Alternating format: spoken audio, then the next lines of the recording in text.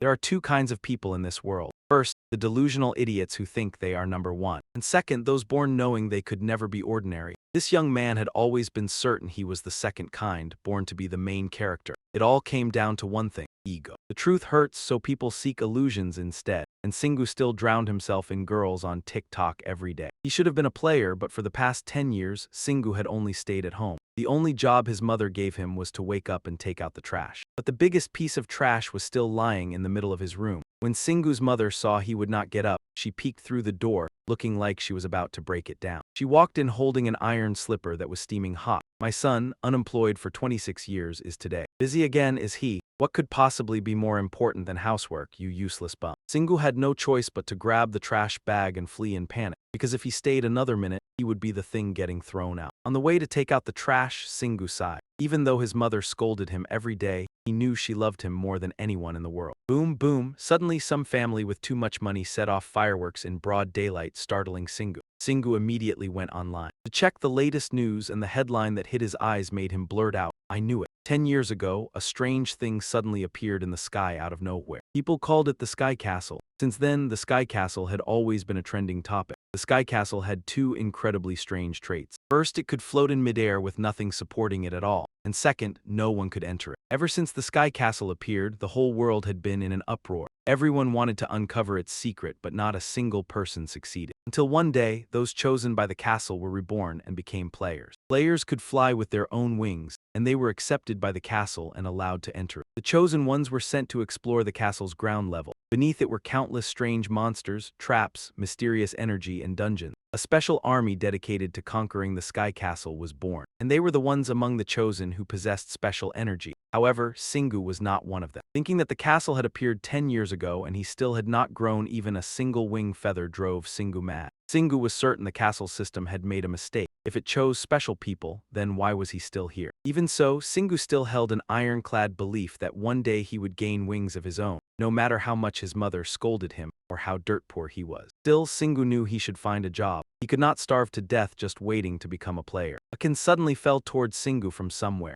and he grew irritated when he saw a couple of rich kids showing off a drink that could help humans grow wings. The two of them talked about the fireworks from someone clearing level 32 earlier, unaware that a resentful young man was cursing behind them. Singu gently set the can down, then kicked it with all his might. The can shot straight into the sky like a rocket, startling the two young men. Singu watched it with satisfaction, thinking that at least this can could get close to the Sky Castle. Suddenly, something fell back down, making Singu curious. He strained his eyes to look, only to find an angel falling from the sky. Singu could tell this girl was a retired player who had been cast away by the castle, but he would not let her smash face first into the ground from that height. Singu calculated that the girl would land on this building. He immediately charged toward it, ignoring the elevator. Singu climbed the stairs, kicked open the rooftop door, and saw the girl's head hanging upside down. Singu gritted his teeth and jumped, the force from his feet making the tiled floor shatter as he launched himself toward the girl in free fall. The thing was, ever since birth, Singu had been stronger than ordinary people without training. Back when he was still in diapers, he had lifted a washing machine. When he was in school, he accidentally broke a door just because he could not control his strength. Singu's parents found martial arts classes for him to help him learn how to use his power. But no place could keep Singu for a month. When he studied Taekwondo, Singu punched his teacher's face in. When he studied Japanese swordsmanship, Singu broke every weapon. When he switched to judo, Singu lifted his master and spun him around for several minutes, forcing the teacher to retire. Singu, you do not need to learn human skills, because you are basically already a monster. Since then, Singu had always believed he carried a special power, and when the Sky Castle appeared, Singu thought his time had come. However, 10 years passed and he still had not gained wings of his own. And at this very moment, Singu was certain this was the destined moment of his life. No player who retired from the castle had ever survived. Because if an ordinary person saved a player, it would be no different from killing themselves. But Singu was different. He was not ordinary. The player girl opened her eyes when she felt someone holding her. She was lying in Singu's arms. She was about to say something, but he told her to keep quiet. Singu's feet landed on the ground, but it did not stop there. The recoil, combined with gravity crushing down, made Singu grit his teeth hard, and it seemed he had just landed in a sinkhole. Sure enough, 3 seconds after the sinkhole appeared, the two of them fell straight down, with no idea when they would stop. And there it was. They had stopped after the shock just now, and they were still alive. Looking at the stammering girl in his arms, Singu spoke in a commanding voice. "Oh, sorry, let me put you down." The girl thanked him profusely. When Singu saved her, even she had not thought she could survive. But where were they?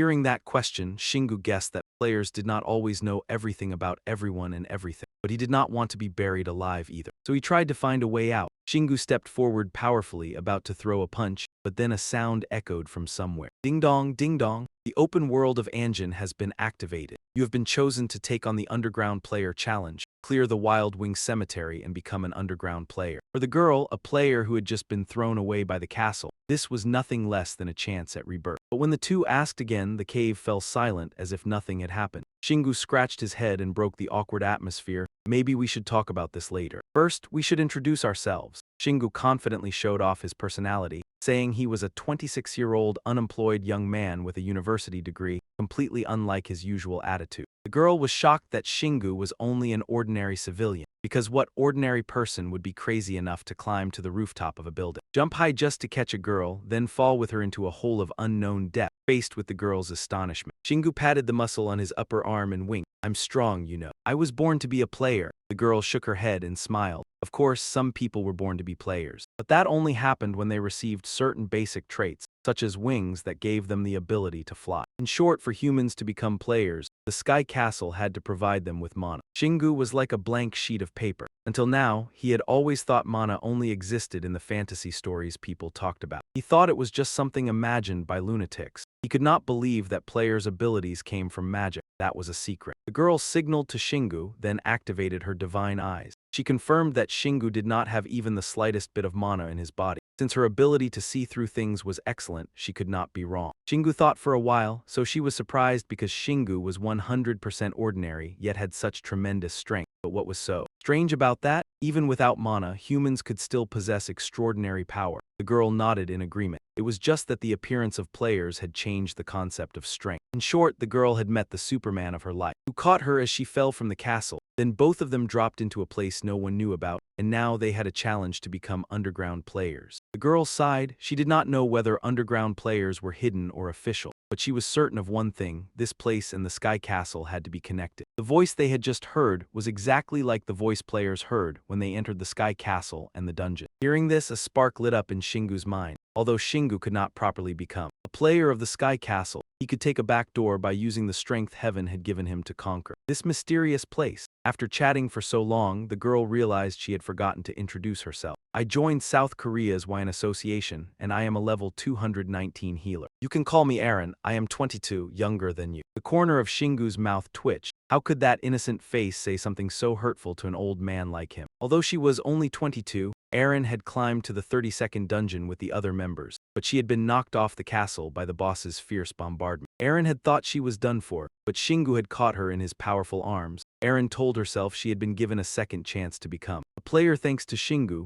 but she still thought she had essentially died, because Aaron had lost all her power after that fall from the sky. But while Shingu was saving her, Aaron thought that some kind of special condition had been unlocked. Shingu had the potential to become an underground player, while Aaron could be reborn as a supporter. At this point, Aaron sniffled and cried. I still cannot believe I am alive. I really thought I was finished, sob, with eyes shining like headlights. Aaron volunteered to dedicate her life to repaying Shingu for saving her, making his hair stand on end. But Aaron had not said that without thinking, because it seemed she had been reborn as Shingu's supporter. That would be true if the two of them cleared this dungeon together. Shingu nodded. He was fine with anything, and Aaron obediently accepted this condition. Seeing Aaron's optimistic attitude, Shingu screamed inwardly. If he had lost all his power like Aaron, Shingu would probably fall into depression. All right, Aaron, glad to be working with you. The two quickly opened up to each other. Shingu had thought a dungeon was a place where danger lurked everywhere, but the two of them had been chatting for a whole hour without anything attacking them. Aaron was more experienced, so she knew the first room of a dungeon was a place where monsters would not attack players. This was the moment they could inspect the dungeon and the items they had. Welcome to Teacher Aaron's dungeon lesson. Not every dungeon is like this. This world hides its own rules. Dungeons can be completely different from castles, so what Aaron said might not necessarily be accurate. While Aaron kept rambling on, Shingu noticed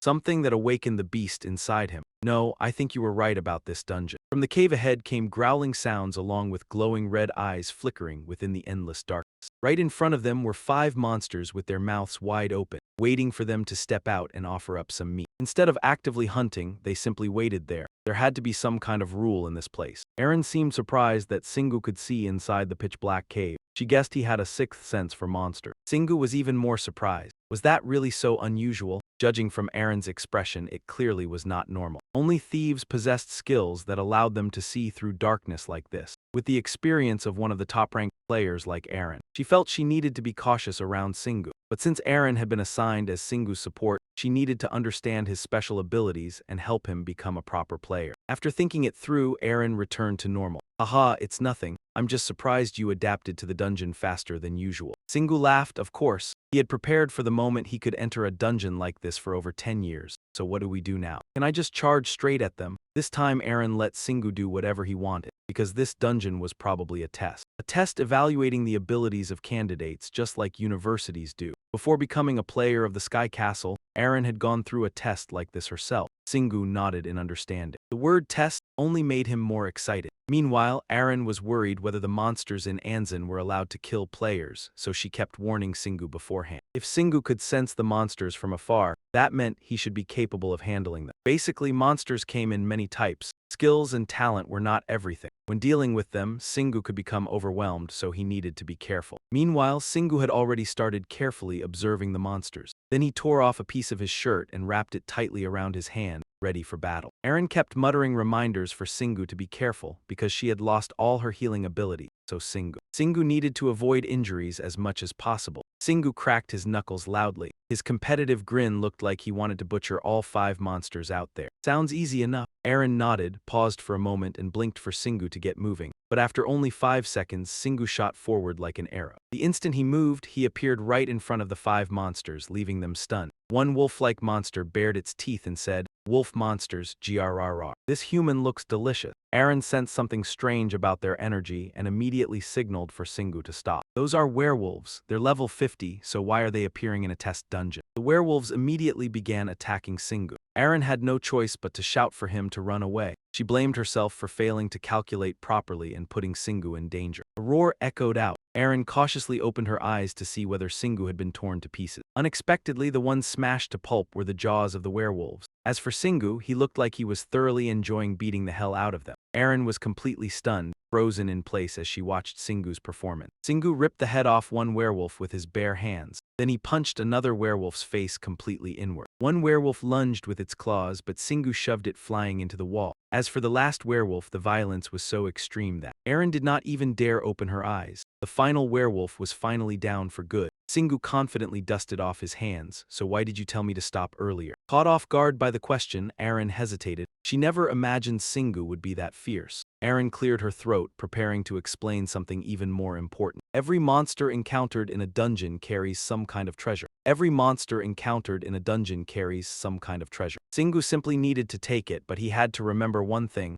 Only the person who contributed the most to defeating the monster had the right to claim its loot. Singu casually flexed. "But I was the only one who killed them." Aaron nodded and set this special case aside. Normally, there were 2 types of treasure dropped by monsters. One was money, and the other was a type of stone that could grant special mana abilities, a monster seed. But Singu only cared about the money. He wondered whether it could be converted into US dollars. Aaron confirmed that the dropped money followed the USD exchange rate. Singu was stunned. No wonder players drove luxury cars and lived in mansions. Aaron Hawken explained that with people who had wings and superhero-like powers, it was not strange at all for monsters to carry stolen money around. Putting aside the argument about money, some monsters even carry chunks of pure gold on them, though finding one is extremely rare. Singu found it strange that money dropped from a monster's corpse. Wouldn't that affect the island's currency? What about exchange rates and serial numbers? All those things gave Singu a headache, but Aaron told him to turn a blind eye because what Singu needed to care about was the monster's seed. Since it was worth far more than that money, you could even call it priceless. When players throw seeds into the altar that appears after clearing a dungeon, they receive a valuable reward. In simple terms, it is an exchange for game items such as weapons, shields, or tools. Singu had to admire Aaron's incredibly easy-to-understand explanation, even though she had plenty of experience. It felt like Singu was reading a guidebook. Also, Singu could exchange one or several types of seeds at the same time. But he could not play tricks with the altar, because it only gave rewards based on the value of the seeds Singu threw in. Even after hearing all that, Singu still was not very interested in the seeds. What he cared about now was the altar that would appear after conquering this dungeon. So it did not want the people inside to grow stronger during the process.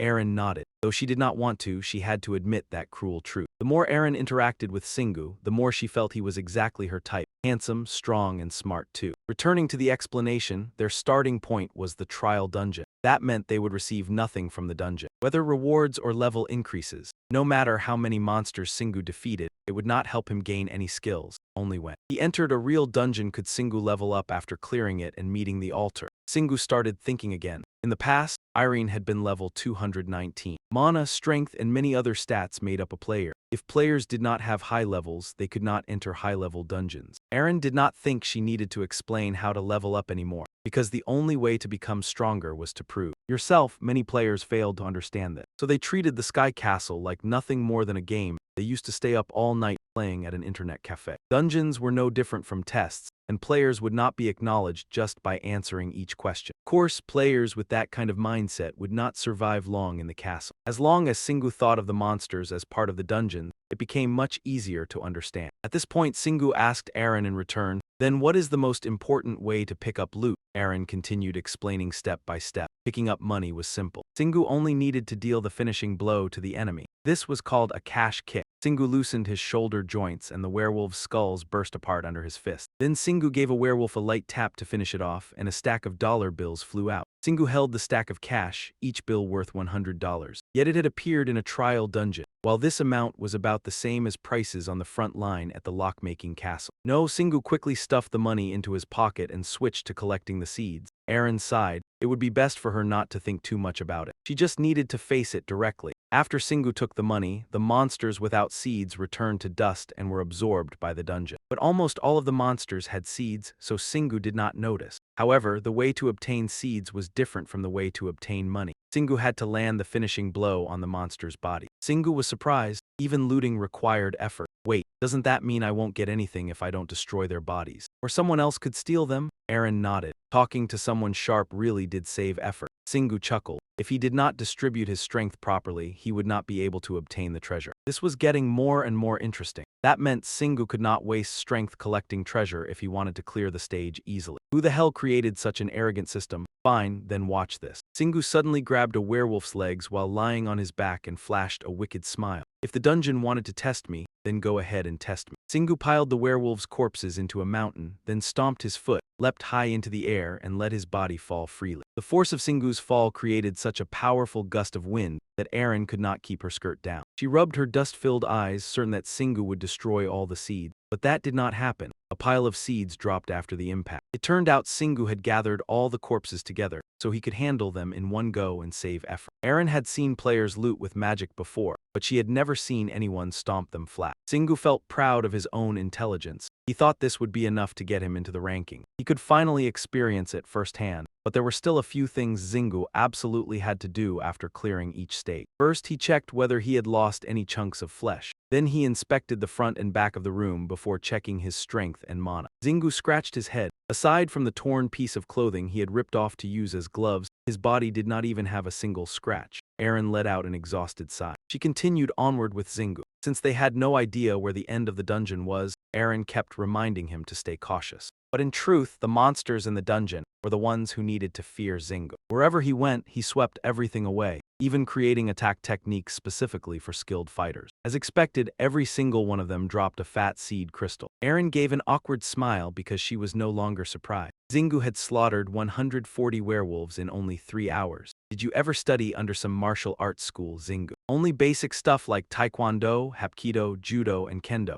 The 4 terrifying disciplines were considered merely basic by Singu, leaving Eren speechless. He had not even learned them to become stronger, but rather to hold back his own strength. Moving at lightning speed, they finally arrived at the boss room that ruled over the Wild Wing graveyard. Eren took a deep breath and told Singu to check his strength and mana one more time before entering, to prepare mentally and review his spells. But in Zingu's case, Eren had no idea what he was supposed to prepare, since he did not even have mana or use spells. That advice usually applied to normal players. Besides, bosses also ignored players for the first 3 seconds. the moment Xingu heard the words "ignore players." A thought flashed through his mind. If he attacked within those 3 seconds, then he could defeat the boss instantly. Too easy? Aaron broke out in sweat because bosses did not always stand there waiting politely for players to admire them once the doors opened. But of course, Xingu ignored all of that. The boss would belong to the same species as the monsters they had encountered throughout the dungeon. Since this dungeon was filled with werewolves, the boss would also be a werewolf. But it would be the strongest werewolf among them all. Even so, Aaron feared the boss might be absurdly overpowered. What kind of nightmare balancing did this dungeon have? However, Xingu showed no fear whatsoever. He was confident he could take down the boss with a single outrageous punch. All right, let's open the door. Aaron sighed. Even if the game collapsed, Xingu would probably still keep that carefree optimism. She pushed the door open, feeling the same nervous fear as her very first boss room. Even though players could not truly die during the trial test, the suffocating pressure of this room was still very real. Aaron pushed away her negative thoughts because Xingu had to overcome this challenge. Some people could return to normal life after failing the first trial, but she had no idea what would happen if a candidate failed the trials of the Anzan world. Even if Xingu failed, Aaron still hoped they could return safely and escape this dungeon. But what if they could not, and she failed her duty as a guardian? With such responsibility weighing on her shoulders, Aaron felt more terrified than anyone else because everything happening felt so surreal, like a dream. Here it comes. Thanks for the warning. Xingu suddenly shouted that, startling Aaron. At some point the doors had already opened while she stood there frozen. A giant mouth filled with powerful fangs lunged out. Aaron fell to the ground, her legs trembling and her face pale. That's a level 100 giant dark werewolf. The dark werewolf drooled like a rabid beast while Aaron kept muttering, "Impossible." Meanwhile, Xingu charged forward. Compared to the boss, Xingu looked no bigger than a mosquito, but he was determined to make use of those opening 3 seconds. Xingu leaped high into the air, facing the dark werewolf head-on as he shouted, "I can fly! Woohoo!" Then Xingu threw a devastating punch before landing, holding the werewolf's shiny black eyeball in his hand. "So I really can rip body parts off during battle too, huh? Don't let your guard down. The monster only disappears once you kill it." Aaron anxiously warned Xingu. The enraged dark werewolf lunged forward in retaliation. Xingu took a pitching stance, gripping the werewolf's eyeball like a baseball. Twisting his body, he hurled the eye straight back at the werewolf. The werewolf clutched its face and howled in agony. Aaron stared in shock, unable to understand how Xingu could time his attack so perfectly. Whoa, that throw was dead accurate. Xingu proudly celebrated his achievement without a clue, irritating Aaron. Although the boss had lost both eyes, its nose was the real problem, because this canine species relied more on smell than sight. Not only that, it was still a level 100 monster. The first 3 seconds had already passed, and now the real battle was beginning. As expected, the werewolf still managed to locate Xingu despite losing its eye. Xingu sighed. The scene reminded him of the way his mother used to chase him with her legendary flip-flop. "Hey, you'll die if you just stand there. Run!" Aaron flapped her wings anxiously. Naturally, Xingu had absolutely no idea how to fly. Fortunately, his flexible legs allowed Xingu to leap around like a frog, narrowly dodging the werewolf's pounce. At the same time, Xingu was already trying to figure out how to deal with the werewolf's keen sense of smell. Thinking about scent, Xingu came up with an idea. He took off his shirt, revealing his toned body and gleaming muscle. Aaron was confused and didn't even dare look directly at him. "What the hell are you doing? We need to prepare for the next attack." "Relax, watch this." Xingu rolled his shirt into a ball and threw it toward the black werewolf. If the boss wasn't stupid, this trick wouldn't work. But the werewolf immediately chased after the shirt on instinct, making Xingu overjoyed. "Damn, I'm too smart. What am I supposed to do with a brain like this?" Aaron gave an awkward smile. It was simply because Xingu had no mana in his body, so the monsters weren't sensitive to him at all. After the werewolf saw that the shirt had stopped moving, it froze in confusion. Xingu took the chance to slam both feet hard into the werewolf's knee joints. Crack! The sound of bones shattering rang out alongside the werewolf's roar. Xingu sighed. "So that's it? This boss's bones are more brittle than I expected." Xingu had even been ready to take off his pants if that trick hadn't worked. Now that the werewolf could no longer chase him, he started playing around with it. The clanging of metal armor echoed together with the werewolf's miserable screams. Even Aaron started feeling sorry for it after crossing paths with Xingu. At last, the giant dark werewolf was defeated. Xingu obtained $1,500 bills and 1 black seed. Aaron's face fell. She couldn't believe that one day she would witness an ordinary civilian with no skills defeat a level 100 monster so easily. Beep beep. A flood of notifications suddenly appeared. Xingu had completed the trial and his account was activated. A golden panel appeared, showing that Xingu's dungeon clear time was over 3 hours, with 150 werewolves and 1 boss defeated. This was the basic interface all players had. It It also allowed Singu to see how many players there were in the castle. Moreover, it didn't obstruct the player's vision, so Singu didn't have to worry. He could still see Eren clearly. Singu was surprised. So that means I've completed the trial, right? That's right, and now you're a real player. Hearing that, Singu celebrated excitedly. This was a dream he had spent 10 years trying to achieve. Eren wasn't entirely convinced because this was Anzin, not the Sky Castle. Everything had already been different from the very beginning. Ping, a notification appeared on the interface. Bonus reward, skill unlocked, foolish but brave. Singu's face went blank. The first skill he ever obtained felt like a direct slap to the face. Let me ask again. These are special mana crystals I received after clearing the stage. From hunting special monsters or fulfilling certain conditions, right? Eren further explained that they could support specific actions or unlock new senses. All of them were useful for conquering this dungeon. Singu nodded and continued asking, so is there really a skill called foolish but brave? Eren looked puzzled. She had never heard that name before, but to encourage Singu. Eren became unusually enthusiastic. Could it be a one-of-a-kind skill? Maybe you're the only person in the world who has it. Singu's ears twitched from failing to keep up with Eren's rapid speech. This girl really couldn't stay quiet for even 3 seconds. The screen lit up once more. The interface announced that Singu had become an underground player. He obtained the underground player exclusive skill Chaos Tail, while also unlocking the inventory and gaining 9 levels. A sudden electric current surged through both Singu and Eren's body, making them convulse. Eren never expected to receive a reward too, even though she had only given Singu some advice and guidance. Meanwhile, Singu gritted his teeth through the first real pain he had ever felt in his life. It hurt even more than his mother's slap.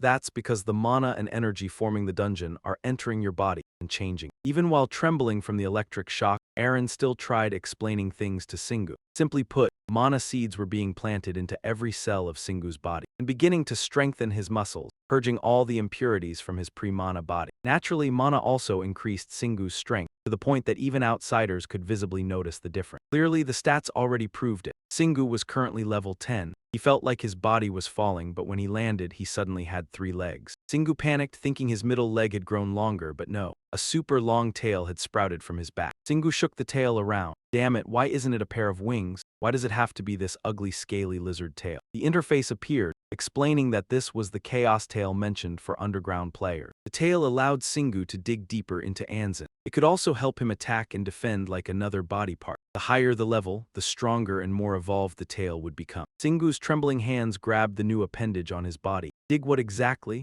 A shovel would be faster. Suddenly, Singu fell silent and thought, players can enter the Sky Castle using wings. So maybe this tail also has similar functions. To enter Anzin, Singu had captured a player who had fallen from the Sky Castle. When he completed the challenge, it gave him a key so he could enter and leave easily. Singu had no idea who had created this damn cave, but whoever it was had to be incredibly sly. If Singu ever met them, he would definitely make them taste what it was like to grow a tail. While getting used to his tail, Singu continued using the interface to ask about his second skill, ignorant but brave. Singu would become braver when he did not know danger was about to strike. This skill helped him reduce damage from ambush attacks by half. Traps or skills that Singu did not know about would never cause him fatal injury. Singu nodded. Even though the name sounded a bit lame, he liked its effect. Not seeing Eren anywhere, he turned around and realized Eren was gone. But when he heard sniffling by his feet, Singu instinctively looked down and saw that Eren had somehow been turned into a tiny person. Eren forced a painful smile. So this was the price a supporter had to pay. Even though I have become tiny, I am still alive, so I will not complain. Eren said this while holding back the urge to cry. Singu understood too.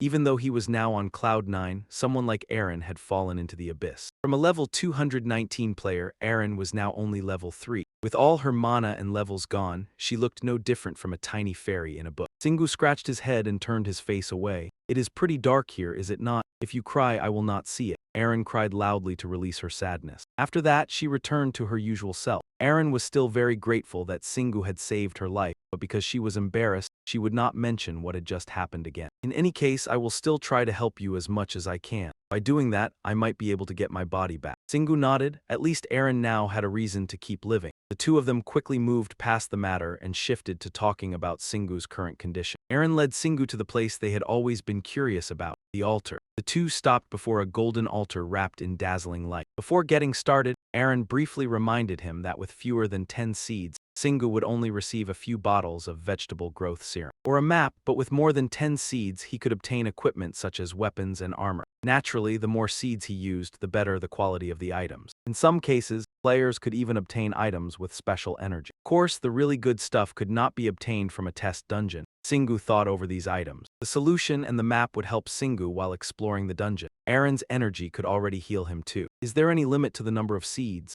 Aaron shook her head. She had never thought about that. Not knowing what dark plan Singu was making this time, Aaron saw his eyes flash. No limit, are you sure? Aaron felt as if she had just handed a weapon to the enemy and hurriedly tried to stop him. But it was already too late. Singu poured all of his seeds into the altar before Aaron's stunned eye. Aaron's scream rang out, completely at odds with her tiny form. What do you think you are doing? Singu had only just become a player, but he could not enter the player castle. So he could not obtain daily necessities, and yet he wasted all his seeds in a single use. Singu asked innocently, "Can you not heal me?" Is that not enough? In any case, it was already too late. The altar had accepted Singu's seeds and begun operating. Aaron squeezed her eyes shut and prayed. Even a piece of iron armor would be fine. She hoped it would be something that could protect Singu's weak point. Singu could not understand why she was taking it so seriously. He could just buy armor before entering a dungeon. Aaron was experienced, so she knew that was impossible. Otherwise, she would not have panicked like this. Aaron had to remind Singu that the item sold in the market outside could not be used inside dungeons. From firearms and wireless devices to cold weapons and equipment made with their modern technology, none of them had any effect. Singu was starting to feel that things were getting complicated, but in any case, this was only a test dungeon. He was certain that the seeds from the entrance dungeon would not have much value in later dungeons. If that was the case, Singu would rather spend them all in exchange for a useful piece of equipment than save them. Aaron thought that made sense too, but that only applied to Sky Castle. This was Anzin, and they did not know what might happen. Although Aaron knew that from the moment Singu decided to catch her as she fell from the sky, he had already begun living a life like a purple folded ear cat. So have you looked into any direction or plan? After all, your skill is ignorant but brave, right? What did you just say? Singu was displeased by the name of this one-of-a-kind skill. But according to Aaron, the monsters in this test were already stronger than those in Sky Castle. That meant there was a chance he could obtain a good item with only a few seeds. Singu saw it differently. If the test was already this hard, then how dangerous would the level 1 dungeons be? Rin was left speechless because she had never thought of that. Since the test already had werewolves in it, the monsters in the next dungeon would definitely be even stronger. Rin was impressed by Shingu's reasoning. Had he even calculated all of that before throwing the chestnuts? Survive? Of course not, I just wanted the best item. Rin clutched her aching head. Sometimes Shingu seemed incredibly smart, but at other times he could not even protect a cat. Even so, Rin understood why she had to act as Shingu's support. Aside from correcting his mindset and training him into a proper player, Rin also had to rein in Shingu's impulsiveness in every situation. If Rin fulfilled that role well, Shingu might become as powerful as the world's top-ranked players. He might even become the best player of all if Shingu's mana and innate strength worked in harmony. Of course, that future existed only in Rin's head, because if she told Shingu, he would definitely jump around until he dropped dead. Hey Rin, something absolutely huge is about to appear. Shingu's anxious voice rang in Rin's ear. When she turned around, the altar had somehow grown to an XXXL size. Shingu pointed at it with eyes full of anticipation. Whatever came out next had to be an insanely powerful, top-tier item. At long last, the moment had arrived. A gigantic sledgehammer appeared. Shingu grabbed it and the interface began displaying its information. The sledgehammer was called Dark Wolf Claw, ranked D++. It contained the overwhelming power of a black wolf's foreclaws, but it was very difficult to use because of its weight. Shingu lifted the hammer as if it were made of wood. He even spun it around a few times like Sun Wukong's staff. Shingu did not know much about what it could do, but it looked insanely cool, so he loved it. Rin paid more attention to its D rank. D rank weapons were meant for players from level 100 to 150. The more plus signs it had after the rank, the rarer it was, which meant Shingu could use the sledgehammer. What did you say? Come a little closer. Shingu asked blankly, irritating Rin. She was simply afraid he would swing the sledgehammer and hit a fly-sized person like her. In addition, there was a huge golden question mark on the sledgehammer, representing its stats. Oh right, should I introduce you to a player with appraisal abilities? Shingu shook his head and refused. With 10 years of experience as a professional player, revealing himself now could bring him trouble. He had always been treated differently because of his strength. If they found out Shingu was an underground player now, how would they react? At the very least, Shingu still wanted to keep the freedom to use his power, even though he was very confident in his strength. But compared with veteran players around the world, he was seriously lacking in experience. So, Shingu reminded Aaron to keep this hidden until the right time. Aaron nodded. She had only gotten too excited, thinking she was about to have the most overpowered disciple ever. All right, Shingu, if that is what you want, I will help you stay hidden. Aaron declared this boldly and also promised herself that from now on, she would become Shingu's greatest supporter. First, Aaron would teach Shingu how to hide his wing. Wings, are you sure? Oh, wrong word, I mean your tail. Aaron cleared her throat and pulled herself together. Whether it was wings or a tail, they worked on the same principle. To hide it, Shingu only had to wrap it in mana and tuck it inside his body. Thinking of mana, Shingu remembered the strange energy he had sensed when he became a player. But either way, Shingu had to try it. Aaron had pointed at her chest when she thought of wings. In Shingu's case, everyone can guess what he had to point at. The tail suddenly vanished, but 3 seconds later, it popped back out of Shingu's pants. Shingu kept trying. Every time he stretched and pointed at his rear, the tail disappeared. But once he took his hand away, the tail dropped back down. Aaron covered her face in embarrassment. Why was the path to training the top disciple on the server so hard? In any case, all Aaron could do was give advice. It was no surprise that Shingu could not get it right on his first try. Even so, Aaron was still looking forward to Shingu's transformation and to seeing how much he would improve in the future. After several minutes of ups and downs, Shingu finally managed to tuck the tail inside without tearing his pants. The second lesson was about the inventory, something every player had. Inventory? As soon as Shingu said that, a transparent cube appeared in his hand. It even kept growing larger, making Shingu lose control of it. Fortunately, underground players were also given inventories.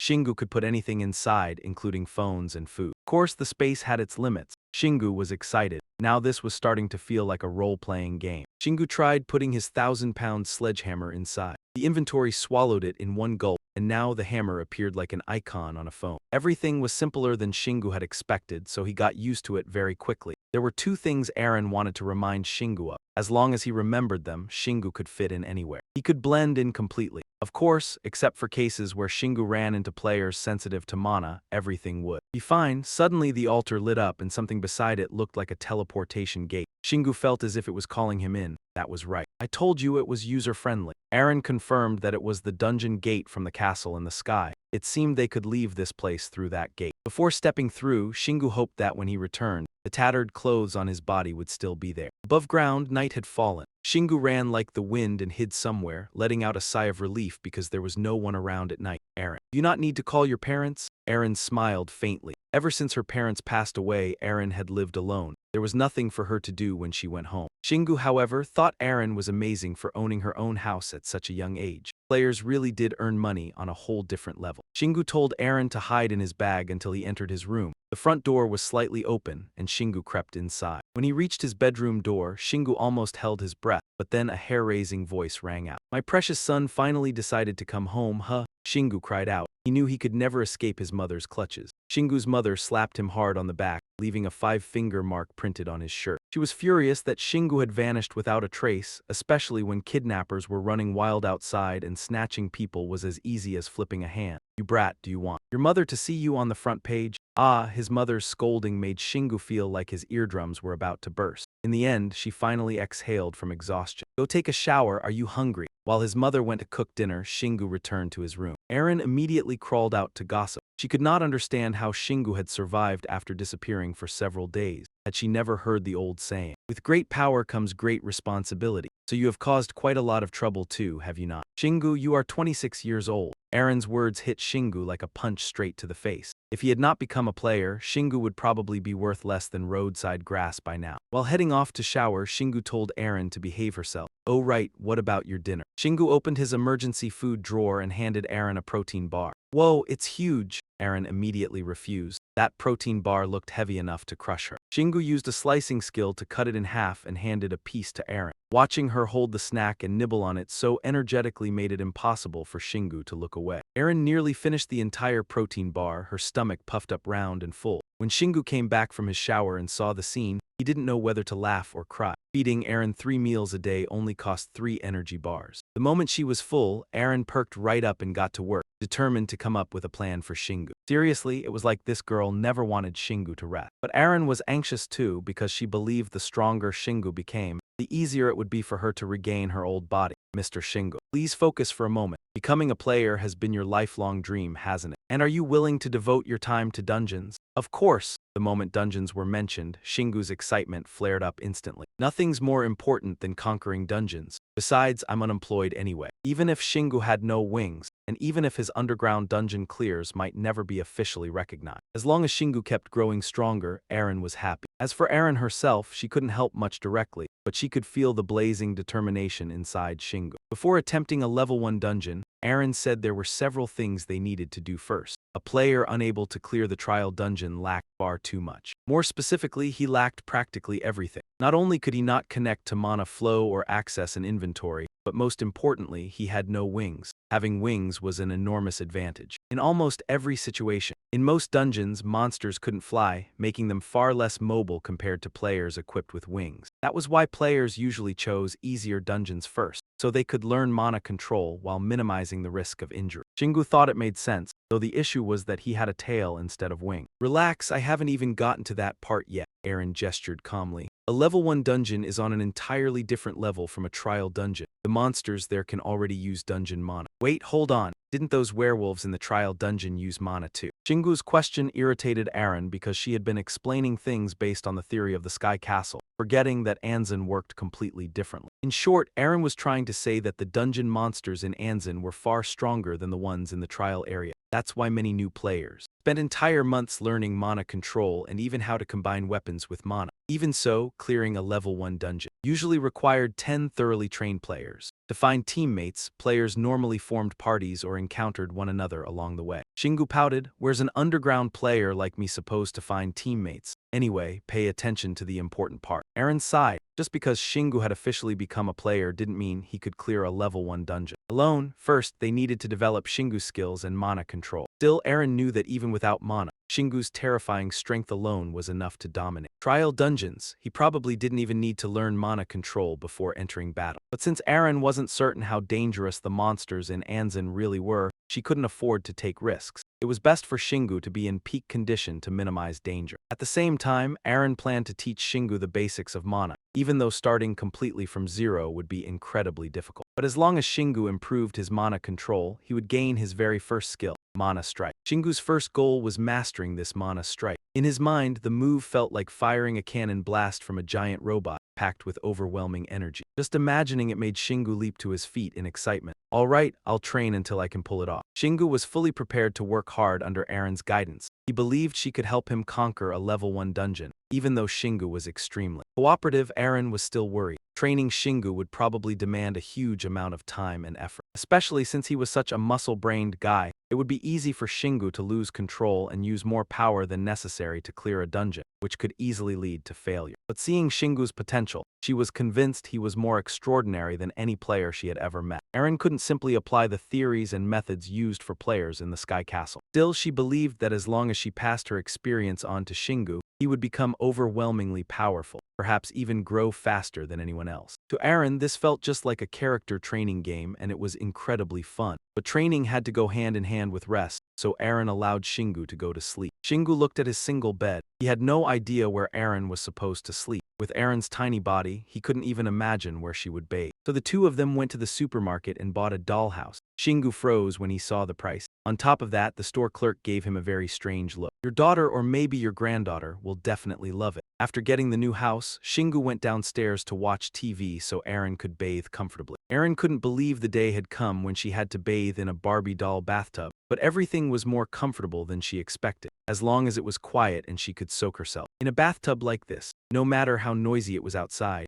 Noise. Shingu suddenly burst the door open and rushed in while holding his phone. "Aaron, we're screwed." Aaron stared at Shingu with wide eyes. In short, the news had just reported that Aaron was dead and countless people were crying at her funeral. Aaron couldn't believe she was watching a live stream of her own funeral. Shingu sighed. Aaron's departure was a huge loss to the gaming community in general, and to the Wildings Guild in particular. The guild would probably stop operating for a while because of Aaron's absence. Through the news, Shingu learned that Aaron was an idol among players not only because of her fairy-like beauty, but also because of her role within the team. Aaron sighed. They only said that because healer-type players were extremely rare. For example, in a game, a character who could both heal others and fully contribute to the team was already incredibly rare. If Shingu could successfully conquer a level 10 dungeon, he could obtain the Halo class as a reward. Hearing that, Shingu was shocked, so Aaron had to clear dungeons to gain that healing talent. Aaron fell silent. In reality, a player's level was not truly important. What mattered was whether they could conquer dungeons or not. There were two common factors involved in obtaining healing abilities. The first was the player's level, and the second was dungeon conquest. If a player failed to complete a level 2 dungeon, they would never be able to enter a level 3 dungeon. In reality, some players limited themselves to low-level dungeons because they were afraid of higher-level ones. So even if their levels were very high, lacking skill meant they would never have a chance to obtain their class. Shingu nodded. He understood their fear because Eren had almost died in real life if he hadn't saved her. Up until now, the only thing Shingu had ever done was smash through everything in his path. He had never used any skills or thought before acting. But that was only possible because Shingu possessed superhuman strength, so nothing had ever seemed life-threatening to him. But what if there came a wall Shingu couldn't break through? Would he end up like the other players, giving up after facing a little hardship? Or would Shingu die like Eren almost did? Shingu chuckled. Why should he overthink it? Shingu would overcome that wall when it appeared. That was enough. But what about you? Are you really okay with the current situation? Eren blanked out when Shingu mentioned her funeral. Eren always claimed nobody cared about her, yet everyone at the funeral was either her classmates or players who had teamed up with Eren over the years. Aside from the fact that most of them were men, everyone looked exhausted and devastated. It seemed they genuinely cared about Eren, not just because she was a player, but because of who she was as a person. Eren put her hands on her hips and sighed. She guessed most of them were just lonely people who approached her for a bit of money. It was better not to meet them at all. But it seemed Eren didn't want to talk about herself anymore. So she returned to Shingu's training and pushed him mercilessly. A few minutes later, Shingu was panting like crazy. Because of Eren's strictness, at midnight Shingu had to lift two 12-kilogram dumbbells. Even though lifting weights looked easy for Shingu, the exercise he was doing was meant to stimulate the mana inside his body. It was called internal power enhancement. The thought of Shingu struggling to lift a dumbbell was honestly the funniest thing in his life. All weapons required mana to enhance their power. Even the simplest objects needed mana within them. That was because mana had the ability to amplify the power of anything it passed through. You've experienced it before too. Remember when Shingu felt that overwhelming shock? That was when mana flowed into his body, into every single cell. At that moment, didn't you feel as powerful as a god? Didn't it feel like you could lift the entire world? Shingu frowned. So that wasn't a dream after all. Although the mana burst was their current goal, there was a reason Eren needed him to focus on. Increasing his mana power, because it was the next step after the burst and helped amplify the released power. So you mean I can create a blast like a Kamehameha after using mana, right? Eren sighed. That was not exactly right, but it was an easy way for Shingu to picture it. Since Shingu used a sledgehammer as his weapon, the mana already inside it would be activated at the hammerhead. At a certain speed, when Shingu swung his weapon at an enemy, the weapon's innate mana would increase its speed and acceleration, allowing it to deal more damage. Thinking about speed and acceleration,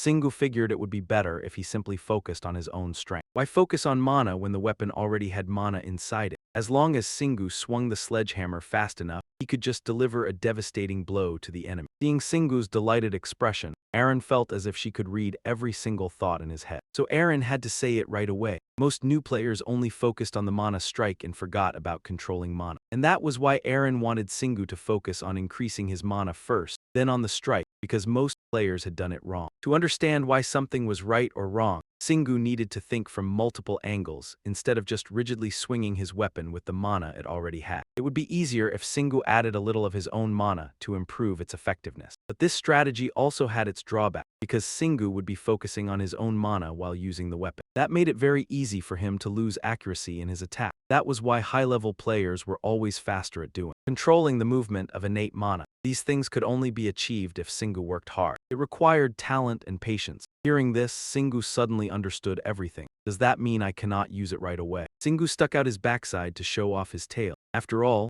he already knew how to move mana throughout his body. Eren was annoyed by how immature Shingu was, but if he wanted to put himself at unnecessary risk. Just because he refused to learn properly, then she did not care. Although even thinking about it gave Eren a headache, they could start by mastering the 3 requirements of a mana strike. I believe you can do it, Shingu. Shingu sighed. Eren had convinced him with just one sentence. Returning to the subject of weapons, Shingu wondered if there was anything that did not have innate mana. If he put a little mana into these 2 dumbbells, could they become weapons? If so, the dumbbell's power would increase a little, but not enough. Not only that, it would also drain Shingu's mana if he did not have much mana to use. Then what if I put mana into my hands and feet and used them as weapons? Shingu's question left Eren speechless. In theory, he could increase the power of his physical attacks, but it would also make his body suffer pain. Thinking about it, Eren guessed that Shingu only needed his fists to get by. Many high-level players used this tactic in the later stages. Instead of using weapons, they focused on calculating mana throughout their bodies. Shingu did not really understand, so he decided to just do it. All I need to do is create mana and spread it throughout my body, right? If Singu put 1 billion mana into this dumbbell and threw it hard at the ground, it would definitely create an extremely powerful explosion. Unexpectedly, Aaron approved of this idea. Players who used ranged weapons such as bows or spears also used mana that way, but this method required caution, especially when Singu threw his weapon. The mana wrapped around the weapon would gradually separate from it, and if the distance was too great, the mana would slowly disappear and the weapon would become useless. A weapon still having residual effects to increase its power was similar to when it lacked enough mana to create a strike. After listening, Singu felt like his brain could no longer process anything, so he decided to follow Aaron's training. Step by step, everything would eventually fall into place. Although the pace seemed slow, Singu still found joy in the process. He had waited 10 years to become a player, and Singu would not let it slip away. Singu would let the whole world know who the true main character was, and Singu would not fall any farther into the abyss because he was already at the bottom. The only path left was upward. At the current intensity, nothing was difficult for Singu, but his control still was not very smooth. Every time Singu sent mana into a specific spot on the dumbbell, he would always miss the target by 1 or 2 centimeters, but Singu was certain he would manage it. After all, this was exactly what he wanted. Of course, except for the fact that he now had a tail dangling behind him. Aaron also wanted to help Singu with his tail, but she had never met anyone with a tail before.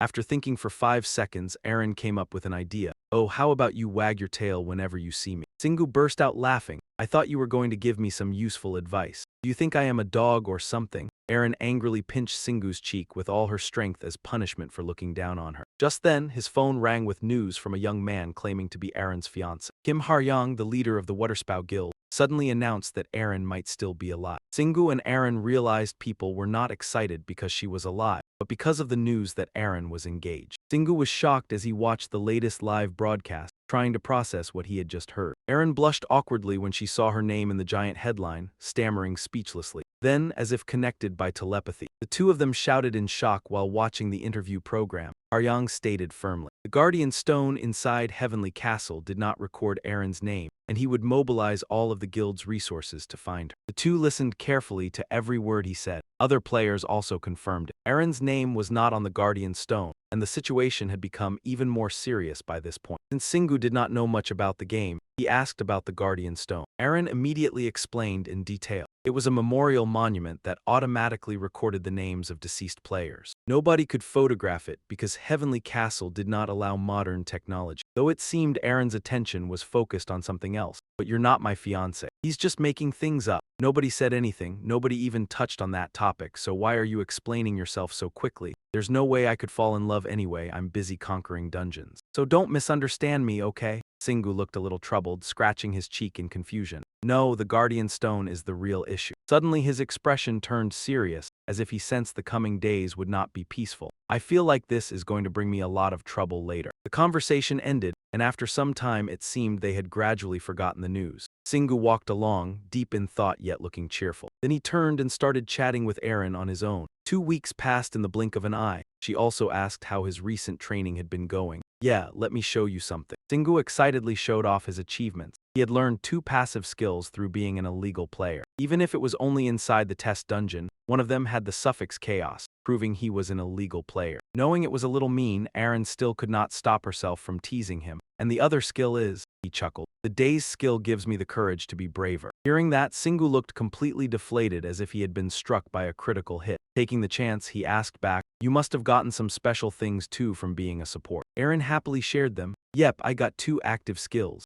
She spun around proudly to show off a little before saying, "First is a mana skill that lets me return to my original body, savior form. That skill boosts all of my combat abilities, but it consumes a huge amount of mana." She looked very proud of the ability she had gained. "The second skill lets me hide and turn invisible." Singu widened his eyes and stared at her. "But I can still see you." Aaron angrily assumed he was teasing her on purpose. "That's because I'm your support. How could other people possibly see me?" She was extremely confident in this skill and enthusiastically explained, "Unlike savior form, invisibility is absolutely worth it. In this state, I can stay invisible for a full 3 hours." She rambled excitedly without stopping. "On the first day, though, I was too shocked and didn't even have enough mana to use it. But now no player can see me at all." Singu could only smile helplessly at Aaron's excitement. Then, after the two stopped walking, he boldly wrapped up the conversation. "Whenever you run out of mana, just tell me. I'll hide you somewhere until your mana recovers." As he spoke, He pulled away the white cloth in front of them, revealing an incredibly cool red motorcycle. He jingled the key in his hand, planning to take her out exploring together. Training at home all the time is boring, so let's go find a new dungeon. It seemed Singu had prepared very carefully for this expedition. Aaron had allowed him to challenge a first-rank dungeon in the ant cave, so he was not afraid of anything. Besides, I've always been brave from the start. Suddenly, a soft giggle rang out as she tried to hold back her laughter. But Singu, your bike. While he was thinking, he suddenly looked over in surprise. Then she burst out laughing anyway. Why is it a delivery motorcycle? He realized she was mocking him, but merely smirked mysteriously. It seemed everything had already been planned from the beginning. You're right, he admitted, but Aaron still refused to accept it. It just feels weird. She complained about the way he used his motorcycle. You bought it for over $10,000, right? Who uses such an awesome bike just for deliveries? That's ridiculous.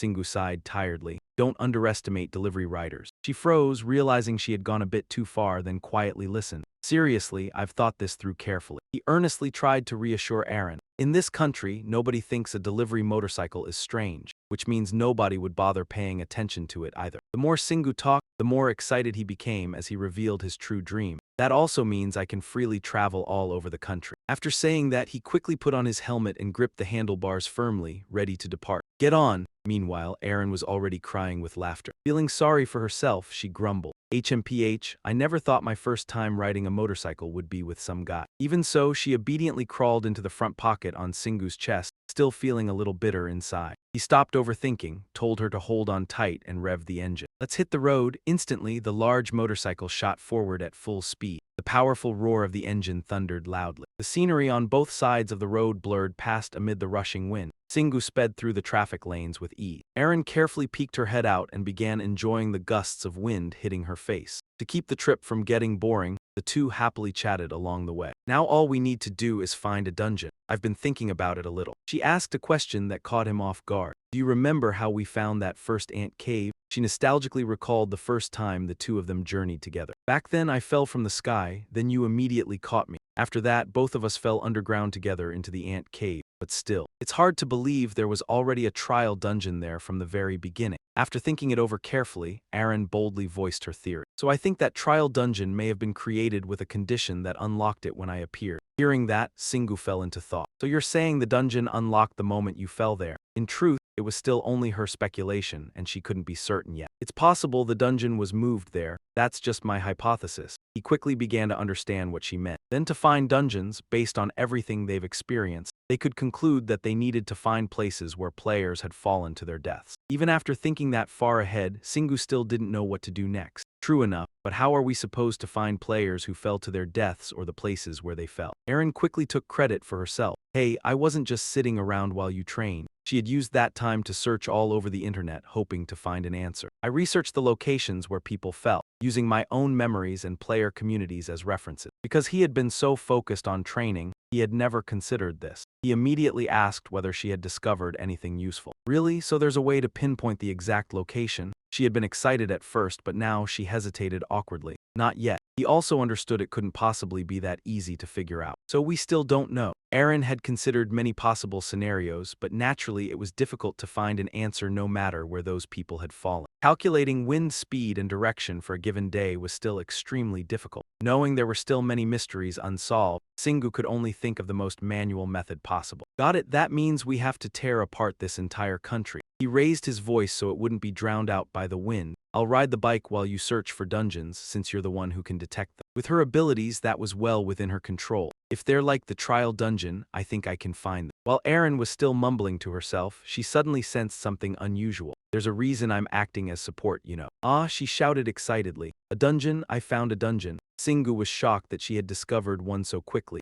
We've only been traveling for half an hour. Overwhelmed with excitement, she urged him to hurry. I didn't believe it at first either, but I really found one. Turn left. Turn left, hurry? Even though he also wanted to get there quickly, the traffic light still hadn't turned green. The light hasn't changed yet. The scene shifted to a deserted area. An isolated warehouse stood there alongside piles of scattered construction material. Singu stopped, removed his helmet, and quietly looked around. As he carefully observed the surroundings, something suddenly flashed brightly like a spotlight, painfully blinding his eyes. He immediately threw away both the helmet and the speeding motorcycle. The resulting explosion caused a massive shockwave. Aaron was confused and couldn't understand why he had done that. What if someone saw us? He immediately reassured her while asking how she had detected the dungeon. There's nobody here, so it's fine. But how exactly did you sense it? Suddenly, thanks to his sharp instincts, Singu noticed something strange behind him. He turned around and saw a small glowing pyramid appear, sparkling invitingly toward them. The pyramid appeared before them, radiating a dazzling aura like the light of countless sacred beings. The system immediately displayed information identifying it as a dungeon object with a normal danger level. Singu had only intended to find a trial dungeon, so he irritably turned to glare at Aaron, who awkwardly avoided his gaze. She couldn't look him in the eye and nervously tried to dodge the issue. I don't even know how to explain it anymore. Singu could only sigh helplessly. I knew you'd say that. Since they had already gone through the trouble of coming all the way here, he paused to think for a moment. I didn't expect I'd have to enter a first-rank dungeon right away, and I definitely didn't expect to skip ahead this quickly. Maybe the fact that he discovered it was itself some kind of sign. If I don't actually have to clear dungeons in order, then that would explain why I found this one so quickly. Since he wasn't the cowardly type to begin with, he seemed eager to explore it. Normal, but everything here is yellow too. A dungeon with a normal danger level. Staring at the sparkling light that seemed to constantly beckon them forward, and relying on his many years of gaming experience. This dungeon implied a high level of difficulty. This place was enough to jolt Shingu back to his senses and get him ready for battle. All right, let's get to work. Meanwhile, Aaron stood beside him with her hands clasped, praying this would not be a difficult dungeon. True to his word, he slowly approached the source of the light. The small pyramid seemed to sense someone coming and immediately began to change. Seeing that, Shingu focused on observing the shield. Aaron quickly explained that it was a feature helping players enter the dungeon without being exposed. He exclaimed that he had not expected the game to offer such complete support. The service was pretty good. She, however, anxiously urged him to act, hurry up and go. Shingu, Aaron could not grasp all the rules. I do not know how long this barrier will last. Shingu grew even more excited, loosening up his arms and legs as he prepared to act. Just leave it to me. He poured strength into his arm and decisively swung a punch straight down at the ground. The pressure was so powerful that it stirred up a fierce wind and sent dust billowing everywhere. And yet there was not even a single crack in the ground. Shingu was puzzled, unsure where he had gone wrong. It was unbelievable that such a powerful punch had left it intact. Suddenly, he froze as if he had remembered something. Wait, as he spoke, he summoned his chaos tail and slammed it down hard, easily shattering a chunk of earth and stone. Aaron understood the principle behind the skill and happily cried out. So that was the key to the dungeon. Even so, he did not like this cumbersome tale at all. Pretty complicated, huh? The sky was still blue and the clouds were still white. Who knew how much time had passed? Shingu tiredly wiped the sweat from his forehead, looked at the small hole he had just dug and complained, how much longer do I have to keep digging? As soon as he finished speaking, large cracks began appearing around the small hole. In the end, it collapsed completely into a large pit, causing Shingu and Aaron to fall in before they could react. When he saw the light at the bottom of the deep, seemingly endless pit, he did not feel much hope. It was exactly like when he entered the trial dungeon, so the entry condition had been met. At that moment, on the ground above where the two had just been standing,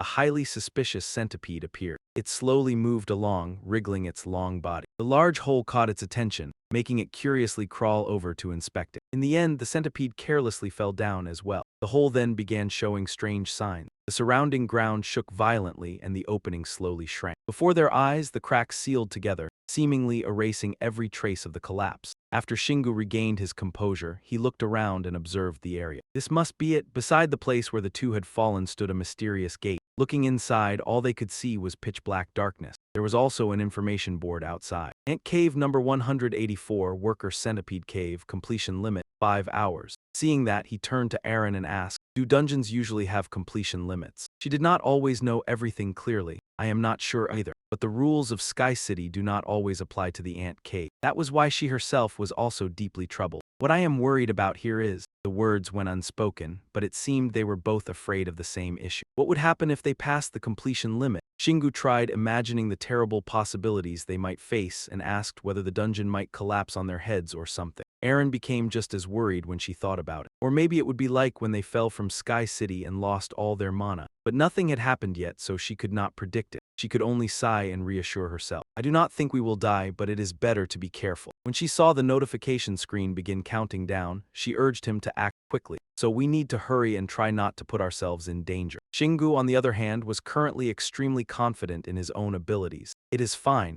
I do not even need your help. As he spoke, he raised his hand and summoned the Black Wolf Lash. Seeing that, Aaron became even more uneasy. I do not think monsters that inflict stat reduction effects would appear in the first dungeon, but you should still be careful, Shingu. He did not think that deeply about it, insisting that he could completely handle it himself. But this was not a first-rank dungeon. It was a completely different dungeon. She still warned him in advance about the danger they were about to face. I am certain the centipedes are poisonous, and you do not have poison resistance. Do not let your guard down. Shingu did not understand the seriousness of it and acted extremely arrogant. A centipede is still just a centipede. Helpless, Aaron gave him an example to think about. What about centipedes that are 100 meters long and 1 meter tall? He immediately avoided her gaze and awkwardly scratched his cheek. Centipedes can get that big. Hearing that, she sighed in exasperation. This guy, in any case, as a supporter, she grew even more worried because she could not guarantee that she would be able to help him. I gained some knowledge from working as a supporter, but I do not have any mana to use, and we do not have healing potions or anything like that, so I will have to use my skills to heal you. But using poison treatment to counter the venom, all right, I need to calculate this in advance. That made her realize there were even more risks. I can only use it twice. In the worst case, it might not be strong enough to counter the centipede venom. Shingu seemed not to hear much of what she said as he led the way into the cave. There is no point thinking about it forever. Aaron could only give up and follow behind him. I knew you would say that. She nimbly settled into Shingu's pocket out of habit, and the two began their exploration. All right, let's go. Don't jump out of my pocket, okay? Even though I still haven't sensed any monsters. Aaron looked puzzled and asked, again, how are you sensing them anyway? Before he could answer, she suddenly shuddered as a cold chill ran down her spine. A bizarre black figure appeared before them, making her scream in terror. Shingu stayed calm and quickly reassured his companion. It's just a ghost, calm down. She immediately covered her face, her voice trembling as if she were about to cry. I hate murderous monsters the most. He hadn't expected such a strong reaction from her. That's why you screamed. At that moment, the ghost slowly spoke. You too, are real people, right? Shingu immediately sensed something unusual. It seemed the ghost was happy to see them. Aaron suppressed her fear and asked, sorry, but could you talk a little faster? The ghost replied with the sluggish pace of a sloth. Sorry, it's been a long time since I talked. Under the light, the ghost's appearance gradually became clear. Shingu immediately questioned him. Are you really a ghost? The face hidden in darkness was now visible. With dull, lifeless white eyes, he explained, I already logged out, but I'm still standing here. That only made Shingu more confused and irritated by the vague answer. Logged out, so you used to be a player too? Hearing that, Aaron widened her eyes in surprise. A player? Looking more carefully, Dangan only had an upper body. She vaguely realized something. Logged out. Following the direction of the voice, he spotted a tiny girl inside Shingu's pocket, so small that she grew slightly annoyed at his attitude. Did being tiny eat up your family's fortune or something? After staying silent all this time,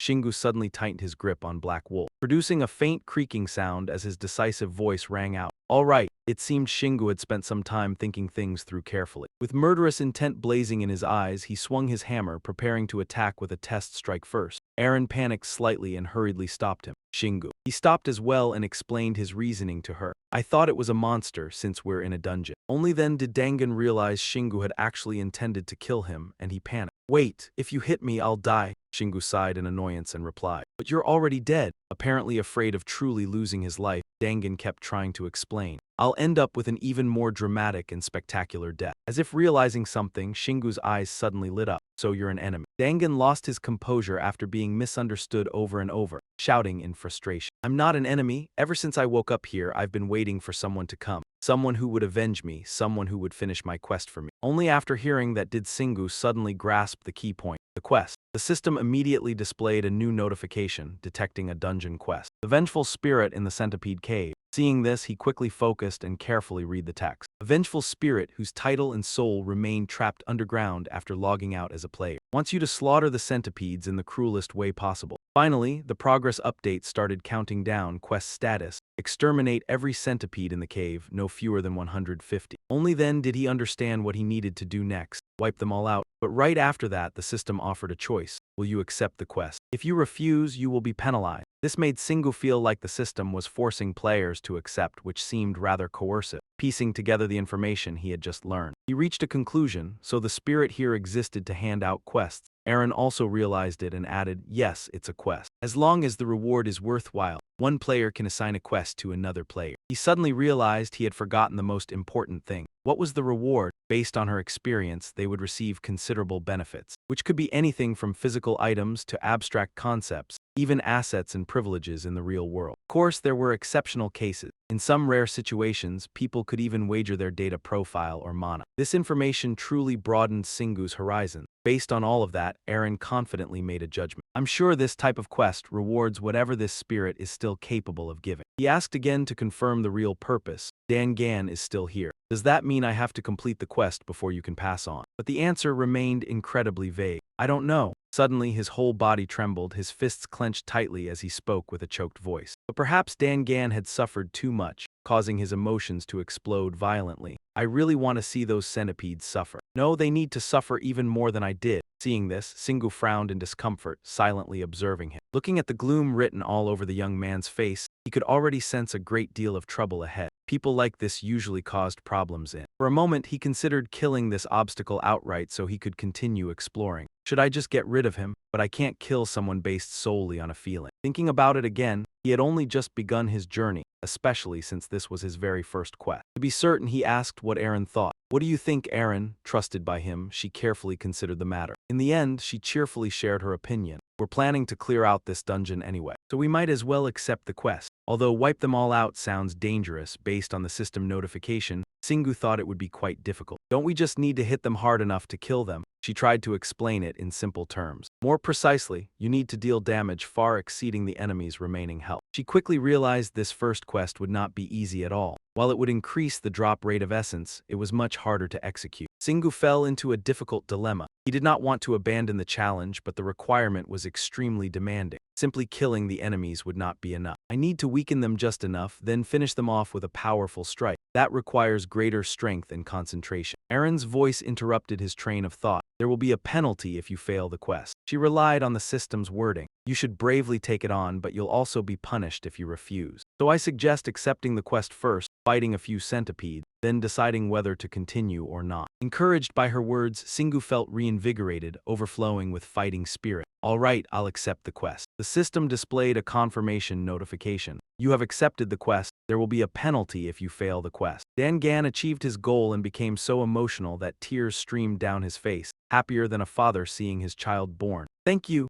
Seeing this reaction, Singu could only feel partly helpless and partly speechless. The man truly believed he would complete the quest. Then again, he also worried about being punished if he failed or refused. Not wanting to waste any more time, he turned around and prepared to start fighting. Then I'll go deal with the centipedes. The young man did not forget to warn him, clearly intending to follow the two of them. Their fangs are poisonous, so you need to be careful. I'll help out too. Every time he remembered being defeated by those centipedes, Dan Gan burned with resentment. They always attack when you let your guard down. That's why I got bitten in the first place. Singu fundamentally did not want another burden tagging along, but he also did not want to reject him outright, so he hesitated. Aaron, however, reacted very strongly, because providing support was exactly why she was here. Supporting him is my job, so why are you volunteering? Dan Gan still stubbornly trailed behind them. Without stopping, this dungeon turned into a centipede dungeon because I was killed by centipedes in Celestia City. Do you know how terrifying those things look? Suddenly remembering something, he stopped walking, turned around and asked, Hey, have you explored this dungeon yet? He instantly froze up embarrassed and could only stammer out, no. I waited in that room until someone showed up. After all, I couldn't move. Curious, he cautiously asked, How did you two get in here? Judging by your tale, I guess you're not ordinary players. Aaron clearly did not want Dan Gun tagging along and felt extremely annoyed. He keeps saying it's dangerous, but he's acting like this is some kind of field trip. She still hadn't noticed anything unusual and was gradually losing patience. This was already the third room. Right then, Shingu suddenly stopped in his tracks. It seemed like he had stepped on something. His voice turned serious.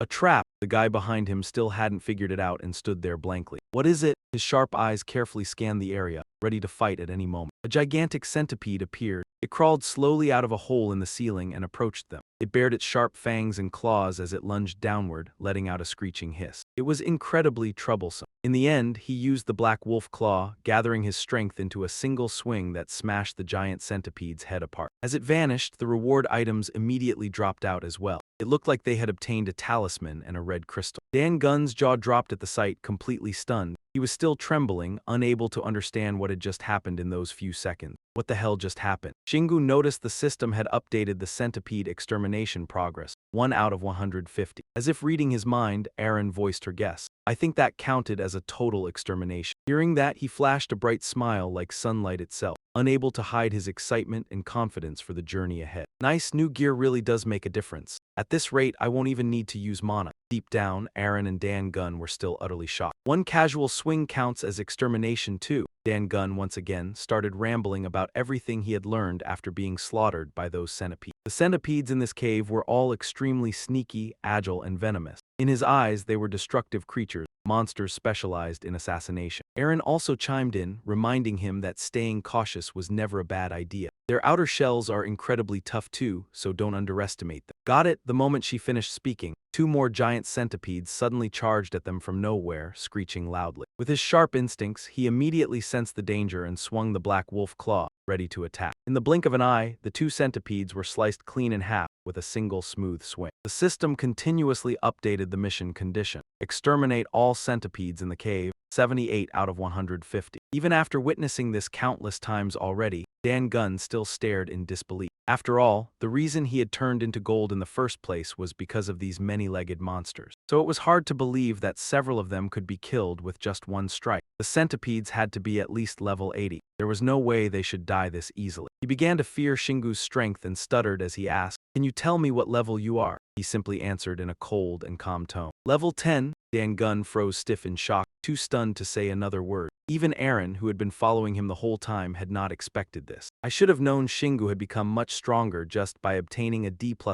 ranked weapon. It seemed all of her earlier worries had become meaningless. I'm not even that surprised he found where the centipedes were hiding and immediately launched a preemptive strike. But I never expected him to kill a centipede with a single swing, let alone wipe them all out." Meanwhile, Shingu was happily immersed in his own world, thrilled to have figured out the pattern. "If I find the right force and point of impact, I won't need to swing with full power just to bring out the weapon's strength." Because he fought so effortlessly, Aaron didn't even need to use her support skill. She simply stood behind him and observed. I'm not sure how dungeon difficulty is determined, but judging by the centipede's level and poison, the normal difficulty setting seemed perfectly suited for Shingu. One thing left her unsure whether to feel happy or sad. But his strange sixth sense and natural battle instinct had made this dungeon ridiculously easy. Meanwhile, he continued dancing alone among the swarm of centipedes. Even surrounded from all sides, his fighting spirit never wavered. His eyes overflowed with killing intent as he locked onto his target and coldly muttered a sentence. "But the one thing I don't like here is..." Right then, he spotted an opening and fiercely targeted a centipede that had just appeared. The centipede was instantly knocked backward by the impact, flying right into another one that was crawling out from the hole above. A spectacular scene unfolded as they crashed into each other, shattering into pieces and dragging one another down to hell. Dan Gunn stood to the side like an overexcited sports fan, cheering after seeing the hit. "Awesome, 1 strike, 2 kill." Shingu pressed the advantage with an excited grin. His momentum kept growing stronger and stronger. Not over yet. 2 more clueless crickets crawled out from behind a rock. In the blink of an eye, the black wolf weapon swept over and easily sliced them in half. Dan Gunn still could not get used to this slaughter. His face turned pale with fear. That earlier throw had embedded the hammer into the cave wall. Shingu stretched comfortably and retrieved his weapon. "At this rate, you'll never get a chance to use mana." Aaron could only sigh and reassure herself. "Maybe I worried too much." Shingu sensed her concern and comforted her. "It's fine. If we prepare carefully before exploring a mysterious place, there's no harm in that." After turning the crickets into mush, Shingu felt incredibly exhilarated. "It's not my fault. This dungeon is to blame."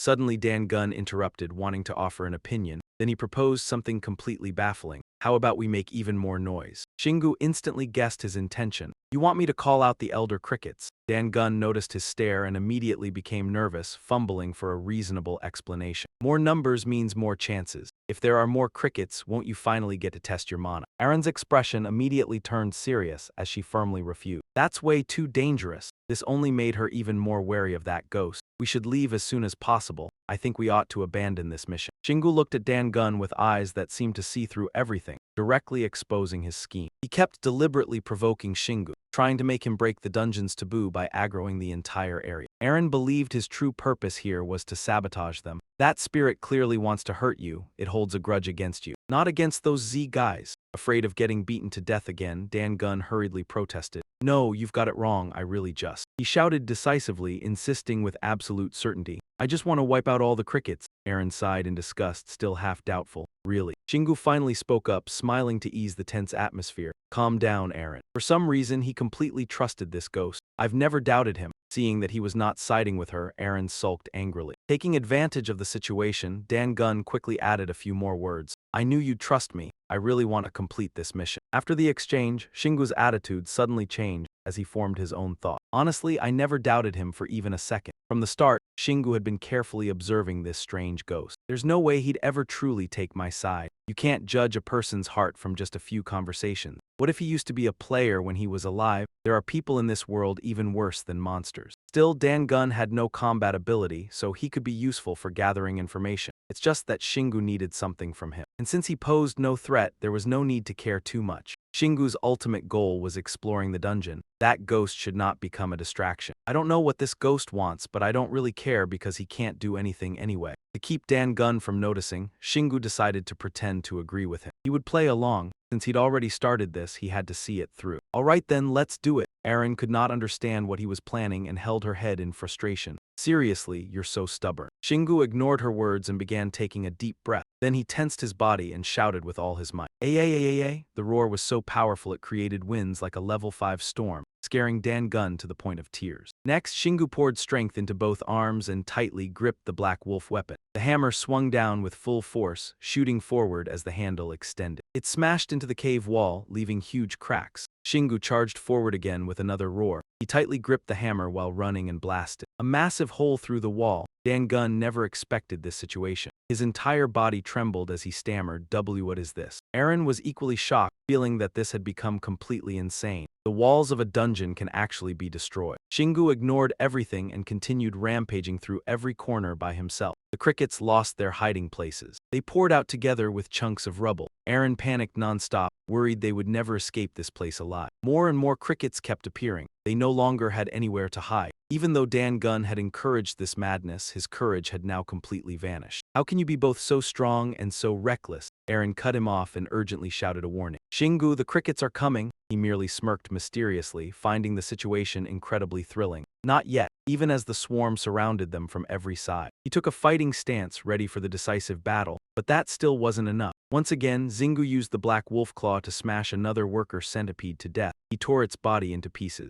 Xingu grinned excitedly like he was playing whack-a-mole. The moment he finished speaking, he swung his weapon again and took down several more. Xingu looked extremely fired up. Now this was more like it. Meanwhile, Aaron was extremely worried. Be careful not to get bitten. While reassuring her, he continued attacking them. Don't worry. They can't bite me. She stood off to the side and fearfully watched the pile of centipedes stacked on top of one another. He kept smashing through the walls and killing every centipede that crawled out. Before anyone realized it, the corpses had piled up everywhere. Witnessing the scene, Dangun broke out in a cold sweat. This guy wasn't human. Xingu was effortlessly wiping them all out by himself. He quietly whispered to Aaron, I can't sense much mana from him. Then how is he? She let out a soft sigh before slowly saying, I used to think mana was everything too. Meanwhile, Xingu became more and more excited as he fought. This is awesome. Are other players always having this much fun? He recalled the past. Since he had always been strong ever since childhood, he had never seriously participated in physical activity. Or rather, he had never been able to go all out. If he lost control, other people could end up seriously hurt. That's why he first had to learn restraint and endurance. Even after growing up, he could only release a fraction of his strength during training, but it still wasn't enough. All he wanted was the chance to unleash everything. And at this very moment, Xingu was thrilled. At last, he finally had the chance to do exactly that. He could fight with his full strength and no one would stop him. A bright smile spread across his face. He was genuinely happy that he no longer had to worry about hurting anyone. Aaron suddenly spoke up hesitantly. Xingu, look over there. 3 centipedes much bigger than the others are coming this way. He turned around and saw 3 gigantic monsters glaring at him. Dangun immediately revealed a cold smile. They're here. The assault centipedes let out horrifying screeches. Watching them, he spoke up. Originally, we'd only have to fight them one at a time because the tunnel was narrow, but you smashed the walls apart. Now you'll have to fight all of them at once. That's karma for you. The thought made Dangun laugh smugly. In the end, his actions made Aaron furious. You idiot Xingu, she muttered softly while staring at the swarm of centipedes. Oh no. The moment he locked onto his targets, he lowered his body to gather momentum. In the blink of an eye, Xingu launched himself into the air. Then he used the Black Wolf Claw to strike each monster directly in the head one after another.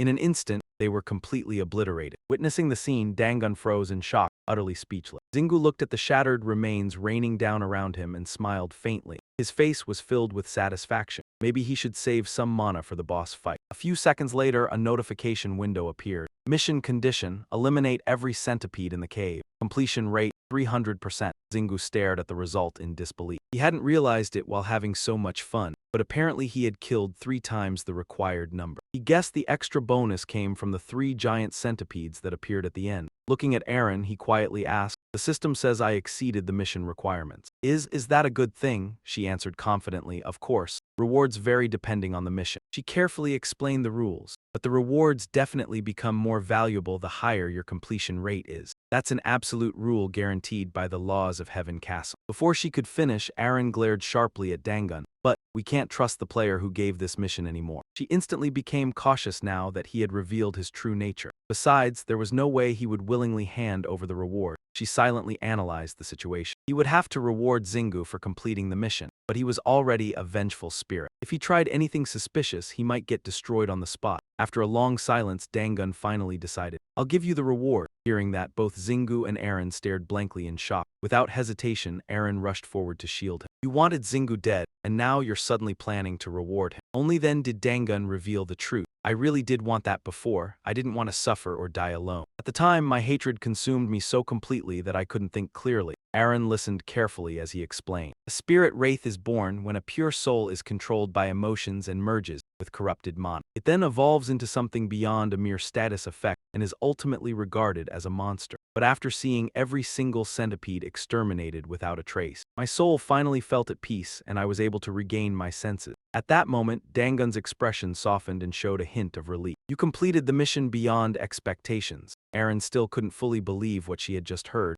Zingu bluntly replied without hesitation, "I honestly don't care. If you had attacked me, I would have killed you immediately." Dangun didn't get angry. Instead, he looked almost wistful. "If only I had a teammate like you." "No, that's all in the past now," he spoke softly. "I'll give you the reward." But Zingu waved his hand dismissively. "No," he confidently declared, "I can still exceed the limit even further." Dangun's eyes widened in surprise. "What?" Aaron looked worried again. Shingu no Dangun was stunned, unable to believe what he had just heard. "No way. Are you planning to kill the boss too?" Shingu calmly flashed a toothy grin, added a razor-sharp wink, then praised himself. "I really am smart." Aaron stood beside him and seeing how excited he was, could not help worrying about this reckless decision. Dangun, meanwhile, stood frozen, too confused to know how to react. Shingu paid it no mind. He sat down, picked up his gear and said, "I know, just now I caused a huge mess without saving even a bit of stamina, but this style suits me better. Look at that, even the Jade Kirin Evergreen is here." He turned around with a determined look, insisting that he still had plenty of energy left. Immediately, Shingu confidently showed off his solid physique. His body was growing hotter and hotter after each battle. The muscles he had never fully used before were now brimming with power, giving him a deep thrill beneath the waves of exhaustion. Hearing that, Dangun judged him. "Your muscles are seriously bizarre." Then he shouted in irritation, "Be quiet for a moment." Aaron did not join their conversation and only stayed on the sidelines, thinking quietly. Killing the boss too is probably going to be difficult, but the problem was that Shingu made it seem possible. The image of him quickly knocking down an enemy with a single punch began to appear in her mind. Dangun began explaining, "This dungeon was built from the memory of my death." He rolled his eyes and gave his assessment. "So there is a very high chance the boss will attack." In a different way, Black Shingu gripped the black wolf claw and asked curiously, "A different attack method?" Dangun emphasized the key point to remember. "Poison bones. The boss will take down its opponent with poison bones sprayed from its mouth when it feels threat. At the same time, it can shoot poison from its tail like a laser." He rubbed his chin and imagined Godzilla. Is that what he means? Suddenly, Shingu seemed to think of something. "Wait, I conquered this dungeon without taking any damage. That was because I never gave the centipedes a chance to bite me. But what if it is poison gas? If I had entered the boss room back then without knowing this, even if I had not died, I would have been in serious trouble." Dangun turned to add more detail. "But it gives a warning sign before attacking, so you should definitely be able to see it and dodge. Of course, the situation may also be different from what I once experienced, so be careful." Shingu stayed silent, listening to every word Dangun said. He carefully committed the warning to memory. "Thank you for telling me." Dangun quickly replied, "No problem." Then he smiled with anticipation. "I want to see how you destroy them too." Shingu curled his lips, his face full of excitement. "This is fun if I had beaten up this vengeful spirit from the start because I suspected him, then I would not have gotten any information about the boss now, and I probably would have had to fight the entire swarm of centipedes at once. If his reason had not been restored through the quest, he never would have given me the reward. He smiled faintly, an indescribable excitement rising in his heart. This feeling really was like a game. Dan Gunn then mentioned the land of the winged people. The dungeons and even the heavenly city all reminded people of games. Though that thought was also very dangerous, a game that only those who entered could play. Then he turned around, his low voice emphasizing each word. And they have to pay with their lives. Those words made Shingu pause. Aaron beside him also continued. Those who treat the heavenly city and dungeons like a game become indifferent to their own lives, and they are much more likely to die. You should think about those who slept and then revived many times. Enjoying what you do is important, but seeing everything as a game is different. Those who think this is only a game and try it a few times before quitting might as well die quickly. Then, excited, he suggested, if you already see this as a game, then you should aim to clear it in one run. Aaron looked at Shingu with surprise mixed with confusion and blurted out, I really cannot understand you. After looking at the clock, he realized, oh, it has already been 2 hours and 34 minutes since we started. Then we have to finish before the clock hits 3 hours. She shook her head in exasperation. Clearing a dungeon this big within 3 hours, just forget it. Dan Gunn spoke up and asked, do you know where the boss room is? Shingu wagged his finger and calmly said, there is no need to search far, everything has collapsed. Only piles of rubble are left. After taking a few steps forward, he pointed. Except for that door? Aaron was so shocked she was speechless. I never imagined we would find the boss room this way. Without the slightest hesitation, Shingu excitedly sped up and charged forward. Let's go. Seeing him so confident, Aaron cried out in panic to stop him. Shingu, we should prepare. But her words fell into empty air. He did not listen at all and kicked the door open with force. Nice, Aaron shouted. Come on. He advanced deep into the room alone, and the other two followed closely behind. As soon as they arrived, Dan Gunn pointed in shock. There, he declared, as the giant centipede crawled out in front of them. That is the boss that killed me in the difficulty 10 dungeon. Hearing that, Aaron froze and turned in shock. This is a difficulty 10 dungeon. She grew tense and quickly scanned every corner of the room. A difficulty 10 dungeon was where players would be sorted. The ranks, monsters, and even traps here were far stronger than those in lower-level dungeons, and usually some bosses were stronger than those in level 15 dungeon. So it had to be cleared by a large party. It was unbelievable that Shingu had to face it alone. Without the slightest hesitation, Shingu grabbed the black wolf claw and charged in to duel the boss. Exhaling sharply, he gritted his teeth as his mind raced. The boss wouldn't be able to move for 3 seconds right after the boss room door opened. I'll use that window to attack. Thinking fast, he launched himself into the air and shouted, "Dot." The overhead strike crashed down like thunder, slamming directly into the giant centipede's body as blood splattered everywhere. Not wasting a single second, he immediately moved on to the next step of his plan. After that, I'll channel mana into the hammer and detonate it with the momentum. As the hammer surged toward the enemy's core, Aaron stared blankly at the scene before her and gasped in shock. What is that? She awkwardly explained. He's fought giant monsters before. Shingu quickly leapt back, keeping a safe distance after the attack. His eyes locked onto Bormuser's severed tail. Excited, he shouted, I broke one of them. Then he raised the black wolf claw proudly like a trophy. So the tail really did contain poison glands. Even his hammer was coated in venom now. Aaron frowned and flatly refused. I'm not touching that. Then she turned back to the battle. He pondered quietly. I put all my strength into destroying that thing. Feels like I could crush its head too. His gaze swept over the hard orange shell. He guessed that since it was a weak point, it was probably far tougher than the tail. But if he'd aimed for the head from the start, the battle would have ended already. Thinking that, he let out a long sigh. Shingu stared at it regretfully. I almost defeated it right away. Aaron, hiding fearfully behind the door, warned him. It's about to spray poison gas, be careful. Standing tall before the boss, Shingu muttered to himself. Now the real fight begins. At first, I thought the boss would be as easy to deal with as the other Z-types. But because of a few unexpected developments, things got much harder. Not only was it enormous, it could also spit venom. Shingu nimbly dodged every attack from Bormuser, but the real problem was its poisonous gas attack. He pressed himself against the wall. No matter how wide this corridor is, if it keeps spewing that poison, I won't be able to do anything soon. Gripping his weapon tightly, he resolved to finish the fight quickly, meaning he had to end the battle as soon as possible. Even though I destroyed its tail, I don't think I can kill it just by smashing its head, and I can't use mana to cast punishment either. Bormuser roared thunderously and charged forward at maximum speed. Shingu swiftly dodged before it could crash into him. He looked at the monster with fascination. Physical attacks with a broken tail combined with poison gas, handling both attacks at once is a pain. Suddenly, he noticed something and froze for a moment before bursting into excited laughter. But I can do it, I'm a genius. Aaron spoke with anxious curiosity. Shingu, You figured something out, he answered confidently while moving swiftly. Of course. Singu's strange movements visibly confused Bomuser. That only strengthened his confidence. I knew it, its massive body turns way too slowly. Immediately, he tensed his arm and poured energy into his weapon. Mana distribution. A few seconds later, he hurled the black wolf claw into the air where it spun gracefully. Bomuser raised its head, carefully tracking the spinning object above. Without wasting a second, Singu lunged upward. His entire body tightened as he poured all his strength into his fist. Below, Aaron stared wide-eyed in shock and confusion. Using punishment and punishment fist at the same time, was he really trying to perform two difficult techniques simultaneously and land them both in a single strike? Taking advantage of Bomuser's distraction with the black wolf claw, Singu launched an uppercut straight into its weak point. Landing firmly on the ground, he let out a heavy breath. At the same time, familiar text flashed before him. Punishment has reached level 7. Recklessness is courage has reached level 2. With his hands on his hips, he watched Bomuser's body collapse. That was close. If I'd been even slightly off, the hammer would have shattered too. Right after that, system messages flooded in. Mission condition for exterminating centipedes in corridor 453, 3 plus 1 out of 150. You have achieved 500% completion. Z-Cave Area 184 Worker Z-Cave has been cleared. Aaron stared in disbelief with her mouth hanging open. You actually killed the boss too. Singu said nothing, silently watching the next lines appear one after another. Dungeon complete. Calculating results. Completion time 2 minutes 46 seconds 7. All traps destroyed. Eliminated 503 Worker ZS,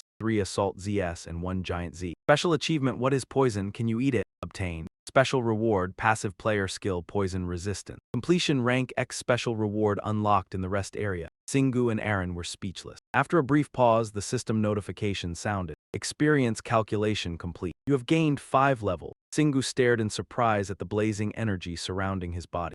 He was puzzled by the unfamiliar sensation. This feels different from when I first learned mana. Aaron flew over and explained, this time it's just enhancing what you already possess, so it won't cause severe pain anymore. At that moment, a row of stats appeared before his eyes. Singu, main player, level 15, strength 112, ability 111, endurance 125, magic 15. Then he checked the next section, skill. Passive skills, Chaos Tail level 1, Recklessness is Courage level 2, Poison Resistance level 1. Activated skills, Distribution level 9, Punishment level 7, Complete Rule Reading. He suddenly clenched his fist. A long, quiet breath slipped past his lips. It carried a trace of fatigue and unease. After checking carefully, he gradually understood. So strength, agility, and endurance increase by 2 points with each level up. And magic increases by 1 point with each level up, Singu muttered. I'm still not used to strength being shown as numbers, Aaron said excitedly. But seeing my own progress means I'm not doing badly either. He scratched his head awkwardly. Right, next comes the reward. Singu was stunned as he scanned the list of new abilities. First was poison resistant. He had not even been poisoned once. Why did he receive this skill? She rested her chin on her hand in thought. I don't really know either. He pulled himself together as he remembered the strength of the new ability he had received. Either way, this skill would help him resist and overcome poison. Since many poisonous monsters would appear in the future, this skill was necessary. Then he lowered his head and pulled another item from his possession. The key was the real issue. Its information appeared, key to the rest area. A key granted to promising new players. Use it by driving it into the ground. He frowned as he examined it. The description was too vague. A rest area and driving it into the ground. Ari tilted her head and spoke cautiously. I think maybe. We'll only know if we try using it, Singu said in frustration, tossing it into his spatial storage. How annoying. He spun the weapon in his hand and looked at Dan Gunn. All right. Dan Gunn's eyes widened, filled with amazement at the scene unfolding before him. Suddenly, a thunderous sound rang out, making him flinch. Singu swung the black wolf claw with practiced skill. In the blink of an eye, he smashed everything in front of him. He picked up the items in his hand, then turned to Dan Gunn and reminded him, I've collected all the essence. Give me the quest reward. He panicked and fumbled. Ah, right, your reward. Dan Gunn clenched his fist and gritted his teeth inwardly. He has outstanding reflexes, and he uses the punishment skill better than any player I have ever seen. Far too outstanding for someone in a level 10 dungeon like mine. If I can support him on the road ahead, wouldn't my existence become more meaningful? More meaningful? He sank into his thoughts, forgetting that Singu was still waiting. Then at last he spoke hesitantly yet with firm resolve. If you have achieved 500%, then that means... He placed a hand on his chest, hesitating slightly before continuing. I will give you the essence of my memories. Those words made both of them look doubtful, and they spoke at the same time. The essence of his memories, Aaron's eyes lit up with excitement. Is it a skill? He repeated in confusion. A skill, Dan Gunn smiled and confirmed it. That's right. As he spoke, his body dissolved into shimmering ribbons of light. "This is the only thing left of me after being trapped in this dungeon. Let me give it to you." After hearing Dan Gun's words, surprise gradually appeared on Singu's face. Unique potential, what kind of skill is that? Dan Gun had resolved to let everything go. Shimmering streaks of light radiated around him. Seeing this, Singu turned to the little angel Aaron and asked, "Do you know anything about this?" Her face showed a hint of confusion, then hesitation. No, I thought he was going to give us a skill he had used before." However, when she looked at Dan Gun as he was now, she found herself at a slight loss for words. "But from the look of it, he is transferring himself to us." Singu jolted in alarm. "What? That sounds terrifying." Suddenly, a hammer appeared in his hand, also known as the Black Wolf Claw. Strangely, the place where Singu's hand touched the Black Wolf Claw suddenly flared with an odd light. Then it quickly went out before he could react. After that process ended, a mark with a rather strange pattern appeared on his hand. Singu stared at the mark in surprise and thought, "A strange symbol has appeared on my hand. I can feel a bizarre source of power from it." While he was still absorbed in looking at the item in his hand, the mechanical sounds rang out again. "Quest complete. You have received the skill Soul Collection. One soul has currently been collected. You do not yet know how to use soul." Singu was quite confused when he heard that. "What is this, Soul Collection?" From behind, Ari quickly added, "I've never heard of this skill." She continued explaining to Singu, "I understand that he admired you so much that he offered his soul to you. But why didn't he explain how to use it?" Singu could only stand there and stare at everything helplessly. So completing the 500% overachievement ends with a weird tattoo like this. But very soon afterward, he lifted his spirits and told himself, "Well, at least I gave it everything I had, so I guess I have to be satisfied." Ari swiftly flew in front of Singu and kept praising his new achievement. "I can't believe you completed it without taking a single hit." After this battle, Singu had gained quite a lot of experience. His mind was now busy connecting all the events. Surely not every dungeon is like this one. But I can conclude that normal level dungeons are not too difficult to conquer. His first dungeon run ended in great success. After that, he quickly turned around. "Now let's offer the monster cores to the altar." As if he had suddenly realized something, Singu froze in place. In front of him now were two altars glowing brilliantly. Singu pointed at the red altar and asked Aaron, "That red light altar next to the moonlight altar. What is it?" Seeing her embarrassed older brother, Aaron could only force a smile. She really did not want to tell him, but deep down her gaze still drifted toward the red altar. "That is an altar that only appears when a dungeon is cleared with an extremely high score. It is an enhancement altar. You can enhance a piece of equipment by offering monster essences." She happily continued explaining without noticing the change in Singu's expression. "The result depends on the nature, quality, and quantity of the essences." A sly glint suddenly flashed through Singu's eyes. "I see." Without waiting any longer, he quickly walked toward the altar while Aaron hurried after him. "Singu, shouldn't you try getting some armor first?" Singu immediately replied, "Even if I offer all the essences, there's no guarantee I'll get armor." He happily held the monster essences he had collected in his hands. "Besides, who knows when I'll encounter another enhancement altar again. So I need to enhance my weapon first if possible. Attack has always been the best defense, right?" Hearing that, Aaron could only fall silent and go along with him. Singu placed the items he had collected onto the red altar. A dazzling light quickly appeared. Suddenly, two monster essences were flung out and fell to the ground. Singu panicked when he saw it. It spit all the essences back out. At that moment, the mechanical voice sounded again. "Enhancement limit reached. This treasure can no longer be enhanced." Aaron let out a sigh of relief, while Singu gritted his teeth in frustration. Seeing Singu's displeased expression, Aaron hurriedly explained. "The Black Claw Wolf already started at a very high level. It was fully upgraded using only low-grade insect essences and one high-grade insect essence. A high-grade monster essence. Looks like we'll have to enhance things using whatever we have here instead." The enhancement process continued, and at last those sparkling lights appeared once again. The enhancement process ended. The original item had been upgraded into a D+ Black Wolf hammer. Attack power ranged from 450 to 1070, with a chance to inflict poison. Below the description was an additional note. This war hammer draws its power from the forelegs of the Great Black Wolf and possesses a strong poison effect. Singu happily picked up the new weapon and gave it a few test swings. Aaron shyly reminded him that getting a D+ weapon inside a trial dungeon and enhancing it to D+ during his very first dungeon run was unbelievable. Singu gave Aaron a confident smile. The weapon had also gained an additional trait, though he still had no idea what the first trait was. As if remembering something, Aaron quickly said to Singu, Maybe it's similar to the traits of the great black wolf. Just raise your weapon proficiency and you'll unlock it eventually, so don't worry. But I do have some doubts. Really? Erin's face flushed slightly as she thought to herself. Next we should find some armor, though there's no guarantee it'll appear. Singu stared at the bag in his hand and fell into thought. It'd be better if I used all of this for enhancement, but without another thought he dumped all the essence onto the altar. Erin felt uneasy and sank into contemplation.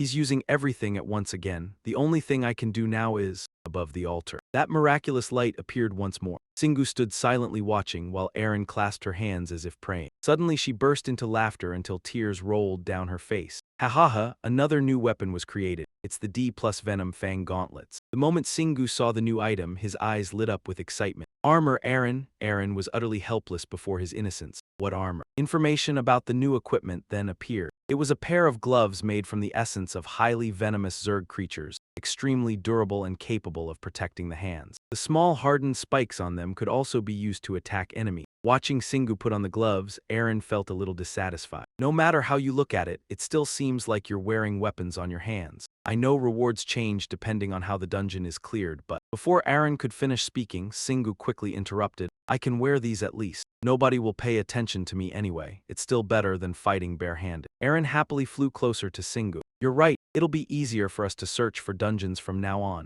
Singu sincerely replied, yeah, thanks for worrying about me. Suddenly the sound of cracking echoed around them, shocking Aaron. She rushed over in panic and warned him, the dungeon is collapsing. But he showed no signs of concern. Instead, Singu calmly reassured her. It's fine, the exit is right over there. Aaron's thoughts became tangled as she recalled past events. How strange. The dungeons in Celestia practically existed forever unless there was a special mission. But every dungeon and ant cave disappears once it's completed. Could it be because they were created by dead players? Both Aaron and Singu quickly headed toward the light, though doubts still lingered in her heart. If that's true, then Singu won't be able to farm experience by repeatedly clearing the same dungeon anymore. Singu was also lost in his own thoughts. Why is Ant Cave so difficult? It's even harder to understand than Celestia. Layers of earth and stone rapidly crumbled around them, and Singu hurriedly said, let's get outside and see what this resting area is. Aaron immediately asked, why? The light from earlier acted like a gate, carrying them out of the cave. The two of them were now safe. Suddenly, a thought flashed through Singu's mind. He frowned slightly, his expression growing increasingly serious. I can feel a change. Aaron looked confused and asked, what do you mean? Together they looked up at the sky. The surroundings were peaceful and silent. Singu spoke softly, the atmosphere. Don't you think it's too quiet? Aaron didn't quite understand what he meant. But this is just an ordinary village on a normal day. Isn't this perfectly normal? Hearing her innocent response, Singu rubbed his temples. My head's starting to ache, I don't think it's that simple. Suddenly Aaron flew upward, her eyes sparkling with curiosity. What exactly is this resting area you mentioned? Singu spread out his hand and proudly showed off his achievement. This key right here, that's all there is to it. Aaron looked completely bewildered, like a startled deer. Players in Celestia don't have anything like that. Singu turned to her and laughed loudly. Are you imagining a hotel or something? They already have an entire castle. Maybe the resting area is similar to the bases in Celestia. But Aaron still wasn't fully convinced. Resting her chin on her hand, she shared her own thoughts. That does make sense. Celestia represents the dungeons, but it's also a base for players all around the world. She felt a little uneasy about whether others might be there. Do you think there are other players in the resting area? I doubt anyone else could reach Ant Cave like you did. Singu clenched his fist, trying to comfort her worries. But if someone got there before us, maybe we can learn some information about Ant Cave. He pointed toward the road ahead with determined spirit. Let's go right now. Aaron hurriedly stopped him. Please slow down a little, but we should still stay careful. Suddenly she discovered a mind-blowing truth. Oh, I get it now. Singu still looked confused. Yet what? She quickly explained, as long as we hold the key tightly, we'll become invisible. It's hard to use in combat, but it's incredibly useful in everyday life. Aaron marveled at how useful it was. It really was convenient, though for some reason his whole body kept trembling. She called out and asked Victor. He drove the key into the empty mat-covered ground. So Sean had checked the device for nothing. Aaron was completely helpless before this dense kid. I told you so. Suddenly, a huge hole opened right at that spot. The two of them froze, still unable to grasp what had happened. Only when they started falling did they begin screaming. Are we falling again? A blinding light suddenly appeared, making it hard for them to see what was ahead. When he looked inside, Shingu was utterly shocked. What is this? Level 1 rest area information, Level 1 door, Level 1 stop point, and even the storage cabinet is Level 1. System notice, resident, if you punish dungeons without using essence, it will be stored in this piggy bank. You can use the saved essence to expand and upgrade the rest area. Shingu smiled triumphantly. You call these childish tricks a challenge?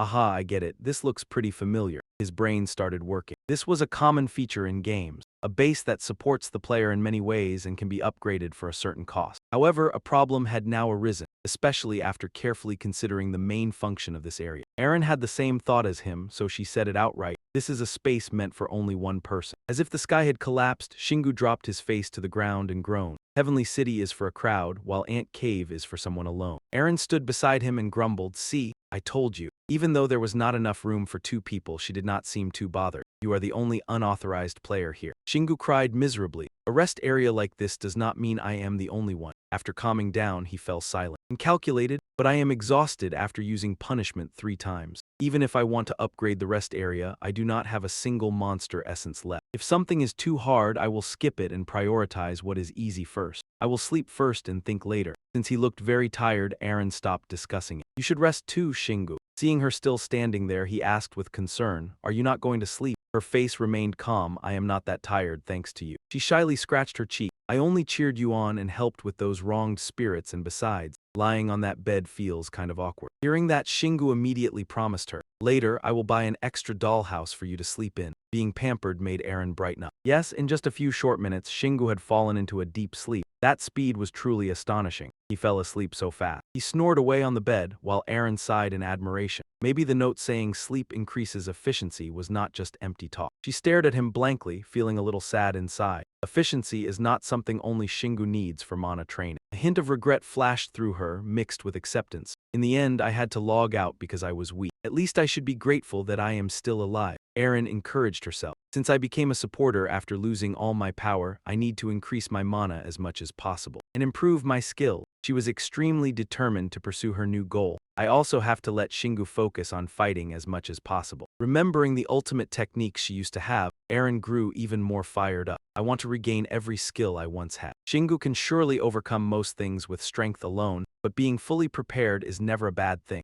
Since they were teammates, she did not want him to do everything on his own. Ever since Shingu started acting like that, it has only been him, while I am no different from a bystander. Aaron's emotions surged. "Even though I used to be the best healer in Korea, maybe even the best in the world." Her hand clenched tightly, her red eyes blazing with determination. "I will surprise him by regaining my skill." Aaron felt gloomy in the face of overwhelming power, since he seemed to grow stronger just by breathing. Then she told herself she truly had to work hard. There was no time to rest. She became fully aware of what she had to do, using the time while he slept to train and close the gap. After sleeping until he was on the verge of failing, Shingu finally opened his eyes groggily. He looked around for Aaron. Seeing her sleeping so peacefully, he found her adorable and could not bring himself to wake her. He was at a loss with this energetic girl. "It cannot be helped. She was even more tense than I was when we first entered the dungeon." Shingu stood up, rolled his joints and stretched to prepare for skill training. "Even if I cannot wake her up, I should use the time to train my mana until she wakes." No one needed to call her. When she heard the noise, she woke up on her own.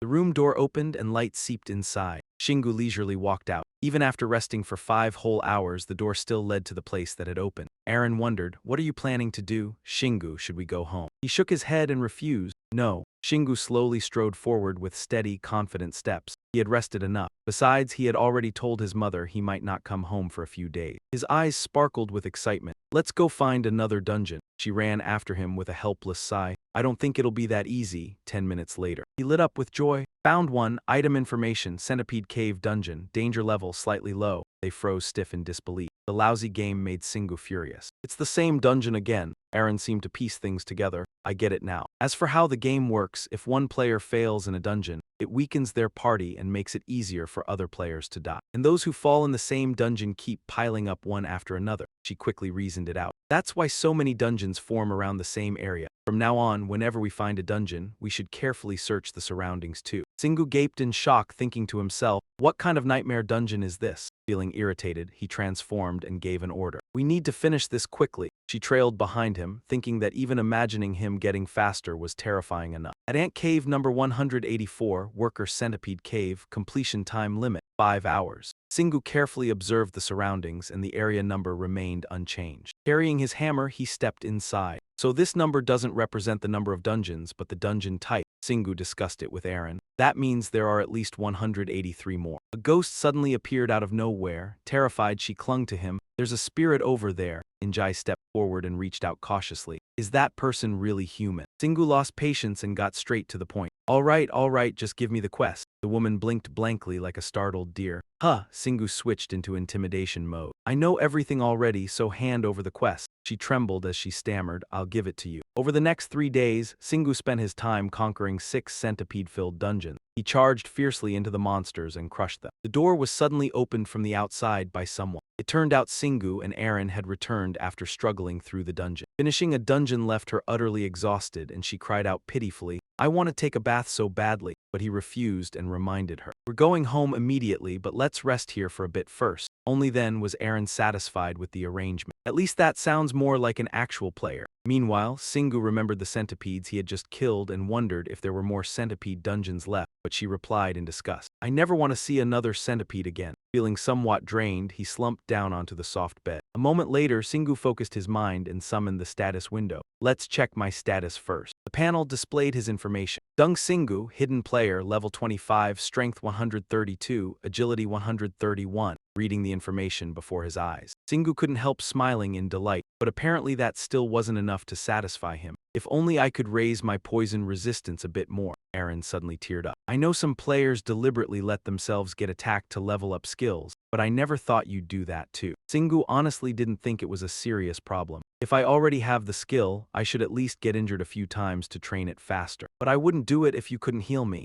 Even after hearing his reasoning, she still wanted to object. That's the only time I feel useful, but I still don't like it. Then he recalled the times he had used that ability in battle. Poison resistance really was a useful skill. At level 4, I can move around freely inside poisonous fog or after getting hit by poison beams. Not stopping there, he continued explaining its effects. And after level 5, the swarm centipede's venom only numbs me slightly. Aaron bluntly shattered his expectations. If you keep training it, it'll definitely get stronger, but by then there probably won't be any centipede dungeons left to train in. Following her practical advice, he quickly shifted his attention to another skill. Then, what about Demon Art's acceleration formation? He began analyzing how to level up that ability. It wasn't through training or quest rewards, but through the spirits he encountered in the dungeons. He even clarified the requirements further. Their quests differed both in content and rewards. Even though he understood them well, he still insisted that these skills did not completely feel like his own. Aaron agreed with Singu's view, because he still had not inherited their senses. At the same time, she enthusiastically explained the mechanics behind the abilities he wanted to improve. It'll take time for their memories to fully engrave themselves into your body, but both of them are definitely excellent skills. That helped Singu realize that not everything could be mastered quickly. These weren't skills he could learn easily. Not wanting to sit still, he immediately started researching it himself. Acceleration formation is a skill that uses mana to speed up the body. Not only that, this skill can also alter the properties of other skills when combined with them, but since that was its greatest effect, not everyone could use it proficiently. He realized that himself. But to use other skills while in acceleration formation, I need to learn how to control the mana flow inside the formation more skillfully. At this rate, it'll be very difficult. Noticing the obstacle in Singu's growth, Aaron offered a suggestion to help her teammate think in a different direction. What about Mana Bullet? That's the upgraded version of the throwing punishment skill. At the same time, she continued explaining the skill she had just mentioned. The mechanism is also firing concentrated mana forward, but instead of throwing a weapon, you only need to release mana. Its destructive power is weaker than punishment, but it's much faster. To use it proficiently, you need to learn how to separate mana from physical objects. Many players skilled with this ability search for treasures that enhance it and become expert marksmen. It's an extremely rare skill, yet somehow they manage to obtain it. While recalling legends from the past, Erin suddenly wondered about the spirits inside the dungeon. Could they have once been famous players while alive? Yet even they failed to clear a level 10 dungeon. She tried to brush away the negative thoughts and turned to smile cheerfully at him. If you master those skills, they'll probably feel grateful too. But Shingu pretended not to care, saying he didn't care whether they were grateful or not. To stop Erin from rambling further, Shingu distracted her by bringing up the treasure he obtained from the dungeon after offering the centipede essence. It's the armor combined with the gloves, right? It turned out Shingu was already wearing that armor. D+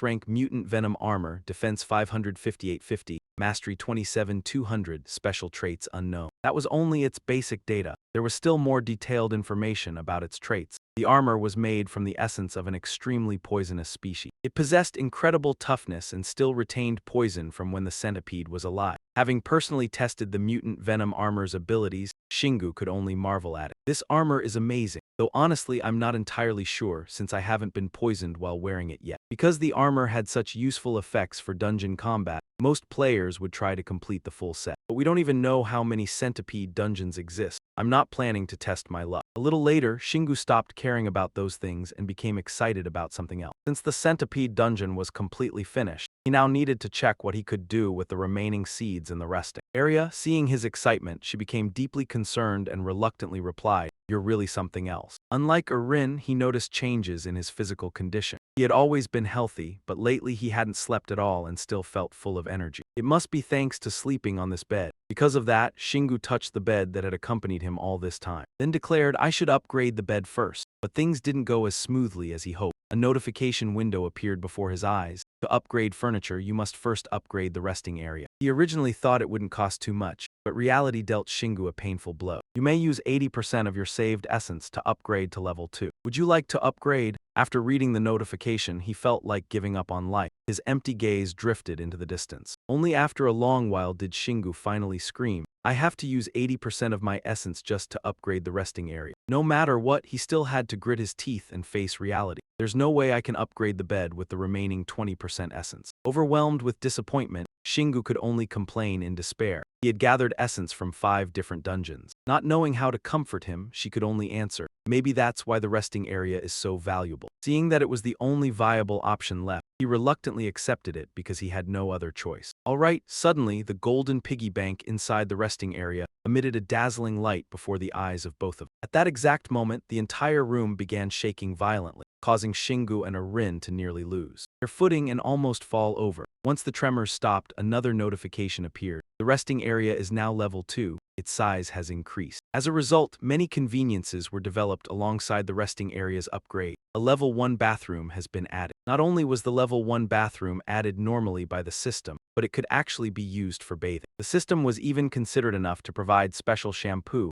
and soap capable of cleansing any poison, curses, or other harmful effects from the body. Joy was impossible to hide from his face after he finished inspecting the new bathroom. "I could live here forever." Rin felt the same way. Upgrading the resting area was absolutely worth the cost. He couldn't have been more satisfied. Shingu scratched his head while sighing in admiration. He was exhausted from constantly traveling between home and the dungeon, so this was incredible, absolutely amazing. Rin completely agreed with him. "That's right, I can't keep living like a doll inside a house forever. Since this place is meant for dolls, I'm going to take a bath first." Seeing her excitement, he didn't want to ruin her mood, so he only thought silently to himself. This resting area's size was originally designed for humans, so maybe it's difficult for Rin to use. Lost in his wandering thoughts, Shingu was suddenly chased outside by Rin. "How long are you planning to stand there?" Sungun immediately replied, "Sorry." In the bathroom, Erin's body was wrapped in a delicate layer of steam, feeling utterly satisfied. She let out a sigh of relief. Contrary to Singu's expectations, she had quickly learned how to use the bathroom and even chose to soak herself in the water scoop. Knowing he could not help, he had no choice but to give up. She would probably manage on her own. A new notification suddenly appeared, leaving Singu frozen for a few seconds.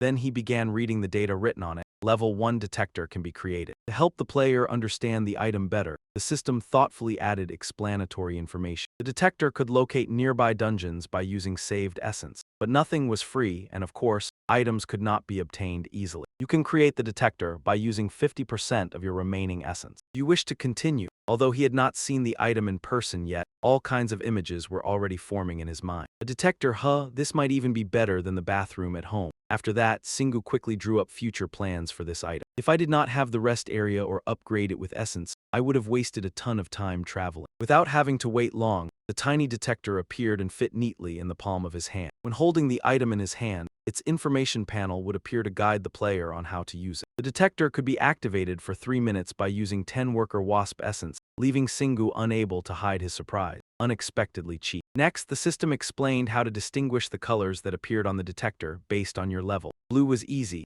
yellow was normal, and red was hard. With such attentive and detailed guidance from the system, he quickly absorbed all the information and how to use it. Got it? The phone in his pants pocket suddenly vibrated as if notifying its owner of an incoming call. startling Singu so badly he nearly dropped the detector. Even Aaron, who was soaking in the bathtub, heard the sound, so she could not help wondering, a call. Meanwhile, in the outer room, he felt an extreme emptiness from what he saw on his phone. This is. Singu looked at the caller's name and unconsciously broke into a cold sweat. He anxiously answered the phone. Mom, is that you? A familiar voice sounded from the other end. That's right, son. You are not in Sanha right now, are you? Hearing that, he felt a pang of guilt. That was the dungeon's coordinates, and because of her incredibly accurate positioning ability, he replied with an affectionate nickname. Kind Mother Radar, but it seemed Hazel had called because she wanted to ask him for a favor. Good. A friend of mine is running a store there. I will send you the address, so go save her. After hearing that, Singu felt relieved. Before he could process the information, it seemed that after seeing the news, she became worried and hurriedly called her son. You can do it, right? They looked really weak on TV. Or are you not strong enough to fight those mutant monsters? Hazel had also looked into quite a few developments.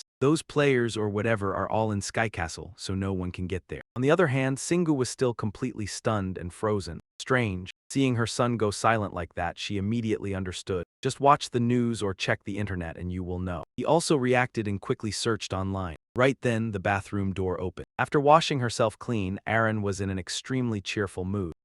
Thank you for giving me new clothes, Singu. Turning around, she saw that he had already put on his helmet at some point and announced, there is an emergency mission. We have to go. The monsters have appeared in this world. Hearing this, she felt as if she had been struck by lightning. What? At that critical moment, the detector suddenly rang loudly, having discovered a new dungeon. Singu did not hesitate to throw it aside, focusing entirely on the mission at hand. In an instant, the delivery motorcycle shot through the streets like a blur. Seeing that he had no intention of stopping, Aaron hurriedly reminded him, the light is still red. But the only answer she received was a domineering voice. Hold on tight. Singu even ignored the traffic signs and sped past the limit. She helplessly warned him, you are going to get fined and have your license revoked. He then showed her what a true speed demon looked like. I already removed the license plate, so it is fine. Aaron could not imagine that he would do something so insane. You are breaking the law. A model citizen should not do that. Singu deliberately ignored those words and focused on observing the situation around them. The closer they got, the fewer cars and people there were. It seemed the area had already been evacuated. Only now did she remember the main issue. Are they really monsters? Monsters from Sky Castle could not leave the dungeon. He voiced a guess that slightly startled Aaron. They probably came out of the ant cave. Based on her many years of experience, she had never seen a situation like this before. Sky Castle had appeared 10 years ago, but not a single monster had ever escaped outside. Why did he think it was happening only now? Yet that viewpoint made her reconsider. That cannot be possible. Then it must be because of the ant cave. Singu had thought very carefully to find the most reasonable explanation. Although he did not want to believe it, it seemed that way to him. He analyzed everything based on what he had seen. If monsters had simply appeared, he wouldn't have suspected anything. But the moment he discovered a dungeon in Sanha town, monsters started appearing there too. That was too much of a coincidence to be random. From that alone, a conclusion could be drawn. He wasn't sure if it was because of him, but the ant nest was definitely connected. Yeah, but there's still one more unresolved issue. What about the players? Ari seriously shared her deduction. No need to rush them. Oh, she suddenly remembered something and shouted happily, the auction day. Today is the auction day in Heavenly City. From that key point, it was easy to guess. Most of the players were in Heavenly City, and electronic devices weren't working, so they had no idea what was happening. Singu quickly grasped the situation detailed. I get it now. If we connect all the information together, then it's possible someone deliberately caused all this today. The thought filled him with unease. Maybe the same thing was happening in other places too. Suddenly, Aaron shouted a warning. Look, there are people over there. The road ahead had been blocked off with barricade tape. Police officers outside kept shouting orders. Stop the vehicle, there are monsters here. Singu immediately made a decision, pouring all his strength into distributing mana. One of the police officers stared in shock, unable to understand what he was trying to do. Then Singu pulled off an incredible stunt, launching the motorcycle through the air like an eagle spreading its wings, soaring over everyone's heads below. Aaron experienced a near-death thrill for the first time. Does Singu even have a heartbeat? Do you really know how to drive this thing? He calmly replied with confidence. Of course, any man can drive as long as he's not injured. Even more surprisingly, he skillfully jumped off the bike and let it fly straight into the storage gate, into the inventory space. The spectators who witnessed it were completely dumbfounded. The motorcycle disappeared, and the rider. In the end, Singu landed stylishly inside the quarantined area. The police officers finally snapped out of it and hurriedly pointed their guns at him. Hands up! But in the blink of an eye, he had already removed his helmet and dashed away so fast that only an afterimage remained. At that moment, Singu's nerves were completely tense. His sixth sense was extremely sharp. I can feel it now. The monsters are on the surface, and those screams are people crying for help. After observing for a while, Aaron also shouted, "Singu, look, there really are monsters." The scene before their eyes was utterly horrific. Corpses of civilians were scattered everywhere, and some people were even being tortured by goblin demons. Suddenly one of them stopped as if sensing something strange. It slowly turned its head, revealing a sinister expression and eyes overflowing with killing intent. Aaron happened to meet that chilling gaze and instinctively trembled.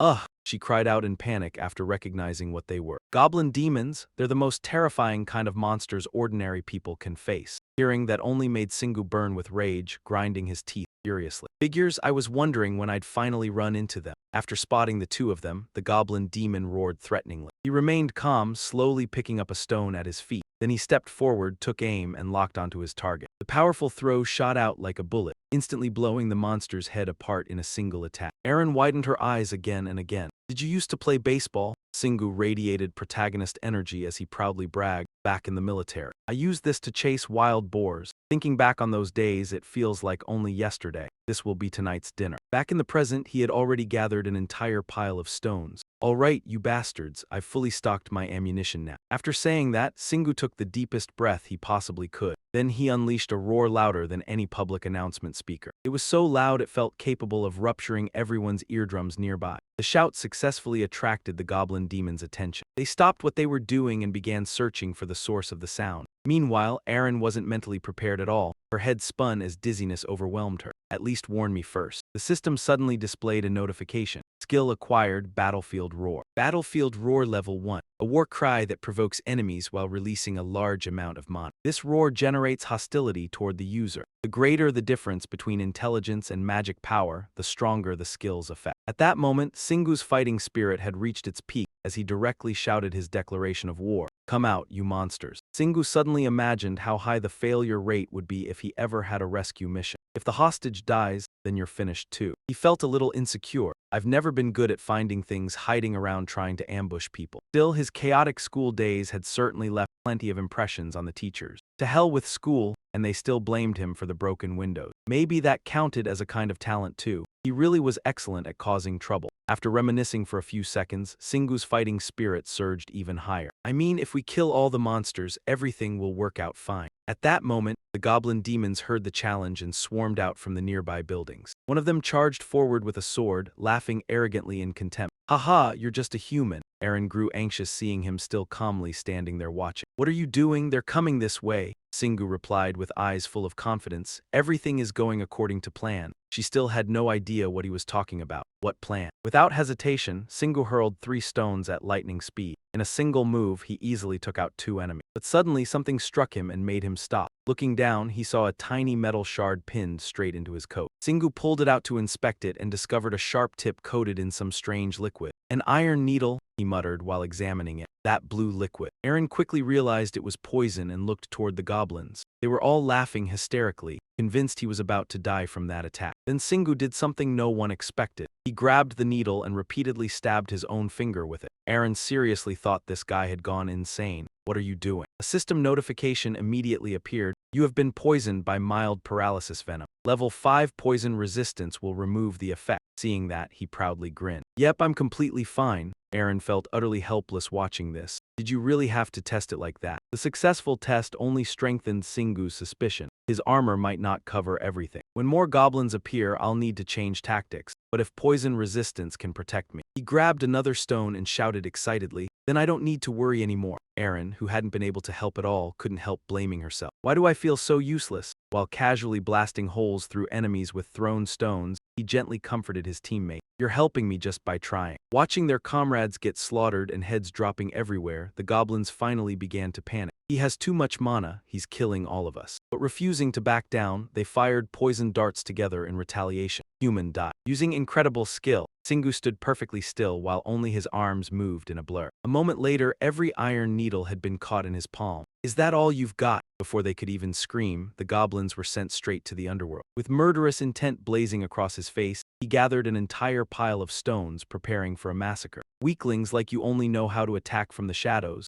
Singu sneered. He shouted provocatively. Even fantasy novels skip past trash like you and go straight to the Demon King. The taunt worked perfectly on the goblins. Furious and unwilling to be looked down on, they roared back. We're strong, we defeated the Water Demon King. Their reaction was exactly what he expected. The provocation had succeeded. Singu immediately began hurling stones nonstop like machine gun fire. Any enemy that showed itself was instantly doomed. All he had to do now was kill the ones sticking their heads out. One after another, the goblins collapsed onto the ground and slowly dissolved into the wind. He scanned the area and finally sighed in relief. This section should be safe now. Aaron was finally able to relax as well. Good thing they're smart enough to use tools but dumb enough to fall for your taunts. Suddenly a voice rang out and startled her. Help, help me. Singu immediately became alert. A girl's voice calling for help was coming from nearby. They found Xiaming lying on the ground, badly injured. He quickly moved over to examine her. She's been hit with poisoned darts, but more importantly, the non-stop bleeding from her arm caught his attention. Bite marks covered it. They were trying to eat her. She calmly explained what had happened. They attacked me like I was food. Hearing that, Singu clenched his teeth in anger. No, that's not like goblins at all. Then Aaron's question suddenly dragged him back to reality.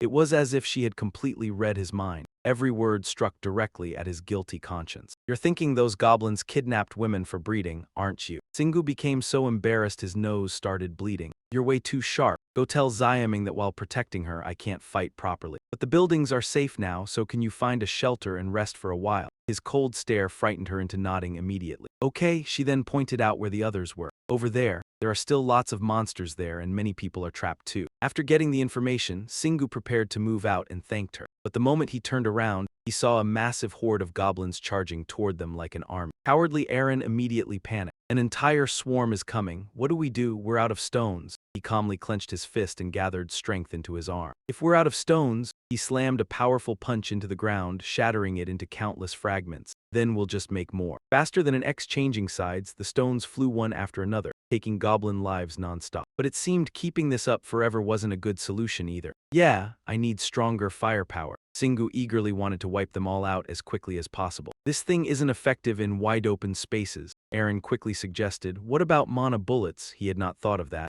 He forgot. Singu immediately took a stance and fired a beam of energy from his fingertips. He struck in an instant, attacking a goblin directly. Surprisingly, it did not suffer any serious damage, only becoming dizzy from the huge bump on its face. Singu's hopes instantly turned into disappointment as he sighed in frustration. It's even weaker than throwing rocks. Aaron awkwardly hurried to explain. It's not that the skill is weak, you're just too strong. Suddenly, a dwarf demon appeared, roaring so loudly that the heavens and earth trembled. Singu shuddered as a chilling sensation ran down his spine. The roar sounded different. From above, Saba leaped down from the rooftop of a nearby building. The massive body slammed into the ground, shattering rocks everywhere. The system immediately displayed information. A high-level monster, the veteran dwarf demon, had appeared. Facing this opponent, worry was clearly visible on Singu's face. I knew it. Saba was on a completely different level from the others. His gigantic frame and overwhelming aura crushed everything around him. This is bad. Saba's expression was filled with fury, as if he wanted to devour the two of them alive. Aaron looked at his unusual appearance with curiosity. He looks far stronger than the other dwarf demons, but that was not the main issue here. Aaron asked in confusion, what? A system warning flashed by instantly. If it survived beyond the time limit, the dungeon would explode and the boss monster would rampage everywhere. He carefully calculated with a grim expression. Defeat it and clear the dungeon before it's too late. Saba looked at the defeated dwarf demons at his feet and could not help but praise him. You are a very strong human. He painfully watched his comrades slowly vanish. You killed my soldiers just by throwing stones. Saba raged, determined to avenge the demons. But don't think you can kill me that way. Singu casually played with the stone in his hand. Agreeing with his words, Singu replied, You're right, I don't think I can kill you with stones either. And that was probably true. Saba glared furiously at his attitude. You are a player. Singu gripped his weapon tightly and challenged him. Come over here and find out. He accelerated forward, using charge assault to eliminate Saba. Saba could only stare in shock as Singu's power exploded with brutal force and pure warrior spirit, leaving him no time to defend himself. Saba took a devastating blow head-on. The flaming strike from the black wolf claw shattered the weapon in his hand. Singu's face hardened and the corner of his mouth curled into a sneer. All bark and no bite. Arin forced a smile as she watched the brutal scene before her. I guess it was perfectly normal for him to take down that goblin. After all, he once slaughtered high-level monsters without using any mana. Suddenly, her eyes wavered, as if she had realized something strange was happening. Without the slightest fear, she pointed in that direction. Singu, look over there. Confused, he followed her gaze.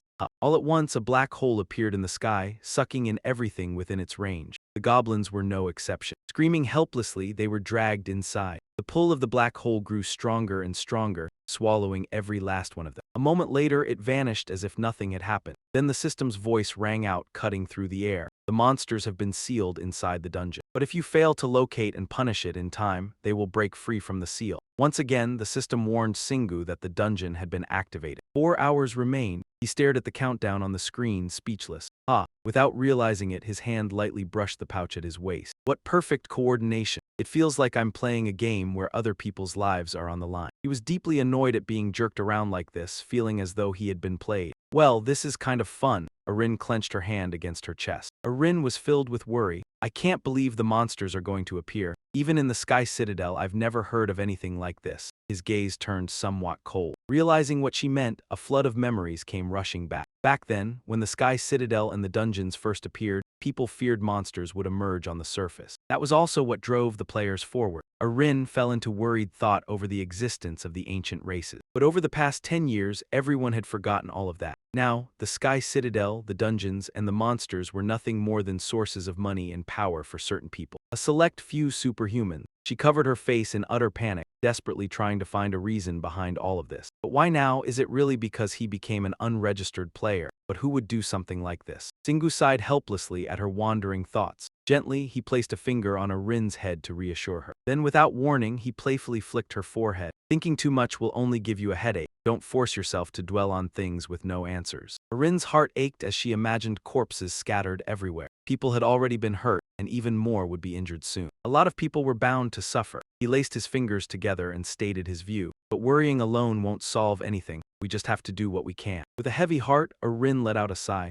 You make everything sound so easy. She put her hands on her hips and said, You're right at the center of all this, yet you're strangely calm. Singu did not seem bothered at all. But it's the truth. Then he raised his hand and stored his weapon in another dimension. If I clear the dungeon within the time limit, then the goblins will stop appearing. Thinking of it that way is enough. Rest can wait until the job is done. Singu cracked his knuckles excitedly, ready to act. But first, I need to collect the essence. Arin had no choice but to fly after him in resignation. Singu, I don't even know what to say anymore. She looked at Sappa's motionless corpse and said in disappointment, but it doesn't look like any of them have essence. He was stunned by what he had just heard. Singu froze in place, staring at the unmoving body. I thought monster corpses carried a distinctive energy until they were searched. But this corpse has nothing, even though I can feel a different kind of mana inside their bodies. He swung his arm into a punch, driving it straight into the creature's stomach to test it. Singu kept striking different parts of Sappa's body to investigate. Here, what about here? Watching the scene, Arin could only force a smile.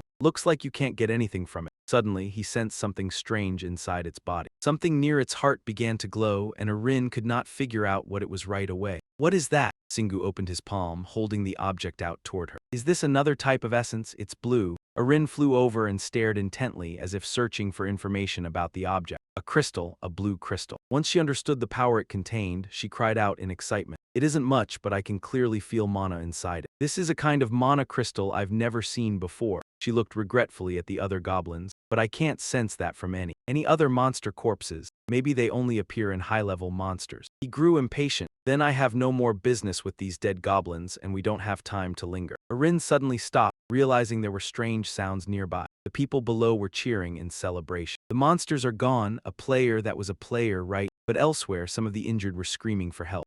Help us, I can't move, my leg hurts so much. Arin timidly asked Singu how he planned to handle it. What are you going to do? Singu gave a firm answer. Someone else will definitely come help them. Singu calmly and confidently pulled a helmet out from another dimension. The police or military will arrive to handle the situation. Ambulances will come too, but he did not want any trouble. Put the helmet on yourself. He gestured for her to follow him. More importantly, we need to clear that dungeon before the time limit. Singu struck a cool pose and summoned a vehicle to head to the next location. The reporters swarmed him like hungry tigers trying to squeeze information out of him. Wait, I am from Top Daily News. Please give us a few words. The reporters' ridiculous questions could never stop Singu from saving the world. Singu looked imposing and heroic, but had he even figured out where the dungeon was? Aaron muttered from inside his pocket. Then he sped away on his vehicle, leaving countless admiring eyes behind. What should we do now? A delivery motorcycle. The system displayed a notification. Goblin Runner Dungeon, easy difficulty. Completion limit 3 hours 54 minutes 3 seconds. Singu quickly found the pyramid marking the dungeon entrance. The corpses were scattered all around the area. Aaron anxiously looked around. They were probably workers here while he calmly assessed the situation. The monsters must have appeared from this area.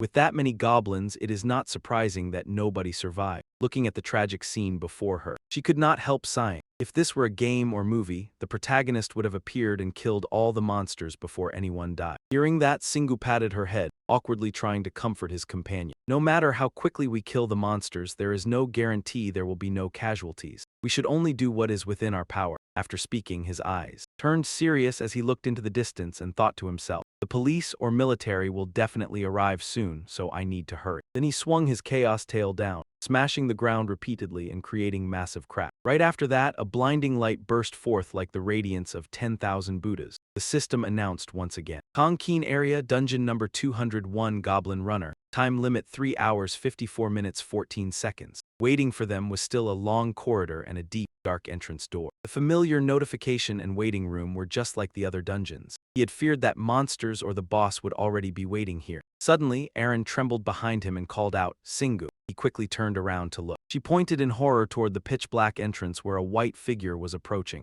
I see a ghost. Hearing that, he became excited. Good, ask what it knows. Bo Chun's appearance gradually became clear. He took the initiative to ask, are you players? Singu looked toward the source of the voice and was startled to realize something strange. Bo Chun was leading a group of goblins with vicious expressions and weapons in hand. His attitude instantly changed completely as he roared furiously. You are players, the ones who abandoned me. Aaron was so frightened that she stepped back. Meanwhile, Singu excitedly gripped the black wolf claw in his hand and prepared for battle. He was definitely on the goblin's side now. It was the first time he had seen something like this. The more Bo Chun spoke, the angrier he became, making a fuss all the time. I was supposed to become the greatest one. But I died because of you. Why did I have to die? Why was I sacrificed by you people? Looking at his furious expression, Singu mocked him. Look at his eyes. He looks like he is about to shoot laser beam. Aaron worried that if he kept speaking carelessly, something terrible would happen. He really might do it, so please stop talking. Several minutes had already passed. Yet the man still kept ranting non-stop. I should have lived. How dare you? You all should have died in my place.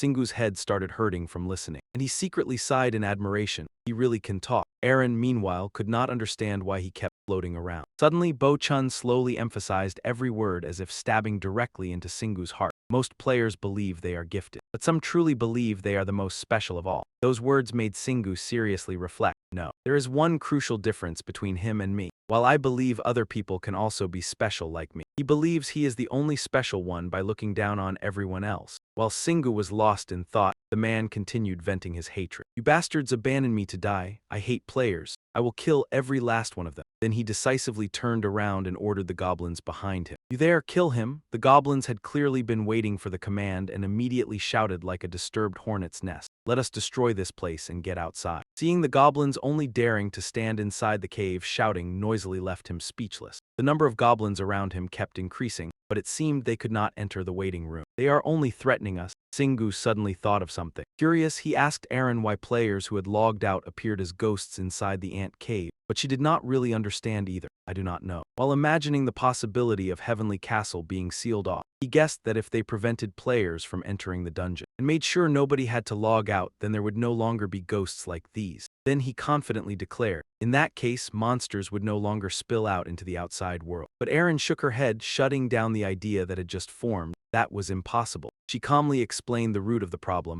Once someone entered a dungeon, they could earn enormous amounts of money through a harmless form of currency, to the point where even the US government couldn't stop it. Singu could only stay silent and listen to her lecture. Did he really think he could control that temptation? Besides, right now you're the only one who knows that illegal players are connected to monster outbreaks. Looking toward the starving goblins on the verge of rampaging, she fell into troubled thought. Until we find a way to convince everyone. The only option is to deal with him ourselves. The waiting room could open at any moment. But he immediately objected, grinning brightly as though he had just come up with a new idea. No, let's leave him alive. Aaron widened her eyes in shock. This decision was completely unlike his usual personality. Singu bluntly asked back, things like this are going to happen again, right? Full of doubt, she hesitantly replied, yes. So he pointed directly at the goblins and explained, No matter whether they evolved or fused together, he still needed to test every possibility while he could still handle the dungeon. Then he gave a confident smile, hoping Aaron would trust his words so they could handle situations better in the future. She was stunned by how convincing his reasoning sounded. She was already being swayed by a handsome face so easily. After thinking for a moment, she replied, "I understand, though I'm still worried about how recklessly you rush in." But then she looked at him as if she could see straight through him and expose the truth directly. "You're only saying that because this dungeon is too boring, aren't you?" Having been completely figured out, Singu awkwardly looked away. "Do you have mind-reading skills?" Aaron immediately scolded him for being so easy to read. Bo-chun could only stand there listening to their conversation, grinding his teeth before forcing out 4 words. "You two really are." Before he could finish, he let out a furious and grief-filled roar. His eyes gradually turned blood red. Then he turned and grabbed the 2 nearest goblins, terrifying them out of their wits. Without the slightest hesitation, Bo-chun bared his sharp fangs and prepared to devour the monsters alive. Singu was left dumbfounded by the sight. The crunching sounds echoed loudly, leaving him frozen in place. Erin, meanwhile, was horrified by the brutal scene and had to cover her mouth to stop herself from vomiting. Suddenly, the system issued a warning. "The vengeful spirit is going berserk. If you do not stop it before it awakens by absorbing the energy of other monsters, you will face an even stronger enemy." Singu reacted like a proud father hearing about a newborn child, jumping excitedly. "Awesome!" Aaron, however, frowned and demanded, "Why are you so happy?" He used the warning as an excuse. Everything was unfolding exactly the way he wanted, making her irritated enough to point over there and shout. "You see that?" Mixed with the miserable screams was the non-stop crunching of Bo-chun devouring everything. Every goblin he ate made him grow larger. But the thick-headed Singu still stubbornly refused to understand the seriousness of the situation. "Eating just makes you gain weight." Aaron was so fed up she held her forehead.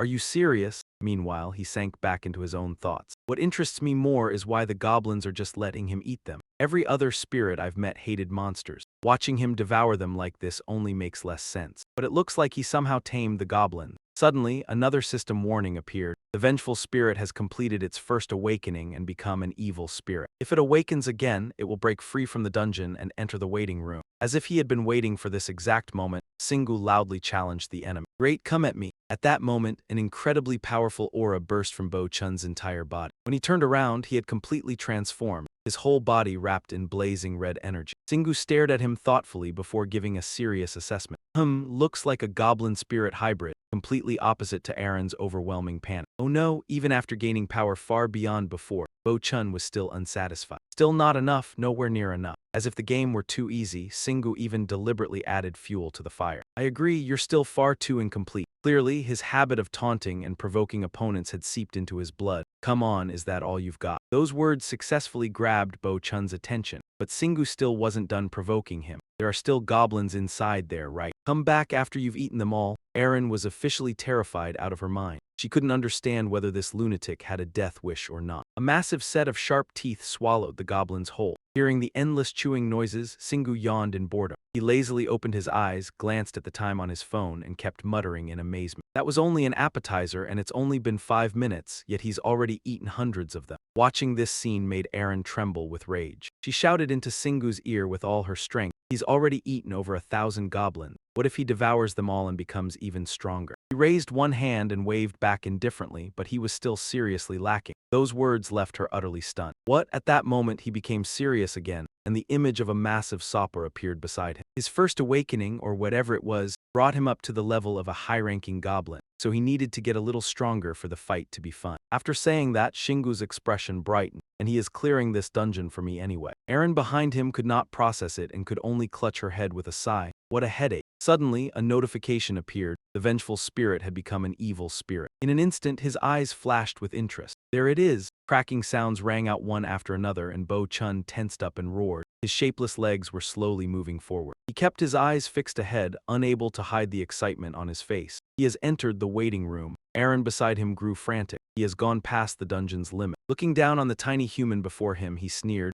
"You have waited too long." A player. As he spoke, a fireball appeared in his palm. Seeing this, Shingu was shocked, as if he had not thought Bo-chun could do something like that. Magic. Aaron made a guess. It must be because he ate goblins that he gained magic. Across from them, a sharp glint flashed deep in Bo-chun's eye. "I will kill you." The moment he finished speaking, the fireball that had been in his hand shot toward Shingu, radiating overwhelming force. Unintimidated, he boldly met the attack head-on. "Come on, then." Bo Chun's eyes were full of hatred, as if they could shoot out thousands of daggers. Shingu gripped his weapon, and there seemed to be a hint of disappointment in his words because his opponent was not what he had hoped for. "You are still far too weak. Are you kidding me?" He unleashed a strike, meeting the incoming attack head-on and sending it flying back. Bo Chun was beaten by his own attack, forced to suffer what he had just thrown out. He kept letting out cries of pain. Shingu had not expected that this was all Bo Chun could show. "You ate a whole bunch of lesser demons and are still this weak." Oh, after saying that, he turned toward Eren, still vaguely puzzled. "Also, if I use mana on my weapon, maybe I can attack with magic too." Watching this from beside him, she felt rather helpless. He did all that and still does not know. Across from them, Bo Chun was so shaken by the blow that he froze, unable to believe he had been beaten so miserably. Then, as if snapping back to his senses, he patted himself down, putting out the embers on his body. He turned and ran toward the cave entrance, not forgetting to leave behind a threat to salvage the moment. "I will come back when I am stronger." This made Shingu let out a slightly disappointed sigh. Right, Eren looked toward the figure running away. He must be sad because he has been in pain for so long, but his heart was shattered even more by being treated like that after transforming. Then, realizing she should not pity an enemy, she scolded herself inwardly.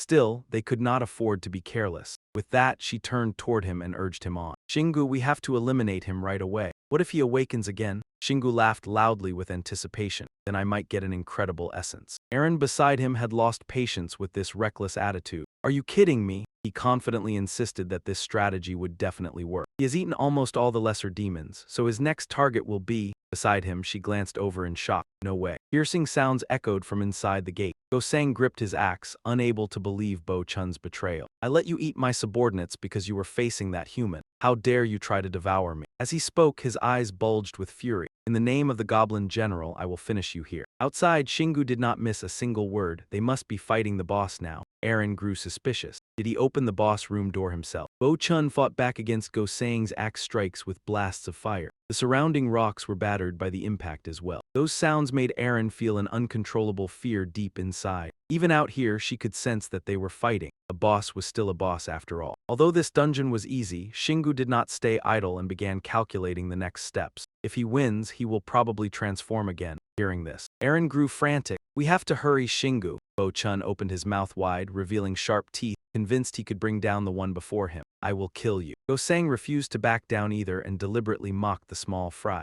"HMPH, I will not lose to a wandering soul like you." Sensing that the time had come, Shingu hurried toward the door. Suddenly, chewing sounds replaced the clashes from moments earlier, making him stop short. He could almost imagine what was happening inside. Maybe that spirit ate the Goblin General too. A sudden roar rang out, and Bo Chun's head was thrown rolling across the ground. Gosang's whole body radiated power as he said triumphantly, "I will win, I will kill that player." Shingu showed no fear at all. As if teasing her on purpose, he said, "Look, a transformation." Beside him, she tried to act cold, but her blushing face betrayed her words. "I do not need it. I don't care anymore. Even if you die, it won't bother me." His eyes shifted over, his words seeming to probe his sister's attitude even further. He must be stronger than that monster. The moment he finished speaking, fire attacks came rushing in from countless directions. The ground shattered under the blows, and Shingu nimbly dodged to the side. He lowered his body and successfully avoided one strike. Not the slightest trace of panic showed on his face. One strike came crashing down, and the ground broke into tiny fragments. From the newly formed cracks, magic kept surging out without end. A pair of feet approaching caught Shingu's attention, and he immediately took a battle stance. At that moment, Crimson Peak's entire body was as red as blood. A body twice as large as before appeared, staring straight at him. The sight stunned Eren. He transformed again. His voice was brimming with confidence. "You won't dare look down on me anymore." Contrary to what he expected, there was no fear at all. Shingu was even more excited than before. "Yeah, go ahead and get stronger for me." Crimson Peak, his whole body blood-red, fiercely swung down the axe in his hand. Shingu, facing him from the other side, had already taken his battle stance, looking straight at his opponent without fear. The two attacks clashed head-on, and the sound of metal striking metal was piercing. An invisible wave of power created by the collision spread out in every direction. Seeing what had just happened, Eren had not expected this opponent to be so strong. Were both sides equal in strength? Afraid she would be hurt in the battle, he turned his head back and warned her. "Eren, step back. You'll get hurt." The moment he finished speaking, surprise flashed in Shingu's eyes. At some point, Crimson Peak's entire body had become covered in fire. He still gripped the axe in his hand, radiating overwhelming force. Eren, standing nearby, was left dazed, thoughts racing endlessly through her mind. Flames are rising from his body. Did he just use magic to do that? In contrast, Shingu glanced over him and felt it was nothing serious.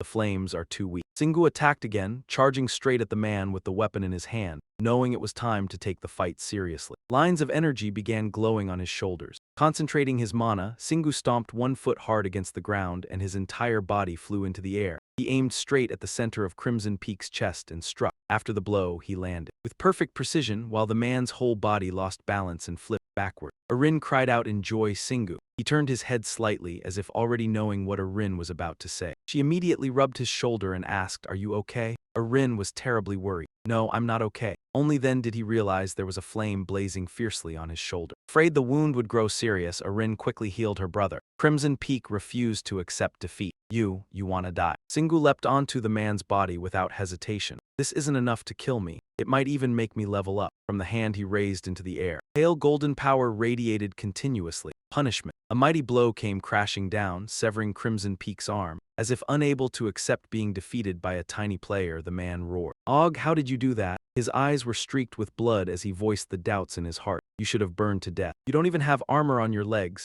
Singu had already raised the weapon in his hand high, his face completely emotionless. "I'm used to pain." Without giving Crimson Peak any more time to wonder, a powerful hammer blow fell. The man's head vanished from the single strike. "I don't need to explain myself to anyone." Singu's back hovered in midair. "The harder I tried to prove I was special, the harder I had to struggle not to be swallowed by that very power." Immediately afterward, a screen appeared announcing that the dungeon had been cleared. Prototype evil spirit eliminated. Lines of text appeared one after another. Special achievement, Soul Achiever. Additional reward, the player has received the passive skill Fire Resistance level 1. After hearing the notification, he let out a disappointed breath. He thought he might get something useful, but it was another special achievement. Then, as if suddenly remembering Crimson Peak's ability, his gaze turned toward the corpse lying on the ground. However, that reward was absolutely perfect for this situation. After saying that, Singu felt a brief sense of doubt. He did not think achievements and rewards were connected. It might only be a coincidence. The notification sounded again. Completion grade, B additional reward, received 1 return orb. More notifications followed one after another. Return orb, a spell that allows immediate escape from a dungeon. As if realizing something, he let out a sigh. He figured the completion grade was low because he was the only one who had not killed every monster. By then, Arin had started losing patience.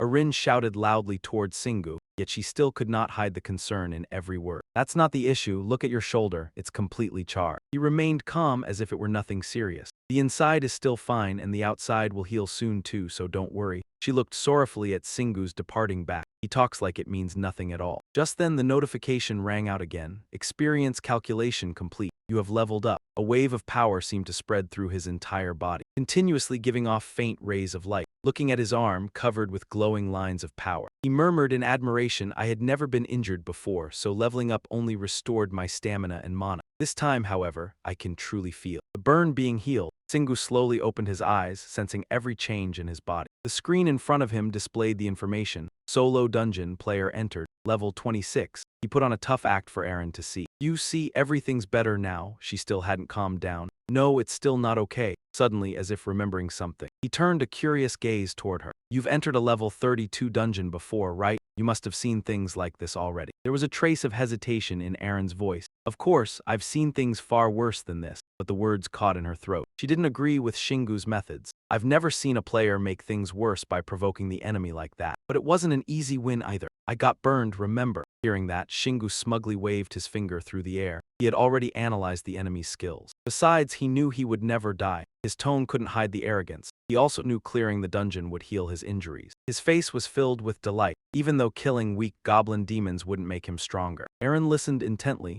Her eyes stayed fixed on Shingu. His dark eyes seemed to shine brightly. It was the first time she had ever seen him this excited, and a hint of sorrow flickered in her eyes. His eyes were glowing. He clearly loved that battle. Images from the past suddenly flooded back, every moment he charged in to save her appearing vividly in her mind. Maybe I never truly saw who he really was because he had always been strong from the very beginning. In the past, Shingu faced his enemies without mercy. He didn't enjoy overwhelming weaker foes. Aaron fell silent, her gaze drifting far away. Even though he was born with extraordinary power, no, perhaps because he was born with. Shingu's sturdy back stood silently before the displayed weapons. He must always have been waiting for danger, the thing that could make him stronger. As she thought about it, Aaron couldn't hide her worry. If the result meant gaining more power, Shingu would risk everything. he wouldn't hesitate to throw himself into even worse battles. Her brows furrowed as she remained lost in thought. Even though he was brave, he was also unbelievably reckless. After a long silence, Aaron suddenly spoke in a helpless voice. Fine, as long as you're alive, that's enough. An image of a small figure falling freely through the sky appeared in her mind. Above them, the massive heavenly fortress collapsed downward. I finally realized how different we are. Maybe I was expelled from the heavenly fortress because I'm not like you. As if afraid something terrible might happen, her voice carried a faint sadness. But never trade away your life. If you die, I don't know what will happen to me. Those words shook Shingu, making him realize the depth of her feelings for him. He smiled softly. Wanting to reassure her, he put on a determined expression. I'll keep it in mind. There's nothing more pointless than dying while trying to become stronger. The corpse of the sand creature still lay motionless on the ground. From afar, Shingu's voice echoed out, let's go steal some monsters. Aaron didn't hesitate either. Yeah, let's go. A loud explosion rang out, and at last Shingu finished off the sludge bowl. He immediately collected his reward, a stack of cash totaling $200,000,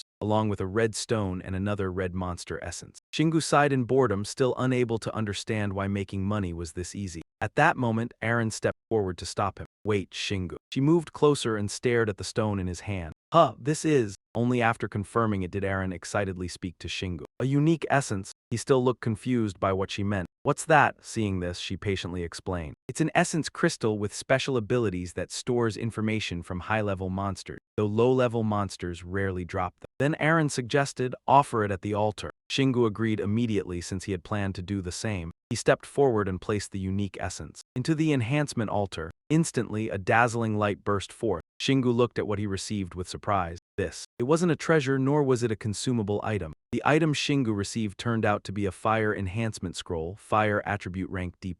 He chuckled softly. I see. So the reward wasn't random, it had already been predetermined. Still, Shingu couldn't help feeling regretful. If only I'd let that vengeful spirit devour all those goblins first. Aaron spoke up to reassure him. I know you're used to D++ ranks, but magic and enchantments are completely different matters. A fire attribute enhancement at D+ rank is still valuable. Shingu still looked puzzled. So if an attribute gets enhanced, the damage increases too. His question made her hesitate for a moment. But if you face a fire-type enemy, the damage will decrease, or sometimes it won't deal any damage at all. Aaron didn't forget to warn him either, so don't make reckless decisions. But before she could finish, she saw Shingu tinkering with something. What are you doing? Before long, he had crafted a new weapon called the Black Wolf Mace, rank D+, attack power 51100, with poison-inflicting abilities. It would poison enemies when struck. The hammer's power was no joke either. It carried the strength of the Black Wolf's 2 forelegs. It was incredibly powerful but difficult to wield because of its weight, and it had been enhanced with potent poison effects. Shingu laughed heartily as he swung the hammer around, its attack power having increased as well. These enchanted items are amazing. Aaron could only sigh helplessly as she watched the scene unfold. I knew you would do that. Shingu even comforted her, which surprised her a little. Don't worry too much. I'm very determined now. If fire enhancement doesn't work, I'll use my fists. But Aaron still did not trust it much. They will probably be covered in flames just like that spirit. Shingu smiled calmly. That is exactly why he had learned fire resistance. After hearing that, Aaron only looked down on him and cursed silently. What a smooth talker. She also began making plans for herself. I have to regain my healing magic and holy magic as soon as possible. As both of them trained hard, Aaron thought to herself, if I could use a shield, Shingu would not have been swallowed by those flames like that. After an unknown amount of time passed, Shingu had now teleported somewhere else. Aaron was still a little worried. Shingu, will people recognize you because you rode that red bike? He had already put on his helmet by now and had locked onto the rest area. It should be fine. Aaron still could not help feeling uneasy. What if there were players who could see through invisibility effects? There will definitely be many players gathered around here. Hearing that, Shingu also hesitated a little.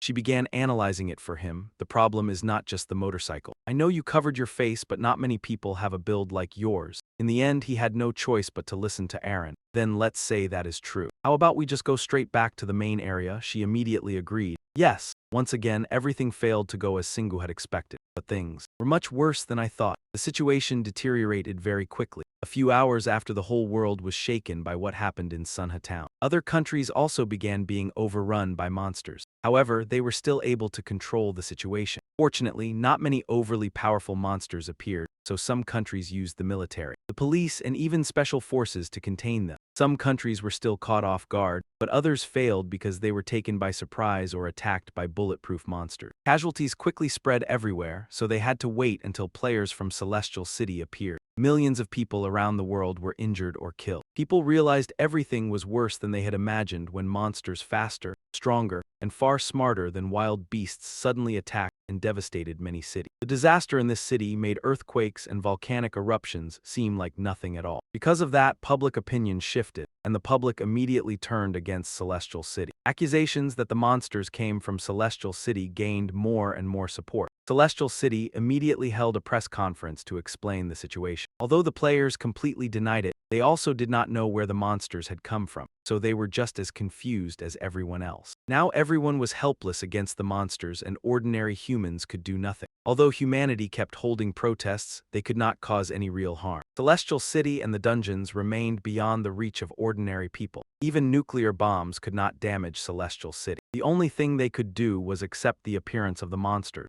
and in the same way, they also accepted the existence of Celestial City. The disaster was not over yet. That was when even more serious problems occurred, as monsters poured out from everywhere. Even countries with top-tier military power could not control all of them. Every part of the cities was severely devastated, and moreover, using heavy firepower inside cities caused even more losses. The monsters had now evolved to the point where they no longer feared weapons. Monsters above a certain level were completely immune to modern technology, just like Celestial City. Exchanges between the two sides also took place quickly, although they tried to contact the players. The players all refused to submit to any country. In the end, humanity had no choice but to agree to cooperate with Celestial City. Instead, they negotiated separately with each country and acted under that nation's support and privileges. Just like that, places all over the world had to submit to Celestial City. Countries had no choice but to treat the players like bosses, but in return, they could control the monsters better. And all attention focused on one place. It was South Korea, the first country attacked by monsters,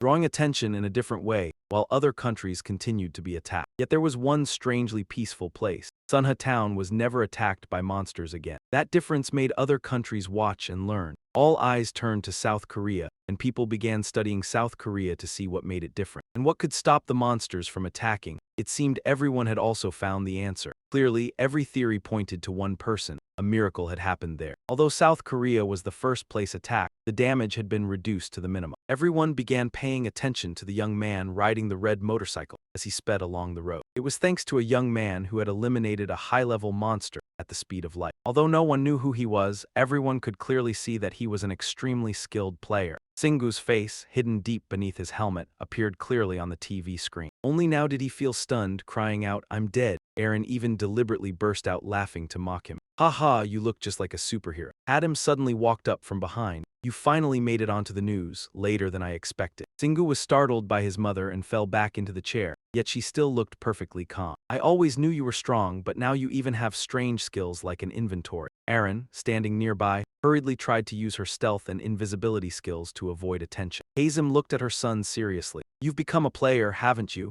Knowing he could no longer hide it, he finally admitted it. Yes, she did not look angry at all. Instead, she seemed somewhat proud. "So you finally achieved what you wanted, but why didn't you tell me?" Her sudden question left him unsure how to answer. Was there a problem? Sunlight still poured into the room, making the whole scene feel peaceful. After who knew how long, Singu and his mother finally calmed down and sat together to talk. He explained the reason to his mother. "I'm a little different from other players. It's best if you stay hidden for a while." Hazem looked slightly hurt after hearing that. "Does that mean I'm causing trouble for you? I shouldn't have asked you to save my friend." Singu smiled brightly as if it were nothing. "It's fine, I already saved Sanha anyway." Hazem suddenly imagined her son's majestic Kalmosu in battle. "And the reason monsters stopped appearing in Sanha, that was because of you, wasn't it?" Singu nodded without hesitation. After hearing her son's answer, she fell silent for a moment, deep in thought, before reminding him. "Don't go doing anything reckless like traveling overseas to kill monsters. I'm sure other people can handle it themselves." After hearing his mother say that, he sighed. "Mom, you're so cold." Hazem did not care. "You're the one I love most." Then she explained again, "You are not the only superhuman in the world." After saying that, Adam cut a small piece of apple from the plate and skewered it with her chopsticks. She brought it up to him and said, "Give that little friend some apple." Those words left both Singu and Aaron extremely surprised. She was a little flustered and thought to herself, "I am invisible so I can hide," and yet Singu still asked, "How did you know, Mom?" Adam looked at her foolish son with disdain.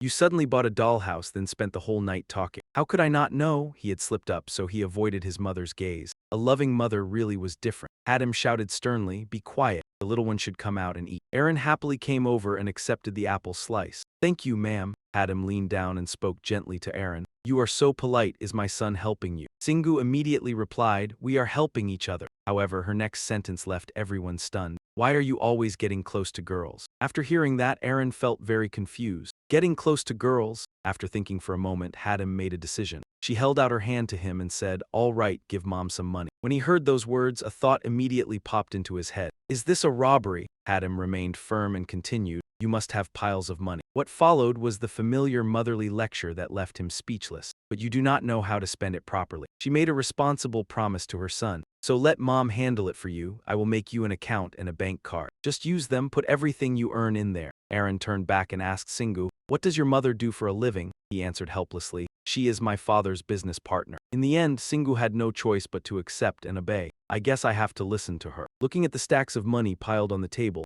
Adam could not hide the shock on her face. Oh my goodness, how did you earn this much? Are all players like this? Aaron gently explained, brother Singu is a little special. Adam suddenly became somewhat hesitant. Well, but Singu was already very familiar with his mother's personality, so he said, is it too much for you to hide, mom? Adam calmly responded, no, that is not something you need to worry about, I am just surprised. Seeing his mother like that, he suggested, then take some of it. But she paid no attention and said, I do not need your money yet. At that moment, Singu thought, now that I can use money, I guess the problem solved itself. Adam suddenly offered another opinion. You should move out and live on your own. Everything happened so suddenly that he could not react.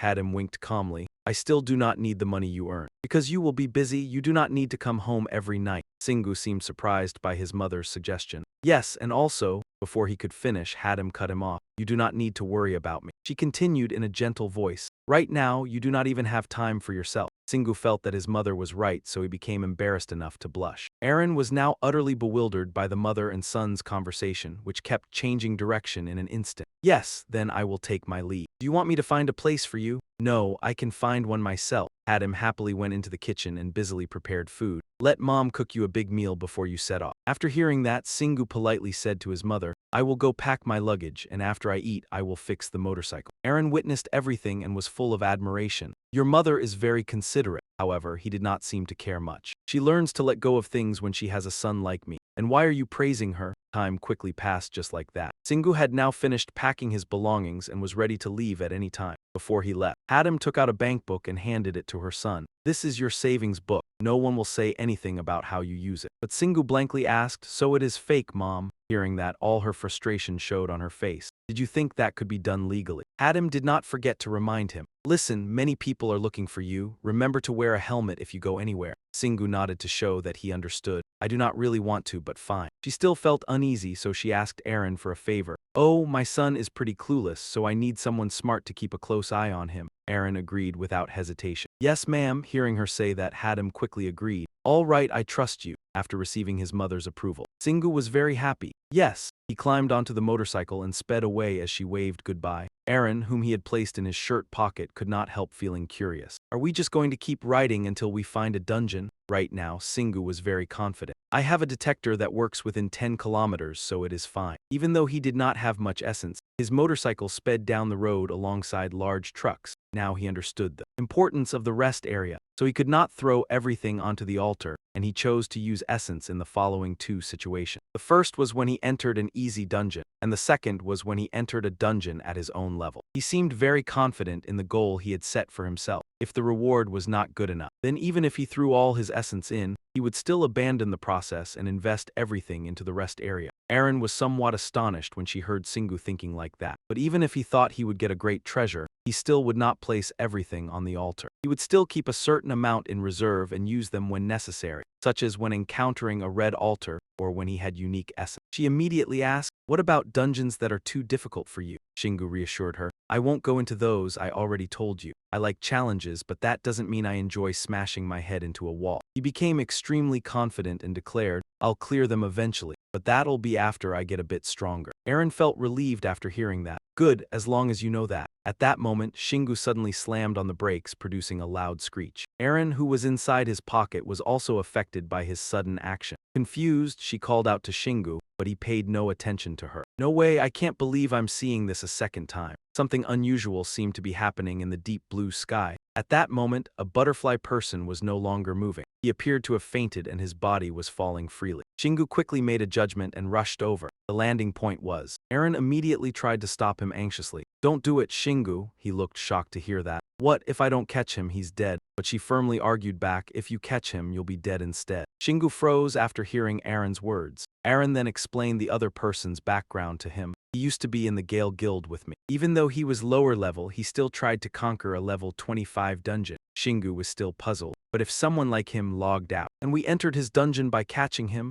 suddenly an idea flashed through his mind. I get it now. Shingu had figured out the answer. The ant cave dungeon would recreate the scene of a player logging out. That meant a dungeon far beyond his level would open up. Still trusting in himself, he sprinted forward. But I was still fine after catching you from a level 32 dungeon. Eren continued arguing with him. That was a test dungeon. No means no, Shingu. At that moment, before he could finish speaking, something unexpected happened. But, Shingu confidently reassured Eren. I have a return gem, so it'll probably be fine. If it's too difficult, I'll escape. Hearing him mention it reminded her. A return gem, after a brief moment of thought. Eren felt that his method might actually work. But before she could fully react, Shingu was already standing at the edge of the skyscraper, preparing to leap out and save the person, leaving her stunned. Wait, when did he already? He gathered all his strength for a massive jump, cracking the ground beneath him. In an instant, everything before his eyes went dark. Ziha slowly opened his eyes and let out a soft groan. Ugh! When he realized Shingu was carrying him in his arms, he panicked. What is going on? Shingu was thrilled after succeeding.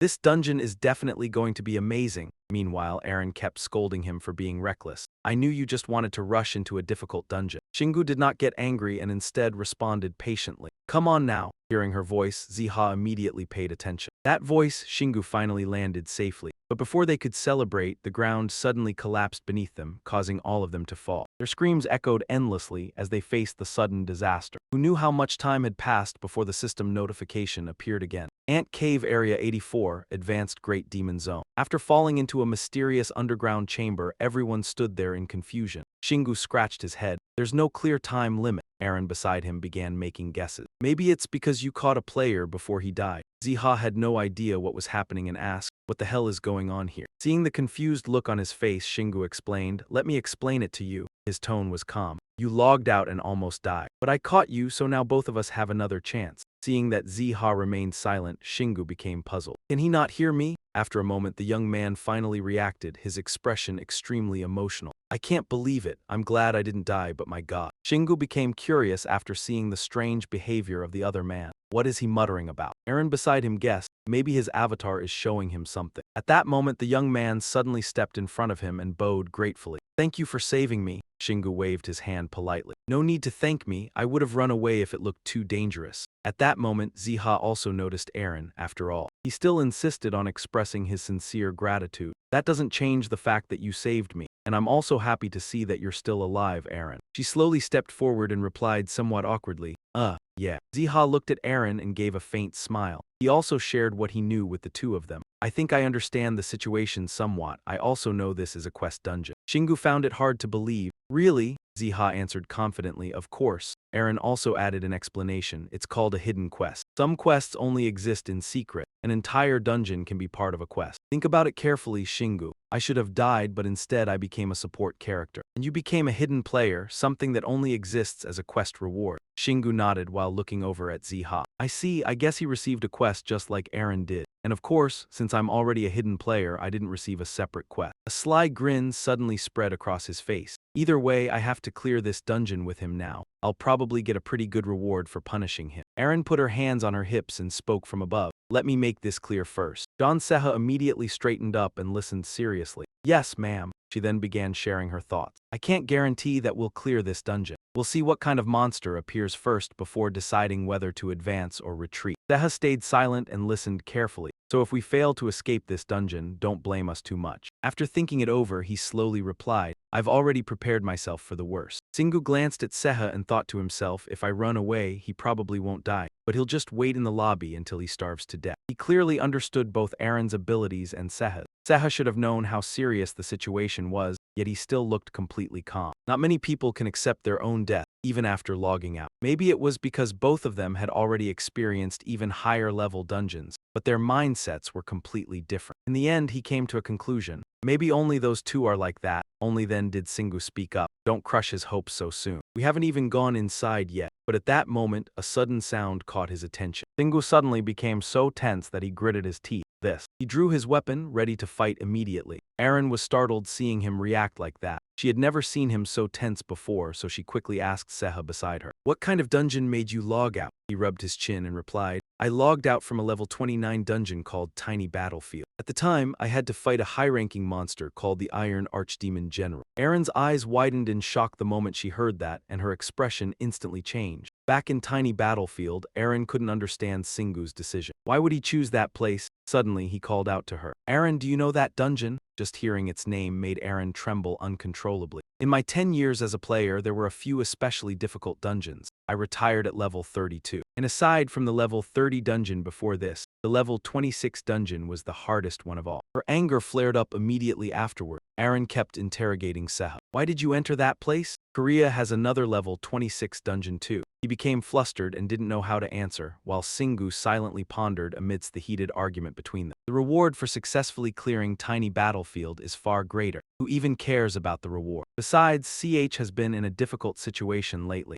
The guild wants to speed up progress, so they've been treating low-level members terribly. Aaron asked in confusion why, but the answer she received was completely unexpected, to fill the gap she had left behind. The entire area suddenly fell silent. Aaron seemed frozen in place, blaming herself endlessly. "So this was all because of me." Afterwards, Singu had to listen to a detailed explanation before he finally understood the situation somewhat. According to Aaron, Tiny Battlefield was a dungeon where players entered a battlefield to decide the fate of the world. They had to defeat the boss monster that ruled it. Naturally, the difficulty was no joke. It contained countless types of monsters and was infamous for its overwhelming number of high-ranking creatures, according to veteran players. Among all the monsters there, one high-ranking monster was said to be even more terrifying than the dungeon boss itself. Its name was the Iron Archdemon General. It wasn't called the boss among bosses for nothing. The Iron Archdemon was a massive demon enhanced through magical machinery, and the general could wield that power with maximum efficiency thanks to decades of combat experience. Aaron seriously warned him. Singu must not underestimate this enemy. You can defeat the dungeon boss just by learning its repeated patterns and heavy attacks. But you can't defeat the Iron Archdemon General through knowledge alone. The more they described Gajap's overwhelming power, the more terrifying he sounded. Even the Iron Archdemons under his command had pushed many players into danger because of their immense strength and refined combat skill. Aaron knew this so well because she had personally fought them before. "Even my main party had to avoid fighting those Iron Archdemons." Seha awkwardly scratched his head and agreed. "Us too." As soon as he mentioned that, he turned and bowed apologetically toward her, though unfortunately he got caught. "I'm sorry for disappointing everyone." Singu looked somewhat confused by his behavior. He boldly came to a conclusion. Maybe the Gale Guild values hierarchy very highly. At that moment, Aaron seriously advised him. "Singu, I think we should retreat. I do feel bad for Seha, but this is the worst-case scenario." Aaron understood how stubborn her teammate was, so she tried using every argument she could to persuade him. Even the armored greater demon soldiers are all above level 150, so their general is probably around level 108. If you get too confident in yourself, you might end up in danger. I know you've faced plenty of strong monsters, but the Great Black Wolf and the Burrowing Centipede were only around level 100, and that evil spirit was probably only about level 120. She placed special emphasis on their overwhelming power. These greater demons could wipe out every monster I just mentioned, while attacks from those monsters would probably barely affect. Not a single word got through to him, but he was the same as ever. Aaron could only pat her head and let out an exasperated sigh. "You're really strange." Now it was his turn to give his opinion. "It's fine, so the soldiers are around level 150. He truly took the matter lightly and made a confident declaration. "That's only 30 levels higher than the rate. And if they're wrapped in mechanical armor or whatever, I can just burn it." She was officially at a loss for words over this case. If they were only talking about attributes, then yes, that was true. Zeha, who had been watching from the side, could clearly see how helpless she felt. He spoke up to interrupt the conversation, wanting to ask something. "Excuse me, but may I ask what level you are?" Singu cheerfully answered, 26.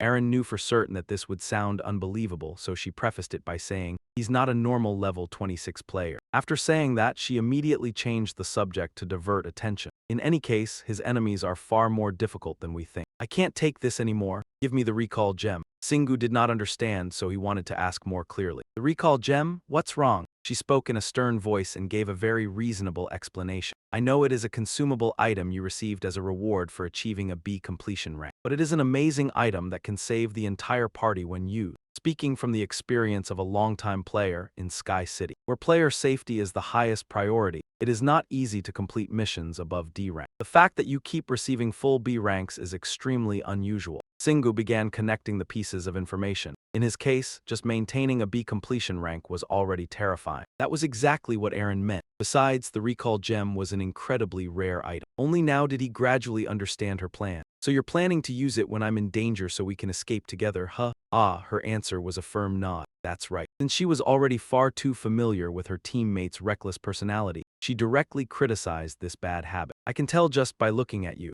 You won't be able to calmly decide when it's time to escape. Singu even deliberately played dumb, scratching his cheek with an innocent look. Why would you say that? Aaron showed no mercy, emphasizing every word as if striking right at the truth. You're just happy because you found an enemy stronger than any enemy you've faced up until now. Even though she had seen through him, he still searched for an excuse and tried to play the victim. Come on, I do know how to value my own life. I'll use the recall gem if things get critical. Do you really have to scold me that much? Aaron had witnessed far too many of his escapes to believe what he said. His concept of danger was fundamentally abnormal. She stopped trying to prevent him but did not forget to warn him. Fine. Then if you use it when I'm not in danger, prepare yourself for a lecture. Singu had no choice but to grit his teeth and accept it. Unable to resist the allure of the huge gate before them, Aaron began to act in her role as support. Zeha, you've lost all your abilities, so you should fall back. You can't even manage a sneak attack against them anymore. At that moment, Garak's image appeared. It seemed he had already caught the scent of strangers. At the same time, Singu seemed to sense the same thing. The enormous door slowly began to open. And I think he knows we're here. Still carrying his usual confidence, he eagerly awaited the chance to fight. All right, let's go in. A blinding light slowly spread out, engulfing the entire space. Garak had been standing there waiting from the start, quickly welcoming them. You human, it has been a very long time since I last met a sharp human who was skilled in martial arts and truly warrior-like. He did not rush forward, instead beginning with a few reflective words. I am both pleased and curious. You must already know how strong I am. Why have you still come here? Singu flashed his trademark smirk and calmly breathed out a single sentence. I don't know. Immediately afterward, his eyes shone brightly, as if he had just absorbed the party's ideals. Ignoring the fact that his enemy was still relaxed, he gathered his strength and tightened his grip on the hammer's handle. Mana surged and a roaring flame of energy surrounded Singu's body. He had mentally prepared himself for a decisive battle, predicting that it would be an explosively intense one. I've never met anyone stronger than me before, so I've always wondered what would happen if I met someone stronger. But if I just run away, I'll never find out. Garak listened to those words as if he had just watched a comedy play, grinning so widely his mouth nearly reached his ear. Delighted, he lightly swung his axe, ready and waiting for a counterattack. I like you far more now. That is exactly the spirit of a warrior. Seeing this scene, Zeha felt quite uneasy. It seemed Singu did not have much mana. For a level 26, his mana is far too low. Aaron, what do you think? It was not as if she had never noticed this. That's right. Singu's mana develops very slowly. With his careless attitude, he probably doesn't pay attention to it either. I'm sure he isn't even aware of it. Aaron believed it was because his progression process was completely different from that of ordinary players. I think it has something to do with the terrifying physical strength he was born with. But that doesn't mean he doesn't know how to use it. Even though she often argues about Singu's aggressive nature, that doesn't mean he lacks skill. She is still very proud of her teammate. You'll be surprised by what he's capable of, even if he doesn't show much of it. Zihang grew even more confused after hearing her explanation. Terrifying physical strength? At that moment, Singu's match officially began. As always, he boldly issued his challenge. Come at me. Garak refused to back down and shouted even louder. Bring it on, outsider. He leaped forward with tremendous force, moving as swiftly as the wind. Meanwhile, his opponent had already taken a stance, swinging his hammer with murderous intent. The instant Singu got close,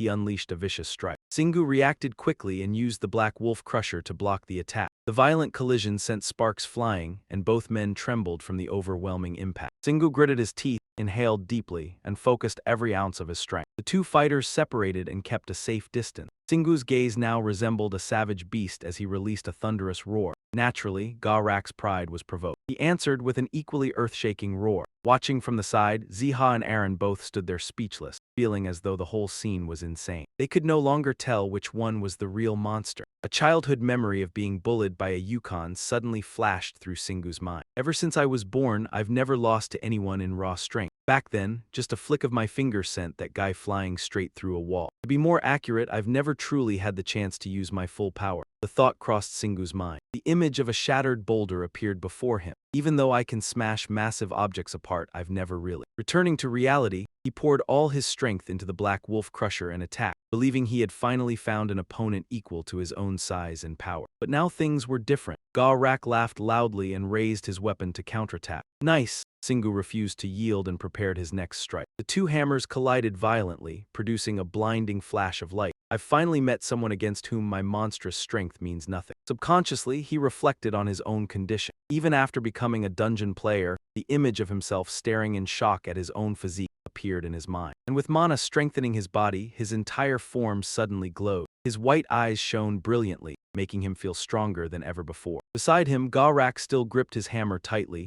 waiting for the chance to counter. I still can't do anything against this iron ogre. Only then did Ga-Rak finally mock him. You're pretty weak, but your technique isn't bad. Hearing that, Singu bared his teeth in a grin of contempt. But on the other hand, this was finally a chance to prove his skill, instead of relying on brute strength. His expression hardened with determination and unwavering resolve. No one has ever called me weak before, but honestly, it doesn't sound so bad. Immediately, Singu launched another attack, and Ga-Rak swiftly blocked it without budging an inch. Nice, every time he witnessed his enemy's strength, he instinctively evaluated himself. I learned countless martial arts when I was young. Also, I could learn to control my strength. I studied a lot, even if nobody realized how much. Confidence surged within him. I could solve this with just one finger. As he thought that, he remembered the time he first entered Celestial City and how things had always remained the same. Even after becoming a dungeon raider, nothing changed. He remembered all the insignificant enemies he had defeated, whether the wolfmen in the trial dungeon, the death creatures, or the goblins. I only ever needed a single punch. For a moment, the image shifted to Sapa and Bo-Chun. As for giant monster breeds, they were foes I couldn't properly face with martial techniques alone. Singu's thoughts gradually became more positive, but maybe this also had its own advantages. My reputation has always been tied to my overwhelming strength. After a long inner monologue, he finally reached a conclusion. Humans are creatures capable of endless transformation. I want to prove what I was born with, and also what I've learned through effort. His determination brought Singu back into the battle. This time, his demeanor was far calmer and more composed. This was true combat technique. This battle seemed to touch many dark corners of his heart, making him recall all the effort he had put in long ago. Learning combat techniques was why I studied so hard, even though I wasn't especially clever. Images flashed through his mind of himself studying tirelessly, then practicing music, chess, calligraphy, and painting. I also wanted to prove that I'm more than just raw strength, and that I can improve myself by trying new things. At that very moment, he was smashed backward into a massive rock, yet he instantly stood back up and continued fighting. No, that's not it. Singu then charged fearlessly toward Ga-Rak once again. A reason like that is too boring. It may sound harsh, but I know perfectly well that hard work alone without talent produces very little result. His hand tightened around the Black Wolf Crusher with the resolve to fight to the death. That's why the things I truly value aren't the things I struggled desperately to obtain. And his eyes grew sharper as well, blazing with intensity at a glance. I'm not just strong, I want people to know I have other talents too. For a brief moment, countless thoughts flooded Singu's mind. I'm smart, healthy, and there's only one thing I truly want. At last, all the emotions he had suppressed for so long surged up inside him, making him blurt it out just to prove he was someone special. From afar, Seha and Aaron watched everything unfold and couldn't help praising him. He's pretty good. Yeah, looks like it. She smiled softly without realizing it. Her cheeks flushed pink with obvious pride. Shingu was going through something even more important than conquering dungeons and leveling up. At the same time, Gajak kept mocking Shingu arrogantly. You're pretty good at dodging, since when could a great demon use moves like that? He fired back just as sarcastically. You're not bad either, but the moment he finished speaking, the atmosphere froze before Gajak roared, as if venting all his anger onto Shingu, because your attacks are too weak to even make me feel pain. That terrifying pressure made him cautious, sweat dripping down his forehead. This was the first time in his life he had dodged out of fear. Memories of all his training resurfaced in Shingu's mind. Even though he had learned countless ways to dodge attacks, he had never needed to use them until now. Unconsciously, he muttered to himself, I didn't even know I was this good at dodging. Maybe this is the first time I've ever truly trained seriously. Singu spun around, preparing for another strike. Training casually and training with your life on the line were completely different things. At once, the veins in his arms bulged. I can feel my senses awakening and adapting to every movement of my muscles, one by one. In an instant, Singu attacked. He struck Gajak directly in the chest. Riding the momentum, he pressed forward, Landing a successful hit made him grin in excitement. I knew coming to this dungeon was the best decision ever. Little did he know, Aaron could read every expression on his face from afar. His face is saying exactly that. Even Seha was left speechless. Singu took the opportunity to smash another blow into Gajak's leg. The strike forced him to collapse to his knees, clutching his leg while screaming in agony. "Ooh-ha-ha-ha, you're pretty good, aren't you?" Seeing that scene made him question reality a little. Ordinary people barely knew how to fight with hammers, but Aaron quickly explained it. Using martial techniques he had learned and adapting them to weapons was how he overcame most challenges. As she spoke, she looked at him with the gentlest eyes imaginable. He had an unbelievably childish dream. He wanted to become the strongest person in the world, and that dream was helping him improve. Furious, Gajak swung his hammer for a deadly strike, but Singu dodged it again. He shouted excitedly, "I knew you'd do that." Instantly, Shingu swung the black wolf and smashed it straight into Gajak's face. The attack was so powerful it defeated Gajak on the spot, causing him to vanish. Ooh-ha-ha-ha. His hammer fell to the ground, proof of his defeat. Seha and Aaron stared in shock, sharing in his joy. Now Singu raised his chin proudly and pointed at himself triumphantly. "Turns out you're still weaker than me." The massive Gajak lay before Shingu. He let out a long sigh of relief after the fierce battle. Seha was utterly stunned, trembling with admiration. "He fought a steel great demon head-on. I didn't even know that was possible." Aaron could only smile awkwardly and agree, "That's true. Are steel great demons really that hard to kill?" He sounded like a wronged child while explaining indignantly. "It's not because they're skilled with magic, nor because they possess any special elemental attribute. It's also not because they use curses or traps." As he spoke, he looked at the unconscious Gajak lying there, blood still dripping from his nose. "It's because their strength and defense are incredibly high, and they use their bodies and weapons in ways players could never imagine." Seha shouted while clenching his fists, unable to believe what he had witnessed. "That's why players never fight steel great demons without high-level skills and siege-grade weapons. Not many people can battle a steel great demon using pure combat technique alone." At once, he completely switched into admiration mode, his cheeks turning slightly red. "But I still can't believe he could exchange blows with such a terrifying enemy." Looking at Singu's back, he silently evaluated himself. "I know I'm the main attacker, but I can't compare to Singu at all." At this point, Seha's voice grew quieter as his trembling hands clenched tightly. "Even though I'm a high-ranking warrior of the Gale Guild." Then he turned toward Aaron. His voice had calmed slightly. "If I had focused on technique instead of obsessing over levels and skills, maybe things would have been different." Turning back toward the unconscious Gajak, who suddenly opened his eyes wide and struggled to stand while Singu remained there watching him. Gajak's return shattered the cheerful atmosphere, making the other two break out in cold sweat. In contrast, he looked at Gajak with contempt. "Hey, look at Sleepyhead over there." Only now did Gajak recover enough strength to open his mouth and speak. "You dared use me as a test subject." Shingu answered without hesitation. "If you do not like it, then try harder." Gajak snorted angrily, so hard that blood sprayed out. Seha then gripped his weapon again and unleashed a chain of attacks at him. Shingu drew the black wolf weapon, his dark expression looking terrifying. Seha watched every movement and grew frightened for him. Why did he stop moving? Wait, that is. In an instant, Shingu raised his weapon and stabbed straight into Gajak's stomach. Punishment, that fierce power left him both in agony and disbelief. Such intense fire. Only now did Seha realize Shingu's intention. He suddenly burst into cheers of joy. "That is right. Iron great demons are very weak against weapons, shelling, and fire, so they wear armor to defend against those things, but..." Aaron, standing beside him, finished the sentence. "They cannot withstand weapons enchanted with fire magic." Even so, Gajak still refused to give in and kept talking arrogantly. "Do not think I will back down just because one suit of armor has been scorched." But Shingu did not. There, he immediately spun around, preparing to strike again. The fire is only secondary. A direct blow landed on him. This time it even knocked the weapon away, creating a piercing clang. Shingu quickly withdrew the black wolf weapon and gave a warning. The real thing. Before he even finished speaking, Shingu used all his strength to attack Gajak's neck directly. Damn it, in the next moment the scene returned to silence.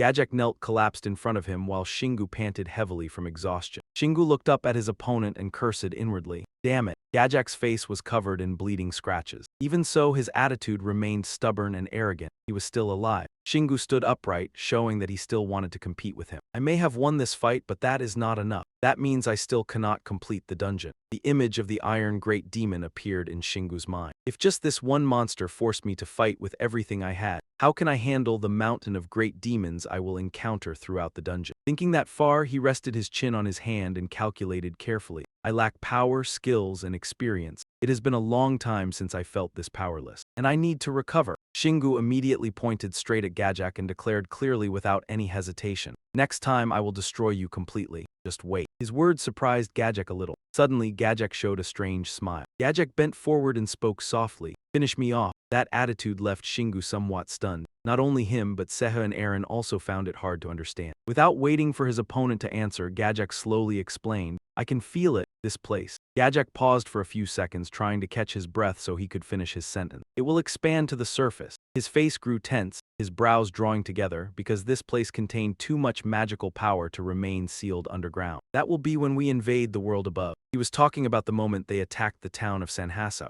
In his mind, Shingu pictured the goblins hurting the townspeople. So what? Gajek weakly raised his hand. 3 small spheres suddenly appeared. But if I die, that amount of magical power will also disappear, and our invasion will be delayed for a while. After saying that, he lifted his face and looked at Shingu. However, the magical power in this space will completely recreate my memories and body. The next time you come, you had better be ready. Gajek smiled eerily, but hidden behind it was a measure of respect for Shingu's strength. I will fight you with a completely new body. Is that not beneficial for both sides? His decision left Shingu stunned. Seha and Aaron looked more bewildered than shocked. Shingu now smiled as well. I see. Gajek looked at him with a gentle gaze. It was completely different from the contempt he had shown during the fight. I look forward to your growth, young warrior. Shingu tightened his grip on the black wolf weapon and replied boldly, it will not take long. As soon as he finished speaking, Shingu used his power to destroy him. Before long, only a faint black mist remained. It seems I have also understood a little about how this dungeon works. Once it was over, he turned and walked out the door where Seha and Aaron were waiting. Let us go back.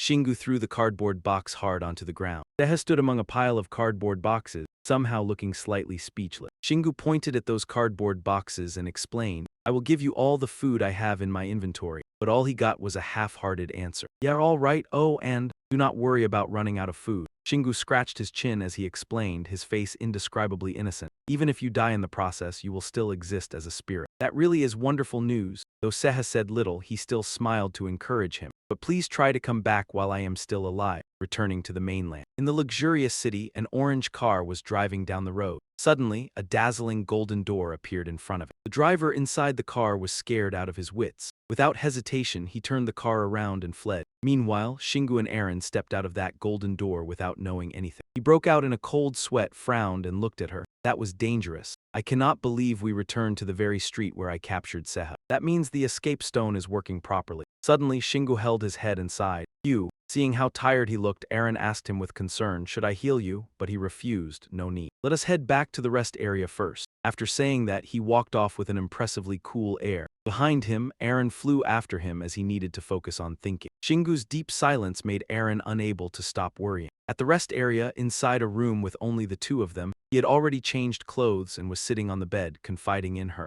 I did not think I would be overwhelmed that badly. He kept being encouraged, but at a glance, he had not lost. Aaron, what difference was there between Gu acting gloomy and feeling inferior about himself? As he spoke, he recalled the battle from earlier and quietly analyzed it. If I had not played with fire, it would have devoured me, even though that was a move I could use. The image of himself losing the fight, drenched in blood, appeared in his mind. It would be stupid to get carried away and think I could beat that archdemon with only that move. With that thought, Shingu turned to Aaron and spoke in a decisive voice. Now he needed to train himself. The problem was not only that archdemon, but what came later as well. As soon as he finished speaking, he remembered the image of the Garak Colossus holding a hammer. That terrifying archdemon was only in a level 26 dungeon, and in the real dungeons of Sky City. There might be many other monsters too, right? I cannot even imagine it. Shingu sank deeper and deeper into the memories of the battle. No matter what was happening around him, I have to admit that Iron Archdemon's strength was far beyond anything I imagined. I feel ashamed that I was ever satisfied with only gaining a few levels and defeating monsters in Sana Town. His attention began to shift toward Aaron.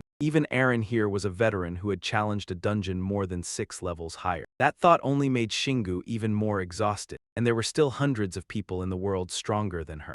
I really still have a long road ahead of me. With that thought, he silently told himself, there are too many people out there stronger than me. Suddenly, Shingu let out a strange chuckle. It looked so bizarre that even the woman standing across from him was startled. There must still be dungeons higher than level 32. And if I think I am nothing but a speck of dust compared to them, then he looked up. His intention was clear on his face, then I cannot just stand still. Shingu stood up and stretched, quickly regaining his spirits. First, I have to surpass the archdemons, and after that, the Iron Archdemon General. Aaron flew around him for a while, then asked, why do you look so happy? I thought you would be a little depressed. Shingu closed his eyes and answered her with confidence. Being compared to others does not make his own worth any smaller. Just because there are stronger people out there does not mean he has to change the way he sees himself. His optimism made Aaron feel genuine admiration. What matters now is that he realizes he has the ability to improve. Not only has he realized that, he also has both the method and the will to make it happen. Shingu kept his eyes closed and continued thoughtfully. He was truly glad that he had become a player and that he could improve himself. Then he gave a beautiful smile, bright as if nothing had happened. That was what he sincerely believed at this moment. Hearing him, she unconsciously smiled too, unable to hide how moved she felt. Seizing the chance, Aaron teased him. So you're telling yourself you will get stronger after losing a fight. She covered her mouth and giggled. You are as cute as a child. That compliment made his entire face turn red. Shut up, you. Not long after, Shingu spent some time in the bathroom. When he was done, he came out, drying his hair while looking at Aaron and announcing, he should prioritize leveling up first. Of course, but that still will not be enough. The feelings in her heart began to spill out. All progress begins with facing one's own weaknesses. She expressed agreement with that view and took the chance to explain further. Exactly. Just today, your combat technique improved tremendously. When you fought that archdemon,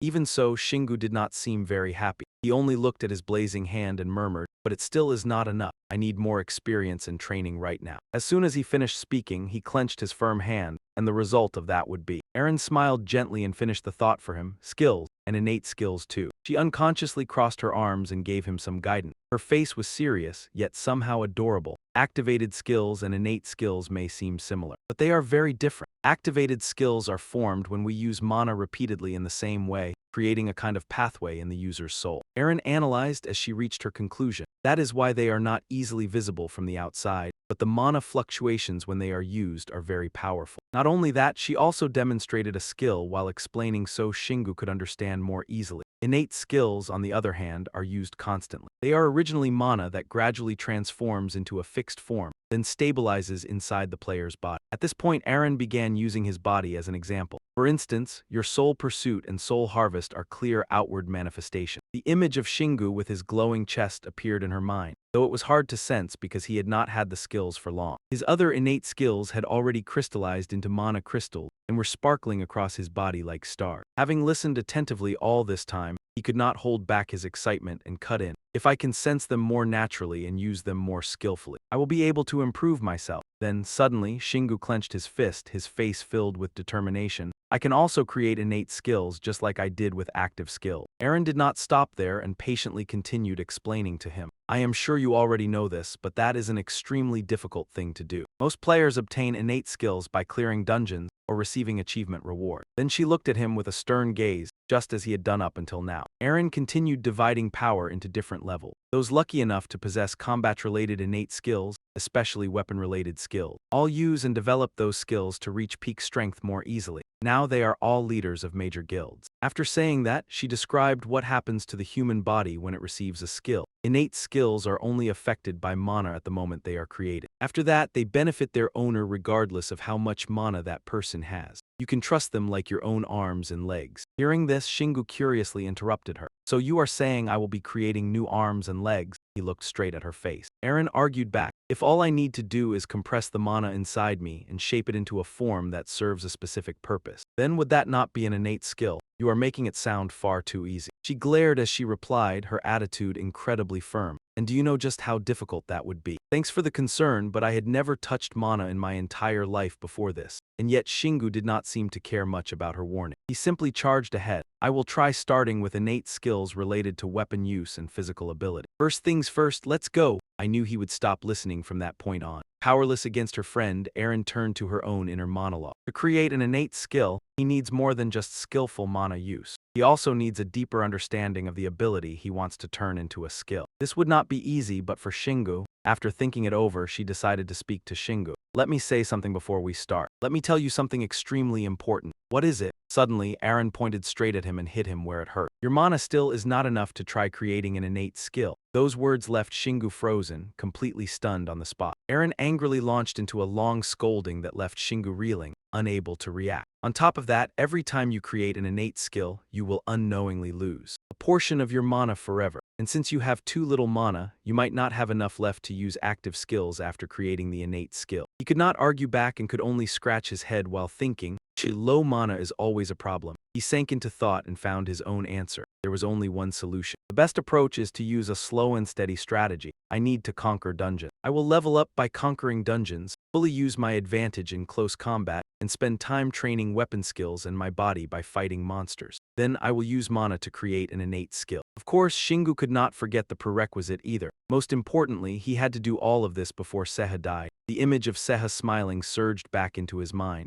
Do not forget me. At that moment, he leaned one hand against the wall, putting on the brooding look of a domineering CEO. Now that I have my answer, we need to act. We need to find as many dungeons as possible before the accumulated essence runs out. Aaron asked doubtfully, are you planning to set out right now? Shingu immediately confirmed that they should because this mission did not only involve the two of them. So he was extremely serious. We have to hurry and save your teammate. Not wanting to waste any more time, he quickly headed toward his beloved vehicle. Then let us set out. Aaron had already settled into his pocket. She clasped her hands and silently prayed, I hope we can find a lot more easy dungeons. Just as Shingu was about to put on his helmet, a sound suddenly rang out. Next came news about players. The large screen on a nearby building was showing the latest report. All players who escaped dungeons using items called escape stones reported that dungeon difficulty had increased. The Cyclone Guild, the most famous guild in South Korea, also announced that even though they had prepared thoroughly, and although information about Seha's passing had also been mentioned, they still lost many members. Among them was John Seher. They reported that the increase in difficulty coincided with the timing of monsters going berserk all around the world, and it did not stop there. Related topics were being updated continuously. Breaking news, everyone in the world should know about the winged people. In other words, players. The number of player candidates has surged again, something we have not seen in a long time. According to estimates based on the data they investigated, South Korea alone has had 1,000 new cases. Compared to other countries, even more terrifying numbers have appeared, with hundreds of thousands of cases worldwide, bringing hope to those suffering from monster attacks. However, there is still debate over whether this is entirely good news. Shingu had not hurried to leave and was listening closely. Players can earn millions of dollars in dungeons, but where does that money come from? And why is there no inflation despite the enormous amount of money earned from dungeons? Reporter Kim Icon will cover the story. Soon enough, the red motorcycle sped down the main road. Many new players had appeared, all over the world, as though to balance out the rising wave of monsters. According to a cyclical pattern,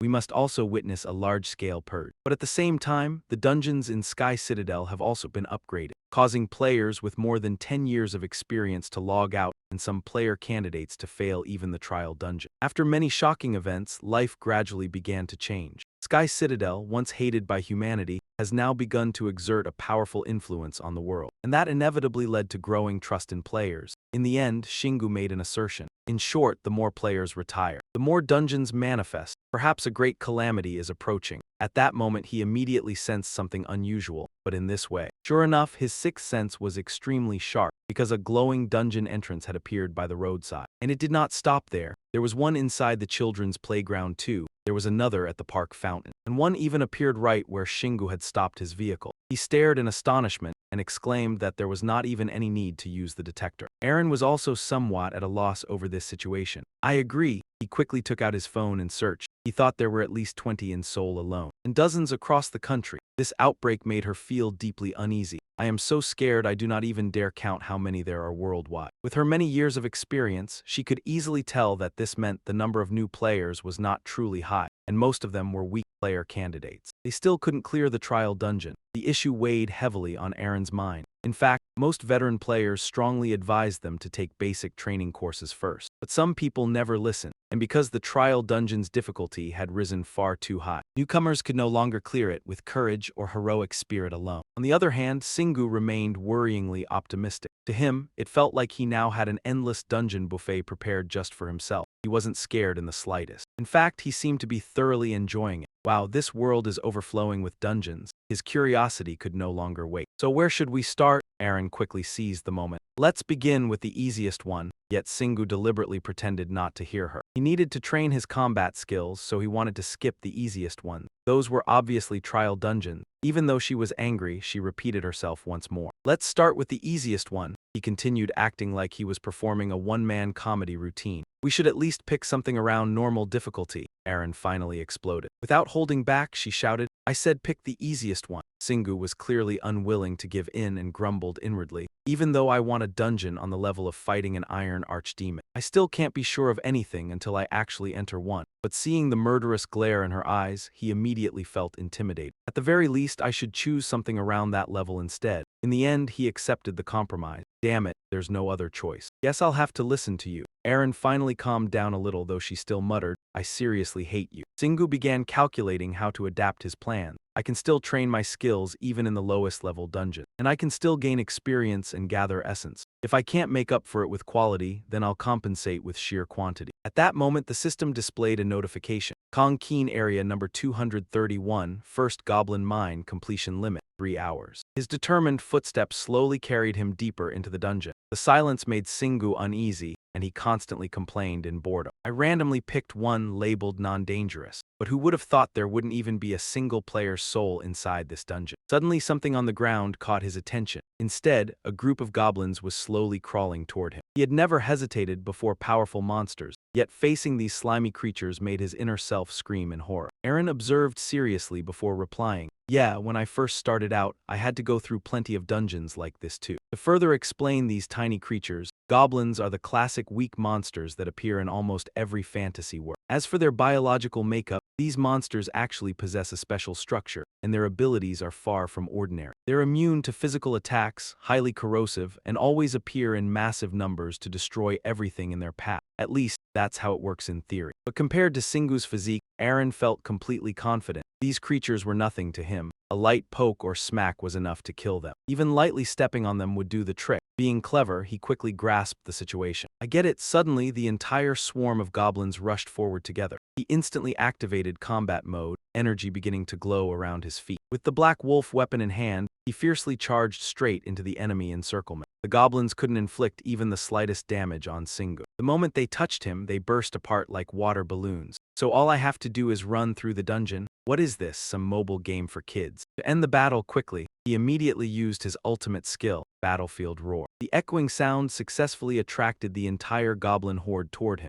Singu simply charged straight ahead while the creatures melted away from his mana. That was when he realized something. Perhaps certain skills worked more effectively against weaker enemies. He couldn't help but feel slightly bored. This is way too easy. Just gather them with Battlefield Roar and finish them off with Charge. It felt like he could clear this mission with his eyes closed. Who would have thought the Charge skill could kill monsters just by running? But Aaron clearly understood the reason why. That's not exactly it. She was already used to his overwhelming strength. His body itself was basically a weapon. Being praised made Singu even more excited. I should start training these two skills in easy dungeons from now on. After running non-stop for a while, he finally saw the end of the path. I can see the boss room entrance. Watching the goblins leap out to attack, his limbs grew restless with anticipation. All right, let's wipe this dungeon clean. From behind him, Aaron hurriedly called out, wait for me. At that moment, a giant goblin appeared and blocked his path. Singu didn't rush in recklessly and instead carefully observed his opponent. Looks like this one can't be defeated with a single tackle. His grip tightened around the black wolf weapon. Preparing to unleash a deadly strike, I need to practice combining charge with punishment. Singu charged forward with the black wolf weapon ready to attack the goblin. Suddenly, Aaron flew over and warned him, Singu, it's only been 2 seconds. The great first demon could harden its body with mana. It quickly defended itself with a rigid net. Ignoring that, he still struck it head-on with a first demon gun attack. It shattered into pieces like droplets of water. Watching from afar, she froze stiff. Singu knelt down, looked at the mushy remains, and sighed. Damn, I failed. It is really hard to switch skills once the mana has taken shape. He immediately turned to Aaron and asked, so what was its special ability? All he got back was a helpless, flustered reply.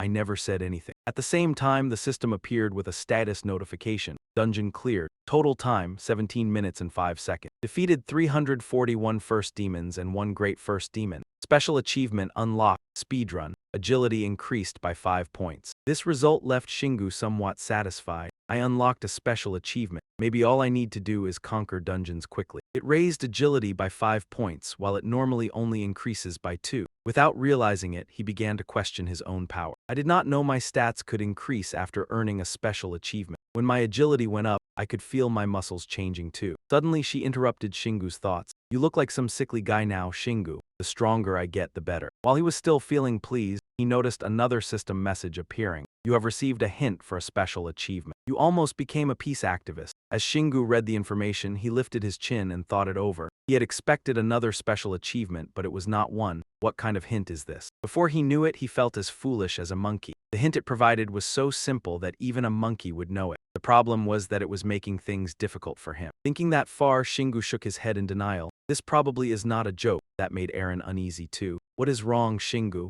Nothing. His face became unusually serious. If every dungeon has a boss, this will not be finished in a day or two. And why is the message for me so positive when things are this brutal? Since this message exists, I need to check it. The system continued appearing, presenting information to Shingu. Clear rank FB. Additional reward, Great First Demon Essence. Great First Demon Essence. An essence crystal containing the power of the Great First Demon. You can obtain its power by consuming it. However, consuming it after completion will allow you to gain the Great First Demon's memories and count toward completion experience. The First Demon's mushy remains slowly dissolved beneath his feet. The conclusion was far too simple for a dungeon with no level, never mind leveling up. For an FB rank, clear to give this kind of reward was completely broken. Two opposing thoughts clashed in his mind, but before he could think it through, Eren cut in again. I did not think you would get that essence crystal, so this is the reward for reaching FB rank. In his hand were 3 small, beautiful crystals. They were only fragments, but they contained the memories and mana of a boss monster. And even boss monsters were not guaranteed to appear, even in low-level dungeons.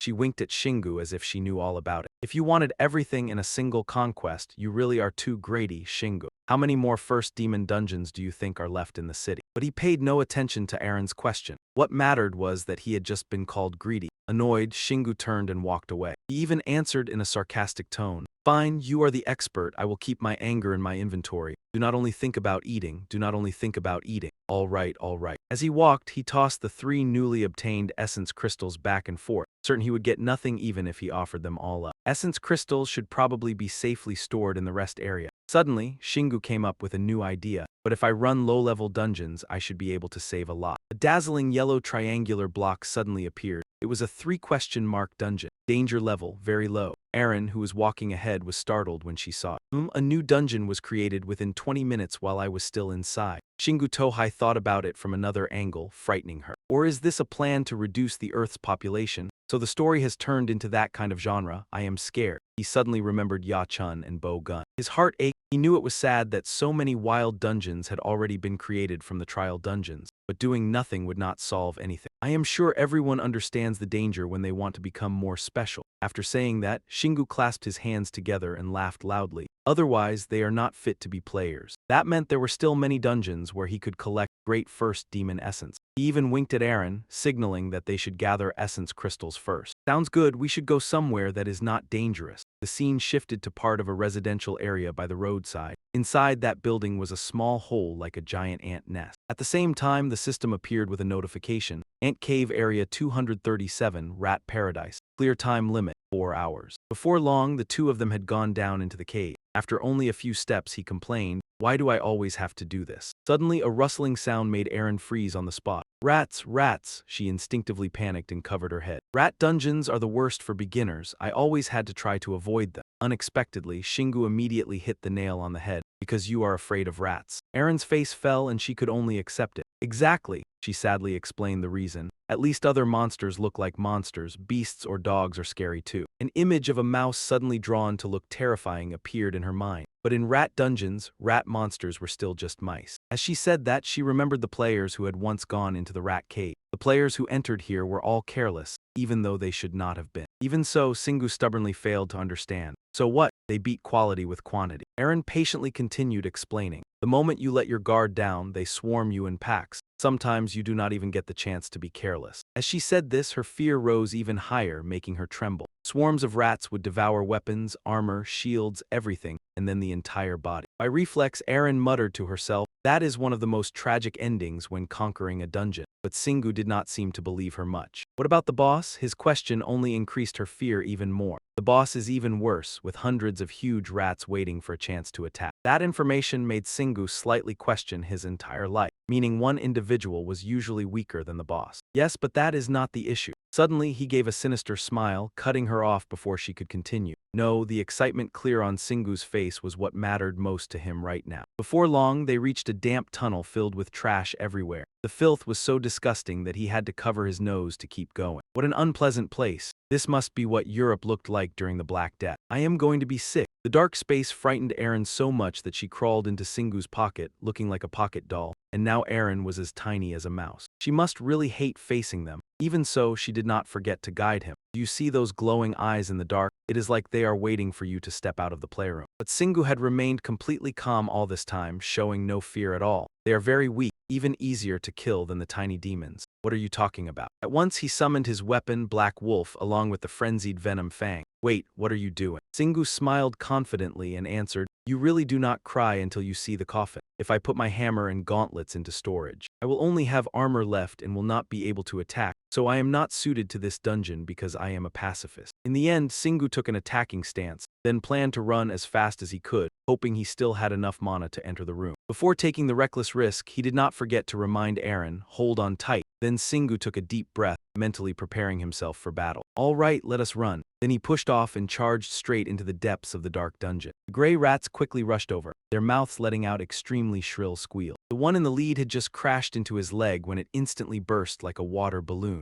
After that, one after another, the moment they lightly touched him, they exploded. Feeling that this game was so easy it insulted the player, Singu complained in boredom. They keep charging at me, so I cannot even use my battlefield roar. This was even easier than the greater tiny demon. With every gray rat destroyed, rewards kept dropping continuously. Erin did not forget to shout a reminder, Essence, Singu, Essence, but he did not slow down at all. Keep running faster and faster. We will collect them all after we win in the final boss room. Hearing that, she was confused. The final boss room. While fighting, Singu calmly stated his own theory. Here is my hypothesis. When we cleared the previous dungeon, we only killed the greater tiny demon with a rifle and only attacked the greater tiny demon with one weapon. To prove this argument, I wanted to try something different, and then the system gave me a hint. It was like it was taking pity on me. Then what happens if I do not use a weapon from beginning to end? This was something he had never seen before, so he became even more curious. What would happen if he never attacked the monsters but still cleared the dungeon by running around? After hearing that, Erin was completely speechless. In disgust, she snapped, you really are like a madman. Being told that out of nowhere made Singu a little annoyed as well, and he gritted his teeth and endured it. He used the reasoning he had thought of earlier. If I can kill all of them without hitting them, I might be able to get a peace action award. He had already run quite a long distance. A great many gray rats had already kept throwing themselves at him to die. He did not think charge counted as a melee skill, since it was only a secondary skill. Erin absolutely did not want to hear any more explanations, covered her ears and snapped, this is ridiculous. What part of this could possibly count as nonviolence?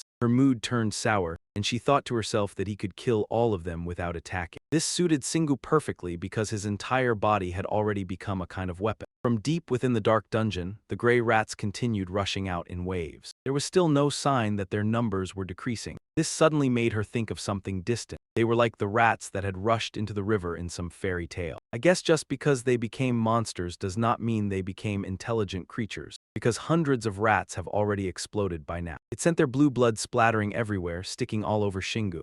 Gross, do something about all this blood. Erin also hated the filth so much that she stubbornly hid inside his pocket. Do not ask me, I am not coming out of here. Just then a huge foot stomped forward with heavy steps, along with a piercing screech. A rat appeared before them, much larger than the ones before. Sharp-eyed Erin had already noticed it was a green rat, a high-level monster. Her hesitant voice carried worry. That is a plague-spreading mutant rat. Before she could even finish, Shingu sent it straight to the afterlife with one stomp. The system immediately announced that charge had reached level 7. As if he had been given new strength, he cheered excitedly. Awesome, my level is shooting up. She could only give in and cry silently inside. You do not care anymore. He was still extremely excited, even more motivated to rush into the heart of the outbreak. He could not believe his skill kept leveling up just from running around. His powerful footsteps landed steadily on the ground. Better yet, as the level rises, I can run faster and use less mana. With his current ability, this easy dungeon was no different from a running track to him. Looks like I should keep using charge from now on. Erin screamed when she heard his decision. There it is, do not take it that seriously. Shingu had always been the reckless type. Of course, he would not listen. Mastering skills in daily life, that sounds pretty great. She had no choice but to go along with him and advise him. But do not use punishment every day, okay? At that moment, he noticed something unusual. This dungeon was far larger than the dungeon of the first archdemon. As soon as he finished speaking, two paths appeared before him. Eren could not help panicking. Shingu, a fork in the path. He thought seriously for a moment, then asked, "Do you think I cannot run back in a U-turn?" Before she could even understand what that meant, she asked, "What?" He could not wait any longer. He hit the gas, accelerated, and turned into the path on the right. Like a mischievous child, he wanted praise for everything he did. "What did you think of that turn just now?" But Eren did not feel happy at all. "I am going to throw up." During the time they explored this dungeon, Shingu picked up another skill. "Because I have been running so much, I learned how to change my direction. But the key is controlling the direction of the applied force." Like a research professor, he reached a conclusion. "If I know which muscles move and how mana makes them move, changing the direction of the force should not be that difficult." Indeed, he had made very good use of his basic strength. Clearly, the force remained intact, so it was being used to crush this seemingly endless swarm of rats. Suddenly, that thought made him pause for a moment. Muscles, mana. Shingu's battle-hungry gaze suddenly changed, showing an indescribable confusion. He fell into deep thought, recalling the days of his past before he became a player. "I once enjoyed a life without any mana at all, and I got used to it and lived that way for a full 24 years. Many questions quickly surfaced in his mind. But should my actions remain the same even after my body has been filled with mana? His body was still unconsciously running non-stop, but his mind kept thinking. Active skills and passive skill. Do I have to treat them differently from my body? It really is like a game. But that does not mean I am inside a game. For someone as carefree as Shingu, worrying this much did not suit him. I do not think I can solve this problem right now. He looked down at his tiny teammate who was still curled up and avoiding the slime. This is too complicated to deal with immediately. I'm sure even Eren cannot fully understand this problem. He quickly ended the mess inside his head. In any case, everything was centered on charge. Suddenly, Eren cried out happily, "Shingu, I see the final boss room." He still had a small question. What about the remaining rats? She was not completely sure and could only make a guess. I think there are still a small number behind us. After hearing the answer, he immediately showed off his talent and reversed direction at extreme speed. Is that all?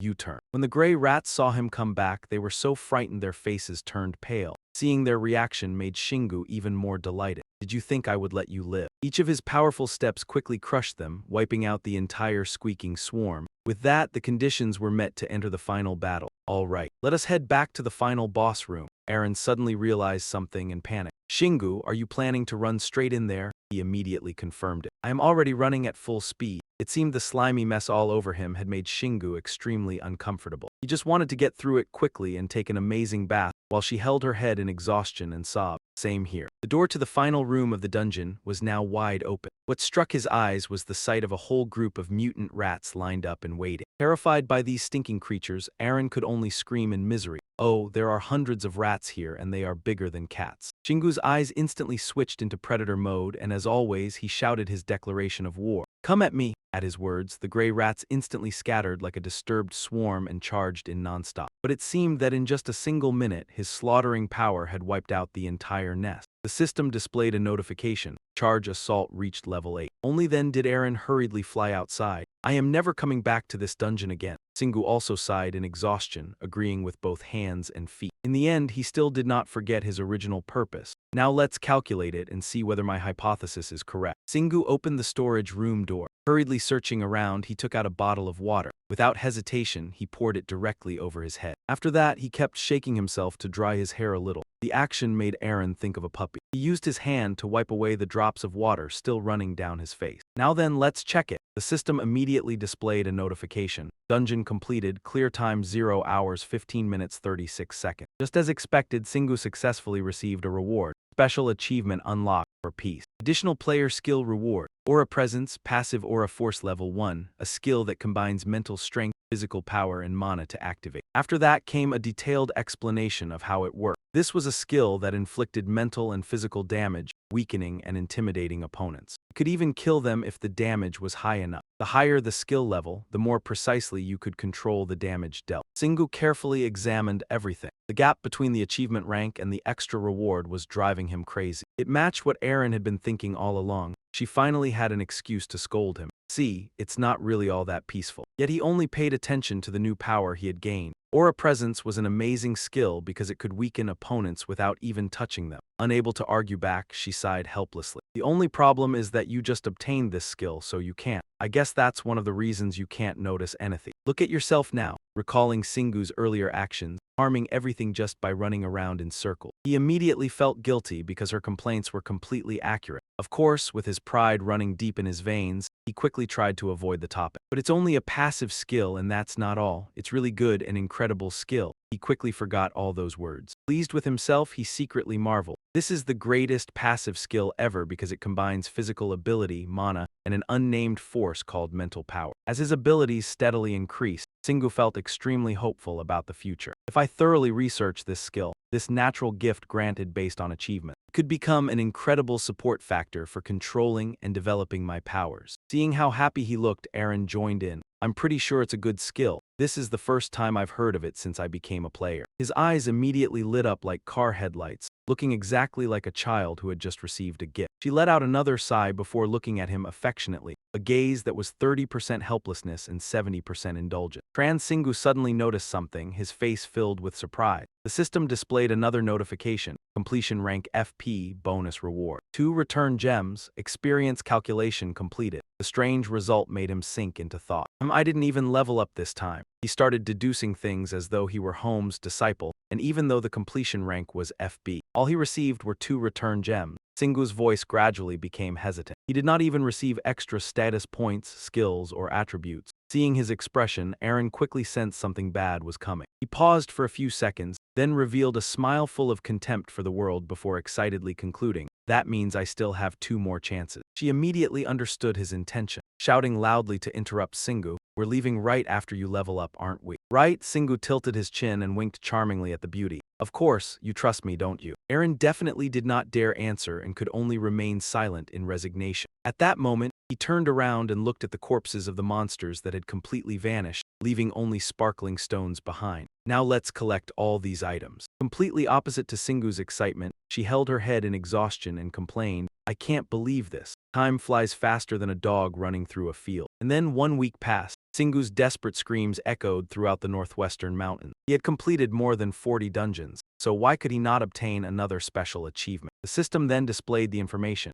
Singu, player level 35. At last, they finally stopped after their long streak of battle. He sat on the bed, still unable to shake off his disappointment. Aaron knew her companion was in a terrible mood, so she tried to comfort him. 3 hours had already passed since Singu entered the resting area. Maybe he should sleep a little longer. But all she got in response was more frustrated muttering. Why were all the skills already so perfect? He felt incredibly disappointed, clutching his head as he desperately tried to figure out the reason. He loved how quickly his skills leveled up. And after conquering several more archdemon dungeons and absorbing the essence of giant demons, it had granted him even tougher skill. He meant iron skin, and it was also a great skill that would probably save his life someday. The more he thought about it, the more confused he became. Shingu was officially losing his mind. But why couldn't he gain any more outstanding achievements? Aaron hurriedly tried to comfort him, afraid the whole house would catch fire if she didn't act fast. Those weren't things you could get just because you wanted them. Watching him overreact to everything made her laugh unconsciously. "The way you are now already seems freakishly overpowered to me." Only then did she calmly explain what she knew. An ordinary player could never gain 2 status points for strength, agility, and stamina every time they leveled up. That was considered completely abnormal. Players could receive bonus points if they were lucky or unlocked new achievements. Shingu stopped throwing a fit and listened carefully to every word. For example, mana stats only increased by 1.5 points with each level up, which made them easier to control. But in the end, Aaron pointed directly at him and concluded that his leveling method was completely different. From the very beginning, he had never been like other players. His mana only increased by 1 point per level, far too little and unbelievably stingy. But the consequence of that was the key point. His other physical stats increased by 2 points. That meant he was far stronger than players of the same level. Shingu nodded in agreement and sat obediently while listening to her explanation. The amount of mana itself didn't have much impact, but the way he used it did. She didn't know whether it was because he was an illegal player or if he had simply been special from the start. Suddenly, Aaron paused for a few seconds, her expression turning serious and dangerous. "But sorry, Shingu,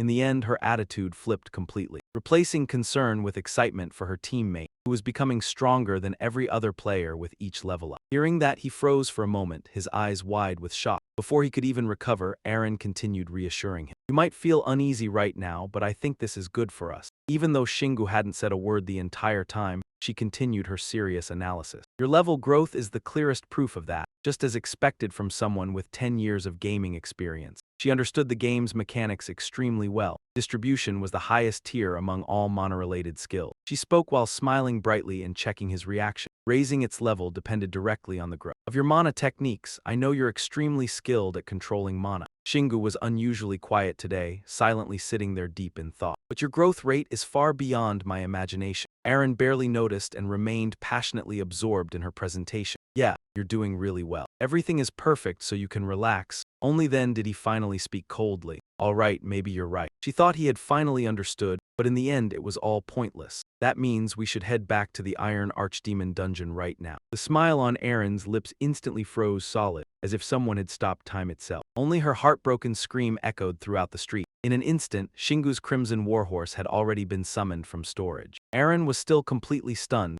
repeatedly asking the same question as she refused to accept reality. Are we really going there again? He quickly put on his helmet, eager to head out immediately. And he really could leave right now, but if we don't go now, she never expected him to play dirty and target her weak spot like this. My coworkers are going to starve to death. Aaron hesitated, still trying to find an excuse to stay home. You know, I've already cleared almost every dungeon in Seoul. But that's nothing compared to all the dungeons across the entire country. We don't have to make the hardest decision right this second. But Shingu firmly insisted that this was exactly why they had to go, leaving her somewhat confused. Shingu seriously explained what he had been thinking. He wanted to deal with that dungeon before leaving Seoul. It would become a huge problem if those monsters escaped. This time, Aaron Sickle was the one left speechless, unsure how to respond. He remembered the Savage Iron Great Demons and honestly revealed his concern. Every single one of them was a highly trained warrior who loved fighting. Once released, they would slaughter endlessly. He knew South Korea was full of high-level players. He hesitated slightly before voicing what troubled him. But aren't the Great Demons supposed to be the most terrifying enemies? Aaron felt he was worrying too much and tried hard to reassure him. But at this rate, you'll surpass them in strength within just 10 days. We still have plenty of time before the dungeon outbreaks begin. Spending time fighting side by side with him had made her realize quite a few things about him. The way he developed himself definitely couldn't be considered normal. Maybe it was because he was completely prepared to grow stronger. Then countless thoughts flooded her mind. Or maybe it was because he never stopped training himself. Or perhaps his talent was simply extraordinary. Or maybe it was all of those reasons combined. Suddenly Shingu spoke and pulled her back to reality. That's exactly why he had to go. He silently stared at his sturdy hands and clenched them tightly into fists. Even if he still couldn't overpower them, he still had a chance to fight. That was just the kind of person he was. Once he made up his mind, he would never change it. This was the perfect moment, the only moment when he could improve both his skills and his body. While opening up about his thoughts, Shingu subtly observed Aaron's reaction. He also hadn't encountered any truly difficult enemies recently. He didn't want to ruin that by leveling up through boring dungeons. In the end, he emphasized his point once more. This was the perfect opportunity he had been waiting for. The only chance he had to challenge himself by fighting those monsters. Aaron wasn't the stubborn type, so she could only sigh and give in to him. All right, you've convinced me. She quietly blamed herself, though she intentionally made sure Shingu could hear it. You want to level up by taking on difficult dungeons. But I'm also the one who convinced you to level up through easier dungeons. Then she turned around and asked again, so you're planning to train yourself against great demons? He remained completely unwavering and coldly confirmed, exactly. Aaron finally gave up trying to persuade this stubborn man and could only offer a few words of caution. You really do say terrifying things way too casually. But before we leave, I want to warn you about something. Shingu listened seriously. What is it? As he spoke, he sped the motorcycle down the main road at full throttle, like a true king of the streets. The feeling excited him. Watching everyone move aside for him made him feel like he was driving an ambulance. At some point, Aaron had already settled herself inside his jacket pocket. It's because of your innate skill, Sickle. That's why I warned you to be careful before. He felt a little guilty and awkwardly explained, I tried to hold back as much as possible, but it still happened. Questions surged through his mind once again. Body and mana, mana and body. There was still far too much about this skill that needed research. Shingu already had some theories, but there were still problems. If things were more peaceful, he could properly study this skill in a resting zone. The things he didn't need were abundant, while the things he truly needed were scarce. Time was the same. Suddenly, Aaron noticed something, her eyes lighting up as she shouted, We're here. Hearing that, he swiftly jumped off the bike and skillfully drove the motorcycle into the storage gate. Just as she suspected, they had successfully found the entrance to a dungeon. The system immediately displayed the information. Advanced Great Demon Zone Dungeon. Danger level extremely high. Proceed with caution. The massive crack in the road was probably because he had already come here once before. But the entrance gate looked rather unstable, to the point where he could probably open it with just a flick of his tail. Without hesitating any longer, he decisively slammed down his chaos tail once more.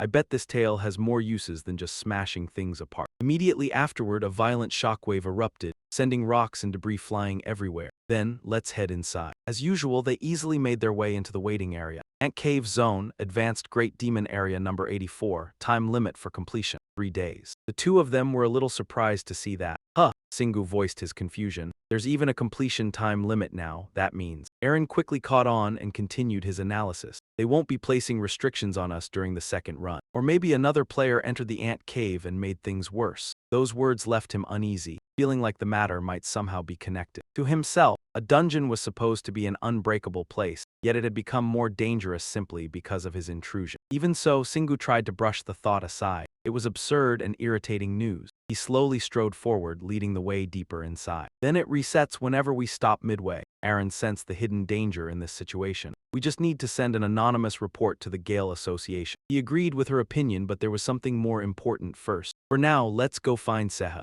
At that moment, guided by her sharp sixth sense, she seemed to instinctively know where their teammate was. Women's intuition was truly accurate. Aaron pointed in the direction she had sensed. He's over there. Seher appeared looking utterly exhausted and disheveled, and all the food supplies had already been devoured. Seeing him in that state, Singu couldn't resist taking a jab at him. "Are you dead yet?" Startled, he awkwardly replied, "No, not exactly." Then he looked at Aaron as if delivering his final words. "I'm trying to get used to not having a body anymore. As time passes, I can shrink down to Aaron's size." Seha's weary eyes slowly closed. His voice grew increasingly gloomy before fading away without a trace. Aaron was naturally soft-hearted, so hearing those words made her even more emotional. "Singu is here, so stop talking like that." He really had become much more gaunt, and with a heavy heart he shared his feeling. "I was honestly shocked. I felt scared and jealous." Singu wasn't as cold as he looked on the outside. Anyone seeing their teammate like this would feel heartbroken. He looked like someone on the verge of death. "I don't want to watch anyone die in front of me, especially not someone I know." Aaron perceptively saw through his thoughts and stayed by his side like a personal tutor to explain things. "You're still not used to loss. Other players have gone through losing their teammates several times already." Seha weakly joined the conversation. "Anyway, I'll stay here and wait, even though I should be going with you to help." He remained dejected, like someone who had lost all vitality. "I feel like I'll lose myself if I leave this place." Hearing that, Singu frowned slightly in surprise. He turned his face away, yet sternly gave Aaron an order. "Even though I should help you too, Aaron, stay here." With his usual arrogant attitude, he tried to ease some of her worries.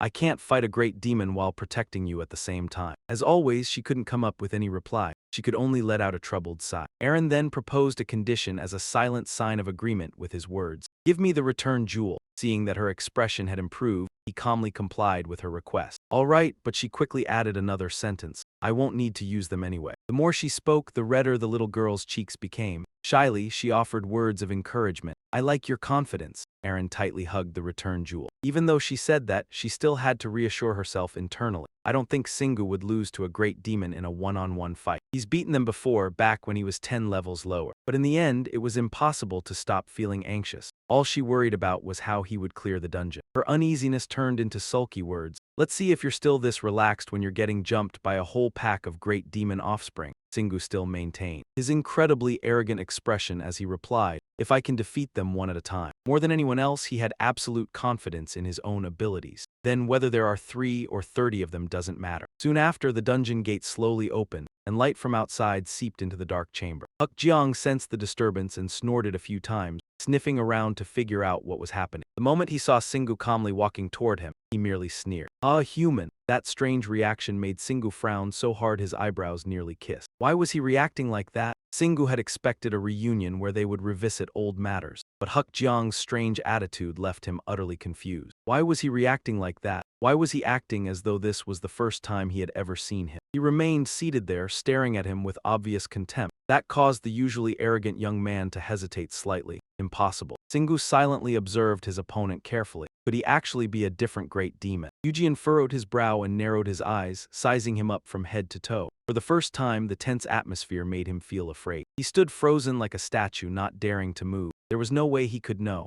At last, Eugene spoke first. You are a magnificent warrior. You are completely different from other mutants, whose mana is unstable, even though they are still weak. Eugene lavished praise on his abilities, his sturdy body, and his refined skills. He roared with delight, revealing his sharp teeth. Wonderful, I never thought a human warrior like this could exist. Being praised to the skies by his opponent left Shingu with no choice but to accept it awkwardly. Well, whatever, those words had helped him probe Eugene. At the very least, he was still saying similar things. The moment he thought of that, he gripped the black wolf weapon tightly and charged toward him like an arrow. Charge! His battle cry gradually echoed throughout the room. Take this, Eugene laughed with delight, clearly satisfied with this worthy opponent. A brave and reckless attack, not bad. He also rose to join the fight, taking a stance and preparing to counterattack. Shingu used mana, creating blazing energy flames that wrapped around his entire body. He circulated his inner power and roared with intimidating punishment. Eugene immediately sensed the threat, and his body suddenly became extremely heavy. In the blink of an eye, one attack directly sent his helmet flying. The clang of metal hitting the ground rang out sharply. For a moment, he was stunned. That single blow had officially enraged the monster. I did not think I would lose from the very first attack. Shingu was extremely pleased by that reaction. Now I can use several skills at once through charge. Things will not be the same as before. He did not hesitate to mock his opponent. Are you even awake? Although Eugene was temporarily at a disadvantage, he was not so easily subdued. A simple skill, yet powerful. Do not jump to the conclusion that you are the only one who possesses it. Shingu understood that Eugene still had not truly entered the fight, so he provoked him. I know, then prove it. Eugene no longer held back. His eyes blazed red with murderous intent. I will show you the power of an archdemon. At that moment, he remembered Arin's warning. In reality, archdemons could use all of their mana to operate mechanical armor, but that did not mean they could not use any skills. An innate skill would reveal itself once he had experienced enough fear. At the same time, Eugene had finished his transformation. This was exactly the key point Arin had mentioned, an innate skill. It was as if his power had increased by 200%. He let out a thunderous roar. Then he suddenly rushed forward as fast as the wind, leaving only a faint afterimage. In the blink of an eye, his axe blade was about to cleave straight down onto Shingu's head. Fortunately, Shingu managed to step back in time and avoid the fatal blow. The axe blade struck the ground and split open a large section of it. The rapid series of actions left him momentarily stunned. The archdemon had suddenly become far quicker than normal. Although he knew Eugene's strength was formidable, it seemed he had been too careless. That last attack was somewhat troubling. Shingu kept himself calm. He began thinking carefully and said, I see, so that is your innate skill. Eugene admired his courage, the spirit of someone who dared to face the full power of an archdemon head-on. I think I am starting to like you even more. Despite the tension, Shingu still wore a confident smile, staying in control of the situation. Then he carefully calculated his next move, just like before. Back when I was still weak, I could not tell whether he had a skill or not. Fighting continuously against many formidable opponents had taught him quite a lot. The knowledge I gained while using charge has become a wonderful source of strength that is useful to me. Eugene found his calm attitude deeply irritating. If that is all you have, you will never defeat me. Shingu naturally refused to back down and shot back. All you have, that is what I wanted to say. As soon as he finished speaking, the two warriors immediately charged at each other for a decisive clash. Eugene powerfully swung a horizontal slash toward his face, but fortunately Shingu leaned back in time and dodged it. Shingu quickly swung the black wolf weapon in response, but Eugene also ducked down and avoided it easily. Shingu showed off by spinning the hammer like a windmill, creating a ring of energy. Then once the mana had gathered, he aimed directly at Eugene. Yet Eugene still managed to dodge, causing the hammer to slam straight into the ground. So Shingu decided to let go of the weapon. Shingu quickly used his mana distribution skill, concentrating energy into his shoulder. Then he drove a direct shoulder charge into Eugene's midsection. The sudden blow left Eugene no time to react. The internal damage made him cough up all kinds of viscous matter. Just as he tried to regain his senses, he saw Shingu charging toward him once again. The damaging effect of the move made Shingu extremely pleased. I increased my speed with charge and converted it into punishment when my shoulder collided with him. Immediately after that, Hook Yan was sent flying and slammed hard into the wall behind him. He wearily wiped the sweat from his forehead, not forgetting to praise his opponent. Phew, you really are amazing. Looking down and seeing that even though Hook Yan was sprawled on the ground,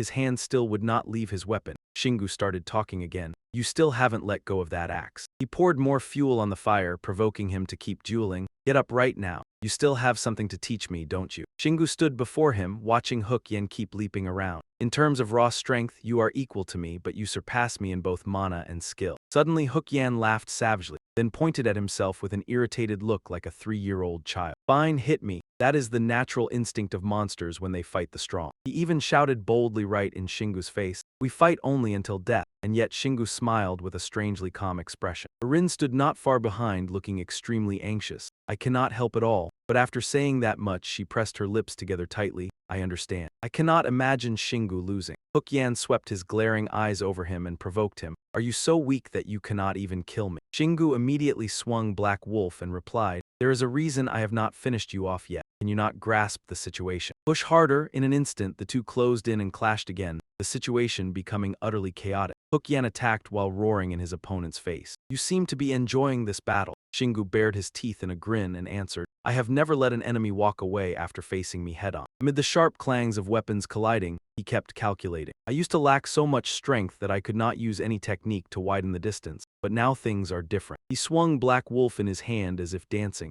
Every time I clash with him, every time I dodge his attacks, I connect with myself. I can feel myself gradually growing. His fighting spirit showed clearly on his face. The more Shingu fought, the more he felt as if he were being recharged. This feeling is exhilarating. With that thought, he aimed straight at the furious, scowling Hook Yan. I am only fighting one iron ogre right now, but what will happen next? Shingu landed on the ground. That grumbling attitude still had not disappeared. If I become stronger, I can fight stronger monsters and the thrill of overcoming enemies. The surge of exhilaration reached its peak, forcing him to speak. It will definitely be amazing. In an instant, Shingu threw himself back into close combat with his opponent without hesitation. Using a vast amount of energy without worrying about anything is all I want. Facing enemies overflowing with strength and monsters that I must destroy, nothing can stand in my way. Suddenly, Black Wolf in his hand shone brightly, as if infused with energy from its master. I can use every skill I have learned until now. I can even improve them. Punishment. Without hesitation, Shingu lifted it and smashed Hook Yan down in a single blow. His mental strength made him feel more excited than ever. I can still learn new moves and use them too. The final swing of the hammer made Hook Yan cough up blood. The armor on his body was almost completely destroyed as well. Looking at Hook Yan lying flat on the ground. With no resistance left, Shingu praised himself. I won. I did not even need to use fire magic. And he had destroyed his opponent using only mana and physical techniques. But very soon, Hook Yan struggled back up and gasped, I lost. Hook Yan looked at the imposing Shingu before him and sighed in admiration. Warrior, there is nothing more you can take from me. Your technique is already perfect. He forced himself to sit up and continue. Whether you can harmonize it with mana once this is over is something you must train further. Shingu rolled his eyes, showing that he agreed with his opponent. That is exactly what I was thinking too. Shingu turned his gaze toward Hook Yan's broken hammer. That is why I wanted to fight an iron ogre, to gain a clue. But these guys do not have a fixed martial art technique. Then he looked again at the wretched Hook Yan before him, who could not even stand up. They are only good at fighting by using their bodies to seize victory. Suddenly he laughed inwardly. Unfortunately for them, I have an innate talent in that same area. Only now did Hook Yan begin to recover from the battle just now, and his words became clearer. I am certain that you will want the skill that moves with the rhythm of the breath in my heart. Hook Yan pointed straight at Shingu and explained, but that is a power reserved only for a select few great ogres who have proven their worth. As a human warrior, you will have to find your own opportunity. He closed his eyes and spoke vaguely, looking very mysterious. I have already been able to see the beginning of it. Hearing that, Shingu asked in surprise, the beginning?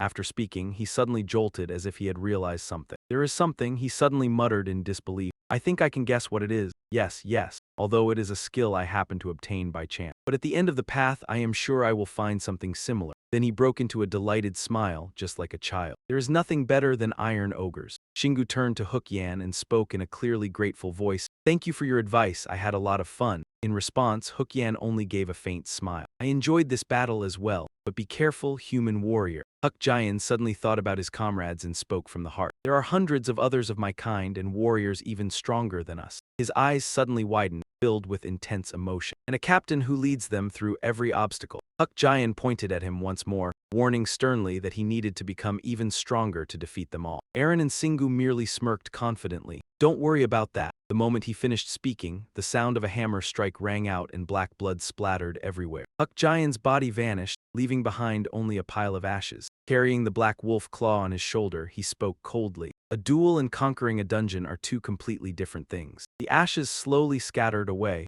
revealing a shining crimson jade hidden there all along. You could only use basic combat techniques and skill. But you never used your immense energy reserves, did you? Singu said as he turned and walked away coldly. I suppressed my killing intent and didn't even use the black wolf claw's full power. Only then did Aaron run over to admire the treasure on the ground. Suddenly, he turned back toward the place where Huck Giant vanished and smiled. That's because I wanted to defeat my enemy using only my raw physical strength, mana capacity, and combat skill. At the same time, she hugged the stone to her chest and flew back toward Singu while listening to his explanation. But that wasn't the only reason he prolonged the battle. Thoughts continued surging through his mind. I've gathered enough information now. I've perfectly analyzed the Iron Great Demon's strength and how I need to move against them. He unconsciously imagined himself standing before a dark cave, thinking about how he should move inside the dungeon. Then he returned to reality. Singu raised his hand and examined it carefully. I still have half my mana left. I think I should start conserving mana now. He stroked his chin thoughtfully while calculating. Meanwhile, Aaron stood beside him with flushed cheeks, watching closely. Should I wait until I've fully recovered? No, if I can't conquer it. Singu gripped the black wolf claw tightly with both hands, silently determined. I can use the return jade to heal and escape. I mean, I could have saved a lot already. Right now, if I just kill one monster. After thinking it through, he declared decisively with an excited expression. All right then, let's try it in the next room. Immediately, Singu rested his chin on his hand while calculating, his face blank with thought. Every room in this dungeon is spaced far apart. I caused quite a commotion in the first room, but no monsters appeared. Hearing that, she chimed in. You should be glad about that. But Singu paid no attention to Aaron's words. Or maybe they thought it was some sacred duel and chose not to interfere. They were definitely right about that. His childishness made her laugh softly. That's not it. Aaron switched into teacher mode and began explaining. Normally, dungeon rooms are designed so they cannot be invaded. She patiently explained every detail. That's an unspoken rule. Unless players deliberately attack while moving from one room to another, or try to destroy the entire dungeon, the monsters will not attack first. He nodded as if he understood.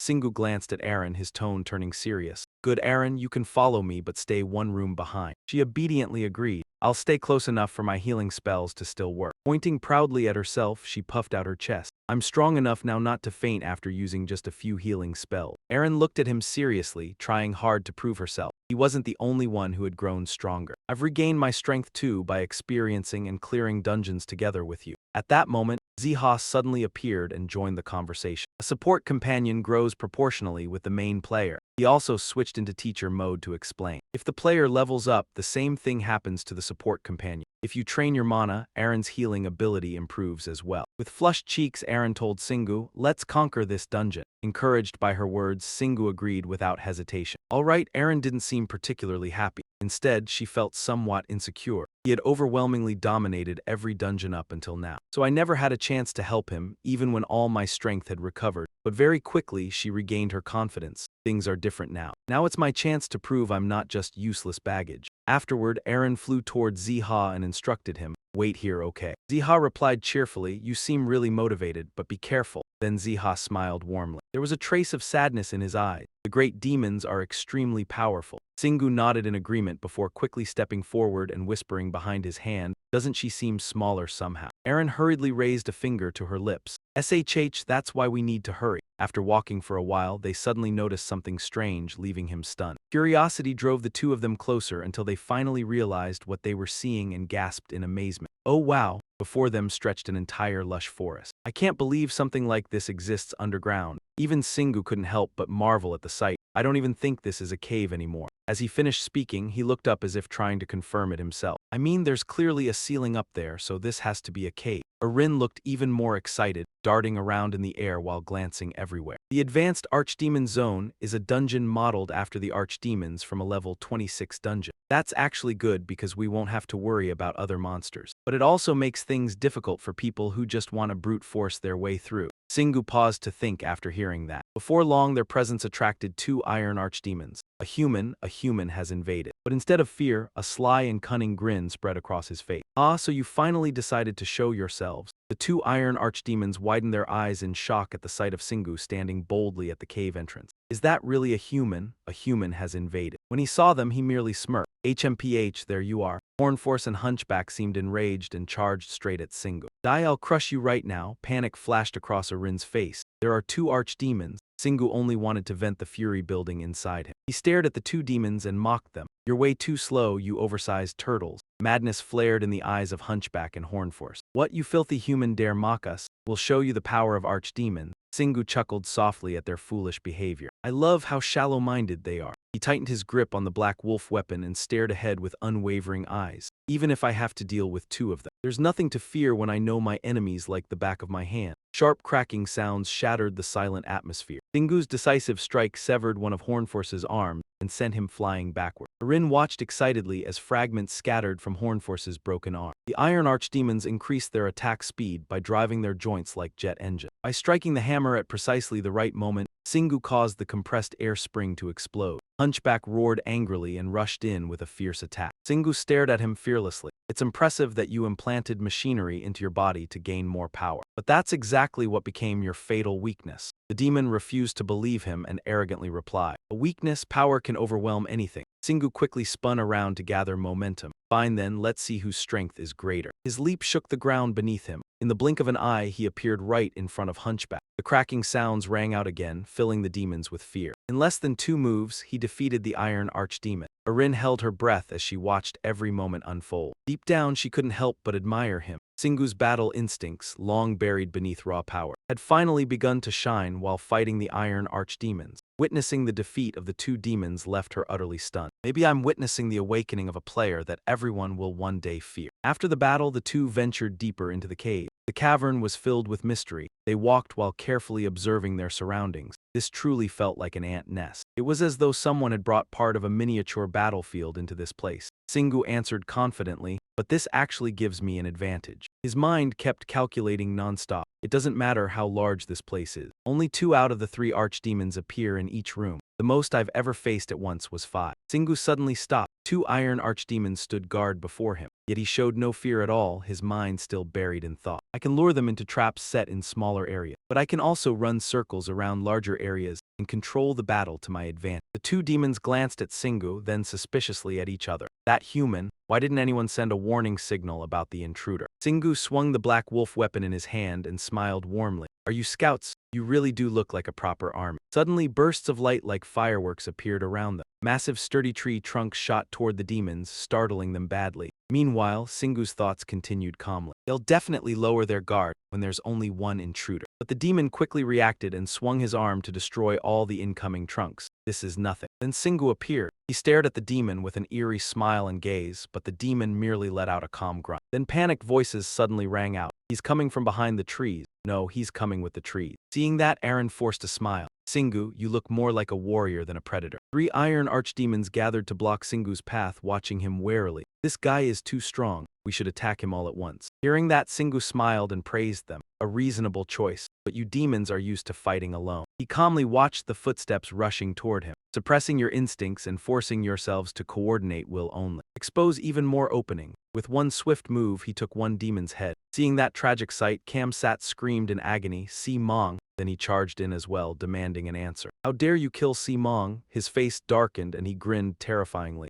Heh heh, you will meet him soon enough. Seeing him like that, Arin could only smile awkwardly. You look just like a villain, Singu. From above, Kamset shot down like an arrow. You have gone too far. Thanks to his agility, he managed to turn and counterattack in time. The black wolf claw tore through the air and struck straight at his face. The remaining one was pockmarked. Seeing him throw the black wolf claw away, the demon immediately cursed. Idiot, you just threw away your only weapon. Before he could do anything, Singu rushed forward and punched him barehanded. Lip looked at him with contempt. A weapon is only a tool. Yes, Pockmark began foaming at the mouth, his face gradually turning pale. Seeing that, Singu was slightly surprised, so he gave him another punch. The demon writhed and gasped, "How can you use poison?" Hearing him say that, Singu was completely stunned. Poison. Arin quickly flew to his side and explained, "Singu, your gloves." He instinctively looked down at his gloves, thinking to himself, "These gloves are very effective in both defense and offense. I have used them many times already. But is this not the first time an option has been activated?" Next, information about the venomous chaos bug fangs appeared one line after another. Below it was an additional piece of information. A pair of gloves crafted from the essence of an extremely poisonous Z species. Their durability is enough to protect your hands, and the small hard spikes on the knuckles can be used to attack enemies. Singu gazed at the venomous chaos bug fangs and wondered, my proficiency is over 50%. Is that the reason? Aaron immediately explained to him, whether traits appear early or late depends on their power. Then she looked toward the black wolf claw. On the other side, the first trait of the black wolf claw still had not appeared. He recalled the information he had been given before and formed a theory. The black wolf claw should have 2 traits. It can also poison enemies like the gloves, but the chance may be so low that it has never happened. And the first trait still has not been revealed. I have passed the halfway mark on the proficiency gauge. Thinking that, he looked thoughtfully at Aaron. So what happens when proficiency is maxed out? She continued softly, the weapon's stats will increase and you can use it at a fusion altar. There are many altars like that. After hearing that, Singu clenched his fist. Honestly, I still have a long way to go before it is full, so I will ask her how that altar works. When I obtain it, a thrilling feeling rose in his heart as he thought about those things. It is still a good thing that I am getting stronger. First fire, then poison. It feels great to be able to use many powers at once. After finishing his thoughts, he turned and asked Aaron,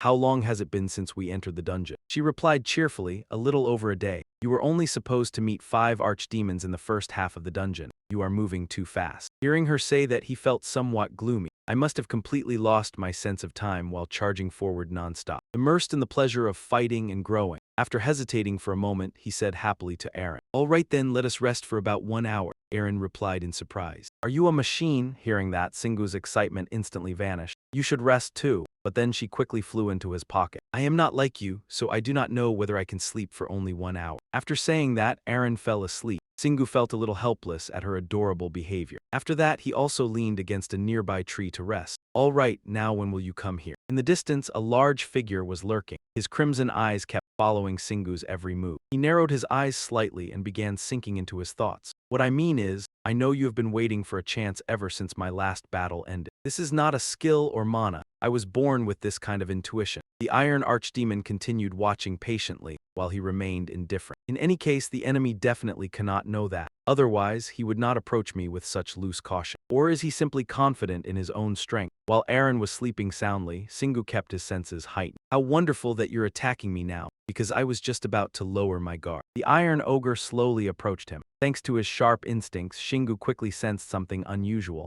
Isn't this a little suspicious? I think it's trying to analyze my breathing. After thinking it over, he smiled faintly and judged. As expected, it's a sharp one. Its presence was far stronger than any other Iron Ogre, and with that level of stealth. At last, the Iron Ogre revealed itself. Its name was Blood Axe. He secretly guessed that this had to be a high-level monster. Even with his eyes closed, Shingu quietly listened to its footsteps. It's coming. No, not yet. It stepped back again. He stood still, his calm appearance hiding all the calculations in his mind.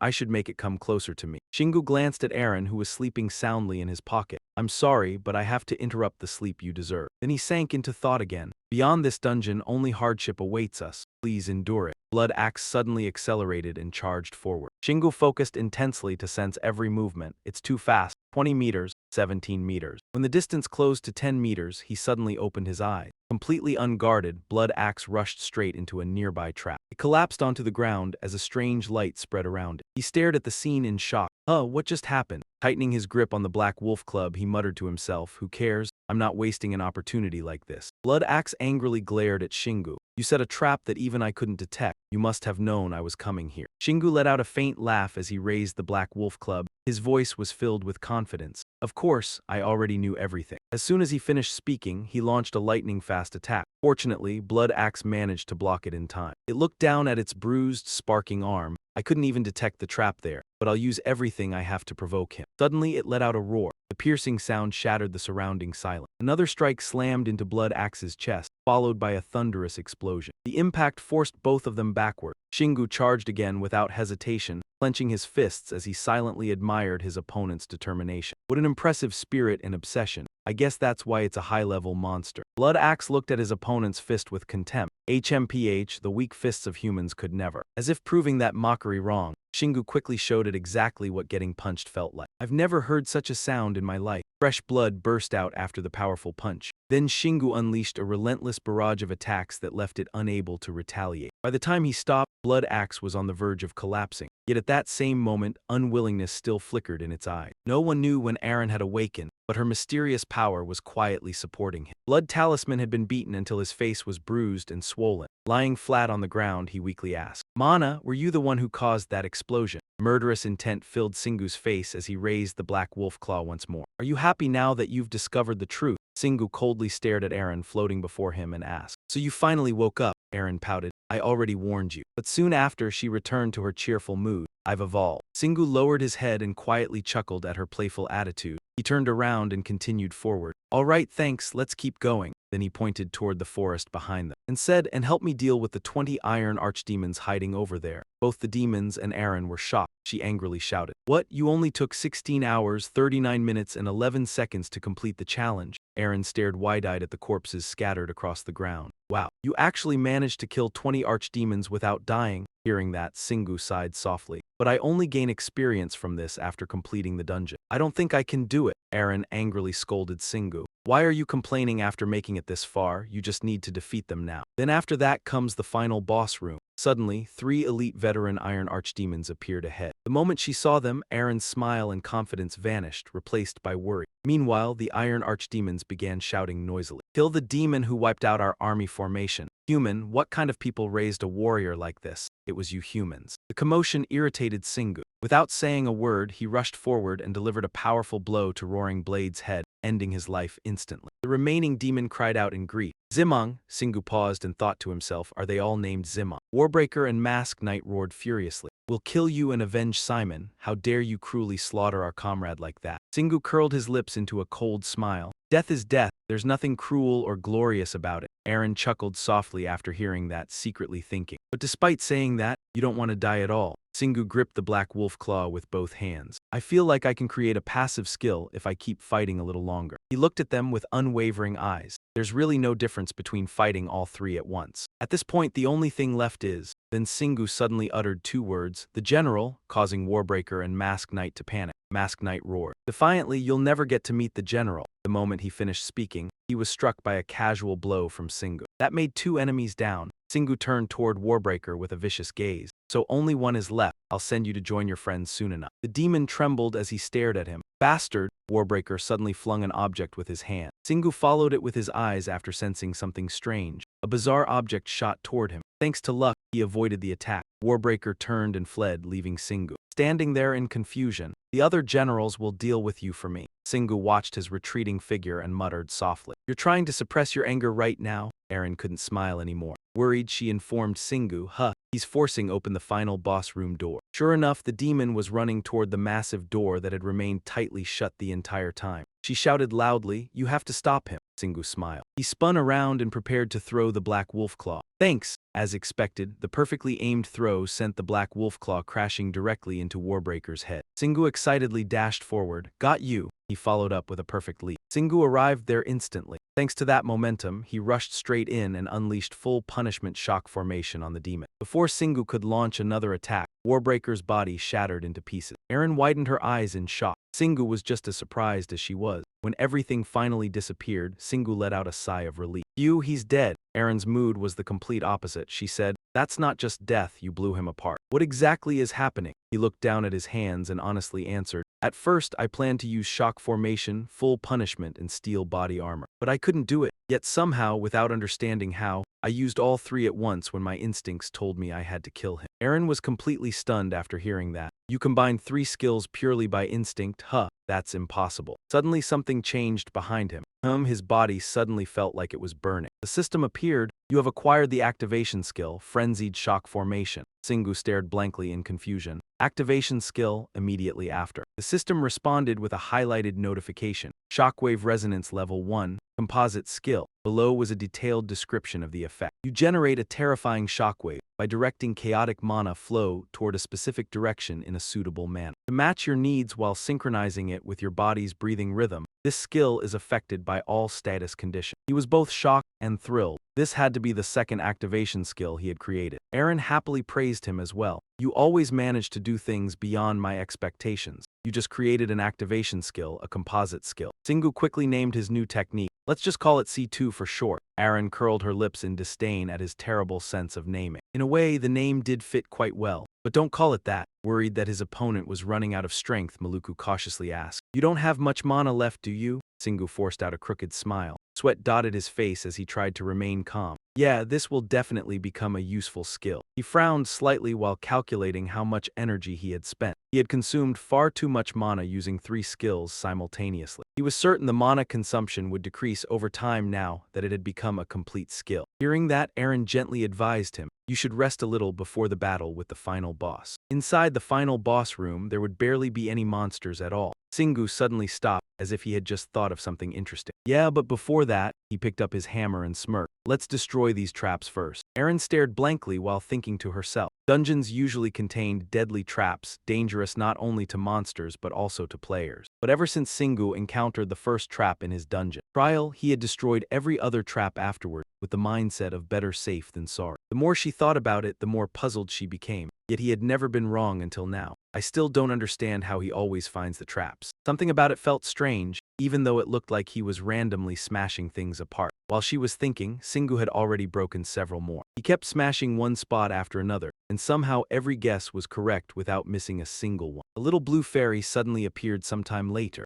Aaron was surprised by how adorable she looked. Singu, on the other hand, frowned as though he were irritated. The fairy slowly opened her eyes before quickly speaking up. Greetings, dear customers. Would you like a refreshing glass of cold water before entering the dungeon's final boss battle? The two of them were so stunned they nearly fell over. After calming down, Singu picked up his hammer. He glared fiercely, intending to eliminate the fairy immediately. I should destroy this thing since I don't know what kind of trap it is. What? Aaron hurriedly stopped him. Wait, please don't. A short while later, after the fairy had explained everything to them, she rolled her eyes at their shocking reaction. The fairy noted that his response was exactly like every other person. Only then did Ruta excitedly introduce herself. That's right, I'm the fairy merchant Ruta. I can fly anywhere you want. Singu stroked his chin while carefully observing every detail. She didn't look like a retired player like Aaron or Seha. He cautiously probed, Are you a monster disguised as a human? Even though she was being misunderstood, she calmly explained, You can call me a monster. Mistake me for a retired player, or conclude that I'm related to the dungeon system. Ruta calmly shrugged, I'm simply a merchant. I only provide wonderful items at reasonable prices. Singu turned to ask for Aaron's opinion and she eased his suspicion. There's nothing like this in Celestia. She hesitated before adding, I know dungeons are full of unexpected events that don't exist in Celestia, but the appearance of someone who doesn't even resemble a monster. Aaron looked at him with determined eyes, trying to persuade her companion to trust her instincts. An intelligent third party like this is far too suspicious. Ruta merely stood silently to the side while the two discussed things. Suddenly, Singu remembered a piece of basic knowledge. I'm sure she'd be called an NPC, the kind you mainly see in role-playing games. A character with artificial intelligence who helps players throughout their journey. He had quietly determined the identity of the girl before him. That concept matched her perfectly. Seeing that the two still couldn't reach a conclusion, Ruta comforted them. I know I seem suspicious, so calm down, and I'm sure you understand this. She wanted them to know she had absolutely no ill intentions. I have no desire to harm you or even fight you, even after hearing that. Singu remained cautious. That's exactly what makes you dangerous. He pretended to act friendly. All right, help me out here. What is it? If you're a merchant, then what exactly are you trying to sell me? Thinking her customers had finally opened up to her, Ruta became visibly excited and replied, Exactly, it's all about trading goods. All I want are crystallized essences. She laid out every tradable product she had. Things you might need like recovery potions, equipment, and so on. Everything you need inside a dungeon. I'll give you anything as long as you pay a fair price. Shingu seemed to be gradually convinced because she wanted essences, not dollars. Ironically, I guess I can trust her a little more. He started rambling. Well, it was just one step from someone who would scam parents to someone who would scam his friends. Instead, Shingu jumped in. With that nonsense, Aaron sighed helplessly. That's not He drooped sadly. I don't even have friends. Hearing that, she froze. What a depressing comparison. Watching the two lonely people talk to each other made Zuta stand there grinning from ear to ear. Ha ha ha, she quickly found another unique, down-to-earth business angle. She held the item out to her customer because you can't completely trust me. I'll give you a free gift just this once. Shingu's eyes widened in disbelief. A gift? This vitality potion looks very real. From the size of the bottle cap to the label itself, Zuta handed it to him. She was completely confident in the product she sold. The official interface appeared, so it definitely wasn't fake. Go ahead and check it. The system displayed the item's information. Vitality potion, a medicine that can easily be mixed into a soft drink and helps reduce strain on the body, restoring vitality and stamina. Shingu vaguely sensed something suspicious. Have you been watching me? Zuda smiled slyly instead of answering his accusation. She cheerfully analyzed him like a real physician. You look like you really need some rest. Without the slightest hesitation, he gulped it down. Aaron anxiously tried to stop him. Please don't, he smiled to reassure her. It's fine. The interface couldn't be fake, so she felt she might have been worrying too much and didn't argue with him anymore. That was true, the system announced. Your vitality and stamina have been restored. Light radiated around Shingu, and he could feel something healing his body. Oh wow, after absorbing the potion, he became a lone wild wolf. Aaron could only stare in silence. He suddenly seemed much more excited than usual. Shingu could feel every muscle fiber clearly changing. It was incredible. I've been racing through the dungeon for the past few days without ever getting proper rest. I was completely exhausted until just a few seconds ago, but now, all of it felt like an unreal dream. Knowing the perfect moment had arrived, Zuda immediately made another pitch. Would you like to buy a mana potion? Right now, I'll give you a special discount for your first transaction and sell it to you for 5 iron ogre essences. She used a sweet voice to tempt him. I'm sure the reward will be greater if you recover right now, rather than waiting for it to recover on its own before going to exterminate the final boss. Aren't those wonderful benefits? Shingu flatly refused. I just can't bring myself to like you. Even after being rejected so bluntly, Zuda still replied cheerfully and smoothly. Oh no, I'm starting to grow fond of you, you know. Shingu had a sharp tongue, but when he saw something good and useful, he still held out his hand to trade. Fine, give me the mana potion. Being a capitalist at heart, Zuda quickly took the payment and stored it away. I'll accept 5 iron ogre essences. Thank you, honored sir. Only after counting the full payment did she place 5 vitality potions on the ground. A moment later, after Shingu drank them all, he began to feel their effect. All right, it looks like my mana has recovered. Seeing her customer looking refreshed, Zuda was very satisfied. Do you need anything else? I guess not. She politely bowed and said goodbye to the two of them. Then I'll see you next time. Please treat me well, Zuda the fairy merchant. Then she vanished in an instant. Aaron waited until she had left before pouting unhappily. I hope we never have to see her again. Shingu gently soothed her mood. At least we found a living being I can talk to about the dungeon. He started making guesses on his own. Maybe she also knew some secret about the Sky Castle. Seeing him look so naive made Aaron feel dazed too. She pulled him back to reality. She won't give anything away that easily. Shingu thought so too, but he still had hope. All right, we'll just wait and see. He hurriedly brushed aside the unfinished discussion and turned his attention toward the final boss. Those things no longer mattered right now. The most important thing was the great demon general. He looked around from side to side and assessed the area. The final boss's chamber looked as if it had been built on top of a mountain, and it was too spacious for him to simply rush in and crush the final boss's head. Before them was Teemo, the Iron Ogre General. He sat arrogantly on his throne with a pile of dead people on the ground beneath him. With an extremely terrifying face, he growled, "The one who imprisoned me here. Are you even human?" Shingu only sneered without answering. That half-smiling, contemptuous silence only made the tension worse. The demon was extremely irritated. Never before had anyone dared to act so arrogantly toward him. Despite his proud expression, Shingu was secretly praying inside. Just being stared at by him already made it hard to breathe. The aura he gave off was completely different from the other great demons. After a moment of silence, he finally replied, "That wasn't me, but whatever, let's just say it was." In contrast to his bold attitude, Aaron was so terrified that her face turned pale and she didn't dare say a word. Teemo became interested seeing such courage from his opponent and let out an excited chuckle. He was thrilled by this insignificant little creature. "You recognize my rage and your own weakness, yet you still dare say that." Shingu gave a teasing wink. "I think it'll be easier to fight you if you completely lose control." Aaron widened her eyes in horror beside him. He was provoking the enemy even though he wasn't even sure he could win. Teemo went berserk, growling like a savage beast. Shingu quietly wondered about his own limits. "I've always been curious about one thing. How would I act when I finally crash into a wall?" He kept telling himself he had to win this battle. "I guess I finally found my answer here." He confidently challenged his opponent. "Yeah, I've never backed down." He immediately took the initiative and attacked. "I've never done anything halfway in my life, so I'm not used to giving up. I don't care how high that wall is." Shingu's only goal was to break through his limits. "I'll keep running and running and running until that wall collapses." Burning with determination, he stepped forward steadily. "I've decided not to think about anything else anymore." A fierce declaration rang out. "Hit me." Without disappointing him, Teemo immediately agreed. "Fine, what's the point of using that stupid brain of yours anyway? I'll take your head."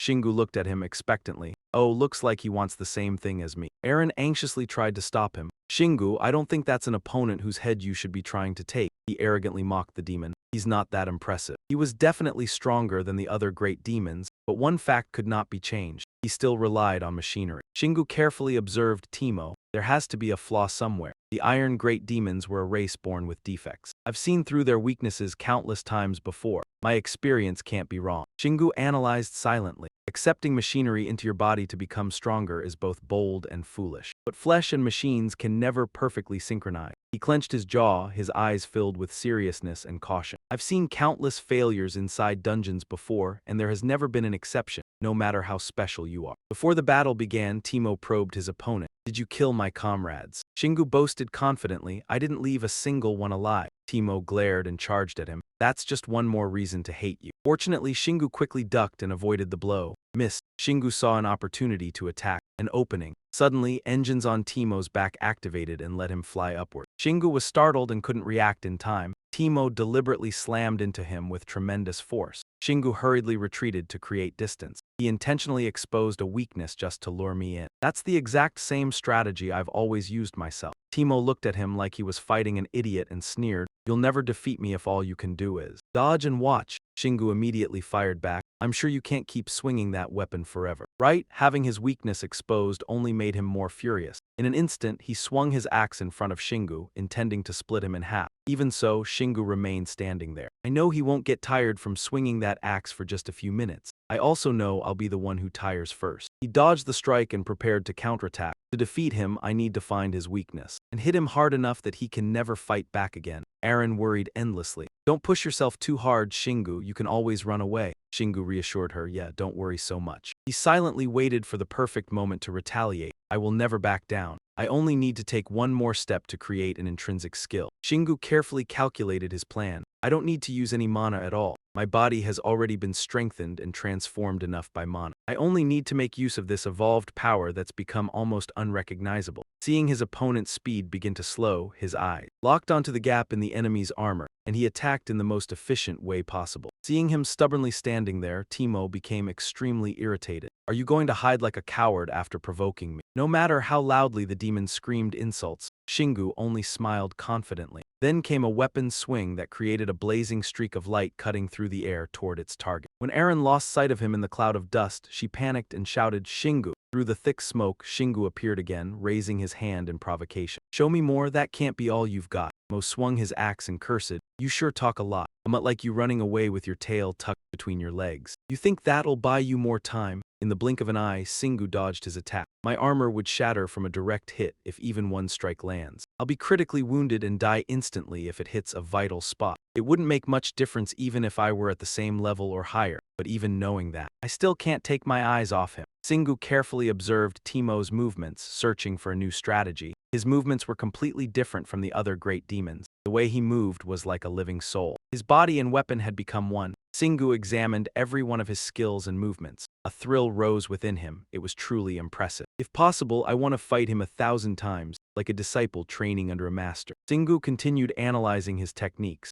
I'll abandon active skills and push passive skills to their absolute limit. He had created a martial art technique that no one else could imitate, all thanks to that monstrous body of his. Watching from afar, Erin gasped in admiration. I can see what Shingu is doing. He's using the bare minimum amount of mana to dodge those attacks. From that demon, I know what he's aiming for. She suddenly realized how abnormal it was, yet it wasn't worth risking his life like this. The demon soldier gradually lost patience. Damn brat, you're pretty good at dodging. Hearing the compliment amused Shingu. So you're saying I'm good at dodging? Suddenly, something unexpected happened before Timo's eyes. What the hell? There wasn't a trace of fear in Shingu. Instead, he provocatively taunted him. I've never had to run away like this in my life. But you know what? I'm actually very good at it. I guess that's what makes me different from you. Shingu raised his head proudly, determination blazing in his eyes. Timo began to fear that overwhelming aura. He deliberately shouted loudly to reassure himself. You're all talk. So you're using me as a training dummy to practice your dodging techniques. His words fell on deaf ears. Then show me more of what you've got. Shingu's footsteps gradually shifted. Time to move on to the next stage. Can I use blink from dash step or not? Holding the black claw tightly, he calculated the perfect timing to evade the enemy's attacks. But Timo struck first,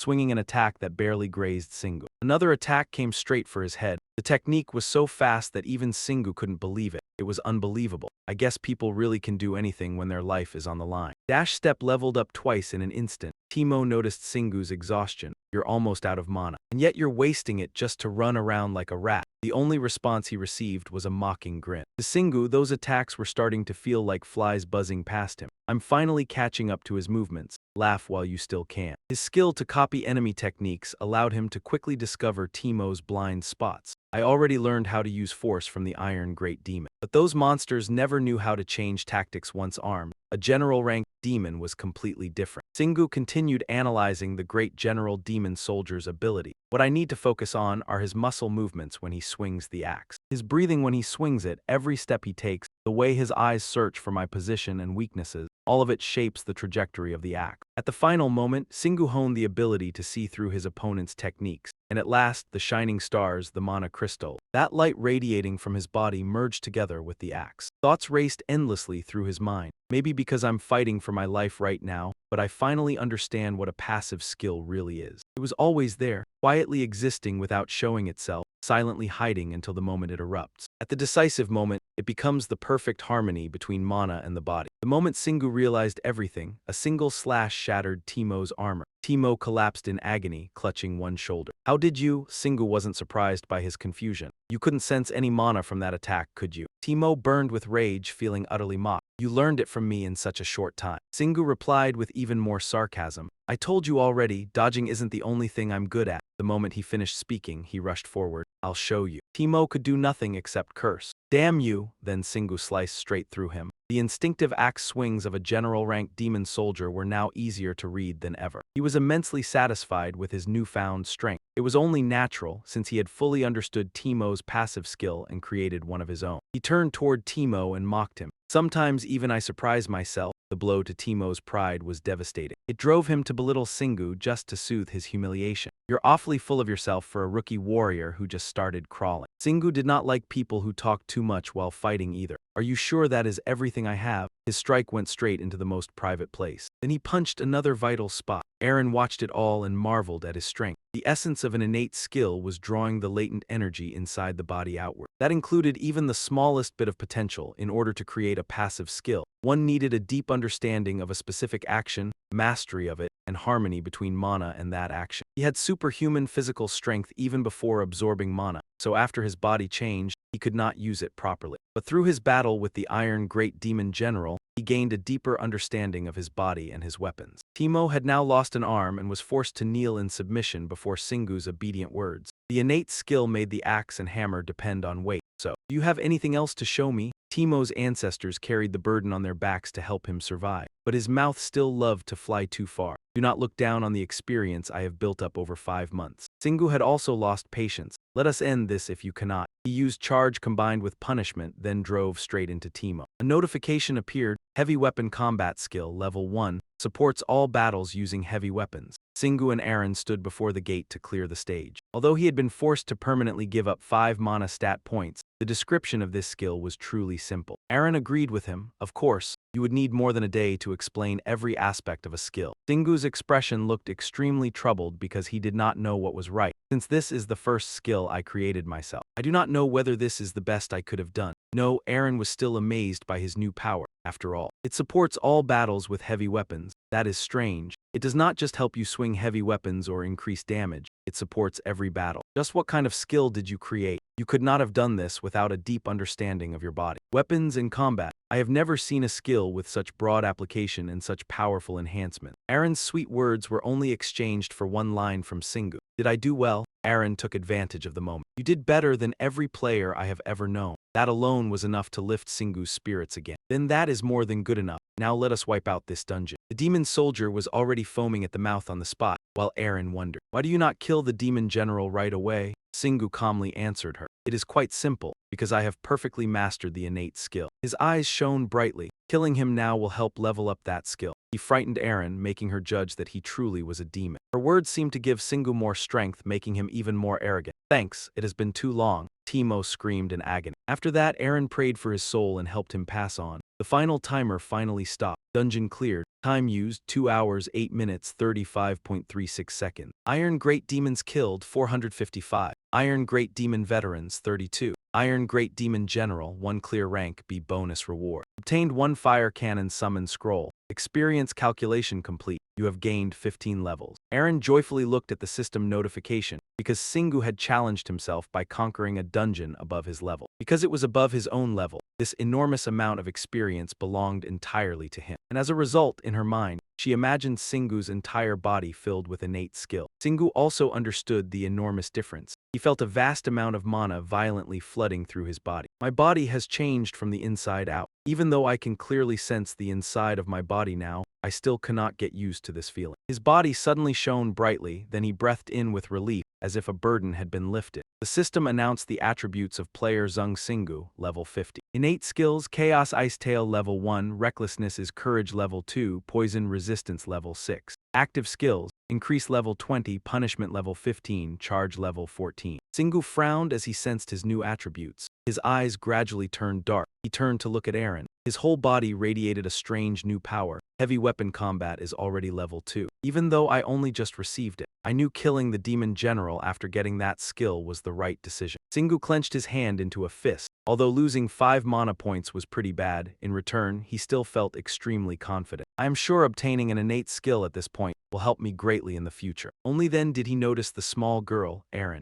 Eren's body was also feeling the effects of leveling up. You got affected too? Eren shyly moved her body. Singu noticed her evolution. She seems bigger. Somehow, Eren angrily shouted right in front of him. It is not just my size that changed. I am a supporter. My level rose considerably, so I recovered my mana, and I even regained my previous innate and active skill. I am no longer someone who can only cast magic 4 times. After resting for a day, we can go to harder dungeons because I have fully recovered. Contrary to her fighting spirit, Singu wanted to return to somewhere more peaceful. No, let's go back to easier dungeons for a while. Of course, that made her angry. I just got motivated. Singu grinned mischievously. He wanted to fight strong enemies, but he also did not enjoy dying. This dungeon had truly been difficult. Eren did not really trust him. You'll regret it soon enough. Then something unusual caught Singu's attention. He suddenly turned his head. Something was coming. Zeha appeared with a bright smile. Thank you. Both Singu and Eren were surprised. Zeha was so happy he nearly jumped for joy. I really thought I was going to die. But you guys defeated the demon general. Singu looked at him and gave a brief introduction. I know I disabled all the traps and monsters, but the final boss room was pretty far from the entrance. I was the scout of the group. Being ignored by both of them left Eren dissatisfied. It wasn't just him, you know. Zeha hurriedly apologized to her. Oh Eren, I'm really sorry. Singu thought of Zeha as a talking toy. I'm glad he's not as depressed as before, but he's so tiny. Tiny enough to fit in the palm of my hand. How can he look so cheerful? Zeha clenched his fists. Anyway, thank you so much. Boss, Singu looked uneasy. Don't call me that, it reminds me of the old days. Zeha's eyes sparkled brightly as he tried to brush it off. But that's the only way I can show my gratitude and respect for you. Boss, I swear loyalty to you. I'll clear every obstacle in front of you because I'm the scout. Eren wanted him to join the team. I like how passionate you are. Just don't make any mistakes. Singu felt like he was listening to a threat. Please stop already. Singu looked at the 2 tiny supporters who were about to travel with him. Because of their levels, they had to closely monitor the level 40 infiltrator player. He secretly smiled because they could partially return to their original size by using mana. That means I can use them as secret weapons. Then Singu interrupted their conversation. What about your equipment? Eren replied. We're both using the same equipment we had before logging out. We can use it when we return to our original forms, but it was downgraded along with us. Listening to her explanation, Singu rubbed his chin thoughtfully. I guess their equipment changes size along with them. That means I don't have to search an entire area for their gear. After a while, he slammed his hammer down, blood splattering across the rock wall. Soon afterward, Singu pulled out a red essence crystal. He had finished gathering essences. All right, let's go claim our reward. Eren had understood Singu for a long time already. You're planning to spend all of them in one go, aren't you? Singu looked away irritably. She understands me too well. Next, he brought out a golden plate filled with rare essences. The plate began to shine brilliantly, dazzling everyone nearby. Eren widened her eyes in surprise. How many essences are in there? That has to be around 200. Singu slowly lowered his hand and examined the item in front of him more carefully. The system congratulated him. You have reached the maximum reward limit. The light from the essence plate gradually faded away. Having expected too much, Singu was deeply disappointed. Again. Are you kidding me? Aaron silently reevaluated everything. First the enhancement altar and now the reward altar. Then she suddenly realized something. Even though this dungeon was filled with powerful archdemons, there was always a limit to the amount of rewards obtainable in a dungeon. Singu glanced over while she was deep in thought. That was quite a frightening smile. In return, Aaron gave him a lesson he would never forget. You can't obtain dragon bones inside a demon dungeon. Singu replied, but I still got these essences from this dungeon. Aaron continued lecturing him. You collected all those essences by conquering the dungeon alone, and you were strangely lucky with the essence drops, even considering the number of attacks you made. Her words struck him right in the heart. You already knew this day would come sooner or later. Singu scratched his head in frustration. I don't really get it, but it doesn't help anyway. I should still check what the reward is. Suddenly, a helmet floated up from the essence plate. Singu immediately realized it was a new piece of equipment, a black helmet. I don't know what it does, but it looks sturdy enough to withstand a few hammer strikes. The system window slowly appeared. C-rank Will of Destruction. A helmet forged from the unwavering will of a warrior, infused into every piece of metal. Only then did he realize its defensive capability surpassed even his armor. Aaron sighed in relief. A D-rank armor piece. Phew, we can relax a little now. Singu remembered his old rustic helmet. Well, it's not bad. At least now I won't have to wear that separate motorcycle helmet while riding around town. He put the battle helmet on and ordered Aaron, all right, let's get out of here. Aaron was still wondering about the leftover essences. Are you planning to use the remaining essence on the resting area? The golden pig had been fully replenished with essence. In any case, he had already stockpiled a huge amount of essence. His eyes lit up as the upgrade feature was no longer restricted. We finally have enough to upgrade it now. Zeha still had no idea what they were talking about. What exactly is a resting area? Zingu replied, you'll see soon enough. It's where you'll be staying from now on. He pulled out a golden key and pointed it toward the ground, opening a hidden resting chamber. The earth glowed with a blinding light as the door opened. Zeha stood there nervously, as if he had just received a ticket to heaven. Do you think he's been blessed by the god of earth? Aaron couldn't make sense of the ridiculous things they were saying. Gods, huh? I hadn't paid attention to it since logging out, but lately even the Whirlwind Guild has started taking interest in gods. That must be it. Humans chosen as players, heavenly castles, and dungeons that modern technology can't even touch. All of this raised doubts about the supreme being, which eventually led to the absurd idea that players are a special group selected by the gods, superior beings. It's nothing more than elitism. Zeha listened patiently as Aaron said, I would have laughed it off too if that were all. But humans kept venturing into higher-level dungeons and encountered monsters there. And those monsters destroyed every sign proving that gods didn't exist. They shouted the names of specific gods and became stronger. He continued with his theories. Then isn't it similar for humans as well? Believing in a certain god and inheriting power from them. Maybe someone has already done it. Perhaps they gained strength far beyond ordinary beings. Conversations like this had spread throughout every elite guild. After that, people also started discussing attributes in mythology. Erin listened patiently from beginning to end. Our guild master can control powerful flames too. He must have been blessed by the fire god. In contrast, her expression darkened slightly. Zehin calmly asked, you don't seem very happy about it. Only then did she explain the reason. I know he's the guild master of the guild I used to belong to, but I don't really like him. He's incredibly strong. He definitely has the skills to lead Korea's top guild. But even so, he's extremely competitive and suffers from a superiority complex. Erin had tried to avoid him. On top of that, he kept constantly flirting with me. She recalled the past she had gone through. He even rushed to conquer a level 32 dungeon just to outdo the foreign guilds. And that was why I had to retire. But thanks to that, I got to meet Shingu. So now I don't worry about it anymore. But that doesn't mean I've forgiven him. Thinking of it, Aaron quickly changed the subject. Anyway, I won't believe in the existence of gods until I see one myself. She suddenly turned around. If he was blessed by a god, then I don't need that kind of god either.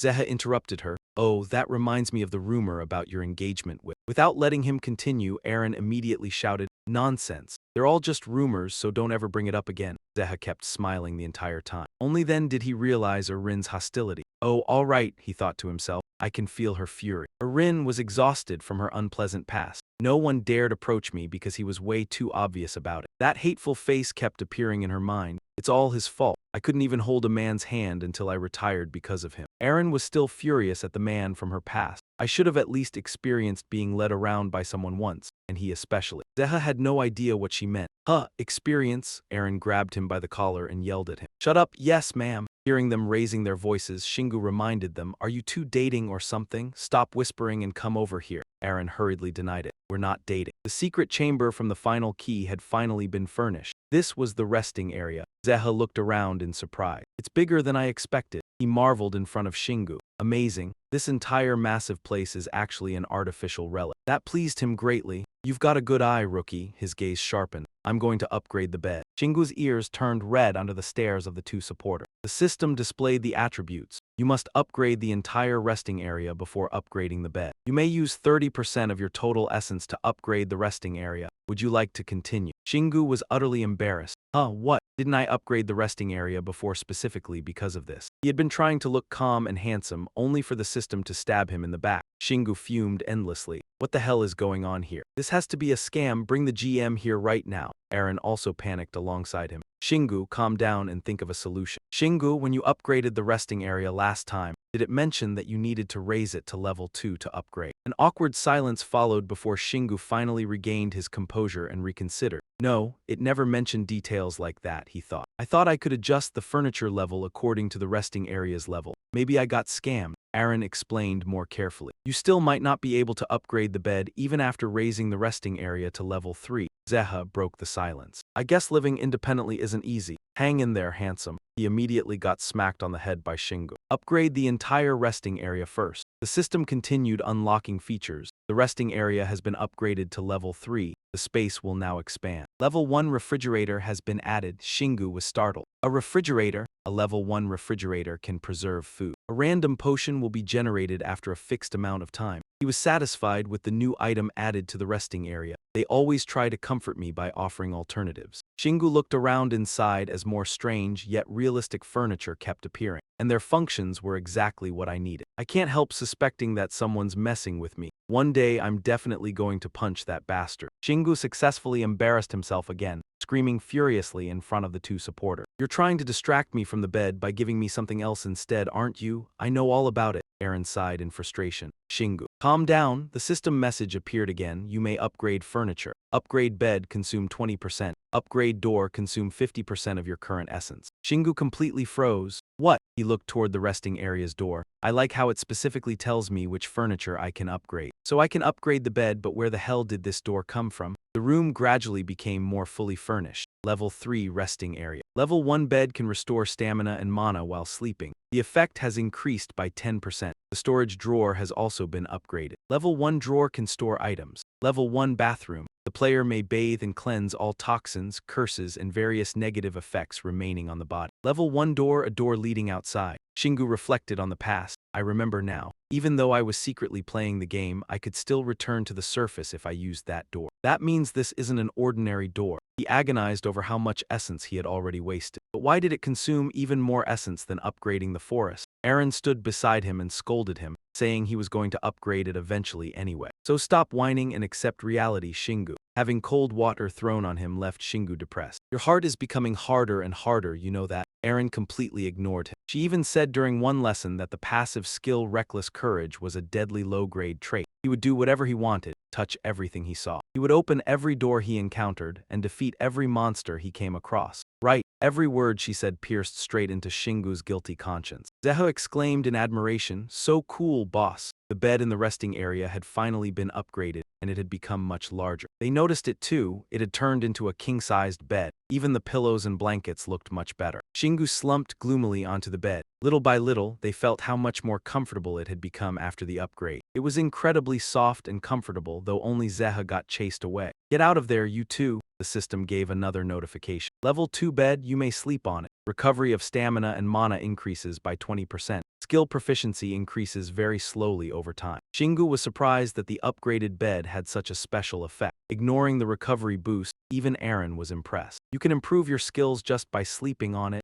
Zeha imagined something different instead. Maybe I'll train you in your dreams. Shingu was utterly exhausted. He just wanted to collapse onto the bed, but circumstances wouldn't allow it, even though he desperately wanted to sink into that bed immediately. But there were still many facilities left unfinished. Shingu stared at the door and imagined things. So this door can take me anywhere. Before he realized it, Aaron had already started fantasizing too. We'll get to travel, Shingu. I want to visit Greece. Helplessly, he handed all the essence over to her. Fine, here's the essence. The system panel appeared once more. Level 2 door, exit door. You may use essence to enter the nearest dungeon. Using a rest area key to achieve the same result. is also acceptable. The upgraded door had no special changes other than its new function, a route leading to dungeons. Shingu still couldn't imagine what awaited beyond it. This must be the feeling fathers get when their daughters come home with a medieval hairstyle. Aaron quickly crushed the thought. He didn't even have a daughter yet. She continued analyzing things. At least whenever you enter a dungeon now, you won't have to dig holes with your own tail anymore. That's good news, right? Shingu was finally persuaded. Objectively speaking, it really was a good option. Aaron lifted everyone's spirits. We're almost out of dungeons in Seoul, and if another dungeon outbreak happens like last time, you can just stick the key into the ground without worrying about other people's stares. But she forgot that Shingu was stubborn as a rock and couldn't be convinced so easily. Of course, it still has limitations. Shingu slowly pointed out the disadvantages he saw himself. For example, if the door sends him to a dungeon and it turns out to be the Demon King's castle, he'd have to run away. Immediately, Aaron was fed up with his overthinking, so at least you know how to run away. Still optimistic as ever, she concluded, we should only use this after we have enough return demons. The new change didn't make things easier for Shingu at all. It only gave him more headaches. Once I conquer the great demon colony and finish my current mission,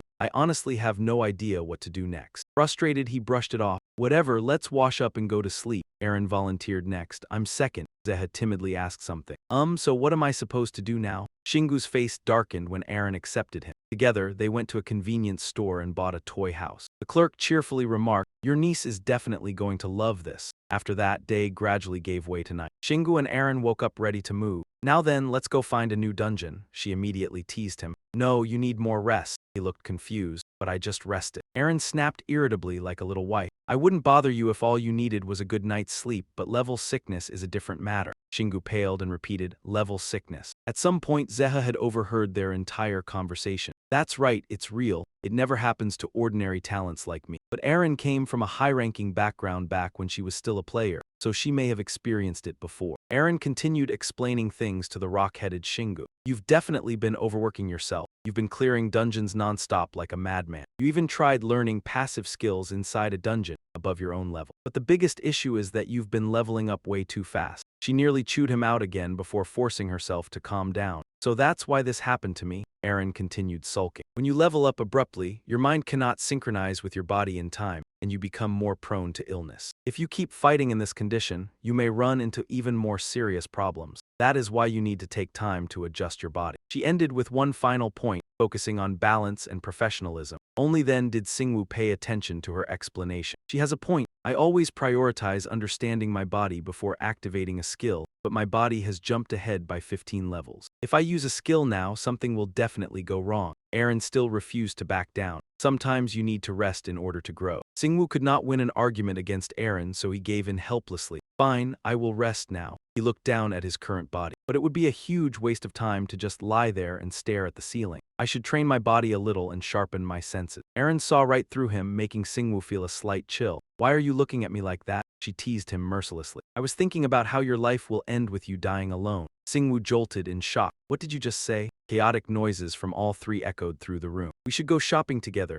Ata has a new roommate now. Yeah, is one toy dollhouse not enough? Not just dolls. We need a bathroom and a bed. Just because we are small does not mean we do not get hungry. Singwoo thought with dead fish eyes. I had not thought about that, but it is not like I can just order food here. If only I were at home right now, it would just take one beat. He proudly looked at the refrigerator that had just been added to the rest area. Yeah, now we have a refrigerator. Aaron did not think so. You look rather smug, Singwoo. She gave him another young wife-style lecture. I am sure you could buy 100 refrigerators. Besides, shouldn't you just buy a mansion with that money? You earned countless dollars from killing monsters. Above level 100, ever since the trial dungeon, Singwoo immediately reassured her. Not right now. We would be easier to catch if we had a base in the outside world. Aaron looked at him in disbelief. Who exactly are you running away from? With that, Singwoo ran outside and put on his helmet. Let us go shopping. Aaron quickly landed in one side pocket of Singwoo's clothes. Seha gradually moved closer too. He immediately got scolded by her. What do you think you are doing? This pocket is already full. Seha hurriedly backed away. Hey, I am sorry. He sulked on Singwoo's shoulder. I thought your body would be amazing and warm. Singwoo reacted with goosebumps. That sounds creepy. Do not say it like that again. The two of them kept exchanging remarks on the scooter. What about your license plate? I reattached it on the back. Do not worry and remember to follow the traffic laws properly. I know. At the red light, Singwoo obediently stopped the scooter. For a moment, he observed everything around him. A whole line of motorcycles just like Singwoo's had also stopped. Beside him, questions kept popping up on his scooter. Why are there so many people riding motorcycles at this hour? They all have the same model as you. That familiar white and red color scheme. Oh, I get it. Seha only cared about food. I guess a lot of Chinese restaurants have opened nearby lately. Only Aaron was paying attention to what was happening beside them. They are definitely copying you. Singwoo could not understand why. Why would they copy me? She continued explaining. You were unlucky enough to have your image exposed on the message board once. Aaron let out a weary sigh. You really do not understand the influence of the news. You attracted a great deal of attention from people all over the world as the person who prevented a disaster before it could even happen. If someone clearly recorded one of your battles and spread it around, anyone who watched it would definitely be captivated by you. Singwoo listened to everything like a clueless child. Are you serious? But aren't there players out there who can do better? The more he asked, the more Aaron sounded like a little old lady. There are still people with more mana and greater strength. But someone who is truly exceptional and someone who only pretends to be exceptional are completely different. For example, Kim Harry. Seha was still stunned that the guy was hated that much. Aaron's analysis kept running through Singwoo's mind. You showed up and toyed with the great demon Lun, and you killed a veteran goblin with a single swing of your hammer, leaving everyone amazed. The motorcycle carrying the three of them came to a stop. Beside them, a group of girls were marveling at the leaked footage. Have you seen that video? It has 1 billion views. On the phone they were holding was Singwoo. You mean the incident in Sana Village? Yes, that goblin-slaying warrior. I heard he is the greatest hunter in the world. He heard every word the young girls said. They could not stop admiring him. There is even a fan page for him. Really? I want to join too. Me too. Seha felt proud to be beside a celebrity. That is why entering the market first is so important. Singwoo did not understand. Did you major in economics? What are you talking about? Seha explained it to him step by step. There have always been players in Sky City, but you were the first to deal with the monsters on the ground. Aaron looked a little puzzled. Oh, then what are the other players doing? He recalled an auction he had once watched. Coincidentally, another auction was being held that day. So everyone had gathered in Heavenly City. Singwoo gritted his teeth and cursed. Damn it, I shouldn't attract any more attention right now. Aaron agreed. I like the way you said right now. Then he realized something himself. But as long as there are enough copycats, they won't know which one is really me. After that, they entered the crowded shopping district. Singwoo, who was used to being around monsters, felt a little uneasy. There were just too many people. Seha excitedly squeezed through the crowd to look around. Everyone was buying basic supplies. People mainly bought food that could be stored for a long time in case they had to stay indoors for extended periods, along with other necessities. That included melee weapons like axes and clubs to defend themselves against monsters. Seha taught him how ordinary people shop. That had also led to a significant decrease in theft. Singwoo unconsciously wandered over to the kitchenware section. Aaron then suggested, the shelter doesn't have a kitchen. Should we buy something here? He immediately rejected the idea. I don't know how to cook, and besides, there's no electricity in the shelter. Seha noticed something strange. Then how does the refrigerator work, and don't we still have running water? Singwoo was amused by the question. That's actually a good question. I have no idea either. While they were shopping, the TV screen switched to another news broadcast. Seha said, oh, it's showing up again. The report even made an appeal.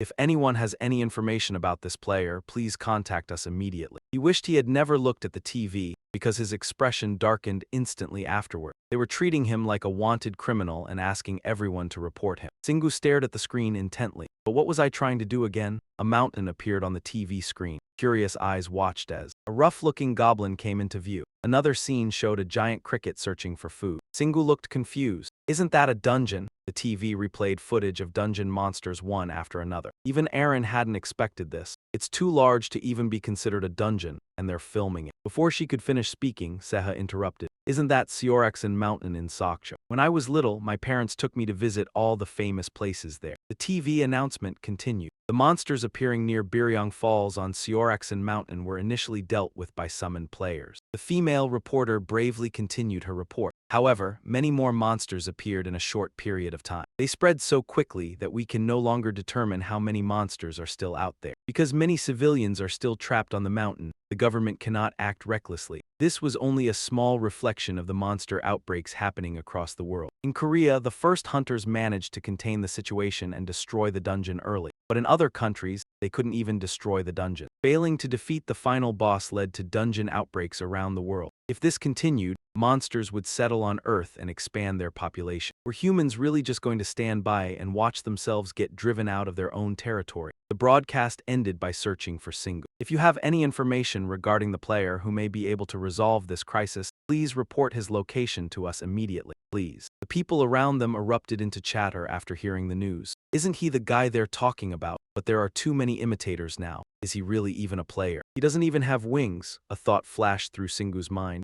I get it now, that's why they're hunting me. Aaron looked at him worriedly. What are you going to do now? Singu sank back into his own thoughts. Cleaning up the remaining parts of the dungeon is already a problem. But if the boss has already escaped, what can I even do there? If they think I'm some kind of divine janitor, then I need to correct that misunderstanding. Singu had finally realized the real issue. He was sure there were already stronger players within the system. That meant they could handle the monsters. Even if he went there himself, he probably wouldn't save anyone else. Aaron disagreed. I don't think there are many players out there stronger than you. Seha chimed in from the side. If other players heard that, they'd wonder what they've even been doing for the last 10 years. Aaron protested, that doesn't change anything. She was proud of Singu's strength. Singu already possessed the power of a level 100 player, even before he became a player himself. And then he became a level 50 rogue player, who even awakened his passive skill on his own. Suddenly he stopped walking. Whatever, Singu pointed at himself. I need to stabilize my body by getting some rest first. And if Sioraxin Mountain is still a battlefield by then,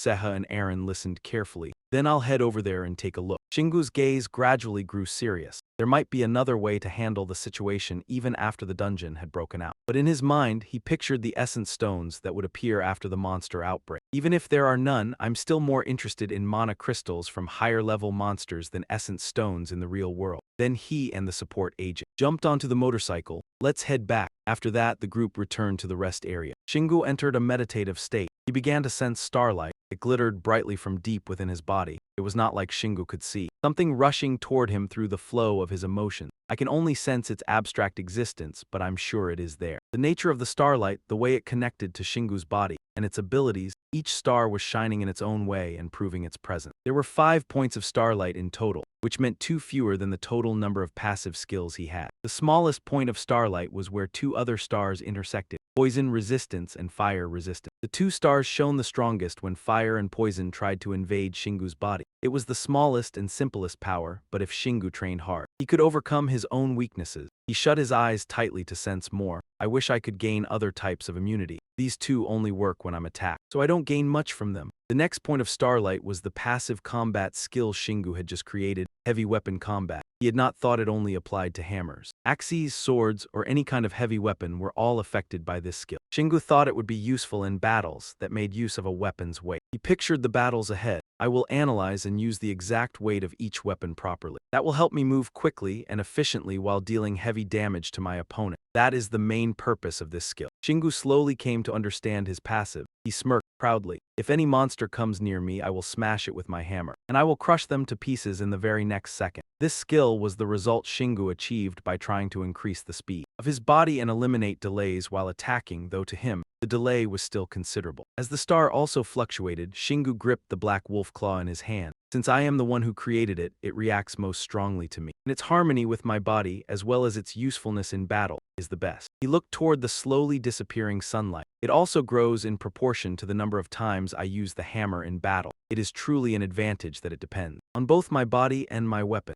Shingu happily boasted to Aaron. He thought he had finished getting used to his body. In return, Aaron gave him an exasperated look. So you rested and checked your body just to use heavy weapon combat? Shingu clenched his fist in determination. His body had changed a great deal, but he thought he could make use of everything about it now. He wanted to run outside immediately and swing his hammer around, but Aaron shattered Shingu's dream. But shouldn't you check your other skills while you are at it? Shingu narrowed his eyes mischievously. He had been planning to do that too. She still could not believe it. Really? Next were the 2 brightest points of starlight which kept the greatest distance from the others. Aura, and the other was the most mysterious passive. Shingu's gaze turned calculating. Carelessness is courage. His attitude changed completely. A terrifying presence blazed around him. If Shingu had looked with killing intent before, this was a skill deeply combined with all of his power, including his body, soul, and mana. It engulfed his entire being, sharply defined itself, and shot outward on its own. It was a passive skill that would break the enemy's soul without consuming any energy. Then Shingu closed his eyes, trying to connect everything together. If I dig deeper into this skill, I may learn how to connect my other skills, as well as the conflicts between different sources of energy, but I cannot do it now. He had no choice but to give up on the thought. This is not something I can do now, not with only a small amount of energy remaining. Next was carelessness is courage. It was the first passive skill Shingu possessed and also the greatest mystery. It was a skill that reduced damage or impact from ambushes when Shingu was unaware. It was a skill unrelated to his physical condition or mana. Even though it was inside his body, it was a skill based on my awareness and external factors. Even Shingu still did not truly understand how it worked. He stared at the passive it emitted. I should have been able to create a skill beyond ordinary perception. In my current state, this must have become reality thanks to the dungeon's mana and the power of the achievement that created it. Shingu's current existing passives now numbered 5. This meant Shingu had nothing left to learn except heavy weapon combat. Next were the 2 external passive abilities, the tattoo on the back of his hand and the lizard tail growing from his backside. He still couldn't fully grasp them. He also had no idea where to begin when it came to using soul power. The other souls had remained motionless ever since Shingu collected. Most people did not easily give up their souls.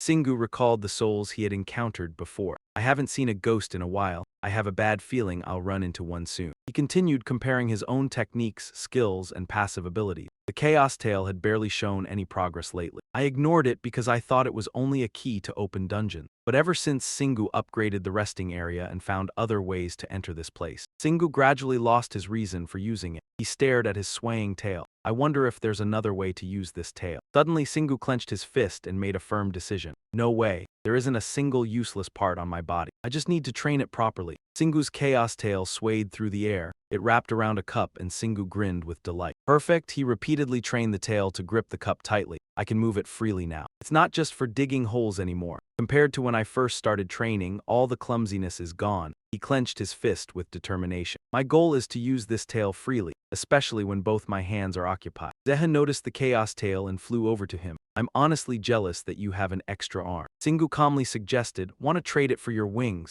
Zeha immediately replied nervously, I apologize. Shingu looked at the 2 assistants crowding around his tail and thought to himself, why didn't I think about this tail sooner? Winged players could freely fly around, giving them superior mobility from the very beginning. So I can conclude that I should also be able to use this tail in combat. Suddenly, Shingu remembered using the chaos tail to dig through dungeons. Both his subconscious and reality blurred together as he continued swaying the tail around the resting area. It was also large enough to apply heavy weapon combat techniques. Aaron couldn't stop him in time and helplessly dodged aside. You're going to destroy the floor. Shingu continued thinking about the monsters he had faced. The tail wasn't long enough to attack enemies in front of him, but once he mastered using it, he believed he would be capable of dealing with enemies behind him as well. As soon as the thought ended, Shingu turned toward Aaron. He wondered what would happen if his tail got injured. Aaron quickly imagined the situation. I'm pretty sure your tail works similarly to our wings, and no matter what happens, our wings never completely disappear. It's not that damage makes the wings vanish entirely. The damage transfers directly to the body instead. Aaron continued explaining the wings' recovery ability. The injuries can be healed with medicine or healing magic. And if the damage is too severe, those methods won't work anymore. Shingu quietly understood the issue. I'd still die even if I didn't use the wings to block attacks. Aaron felt slightly uneasy imagining a body part disappearing. Once my energy runs out, I won't be able to fly anymore. And that's when I'd log out and fall straight to the ground. Shingu gripped his knees while thinking about his body part. At least I don't need to worry about my tail. Getting sliced off during battle, he happily jumped to his feet. Then let's go fight some more. Zeha looked at him in admiration. Is this really the time to fight? I can finally help you now. But Shingu ignored him. If you perform too well and get caught on camera, it'll become troublesome, so just stay here. Zeha looked devastated. No way. Shingu smirked proudly. The Whirlwind Guild must be in complete chaos now that both you and Aaron quit. Wouldn't it be fun if I showed up with the 2 of you? Then Shingu raised a finger and explained, I know you want to repay the person who saved your life, but isn't there a dungeon nearby? I'm really looking forward to your performance in that dungeon. Zeha obediently replied, understood, boss. Aaron noticed how suddenly close they had become and felt a little jealous. You 2 seem pretty close, Shingu replied. He's just overly excited. For now, you need to stay cautious at all times. If you get caught, I'll end up fighting that Harian guy or someone else. Instantly, Eren imagined the person she hated most in the world. Zeha understood Singu's sarcasm immediately. He's the bastard who claimed to be Eren's fiancé. Who knows what he'd do if he found us together? Just thinking about it gave Eren goosebumps. Seeing her reaction, Singu changed the subject. I really hate being around people who only think with their lower half. Too bad you can't avoid a woman's sharp tongue. It sounds like you used to be like that yourself. Shingu answered bluntly that he didn't need to go through it himself to understand. Then he reassured her, all right, now then. Let's head to Mount Siorak. The three of them happily walked off, leaving only noisy chatter echoing along the trail. Maybe we should buy more potatoes and corn while we're there. Don't be so biased. Though I really do love potato rice cakes too. I guess we already know what we're having for lunch. Despite their carefree mood, a different situation was unfolding on Mount Siorak. The militia forces were hiding within the grass. A streak of black smoke rose into the air. The helicopter had crashed. Did they realize we've been tracking them this whole time? Voices crackled through the communication devices one after another. What's going on?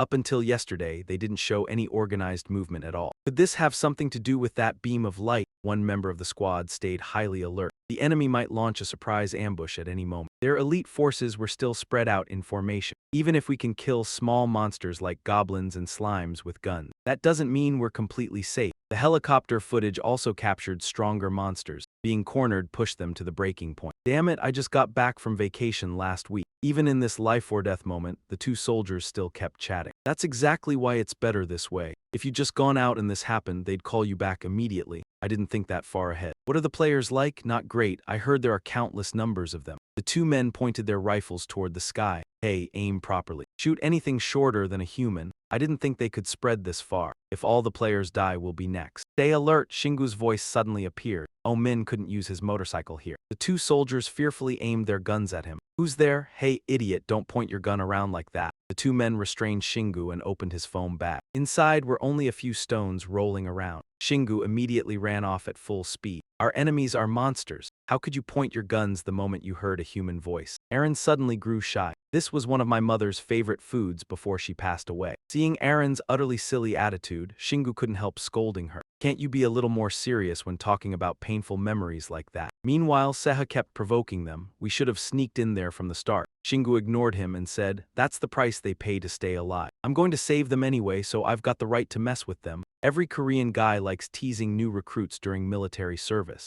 Eren sighed in exhaustion. I really can't understand that. Eren closed her eyes and focused her spirit to synchronize with the surrounding frequency. Her sparkling eyes widened in disbelief at what she sensed. There weren't any players nearby at all. Her next sentence made the atmosphere even stranger. But I can't sense any monsters either, Eren blurted out. The encyclopedia explained the issue to him. There weren't many players in all of Korea from the very beginning, and they were probably busy training in Celestial City. Experienced people usually don't choose to jump straight into battle. Immediately, the grotesque faces of the greater demons still haunted Eren's mind. Goblins and slimes were one thing, but the video had also captured greater demons. The sudden mention of this made Shingu pause to think carefully. I guess this can't be caused by just a few dungeons. I also don't think that many players could fall out from the same dungeon. How could players who died in different dungeons all fall into the same location? Shingu tilted his head and wondered aloud. Could there be some kind of composite dungeon or something like that? The innocent question made Eren laugh helplessly. Dungeons aren't amusement parks, sorry. She tried to explain it in the simplest way possible. Ant caves are even rarer than that. This would make sense if the entire tiny world had fallen to Earth, but that's most likely impossible. Eren looked at the surrounding trees and suggested a new possibility.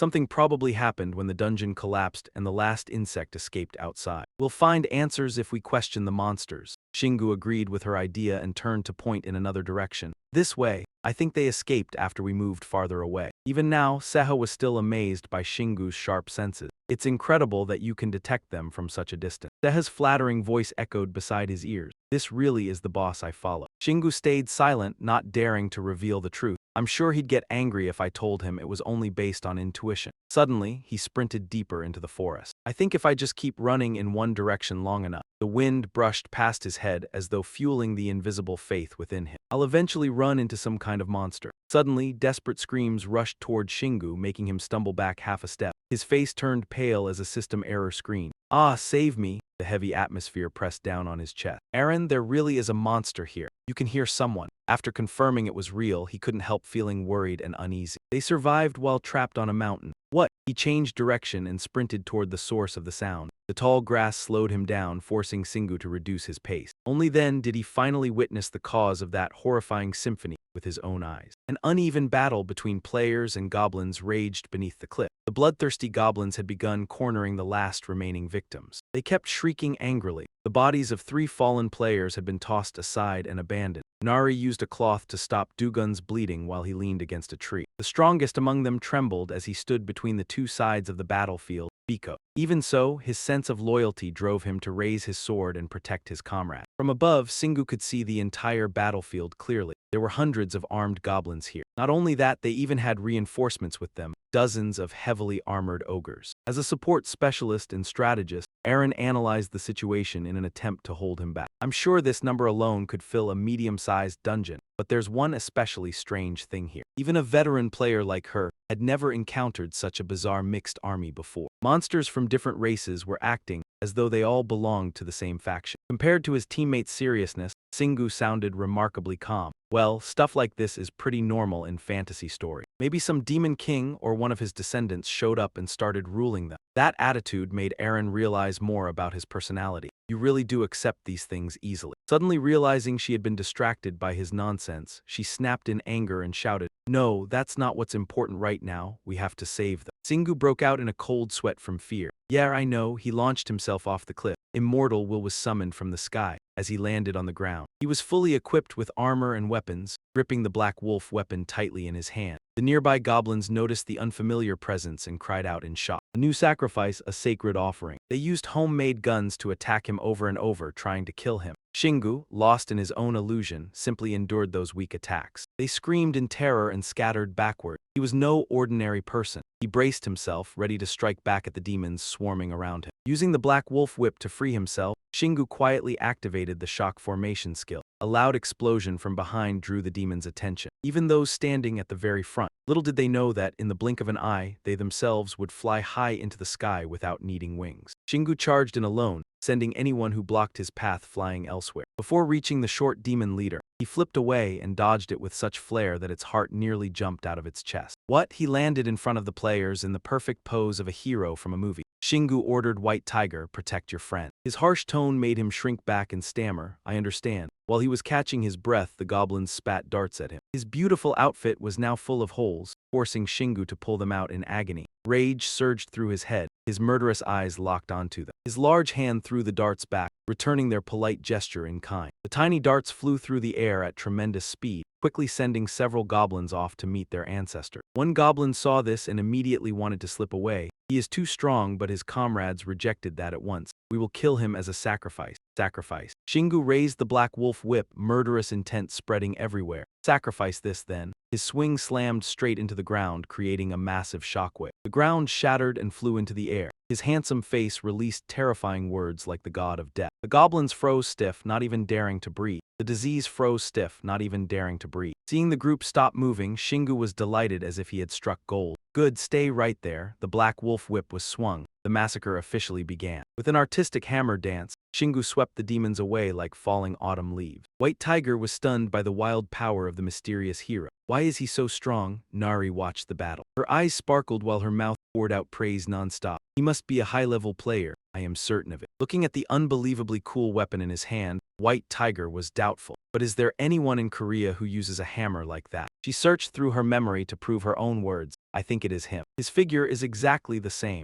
The hint also helped him vaguely guess that person's identity. The person in River Mountain was different from the relaxed pace of ordinary humans. The goblins now decided to end it quickly despite their anxiety. A sacrifice. A sacrifice for the new world. Seeing the prey suddenly offering their bodies to him, Shingu silently celebrated. They charged in like moths to a flame. Then all the better. He lowered his own gravity to gain a high center of balance before executing the monsters. Before they could even realize where he was, they had to look up at the weapon in their hands, snapping in half. He swung his arm as if he were farming combo points. The others took every single bonk without missing one. Even Seha, hiding behind the leaves and watching him, had to let out a comment that made Aaron nod because it was far too accurate. He looks like he is playing whack-a-mole. As fear spread, the goblins whispered among themselves. Offer him up. With tearful eyes, Shingu snuffed out their words like pinching out a match. Are you people still talking about that? He did not even need to switch on toxic mode. The moment he opened his mouth, he automatically hit where it hurt. Do you people even count as sacrifices? His innocent face released words that destroyed other people's pride.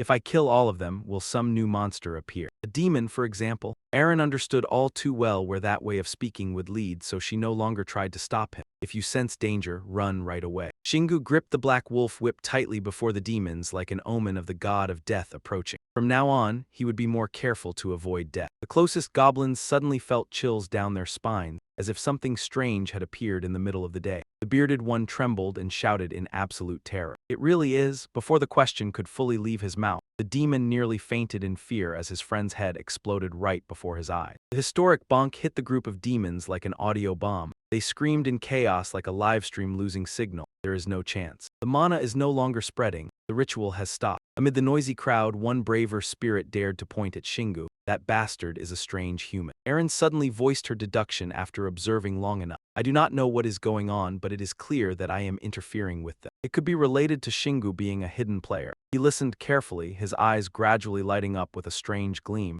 In any case, it was none of his business. Now all that was left was to focus on killing them all. The murderous aura spreading through the air made the cowardly goblins retreat. Go on, run. He sprang high into the air, his voice tinged with excitement and bloodlust. You can attack all you want, but do not think you can escape. The timid flock of birds took wing when they heard the hammer's thunder echo far and wide. The goblins' bodies slowly turned to dust, looking just like the day Thanos snapped his finger. As the battle drew to an end, the hero's back carried a strangely majestic air. As soon as June had recovered a little, he spoke up, stunned by Shingu's ability. He killed them all. Beak Ho could not hide his admiration. His voice softened noticeably. He did that all by himself in such a short time. The familiar notification sounded. Ding, congratulations, you have reached level 51. The other stats had not changed much from before. He was surprised by the good news. I leveled up. This is starting to get interesting. His thoughtful eyes swept over the goblin, as it slowly turned to dust. So I level up just by killing monsters. That is completely different from everything I had heard and experienced. Seha carefully checked her own stats.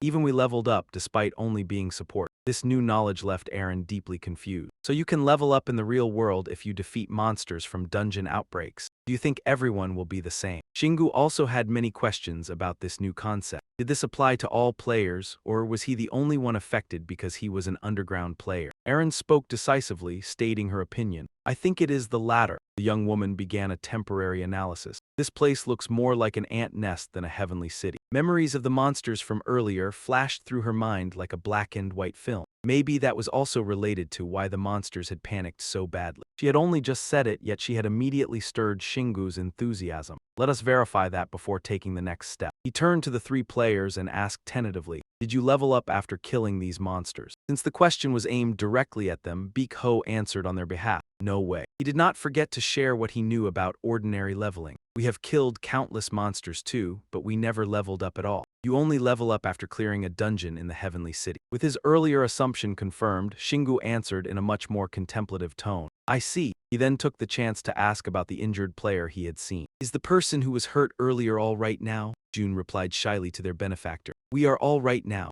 Nari naturally followed up. We will be treated once we return to the heavenly city. She bowed solemnly in gratitude. Thank you for helping us. She accidentally exposed her two melons again, making his face flush red. Yeah, do not mention it. Nari casually asked the question that had been lingering in her mind for a long time. Are you someone from Sanha? Shingu changed the subject gruffly, his eyes sharp and cold. This place is becoming more dangerous, so leave as quickly as you can. Understand, the method was simple but effective because not only did Nari answer fearfully, yes, but June's face also turned pale. Even so, she turned her head and looked behind her, her sorrowful voice drifting faintly into the wind. But our teammates have fallen. Cold bodies lay covered in white cloths. The silent space gave way to the grief of farewell. Shingu looked at Nari's back, which seemed weighed down by countless thoughts. Unable to bear it, he had to look away. They are probably not used to scenes like this. He accidentally saw that Aaron and Seha had also been drawn into the mournful atmosphere. Perhaps they had lost some people in the heavenly city as well, only to retire afterward and immediately fall back down to the ground. He murmured inwardly while he had a moment to spare. For players who died in the real world, only their bodies were left behind. His thoughts were interrupted by Beak Ho's choked voice. We cannot just leave them like this. Though Nari was uneasy, she could only answer helplessly. But what can we do? I cannot even carry one person. Hearing that, Shingu let out a sigh. He gently suggested to them, you can put them in your equipment storage. The three of them cried out in joy at the same time. That is right. For once, Seha and Aaron were united and did not argue back, sharing the same thought. Is nobody going to say that is inhumane? At least it was better than letting them decompose or be eaten by wild beasts. Suddenly, light shone from beneath the three white cloths, forcing everyone to cover their eyes. The light kept radiating for reasons no one understood. Beak Ho, who stood closest, saw that something was wrong. The bodies are disappearing. He rushed over, raising his hand to stop whatever was happening before his eyes, but it was futile. No, damn it. Three glowing orbs flew out from beneath the cloths and hovered in the air. As Shingu stood still and watched everything happen, the three orbs shot straight into him before everyone's eyes. The light flared even brighter than before the moment those things touched him. Success. The statue charm in his hand was still releasing three small wisps of purple smoke. Shingu stared blankly as he read the information panel that had just appeared. Soul collection has increased to level 2. Total souls possessed, 4. Everything was so bizarre that his mind was in complete chaos. I still do not understand what is happening, but this feeling is not bad. He looked at Beak Ho, who was wailing in front of him, and silently said to himself, it seems they did not see what just happened either. Shingu spoke up, cutting through the growing atmosphere of grief. Player corpses come and go all the time. Stop crying already, Nari sniffled. She spoke with lingering resentment, but her curiosity and concern faded away. He turned around and walked off without hesitation. Or just sit there crying until you lure every monster here, I don't care. Yet for some reason, Nari kept trying to stop him. Wait. Shingu stored his indomitable will back into his inventory. With every aimless step he took, countless thoughts unraveled in his mind. Thinking about it now, ordinary players can't grow stronger just by hunting monsters above ground. But I'm different. After the battle with the demons, I've been uncovering new concepts no one knew about before. Maybe it's because they escaped from the ant cave dungeon. But at least I learned something useful. You don't have to clear dungeons to gain experience and mana. The symbol on his hand kept glowing, drawing his gaze. More than that, the souls of dead players had entered his body. Shingu's face darkened, unable to hide his anxiety. If you say I possess them, then honestly. He looked up gloomily at the birds flying freely across the sky. But they came to me on their own because I have the soul collection skill. This can't possibly be normal. Without another word, he threw himself into the endless darkness. There were too many mysteries, but what's strange about that anymore? A crazed laugh burst out as Shingu looked toward the sky. Anyway, it's not necessarily a bad thing. Let's continue the rescue mission. His sudden behavior made Aaron and Seha fly after him while commenting. Did he say rescue? Are we going to save other people? Shingu charged in and beat the goblin demons so badly they couldn't even fight back. The young players repeatedly thanked him for saving their lives so dramatically. The black wolf hammer sliced through the wind, brushing against the cheeks of several giant monsters. The more he fought, the more excited he became by the profits he was farming. The lingering stench of blood and fine dust quietly trailed behind him. Exhausted after prolonged combat, Shingu let out a soft breath. I really need a ranged weapon. Ari looked at him proudly while sitting atop the pile of loot. She couldn't help giving an awkward laugh. How could he say that when he could crush giant demons' heads just by throwing rocks? In fact, one demon had already died because of the tiny rock he casually used earlier. What kind of ranged weapon would work? Aaron didn't know much about this topic, so whatever came to mind, she immediately asked, what about a slingshot? But Shingu rejected it because the mechanism was too troublesome. So you're just going to keep picking up rocks forever? Shingu's brain started working, imagining the image of a massive handheld machine gun. He wanted a skill that could eliminate enemies from afar like a machine gun. Aaron supported him outwardly, but secretly thought the idea was unnecessary. But I still think killing giant demons with rocks is already enough. She firmly reminded him, then train your magic bullet skill already. You've neglected it for too long. That made Seha widen his eyes in shock. Boss, you have that skill. He excitedly told Shingu that's a rare skill, only to receive his provokingly indifferent attitude in return. Who cares whether it's rare or not? To avoid being called a liar, he immediately fired a beam of light at the nearest tree. Sure enough, it blasted a perfectly round hole straight through the poor tree trunk, yet he showed no sympathy at all. This skill can't even kill demons. Maybe this is the only active skill I never developed properly. While everyone was stuck thinking, Seha suddenly sounded possessed by the spirit of physics itself. What if you make it spin?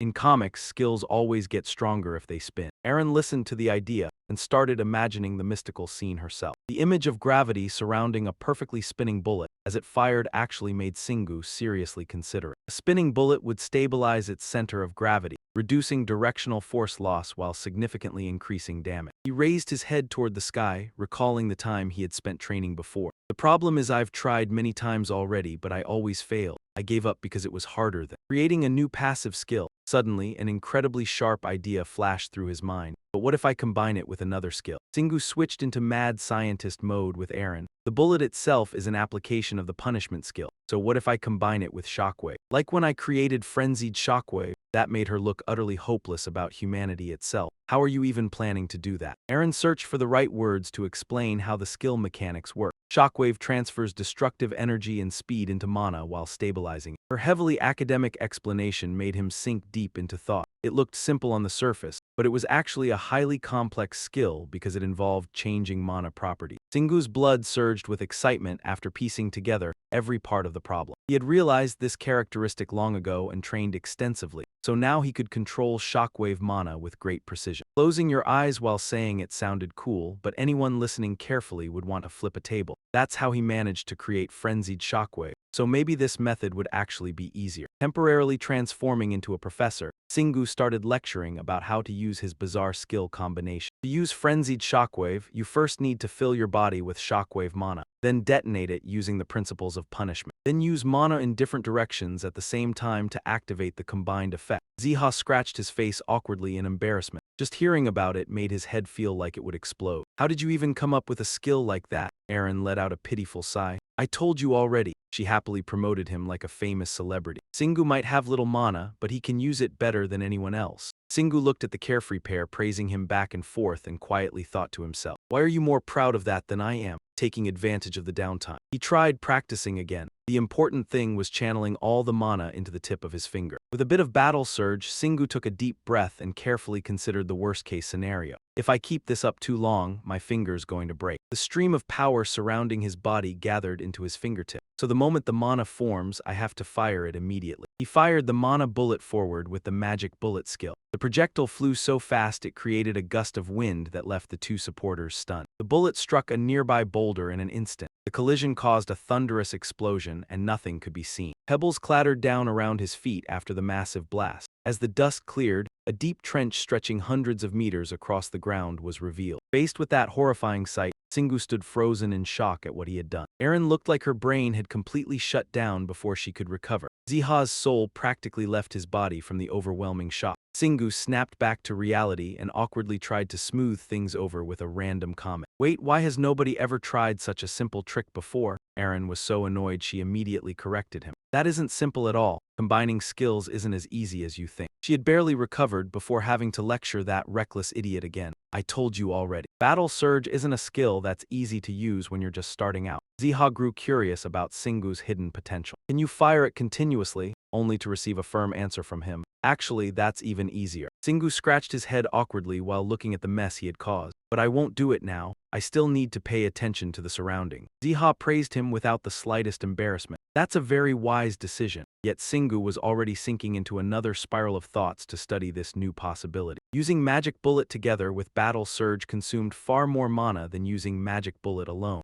Singu stretched and exercised under the judgmental gazes of his two teammates, but it still didn't put too much strain on his body. His roller coaster emotions were now replaced by overwhelming happiness. It was only a simple experiment, but I discovered an incredibly powerful new weapon. Suddenly, pain spread throughout his body and made him dizzy. His breathing became ragged and uneven. He frowned instinctively, revealing a confused and uncertain expression. This reaction felt exactly like when he received frenzied battle surge. His body gradually adapted to the strange phenomenon. The only difference was that this wasn't a new memory, but an old memory rewritten into a different outcome. A new notification appeared after he finished absorbing the skill. Activated skill Magic Bullet has evolved into Power Bullet. Power Bullet Level 1. There was also an explanation beneath it for why this happened. The skill evolved through combination and projectile firing. The Mana Bullet has been specially enhanced to eliminate targets. After reading it, his eyes immediately lit up. The skill had changed, and Aaron casually commented, "It's almost like a..." She floated up to Singu's eye level and added, "Yeah, I guess it'll be much easier to use now that it's become an official skill." Ziha broke into a sweat while counting all the skills Singu had gained. 2 active skills and 1 passive skill in such a short time. The kid could only think of one explanation for all this. He must be blessed by the gods. Eren nearly exploded from that dreamy nonsense. Shut up. Meanwhile, Singu returned to his train of thought.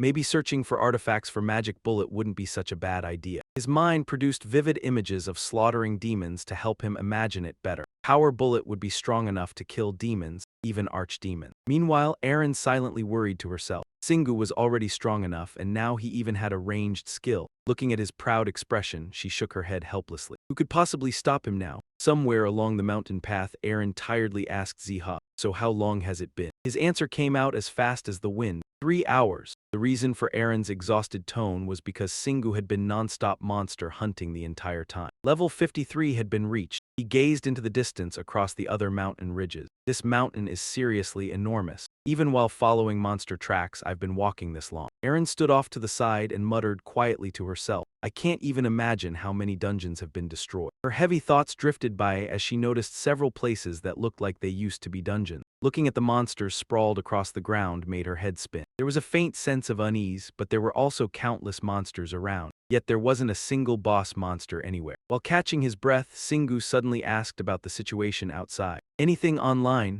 Eren focused on scrolling through her phone while being supported by Ziha. She replied, no. How could there be any accurate information when even helicopters are getting shot down by monsters? Her eyes accidentally caught sight of something and she blurted it out instinctively. Oh, Singu noticed she seemed a little strange. What's wrong? At that moment, Harian and his teammates appeared proudly. The Whirlwind Guild had finished conquering the dungeon and was heading down here. Zingu shouted happily, great. He pointed ahead, taking responsibility. This place is too large for you to handle alone. We also found several civilian corpses. Reinforcements are crucial to minimize casualty. Arin glared at him with an unhappy expression. I do welcome players coming to eliminate monsters. She began burning with anger when she thought about Harry. But why did it have to be Whirlwind? Eren turned around and firmly told Seha, Seha, you and I should hide. Hearing that, he broke into a cold sweat and reluctantly replied, fine. He officially raised his hand and declared, I'm no longer a member of the Whirlwind Guild. I'm only Singu's supporter. While he was fiercely rambling to himself, Singu and Eren said, I smell battle over there. Wait for me, someone's sneaky-looking face stiffened up. Bikho and his teammates were fighting against a massive horde of goblins. At the same time, Singu stood in the distance observing the situation. That group is fine,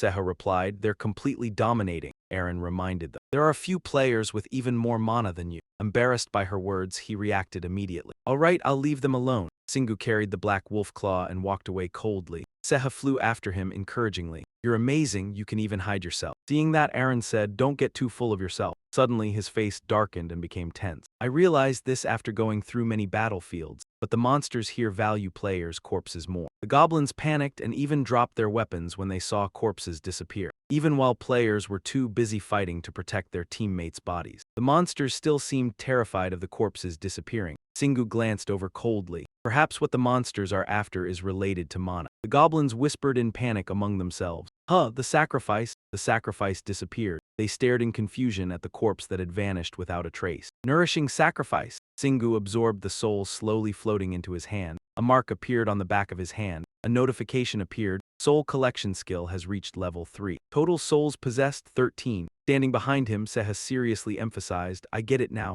You suspect the monsters are targeting mana. Eren raised her hand and analyzed mana or soul. Even when I was still a player, I couldn't learn how to control soul power. Maybe mana is a concept connected to soul, she mentioned. The important thing is, Eren pointed at the arm containing Singu's soul power and said firmly, your soul collection skill is extremely special. Seha grabbed his head, dizzy from processing too much information, and shouted, can we stop talking about this complicated stuff already? Suddenly, Singu heard something, so he signaled everyone to stay quiet. SHH. Eren immediately became alert and listened carefully. Seha focused intensely on observing the situation. Looking straight ahead, Singu spoke up. I can sense a battle about 300 meters away. He closed his eyes and put a hand to his ear, concentrating on the sounds of the fight. The person fighting sounds strong. Eren worriedly suggested, but it seems they're struggling because there are too many monsters. What should we do? Singu opened one eye and thought carefully for a moment.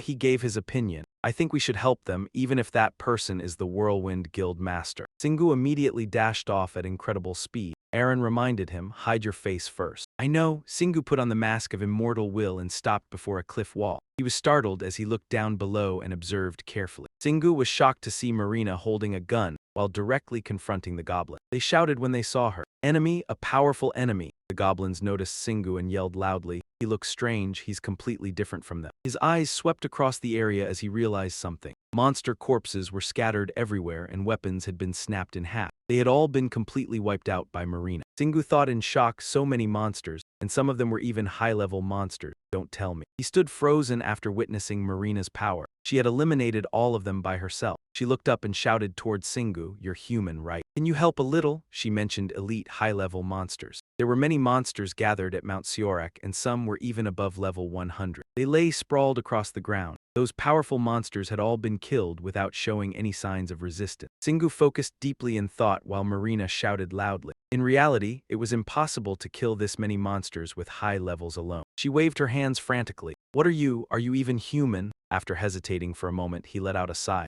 Singu leaped directly down from the cliffside right before them. Stunned goblins, they immediately prepared to defend themselves. "He's here, stop him, stop that bastard." He charged straight ahead, power bursting around his body, blasting them away with his berserk rush. The goblins were helplessly thrown flying into the distance. Marina stared in shock, her mouth hanging open speechlessly. He finally stopped when goblins were scattered all over at his feet. She looked at Singu and pressed him for an answer. What kind of skill was that? Silently, he pulled the black wolf claw weapon out of his inventory. Singu gripped the weapon tightly and took a battle stance. "What are you doing? Aren't you going to fight back?" Marina quietly observed them. The goblins trembled in fear as she calmly replied, "I get it now. We can talk later." Marina and Singu advanced like two grim reapers preparing to wipe them out. After slaughtering them all, Singu swung his hammer with all his might and shouted to raise his spirits. He slammed it into the ground with devastating force, creating a heavenly impact that left the goblins gaping in terror. Light burst from the hammer like the blade of death itself, slicing two unlucky goblins clean in half. Their upper bodies flew into the goblins behind them, turning their faces pale with fear as they screamed. "Strong, too strong!" The sight before her sent a shock through Marina. Her emerald eyes widened. He was only swinging a hammer, yet it looked as though he were wielding a sword. Singu had no idea how much he had stunned Marina. "All right," he tightened his grip on the hammer and thought to himself. "I tried using the swordsmanship I learned before, but it doesn't really fit a hammer." At that moment, she finally began taking his true abilities seriously. His strength was one thing, but those movements. Marina hesitated while looking at the trembling goblins, then stared at Singu's powerful back and came to a conclusion. "He looks like a level 200 player." Seeing how absurdly young Singu looked only made her feel even stranger about it. "Why have I never heard of him before?"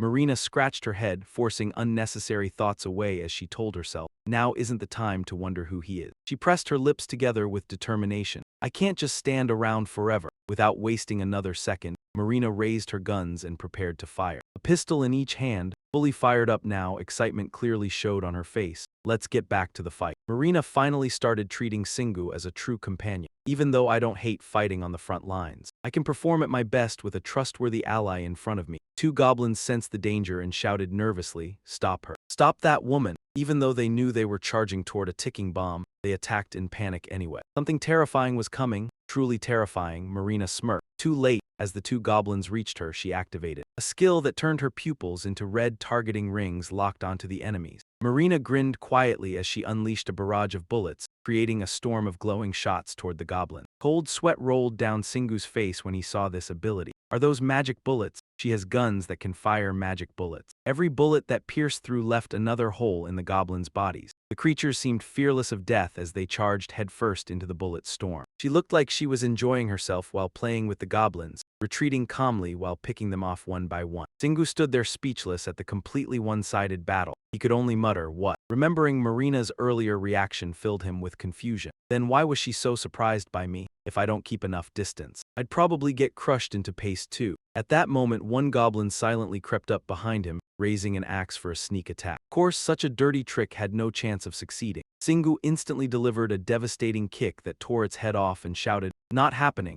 The other two goblins who had planned to ambush him turned pale from terror after witnessing the massacre. Otto wants to go home. Then he suddenly remembered there was another terrifying person besides Singu, Aaron. In truth, Singu was a monster who shattered and destroyed everything simply by crashing through it. And the woman behind him continuously fired deadly bullets. Each of them alone was already terrifying. But now they were fighting together. Only then did the goblins realize they couldn't win, so they decided to flee immediately. "Run, we can't handle them ourselves. These sacrifices are far too abnormal." Still unsatisfied, Singu prepared to chase after them. "Where are you going?" But Marina decided to spare them. "No, it's fine, let them go," looking at the piles of corpses. The severed limbs scattered across the ground. She warned him, "If we go too far." Marina had already thought one step ahead with a more complete plan. "They'll report back and ask their superiors for help. We'll follow them and kill the leader." Singu seemed to completely agree. "That's actually a great idea." He raised his hammer firmly, then suddenly added in refusal, but without a word, Shingu suddenly hurled his hammer toward the fleeing demon. It spun like a boomerang, circling through the air and conveniently taking a few demon lives along the way. He raised his hand like a gun, creating invisible bullets that flashed brightly. The bullets obeyed his command and shot straight toward the panicked goblins. Shingu then caught the hammer perfectly and turned around to explain. "We don't need to let that many of them escape." Suddenly, Marina popped up in front of him with wide eyes, startling him. She asked curiously, "What was that magic bullet just now?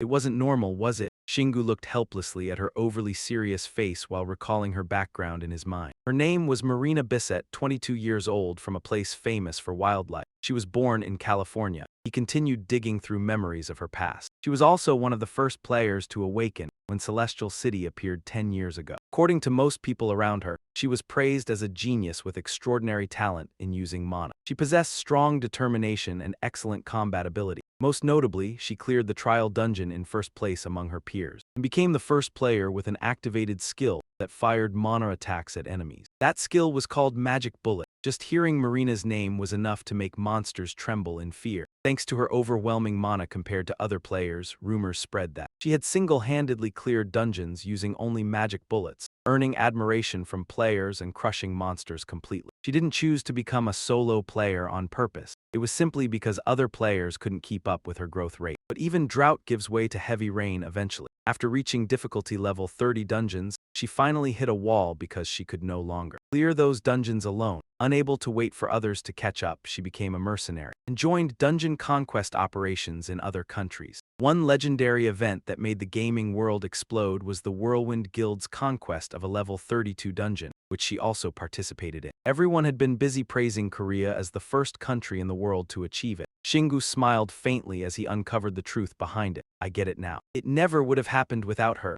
Marina gave him a puzzled look at his foolish expression. "What are you mumbling about?" Shingu was so lost in his own world that he didn't hear the question. He remembered Aaron praising Marina before. "She's one of the top players and she's beautiful too. That's seriously unfair." Even Zeha had sighed in admiration. Her skills and looks caused a huge sensation back then. "This is my first time seeing her this close." Even though Marina was amazing, he still favored the woman he loved. But wasn't Aaron also a top player and beautiful too? Shingu looked at the girl standing before him again and couldn't help admitting it. Wow, Aaron was right, she really is beautiful. Maybe because she's a player who trains constantly, she's tall too. His gaze accidentally drifted lower toward her chest as he silently evaluated her. Her ample bust would probably interfere with combat. Looking further down, her slim waist and long legs made her figure practically perfect. At that point, Shingu started feeling embarrassed. If she hadn't become a player so young, she probably would have become a model or actress. After rambling through all that in his head, he finally returned to the original question. But Marina cleverly clasped her hands together and begged to learn from him. "Please teach me," Shingu coldly refused. "No." She repeated it in a louder tone. "Teach me." Watching her energetic behavior filled him with strange emotions. It only made her seem like a curious little girl to him. Still, he stubbornly replied, "No means no."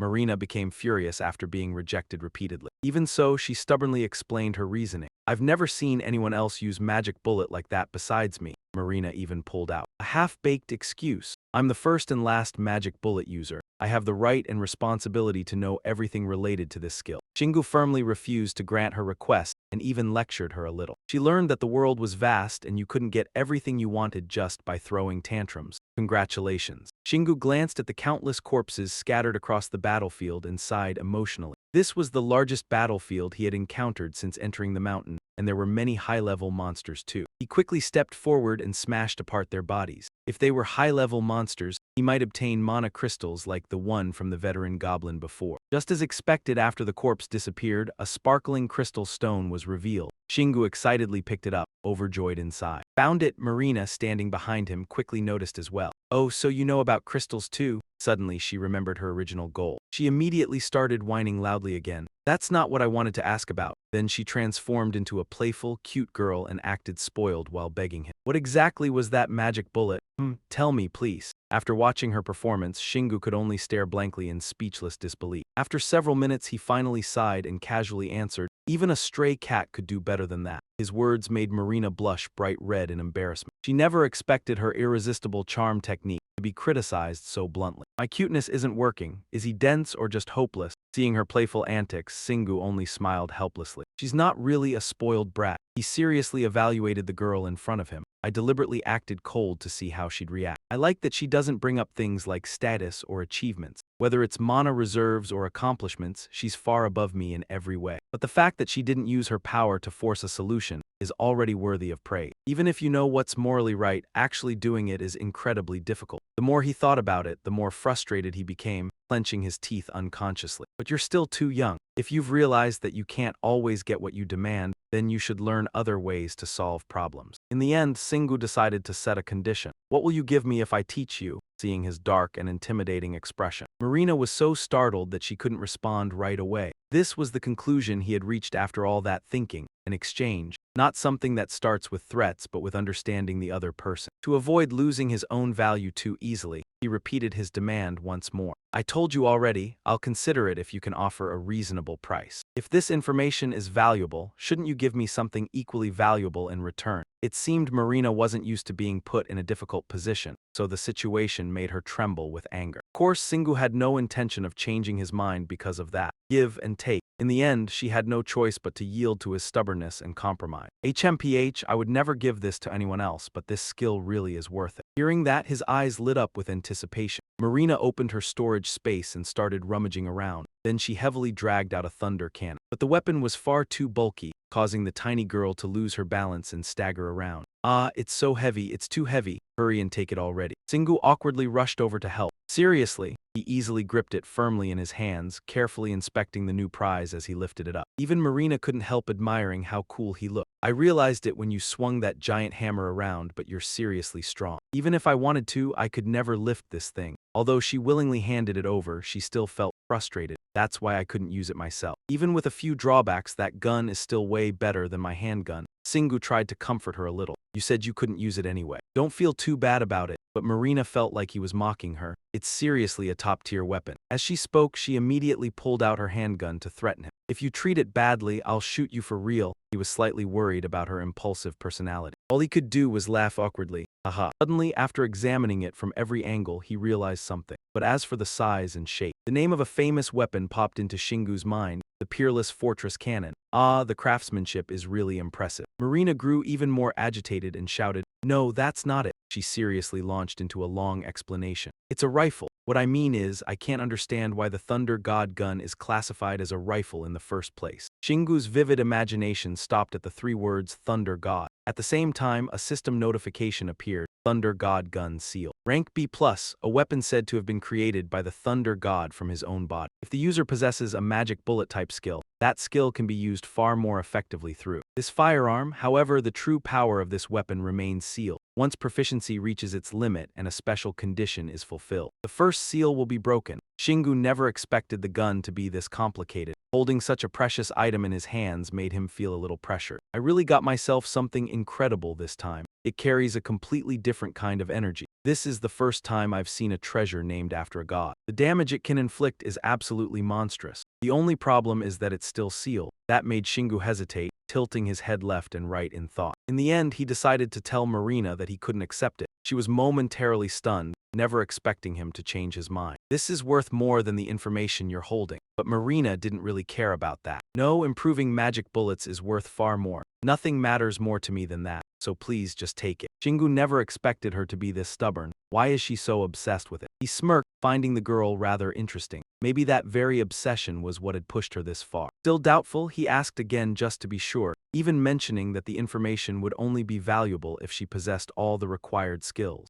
Marina answered without hesitation. "Then I'll go gather those skills." Shingu felt that the person before him had incredible resolve. She truly was a hardened mercenary. Wandering across the world, I guess I can't refuse after hearing that. After a moment of contemplation, he finally decided to keep the Thunder God gun. "All right, I'll honor our agreement. Time quickly passed as the two completed the trade. Something had shocked Marina so badly that her whole body froze stiff. Impossible. Charge assault. The hairs on her body stood on end as if she had just seen a ghost. That skill can actually enhance the pure power of magic bullets. Wait, and why would you even try combining melee combat skills with magic bullets? Her reaction made Shingu feel slightly guilty. It seemed her mood had worsened after hearing that. Meanwhile, Marina kept screaming in disbelief. How could anyone possibly do that? Even with all the information, it still sounds impossible. He immediately proposed a solution. Do you want the rifle back? But she snapped at him without hesitation. No, her stubborn personality was very similar to Shingu's. She was determined to create what she desired. Enhanced bullets, I'll definitely create them. Looking at her felt like looking at himself, making her easy to understand. I get it now. Her overwhelming pride won't allow her to regret her own decisions. The strong always have a reason for becoming strong. Suddenly, Marina became curious about something. She turned and asked him, but I've never seen anyone stronger than you. Where have you been living all this time? Faced with such a vague question, Shingu naturally couldn't answer it. I don't even know myself, so forget it. Her words suddenly reminded her of something. She reached out her hand in greeting and introduced herself. I'm Marina Pisek.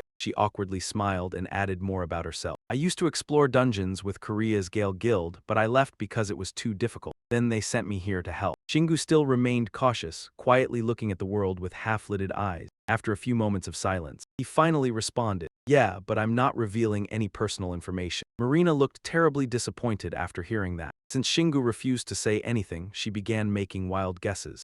I bet you've leveled up a lot while hiding your identity, so you wouldn't reveal yourself easily. She kept mumbling to herself, feeling foolish. Damn it, it's not like I'm the kind of person who gets fooled that easily. After overhearing her, he coldly added, that's the hardest thing to believe you've said all day. Then he turned around, preparing to leave since their exchange was over. Marina hurriedly stopped him. Wait, she suggested that the two of them continue traveling together. We're heading in the same direction anyway, so let's go together. Just when he thought he had finally escaped this noisy tagalong, Shingu let out an exhausted sigh. What now? As if afraid of being rejected, she continued trying to persuade him. Aren't we all going after those monsters anyway? He silently admitted it to himself. That's right, Marina made herself sound completely reliable, like she would never become a burden. Don't worry, I'm an experienced hunter too. Hearing that, Shingu began to hesitate a little. True, but things would get dangerous if she wanted to see his wing. Suddenly, he remembered his two teammates still struggling to stay hidden. Besides, Aaron and Seha had been wanting to get outside for a while now. At that moment, Marina used a bit of reverse psychology. She knew Shingu hated losing, so she deliberately teased him. But if you back out, I'll head there first and wipe them all out. Aren't you chasing the last bug? Aaron understood that he really wanted to agree. She advised him not to worry about them. We won't get caught. It'll be better if we deal with the monsters with her help. Seha felt the same way.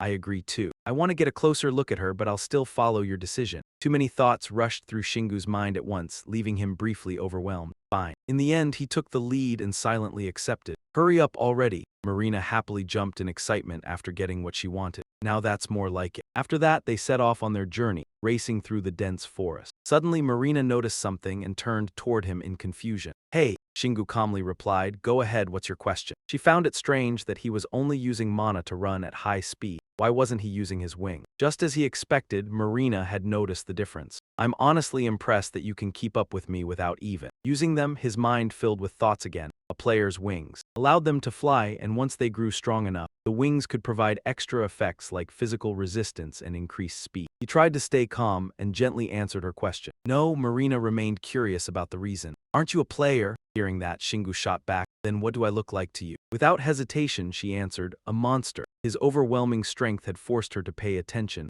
He had even fought side by side with Ma Dai. If you ask me, you're definitely a monster. Yeah, I'm a monster. Left with no other choice, he brushed it off casually. Think whatever you want. Shingu ignored her and began planning for himself. After dealing with this mountain, he thought he should go back and clear out the ant nests for a while. His greatest concern was his own identity. If he became stronger than her, he wouldn't need to worry about hiding who he was anymore. It was all because he was still too weak. He needed enough power that no one could bother him, even if he openly admitted he was an illegal player. While deep in thought, he glanced at Marina to gauge her reaction. He needed enough strength to make others follow his will. This only worked because Marina Bisset was easygoing. If it had been other high-ranking figures, things would never have gone this smoothly. Thinking about that, one particular person came to mind, especially Harian. That guy would definitely become a massive headache. Then, to ease the atmosphere, Shingu took the initiative to start a conversation. "Are you sure we're heading the right way?" Marina confidently replied. "Yeah, I can already see them in the distance." She stared far ahead into the bushes. "Looks like I hit the mark." Sure enough, several goblins were frantically fleeing. They ran as if they had engines strapped to their backsides, constantly urging one another onward. "We can't do anything without him. Hurry up, he'll definitely be delighted when we bring these special sacrifices." Shingu's group had already hidden nearby, watching them wave their arms around like lunatics. "Give it everything you've got for the future of the world." Instead of rushing after them, he seriously commented, "They're actually kind of cool. They're revealing just enough about the enemy to keep us guessing." Marina, on the other hand, felt nothing but disgust. "I seriously don't understand why you're so excited." Anyway, Shingu suddenly interrupted and pointed in one direction. "I can tell where they're heading." With his sharp instincts, Shingu realized the crucial detail. It was the place where the helicopter had been shot down, the highest point of Mount Seora. The image of the majestic mountain seemed to appear before them. Dichung Peak. Hearing that, Seha couldn't hide her emotions and quietly murmured, "My father used to take me there all the time." Next, Shingu followed the trail left by the goblins, pushing through the bushes deeper into the forest. Suddenly, shock flashed across his eyes when he saw something below. There was an enormous crowd of goblins shouting wildly, "We're almost done, kill more of them." The monsters' overlapping screams merged into a horrifying symphony that shook the entire area. The goblins snarled with their fangs bared, standing by for orders. Elsewhere stood a group of intimidating greater demons. 5 years' worth of assault weapons stood ready. Marina was stunned speechless at the sight. "What?" Realizing she had made a noise, she quickly covered her mouth, her face turning pale with fear. "There are this many monsters in the real world? What is going on?" She quietly observed them closely, overwhelmed by the sheer size of the army. "Of course, I have seen similar numbers of monsters in dungeons, but I always cleared dungeons by avoiding them." Suddenly, Shingu spoke up with certainty, saying he was sure that was not all of them. He was certain there were still many monsters around Mount Seora. The vast area around this place had most likely been taken over by them. No, maybe even beneath it. Everything looked extremely suspicious. Hearing that, Marina grew even more anxious. "We need to report this to the Korean government immediately. If it is just the Korean players, they will not be able to stop this. Looking at that massive monster force, it is truly a major threat. We should gather every player in Korea, or blow up the entire mountain." Just imagining them breaking out and spreading across the whole country. At that thought, Marina pulled out her phone, ready to contact someone at once. "A warning, we need to inform the government before that happens." But at that moment, Shingu reached out and stopped her. He looked at her seriously with a determined gaze. "There is something more worth trying than that. Look at the monsters." It turned out he had spent all this time analyzing the enemies in detail. Most of them are small fry below level 100, so we only need to focus on the strong ones in the center. According to that plan, the first step is to find their leader. Shingu began evaluating the standout ones one by one. Not him. Another werewolf looked far too brawny. Not him. But soon his gaze stopped in one place. A confident smile appeared clearly on his face. "Oh, down below, Ungor is standing on a raised platform, constantly giving orders. We need more blood, mana, and souls, brothers." Shingu looked at this distinct leader and could not hide his surprise. What violent energy. He looks even stronger than the great Iron Demon General. His determined eyes fixed on Ungor and his voice was filled with killing intent. "We have to kill that one." Seeing this, a trace of doubt appeared on Marina's face. "Will anything good happen if we kill it?" She was somewhat concerned about the two of them acting so quickly. They might be controlled because there is a leader there. They will become aggressive if we kill that thing. Aaron, who had been listening to the situation outside the whole time, felt relieved for the first time. "I would feel uneasy if it were only Shingu."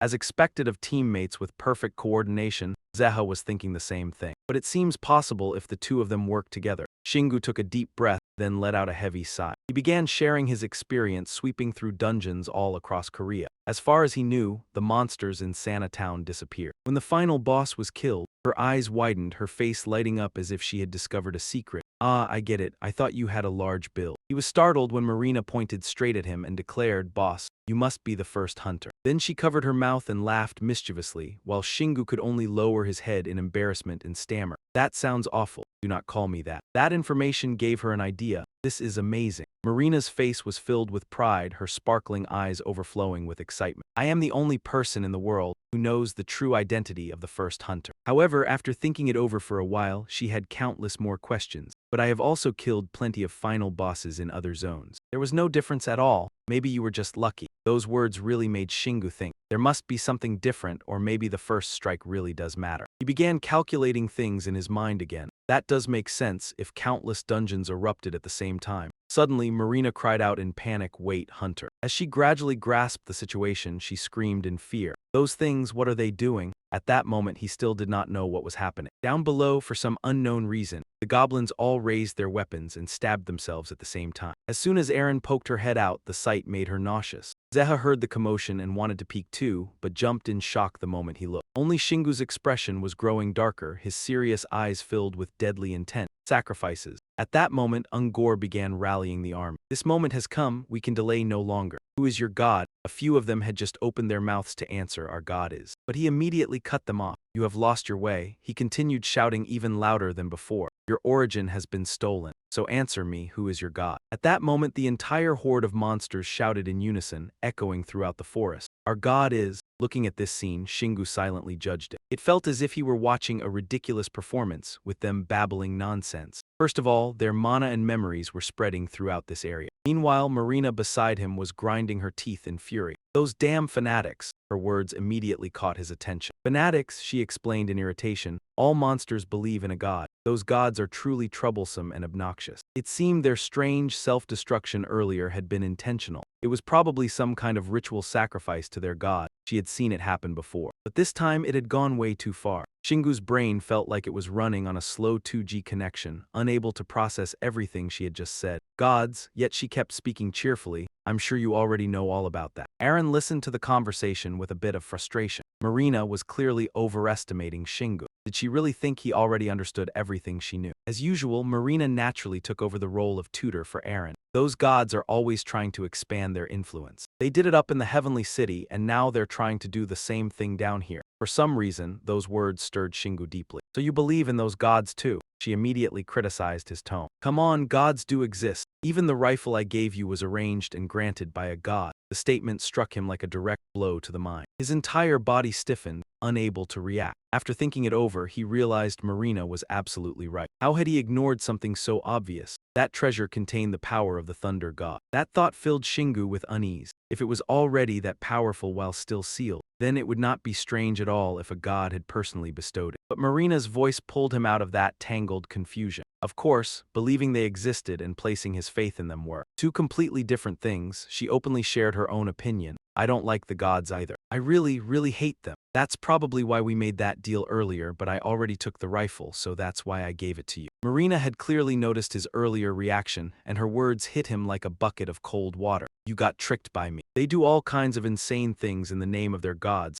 and if you ask me, that's the worst thing of all." Her eyes were filled with disgust, every word dripping with bitterness. Besides, all of this looked like the aftermath of a small-scale religious war. Shingu spoke up in response. He had never seen anything like this before. Marina continued explaining her thoughts. "They fought to the bitter end like this in the heavenly city too. Events like these are everywhere in human history books, one religion oppressing another. That's what I mean." As soon as she finished speaking, she loaded her hunting pistol. "All right, let's kill the last one." Her voice was filled with fury. She was ready to charge into battle at any moment. "I don't think we can afford to wait for the government to get here." Realizing she had been muttering to herself the whole time, Marina turned back and urged Shingu, "I think we should kill the lion mask guy first. What about you?" He had only just been dragged back to reality, so he still seemed slightly dazed. But soon enough, his fighting spirit returned in full force. He was itching for battle and wanted to tear through everything in sight. The two of them immediately moved into formation, while Marina looked extremely excited for the fight. "Great, let's begin." Vehicle 2 looked at the perfectly matched pair and could not help sighing in admiration. This is the birth of the strongest couple on the planet. But those words only made Aaron even more jealous. This is just a temporary alliance. Suddenly, right before charging in, Marina hesitated.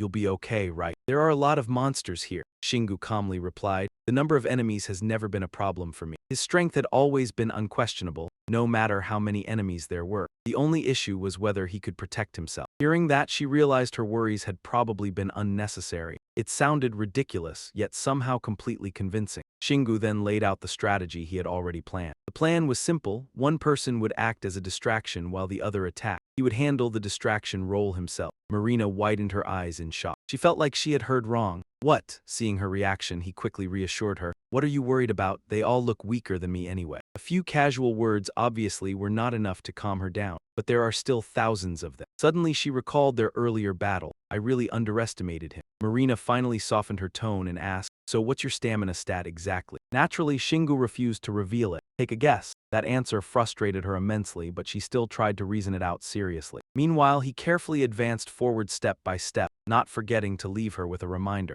Stay hidden. Marina still looked annoyed as she replied meaningfully, just make sure you create a good opening for me. Holding the black wolf claw, he burst forward at incredible speed. His lips tightened as he drew in air. Ah! A roar tore through the air as he bellowed. Ah! The sound wave exploded like thunder, making the entire area tremble. The roar immediately drew the attention of the nearby lurking goblin demons. Even the greater demons around the area were startled the moment they heard it. Ungo froze like a statue, blinking repeatedly for 5 confused seconds. Realizing the threat before him, he roared at his underlings below. A sacrifice, a powerful sacrifice. Capture him and make him the final offering. Singu raised the black wolf claw into the air as if his fury were about to explode. I'm sick and tired of hearing about sacrifices all day long. With her wide field of vision, Aaron quickly warned him, Singu, be careful. His startled eyes followed the direction she pointed. Suddenly, a blast of energy shot straight toward where he had just been standing. The sinister aura of Tesserin flared brightly. Furious, Ungor crushed the heads of 2 pillar-faced goblins in his hands, summoning multiple floating fireballs around him. The flames engulfing his hands burned their heads alive, their agonized screams echoing everywhere. Seeing this technique for the first time, Singu hesitated for a brief moment. If that worm really created those fireballs, then it wasn't something they could afford to underestimate. Maybe I can do something with this dimensional gun. Aaron casually muttered the thought to him. There was no time to calmly analyze the situation. Feeling looked down upon, Singu answered without the slightest restraint. Do you really think I'd get hit by attacks that obvious? Under Ungor's control, the fireballs spun wildly before shooting straight toward him. His eyes gleamed sharply as he smirked, preparing to unleash a surprise move. His hand suddenly shot out and grabbed the nearest goblin. Its throat was instantly crushed tight,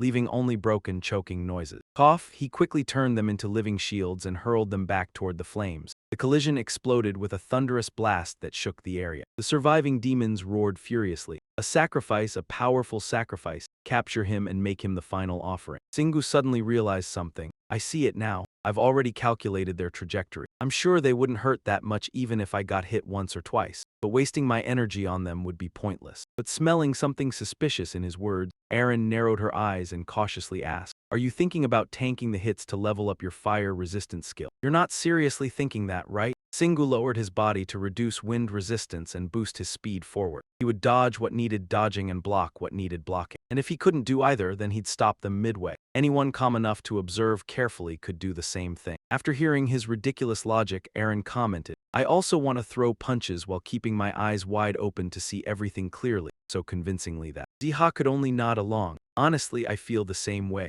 Meanwhile, Singu had already entered full clinical madness mode. Keep going, his footsteps burst through the sea of flames, the powerful wind behind him scattering them everywhere. Marina stood behind the bushes with her jaw hanging open at his unbelievable display. Incredible. He's dodging dozens, no, hundreds of fireballs. Perfectly, the demons previously empowered by Ungo spoke in lifeless mechanical voices. Ah, our master commands us to kill him immediately. The foolish servants obeyed at once. Sacrifice, this is our ritual. Everyone kill that bastard, kill that bastard. He spun the hammer masterfully, annihilating the reckless demons with astonishing speed. Sitting in his pocket, Aaron watched with deep concern in her eyes. Save your mana, Singu, but he answered calmly. Mana, I'm not even using it. The statement hit her like a shocking blow. What? He hurled the long hammer spinning through the air, smashing into them with overwhelming force. In moments, the remaining demons were completely beaten back. A huge opening spread before him. Even with all her years of experience, Aaron was stunned by his outrageous action. He's not using any mana at all, then all of this is pure physical strength. This has nothing to do with levels anymore. It doesn't even depend on his condition. His strength is approaching that of a god. Meanwhile, the main figure in the battle, Singu,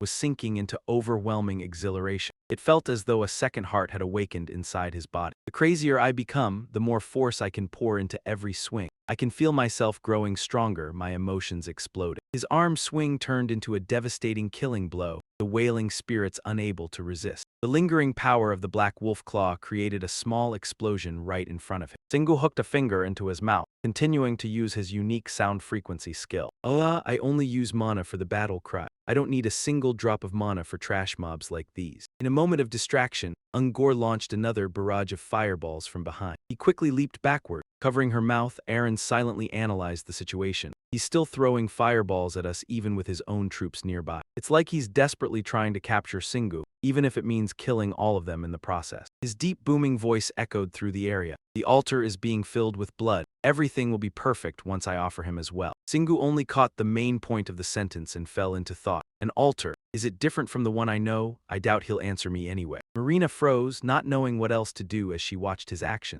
A smoldering wave of fire surrounded Ungor's body. Singu instinctively sensed that something was wrong. Had those fireballs really stopped already? Aaron immediately noticed it and warned him. It's not over yet, Singu. He's not only using his own mana, but also the mana of the high-level monsters. He'll strike the moment you let your guard down, and he might use some kind of acceleration and invisibility spell. Feeling the growing pressure, Singu instinctively tightened his grip on the black dragon claw. I understand. I'll dodge the moment I notice it. Don't worry. Aaron's tiny voice and the way he stayed so calm only made her more anxious, easily drowned out by Hera's battle cry. Marina was stunned by the fierce assault and gasped in amazement. What? He's definitely a monster. Every movement he made felt like dragging her brain through an intense cardio workout. His motions were savage and reckless like a wild beast. Yet at the same time, they were refined and wasted not even a shred of energy. He's completely different from me. I only focused on controlling mana after realizing my physical abilities were mediocre. Marina closed her eyes, quietly reflecting on everything she had experienced. I thought he was only good at controlling mana, but I was wrong. I can't make the same mistake again.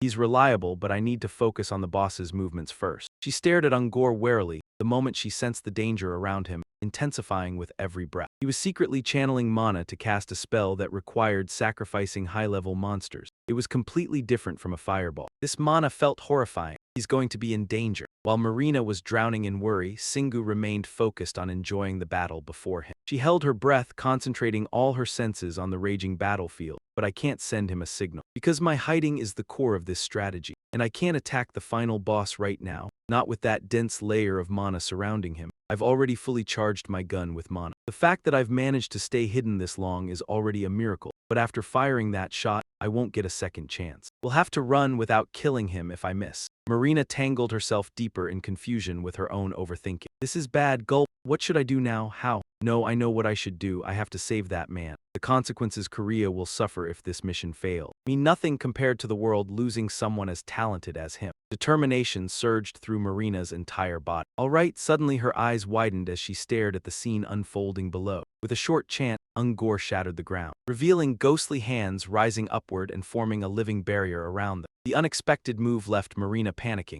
unsure what to do. No, he moved one step ahead of me. It's unbelievable that he can use both earth and dark mana. The giant hands clamped tightly around Singu's sturdy body, trapping him in an inescapable prison. From Marina's view high above, she witnessed the terrifying power displayed by Ungor. It was a dreadful form of dark magic, summoning hands from underground to drag people down and kill them instantly. Even I have no way to resist that besides relying on my magic resistance. It's one of the strongest spells. Against a designated target, am I really supposed to just sit here and watch him die? He was suspended in midair, flexible hands coiling around his body like snakes crushing their prey. A sudden turn of events made Ungor freeze for a moment. Meanwhile, Marina stared wide-eyed in shock from above. Even with his head tightly wrapped up, Singu calmly searched for a way to escape. After a few effortless movements, he broke free from the restraints and crushed every shadowy hand into dust. Ungor stared in disbelief at what he had just witnessed. Even Marina, despite already witnessing his extraordinary feats before, couldn't hide her astonishment. Impossible. He escaped dark magic with just a stomp, but this is my best chance. Two streams of energy bullets merged into one, tearing through the air and smashing straight into Ungor's face. The blast exceeded his limits, piercing through him instantly and leaving an empty void hanging in the air. He collapsed without a sound like a discarded puppet after a failed performance. The Lola creatures panicked like ants on a burning nest, throwing the entire forest into chaos. The leader is dead. The humans killed the leader. We were so close to finishing it. We'll be punished. The higher beings will punish us terribly. Singu shrugged and let out a tired sigh, too exhausted to react. I did it. The combat system rapidly updated the situation. You have prevented the corruption. The monsters have been weakened. increased by 6 levels. Fearlessness has reached level 7.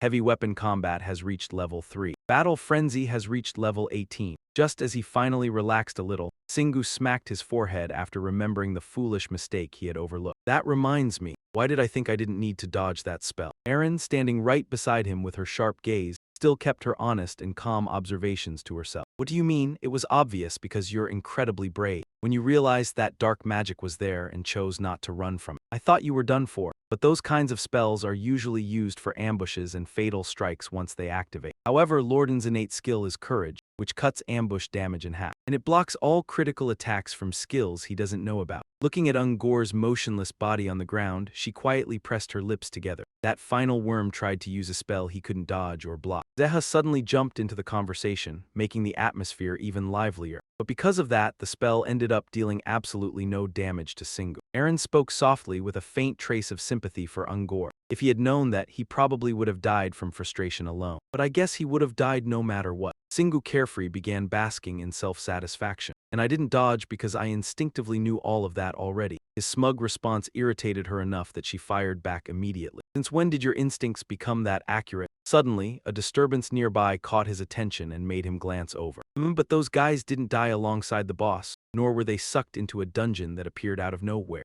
Zeha suddenly realized something strange was hidden behind it all. You're right, looks like this time we won't get one of those convenient Japanese manga endings where everything magically resolves itself. Singu's brilliant mind quickly formed a sharp conclusion. No one expected this, which means I won't need to go to places where dungeon outbreaks have already happened. There are plenty of strong players besides me, if this isn't something only I can handle. I'd rather focus on getting stronger inside the caves. Aaron immediately pointed out a flaw in the logic he had overlooked. But we still don't know how those rogue players are connected to their sacrifices. That sharp argument left him unable to deny it, so he agreed. We need to investigate that further, but not right now. Countless streams of thought surfaced one after another inside that genius mind of his. Marina crushed the worm's head with a single shot. I'm not strong enough to do that yet. That was a mana bullet compressed beyond anything I can currently create. It had a level of destructive power no human technology or thinking could ever achieve. Is she really the only one with that kind of strength? Even the guild master of the Whirlwind Guild is famous for being blessed by the gods. I still can't proudly stand before people like them yet. Singu brushed aside those deceptive thoughts and focused on the clear reality before him. But first, the clinking sound echoed rhythmically. Matching his cold and emotionless footsteps during the battle, he shamelessly spoke righteous words with fake sincerity. We should help clean this place up before the others arrive. But childish excuses like that could never fool Aaron. You're only interested in the mana crystal. Marina suddenly dropped down from the cliffside and interrupted the fun. Hey, how did you block that dark magic? Singu shook his head repeatedly in refusal. Do you really think I'd tell you? Marina immediately complained in annoyance. You could have told me from the start if you wanted to. You made me worry for nothing. He raised the black wolf claw and warned her, if you have time to say stupid things like that. Singu kept slaughtering monsters while finishing his sentence. Then focus on killing higher-level monsters instead. The goblin demons panicked and clutched their heads while screaming over each other.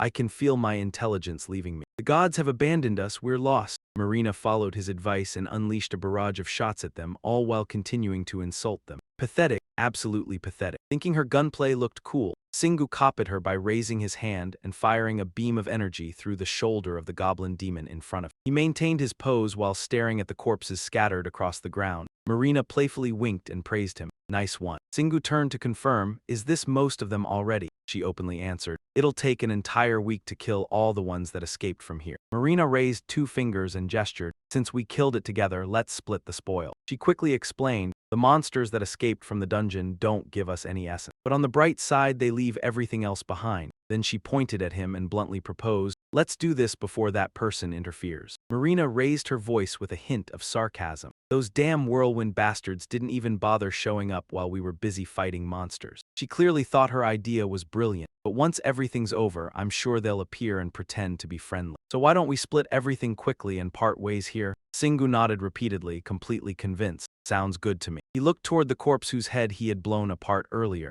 Either way, its head exploded completely, so nothing was left behind. So we can't tell what it looked like beneath this mask. Marina picked up the mask and guessed, I'm pretty sure this is a treasure too. Right then, the system displayed its information. Charing pressure mask, rank B++, along with a detailed instruction manual attached behind it. Made from the head of a high-ranking forest charing and a temple guardian monster. Its defense is not very high, but the wearer can increase their own charm to frighten enemies and leave an impression on allies. A mysterious trait lies hidden. Marina stared at the shrine guard in disbelief. Don't tell me this is connected to the shrine too. She began taking time to think it over. Then she suddenly held Tesserin's aura right in front of Shingu. All right, do you want it? Without the slightest hesitation, he turned away and refused. You can keep it if you want, I already have a helmet. Marina kindly pointed to another item on Angor. All right. Then you take the leg guards. Shingu asked in confusion. Leg guards? The system continued displaying the stats for Teroda's glory, rank B+. The detailed description that followed was just as lengthy. These leg guards were made from the tendons and hide of Taratha, a high-jumping frog species. Not only are they extremely tough, they also increase the wearer's jumping ability. He smiled smugly at the bargain he had just landed. I've always wanted armor for my lower body, and these are rank B or higher leg guards too. Shingu immediately stomped on the ground to test them out. This is amazing. It was like he had gained another passive skill. Marina felt relieved seeing that everyone had gotten a share. All right, everything is fine since we each got what we wanted. She glanced past him, then hesitated. What I wanted to say is. But then the system displayed the final item's information, cutting off what she was about to say. Divine Bell, rank B+++.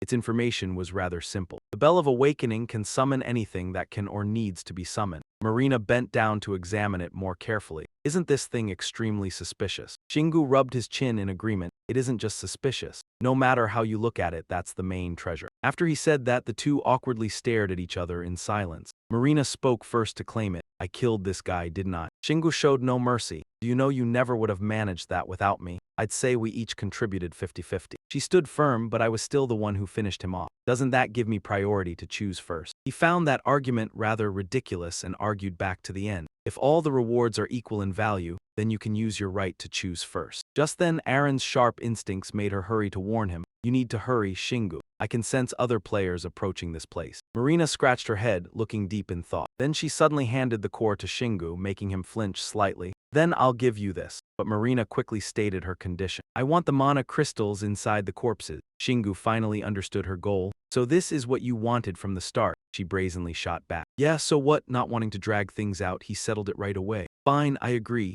Marina let out a sigh. She still seemed somewhat regretful. Tusk, I wanted that core too. Shingu could not understand a woman's mind. Then why did you keep giving mixed signal? His eyes were full of judgment. She kept acting as if someone had forced her to do this. Suddenly, Marina became interested in his next plan. I'll pretend nothing happened and join the Cyclone Guild. What about you? Shingu jokingly borrowed the idea to reply that he would vanish with the wind. Since they were about to part ways here anyway, he spoke his judgment plainly. Based on the fact that you wanted that corpse, I'm guessing the mana crystal isn't the only meaningful loot. Shingu dropped a heavy information bomb. Even if I take it, I can't do anything with it. If you want it, go ahead. Marina's eyes immediately lit up like car headlights. See, I knew we could reach a deal. She kindly gave him a reminder. But can you sneak out of here? Shingu turned on his heel and waved goodbye. Don't worry about that, I'm leaving. Marina called after him again. Hey, wait. Aaron's heart was pounding wildly at that moment. We're going to run into other players. Is she planning to tell everyone about him? Shingu turned back impatiently. Why do you keep? Suddenly, she blushed and shyly left him with a few words.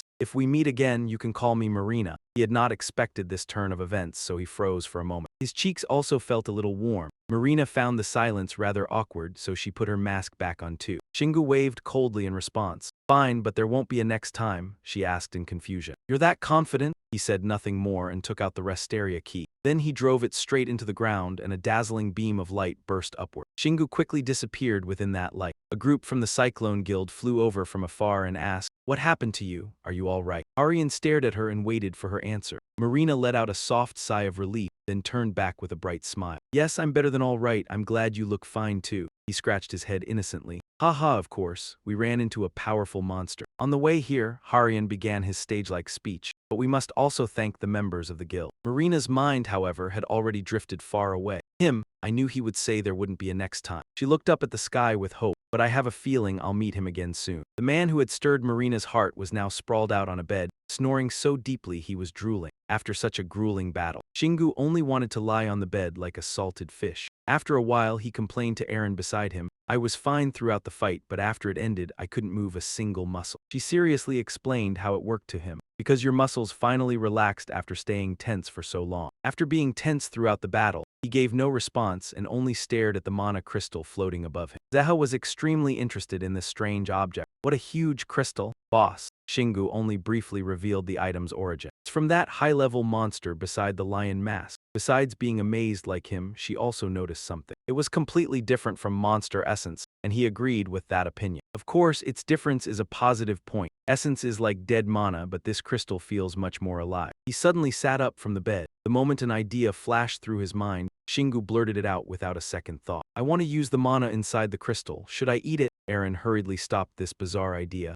Absolutely not. She sincerely advised him to give up on it. Your mana cannot merge with foreign mana. It could explode if you try to force them together. Thanks to her, Zeha finally realized it. So that's why people turn them into treasures. Even so, he was still extremely hesitant about his choice. He switched to another topic to distract himself. Now that I think about it, the reason I leveled up after clearing the dungeon was because all the achievements inside the dungeon were converted into mana and transferred back to me. Based on his own experiences, Shingu came up with a fairly reasonable guess. Maybe dungeons were created to make the process of transferring mana from monsters to players more efficient. This also matched other external factors. The two of them stood silently for several seconds, stunned by this logical deduction. A moment later, Aaron was the first to come back to her senses. That's an interesting hypothesis. I've never thought of it that way, but he himself knew that this hypothesis still had flaws. Then why did you level up while wiping out monsters on Mount Siora? She hesitantly offered her opinion from her own perspective. Maybe it was because he didn't need to process mana. Zeha added to the discussion as well.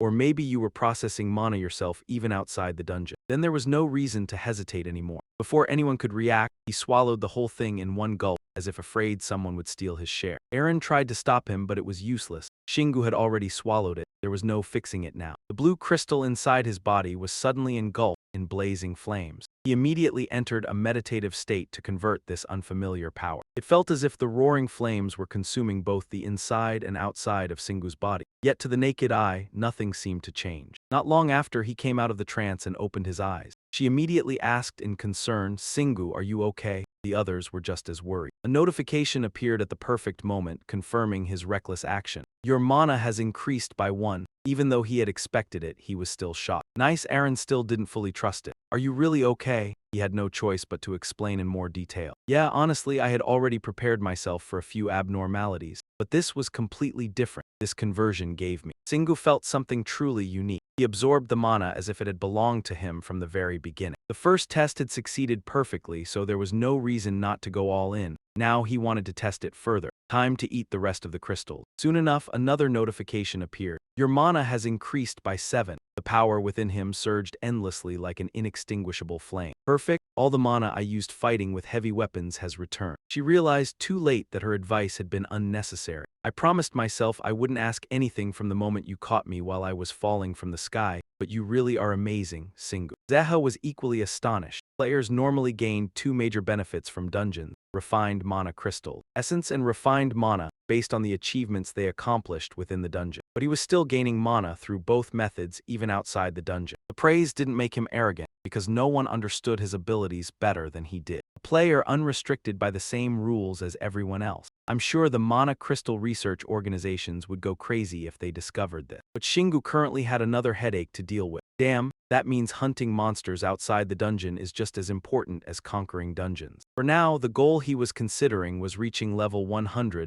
so he could easily defeat Marina Bisset. He quickly mapped out his next course of action. First, I'll reach level 100, then I'll gather mana crystals. Even though Aaron felt it would be extremely difficult, she still chose to trust him completely. You want to defeat one of the world's strongest players right after reaching level 100. Even so, I think you can do it. Shingu slowly sat down on the bed. He temporarily set aside the discussion of this major issue. Let's just get some sleep tonight, and we'll begin the journey once we're used to the new level and mana. She looked slightly intrigued. Isn't this your first time being far away from a dungeon? Thinking she didn't understand, he explained further. It's called recovering strength. I need to check the upgraded skills and get used to the tale. He still had many other concerns. He felt that what happened on Mount Siorek wouldn't continue forever. Aaron sighed helplessly at Shingu's calm attitude. But the only thing Aaron could do right now was share her thoughts with him. You can't protect the entire world by yourself. There are still other players strong enough to help. You don't have to shoulder everything alone. He paused to think for a moment. Other players, she suddenly reacted as if reading his mind.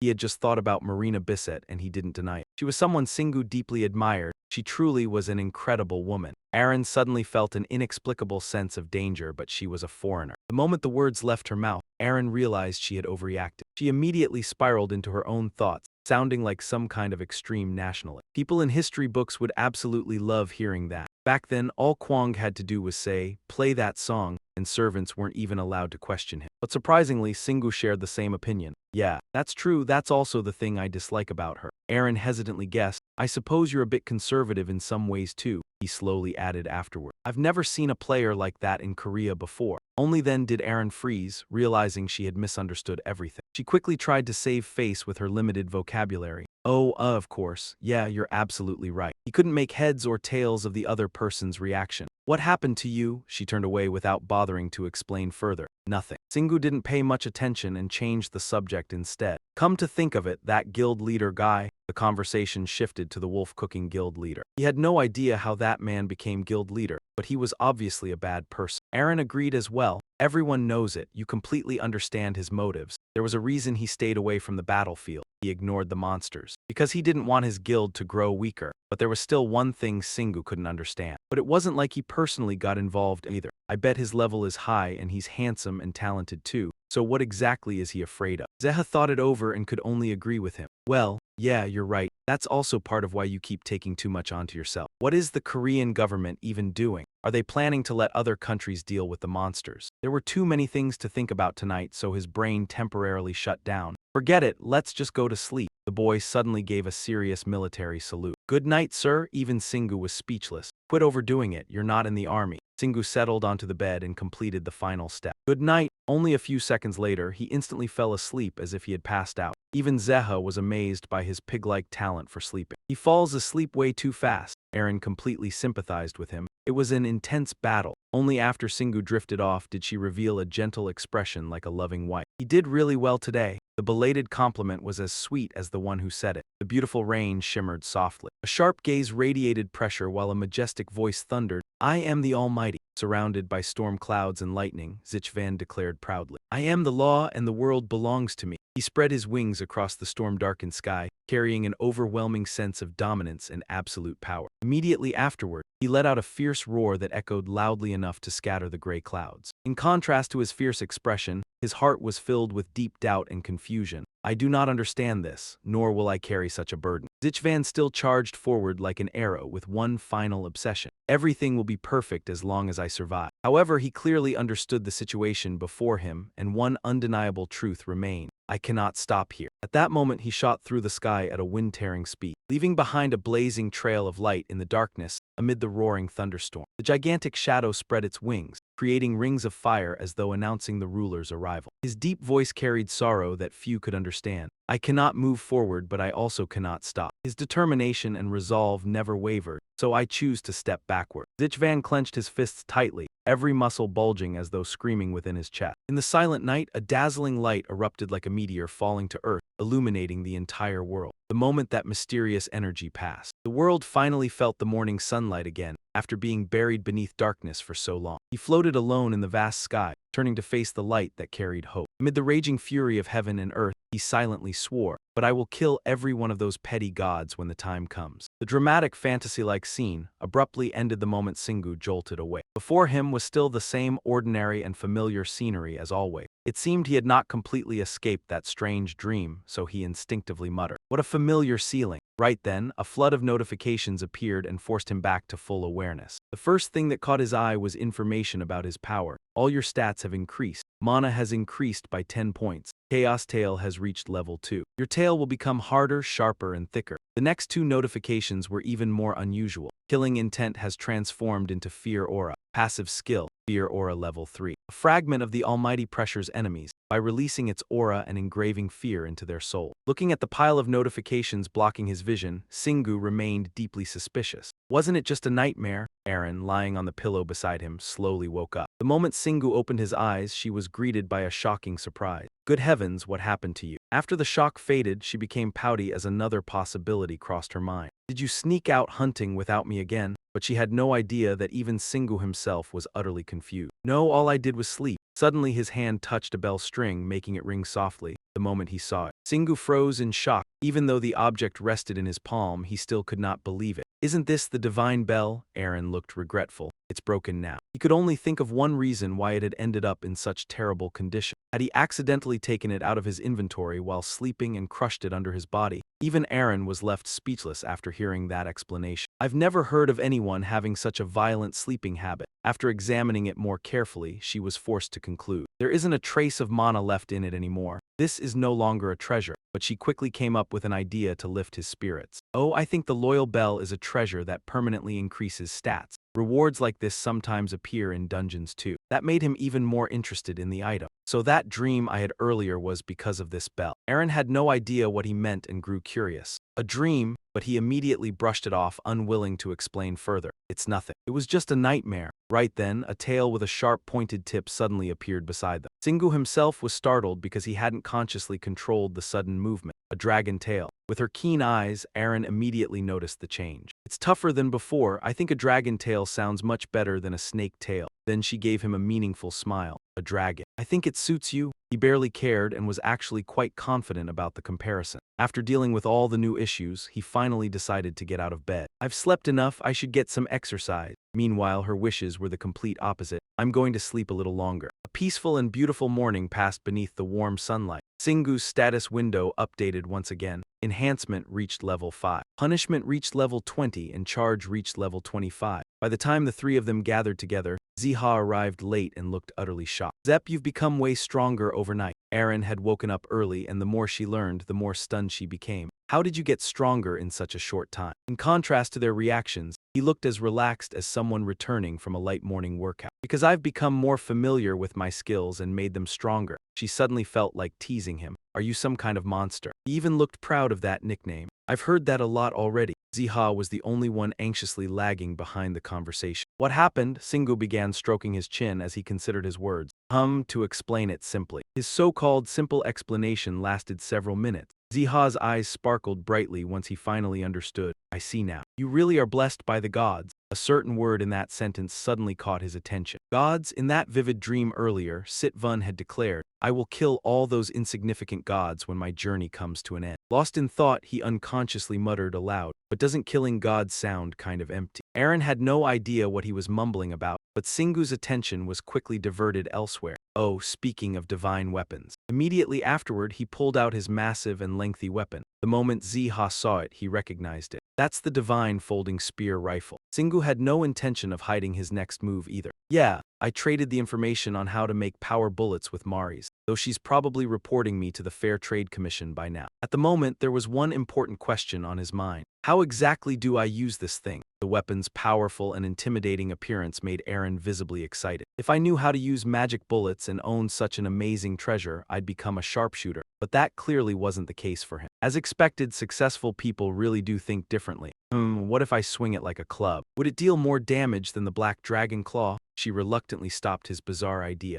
No, this is not a melee weapon. Since he still didn't understand how it worked, Singu could only sigh and put it away again. Basically, after holding it himself, he reached a small conclusion. It was far too long and heavy. He should keep it inside his inventory and only take it out when absolutely necessary. Aaron added more information to encourage him. It's called adaptation. Once you get used to it, it'll help you a lot. For the time being, he decided to set the matter aside. All right, I'll train with it later. Singu then put on his plain basic shirt and equipped the mutant venom fang as well. After getting fully prepared, he began planning his next step. Now let's head back to the arena and test that gun. Even though he hadn't fired the weapon yet, he was already imagining it in his head. Feels just like target practice back when I was still in the army. Ziha laughed awkwardly and shattered that fantasy. That rifle isn't some double-ended spear. Not wanting to stay in the room any longer, Singu quickly stepped through the teleportation gate. Shall we go? Another notification immediately appeared afterward. Area, Ant Cave number 126, Syrian Graveyard. Time limit 12 hours. The surrounding scenery made Singu slightly curious. Is this some kind of undead dungeon? Ziha confirmed it for him. It is an undead dungeon. Meanwhile, Aaron looked completely horrified. An undead dungeon? The moment she heard the location's name, she immediately crawled into his shirt pocket. This mission was her natural enemy. I hate undead monsters, I seriously hate them. He wasn't too surprised by the other person's reaction either. You already told me about this before. The speaker may not mean anything by it, but the listener takes it to heart. Her mood immediately brightened. You remembered. Singhu, luckily Ziha reminded her to calm herself down a little. Aaron, I don't think now is the time for you to get emotional over that. Singhu also turned serious. I think I finally understand the meaning behind the numbers attached to those areas. And you're paying the price for your blunt mouth. Why do you hate me so much? Even while his teammates scolded him, he still patiently explained everything. It's a difficulty ranking. The smaller the number, the stronger the monsters, and vice versa. Singhu began evaluating the dungeons there. Alright, let's see. Demon Sewage Pit number 231, the biggest number. Iron Great Demon Village number 84, the smallest number. The one here is much weaker than the Iron Great Demon one. Aaron helplessly reminded him, Singhu. You really shouldn't lower your guard like that. Undead dungeons are far harder than other dungeons of the same rank. Hearing those words, he suddenly felt like he'd heard them somewhere before. Didn't you say something similar back at Iron Great Demon Village too? She instantly flared up at his indifferent attitude. Yes, but this is different. She grew increasingly anxious and hurried to explain. You should know this from fantasy movies. Undead are incredibly difficult to kill. On top of that, every monster carries poison and they move in hordes. Just imagining it this far already made Aaron turn pale. They smell like rotten onions and stare at you with decayed eyes. It gives me goosebumps just thinking about it. Unable to stop her overflowing emotions, he decided to choose assistant number 2.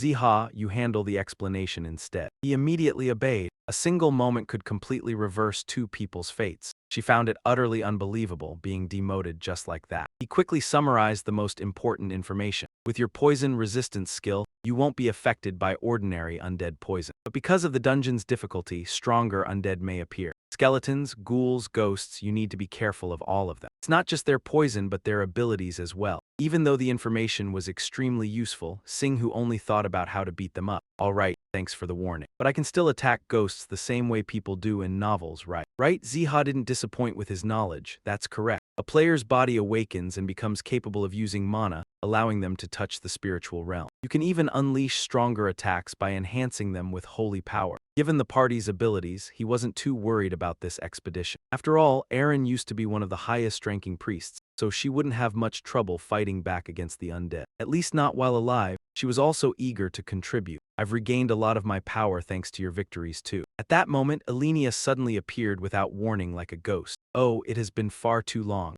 I'm delighted to finally receive a visit from a living person. Even Singhu jumped in shock and tried hard to suppress his natural reflex. Oh, I mean, it's been a long time for me too. I almost attacked you just now. Aaron instantly shrank back after encountering her natural enemy. She must be undead. For someone as impatient as you, slowing down isn't even in your vocabulary. Stop dragging it out already, what's the mission? She still insisted on being dramatic a little longer. You came here to save my soul, no matter what your true objective may be. Your kind heart will still save me in the end. Only then did she finally get to the point. Ah yes, the mission, the two words etched deepest into my soul. But of course, you must be curious. He couldn't understand what she meant. Curious, yet her focus drifted somewhere completely different. Is she speaking English? Right after that, a system notification appeared. Dungeon quest discovered. Hope of the Graveyard Non-Syrian. Elenia lost all of her companions during the dungeon conquest. Help her uncover the identity of the vengeful spirit sealed within the mausoleum. Quest an incomplete wandering spirit. A penalty will be imposed if you refuse. Singhu immediately turned to Ziha with a question. How is this different from simply killing the dungeon boss? He seriously explained the mechanics behind it. Not every dungeon can be cleared in such a straightforward way. Some dungeons are filled with hidden stories and mysteries.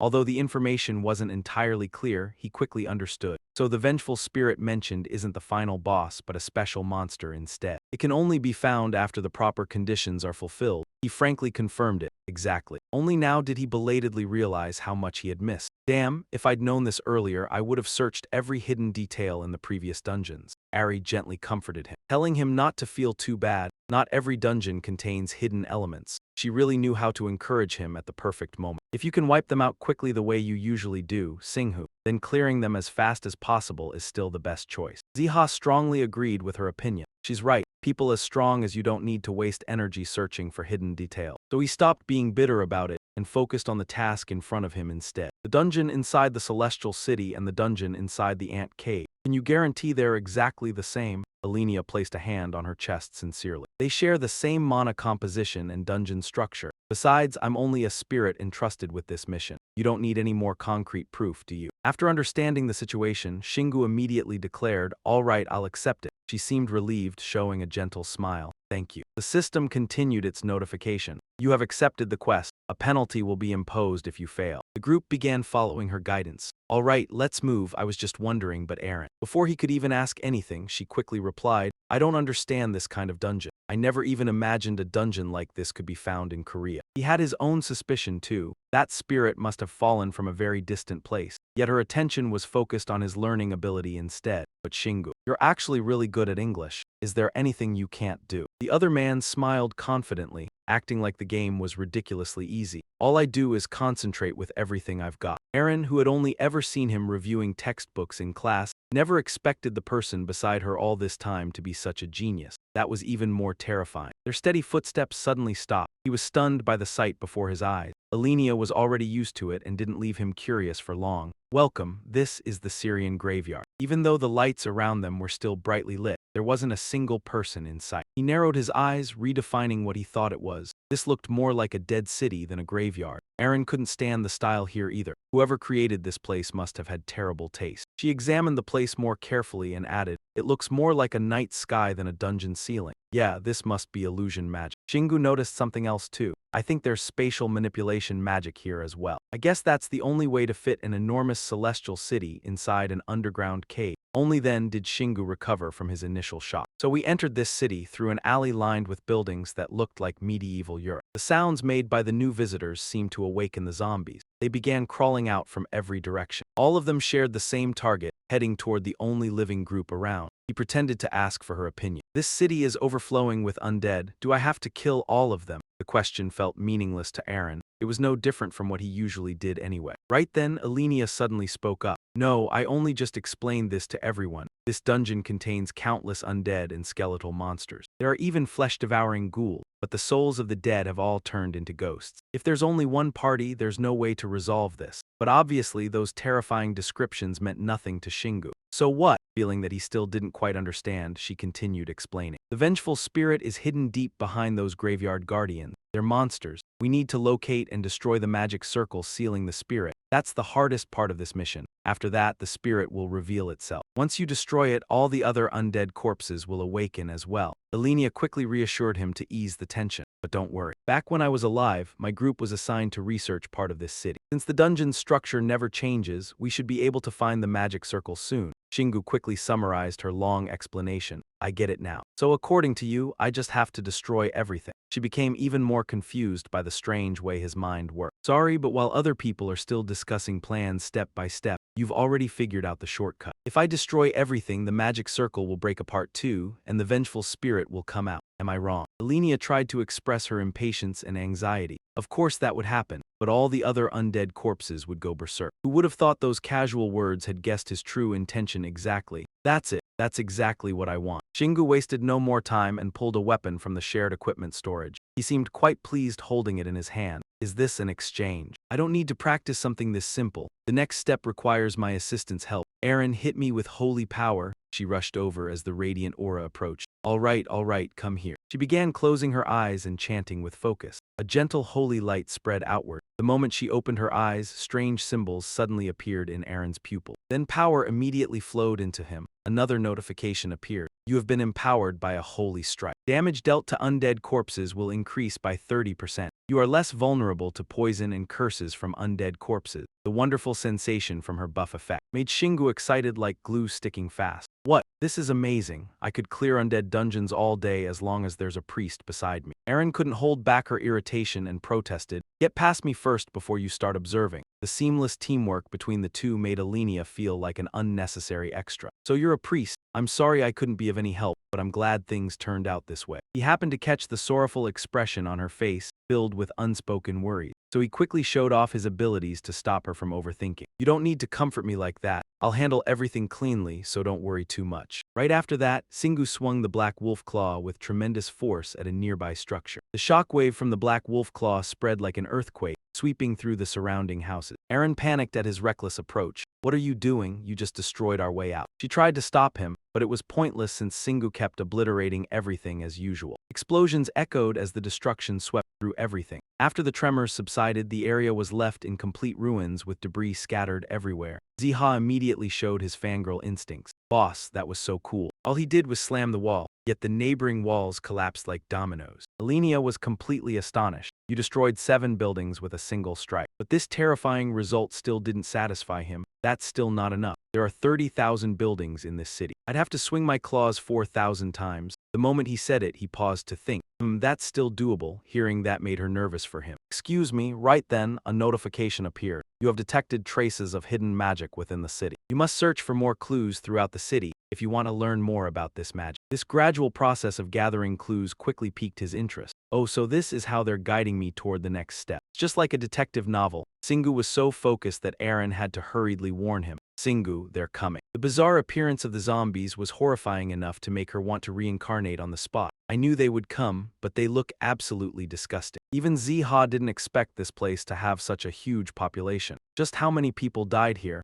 Alenia couldn't believe they appeared so quickly. A zombie horde, yet he was the only one without any expression on his face. So that's what they are. I thought real-life monsters would look a bit different from the movies. His attitude completely contrasted with Aaron, who was trembling all over. How can you stay so calm? They'll rip off their own arms and throw them at you. But his attention was somewhere else. Wouldn't that hurt them a lot? Singu finally became a little serious. Alright, I really don't like filthy things. Time for a light warm-up. The zombies crazily charged toward him in overwhelming numbers. He had no intention of diving into the middle of the enemy horde. Instead, he kicked a massive boulder forward. That ordinary object became like a bomb to them upon impact. Before she could even stop him, the targets were already frozen stiff in terror.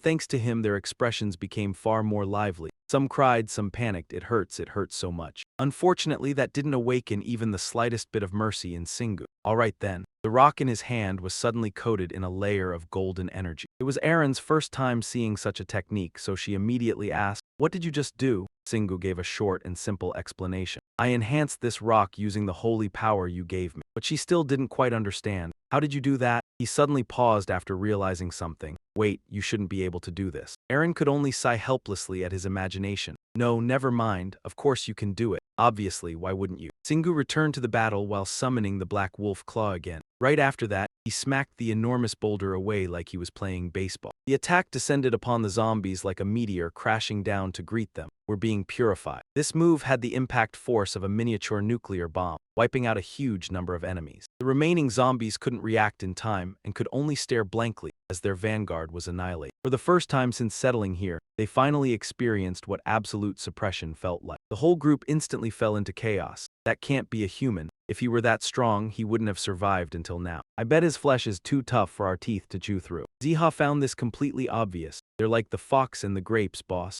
Aaron still hadn't recovered from her shock. The zombies are retreating. She wasn't nearly as afraid of them anymore. I've never seen zombies run away before. Singu, however, looked slightly disappointed. I got pretty excited. When I saw them rushing this way, to them, my appearance must feel like the Grim Reaper paying a visit. I mean, I don't really care what they're trying to do. This marks the beginning of the zombies' apocalypse. The only ones suffering are these weaklings desperately fleeing for their lives. I don't want to die, not even one more time. His eyes lit up as he charged forward, unable to resist the new thrill right in front of him. "Oh no, don't even think about it." She hurriedly warned him to be more careful. "Zingu, don't sacrifice them." Before they could fully retreat, he unleashed a devastating strike right in the center of the hall. Seha and Aaron could only stare in shock as their leader turned them into essence scattered like candy across the sky. He couldn't believe the odds were this absurdly high. The number of monsters in this dungeon was already one thing, but why had every single one of them turned into essence? Zingu remained calm as if nothing strange had happened. "It always happens to me. You just have to accept this ridiculously lucky situation." "I see, so this is normal for you." The system had just sent another notification. Completion time limit, 11 hours 13 minutes 42 seconds. Seha was already getting used to clearing stages without doing anything. It hadn't even been an hour since we entered this place, but he'd already destroyed half the city. Not far away, an ugly monster that failed to escape was crushed beneath an entire building. Everything happened so fast his brain couldn't process it. Wasn't that monster just now an extremely powerful undead creature? Even she felt chills down her spine, although there was no way to confirm it since it died before they could check. Another notification appeared. You have identified the approximate location of the sealing spell. However, to weaken the sealed monster, you must destroy more magic formations used to strengthen the undead.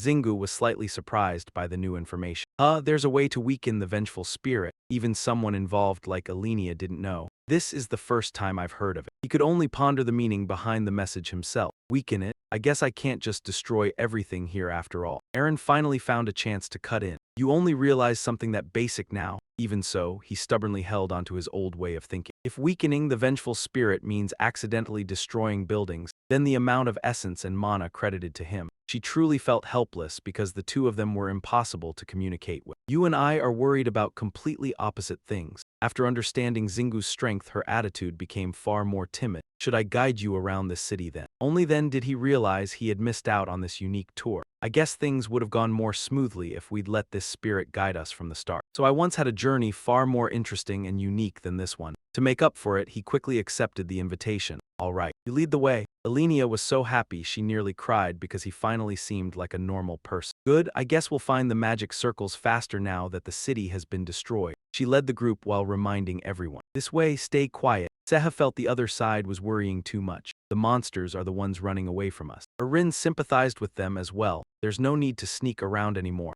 Xingu definitely wouldn't miss this opportunity. Maybe we should gather some essence along the way. He immediately opened the gates and released his Pokémon. Go Seha, I choose you. She dashed forward without a single wasted movement. Yes, boss, she indignantly wanted justice for both of them. What do you think a support member is supposed to be? Yet he stared at Arin as if asking why she was still standing there. She finally gave up and obeyed the order. Fine, I'm going too. Only after a while could Elenia resume her role as narrator. There are many magic circles here sealing resentful spirits. She even explained the method in detail. The identical magic circles have been separated, so we need to find every single one and destroy them all. But there's a downside to this. If we're unlucky, destroying the magic circles could increase its power. Ghost Market. Xingu listened for a while before reaching a conclusion. I get it now. So this whole city is like a miniature game. Now he had a new concern. So should I make the resentful spirit stronger before killing it, or should I kill it quickly to level up faster? The two hardworking bees behind him were still diligently collecting loot. His focus was always different from ordinary people. What a dilemma. Elenia couldn't understand why he was hesitating over such an issue, but she still went along with it. You're right, at last they arrived at the destination. Before them stood a stone monument engraved with formation seals. Xingu began growing curious about it. So this is the first magic circle? She immediately sensed trouble brewing again. You need to be careful. This time she learned from experience and warned him sooner. Magic circles are always guarded by a powerful high-level demon. Fortunately, he grasped the important part right away. A powerful undead, Xingu was eager to meet it. Where is it? Arin quickly spotted the trembling monster hiding behind a pillar. It was cowering in fear. Over there. The newly appeared character was instantly smashed by Xingu with one devastating blow. Right after that, a notification appeared. You have learned that the magic circle of sealing wind had sealed an intermediate undead. The resentful spirit is a monster capable of firing walls of flame through offensive magic. Part of the magic circle sealing the resentful spirit's power has been removed. The resentful spirit's mana is increasing. He had just been about to cheer when he suddenly wondered, how many magic circles are left? Arin thought he had split personalities. Were you just celebrating for the resentful spirit? Only Elenia was still desperately trying to remind him there are still 8 more. Hearing that only energized him further. Great, let's head to the next building. As soon as they arrived, Xingu quickly destroyed another one. This time the notification was updated. You have discovered the resentful spirit's path. She was originally a death prophetess, but after being seduced by dark magic, she became an evil spirit spreading death among mankind. Now another part of the seal restraining the resentful spirit's power has been broken. She felt deeply sympathetic after learning the old story. The second one was an idiot too. Meanwhile, he only focused on the final sentence. So I can uncover the resentful spirit's path, but in exchange its power increases. Even so, Xingu still wanted to smash a few more for fun. Another notification appeared. You have uncovered the resentful spirit's past. An undead can alter its appearance. The broken seal has increased its mana. After finishing his rock-smashing mission in Colon, he turned to tease Elenia. You're terrible at predictions. She became both apologetic and flustered. I'm sorry, Arin and Seha no longer had the mood to care about minor details. Xingu, the resentful spirit's power is covering the entire city. It's even stronger than the Iron Great Demon General. But obviously the warning was useless because fear did not exist in his dictionary. I've never seen anything this strong before. This could also be a good opportunity. Elenia continued guiding them. The next one is on this street. The formation symbols on this stone monument were denser than before. She hurriedly urged him on. We're almost there if you destroy this one. Singu excitedly raised his weapon high. All right, another powerful strike came crashing down from him. The final notification instantly appeared. The seal has been completely destroyed. The resentful spirit has regained its full power. For hundreds of years, she disguised herself as an ordinary citizen to lure countless adventurers to their death. He had just received the new information when a bizarre sound suddenly echoed behind him. At last, the final boss revealed herself after opening her eyes. Velsa began emitting cries that summoned even more followers. The skeletal monsters rushed in like a flood from every direction as soon as they heard the signal. Even the starving ghosts charged toward the center as though drawn by the scent of prey. She laughed proudly with her hideous face in the cold wind of night. Foolish and arrogant human, you have no idea what awaits you. Arin and Seha simultaneously warned Singu. Its soul, but his attitude remained completely calm. All right. It's a great honor to be chosen as the target for your opening shot. I already know everything, so let's skip the introductions. The newly awakened Velsa froze when she encountered such a strange reaction from her prey for the first time. What? Impossible. Before she could even adapt, Shingu had already fired the divine thunder gun in his hand. The energy vortex erased half of Ada's body the moment it made contact. That single attack alone was like a cannon blasting through hundreds of walls behind it. The system updated a new status. Enhanced bullet has reached level 5. Velsa had only just appeared and was already at a disadvantage, leaving her furious. I don't believe in your soul, even if they were priests in their previous lives, or simply had a friendly smile capable of deceiving anyone. Even though he did not fully understand, he corrected her without hesitation. My only teammates are the support members Aaron and Seha. Her face suddenly bloomed like spring flowers. Meanwhile, the other one was already crying rivers. Boss, I'm so touched. Shingu was still kind enough to point out the enemy's weakness from earlier. You were far too obvious in the middle of the battle. She could not understand his method. Then why did you still allow her to become like this? Turns out you already planned to fatten her up. Like I said, she's still too weak. I wouldn't gain much essence or any worthwhile skill unless I strengthen her current form. Hearing that, Velsa turned purple with rage because the enemy did not take her seriously.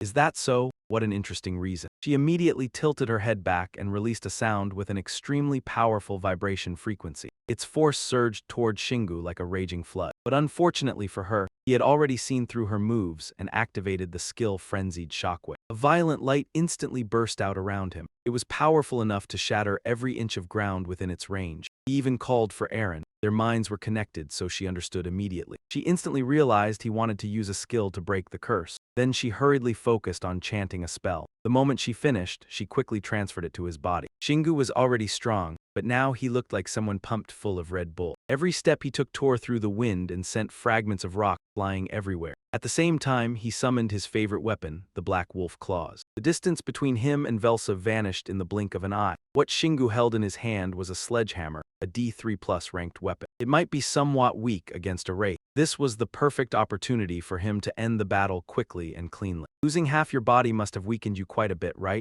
I can handle this. Though she was furious, only a fool, or someone unafraid of death, would stand still at a time like this. Velsa stubbornly held on, waiting until he got closer before roaring again. Then she launched a fierce attack at him, though it had already lost half its effectiveness. However, it still affected Shingu's mobility. What a nasty curse. Aaron's enhancement skill had protected him a little, but this was already her weakened state. Still, with absolute confidence and no intention of backing down, he continued his counterattack. After all, I wouldn't have pushed things this far if I wasn't certain I would win. His first strike came down, and she barely escaped death by a hair's breadth. Shingu quickly caught up to the enemy's movements. He spun around 180 degrees on the spot along with his massive hammer. Then, without hesitation, he hurled the weapon straight ahead with full force. The face of the hammer connected directly, leaving Velsa nowhere to escape. She plummeted from the sky. He seized the opportunity and assumed a ready stance. The instant the timing was right, he burst forward and charged straight toward his target. She only had time to turn around, but her body was powerless to resist. The moment the target fell into the perfect position, Shingu spun and delivered a kick straight through her defenses. That single blow made her insides feel completely scrambled. Even when he tried to stop himself, the ground beneath his feet was destroyed. Velsa tumbled far into the distance, while he remained burning with fighting spirit. The black wolf claws fell freely through the air as he calmly reached out to catch them. An instant later, the weapon returned to its owner, fitting perfectly in his grasp. Shingu resumed his imposing stance, determined to crush the enemy to pieces. Time to end this, right? The system displayed a new notification. Frenzied shockwave has reached level 3.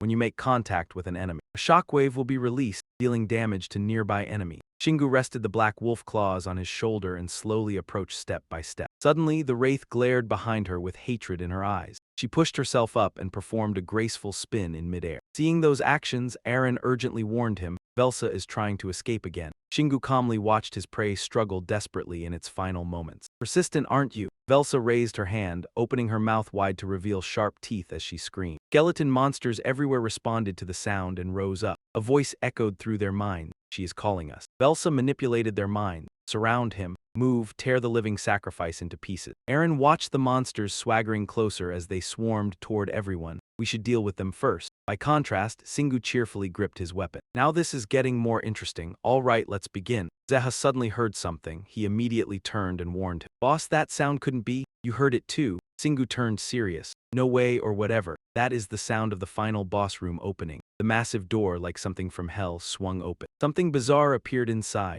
Shingu tightened his grip on the black wolf lash and stared at the monsters. I knew the wraith was a hidden final boss. But the dungeon boss is one of her troops too. His attitude changed at once, turning contemptuous. The dungeon final boss runs out of its room just because it was summoned. What kind of idiot is that? Velsa had no idea who she was dealing with and thought victory was already in her grasp. "I will devour your soul and restore my power. Then I will go straight to the surface and create a new graveyard." Shingu was not so easily provoked, and he raised his head with confidence. "Heavy rain, huh? Good enough." As Velsa waved her hand and gave the order, the monsters all charged at once. "Go!" Shingu raised his weapon high, ready for battle. The hammer swept sideways, cracking the earth and stone. His whole body spun nimbly as he swung the black wolf lash and sent everything nearby flying. The skeletal monsters were no match for him at all, shattering after a single blow. When Velsa saw this, cold sweat broke out from fear. Realizing the situation was bad, she quickly shot upward, trying to flee. He was not about to let her off so easily and flew after her at once. Velsa opened her mouth wide and screamed again. Powerful energy erupted from her entire body, sending out wave after wave of shockwaves. Shingu could not get close and had no choice but to wait for an opening. This time was different from before, so he had to think seriously. Aaron's power had vanished. "I guess I can't rely on the curse-breaking skill anymore." Behind him, she curled her hands and shouted encouragement. "Fire a ghost bullet back at her, Shingu. One shot could end all of this." Shingu looked over awkwardly, slightly hesitant. He knew that too, but he no longer had enough mana. Before the two of them could calculate anything, a gigantic figure stepped toward them from the distance, and Zeha looked at it in terror as he warned them. "The final boss of the monsters is coming." Aaron never expected that thing to appear so quickly. A sky-shaking roar tore through the night. Zera. With sharp claws, it finally appeared, a giant hungry ghost. Velsa could not hide her excitement. "You made a mistake. A fatal mistake, the same mistake all arrogant humans make." From high above, she unleashed countless iron chains. "Die, you must be mine." Those sturdy chains seemed endlessly long as they shot toward their target. Shingu took a defensive stance, already prepared for the attack. Unexpectedly, the chains headed straight for his hands and bound them tightly. Aaron was terrified by that sudden move. Shingu. She flew closer and used her skill to remove the restraint. Holy blessing. Aaron had already sensed the opponent's power, and worry was hard to hide in her mind. No, that is not enough to counter the wraith's curse. The chains still held his limbs tightly, and he seriously considered his option. "I can withstand the curse, destroy the final boss first, and clear the battlefield. After that, I can take down the wraith. But doing that would take too much time to deal with the dungeon. The best choice now is to kill the wraith immediately. Then kill the monster boss so there is nothing left to worry about." His brain worked at full speed, and a faint, glittering golden light gradually spread from above Singu's head. "The mana flow Aaron modified for me is holy power, which can weaken and erase curses. Even though I cannot generate it myself, I should still be able to improve what is already there. If I apply the principles of energy conversion, then I can." Zeha appeared in sturdy armor, his whole body looking like that of a normal person. Aaron, flying below, jolted in surprise. "Zeha, why did you return to your real size?" Zeha seemed to adapt rather quickly and charged forward confidently. "Beautiful. I will join the fight too." He gathered momentum and leaped upward. His arm was equipped with a long, sharp spear. Wow, heroic charge. After hearing that, Aaron was left speechless and teased him. "Are you praising yourself?" Zeha kept his lively enthusiasm as he explained. "That is the name of this skill." Not bad, nothing could block the path he passed through, and the monsters were pierced one after another. The mission was complete. Exhausted, Zeha collapsed and returned to his original form. "That attack used up all my mana." Aaron looked at the pile of results he had left behind, finding it hard to believe. "Really?" Zeha raised his head as he recovered, his eyes serious. On Singu's hands, the iron chains still had not been dispelled, and Zeroth had already approached amid Zeha's shouting. "The final boss is here." Aaron did not know what to do and helplessly called Singu's name. Zeha thought he had not heard clearly, so he repeated it again. "Boss, he is coming." By now, Singu was deeply immersed in thought. I get it, if I do this. His whole body blazed with light, releasing an enormous surge of energy that shattered the restraints. The notification window immediately appeared. Amplification has reached level 27. Velza was stunned, unable to believe her eyes. What? Aaron looked at the person before her, now blazing with flames, and wondered. Sing, what did you just do? Only now did Velsa learn fear, even if it was like a reed. Impossible. You could not have broken my soul chains that easily. Velsa could not accept reality and launch the chains again. Die human. The light wrapped around Sing's body was still so solid that nothing could pierce it. As he prepared to grab one of the chains, the situation instantly reversed. Sing pulled hard with excitement. It is time for you to go to sleep. Velsa had no time to dodge and was dragged forward at high speed. Careless and underestimating his enemy, he planned to counterattack, but Sing's other hand was already poised to strike. A divine cannon punch landed with perfect accuracy right on Velsa. Punishment, 5 punches plus holy power. The attack was so fast that he vanished before anyone could see it. Now only a little fading smoke remained in front of Sing. That series of skills did not frighten Zara. On the contrary, it only excited him more. He clenched his hand into a fist, lifted his head, and roared. Seeing that expression, Sing smiled confidently. Do not worry. I will send you to your master soon. Zaroth mercilessly grabbed the bare body of the skeletal freak. The hulking crimson brute slowly brought his prey to his mouth and tore into it. Both Aaron and Sira could not hide their horror at the sight. He was a cannibal. Zaroth seemed to gain even more power. His whole body radiated a massive energy. That giant ghoul had eaten all the undead and discovered a way to make itself stronger. Sing clenched his fist, ready to strike. His fist shot straight into the center of the red circle created by his opponent. Zaroth's breath was gradually dissipating, and Sing was still somewhat suspicious of this strange thing, but it was still far too weak. Looking at the remaining energy, Aaron wondered. The final boss does not feel like a final boss. Sing closed his eyes, acting as if he had figured it out. Usually, when a final boss powers up, it only means the main character is strong enough to force the enemy to do so. A true final boss should be able to crush parties without relying on tricks like that. Although Aaron still had many questions, they had cleared this stage for now, so she cheerfully teased him. You just denied the entire foundation of every role-playing game. Her gaze darkened when she mentioned the source of the problem, the Syrian graveyard. According to Aaron, it was a desolate ruin with not the slightest breath of life. It had once been a city of death, and now it was truly a city of the living dead. The system quickly displayed a notification. Stage cleared, dungeon completed. Time used 2 hours, 35 minutes, 56 seconds. Killed 1,327 undead, 915 skeleton monsters, 164 ghouls, 59 ghosts, 1 wraith, and 1 giant ghoul. Next, the screen displayed the rewards received. Special achievement, Dungeon Destroyer. The player received an additional passive skill, Curse Resistant. Secret Divining Rod obtained. You have gained 6 levels. Sing level 66. Aaron carefully examined each line of the notification and felt that something was strange. It was not normal for him to grow this much every time he completed a dungeon. Sing paid little attention and casually waved it off with a random excuse. But I have also been grinding plenty of small dungeons. That is how they calculate the average for everything, right? Her face turned red with anger as she launched into a long rant. Normal people cannot complete this many dungeons in the first area. If everyone leveled up as fast as you, it would still take them an entire year to conquer a difficulty 32 dungeon. Sing lazily changed the subject. Yes, I am amazing and wonderful. Let us check the special reward. The screen displayed the item information one after another. Secret Divining Rod B rank, a magical item that detects hidden secrets inside dungeons. When it approaches a secret, it starts to vibrate, and when used, it reveals that secret. It disappears after 3 uses. He held the item in his hand. He figured out a way to exploit a loophole while using it, even though it would disappear after 3 uses. If he searched the surrounding area himself after it began vibrating, he could discover the secret without using the item at all. Sira watched with her chin resting on her hand. She could not help but sigh in admiration. Veteran adventure-type players would probably love this treasure. Aaron still felt that things were not that simple. All he did was complete a dungeon, yet he was able to receive a top-tier item like this. Sing held the reward he had just received in his hand, ready for the next mission. Besides that, he thought they should use the essences of the wraith and the giant ghoul to exchange for treasures. Aaron flew after him and suddenly remembered what had happened earlier. By the way, Sing, how were you able to amplify the holy blessing I gave you? Sing walked steadily and explained seriously.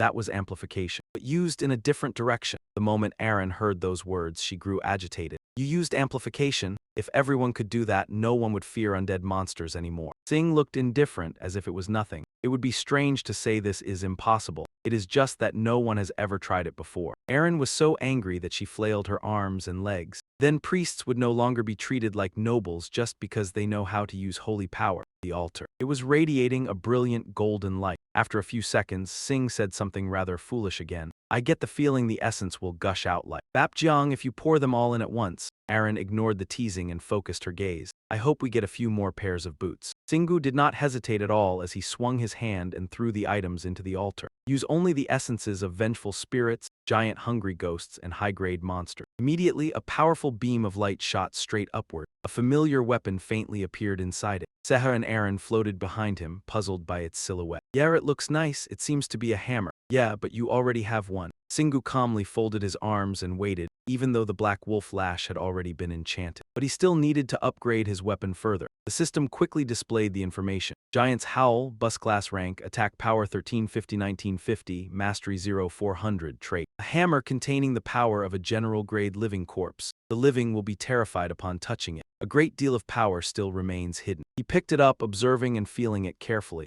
This is pretty heavy. It is much heavier than the Thunder God gun. Aaron folded her arms and looked at the newly appeared Giant's Howl, then guessed. I think its true rank is still hidden. It was Singu's first time hearing about this, so he found it hard to believe. Is that possible? All kinds of weapons with different attributes appeared as Aaron explained. Of course, this must be one of them. A type of treasure that changes rank once its mastery is full, and its trait is revealed, also known as a hidden piece. Meanwhile, Seha was filled with endless regret. Yeah, I still regret that time we split the loot based only on publicly shown rank. Singu looked at his helpless, collapsed state and muttered, that really is a terrible wound. He put the weapon into his storage space and prepared for something else. Then let's set this hammer aside and max out the Black Wolf Lash's mastery first. Aaron looked at the radiant altar in front of her. What level is it at now? Singu, preparing for the upgrade, answered briefly, it's at 229. After hearing the hammer's level, Aaron was surprised. Wow! Singu shifted his gaze into the distance as lines of thought ran through his mind. The Black Wolf Lash's maximum mastery is 240, and there is still one more secret trait. It might also be a hidden piece. A teleportation gate appeared beside them at his command. Let's get out of here. For some reason, Aaron had an uneasy premonition.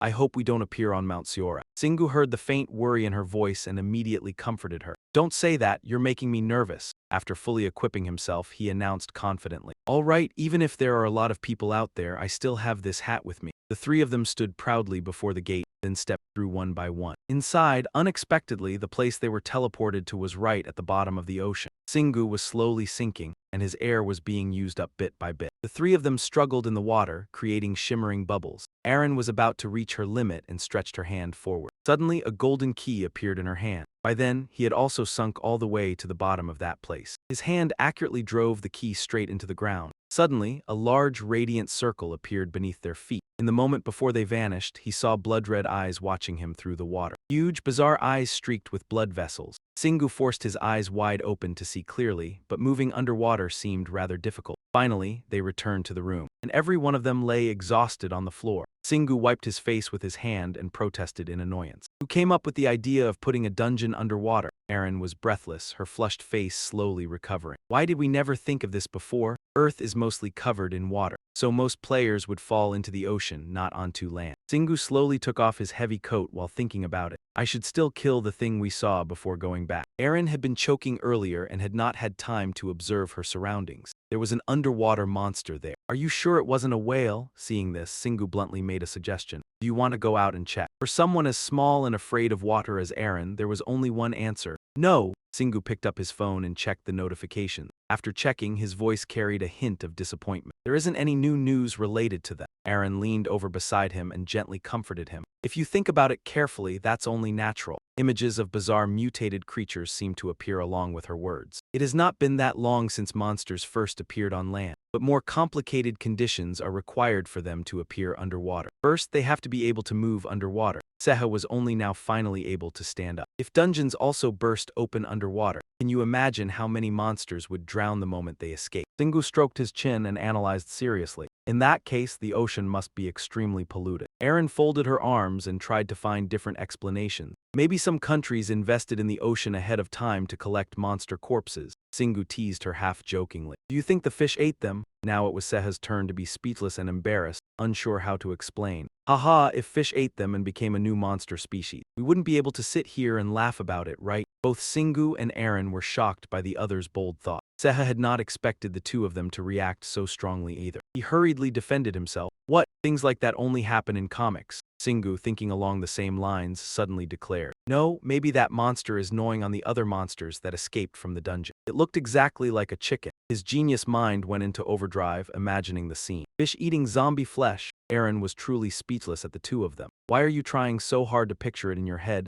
Singu decided to ignore that issue for now. The hand tugging at his shirt revealed firm ab. "Just take a shower first since you're soaked." "Jaha, you should shower with me." Hearing the offer, Jaha could not hide his excitement. "Yes, boss." The two of them, one big and one small, stripped off without the slightest hesitation. As the only girl there, Aaron acted embarrassed, but in truth she was hooked. "Hey, good grief, don't scatter your clothes everywhere." Warm water washed over Aaron's body in waves. After enjoying a relaxing shower, she stepped outside and used a towel to dry the droplets still clinging to her hair. Singu had changed into simple clothes. Seeing the strange expression on the person who had just come out, he asked in confusion, "Why do you look like that? Are you mad because we showered first?" Not knowing what nerve he had touched, Aaron snapped back, "That's not it." Thinking of the bleak future, she revealed a sad expression. Monsters were filling the oceans, which meant humans would no longer be able to use them. In Singu's mind, he had already imagined warriors having to fight mutated monsters. No, they could hire players to guard their ships just like in the movies. He quickly pulled himself together and focused on the main issue.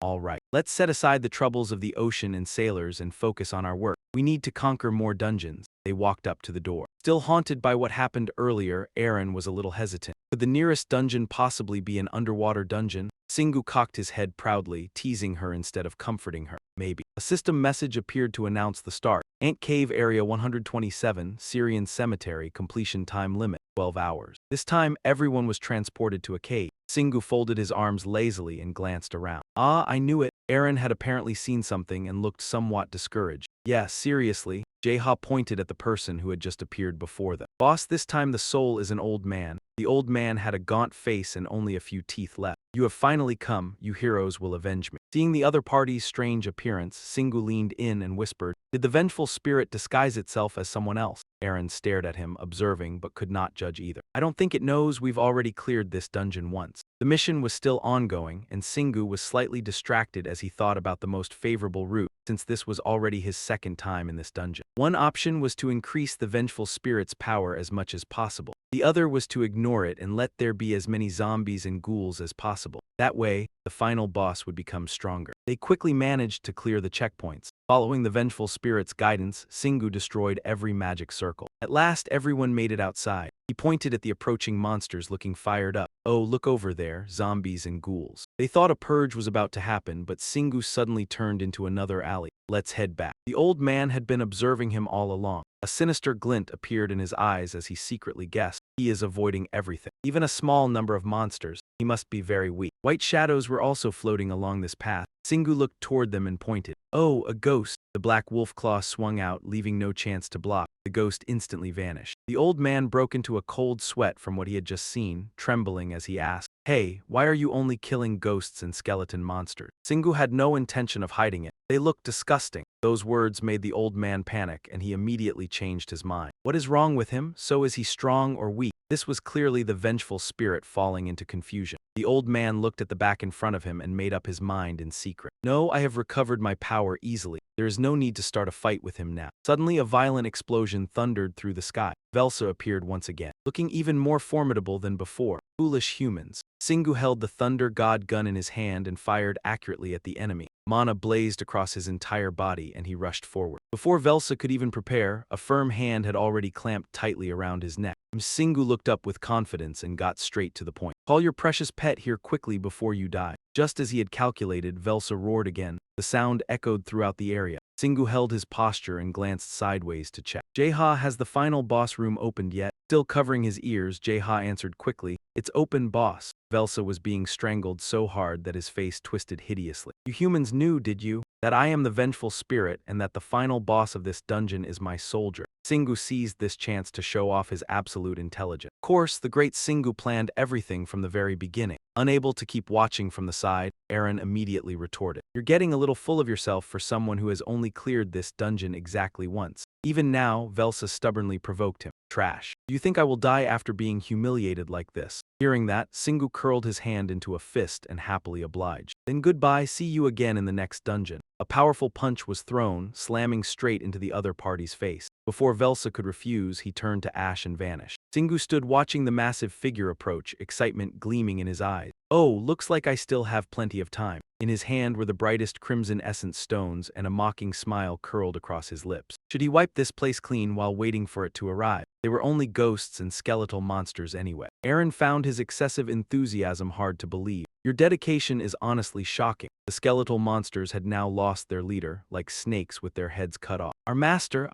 is dead. Singu grabbed 3 stones and hurled them forward with all his strength. The creatures froze in place, each receiving this generous reward. Countless powerful projectiles burst from his body, piercing through the skeletal monsters. Zaroth clutched one of his comrades tightly in his hand and roared. Slowly, he lifted it to his mouth and savored it like a delicacy. Singu pulled a hammer out from his dimensional storage. There's a bonus reward if I completely destroy this city, right? The sturdy black wolf claw slammed downward, instantly shattering the earth and rocks around it. Singu swung the hammer wildly, enjoying the sensation of destroying everything. Aaron did not stop him at all, only standing beside him while thinking, this feels like watching a hero. The kind who smashes every poor little pot in a game just for a few items. Seher agreed with the thought. You've uncovered it, Aaron. Zaroth opened his mouth wide and screamed as eerie purple energy wrapped around his body. Everything was going exactly as Singu had hoped, filling him with excitement. Looks like you've eaten a lot and grown much stronger. I'm happy to see that. He stepped back behind a boulder, gripping his weapon tightly in preparation. Well then, goodbye. The hammer swung, and the boulder instantly shot upward like a missile. But Zaroth was not so easy to defeat. With a casual punch from his powerful fist, he effortlessly destroyed it. Singu looked thoroughly pleased with his opponent's performance. Suddenly, Zaroth's towering body began to shrink. Seha sensed something strange and warned him. The giant starving ghost is shrinking, but its mana is becoming much stronger. Singu rested the hammer on his shoulder without the slightest fear. Do people usually call this a hidden phase? Meanwhile, Aaron looked worried about the situation. Who would have thought this dungeon had 2 hidden secrets? With his handsome face and unwavering gaze, Singu replied, I guess all that effort won't go to waste after all. The system notification displayed what everyone had been waiting for, the dungeon's final form. The giant starving ghost had evolved into a ghoul. A towering monster with blood-red eyes full of murderous intent appeared.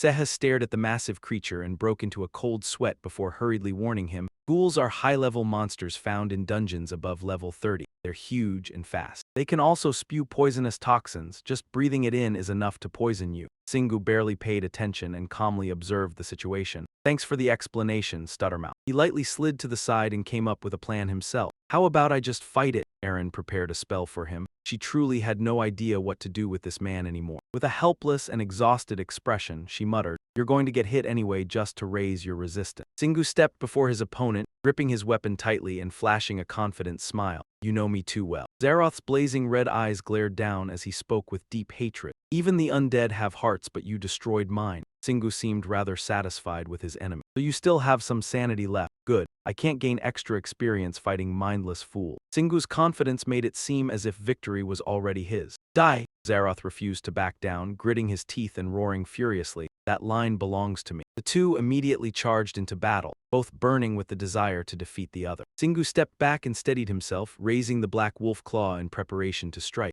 Zaroth spun his arm violently, sending dirt and rocks flying everywhere. At some point, the strange claws had grown even longer. Dangerous purple smoke poured from his body. Singu stared intently at his opponent. He analyzed the situation in his mind. Poison bones, huh? Before long, the smoke completely enveloped him. A system warning appeared. Your body has been poisoned by ghoul toxin. You cannot resist it with poison resistance alone. Further exposure may result in death. Singu showed no fear whatsoever, gripping his weapon even tighter. He frowned slightly while thinking, all right, it's not too bad. Zaroth roared with overwhelming momentum. I'll melt you with my poison. Singu regained his confident expression, tightened his grip on the hammer and charged forward. Then I'll use you for training. His agile body easily dodged the punch. In the next instant, Singu circled behind him and kicked hard at his leg. Caught off guard, Zaroth failed to dodge and crashed into the rock wall. Singu seized the opportunity, gripping his weapon firmly and preparing to finish him off. Zaroth lay on the ground, seemingly unable to resist, as the black wolf claw slammed straight into his face. But things could never be that easy. His sharp claws suddenly lunged toward Singu's face. Zaroth used the momentum to spring back to his feet and counterattack with a swing of his arm. The force of the blow sent Singu sliding back several meters.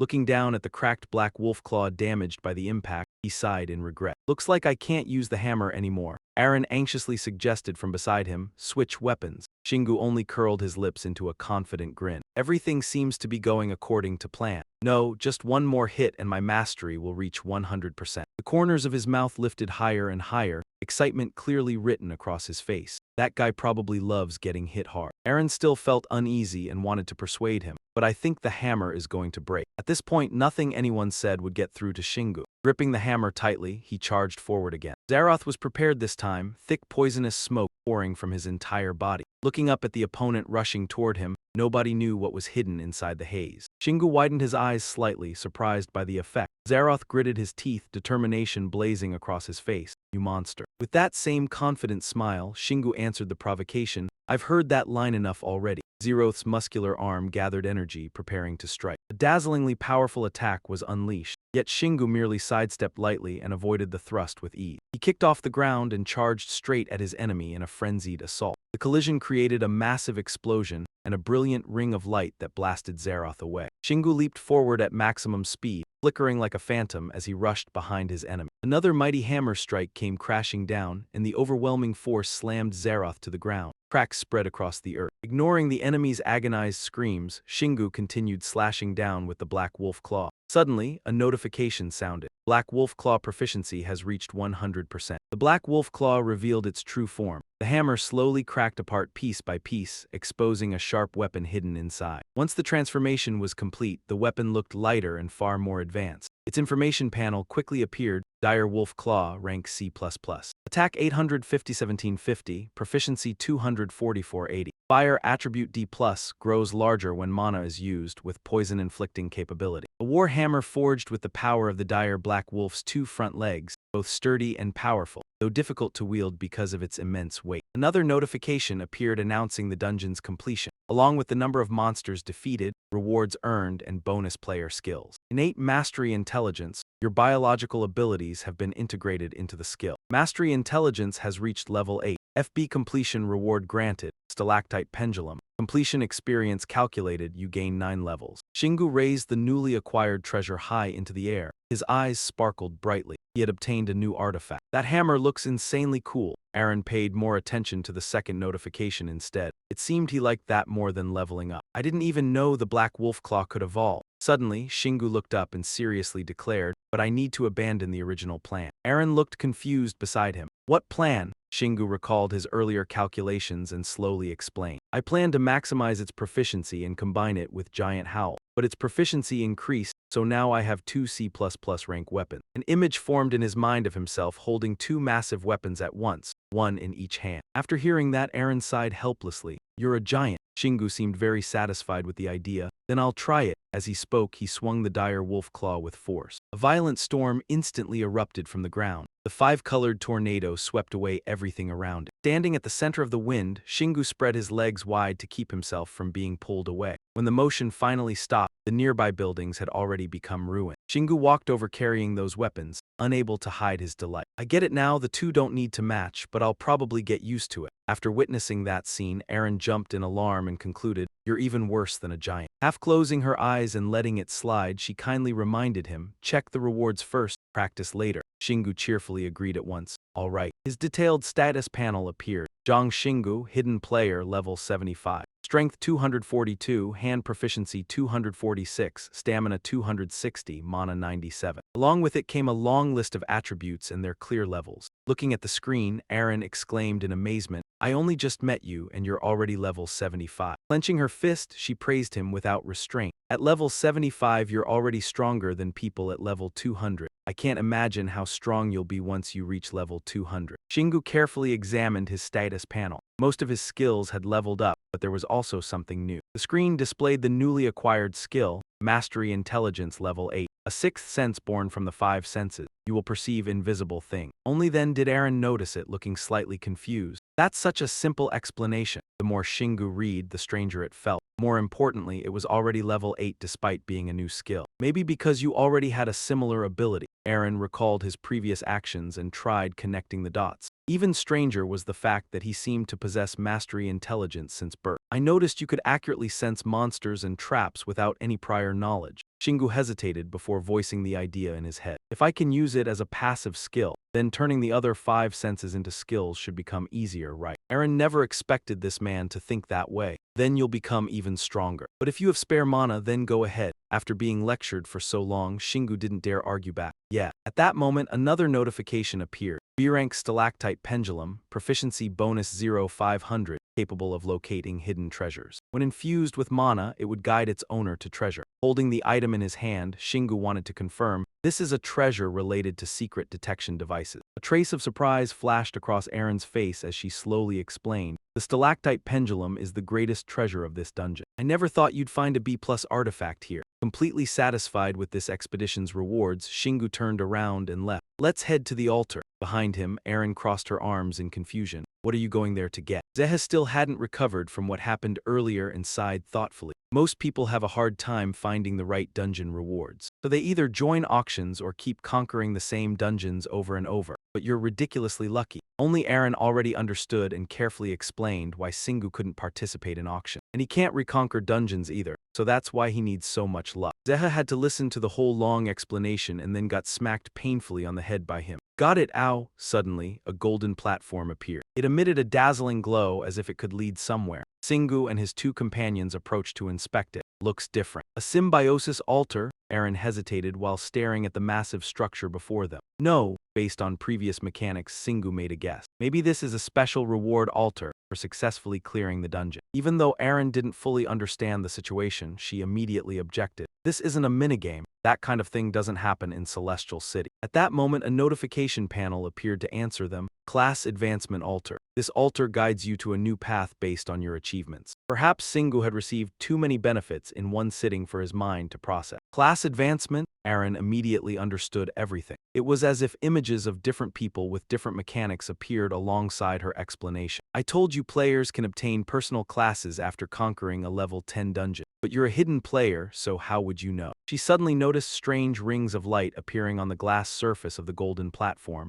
Shingu, there's a gate attached to the altar. Shingu became even more confused by the sight. I don't need to spend essence for class advancement. Zeha couldn't hide his excitement and urged him on. Go already, boss. In contrast, Shingu still hesitated, unable to decide. Yeah, I'll go in, but it turned out he still had unresolved concerns. What about the essence and the wraiths and hungry ghosts? Erin seriously thought it over.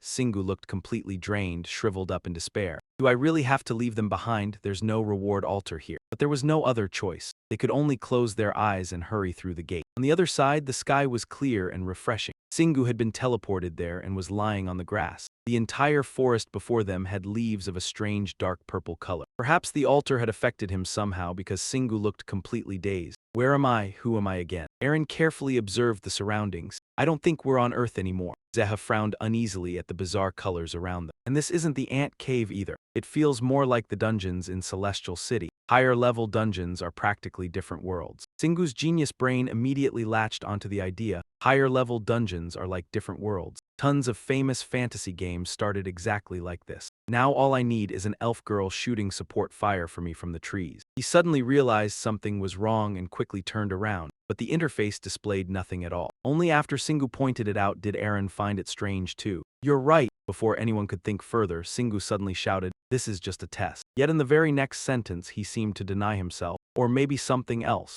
Even after everything he'd experienced, Zeha still couldn't make sense of it. Nothing was clear. Worried about everyone's safety, he chose the cautious option. Maybe we should stay here until something happened. Unexpectedly, Shingu clenched his fist and regained his excitement. I've decided. His mind rapidly constructed a scenario if I leave the forest now. The natives of this world will suspect me because I'm an outsider, so I need to kill monsters to earn their trust. No one knew where Shingu got such detailed ideas from. He could already picture himself being praised by everyone. So help me become a mercenary in this world, okay? Erin shut her eyes in exasperation, practically speechless. You've read way too many novels. How could an altar possibly send someone to another world? Suddenly she realized something, her face filled with shock and disbelief. A terrifying aura surrounded Erin as she spoke. Wait, if Celestial City and the Ant Caves exist, then other worlds probably exist too, right? Her expression shifted wildly from fear to astonishment. Then that means all the monsters we conquer came from other worlds. They want to invade Earth and turn it into a colony. Now it was Shingu's turn to feel helpless toward her. You're the one reading too many novels, Erin. Together, they crossed the strange yet beautiful grassland, only to be stopped by a tall and sturdy wall. Shingu looked at it and became even more convinced of his earlier theory. A city wall? This really is another world. Erin carefully observed it and declared based on her knowledge, No, it's probably monsters instead. Some monsters build fortresses in high-level dungeons. Zeha volunteered immediately and flew off to circle around it. We need to check. Boss, let me confirm it. The two watched as he accelerated upward toward the top of the wall. Less than 2 seconds later, Zeha suddenly rushed back in panic after seeing something. Boss, Singu looked up seriously and asked, "Are there a lot of monsters?" Zeha waved his arms frantically as if the situation were terrible. "It would have been better if there were, but there's nothing at all. The city's completely deserted." Aaron was genuinely startled and couldn't believe it. What? Only now did Singu realize how serious the problem was becoming. What do you mean deserted? Doesn't it look dangerous? Zeha recounted everything she had just seen. Right, there were also signs of destruction, but no trace of missing people. There were residents and even dark red liquid stains. Singu pointed at the road ahead. "Let's head inside. If we follow the wall, we should find something right." They reached the end and found a tightly locked wooden door, but something like that could never stop them. Amid Aaron's cheers, Singu drew the great wolf claw and easily dealt with it. The three stepped inside, where a ruined and desolate scene unfolded before their eyes. There wasn't a single sound from any living creature, making Zeha uneasy. It's way too quiet. Aaron flew ahead and also found it strange. The houses were covered in dust. How long has this place been abandoned? Suddenly, something caught her eye and made her widen her eyes in shock. Cold sweat dripped down as her slender hand pointed at something. "I thought all medieval cities looked the same, but why doesn't this place resemble Syrian at all?" Singu still hadn't noticed the oddity and looked confused.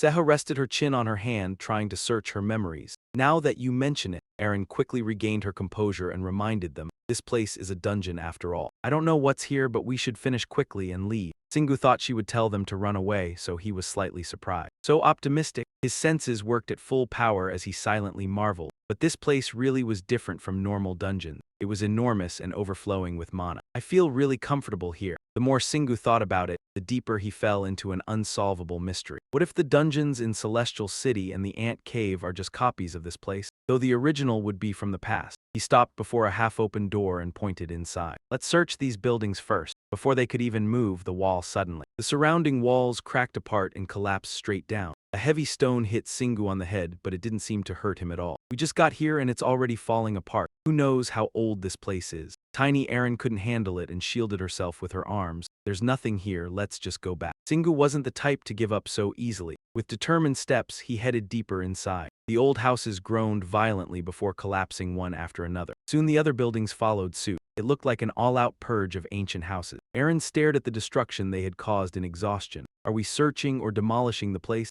Suddenly Zeha's voice rang out and caught their attention. "Boss." She hugged a notebook excitedly as she flew over. "I found a diary." Singu couldn't hide his delight and praised her repeatedly. "You finally did something useful." He held it in his hands and carefully flipped through the pages. Zeha had only glanced at it briefly before crying out in shock. "That diary?" She covered her mouth in disbelief. "I can't understand any of it." "What kind of writing is this?" Aaron was startled by her reaction and tried to calm herself. "Don't freak people out like that." Singu's deep voice echoed out, instantly silencing them. "The expedition is about to begin." He continued focusing on the diary as he slowly read aloud. "We will fight to the death, and our comrades are already waiting in the new world. But the great and heroic Louis Austin." The two ignored what had happened earlier and flew closer curiously. "Singu, you can read it." Singu looked up with an excited grin. "Yeah, I've never seen this script before, but somehow I can still read it." An image appeared of the protagonist communicating with others using a mysterious language, just like in his explanation. Every fantasy story gives the main character a basic language comprehension skill. Singu looked completely satisfied, almost glowing with protagonist energy behind his back. "I knew I was in another world. It's amazing how I really feel like the main character." Aaron looked speechless at the smug person in front of her. So who's the overly optimistic one now? After that utterly pointless conversation, Singu focused on the diary again. "Let me keep reading." After carefully studying it for a while, most of it talked about decisions and family matters concerning the diary's owner. But around the middle, the writing became extremely chaotic, and on the final page. At last he found something worth speaking about. "Sedna's disciple has been revived. We no longer have any hope left. The seal will soon be broken and everything will unfold according to her will." Aaron widened her eyes and commented, "Sounds like the bad ending of a game." Zeha focused on something else entirely and analyzed even further. "The way the final period stretches into a long smear, and the bloodstain here complete the whole picture perfectly. It makes us imagine an attack and instinctively watch our back." After hearing both of them speak, Singu finally came to his own conclusion. In short, the people who fought in the name of Louis were harmed by some old woman who was a disciple of Sedna.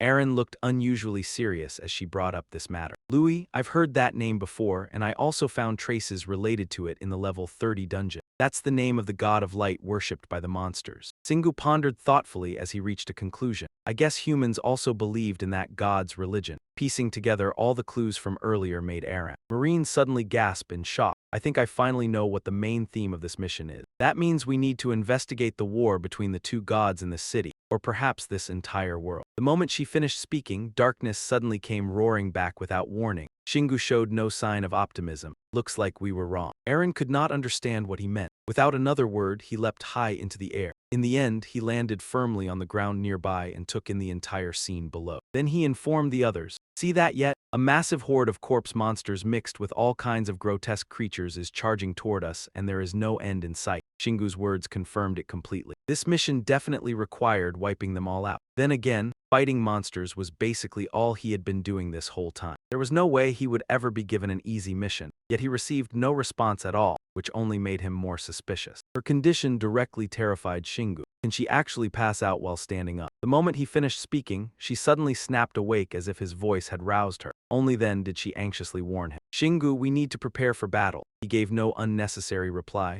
I know. Then he decisively jumped straight down from above. He also pulled out his specialized dire wolf claw weapon. Excitement and absolute confidence were clearly written across his face. Suddenly, Shingu seemed to go mad as he turned around and smashed the surrounding stone wall, even destroying nearby houses, leaving Aaron utterly confused. Hey, what are you doing? His hands never stopped moving. He used the shattered rocks as artillery shell. At that moment, Seha hurried over to report, Boss, I found a bunch of papers falling out of this building. But this was no time for Shingu to get distracted. I see, put them into the inventory. After struggling for a while, he grew increasingly irritated and impatient. Even though he possessed the Thunder God gun, he still had to fight like this. Then Aaron pointed directly at the issue with a single sentence. Because you don't have enough mana. Seha joined the conversation from the side. You just need to find some mana bullet treasures that reduce mana consumption. After that, he started helping smash rocks as well. I get it. Then he offered them up like rare treasures. Boss, are these big enough? Shingu was not picky at all. Yeah, let's keep it up. Hearing that made him grin brightly with delight. Of course, I'm happy to help you, he said, leaving Shingu stunned. Why was everyone suddenly so enthusiastic? While they were talking, the undead army came surging forward while chanting, in the name of Zetnat,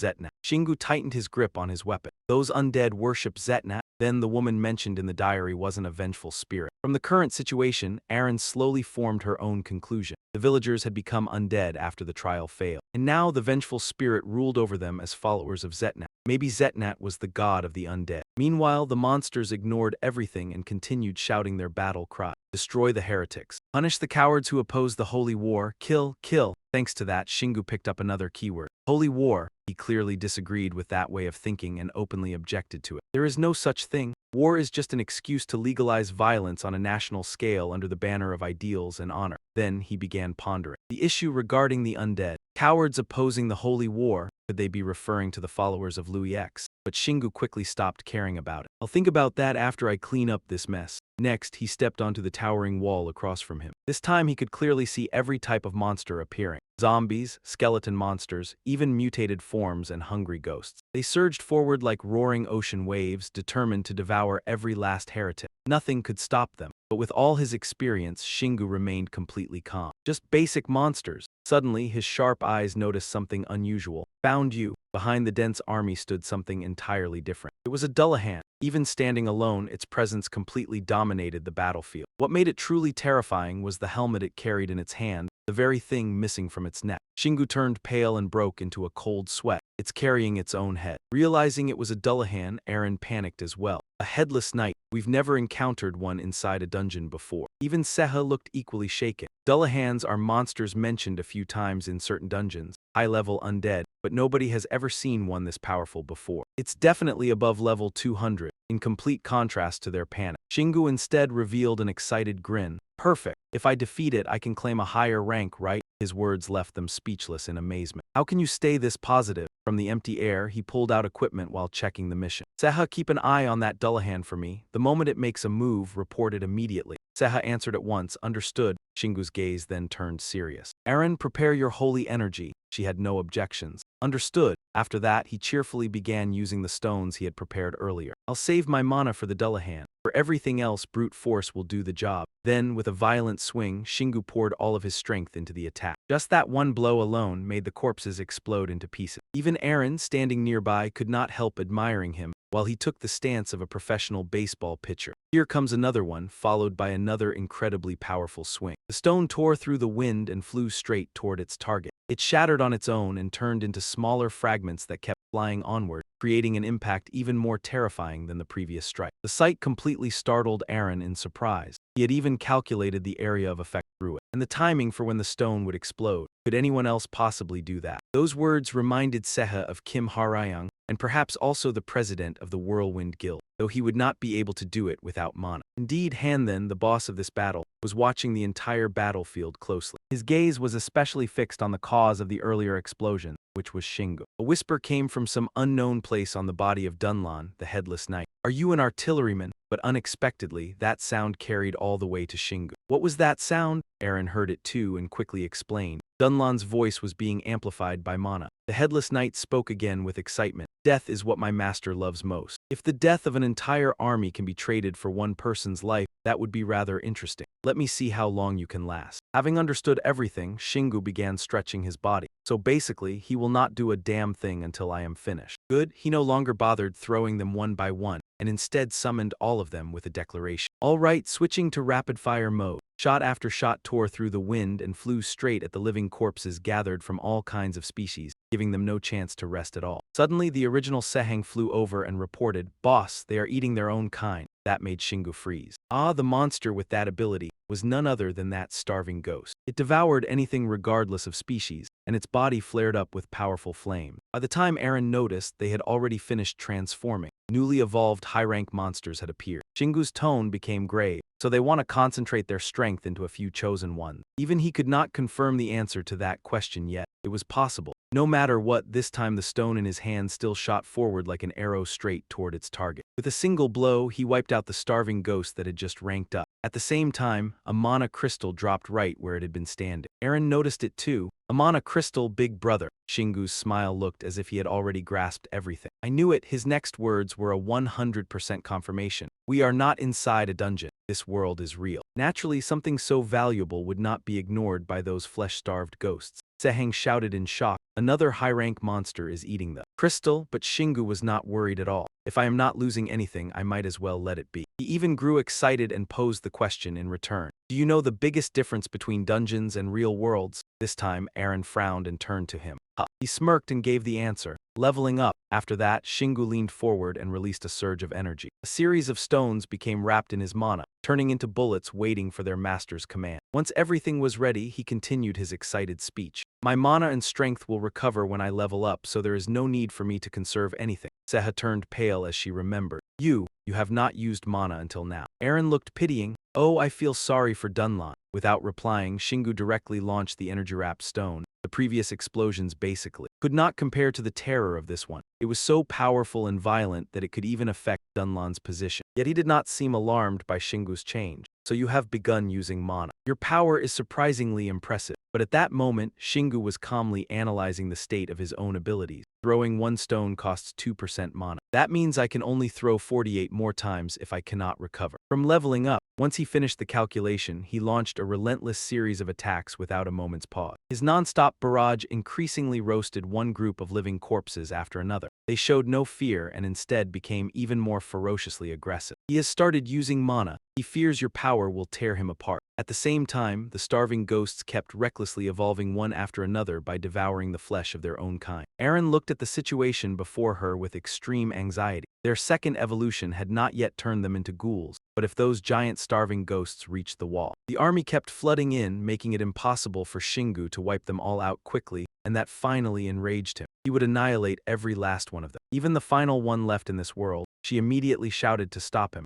That would be way too excessive. Seeing Shingu's state made Dunlan satisfied. You're worried, aren't you? I don't know why you came here. A booming voice echoed across the entire battlefield. But you will be the beginning. This holy war will finally. Yet those words only made him pause his movements for a moment and nothing more. He didn't think much about it. However, only now did Dunlahan finally realize the truth unfolding before his eyes. It was growing stronger by absorbing mana from this side, even though it had only killed the rattling skeletons so far. At last, the skeleton army dragged themselves all the way to the fortress wall. Erin was startled when she saw it. They're climbing the wall, Singu. Singu wasn't worried in the slightest. Leave them be. By the time they get up here, the main force will already be wiped out. Then he prepared another wave of attacks for who knew how many times already. Eat rocks, you space monsters. Even she sounded tired afterward. I don't even know where that line came from. This time, Singu poured every last bit of mana and strength he had into an assault fiercer than a machine gun. Stone bombs exploded wildly over a massive area, leaving behind steaming craters everywhere. Then Zeha suddenly saw something and panicked. Boss! A horrifying scene unfolded before his eyes, leaving him unable to comment at all. He trembled in fear. The sight before him was unbelievable. Those hungry ghosts are merging with the skeleton monsters. Yet instead of fear, Singu became deeply curious. Why do they love fusing together so much? The ribs and forearm bones of the skeleton monster tightly fused onto the hungry ghost without separating. At last, a complete death knight with overwhelming pressure was born. The scene impacted both Zeha and Singu so much that they were left speechless. Instead of worrying about a powerful enemy, the two of them were completely captivated by how cool the death knight looked. It looked insanely awesome. Even Zeha admired it. That undead monster actually looks pretty stylish. Erin couldn't understand this bizarre fascination at all. Why are you two so excited about this? In the end, she had to shout a warning. That high-level monster is as strong as Dunlahan. Hearing that finally wiped the excitement off Singu's face. No, it's weaker than Dunlahan. His brighter-than-ever eyes carefully observed Morak, analyzing every detail without missing anything. Look, its armor is rattling. It may look fused together on the outside, but it still isn't complete. Singu focused his energy again as he monitored the situation. In a serious tone, he said,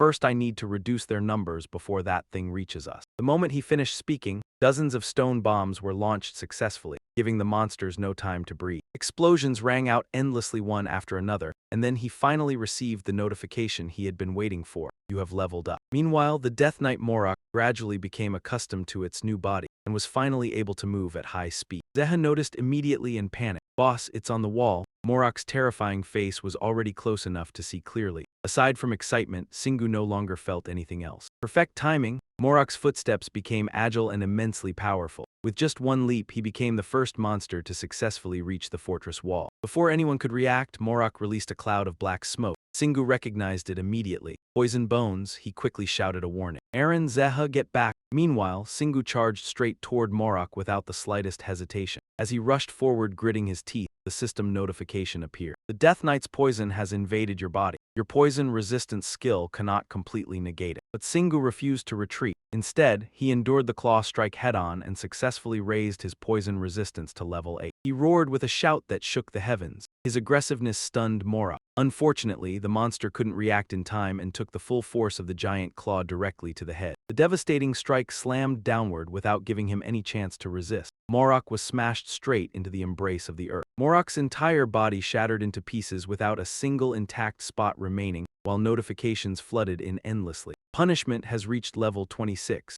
You have leveled up. Singu calmly returned to the fortress wall without a scratch on him. That clash had refreshed both his mind and body. Then, while chatting with Aaron, he said that after killing it, he had leveled up again right after already leveling up before. That thing must have been extremely strong. Suddenly, Aaron stammered in shock at something she noticed. Singu, look over there. That caught his attention. It turned out to be the soulless death spear once wielded by the Death Knight Morak, left behind after the battle. For some reason, Aaron looked terrified.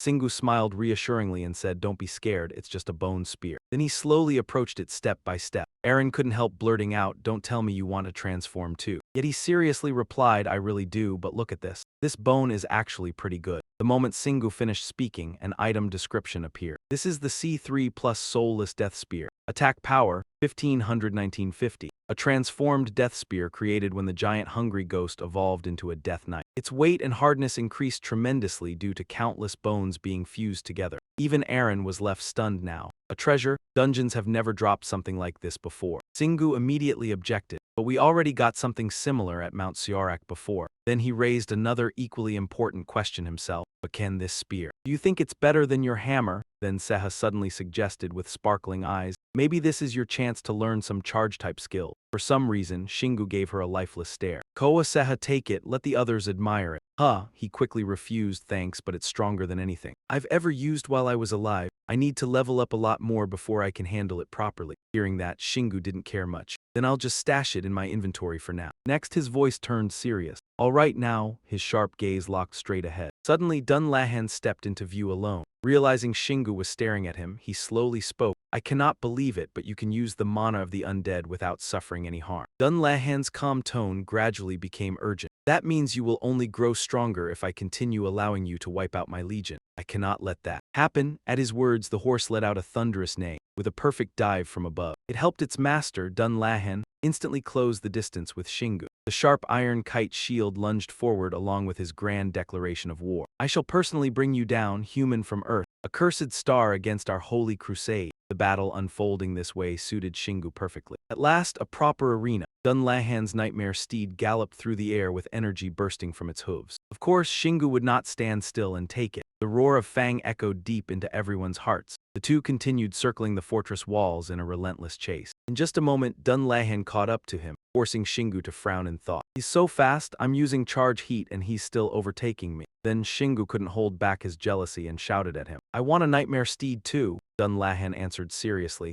It is not meant for humans, give up. Next, Dunlahan's sharp axe gathered a heavy mass of dark energy. Analysis raced non-stop through Shingu's mind. That's an absurd amount of mana. But it's only being used to strengthen the weapon. He wasn't merely running away either. He directly summoned the great mausoleum claw without focusing any energy into it at all. Blade met blade, creating dazzling sparks that lit up the entire area. Not only that, Shingu decided to summon another weapon as well. Even Dunlahan was horrified. What? A brutal strike from the giant's roar smashed directly into the weak point in his defense. The decisive blow successfully sent him flying far away from his nightmare steed. Yet Dunlahan still landed firmly on the ground without the slightest struggle. Naturally, Shingu had no intention of stopping his assault. Let me even the odds a little. The mighty Great Mausoleum King cleanly severed the horse's head, causing its body to disappear and leaving behind the nightmare steed's mana crystal. He had no intention of wasting it and immediately grabbed it for himself. That series of actions completely enraged the headless knight Dunlahan. You human, how dare you do that to my comrade? In response to his hatred, Shingu casually replied, Fair's fair, right? The flames around Dunlahan's neck burst violently, showing just how furious he had become. You bastard. He unleashed a powerful slash at Shingu, far more dangerous than before. Witnessing this made Shingu tense up. I've only ever seen moves like that in video games, Seha cried out in panic. It's my first time seeing it too. I heard even the guild leader is still trying to master it, but he's incredible. Their chatter made Eren scream at them to stop. Stop talking and run. The moment she finished speaking, the three fled desperately. However, something moved even faster than they did. It was Dunlahan's entire head, seizing the chance to ambush Shingu with a devastating blow. It wasn't merely a headbutt, but like being smashed by a giant hammer. His body still remained in the throwing position. Faced the wrath of Dunlahan. Even after suffering heavy injuries, Shingu calmly put away his weapon. He didn't forget to grab Dunlahan's head in revenge for that attack. Unfortunately, it wasn't something ordinary that would simply let Shingu bully it. In an instant, Dunlahan's iron head returned to its original owner. Then came another furious roar.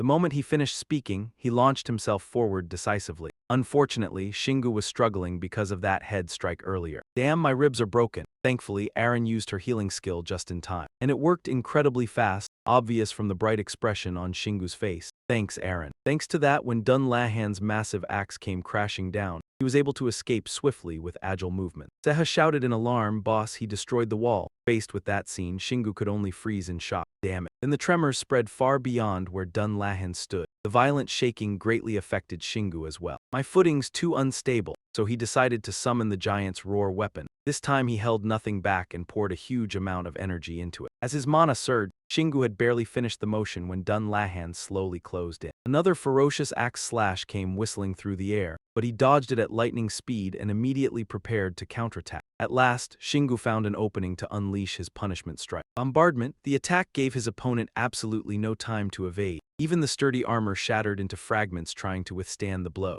Even Dunlahan's head was sent flying, rolling far away like a toy ball. Even now, he still failed to notice anything strange. You truly are strong. In contrast to the compliment, Shingu took the chance to keep attacking relentlessly. Your head's pretty hard too. Hearing that, Dunlahan jolted and turned around. Of course, Shingu would never miss the opportunity before him and attacked at once. However, before the strike could land, an earthquake suddenly erupted. The stone walls shattered apart. Without any warning, it turned out every tremor originated from Dunlahan. Seeing the fearless look on Shingu's face, he could not help but admit, "You are clever enough to defeat me and strong enough to wound me. But mana rules this world." The axe in his hand still overflowed with energy despite countless battles. If you possess less mana than your enemy, victory is impossible. Another mighty slash tore through the rocks, but aside from the flying boulders, it cut nothing else. This completely stunned Dunlahan. Where did he go? It turned out Seha had swiftly caught Shingu. "Boss, attack!" he shouted excitedly. "All right, tear him apart." Gripping the great wolf claw tightly in his hand, he declared, "Perfect. This is the ideal chance to use the hammer's trait." The moment he shouted, "Fire cannon!" the great wolf claw suddenly transformed into a hammer. It expanded so brilliantly it felt as though it could illuminate even a past life, leaving Dunlahan utterly shocked. "Is that the sun?" But he immediately denied it. "No, it's that bastard's attack." Meanwhile, Seha was struggling badly. "Boss, you're way too heavy." Shingu immediately understood and gave an order. "Throw me at him now." Seha obeyed without the slightest hesitation. Excellent. Confidence overflowed in Shingu's eyes.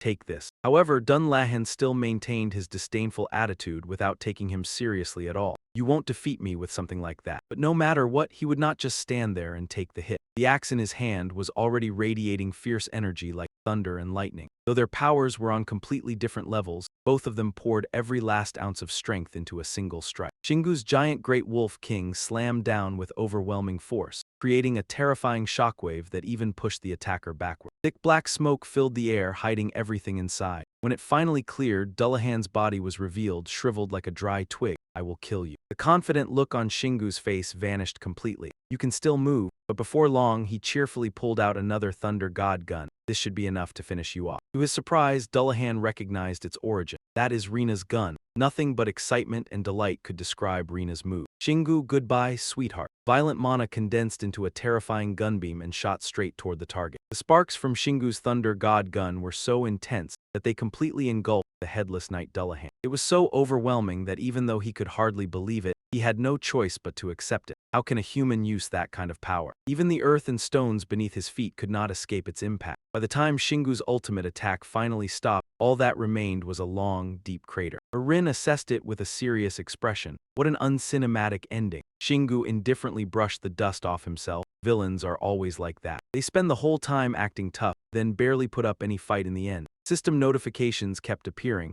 "You have gained 4 levels, Power Shot has reached level 7, and Punishment has reached level 27. Looking at the battlefield left in ruins, Shingu could only feel regret. If that guy had been blown to pieces, he probably would not get anything at all. He would have thought Seha had found something this good. The mana crystal he left behind immediately lifted Shingu's spirits. "Oh, both my mind and body feel refreshed and glowing. That means I will have at least 5 mana. This world is pretty great. Oh, and I also have that Death Knight's mana crystal too." "Be quiet," Rin warned him seriously. "I know looting is the next step, but do you really have time for that right now?" Although the masters had been destroyed, a whole crowd of them still remained. Lola could only repeat over and over, "Crush him. Let that human taste your grace, please crush him." It made Shingu feel slightly annoyed. They can still move without a leader. Seeing this, Seha hurriedly urged him, "Wipe them all out first, then think about it." Once again, Shingu summoned the familiar Great Wolf King. Watching the monsters endlessly advance made him feel strangely disoriented, as if he were watching a zombie movie. In just an instant, the noisy skeleton monsters were reduced to smoke. Suddenly, his eyes caught sight of something, and they widened. The most special thing so far had appeared, making Shingu cry out in joy. There it is, the Death Knight's mana crystal. But besides that, there was also the thing that had just slammed into his ribs. What is that? Only when Shingu picked it up did he realize in shock. It turned out to be Dullahan's head. Rin was extremely worried. "It is not a monster, is it?" Suddenly, Shingu froze and exclaimed, "Wait!" The detailed information for B2 grade Resonant Kina's Malice appeared. Attack power, 1,800 to 2,200. It is the helmet of the Knight Kina who fell and became Dullahan. Because too much resentment and mana accumulated inside it, it still exists even after its owner was destroyed. It preserves Dullahan's combat memories, so it can be used as an extremely powerful bombardment weapon with mana alone. The system information left Shingu astonished. So it was a treasure, but this thing's attack power is ridiculous. He observed it closely and gave his assessment. This is a sinister aura, right? It is even absorbing the surrounding air. When Rin saw what it really was, her face turned pale. It looks like a helmet, but there is a rotting face inside. Are you really going to use it, Shingu? That decision came after Shingu carefully thought it over. His gun consumed too much mana, so this could become a more convenient weapon. Then he began estimating Kina's malice. Let us see, it probably works like this. Just like that, he threw it far away without the slightest hesitation. The moment Kina's malice flew past, it claimed the head of a starving demon. Not only that, it even knew how to find its way back like an enchanted charm. It landed precisely in Shingu's hand without the slightest error, along with the information. Trait 1 automatically returns after being thrown. This ability completely sparked Shingu's interest. Nice. It comes right back to my hand after hitting the target. Although Rin's expression did not look too good, she still played along. Great, so you can throw Dullahan's head back and forth, right? A sly grin spread across Shingu's mouth. If it comes back after being thrown, then I can use it like this. The Great Wolf King was once again put to use by him for who knew how many times now. With one swift swing, it sent the ball flying in a beautiful arc. With just that light move, another giant starving demon was destroyed. Poor Kina's malice had only just flown back before Shingu knocked it away again. It helped Shingu harvest more than a dozen heads in one breath. Only now did the skeleton monsters finally know fear and scatter in panic. The Grim Reaper. He is the Grim Reaper. And even Rin had to admire him enough to give him 36 likes.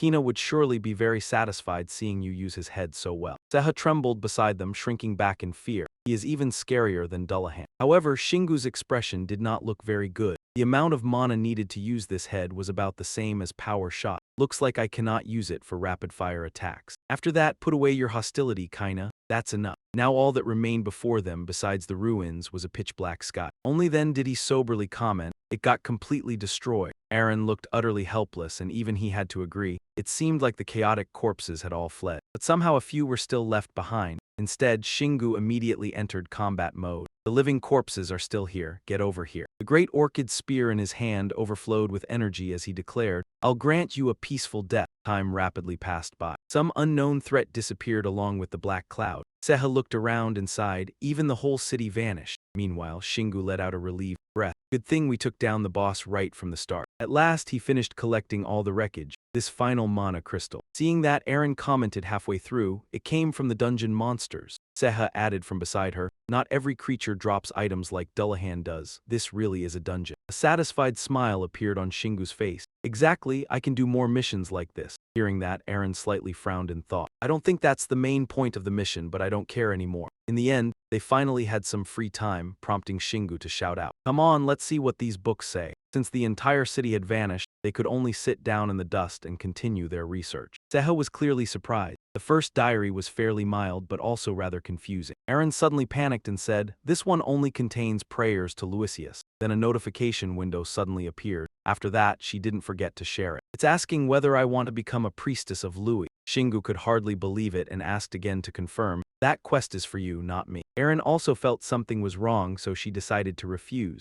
I'll just say no for now. Right then, Seha approached with another scroll. Boss, what about this one? It looks really ancient. Shingu immediately perked up. Perfect. The biggest clues are usually hidden in things like this. His deep voice slowly echoed throughout the area. In your name, we may become anything. This holy war is for you, and no one shall dare oppose us. From what they had discovered, a suspicion arose. Do you think this is talking about the war between Zetnas and Louis? In contrast, Shingu denied it. I don't think it's only about this world. Then he added, Dullahan said Earth is resisting the holy war. Aaron calmly spoke about it. It seems we have to use the celestial fortress and the ant cave to disprove Han's word. Suddenly something appeared and caught Shingu's attention. Yeah, it was a newly updated system notification. You have learned another truth. The disciples of gods from other worlds are plotting to invade Earth. The celestial fortress has been holding them back, but it has now reached its limit. Their memories and mana are gradually overflowing into Earth. Because of that, Shingu became 100% certain. So they really do want to invade Earth, which means the celestial fortress is. This time, the system presented him with a choice. You have proven yourself suitable to become a guardian. Pursuit or destruction, which will you choose? The words before him left Shingu completely stunned.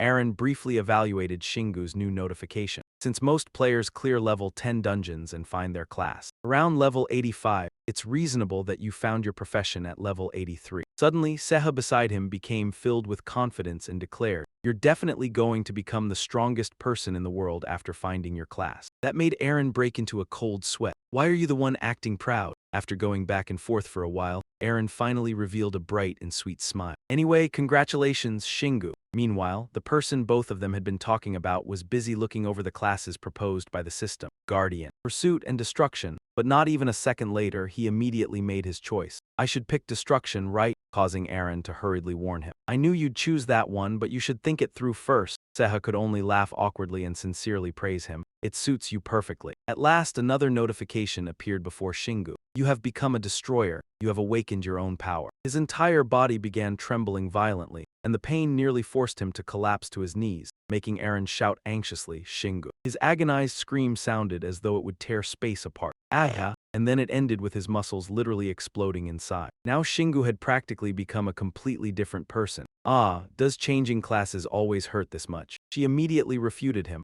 Of course not. Suddenly, something strange caught Eren's attention. The entire land was shaking violently, yet there was no boss nearby. She panicked as she realized the truth. The world, no, this place is collapsing. At that moment, Seha shouted tensely, Eren, I see something huge, maybe a pair of glowing eyes bending both space and time. An enraged voice echoed throughout the entire area. At last, here is Earth. Chills and fear instantly overwhelmed both Seha and Eren. At the same time, Shingu's notifications continued updating. You have leveled up twice. Most importantly, Courage had reached level 8, granting immunity to all pain. His whole body steadied as if he had fully regained his senses. Finally, he let out a long breath. Shingu was nearly exhausted and had no time to care about what was happening around him. Heh, damn it, I finally endured it. Eren stammered out Shingu's name while Seha shouted just as urgently, Boss, that monster over there. The thing that only showed its eyes spoke again. Too bad I can't finish you off right now. Now that Shingu paid attention, he realized it was a woman's voice. Then the world shook even more violently than before. Suddenly, all three of them burst into light. In an instant, they reappeared in the room without any warning at all. Eren looked around in confusion and realized, is this the resting area? But Shingu was in no mood to care about small details right now. His muscles transformed again and burned fiercer than ever, making him scream in agony.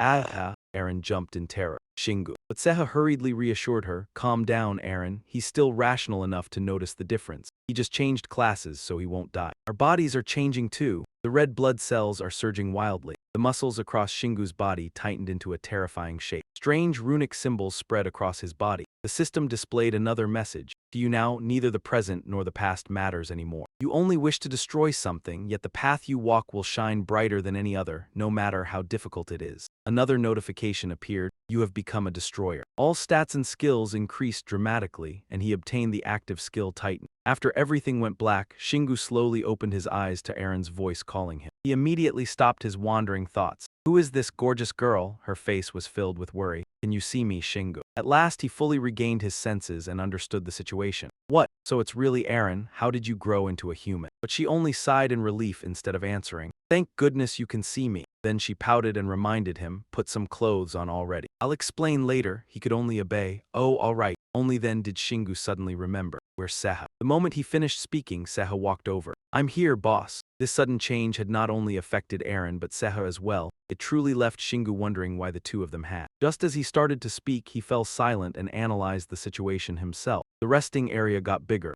Maybe my class change expanded it too. Then the system appeared and answered his question. Level 4 resting area. Special effect. Your mana and health will not decrease even if you use skills here. Everything strange before him became much clearer. Oh, so that's how it is. Eren, overflowing with excitement like a pop idol, confirmed it. Yes, while we're here, we'll return to our original forms no matter how long it takes. This place changes according to you, so it definitely isn't just for resting. Then Seha calmly explained, we've changed too, although not as much as you. But this change is much bigger than the first time we received our classes. Shingu was equally excited. I feel so light. Eren replied, that's because you've become much stronger. She was genuinely happy for him. Now you can fight any enemy you want. But Shingu was not so optimistic. I'm not so sure about that. Heavy thoughts filled his mind. Maybe not on Earth, but in other worlds. Like that woman's voice directly inside my head. Then he suddenly smiled in amusement. So why couldn't I become a pursuer? Confidence filled Shingu's face. Instead, I chose Destroyer so I could smash everything apart. Thinking about the monsters waiting ahead, he silently resolved himself. I'll wipe them all out. I'll grow stronger so I can kill the enemies I can't defeat right now. After that, he calmed himself down. Time to check my status. A detailed status screen appeared, showing level 85 Shingu as a destroyer, complete with information about his strength and every skill from immunities and passives to active ability. Eren stared in shock as she read along. Ah, and Shingu?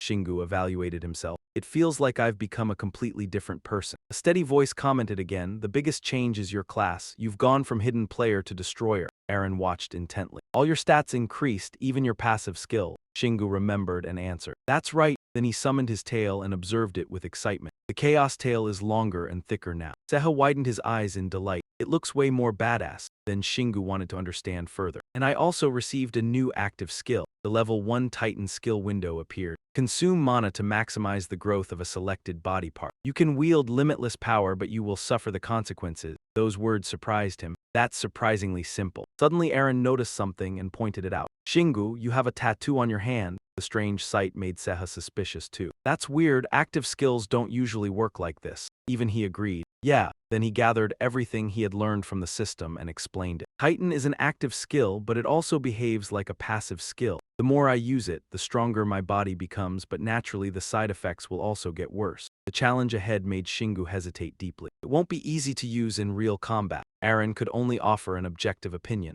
Pain and fear are things every player must endure. Thoughts about how to deal with it filled his mind clearly. To overcome pain, recklessness might be the courage needed to overcome fear. At last, he made his decision. I need to train with it. But Aaron did not support the idea in the slightest and immediately raised her voice to scold him. Shingu, you don't need to push yourself so hard. This is enough already. You need to rest. Faced with her frightening glare, he had no choice but to back down. Fine, I'll rest. Yet inwardly he sighed, thinking, she looked so adorable when she was little, but now. Seeing him like that, Aaron let out a helpless sigh. I want you to rest for an entire week, not just one day. But for him, that was probably too much because he was unbelievably hardworking. Shingu firmly declared that he would never allow himself to ignore the path opening right in front of him. Then he casually added, maybe if you want to rise up, you first have to accept kneeling down. Aaron did not know what to do with him anymore. That doesn't sound very good, but as long as you're willing to rest, that's enough. Then Shingu changed the subject. You two, we need to stay separated if both of you want to keep that size. She was slightly startled before thinking it over. Yeah, that's true. After that, Aaron quietly calculated in her head. That bed should be big enough for 2 people, right? Then she accidentally blurted out loud, then I'll sleep beside. Only after saying that did she suddenly realize it and react in time. Then she shyly turned away. We can just shrink down while sleeping anyway. Shingu paid no attention to Aaron's change in behavior. You're right. In contrast to her hesitation, Seha, who had grown up beside him, was far more relaxed. I can sleep next to you.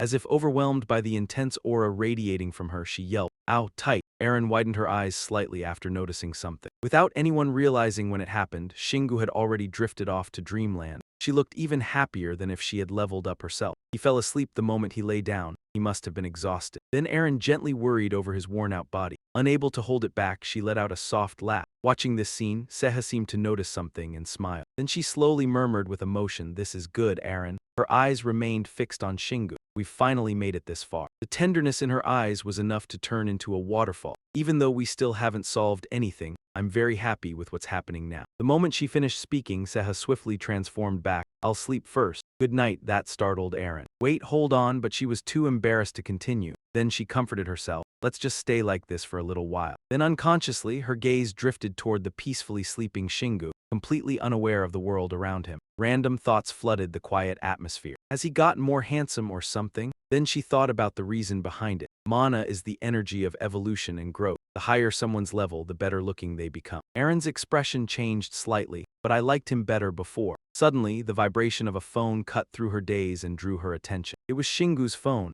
She hesitated awkwardly, unsure what to do. He finally managed to fall asleep. I can't wake him up. In the end, Aaron made her choice. Her soft voice rang out. This is Dong Shingu's phone. He can't come to the phone right now. The person on the other end exclaimed in disbelief. Shingu's new girlfriend? Aaron could only fall silent awkwardly. Then she went along with it and answered yes. The other person immediately let out an understanding sound. I see. Aaron did not pay much attention and wanted to end the conversation quickly. Is there something you need? He's asleep. The caller continued, I need to tell him something. He's always wanted to become a player. Then she replied irritably, thanks, but what does that have to do with this call? If it's important, I'll pass the message along. The person on the other end immediately explained the reason. Actually, I found a way to become a player, so I wanted to tell him. He'll definitely love this. Those words completely shocked Aaron. What? As if afraid she would not believe her, the caller emphasized, I'm serious. There really is a way to create players. Time flew by quickly. Shingu enjoyed a refreshing sleep and stretched happily. Good morning. Then he suddenly noticed Aaron's miserable, exhausted appearance. Were you up all night? She sighed in annoyance while bringing it up. I did sleep, but it was such terrible sleep that I might as well not have slept at all. Then her eyes turned serious. Someone called you while you were asleep. I knew I probably shouldn't, but I answered it anyway. Shingu did not mind at all. That's fine, Aaron continued. I think her name was Lee Sehi. Hearing that name made him curious. What did she say? His attitude surprised Aaron. He's way too calm about this. Still, she answered honestly. She said there's a way for you to become a player. Those words immediately triggered a possibility he knew about: illegal players. Forcing a player to log out in the middle of a field. In return, her tone became somewhat heavy. I already asked, but she said she wanted to meet you in person. Hearing that, Shingu smirked and remarked, she's still as cute as ever.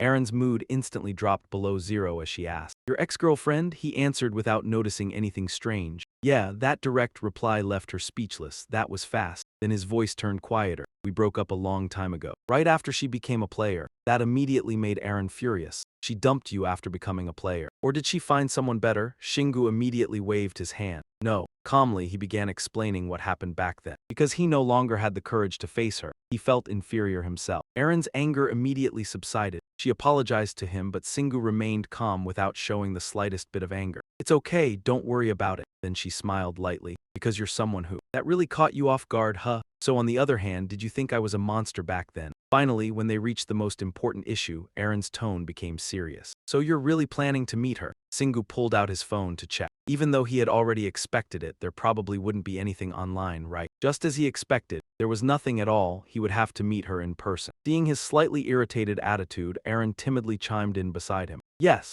At the same time, she started making assumptions in her head. Basically, Shingu dumped CY. But she was still deeply attached to him. As for why he broke up with her, she couldn't remember. Thinking about it made Aaron suddenly turn pale. But that's way too dangerous. Suddenly, the system screen appeared in front of Shingu. A notification popped up. You can upgrade the resting area using Essence. Then the information quickly changed. You can use 30% Essence to upgrade the resting area to level 5. Would you like to proceed? Shingu rubbed his chin thoughtfully. It was far less than what he used to need before. Ziha stood behind him and helplessly reminded him that they had to conserve the ghoul and vengeful spirit essence because they couldn't find an altar. Those words suddenly made him snap awake. Right. He had been planning to just let things happen naturally, so Shingu pressed the confirm button. Better to do what he could before leaving. The very next second, the space around the three of them began to transform. Brand new furniture, rooms, cabinets, and a restroom appeared. The bathroom was upgraded as well, becoming sleek and modern. The kitchen with new tables and chairs was also renovated. Aaron cried out excitedly with sparkling eyes. The house looks way cooler now. It's as big as a normal house now. The notification changed again. The resting area has reached level 5. Furniture functionality has improved. A series of new features appeared one after another, such as a level 1 kitchen capable of cooking and processing monster mana stones,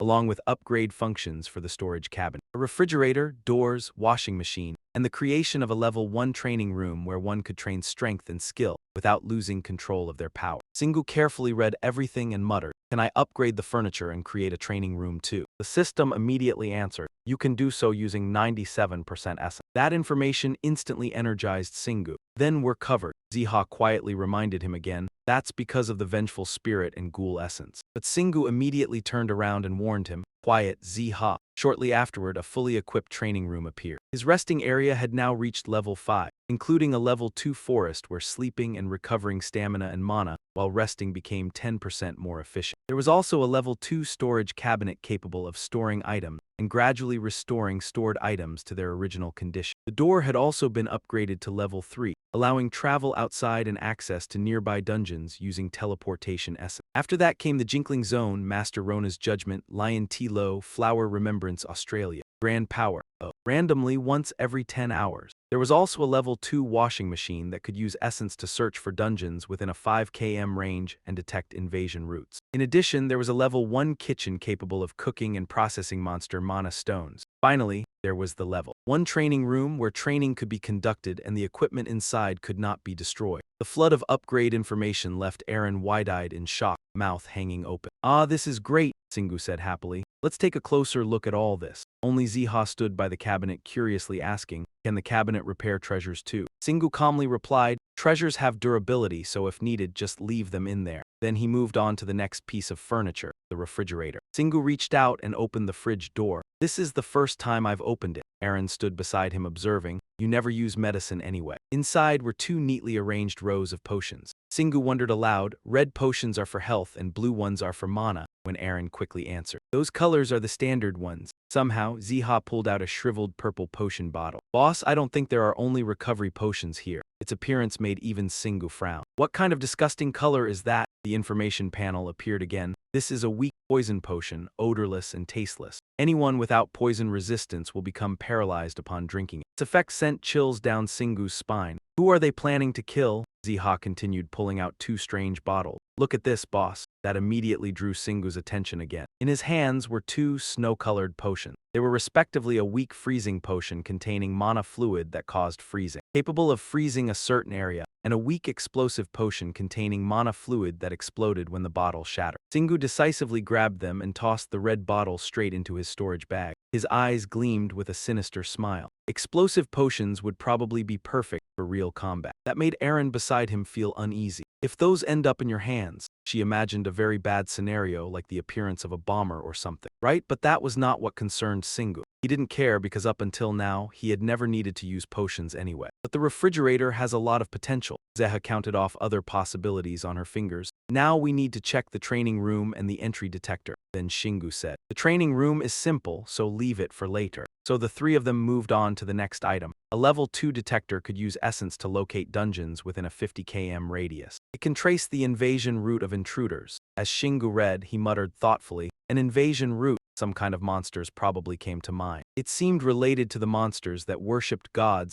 and the path they used to return to their own world. Afterwards, Shingu estimated that he would probably need a character class before he could upgrade the detector. But one thing gave him a headache. Naturally, he had no idea where it was located. Aaron also fell into thought and added, and we still rarely find class change altars. Still, Shingu decided to shove all that aside for now and continue exploring. At least now I know what to do once we get out of here. As soon as they approached, an information panel appeared. Level 3 gate leading outside. You can enter nearby dungeons using saved essence or use a key to access the resting area. You may designate 3 familiar points for convenient entry. After reading it, Shingu summarized briefly, so going through this gate lets me exit wherever I want. Behind him, Zeha looked incredibly excited. So we don't have to keep conquering random ant nests, hoping the next one leads to the surface. But Shingu pouted instead, I wanted to fight sea monsters. Aaron immediately shut him down. Think about that after you learn how to swim. Shingu raised his hand and operated the control panel. Then the exit should be somewhere near my house.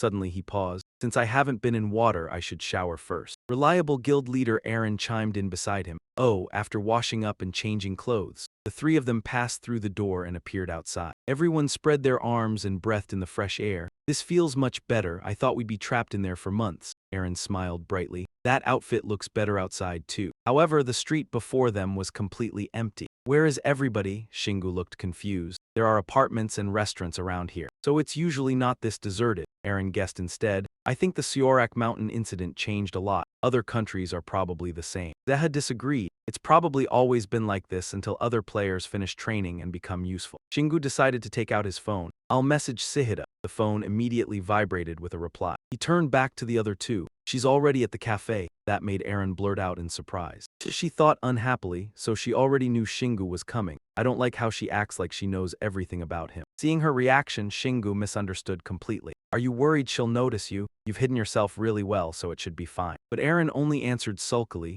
yes, I hope I don't get discovered, Opa. In the end, he decided, all right, let's hear how people become players. There were only a few pedestrians and cars on the main road. As the three of them walked down the street observing their surroundings, Trat spoke up. There are some people, but they don't look very lively, or is that normal? Aaron quickly stopped him. Don't say things like that, they've already lost hope. Soon they arrived at the cafe they had agreed on. The customers inside were gossiping about the beautiful girl, sitting alone by the window. That girl was Sehai. As if she sensed something, she turned her head to look. Shingu walked over to the table. Hey! His appearance instantly brightened Sehai's face. Shingu, the men at the neighboring table immediately deflated. Ha, figures she already has a boyfriend. Sehai glanced around and asked carefully. Did you come alone? The question puzzled Shingu. Why? She responded with a mysterious smile. It's nothing, I understand now. Sehai looked at Shingu with a strangely smug smile, making Aaron, hidden inside his pocket, furious. Why does she look so self-satisfied? I was ahead. All this time, a little later, the two of them sat across from each other and started talking. Shingu spoke first. When was the last time we met? Sehai lowered her head slightly and replied, 2 years and 3 months ago. The number briefly showed surprise on Shingu's face. Seeing that, she teased him. Want me to tell you the exact number of days too? Then she quickly explained, I'm joking. I don't remember that clearly either. I'm not that clingy. She pushed the drink toward him. Here, I already ordered your drink. Shingu quietly accepted it, hesitating slightly. Thanks. From inside his pocket, Aaron peeked at the drink. So Shingu really likes mocha, huh? The thought startled her awake. Get a grip, Aaron. Then she glared angrily at Sehai in her mind. She's just the stereotypical perfect girlfriend type. What does she mean she's not clingy? She's practically glued to him already. Sehai continued chatting. You look taller, Shingu simply replied, just a little. But you look younger. Hearing that, she answered happily. That's a privilege exclusive to players, leaving him speechless. Ah, I forgot about that. Shingu recalled the privileges she mentioned. Players age much more slowly and can even grow younger as they level up. Their bodies remain permanently fixed in the healthy condition of their 20s. He reflected on himself too. No wonder I thought I looked different in the mirror. While lost in thought, Shingu suddenly caught sight of Sehai's adorable smile. Her sparkling eyes startled him for a moment. What's wrong? He asked. She simply replied, nothing. Meanwhile, Sehai, resting in another pocket of his jacket, was leaning against him. Mr. Chest, what's this tingling feeling? I probably shouldn't have followed him here. Boss, Sehai said with a smile, aren't you going to ask me about it? But Shingu knew exactly what kind of person she was and replied, if I ask, you'll just joke around and still won't tell me the truth. You know me too well, Sehai teased him again. But you never used to think this much before. You always charged straight into things. Shingu merely answered indifferently, people change eventually. His answer made Sehai fall silent for a moment, looking slightly disappointed before she said, I'm not completely certain either. Shingu continued calmly, that's what I figured. Suddenly, Sehai lightly tapped a finger against the table. A circle of energy instantly appeared around their table. Shingu observed it and thought to himself, a soundproof barrier, that's pretty powerful. Sehai's voice suddenly turned serious. There's a rumor spreading among players that all the monsters in Celestia worship different gods. The information made Shingu pause slightly. HMPH. Then Sehai continued, I know you hate troublesome things, so I'll skip straight to the conclusion. As she spoke, she recalled the recent incident in the city. Recently, monsters have started appearing on Earth, not just in Celestia. At the same time, evidence of those gods and their influence over humanity has also begun to surface. She spoke about her own experience. My guild actually discovered traces of one of those gods. I even heard his voice. After hearing that, Shingu immediately asked the important question. And that god told you ordinary people could become players? Sehai answered without hesitation. That's right, at the very least I have to believe that God truly existed, because he told me that. Hearing this, only one thought crossed Shingu's mind. A lie. The being who granted humans the power to become players would never ally with the gods Sehai described. At that moment she leaned closer and said, You've always been special, Shingu. You'd become incredibly strong if you turned into a player. Then she reached out and touched his hand, worry flickering across her face. You're only heading toward the place you truly belong. That's what you've always wanted. She stared directly into his eyes, her cheeks slightly flushed. Shingu looked back at her. Sehai tightened her grip around his hand. Only my guild knows about that place. If you still want to become a player, her face was filled with sincerity. Will you come with me? I know I don't have proof, but can you trust me? But Shingu coldly withdrew his hand. I thought your guild discovered that place. Are you really allowed to tell me about it? Sehai answered firmly, I can, I'm the guild leader. Still, Shingu remained concerned. But if the others find out, they'll definitely be angry. Sehai maintained her unwavering attitude. You're the first and the last person I'll ever tell this to. Do I really need to explain why? Unexpectedly, Shingu wasn't moved at all. No need, he replied, forcing her to back down slightly. Fine, I'll tell you after you truly become a player. Hearing that, Shingu turned as if to say something, then stopped himself. Shingu could only think silently to himself. Becoming a player won't magically restore the emotions I've lost. If it could, I would have called you the moment I became a hidden player. He pondered quietly. Would she slap me if I actually said that out loud? Then Shingu's thoughts shifted again. But I need to investigate those gods and the traces she mentioned first. I'll clear up her misunderstanding afterward. Finally he spoke. Thanks, Sehai, I'll trust you. She responded with a bright smile. Okay, the two left the cafe and walked down the crowded street. Shingu asked in surprise, it's not in Korea. Sehai replied as they walked, yeah, Korea recovered from the crisis pretty quickly. Have you heard about the mysterious biker? That title made Shingu freeze for a second. The mysterious biker? Since when did I get a nickname like that? While he was lost in thought, Sehai's slightly lowered face entered his field of vision again. Caught Shingu off guard. What's wrong? He asked. She replied once more, it's nothing. But he thought otherwise. She's suspicious that I'm the mysterious biker. But my mana is completely under control now. She'll dismiss the idea soon enough. Sehai continued explaining. Anyway, thanks to that person, there are no more massive monster territories left in Korea, but in other countries. That is not the case. That is why my guild accepted a support mission to help. She began telling him about her guild and its achievements. My guild, the Strongman Guild, came to Ataru,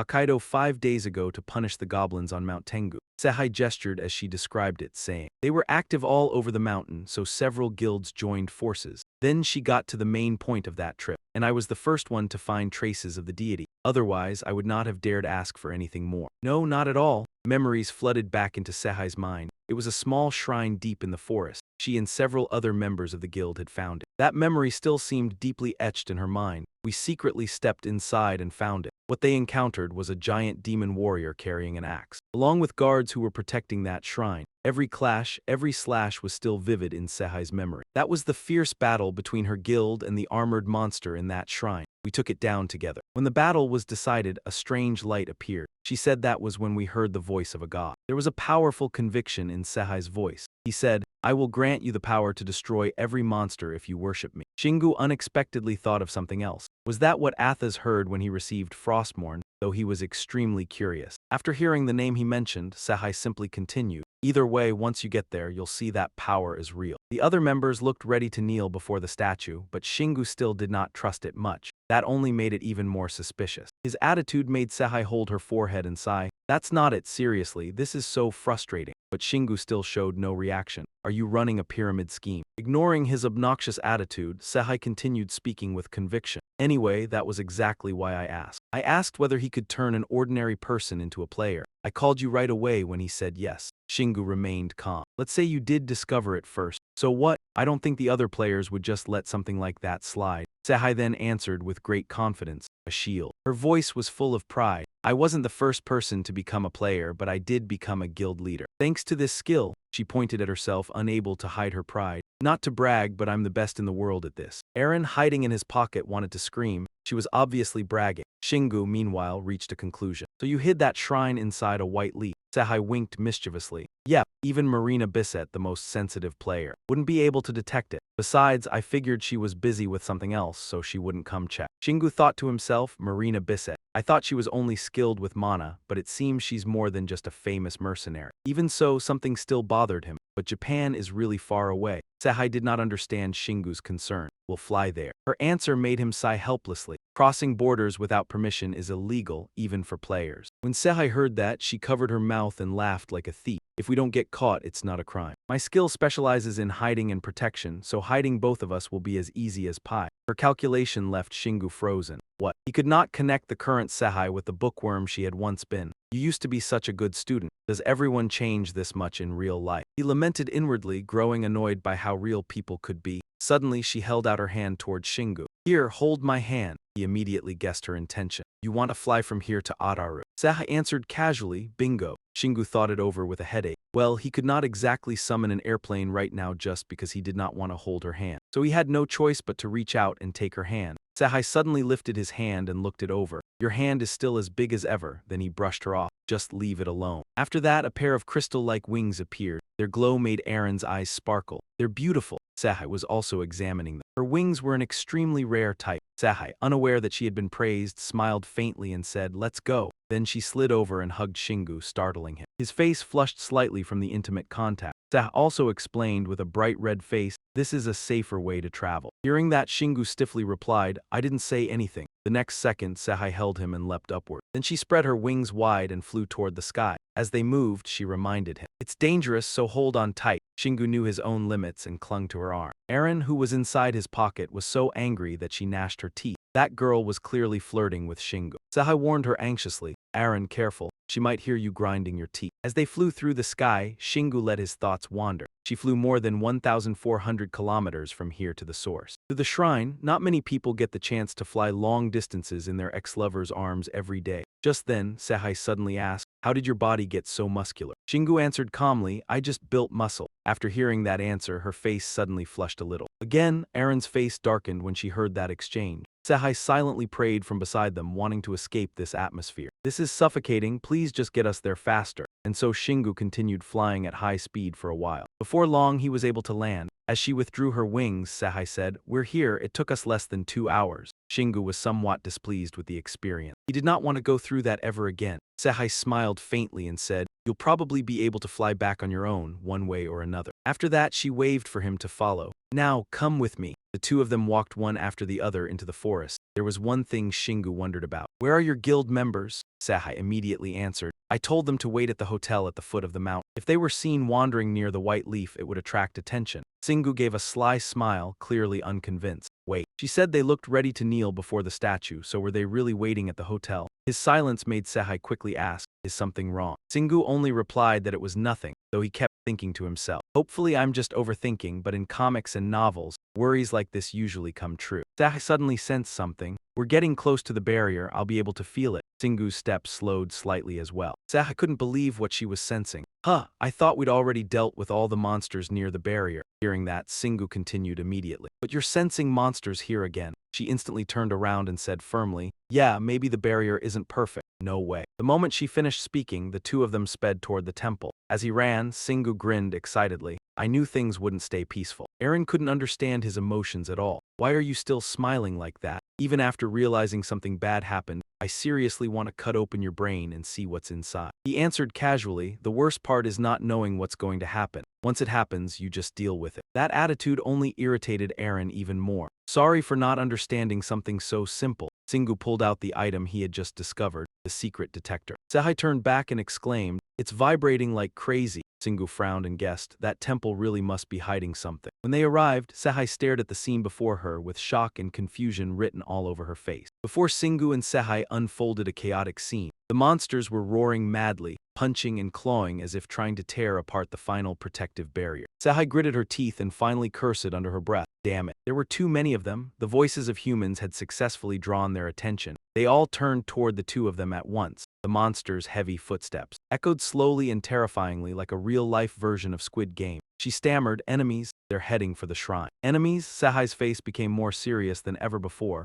Sweat rolled down her cheeks. "I made a mistake." Shingu stepped back while she closed her eyes and focused her magic power into a sphere of energy. With complete confidence, she declared, "I'll handle them first." "So hide for a while." The corners of his lips curled into a faint smile as he teased her. "Hide, that's funny." Then Shingu stepped forward like a runway model. "What the?" She was utterly speechless, unable to understand what he was doing. As if blessed by fate, one monster charged forward like lightning, swinging its massive club in an attempt to take his head as a trophy. Of course, such a simple physical attack was nothing more than a mosquito bite. Shingu crushed its head barehanded with a single punch. Watching him handle it so effortlessly made her eyes widen and jaw nearly drop. She hesitated, wanting to call him back and ask what was going on. "Shingu, you..." But before she could finish, he turned back as if he had read her mind. "You must have forgotten." Sehai looked behind him, clenching her fists tightly. Her eyes burned with determination. "I know I don't have wings, but I've never lacked strength." Shingu walked toward the waiting monsters ahead, rolling his arms as though warming up for an ordinary gym session. "Now then." His voice brimmed with excitement. "Let's begin the world's most boring massacre." Who knew whether they could understand him or not? Maybe they had eaten Doraemon's translation bread. They still roared ferociously. "Human, human, human." Without the slightest hesitation, he threw a punch straight into the face of the fool who stepped onto the wrong chess square.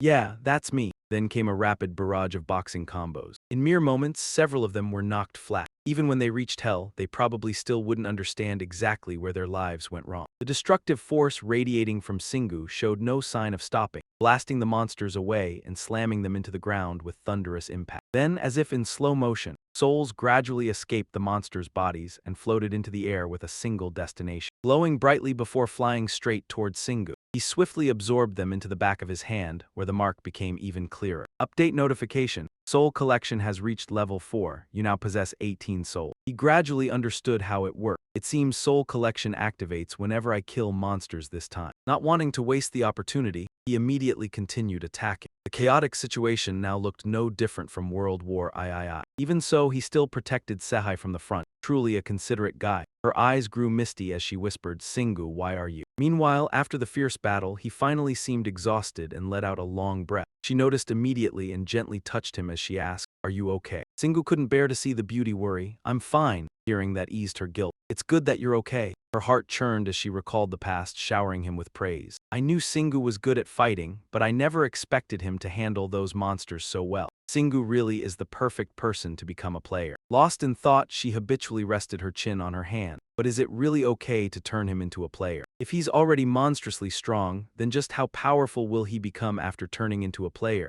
Singu paid little attention to the silence and kept yawning. She denied her own thoughts. No, now that he's finally found a new goal, I don't want to see him disappointed in himself again. I'll think about everything after he becomes a player. At that moment, Sehai returned to her aloof and arrogant demeanor as she explained. The body parts of defeated monsters are considered valuable materials in the outside world. She revealed more bit by bit. Stronger monsters can also drop something called Filmana. It's worth even more and contains special information. She paused briefly, glancing at Singu as if to make sure he was listening, then calmly continued explaining what had happened. This is a secret. But we also received one after defeating the temple guardian. She waved her hand, gathering the corpses into one place. The important thing now is turning you into a player. I'll store all the bodies in the inventory first and deal with them later. She gestured for him, Aaron, and Seha to head inside. Everyone approached the white barrier from earlier. Suddenly, a voice called out from behind them. Guild Master. The familiar voice made Sehai freeze. 1, 2, 3, 5, did I miss a beat somewhere? The moment she turned around, she saw the 5 members of the Strongman Guild standing there leisurely. Their expressions were different from usual, far more taciturn. Their gazes were anything but friendly. She frowned slightly and asked in confusion, "What are you all doing here?" Chenggu rested his blade on his shoulder and answered calmly, "I was worried some outsider had intruded into the temple, so I couldn't just sit still." He lowered his face, his eyes sharp as knives, his voice full of menace. "Looks like our concerns were justified." Sehai couldn't keep up with his train of thought and stammered awkwardly, "What?" On the other hand, he seemed to have realized something and felt rather smug about his own judgment. "This is exactly what I was worried about. If I keep predicting things this accurately, I might start seeing the future."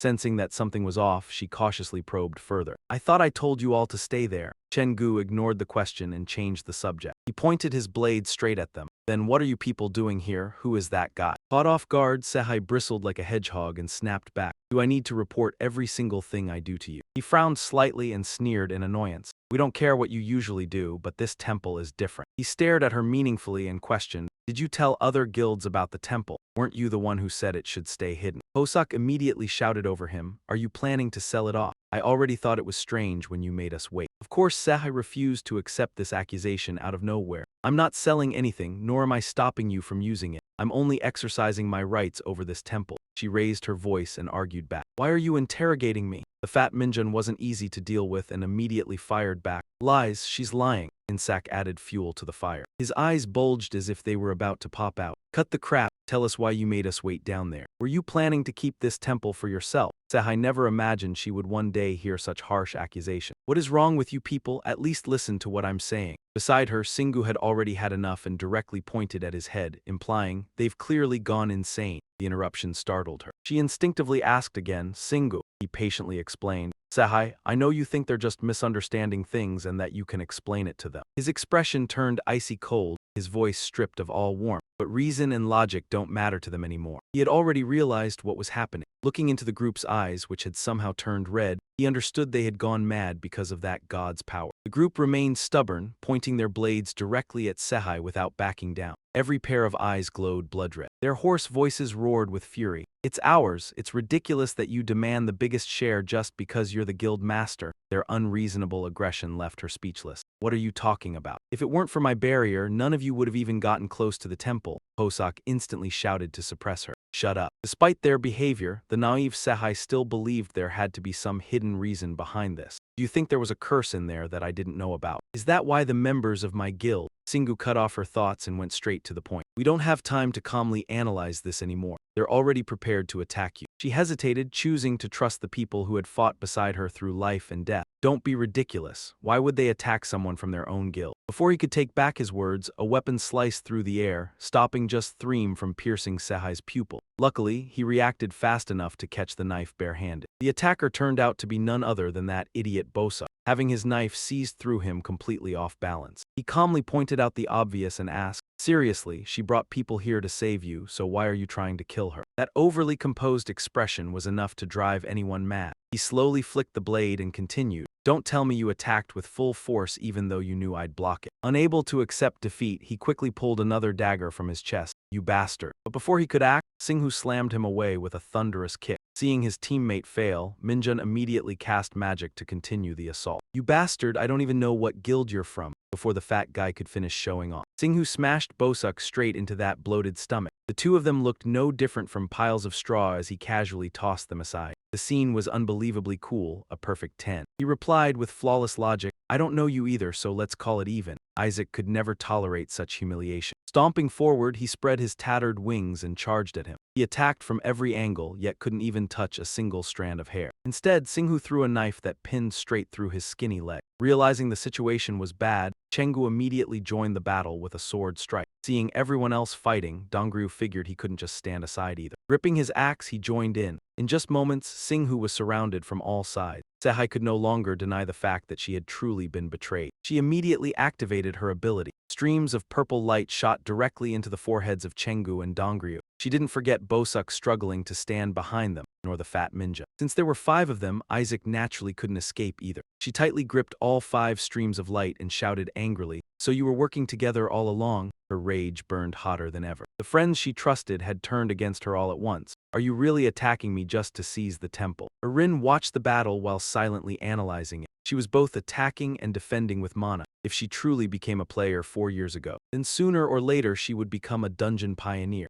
Sehai tried calming everyone down, wanting them to sit and talk things through. She practically looked ready to become a saint. "Everyone, calm down. I'm sorry for bringing someone here without warning you first. You can use the temple's power before us if you want. But wait until everyone's emotions settle first." Suddenly, Dongju dropped from the air right before Chenggu's shocked eye. He didn't resist at all and simply let his body slam violently into the ground. Seeing the bizarre sight, Sehai instinctively shouted, "Dongryu." He began mutating wildly, his body swelling up as if inflated with yeast. Confused, she begged for an explanation. "Singhu, Dongju looks strange." He scratched his chin and gestured for her to look elsewhere. It wasn't just him. The others were beginning to transform just like Dongryu. Their wings disappeared and their cracked faces revealed snake-like scales underneath. At that moment, cracking sounds came from the white membrane behind them. It shattered completely, while vine-like tentacles scattered everywhere. Sehai realized in horror that the situation had completely spiraled out of control. "My barrier." Singhu fell into deep thought, running through countless possible scenarios in his head. The statue of the Tengu mountain subgod towered before them. The overwhelming aura radiating from the statue was impossible to ignore. Those people had completely turned into lizard monsters. Bruno's voice echoed like dark magic, "Follow me." Light shone down from the top of the hat, covering the surroundings. "Your faith will guide you toward even greater rewards." He continued speaking endlessly about victory. Meanwhile, Singhu carefully observed everything and reached a conclusion: an illusionary shell. She clung to that realization like a lifeline amid the chaos in her mind. "My lord, my companions look very strange right now." He explained the reason calmly. "Appearance is unimportant. Their will and bodies are simply too weak to handle my power. So they merely cast aside everything they once were in order to accept me."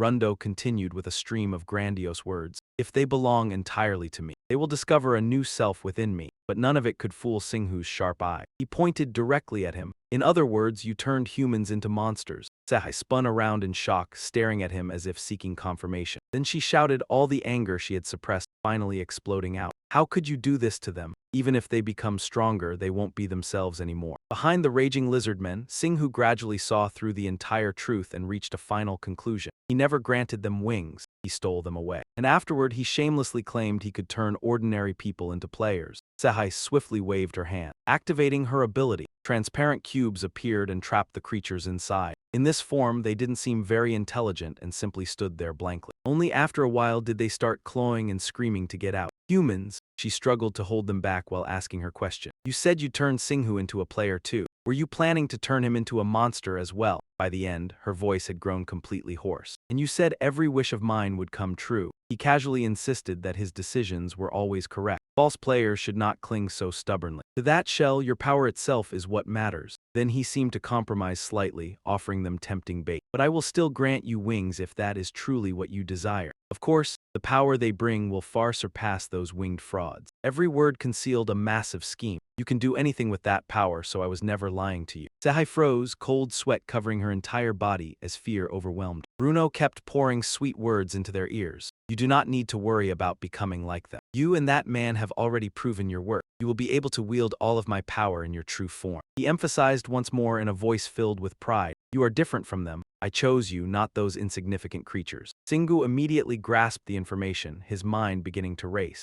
Analysis, proven themselves. Does he mean those monsters twisted together beneath the stars? A wave of sorrow rose within him. Those gods and humans who had once offered up their souls had once been human too. He invited the two of them to become soldiers. Under his command, so come to me. Did you not swear to follow me? But Sehe immediately denied any connection. No, I never did that. Bruno looked genuinely shocked. Seeing that determination appeared on her face. I never trusted you. You destroy other people's dreams. The sudden turn of events caught Bruno completely off guard. His voice hissed with fury. Have you lost your mind? She felt a bit of regret. Ashamed for dragging him into this mess, Sehe said, I am sorry, we really fell for it this time. But he merely smiled lightly. Calm and composed as if none of it mattered at all. It is fine. I never believed it from the start anyway. She jerked in surprise and turned to stare at him. Those words felt like a light slap to her pride. What? Singu realized he had gone too far and hurriedly corrected himself. I was not saying I did not trust you. The moment he finished speaking, Singu immediately recalled the great wolf claw. Sehe could not keep up with his train of thought and just stood there blankly. Even someone close to him was stunned, let alone Bruno himself. He raised it high without hesitation,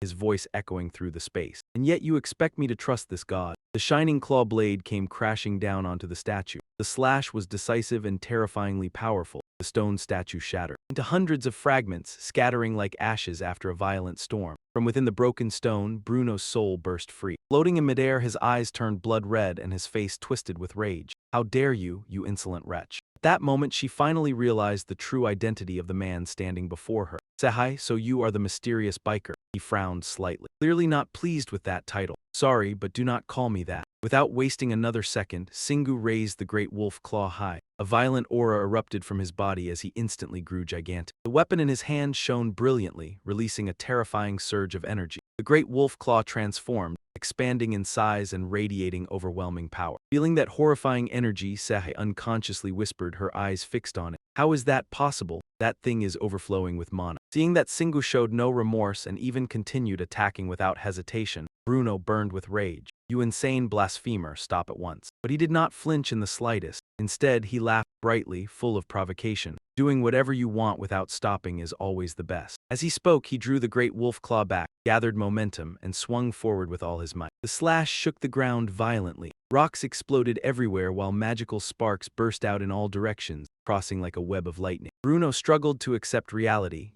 I understand now, But before he could finish speaking, Singu coldly cut him off with a mocking remark. Why are bastards like you always so idle? Bruno's soul began to fade, layers of spiritual power being sucked into the vortex of energy created by the slash. Once it was over, Singu rested the great wolf claw on his shoulder and leisurely spoke his farewell. If you want to whine and make me feel guilty, save it for the next time we meet. Goodbye. He turned away, leaving behind a world-shaking explosion. Only the ruined remains of the temple and the echoes of a soul torn apart remained. He calmly walked towards Sehe. She was stunned by how decisive he had been. Why did you destroy the shrine? She could not stop herself from sinking into thought. I only used the shield to hide it because I heard the god's voice, and besides, there was nothing else I could do then. But Singu paid no attention to her quiet and strange expression. That feels much better. Then he glanced toward those god-human creatures, beings that no longer retained any trace of humanity. Their divine power is gone, so they cannot become human again. Erin flew closer, her voice full of confusion. They are already monsters now. I do not know why it turned out like this either. Her eyes widened,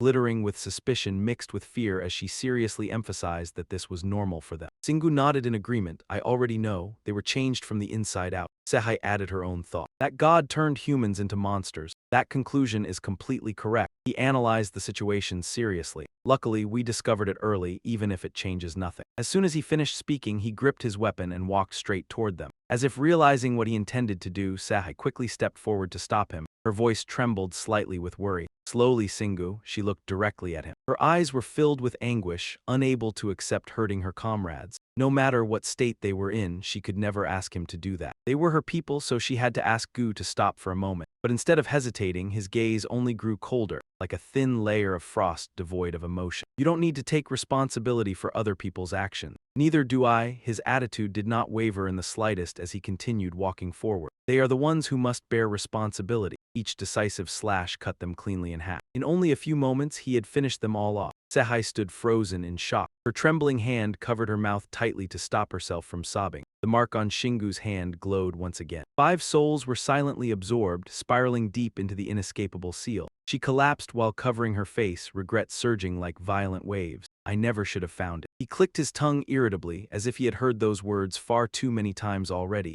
I told her not to blame herself. He turned back toward the land ahead. Now only a cold emptiness remained, without a single trace of light. A strange feeling briefly passed through him. Without hesitation, he immediately summoned another item. Watching it flash repeatedly, the detector began blaring wildly. So this is their invasion route. Singu raised his head and looked into the distance. His eyes narrowed slightly, as if calculating something. Maybe I should find this place someday. Then he turned and suggested to her, Sehai, get some rest for a bit. I'll explain everything to you. By now, she had finally calmed down. Without hesitation, she nodded. Okay. But suddenly she lost her balance and collapsed. It turned out her body had long since lost all strength and would not stop trembling. Since there was still a long road ahead, the group could not remain there. In the end, he carried her on his back and walked forward as if it were the most natural thing in the world. Sehai blushed, speaking politely in embarrassment. Thank you, Zingu. It's nothing, he replied frankly. Aaron looked as if she had swallowed vinegar, glaring angrily at Singu being so close to another girl right in front of her. Biting down on her handkerchief, Seha could only carefully warn Aaron not to break her teeth. Only then did she remember the other two and hesitantly ask him,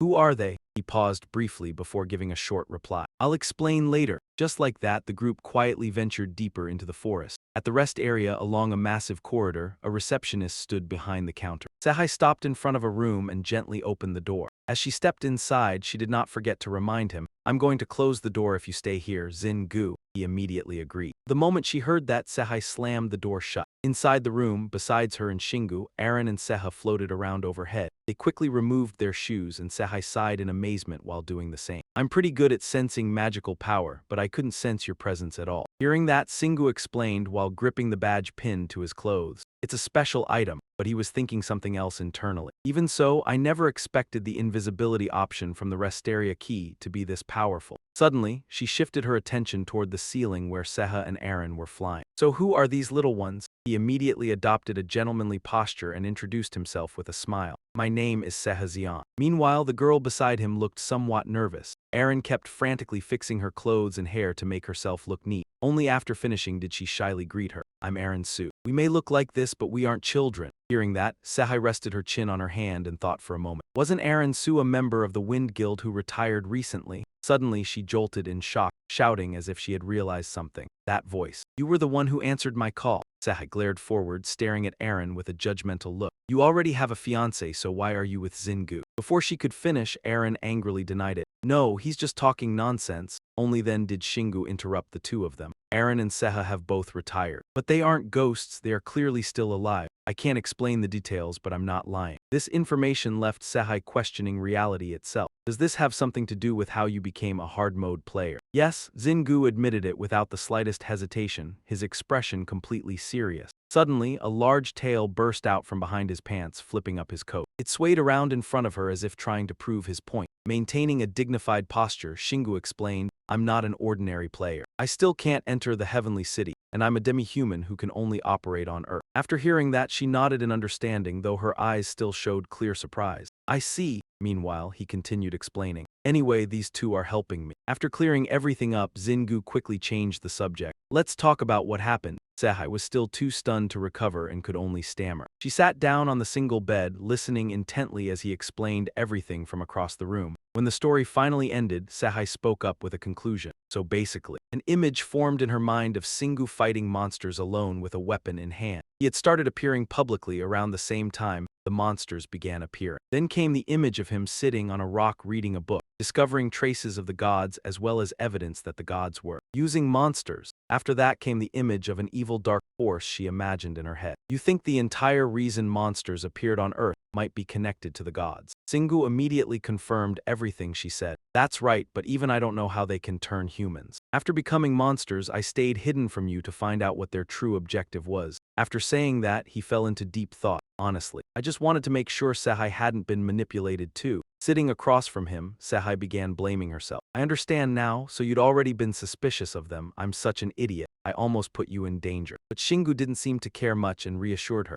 No, it only shows how powerful my enemies really are. Like I said, don't blame yourself, he continued, comforting her. It's their fault for being seduced by divine power and I wasn't hurt at all. I'm just glad I managed to stop you from going too far down the wrong path. Tears began filling Sehai's eyes, but she was too emotional to continue speaking. She could only lower her head and sob quietly. Sniff. The others saw everything, but nobody said a word. The room naturally fell silent. Not long after, Sehai raised her head again. Her expression looked brighter than before. Thank you, Shingu. Hearing that, Shingu awkwardly scratched his chin. It's nothing. Suddenly, she lowered her voice and confessed to him, I've always liked you. Yet he answered calmly, I figured. Sehai's emotions overflowed at once and her cheeks flushed red. I think I like you even more now. But Shingu only showed a helpless expression, as if he wasn't surprised at all. Hey, I didn't know that, she continued, confessing despite his awkwardness. When I called you, all I wanted was to turn you into a player and start everything over between us. We could conquer dungeons together and everything. But, as she spoke, Sehai slowly stood up and faced Shingu directly. Her expression looked incredibly determined. I think I should walk on my own. I need to walk this path myself. He didn't react and only stared at her seriously. That might be difficult. She smiled gently, though sadness lingered in her eyes. I can't drag you along with me. Suddenly, Sehai looked over at Eren, startling her. I know I reached for something far beyond me. A soft smile appeared, though bitterness still lingered on her face. Then Sehai pointed toward the next room and explained, There's a room my guild members used before. You can stay there tonight, I'll take you home tomorrow. But Shingu politely refused. It's fine. He stood up decisively and said, I may not have wings, but I have my own way of traveling. After saying that, Shingu coldly walked past her, filled with self-blame inside.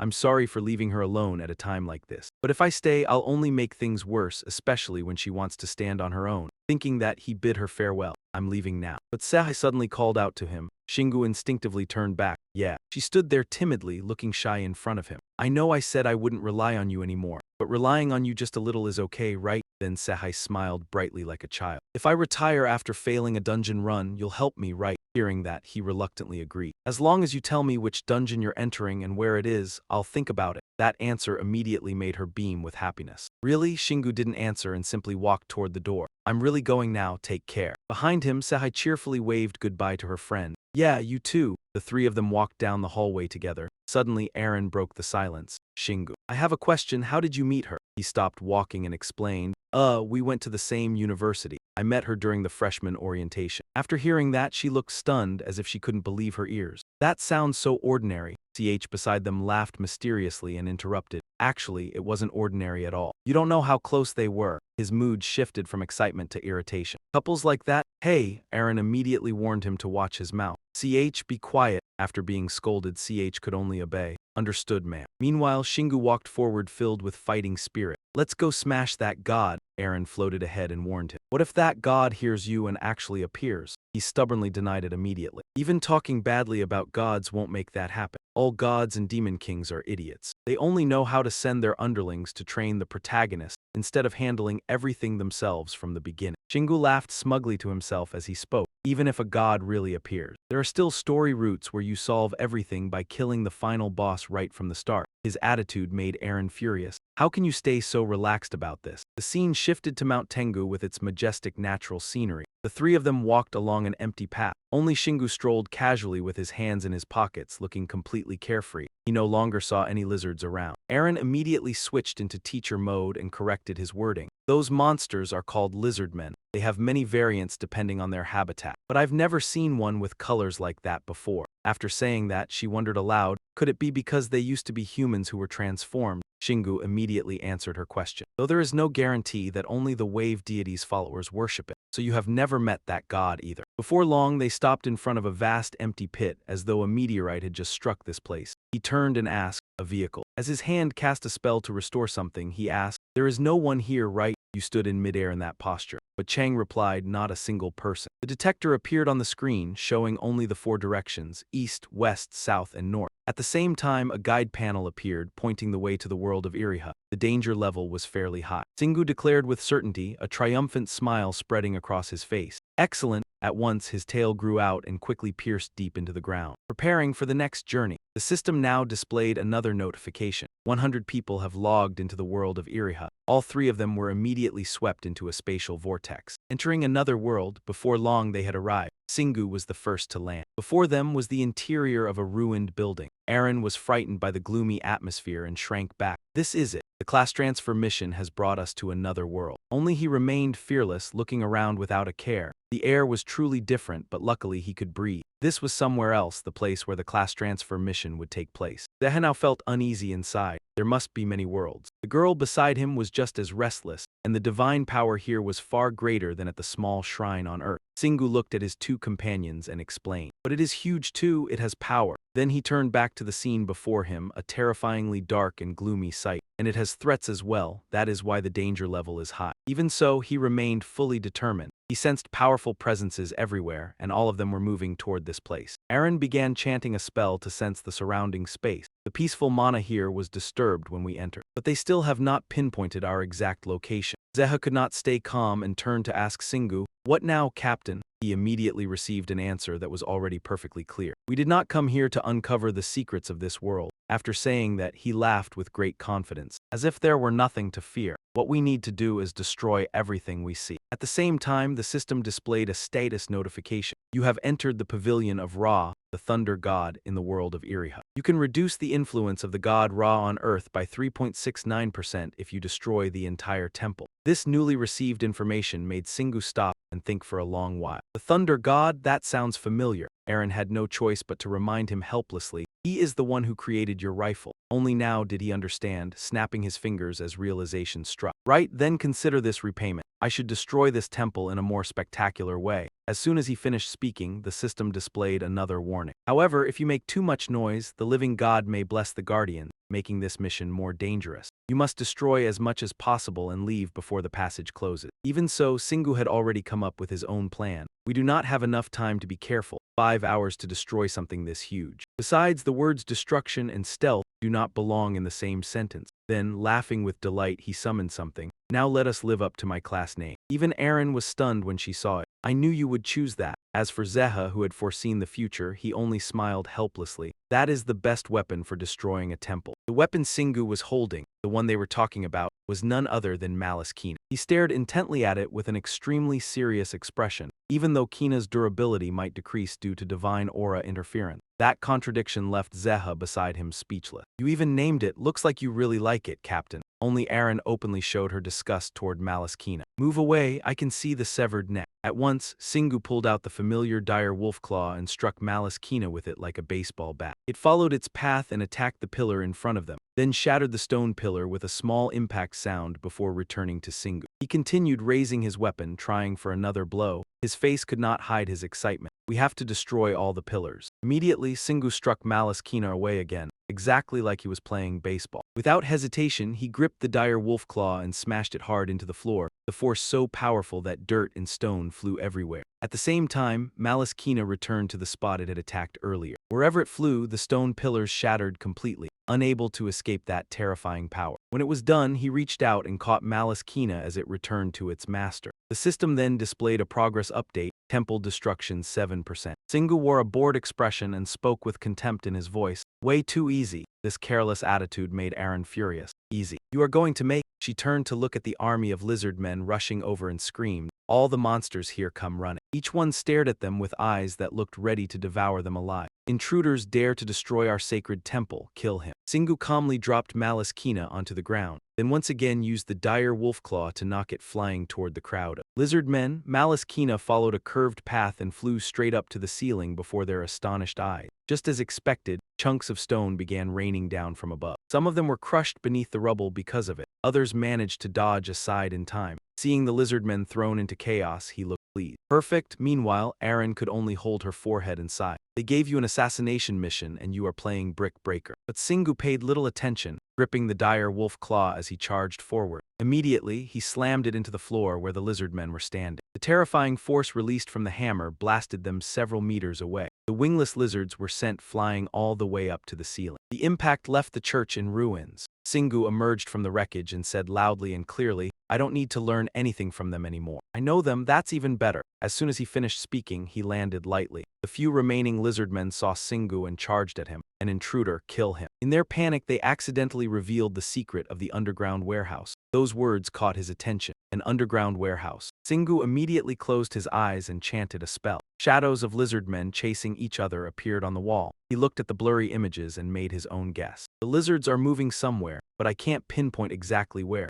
Singu rested his chin on his hand and thought, leaving the battle unfinished. Oh, I should have turned the 5 senses into passive skills before coming here. He had no idea that behind him, the lizard men had already caught up. What should I do? They're here. Hearing movement, he instantly spun around and swung his hammer forward, leaving his opponents no time to react. With just one strike, the lizard men went tumbling all over the place. Singu took the chance and ran off, but they still refused to give up. Seeing him run toward the hidden basement, they panicked. The human has found it, kill him. Suddenly, a blue light appeared in front of Singu. His whole body was unexpectedly electrocuted for no clear reason.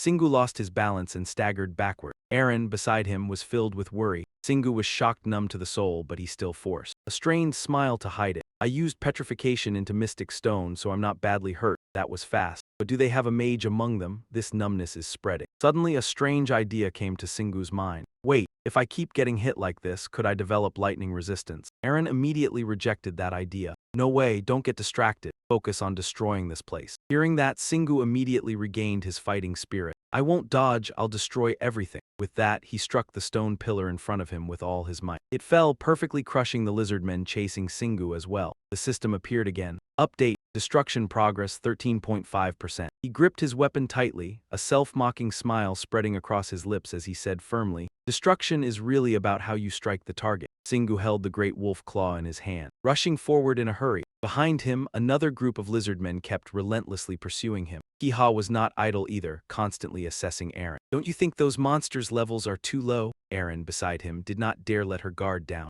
No, they're about on par with the Iron Great Demons. Her attention was no longer only on the monsters. And this temple, I don't know what it's made of, but it's incredibly hard. He looked at the image of Singu before him and could not help but exclaim. The boss tears through it like paper. Aaron proudly added, that's normal. He even defeated the Black Great Demon General before getting his own character class. Seeing the lizard men suddenly change direction, Singu was briefly surprised. Then, as if realizing something, a look of interest immediately returned to his face. That must be where the underground warehouse is. Let's chase them. With that, he immediately changed direction without hesitation. He charged forward, his face unable to hide his excitement. Suddenly, what appeared before them made Aaron freeze. There's a mana reaction, it's a trap. Hearing that, Singu did not waver at all. He put away the weapon in his hand. I know. He already had a plan in mind. Turning aside, he hugged a nearby pillar tightly. With his strength, breaking it was nothing to Singu. In an instant, it snapped in two. He braced his entire body and threw the pillar forward with all his might. Driven by the force of his powerful arm, it shot straight ahead, sweeping away every trap along its path. Flames and smoke erupted as debris scattered through the air. At the same time, a notification appeared. Shrine destruction, 16%, but not wanting to waste another second. Singu quickly continued forward. The scene left Aaron beside him helpless. I've never seen anyone get through traps like you do. As soon as she finished speaking, both sides of the passage suddenly shattered. From the openings, lizard men appeared one after another, overestimating themselves. They shouted fiercely, your time has come, receive the wrath of the thunder god. Without hesitation, Singu immediately turned and ran in the opposite direction. Seeing enemies ahead as well, he finally realized, so they wanted to lure me in here and kill me. If I stop, I'll get stabbed in the back. A bold thought appeared in Singu's mind. Then I just have to charge straight through. With that, he stomped one foot hard onto the ground. Singu shot through the lizard men like a rocket. The heat and force of his charge were so great that when he wanted to stop, he had to brake until smoke billowed. Looking at the blades stuck in his body, Singu remarked, that hurts quite a bit. Aaron, on the other hand, was not worried in the slightest. You're still fine. The scene just now left the remaining lizard men unable to hide their terror. A monster, he's a monster. Their words made him find it ridiculous. Pulling the blades out of his body, he still did not forget to answer back. I don't even know who the real monsters are. Singu stared closely at his palm and quietly sighed in relief. Good thing I protected my heart and head. My muscles down there are fine too. At some point, Aaron had begun using her healing ability on him, constantly encouraging him, hang in there, Singu, seemingly not wanting to trouble her. Singu answered softly, I probably don't need healing. Aaron was a little embarrassed, but she stubbornly continued anyway. Stay still. Suddenly, he aimed the spears he had just pulled from his body at the lizard men, making them tremble in fear.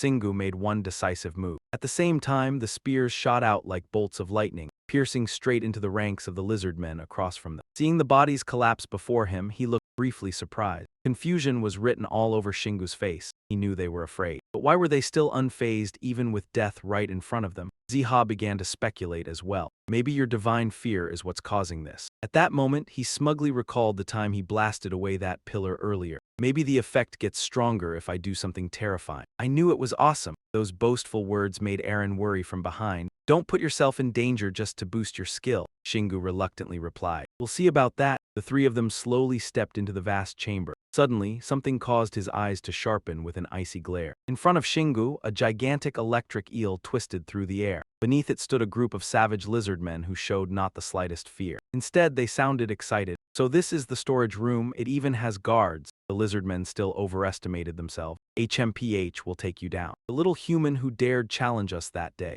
A notification immediately appeared. The god Sam Zetria has become aware of your existence. The mana within the shrine has increased and the shrine guards have also grown stronger. More notifications continued to appear. Part of the shrine has been destroyed, so the blessing process is still incomplete. The blessing will weaken as you continue destroying the shrine. Those words shocked Shingu so much that he blurted out, "What?" He turned to Eren in astonishment. I thought the more destruction there was, the stronger the monsters would become. Reading his thoughts perfectly, she comforted him. I knew you'd be disappointed. Shingu stared at the massive creature ahead and wondered. What is that? A giant snake? Eren kept her gaze fixed forward as she thoughtfully guessed. It's not an ordinary snake, it doesn't really have scale. And its body looks slippery smooth. Then she suddenly remembered something and hesitated. Wait, that's... Before Eren could finish speaking, its entire body continuously released dazzling bolts of electricity. The sight left Shingu stunned. The incoming lightning snapped him back to reality, and he quickly dodged aside. Looking at the fierce electric eel before him, he couldn't hide his surprise. That's not a snake, it's an eel, an electric eel. His serious expression didn't last long. Shingu immediately started grumbling again.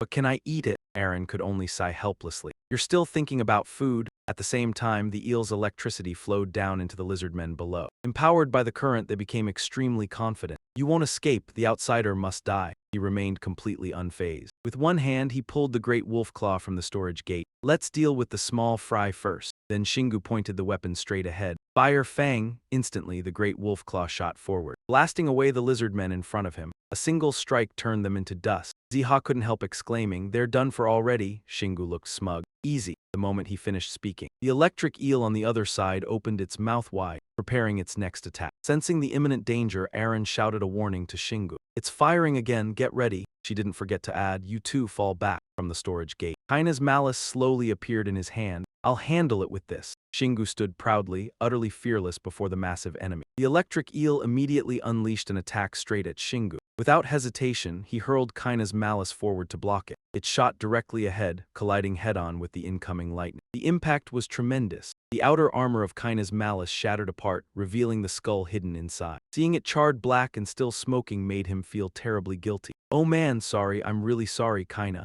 After saying that, Shingu let out a sigh and returned it to the storage gate. I just wanted to test how tough that helmet was and it broke already. As he spoke, the image of the wooden cabinet appeared in his mind. Hopefully the storage cabinet back home can restore it. Otherwise, I'll have to find a new one. Suddenly, Eren's frightened voice rang out. Shingu, it's attacking again. Quick move and dodge to the side. He narrowly avoided the overwhelmingly powerful strike. Looking at the smoking ground, Shingu rapidly analyzed the situation in his head. It's slowing down. Maybe that's the trade-off for its overwhelming power. Its attacks will get slower and slower. Based on that conclusion, he quickly found an opportunity to counterattack. Then I can get close to it. Not wasting any time, Shingu once again relied on the great wolf claw. He charged forward, skillfully dodging the relentless attacks raining down on him. Before long, he had closed the distance with the electric eel. Shingu launched an attack without hesitation. The very first strike drove the great wolf claw deep into the eel's skin. Using the weapon as a conductor, the electric current surged straight into his body, leaving Shingu completely numb. The sight made Eren deeply worried. Shingu, without hesitation, she rushed forward to help and remove the paralysis. Just as he finally started to feel a little better, his eyes widened in shock. At some point, the electric eel's tail had already swung toward him with full force. The blow knocked Shingu off balance, forcing him to retreat and land heavily on the ground. Clutching his stomach uncomfortably, he groaned, "Damn, that really hurts." Only then did he realize, so that's why it's the true guard. But that earlier lightning attack couldn't actually hurt me. Looking over the eel's entire body, Shingu hesitated. But where should I hit it? His eyes stopped at the wound on its head that was continuously bleeding. Still maintaining his stance, he silently came to a conclusion. Its defensive power wasn't particularly strong. Shingu was filled with determination, gripping his weapon tightly. "Kill it before it kills me." He confidently turned toward Aaron. "Aaron, buff me up," she responded without hesitation. Right away. Empowered by the extra strength, his whole body surged with fighting spirit as he roared loudly. Flames wrapped around Shingu's entire body as he boldly faced the incoming lightning. In an instant, he dodged the attack while steadily closing in on the enemy. Shingu gathered momentum and charged straight at the giant electric eel before him. A powerful strike came crashing down directly onto its body. Just like before, Shingu was shocked numb again. Aaron could only sigh helplessly. Is that really the only plan you could think of? Electricity covered his entire body. Shingu awkwardly explained that if he wanted to attack from range, he could only use his bow, the Kana tree weapon, or the gun, but the evil Kana tree weapon had already broken, and the Thunder God's gun might only make the creature even stronger. Only then did she realize how serious the problem was and continued healing him. "I see." Aaron's green light directly clashed against the electricity. She kept trying, but worry quietly crept into her heart. "I have to heal him and boost his strength at the same time. Even if his armor can withstand a few attacks, I'll run out of mana like this." Not letting Aaron worry any longer, Shingu directly pulled out the heavenly howling giant blade from his storage portal. Good. He gripped the weapon tightly with both hands and swung down with all his might. With every strike, Shingu shouted nonstop, "Die, die, die." The electric eel let out continuous cries of pain. It seemed to have reached its limit. Its entire body twisted violently while constantly firing bolts of electricity. The sight excited Ziha immensely. "Amazing, boss," Aaron continued healing while cheering happily. "You're so brave." But the moment she finished speaking, she sensed something wrong with her body and her expression changed instantly. Aaron immediately shouted toward Shingu. "Shingu, I'm almost out of mana." He didn't panic in the slightest. "It's fine, I'm almost done here." His eyes locked onto the lightning bolts. Inside, he rejoiced. "Its lightning is much weaker now. Is it running out of mana too?" Suddenly, notifications appeared. "You have used 2 mana points to create the passive skill Lightning Resistance." The notifications rang out repeatedly. "Lightning Resistance has reached level 3. Shingu was stunned with surprise. "There's even a resistance skill." Aaron kindly explained. "It means you've figured out how to reduce the damage while continuously being struck by lightning and recovering at the same time." Ziha excitedly chimed in as well. "You gained a skill not from a special achievement or dungeon conquest trial, but from getting hit and recovering over and over." Before he could finish speaking, the electric eel's tail swept over. It slammed hard into Shingu's arm, catching him slightly off guard. Before long, his confidence returned. "That's nothing compared to lightning, and your lightning can't do anything to me anymore." He let out a loud roar and struck with all his strength. A barrage of attacks landed continuously, sending chunks of the electric eel flying everywhere. The final deadly strike came down as the giant blade pierced deeply into the eel's body. Shingu landed coldly on the ground, leaving behind the staggering electric eel. The moment his feet touched the floor, the eel's massive body crashed heavily onto the ground as well. Notifications immediately appeared. "You have gained 3 levels, more alerts followed. Lightning Resistance has reached level 4. While putting away his weapon, Shingu shouted excitedly. "This is awesome." Aaron beside him was left speechless. "Of course you're happy. I almost died back there." Understanding her worries, he quickly turned around to reassure her. "People don't die that easily. This fight was easier than the one against the Dullahan." At that point, Ziha couldn't hold back his curiosity any longer. "Wait, you defeated the Dullahan without much trouble." Shingu didn't even bother turning around. "The danger level depends on whether I can die in one hit or not." As he said this, his expression became extremely dramatic. "That's how the Dullahan could kill me. But the eel couldn't do that, so I used my body to hold it down." Aaron had been listening carefully to everything Shingu said and began thinking deeply. If that's how he measures danger, then no battle would truly be difficult for him. Somehow, a bottle of liquid had already appeared in his hand. "That's right, Aaron, want a mana potion?" She couldn't help complaining about her brother's absent-mindedness. "I leveled up already." Only then did Shingu remember. Ah, right. He quickly stored the electric eel inside the storage portal. The image of a delicious eel dish filled Shingu with excitement. "Now we can eat eel all day." Ziha eagerly added, "Can I have some too, boss?" The meaning behind his words was obvious, making Shingu even more enthusiastic. "Ziha, you really know good food." Aaron interrupted their mutual excitement. "Stop talking and go check the warehouse already." Without making her repeat herself, Shingu headed toward the massive door ahead. All right, all right. He couldn't hide the anticipation on his face. Open sesame. As the heavy doors slowly opened, the three of them saw an altar radiating golden light before them. The familiar shape made Shingu feel puzzled. This is the same altar I saw during the dungeon conquest. Why is it here? Aaron was confused as well. You're right. He thought for a moment before making a guess. Maybe the heavenly fortress didn't just seal monsters inside the dungeons, but also spread these divine altars throughout them. After speaking, Shingu looked at the altar again with curiosity. But that's not what matters right now. I wonder if I'll receive something if I offer items here. Unable to hold back her curiosity, Aaron spoke up. This altar belongs to the thunder god too, right? Do you think he'll grant us something? While the two were still lost in thought, Seha noticed something new. Hey, there's writing here. Hearing that, he quickly stepped closer, eyes fixed on the scribbled words. Let's see. This is a language from another world. Shingu looked slightly surprised and unconsciously read it aloud. When the time is ripe, I shall only allow those personally blessed by me to use it. It may only be used once. The short message left Aaron confused as she turned toward him. That's all. Shingu fell into thought as well. Maybe the followers of the thunder god had another method of guidance. This isn't an instruction manual. For a moment, that unfinished expression returned to his face. But I already have all the information I need. His words startled Seha.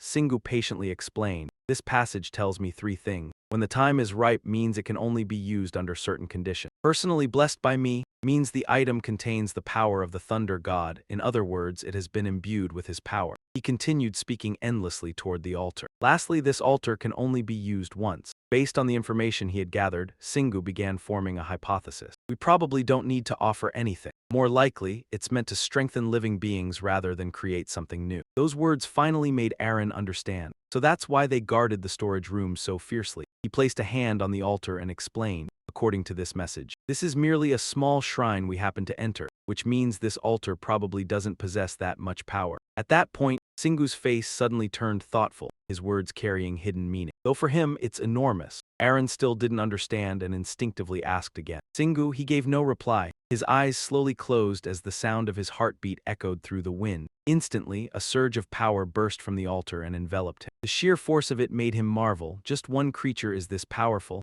Seha quietly spoke up at that moment. I don't even know whether it truly exists or not. Shingu still hadn't looked away. It does, I can feel it. Following the thoughts in his mind, vivid images began to appear clearly. When facing someone stronger, some people fall into despair while others feel admiration. But me, thinking that, he pulled his hand back and declared firmly, I have to become stronger than this being. Knowing her brother already had a plan. Aaron asked how. Shingu answered cautiously, I don't dare think too far ahead yet. But by this point he could no longer hide his excitement. I'm tired of fighting weaklings, but I'll keep pushing forward if that's my goal. She was completely convinced by that display and quickly turned her attention elsewhere. It's good that you're so passionate, but what are you planning to do with this altar? Shingu had already made up his mind. He's going to use it. As he spoke, he used all his strength to pull the thunder god's gun from storage. The flashy display even made Aaron gasp in admiration. Oh, Seha beside her was equally thrilled. It still looks so awesome. Shingu looked down at the mighty thunder god's weapon in his hand. Its overwhelming aura and crackling electricity told him it had been forged from parts of the thunder god's body. If it really was made from something divine, then the altar should be able to strengthen it too, even though it isn't technically a living being. At that point, Aaron spoke with visible hesitation. I thought of that too, Shingu, but aren't you afraid? Hearing that, he let out a long sigh. I wasn't even planning to take it out of storage. But this altar's power is too great to ignore. The moment the thunder god's weapon was placed on the altar, a brilliant light immediately enveloped it, leaving Shingu visibly stunned. Suddenly the energy seemed to intensify and erupt endlessly. He stared at the power before him in amazement. What a violent reaction. Aaron's attention was drawn to the faint floating streams of light. All the divine energy in the air was being absorbed into the gun, like a giant drop of water absorbing all the smaller drops around it. At that moment, Shingu quietly stared at the thunder god's weapon. So that means, even while sealed, this gun is still of a higher class than the shrine. Suddenly, something else caught Aaron's attention. It was none other than the lizard men. They were pouring in endlessly. Their overwhelming numbers filled her with panic. The monsters from deep within the temple were rushing here, and most of them were high-level creatures. In contrast, Shingu remained perfectly calm, still in the mood to think things through. This reaction is stronger than I expected. In that case, let's get ready. He didn't want to waste any more time and immediately assumed a combat stance. bronze eyes, iron body. On the other side, the thunder god's weapon trembled violently, making Eren uneasy. The gun and the shrine were resonating with each other more fiercely than ever. At the same time, cracks began appearing on the pillars and temple walls. Before long, several columns shattered. Even the ground broke apart. Everything quickly descended into chaos. Notification after notification appeared continuously. Shrine destruction 31%, shrine destruction 33%, shrine destruction 39%. The sight only excited Singu even more. Look, everything's reaching its climax. Eren beside him looked utterly helpless. You seem way too excited about this. A stream of notifications kept appearing. The altar of the god Rhea has been activated. The thunder god's firearm will trigger a resonance reaction and begin absorbing power not only from the altar but also from the temple. Time remaining, 20 minutes. Suddenly a mysterious voice echoed through the air. You, why do you possess that thing? I will never forgive you. More information appeared at the same time. The god of thunder intends to save the world in fury. The god will descend into a random living monster. Its effect will grow stronger depending on the chosen monster. You must kill all monsters or return to the prayer site before that happens. Time remaining before salvation, 18 minutes. Singu processed the newly delivered information, looking briefly confused. This wasn't part of the plan. Then he turned his gaze toward the thunder god's weapon. His mind raced nonstop. There are 20 minutes left before the upgrade is complete. That means I need another 2 minutes after the god successfully descends. But I'm not going to run away and abandon everything. The thoughts in Singu's head made his expression turn serious. 18 minutes to wipe out every monster here. Otherwise. On the other side, the lizard god followers charged forward while snarling nonstop. He dares covet the power of our god. Kill him. Attack. Yet he remained completely unmoved, deep in thought. After a moment, Singu finally muttered softly, "Yeah, I still can't do that yet." Eren seemed able to see straight through him. "You were just thinking about defeating the god after it descends, weren't you? I seriously can't believe you." Those words startled Singu. "What? No, I don't need to worry about that." His denial caught her off guard. "Yeah, right, you had that wise look on your face and kept rambling nonstop. Of course you're planning to fight it. The only issue is which monster you'll let it possess. If the god's power depended on the chosen monster, then as he read each line, images of every rank among the lizard followers appeared in his mind. He had considered letting the god possess the strongest high-level monster here. At that point, Singu suddenly hesitated, a trace of embarrassment flashing across his face. "But I'm still not strong enough to beat it." Eren finally gave him a serious warning. "Get your fighting spirit back already. Start by killing all the high-level monsters here, Seha. There's no time left, you need to help too, Seha." Hearing his name, the young warrior immediately straightened up. "Yes, boss." He confidently took a combat stance. "I used to be a warrior who cleared a level 26 dungeon. It's finally time for me to shine." Then he flapped his wings and shot forward. "I'll head in first." Feeling provoked, Singu reacted slightly. Is he seriously showing off those wings? Then he turned toward Eren beside him and instructed, Eren, please keep an eye on him for me," she answered without hesitation. "Got it, La Saint." Feeling somewhat reassured, Singu charged forward full of spirit. "Let's go." Singu and Seha launched simultaneous suicidal flying kicks to suppress the massive monster army before them. The orange bees and blue birds clearly held a tremendous advantage, completely dominating the skies while screeching wildly and ferociously. Seeing how savage they were, Seha refused to be outdone and loudly declared, "I have wings too." Right after that, he activated a full-body enhancement skill to create a spectacular burst of speed. With a single sweeping slash, he successfully sent 2 pitiful little creatures to the afterlife. Not stopping there, he continued by driving his great spear straight through the massive body of a blue bird. However, the result still failed to satisfy Seha. His teeth ground together in frustration. Still not enough. "It seems I still can't properly use that bone spear, but now I can at least deal with ordinary monsters using my own strength." The moment he pulled his weapon free, a thick stream of pitch-black liquid gushed violently from the beast's chest. The other orange bees quickly rushed closer to support their fallen comrade. Without a word, they simultaneously fired deadly bolts of electricity at the enemy. Seha instantly found himself trapped in a difficult situation. "I don't have lightning resistance like the boss does." But his final decision was to summon something similar to a shield as a substitute. He prepared himself for death. He charged straight ahead despite the countless fierce attacks crashing down like meteors. One of Seha's hands gripped the defensive shield tightly. His other hand continued channeling power into the sharp blade. Spear strike. Before long, he completely pierced through the orange bees' defensive line. Their bodies were split clean in half. Even so, Seha's mind remained troubled, completely unlike during his past battle. Memories surfaced. His confrontation against the false demon flashed through his thoughts. Back then, he had always feared facing enemies head-on. With his beloved great spear in hand, He barely needed to exert much effort to defeat opponents. Even while wearing full iron armor, even when charging forward, he always saved some strength to run away. Then a familiar figure suddenly became vivid in his mind. But Singu was different. Every time he remembered Singu's courage and extraordinary confidence, Seha could not help but marvel inwardly. He charges in without hesitation, and his battle instincts can handle any unexpected situation. Thinking that, he forced himself to strengthen his resolve even further. I have to charge in with the intent to kill. The more strength I hold back, the more chances the enemy has to survive. Whenever he felt inferior, he constantly encouraged himself by reminding himself of his own strengths. I even have wings now, which boost my speed so much that even the boss would be jealous. His thoughts finally became clear. There's nothing left for me to fear anymore. He opened his mouth wide and let out a loud roar to steal his spirit.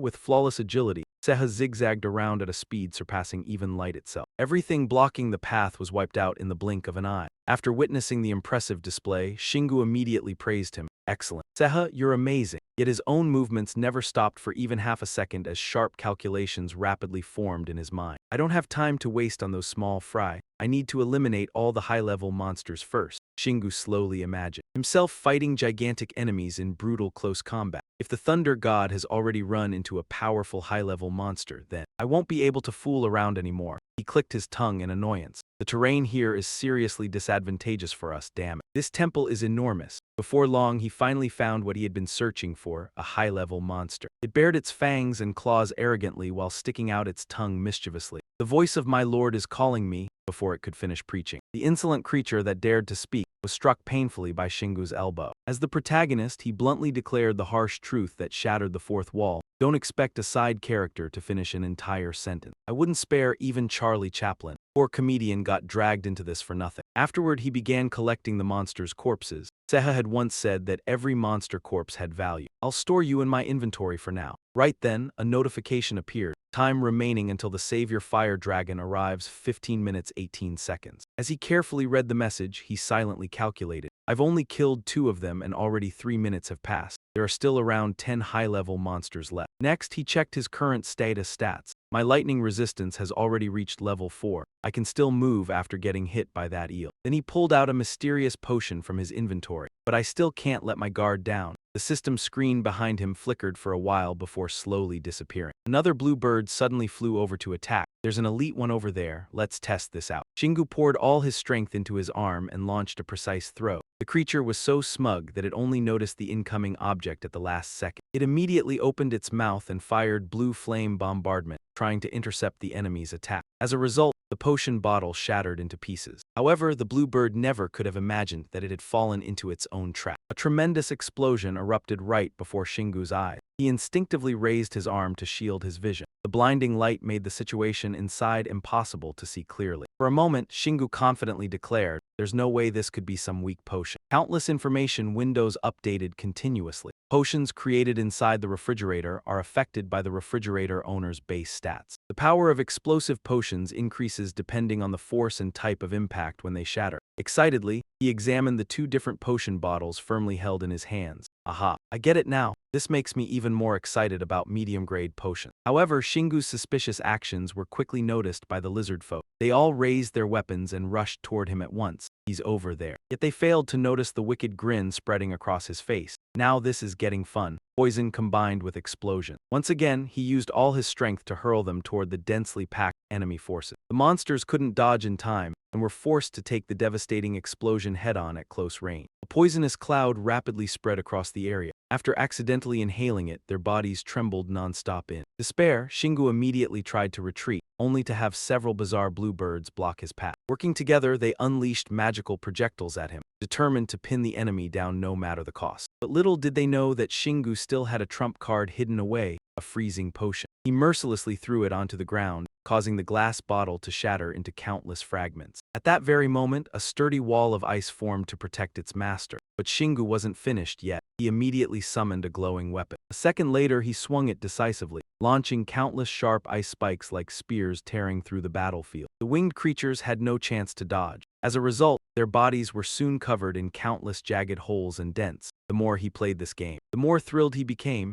His hands continuously summoned all kinds of potion bottles. This is so fun. Without Aaron here to stop me, I can finally go all out. The poor lizard folk unintentionally became his entertainment test subjects. That's the fate of side characters, they only get an early trip to the afterlife. The lucky few who escaped still had to struggle desperately to find a way to retreat and stay alive. Shingu pressed them so hard they had no chance to fight back, striding out in majestic fashion through countless overlapping waves of purple energy and brilliant yellow-orange explosion. The system notification rang out once again. Time remaining until the divine descent to save the world, 9 minutes and 28 seconds. He reached into his empty coat pocket one last time. I've used up all my potions, but thanks to that, I still have plenty of mana left even after killing all those high-level enemies. His eyes suddenly darted to the side as if he had noticed something strange. The corner of Shingu's lips curled into a smug grin, perfect timing. A gigantic thunder serpent had just revealed itself. Its appearance was terrifying and savage. It was a thunder serpent with a massive dinosaur-like head, sharp fangs, fierce green eyes, and rough dark purple scale. Shingu calmly looked it over before silently judging it. You look exactly like that eel guarding the underground warehouse. Are you its upgraded version or something? Without wasting another thought, he immediately summoned a weapon from the system panel. So you're guarding an altar too. The enraged monster bared its fangs and claws before charging straight at him. Then it unleashed countless deadly lightning bolts across the area, shattering the surrounding ground and rocks into pieces. However, none of the attacks actually hit Shingu. With his swift agility, he quickly reached the nearest pillar. Then he swung with all his strength against its surface, using the flying debris to block the network of lightning about to surround him. A new notification kept appearing. Temple destruction 72%. The divine thunder gun has begun absorbing mana more intensely as the temple structure weakens. Time remaining, 9 minutes 11 seconds. Shingu stared at the rapidly shrinking timer in slight surprise. Really, the thunder serpent had no intention of sparing its enemy for even half a second. It opened its mouth again and fired another deadly electric blast forward.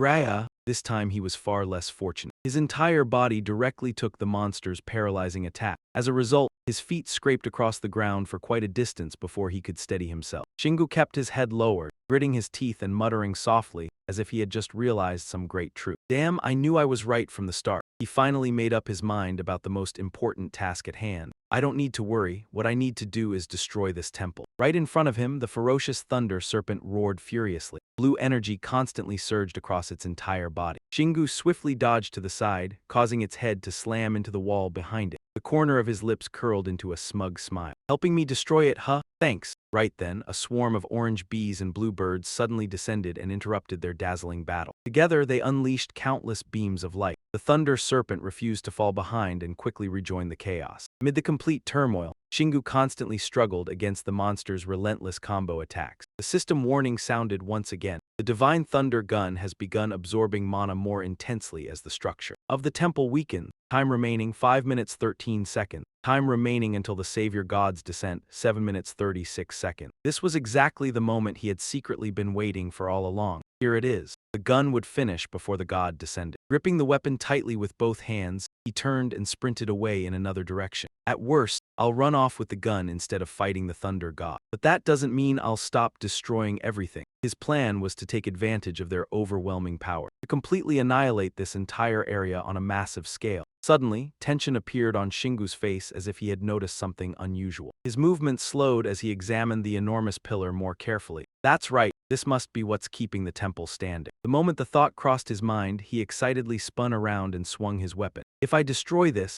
immediately afterward, he smashed the sturdy pillar with full force. Before long, its entire structure collapsed from within, causing uncontrollable cracks to spread everywhere. At that moment, hordes of lizard soldiers also arrived where Shingu stood. Turning another way, he spotted the orange bees and blue birds charging in from afar. Together, they successfully formed a flawless encirclement. Facing such an overwhelming disadvantage in numbers, Shingu merely flashed a confident smile. He gathered his strength and violently hurled the weapon behind his back. The monsters desperately fought back. Instead of confronting them head-on, he chose to smash the floor beneath his feet. He not only dodged all the enemy light attacks perfectly, but also cleverly borrowed their power to destroy the giant pillar that Shingu had physically damaged earlier. Meanwhile, he proudly escaped by letting himself fall freely. Another notification appeared, temple destruction 95%. He landed safely as countless rocks scattered in every direction. He even had enough time to watch the spectacular scene before him. Oh my god, the mighty fortress was swallowed by the roar of collapse within moments. It crumbled back into dust as though it had never existed. At that exact moment, a familiar scream suddenly echoed from afar. "Hey, boss!"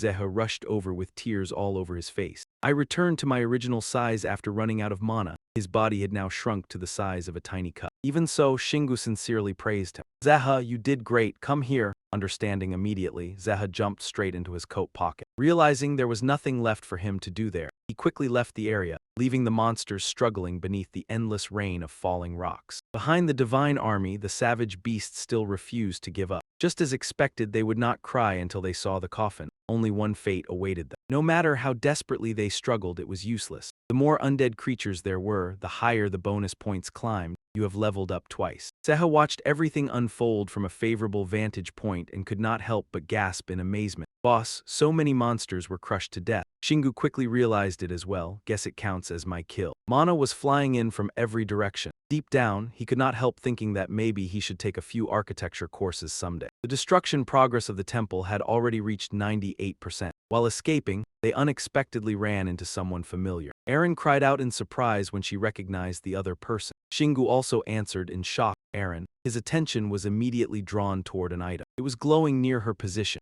Back in the warehouse again. Before he could think any further, another unexpected disaster suddenly arrived. From the dense darkness at the end of the hallway, a pair of blazing eyes silently emerged like ghostly flames. They stood out ominously within the suffocating silence. He immediately turned and instructed Zeha carefully protect Aaron. The young man obediently complied. "Understood, boss." He tightly gripped the weapon in his hands. Cold sweat trickled down his cheek. Damn it, I should have killed the most dangerous one from the start. Even in his wildest dreams, Shingu never imagined that that vicious giant serpent would dare follow him this far. He quickly identified its exact species, causing the familiar system window to appear once more. Checking new target, remaining time until the descent of the Thunder God Savior, 3 minutes 3 seconds. The Thunder Serpent raised its head high, while a deafening roar echoed throughout the entire area. It continuously unleashed massive bolts of lightning, quickly destroying all the surrounding rock and ground. Shingu cautiously observed the situation while waiting for the perfect moment to strike. "You must be furious right now, but that makes sense. After all, I destroyed this temple." The system window immediately appeared again, remaining time until the descent of the Thunder God Savior, 3 minutes 3 seconds. He silently calculated his next move. "Maybe I just need to hold it off for 3 minutes. Once I level up, my mana will recover." Surrounded by a dazzling storm of auroras, Shingu still stood proudly without wavering. That monster had already been hit by falling debris and was exhausted too. "So I cannot lose." Suddenly, the pace of destruction accelerated even further, startling him for a brief moment. Violent lightning bolts dragged along tons of rock and soil as they roared wildly in rage. The system announcement echoed nonstop. "Temple destruction progress, 99%. The temple is about to be completely destroyed, and all mana within the temple has been absorbed by the Divine Thunder Spear. Remaining time, 35 seconds. All monsters inside the temple have been weakened. The Thunder God has reduced its power in order to descend more quickly. Remaining time, 17 seconds. At those words, Shingu could not hide his excitement. "Wait, hold on a second. 17 seconds? I only need to kill that eel within 17 seconds. The divine beast soldiers slowly crawled out from the pile of rubble. They stared at their own bodies in utter confusion. "I am alive, I am still alive." But the peace did not last long. Their magical energy suddenly began leaving their bodies one after another. Everything gathered together toward the towering Thunder Serpent before them. The wounds on its skin shone brightly before healing completely in an instant. Zeha immediately realized the monster's sinister plan. It was recovering itself by absorbing mana from the other monsters. Shingu gritted his teeth in fury. It planned from the start to let the Thunder God descend into that thing. What a filthy, sneaky snake. After restoring its divine power, the Thunder Serpent continued expanding its overwhelming strength. Explosions of lightning erupted across the vast battlefield. His mind suddenly reflected on the basic logic behind fantasy action stories. This is bad. Attacking now is not safe at all. There is a reason villains in movies always stand around watching superheroes transform. Suddenly, a voice echoed outward from deep within his consciousness. "Aha, I will reclaim what belongs to me." This shocking new information caught Shingu off guard. It can talk. Has the Thunder God already arrived? The Thunder Serpent used the length of its massive body to rampage across the collapsing rocky ground. Its destination was precisely the glowing divine artifact floating in the distance. Realizing the situation was rapidly worsening, Shingu cursed instinctively. "Damn it, that is mine." Adrenaline rushed straight to his head. He put all his strength into throwing the great wolf claw toward it. Using every ounce of force he had, he successfully slammed it into the creature's head with a painful blow, but he did not stop there. Shingu immediately burst forward again at incredible speed. The ground beneath his feet shattered apart completely. He lunged directly toward the monster, his arms stretched out, ready to catch the boomerang-like weapon spinning back toward him. He swiftly caught the pitch-black great wolf claw perfectly in his hand. At that moment, Shingu became a guardian standing directly against his enemy with bared fangs. Determined not to let the opponent advance even half a step, he declared sternly and proudly, "I already said it belongs to me." The thunder serpent was furious that a mere human dared block its prey. It continuously summoned lightning from countless black clouds floating across the sky, while blinding pillars of light struck directly onto the monster's entire body. Layer after layer of stone-like scales began emerging powerfully across its body. The armor covering its skin was greatly reinforced as well. Before long, the appearance of the thunder serpent had evolved into a completely new form. It looked 10,000 times more terrifying and ferocious. Its updated information was instantly refreshed. The thunder spirit had descended upon the high-level monster, the thunder serpent. Its danger level was now extremely high. It opened its massive jaws again to gather a gigantic sphere of energy. Without hesitation, it fired straight ahead. Shingu could not move recklessly because he had to protect the sacred altar behind him. If I dodge, the altar will be destroyed. He had no choice but to cover his body with a defensive aura.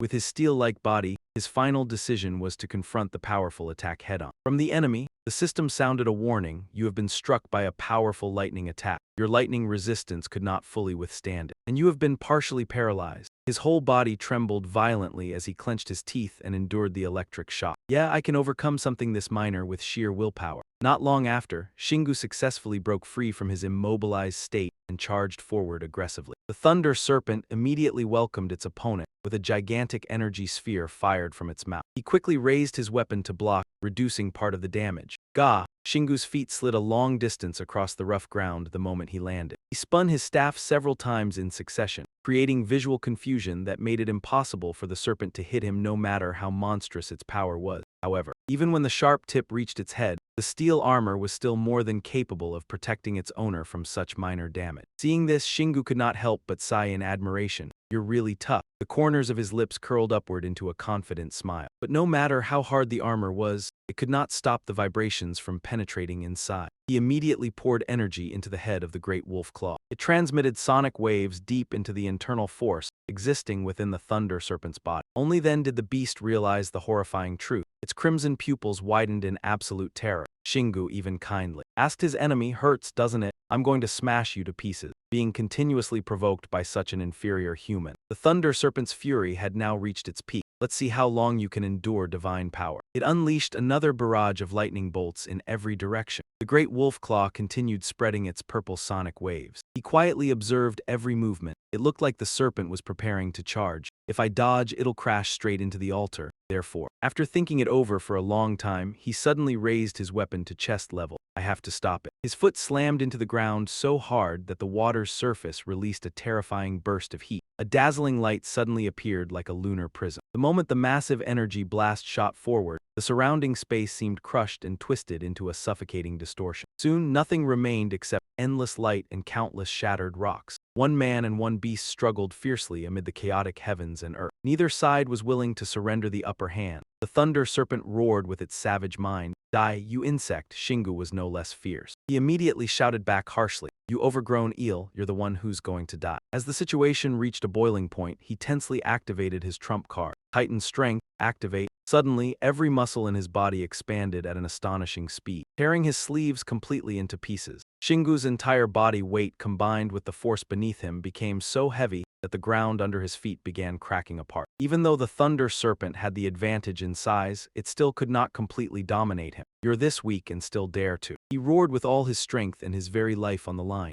"Hiya!" A terrifying pressure rapidly spread in every direction. Even Seha and Aaron in the distance instinctively raised their arms to shield themselves. The muscles in both of Shingu's arms bulged more and more intensely. Even so, he still could not completely turn the tide. "I'm using Titan strength, but my arms feel like they're about to break. No matter what, I have to endure it." Veins spread across his entire face as he exerted himself once more. Ow. That figure was deeply reflected within the razor-sharp eyes of the thunder serpent, causing it to recoil in shock. At that moment, Shingu also realized the difference. It's weakened, this is my chance. He poured most of his energy into the great wolf claw and unleashed a devastating strike that caught the enemy off guard. Faced with such a desperate situation, the serpent could not help cursing inwardly. Damn it, how could this? Its entire body trembled endlessly before the terrifying power of a tiny human. Impossible. Right then, the light from the altar behind suddenly spread from the rear. Its blood-red eyes widened in overwhelming terror. No, a new notification immediately appeared. The Thunder God's gun has fully awakened. The first seal has been released. A firearm crackling with high-voltage electricity suddenly emerged from the void. Seha was now fully armored. One Min prepared to fly over, while Aelhup quickly grabbed the weapon with both hands. Then he scrambled away from the danger zone as fast as he could. After that, he shouted loudly, "Boss, the weapon's ready." Eren anxiously asked, "Singu, are you okay?" From then on, the battle between man and beast became fiercer than ever. The system screen continuously warned, "Temple destruction at 100%. The Thunder Avatar has been weakened." The Thunder Serpent suddenly trembled as if it had realized something was wrong. Singu stomped hard on the ground for momentum and charged straight toward it. Naturally, it refused to let itself be outmatched and raised its long noose-like head high. From the monster's mouth came a barrage of blue fire attacks. He bravely faced every deadly attack head-on.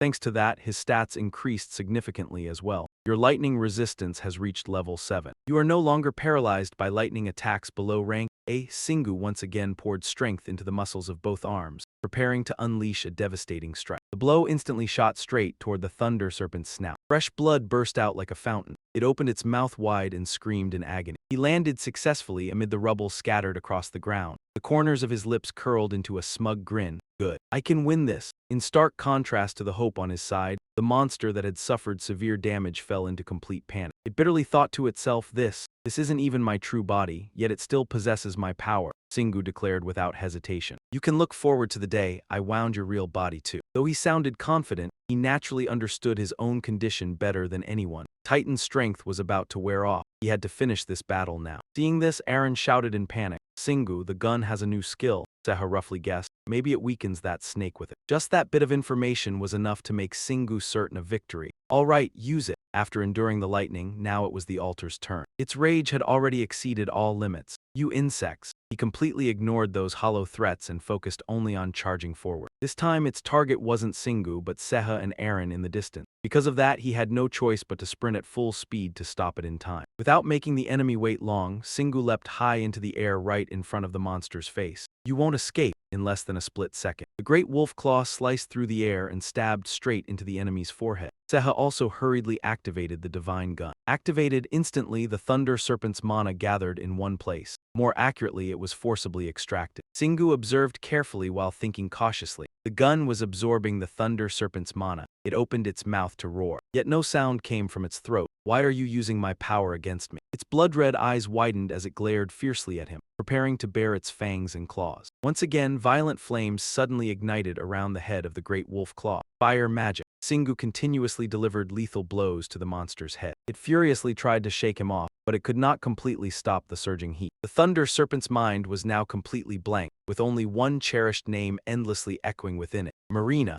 Marina. Hearing that, he suddenly pictured Marina's somewhat expressionless face. The roar was filled with resentment. Maybe he should secretly warn Marina to be careful of the Thunder God. If they met again someday. Not long after, the savage flames completely devoured the upper half of the venomous serpent's head. Even so, Singu did not spare it for even a second. Then its blazing red eyes flashed with sinister hatred. As expected, humanity truly is the cruelest race in the world. Farewell. Before the Thunder Serpent finally perished, it uttered one last warning. Don't think you can protect everything while you're still this weak. The next instant, it was completely reduced to dust beneath the deadly scythe of death itself, accompanied by a world-shaking explosion at the point of impact. The system screen simultaneously announced, "You have defeated divine power. The flames on the great black wolf hammer have permanently increased by 1 level. Titan's strength has reached level 2. Singu stood there in shock, staring at the devastating scene he himself had created. Suddenly, countless purple energy spheres emerged from the raging flame. They quickly merged together before gradually entering his body. Only then did Singu finally let out a relieved sigh.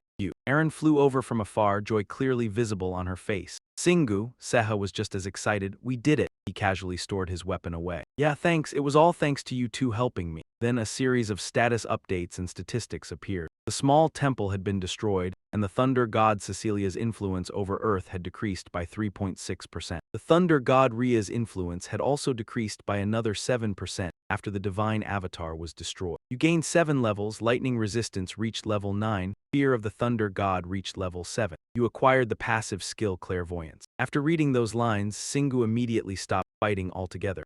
What are all these question marks? Singu stared intently at the final lines on the panel, unable to stop doubting reality itself. This wasn't a game, so it couldn't be a system bug. Why are there nothing but question marks here? Suddenly, his eyes widened as if he had realized something new. Without saying a word, he suddenly tensed his body and let out a savage roar, causing Aaron to call his name in confusion. Singu. His sturdy hand clutched tightly at his chest. His face twisted in agony as he endured the sudden wave of pain. The strong man effect had worn off and his body ached from leveling up too many times at once. In the end, he rolled around on the ground while screaming loudly. The other two panicked and immediately shouted, "Singu, boss!" Sometime later, when Singu finally woke up again, the first thing he saw was the anxious expressions of his teammate. "Boss Singu, are you okay?" He gently rubbed his head and replied groggily, "I'm fine." Aaron awkwardly confessed her feelings. "I was really worried about you." Looking at her carefully now, she seemed unbelievably beautiful. Wait, has Aaron always been this pretty? Only then did Singu realize the core issue. It was because of the clairvoyance skill. "I knew it, my 5 senses can evolve into skill." Aaron immediately questioned him. "Did you create it during that battle?" Singu instantly denied it. "No, it just appeared on its own." Then he stood up straight and dusted himself off. What had once been a magnificent temple was now nothing but barren wasteland beneath a vast open sky. This place had been completely destroyed. Aaron cautiously looked around. "I'm glad you destroyed the temple, but we're completely exposed now. We should leave before more monsters arrive." Singu nodded in agreement. Right, of course, he didn't forget to gather the spoils from the grueling battle. Let me take this as a souvenir." Zeha conveniently reminded him about the divine gun. "Boss, you forgot the most important thing."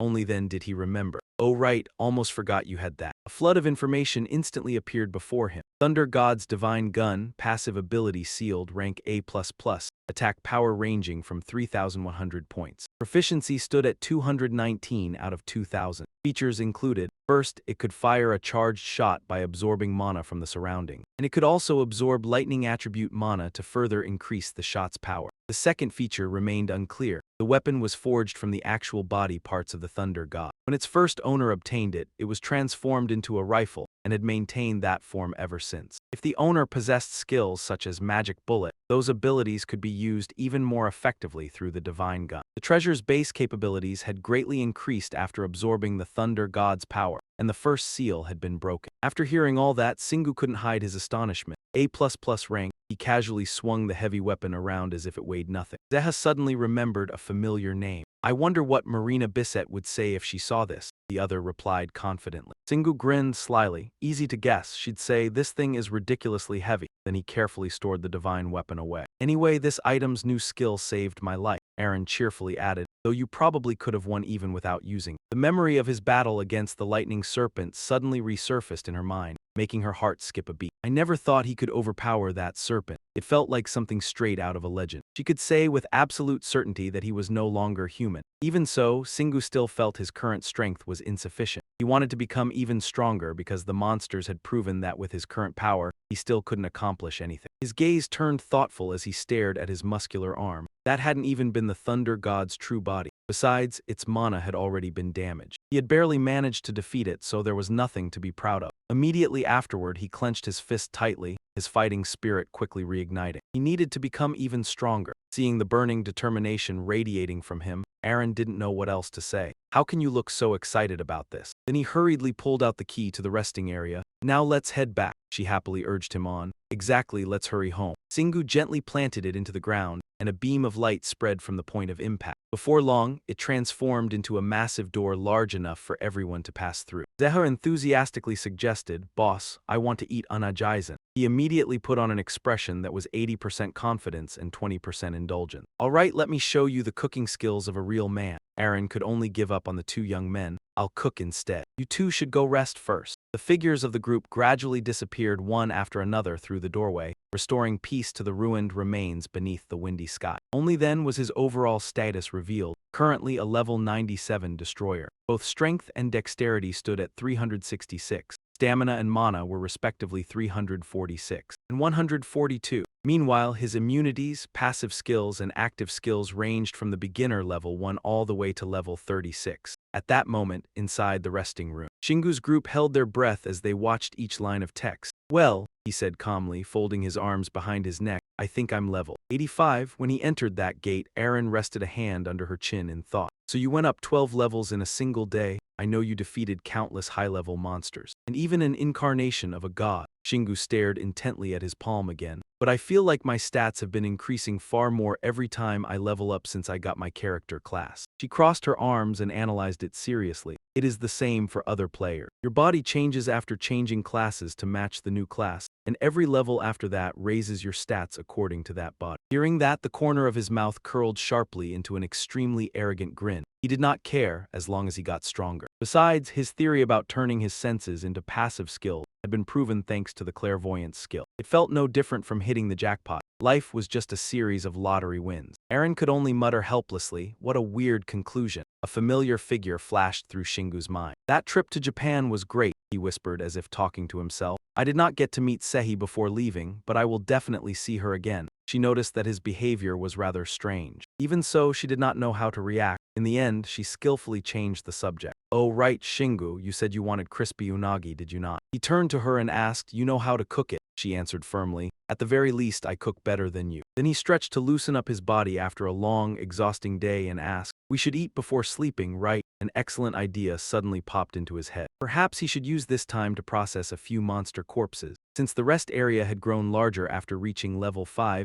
he could even pull out a few giant monsters. Shingu immediately dragged a whole pile of materials out of storage. He examined them from every angle for a while before making his decision. First, I need to collect mana crystals. Before long, cube-shaped stones and several other strangely shaped things were laid out in neat rows. Memories of the past came flooding back. The crystals he had received from the class change quest were still here. He lightly touched the sharp armor of a lizardman deity. A thought suddenly came to him, and he questioned himself. In games, people use monster corpses and other materials to craft items, right? The armor of that thunder snake is really hard. Do you think I could make armor from it? This fresh idea left Aaron somewhat unsure. Crafting treasures from processed monsters. Do you think companies and organizations in other countries will start exploiting this soon? No, I mean if this goes on any longer. Shingu immediately pointed out the heart of the issue. But the monsters on Earth are too weak. I do not think players in Heavenly City would want to use treasures made from weak creatures like that. It is the same as an army equipped with carefully made weapons. Besides, attack power or defense at that level can easily be created with modern technology. Only now did Seha gradually realize that obvious truth, which was why no one had entered this field yet. Still, this was not something they should prioritize right now. So he hurriedly cut her off. Let us think about that another time. For now, let us cut up this eel. Shingu quickly took out his tools, including a pair of pitch-black gloves and a sharp kitchen knife. After shrinking it down, they began dissecting the electric eel. During the process, he suddenly made a great discovery. Damn it, this is not even an eel. Seha, who was beside him, was extremely shocked. Then how are we supposed to make crispy fillets out of it? Aaron slowly pictured its true appearance. Now that you mention it, electric eels are actually closer to knife fish than eel. Unexpectedly, that casually pushed the boys into a deep pit of despair. My crispy unagi, your grilled eel, she calmly suggested. You two could just go out to eat. However, stubborn Shingu had no intention of giving up so soon. I think it is still edible. I will fillet the meat. Before long, he successfully prepared a table full of fragrant and nutritious food. Aaron's eyes widened in amazement. Shingu, with just this much, we could live for 3 years. Just as he had no idea what to do next, he asked, if it is not eel, how can we make crispy unagi? She confidently expressed her desire to show off her skills. Let me give it a try. Then she cheerfully carried the plump piece of meat away. Hee hee, you will be surprised. Shingu seemed so hungry that his whole body was going limp, nearly driving him mad. Then I will snack on these while she cooks. He actually put several crystals into his mouth, then he calmly chewed them up as if they were some rare delicacy. Oh, these are pretty good. That made Seha curious. Do you feel anything? A notification suddenly appeared. Your mana has increased by 1. Shingu silently speculated. I ate 7 crystals and only gained 1 mana. I can still absorb mana from crystals, but I must be close to the limit. In the end, he had no choice but to give up on the shortcut. I guess I cannot increase my mana endlessly this way. At that moment, Aaron was preparing to cook the giant chunk of meat in front of her. Countless seasonings were neatly arranged around her on the large table. She confidently declared, now then, let us start cooking. Meanwhile, Shingu stood in front of John Seha after raising his mana by about 5 points. I can no longer use these small mana crystals to increase my stats. They only work as a mana supply for me now. He held out the item in his hand and hesitantly spoke. Boss, this crystal. Shingu prepared to take it and explained, this is a Death Knight's crystal. Then he put the whole chunk into his mouth and bit down while the boy fidgeted anxiously. I'm so worried. The stone immediately took effect, wrapping Shingu's entire body in light. The mana source of the living dead is really strange, almost as if it has been reversed once. But when I consume it that way, it becomes my mana. A system notification appeared. Your mana has increased by 4. Finally, he patted his stomach in satisfaction. Good, now I feel fully recharged. Then he shifted his gaze to the cubes lying on the ground. That crystal, the system stated that it was an intermediate demon crystal. A mana crystal containing the demon's origin with traits that allow special processing. Shingu reached into his pocket and studied it for quite a while. What origin? What kind of special processing? Erin suddenly poked her head out from somewhere and called him. Shingu, she hesitated for a moment then spoke. I think, come over here with me for a bit. He did not hesitate any longer, answering while scooping up a handful of blue crystals. Coming. Shingu made use of the time and stuffed all the stones into his mouth. Then together with Yiha, he calmly walked over to where she was standing. Noticing something unusual, he asked seriously, Hannah, what did you just do? As soon as he finished speaking, a massive burst of light energy suddenly exploded from the center of the room. Erin defended herself with an innocent look. I was only trying to cook. But then there was something about processing, and then this thing appeared. As if he had discovered the cause of the problem, he lowered his head and examined the crystal. Could it be? Next, Shingu raised it close to the center of the glowing table. At that moment, the crystal, already rich in mana, became even more overflowing with energy. The data kept updating. Mana crystal suitable for attaching to a writing treasure. Medium size confirmed. It can be processed by adding applicable material. The system thoughtfully provided information. Writing issue, 1-on-1. Materials, 2,364 500 kg. Completed materials, 596.50. The processing will begin and the product's components will increase according to the quantity. After watching the whole process, he rubbed his chin thoughtfully. So it is not just crystal processing. I already have all the materials ready too, she worriedly asked for help. What is it, Shingu? Shingu's smile was tinged with slyness. Even though these materials are seriously weird. He thought it wanted him to cook everything. He quickly planned out an upgrade method. This is not crystal processing, it is treasure creation. Creating a treasure by adding materials to a specific mana crystal. This was the upgraded kitchen's hidden function. Yiha excitedly cut in. Boss, how do we check the other materials? Shingu was busy researching but still replied, I think I have an idea. He boldly selected a few items. The scales, bones, and hide of the trash-wrapped eel. They were probably the main materials and finishing material. Countless pre-processed components automatically fell into the pot. He laid out the next steps in detail. As for the writing object, it has to be something we cannot use in the dungeon. And it has to be something made entirely from modern technology. Suddenly, Shingu turned his head and shouted, My motorcycle! A rugged, complex motorcycle appeared out of nowhere. He stood with his hand resting by the front of the bike and asked everyone, Look at this and tell me what you think. The boy described it cheerfully. It's huge and really cool, boss. She closed her eyes and thought for a moment, then spoke in a tiny voice. I think.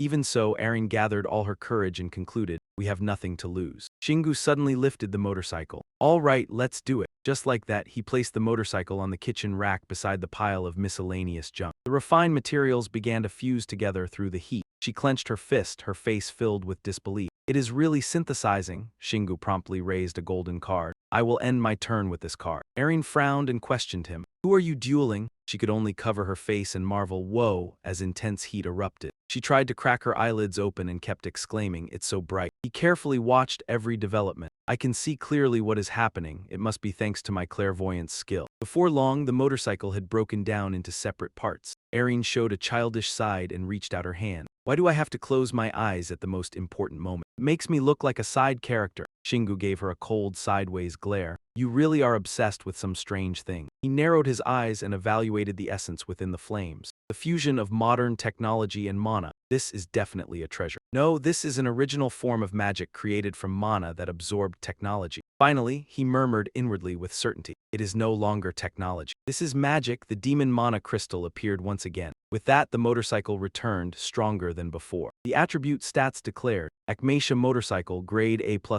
proficiency not over 2,500. A writing treasure created by combining materials from the boss class lineage with mana. It runs on mana and can fly. After hearing that, Shingu's mouth fell open in shock. Yiha leaned in, trying to get closer to read the text. Shingu was so excited that he raised his hand and shouted, Awesome, but he quickly encouraged his companion. If you behave, I will let you take it for a ride. The boy immediately stood still and cheered, So cool, boss. I will be loyal for life. Erin scratched her head in confusion. Boys will be boys. Then she pushed Shingu's back in annoyance. Go outside if you are done talking. leaving Shingu extremely bewildered. Finally, she put her hands on her hips and declared bluntly, I have to cook. So he should go outside or head out and try his new bike. He casually threw on his jacket. Let's go. Seha was already holding a helmet. See you later, Aaron will be back soon. The bike sped smoothly down the road. While focusing on the road, Shingu realized he could sense mana being used through the fuel tank. So that was the principle behind it. He continued reasoning that he could use his own mana, or recharge the fuel tank with mana crystals while loudly showing off. Alright then, how about activating camouflage mode? Just like that, both the rider and the vehicle vanished from the sight of passersby. A perfect newbie trick. Camouflage mode will automatically deactivate after a certain amount of time, or if you collide with an object. Shingu looked incredibly excited. Just like I thought, Seha quickly chimed in. We could even ambush people if we can turn invisible. His face flushed red as he suggested, Slip-ons, let's take off. I totally forgot this thing can fly now. That reminded him to change the motorcycle's mode. The front wheel lifted upward, then it launched itself and its rider into the sky. He stared down at the ground and shouted excitedly, we're up, we're flying. Shingu helplessly reminded him, Seha, you have wings yourself, so why are you surprised by this? The wheels spun onward, leaving the bustling streets far below. Suddenly he tilted his head and remarked, this is seriously awesome. But then he quickly expanded on the idea. What if I use this to fly up to the heavenly fortress? The system notification warned on time, you have 30 seconds of camouflage remaining. When Shingu heard that, he unconsciously cursed, damn it. Seha also panicked and urged him, Slip-ons, let's go down. He gritted his teeth stubbornly. I can't do it now, but someday I'll succeed. The vehicle gradually lost its invisibility effect just as it neared the castle and reached the heavenly fortress. The scene shifted elsewhere, where every dish on the table looked and smelled delicious.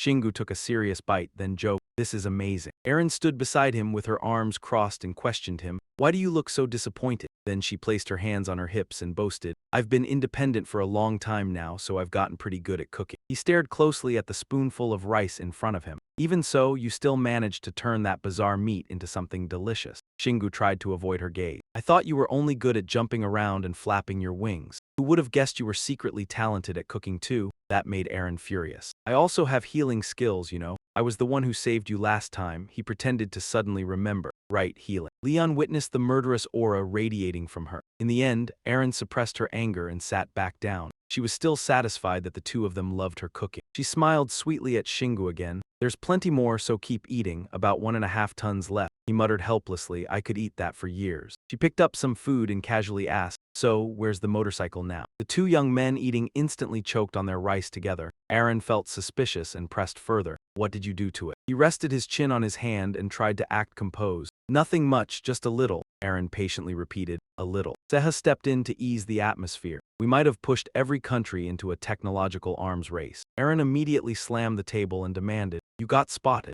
You seriously got spotted. Shingu patted his hands reassuringly. Don't worry, I was wearing a helmet so they didn't see my face. Screams echoed everywhere because of the photo in. Your picture is spreading all over the internet right now. She angrily pointed out the issue. Seha, were you in human form back then? That made him hurriedly explain, I wanted to feel the vehicle better. Sorry, newspapers had already flooded Aaron's mind. No, people had already written endless theory articles about it. Then she seriously filtered through the information. The governments of other countries have already sent requests to the Korean government asking about the mysterious writer and the artifact manufacturing technology. Shingu gave an awkward smile. Well, I kind of feel bad for the government. Ha ha ha, she darkened and warned him. How can you still laugh right now? Aaron sighed in utter exhaustion. Then she returned to her overbearing queen-like demeanor. You know you're washing the dishes, right? Right? As if I dare refuse again. Got it. Shingu genuinely worked hard scrubbing every single plate. After putting everything neatly away, he stretched and declared, all done. She walked over carrying a plate of fruit. Good job, now have some fruit. Aaron casually sat on the floor peeling apples. The three of them comfortably ate, drank, and laughed together. Shingu flopped face first onto the soft bed and groaned, Phew, I'm exhausted. He rolled over and shared his thoughts. This resting area really feels like home now. She rubbed her chin and commented, it feels strange staying here instead of inside a dungeon. He suddenly sat upright. Let's go dungeon diving. Before she could enjoy the moment any longer, she stiffened from the sudden shift. You've rested enough already. Aaron watched his busy figure. It hasn't even been a full day yet, he answered seriously. That's enough for me. After taking off his shirt, Shingu glanced at them. Class change, different world. Thunder God, you've been pushing yourself too hard. Now you've finally relaxed. If you keep going like this, you'll start making mistakes more easily. She used an example to argue back. Players are usually completely exhausted after every dungeon conquest, so they normally rest for an entire month. Shingu changed into fresh clothes and interrupted her. But I fully recover every time I level up. There's not even any fatigue left to recover from. The vanguard headed toward the door. Let's go, Aaron replied irritably, your body, your rules. But she and Seha still flapped their wings and followed after him. She quietly discussed it with him. I think we can maintain human form outside once we reach around level 200. Shingu cracked his knuckles with determination. All right then, I'll grind all the way to level 200 for the two of you. Someone immediately poured cold water on his enthusiasm. Sorry, Shingu. Go easy on us, okay? He raised his hand to ask for opinions. The reserve essence shards in the resting area were running low. Maybe they should save all the shards obtained from dungeons for a while. Meanwhile, Erin shrank her body and tried to stop him. Don't hoard them. We need more armor. She looked extremely annoyed. He was getting stronger every day, but his armor was terrible. Since he had absurd luck with weapons, he never had to worry about those. Shingu thought over the words. Weapons and armor, huh? My current goal is still the Sun Youth, my Kina hat. Zeha felt deeply offended. You call that thing more affectionately than you call me. Without another word, he opened a spatial gate. I was going to throw it into a drawer when I got back, but I completely forgot because of the Unajisen. Shingu accidentally touched some strange object.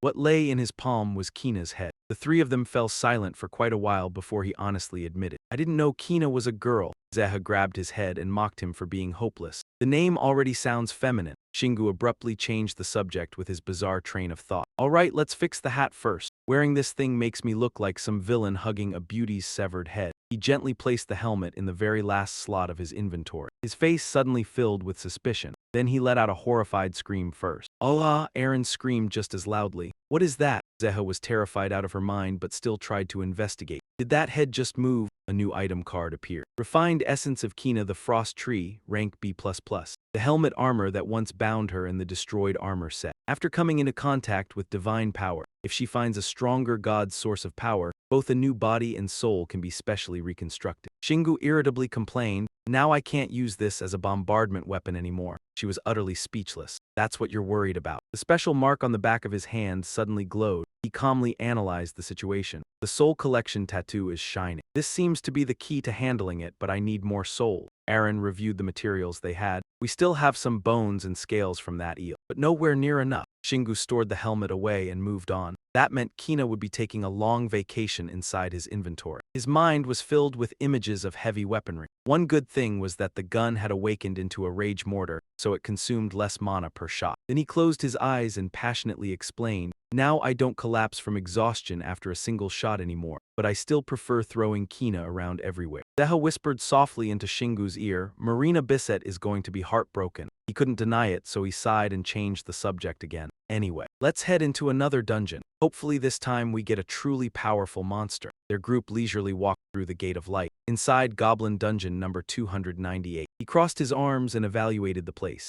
Did retired players come from this dungeon? Azu in spirit form excitedly cried out. Shingu looked genuinely surprised. There are spirits here too. Her eyes sparkled like stars. There's a human here, a very strong one. He struck a cool pose and raised his hand dramatically. Then give me a quest. Shingu rampaged through a swarm of weak monsters like a storm. Azu tearfully declared, sob, you've completed this quest beyond perfectly. I'll offer myself to you as a reward, leaving him utterly helpless. No, I don't need that, just give me a skill. She still tried to play the victim. Luckily, you already have soul manipulation. Sob, how did my life end up like this? Suddenly, he raised his voice and shouted, I told you I don't need you, why are you still insisting? He patiently listened to every request. Shingu easily completed all the quests the spirits gave him, without any difficulty. Naturally, his level was overwhelmingly high, and all the spirits offered themselves to him as though they had planned it together beforehand. System notification, number of souls possessed, 84. Several spirits voluntarily approached Shingu saying, I shall offer myself to you, only to receive the cold reply, I don't need you. Ignoring the burning mark on the back of his hand, he grumbled. How did I end up collecting every soul lying around like this? Tiny Zeha cheered excitedly. You've become a true soul collector now. Next dungeon, Buangzuk crossed his arms and praised him.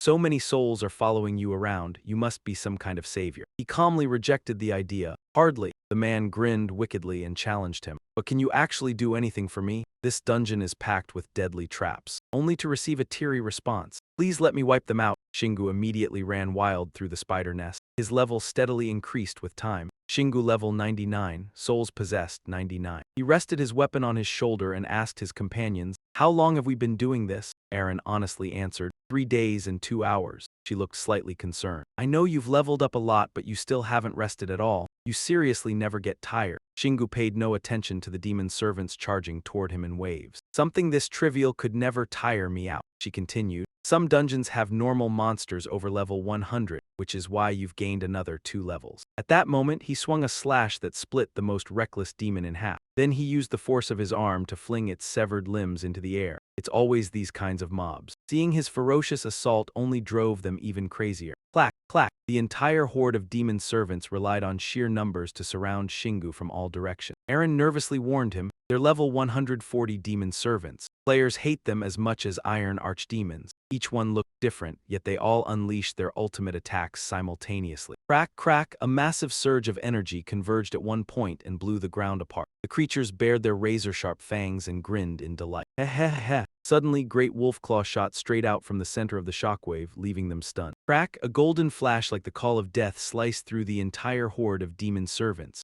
Great Wolfclaw spun back automatically to where it had been thrown from. Shingu struck a cool pose, catching Great Wolfclaw with one hand while waiting for praise. Poison resistance level 10, corrosion resistance level 9, fire and curse resistance level 6. Poison resistance level 4, while ice and earth resistance were still only level 3. He slung the weapon over his shoulder and checked the updates. He had wanted to raise ice and earth resistance to level 4, but even intentionally getting hit failed to increase them. After that, Zingu declared passionately that he needed to fight stronger monsters if he wanted to level those up. The only way was to face a boss monster. Next, he strode toward the demon servants with killing intent overflowing from him. "That means I'm done playing with you lot." Zingu walked straight toward them without forgetting basic courtesy. "See you later." The one standing nearby died from just a few casual strikes. The remaining demon servants froze in place instinctively. Crack, crack. Then without hesitation, they used a human wave tactic against him. Crack, gra. Shingu poured all his strength into swinging the Grim Reaper scythe high above his head. The sweeping 360-degree attack, trailing golden light, sliced them clean in half. The popping explosion that signaled rewards echoed out even as the shockwave lingered. His quick hand grabbed a random stone among the spoils. He held the death stone and examined it for a long while. They never stopped advancing even when death was right in front of them. Could it be because of faith? Aaron added a series of clues. But we still don't even know where the monsters in the ant cave came from. The first monsters appeared from Celestial City. While Seha worked tirelessly gathering materials, Shingu chatted carelessly.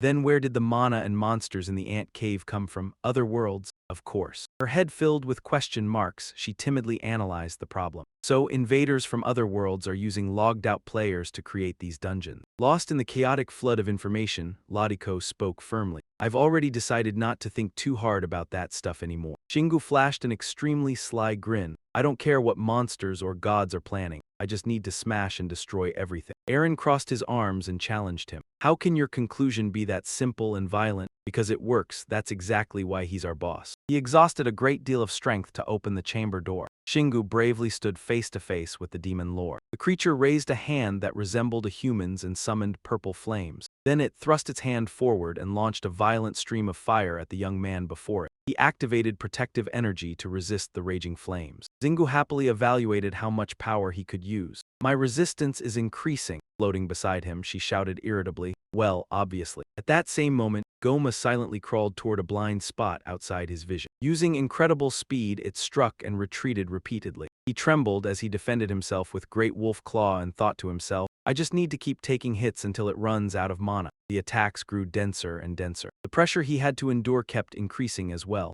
3 hours later, Goma raised its hand with an exhausted expression, but it could no longer cast any skills. There. Even after forcing out every last bit of strength, the flame was no more than a tiny spark. Shingu teased it gleefully. "Oh, you're out of mana already." He seized the opportunity and slammed his weapon down on Goma's head. "Not bad, well then, goodbye." The critical strike crushed its head deep into its neck. Its body transformed into countless valuable spoils. And the most shocking reward was naturally this. Ant Cave Area number 121, Demon Servant Forest, has been cleared. Calculating results. After putting away his weapon, he turned around and announced, "I'll probably hit level 100 soon." Aaron made a suggestion. "Then let's rest and celebrate." It suited Xingu perfectly. Yeah, but the system suddenly appeared and announced that experience calculation had been cancelled. Earth is changing. You have been forcibly removed for safety reasons. He froze stiff in confusion and instinctively asked around, what the hell is this? Xingu suddenly exploded in rage. Why the hell is the server going into maintenance right when I'm about to get my rewards? Without another word, the server teleported all three of them out of the dungeon. The information panel displayed a reminder. Earth is transitioning into a new era. All access to resting zones and dungeons will be prohibited until the transition is complete. He closed his eyes and sighed helplessly. A new era? Who came up with such a stupid name? Seha noticed something even stranger. I don't think that's the only issue. Look over there, the city had somehow already sunk into flames and ruin. Xingu could hardly believe his eyes. What the hell happened? The ground around them had split apart into countless shattered fragments scattered everywhere. Xingu witnessed the entire process, his expression changing drastically. It looked as though Earth itself was cracking open and the outer crust was being torn apart while new flesh filled the gaps. He seriously assessed the situation. I can sense an incredibly dense source of mana. Aaron stroked his chin and fell into thought. I'm glad to see you've truly become a mana user, though honestly I'm not happy at all about what's happening. Xingu stood there watching the flames and muttered, strange. This mana doesn't belong to players and it doesn't belong to gods either. He quickly connected it to Earth and concluded it's Earth's mana. Floating beside him, Seha suddenly asked, do you think the invaders caused this too? He already had a rough theory. This is far too massive to be there doing alone. It makes more sense to think that Earth itself has begun reacting. After sensing the mana of the players and monsters, Xingu suddenly remembered that shadowy creature. In that dream, Earth was overflowing with dense mana. A Rin flew over from afar calling his name. Xingu calmly kept walking and gently reassured them both, it's nothing. I don't have time to dwell on vague memories. Xingu stared at his phone, his lips still tightly pressed together. What mattered was what was happening to Earth right now. His mother could be in danger. The ringtone kept echoing nonstop, yet there was still no answer. Annoyed, he checked the signal. Damn it, both the phones and the network are down, she added as usual. Some transmission towers were probably destroyed in all this chaos. Xingu stubbornly replied, then we'll keep going until the phone gets a signal. He decisively opened a spatial gate and summoned his incredibly cool warhorse. Then he put on the helmet that completely covered his head. The victims who accidentally witnessed the supernatural scene widened their eyes in disbelief. That over there is, they hurried closer and pointed excitedly. Aren't you the mysterious biker from TV? Give us a ride. Xingu ignored the chatter and simply sped away. Damn it! After riding for a while, the motorcycle automatically floated into the air. He quietly discussed things with his companions. They were not in immediate danger, and his vehicle was too small to carry hitchhikers. Please, please, the panicked people fleeing desperately chased after the motorcycle begging for help. Please take me with you. Xingu descended lower to observe the situation. This looks just like refugees. A doubtful voice echoed beside him. What in the world is happening? Erin was extremely worried since it was her first time seeing such a scene. People are going to die, aren't they? He deliberately reminded her. Yeah, a lot of people are going to meet their end, but there's nothing we can do about it. His words suddenly stopped, and flashes of shock appeared in his eyes. At some point, the five fiend had appeared and was rampaging through the city like a monster. She timidly asked Xingu for his opinion. Do you think a nearby dungeon broke open? Zeha was sweating profusely from worry. If monsters flood the city right now, the consequences will be... The creature screamed wildly while tearing apart a car. Grrr, then it opened its mouth full of razor-sharp teeth, trying to devour the screaming humans alive. Ah! Xingu clenched his teeth and cursed. Damn it! He activated the highest mode of his battle armor and charged forward. The vehicle instantly accelerated and shot ahead. The five fiends seemed to sense the danger and glanced over. Before it could react, a beam of light crashed straight into the front line. Taking the opportunity, he rescued two innocent civilians and moved them away from danger. They repeatedly thanked him, but he coldly urged them, run. Xingu tightly gripped the handle of his claw weapon and drew the monster's attention. I don't have time for this. I need to make sure my mother is safe. He frowned deeply to himself, but that didn't mean he would let people get eaten alive right in front of him. Finally, he stepped forward proudly with the great wolf claw in hand, standing before the monster. Let's make this quick. Erin hesitated before speaking her thoughts aloud. I've never seen a monster like that before, but judging from its mana, it's definitely above level 200. The creature roared in pain, yet its wounds rapidly healed again. Xingu impatiently muttered, it's regenerating, self-healing. Zeha, with his knowledge of different races, spoke up. A five fiend. Then he clenched his fists and firmly added, only five fiends possess regeneration that powerful. Though I've only seen one in the database of Celestial City. Erin, with her excellent memory, quickly corrected him. Didn't the players already try to conquer a dungeon with a five fiend before? I thought they only appeared after a level 35 dungeon was conquered. Hearing that, he immediately defended himself. But all the traits match: green skin, A giant body, regenerative abilities. Singu, who had stayed out of the conversation long enough, finally broke the stalemate. I don't care. The five fiend also realized a battle was about to begin, so it grabbed a bus as a weapon. Singu's face became more serious than ever before. Actually, The monster took the initiative and hurled the bus at him. Ah! But Singu kicked it away with a loud bang, before the vehicle had even hit the ground. He had already gathered momentum, preparing to end the fight swiftly. He used the force to leap high into the air, but the five fiend was no pushover either and slammed its arm into the surrounding concrete. Its massive arm swept across at terrifying speed, yet Singu had already seized the initiative. He drove the sharp claw handle downward from above. The blade gathered scorching energy like the sun itself, burning the world to ashes. The five fiend shielded its vital spot from the dazzling golden light. His voice echoed like a judgment upon all living things. One strike is enough. The torrent of mana answered his call and poured violently into the condemned creature. He gently landed beside the monster's burning corpse. Zeha observed carefully while urgently reminding him, it can't regenerate when it's burned. The real-world system alert rang out. You have gained experience. You have leveled up. Singu proudly let out a long breath. So I can level up here since I couldn't do it inside the dungeon. Singu raised his hand, fired out a blazing stream of energy, and stored the giant monster inside his inventory space. Suddenly, a young man in the distance waved and shouted, "Help us, our car flipped over." He placed a hand on his waist and let out a clear sigh. Then he slowly emphasized each word. You people can handle that yourselves. Don't think this is your chance to dump all the work on me. This is exhausting for me too. As soon as he finished speaking, Shingu climbed onto the combat bike and revved the engine. He sped straight toward the central district, leaving everyone stunned. He raised a hand to the sonic detection helmet and scanned the surrounding. A short while later, Shingu glanced at Aaron and stated firmly, I can't sense any other monsters here. She looked shocked. If a dungeon had opened nearby recently, there would definitely be plenty of ogre demons around. At the very least, there should be traces of them. Hearing that, he smiled and made a deduction. Then there's only one possibility left. That ogre demon formed naturally there. Beside him, Ziha looked curious. Wow, what exactly is happening to this world? Shingu quickly scrolled through his phone screen before replying, maybe Earth changed like this to fight against all those invaders. Suddenly, he exclaimed in surprise, my phone's working again. The moment Aaron saw that, she hurriedly urged him, call your mother right away. Shingu pressed the phone tightly to his ear, worry clearly written across his face. Behind him, she nervously listened to every sound from the call. Mom, are you safe? Shingu spoke while flying through the air. A giant bunker? Where did you get something like that? Hazem explained from the other end of the line. Your father prepared a bunker like this. It's amazing.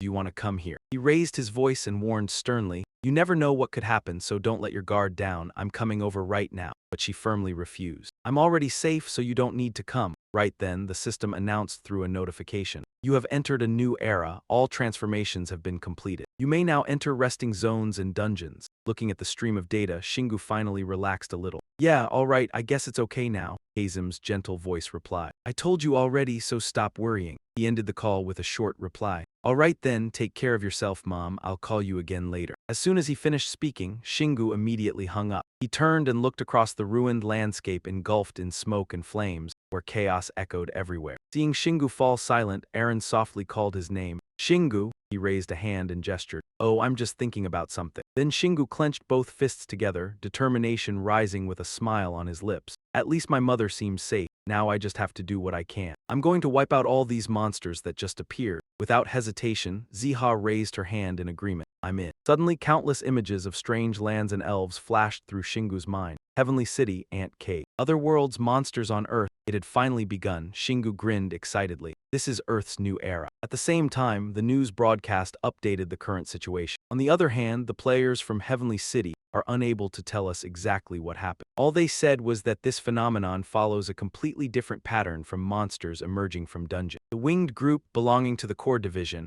and the government's player control policies beginning with the Sunha incident will now be enforced. Specialized cannons are being completed urgently. The Ministry of Defense will develop new anti-monster weapons in cooperation with the United States. Shingu sat in his chair watching the news intently before muttering, what a mess. He closed his eyes for a moment and murmured, this is human nature. People don't suddenly become rational or mature just because monsters appear. We need to cooperate to protect humanity, but they're busy doing this. Beside him, Aaron nodded in agreement with his words. I also think everything the government is trying to do is pointless. Shingu stood up with his hands on his hips. Anyway, I need to get back to work. It's unfortunate what happened to Earth, but at least finding mana crystals has become easier. Then he strode forward excitedly. Let's go hunt monsters. A desperate scream echoed across the ruined sky. Ah! One of the two people cried out in panic while being chased by goblin demons. Help! Somebody help me. Suddenly, a sharp sound rang out as the monsters were struck by Shingu's powerful blow. The young man trembled as he looked around. All those monsters. They're all gone. The person beside him bowed repeatedly in gratitude. Thank you so much. He rested the giant wolf claw on his shoulder. Yeah. If you're really thankful, pay me later. Then he pointed toward the person pretending to lie on the road. Rock Fur, and you down there too. I know you can stand up, so get up yourself. After that, Shingu held the secret detection rod and quietly monitored the entire area. But after traveling for a while, he sighed in disappointment. I guess there's nothing here. Shingu silently analyzed the situation. If this isn't the path of the invaders, then that means all those monsters were created directly on Earth. Lying beside him, Ziha quietly added, at least we haven't seen powerful monsters like the ogre demon we encountered the first time. Erin held her phone with her eyes fixed on the screen. Shingu, I'm starting to see posts online praising you. He replied calmly, this has always been the government's favorite strategy. Turn someone into a hero so people will feel like they should also. Suddenly sensing something wrong, he quickly turned around. What me? On the screen was a photo capturing the moment he unleashed a fierce attack on the monster. Seeing it, Shingu lightly covered his mouth and exclaimed in disbelief, Oh, God Sanaga. She folded her arms, puzzled. So that is where your faith lies. Not missing the chance, Shingu excitedly struck a pose, thinking he looked pretty cool. Seeing that, Erin grew angry and waved her hand in irritation. You are getting more annoying by the day. Seha held up the phone, quickly read a few comments, and grinned. Your face is hidden by the hammer, but you have earned a few new nicknames. And fast too, he frowned in annoyance. Do not read them, but she deliberately emphasized it anyway. Nuclear hammer, Shingu repeated irritably. I told you not to read them. Erin watched the two of them bicker and could not help giggling. Aha, Shingu glanced over, a little suspicious. Are you laughing at me too? She objected. No, I am just happy that you are finally getting the praise you deserve. Seha clenched both fists in frustration. I do not like that you did everything either. All of it in secret, when all the attention should have been on you. His eyes filled with emotions he could not put into words. You all, Shingu raised his head to look at the sky, his heart heavy. I do not have wings like the other players. I also cannot enter dungeons that are not inside Sky City, and I can even open paths to other worlds. If this gets exposed, I could be seen as one of the invaders. His hand clenched with determination, brushing aside his worries. But I do not care about any of that anymore. I am strong enough to defeat anyone who comes to complain about it. Seha cheered him on from beside him. Yes, boss, you do not need to be so careful anymore. Shingu nodded. Yeah, but I am still keeping this helmet. Not letting any more time go to waste, he pulled the familiar vehicle out of his storage space. Let us go. I cannot hunt all of them down, but at least I can hunt the monsters that are bothering people. The engine roared and the magic wheels tore through the wind, spraying sparks as they shot into the air. Below, two winged people saw Shingu streak across the sky and cried out, Oh, it is him, that vehicle. From high above, he looked down and assessed the scene. Players, I guess they are finally doing something. One of them wondered, what is that treasure? Beside him, the other frowned. I cannot even guess what dungeon level he got that from. No one has cleared any dungeon above level 33 yet. Erin followed behind while updating him on the situation. The Whirlwind Guild is doing something too. I am worried they might leave Korea, Shingu guessed. Maybe the government gave them something they could not refuse. He suddenly remembered Harry Ang and his arrogant demeanor. Then Tanga would rush over and he would come cause trouble for him soon enough. She was surprised. Do you have a prophecy skill? Shingu immediately gave a sharp argument. You have become an online star. You are surpassing the Whirlwind Guild's achievements. They will not like this chain of events. Seha flew up beside him and nodded. That makes sense. He gently closed his eyes. Well, if they do not start trouble, that is even better for me. But if they do, after that hesitant tone came an excited smile. I will make them pay. Seha was speechless. You really look like a villain. Unlike Shingu's prediction, none of their plans seemed to progress as expected. They did not even run into the Whirlwind Guild after 3 days had passed. But an unexpected encounter was about to happen, as blonde locks swayed gently in the wind. A strange girl with twin-tied hair appeared with her arms folded and said, Found you. After spotting her target, Marina happily waved in greeting. Long time no see, it is so great to see you again. The atmosphere suddenly fell silent. Only 2 pairs of eyes stared at each other. Seeing that the other person froze without reacting, she kept chattering. Because you wander all over the place, it took me a while to find you. How have you been lately? I have been doing very well. But Shingu deliberately dodged her. You have the wrong person. Marina looked a little disappointed when she heard that. Really? We went through an entire battle together back then. He pretended not to understand. A battle? I do not know anything about that. His unfamiliar attitude made her unconsciously freeze in place. But that did not make Marina give up. She kept firing off questions. What have you been doing lately? Do you still go into the infinite time chamber? You look like a completely different person. Unable to stand the pestering, Shingu finally admitted, "You look a lot stronger, too." While he was thinking for a moment, Marina's eyes were already sparkling with expectation. After stirring up his memories for a while, Shingu finally called out, "Marina." That made her smile so hard her eyes curved. "Wonderful, you finally remembered my name." Marina seized the chance to make a request. "Then tell me your name, too." He did not answer right away and instead suggested, "This conversation is going to be long. How about we go somewhere else?" She immediately pointed down at the city below. "I am so glad you are willing to talk. Follow me, I found a place." Then they all sped up and headed that way together. Rin even turned around and teased him, "You're more obedient than I expected." Singu replied coldly, "That's because I need to talk to her." Whatever crossed her mind made her look briefly stunned. Talk to her. Luckily, he explained in time. "She's the one who gave me Thunder God's gun, but I destroyed his incarnation. So he'll probably think Marina betrayed him." Then Singu scratched his chin awkwardly. "I won't be able to sleep peacefully unless I go tell her that I accidentally offended the Thunder God." After hearing the whole story, Rin suddenly raised her voice and questioned him. "That's all? You don't have any other plans?" Her words confused Singu. "What kind of plans?" Rin stammered after imagining something suspicious. "I'm asking if you're planning to do something to her." But Singu's thoughts were far more innocent. "Why would I do that to someone talented and kind? I'm not the type who likes starting trouble." His firm answer made her cheeks flush slightly red. "Oh, of course not." Then she secretly smiled to herself in satisfaction. Her quiet giggling left him confused. Right then, Marina excitedly announced, "We're here." She quickly introduced the building right in front of them, the Korean branch of B&Y Company. The name shocked Seha. B&Y, that's the famous IT company from Silicon Valley. Not long after, they landed safely on the rooftop. After only a few steps, Singu started asking questions. "Does this company employ you?" Marina casually answered, "My older brother owns this company." The smile on his face instantly froze. "Ah," thinking he hadn't heard clearly. She repeated herself more clearly. "B&Y belongs to my brother, so we can use anything in this building freely." Singu seemed to realize something. Then the B in B&Y. Before he could finish, Marina understood and Nuchen hurriedly cut in. "Obviously it stands for BZ, we have more important things to discuss. Hurry up." Meanwhile, Rin couldn't hide her jealousy. "She's beautiful, one of the top players in the world, and she even comes from a rich family. Isn't this world way too unfair?" Singu looked at her awkwardly. "You have two of those things too." After following Marina downstairs, the elevator doors opened right in front of them, but unexpectedly. She pressed several different floor buttons the moment she stepped inside. The action naturally made Singu curious. "Oh, why is she pressing the buttons like that? Is it some special trick?" The two sides faced each other in a silent, suffocating space. At last, Marina spoke up and broke the somewhat awkward atmosphere. "Let me explain why I came looking for you first." Then she bluntly proposed. "I want to ask you for a favor. I want you to go to Arizona with me." The sudden invitation made Singu hesitate slightly. What's in Arizona? She didn't mind revealing the information. Traces of a god. Then she carefully explained the reason. "We've already talked about this topic once before. Can I assume you'll fight against these gods alongside me?"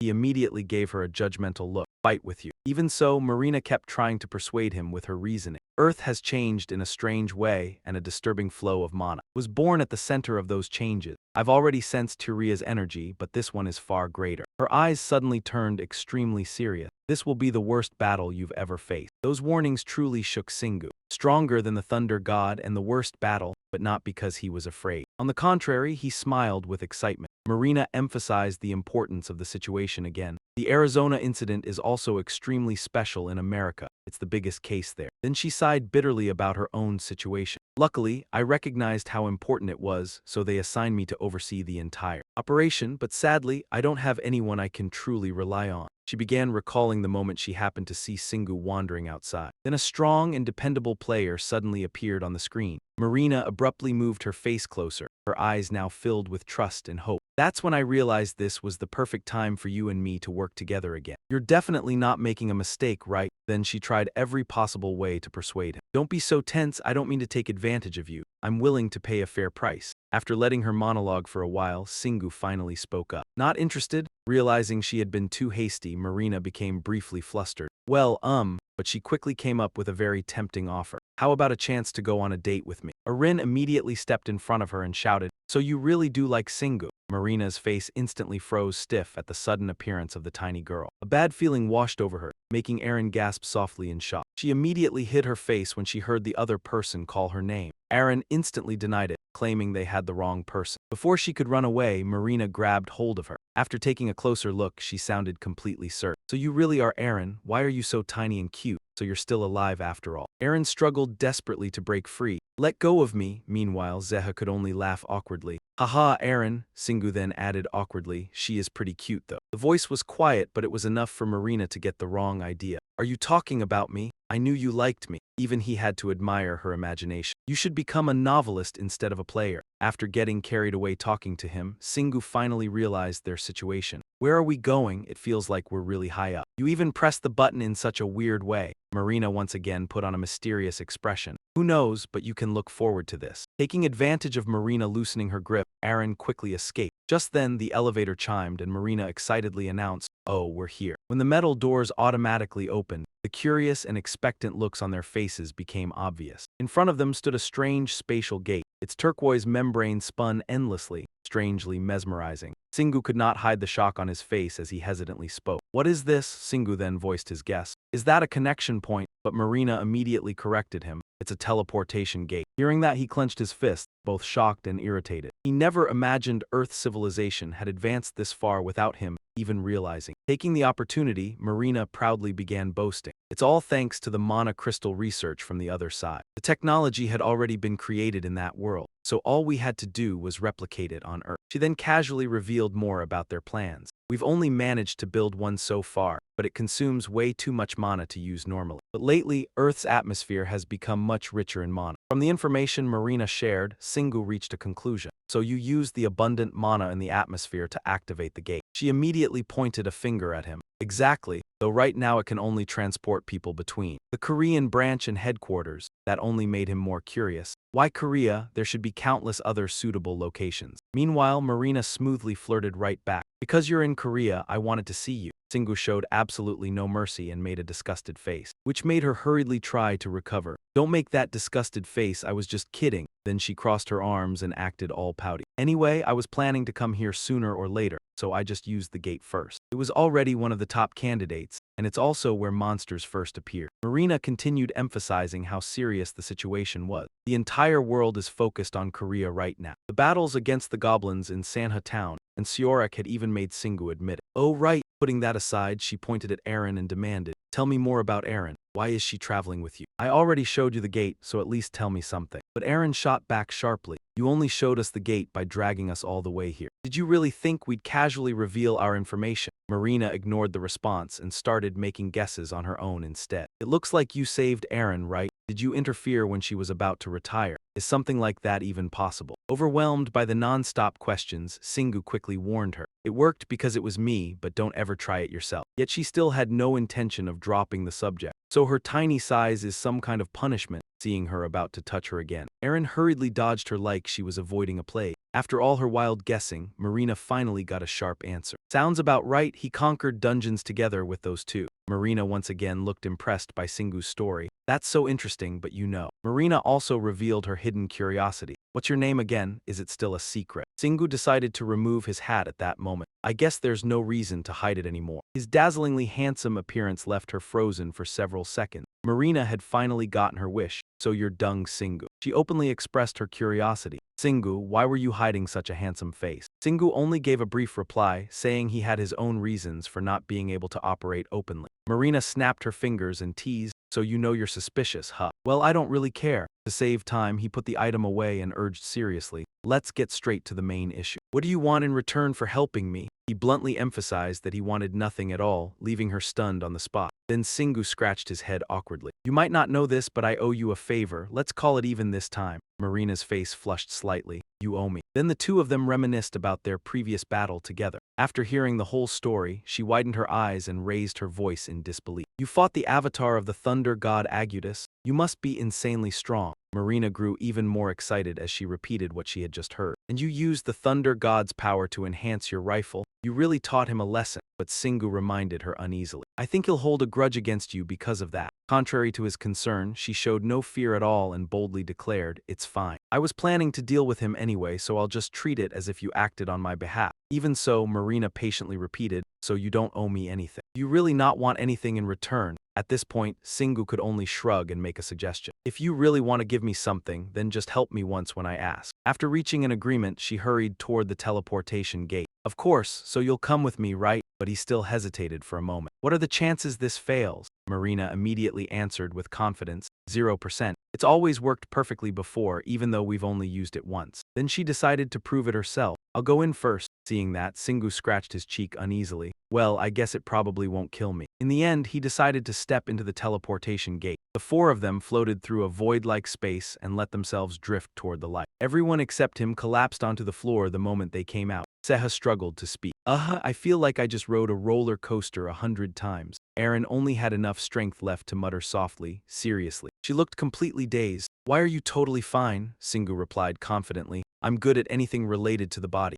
Aaron looked a little annoyed after hearing that. Great, yeah, you're really irritating, but I'm jealous. Marina also managed to stand after recovering from the dizziness. I'm okay now. Let's go, we might run into troublesome people if we stay here. The moment she finished speaking, the elevator suddenly chimed, signaling someone's arrival. That instantly put Marina on guard as she stared in that direction. Seha and Aaron immediately created barriers around themselves. The reason everyone became cautious was Ethan. The moment he appeared, he flashed a radiant smile. Marie, you really brought him here? In contrast, Marina looked annoyed when she saw him. Oh, Ethan. Standing to the side, Singu silently evaluated the situation. So that's the troublesome person. He's calling Marina by a nickname, and judging by her reaction, he must be her older brother. Ethan's elegant appearance made Aaron sigh in admiration. Wow, he's really cool. Even Seha had to admit it. He looks unbelievably handsome in that suit. At the same time, Ethan suddenly explained the situation. I was worried because you were gone for too long. The government caught wind of this, so I've been busy dealing with them. The moment she heard that, Marina immediately made a guess. Was it the Imperial Society? He covered his mouth with one hand while glancing aside. You might run into them out there, so be careful.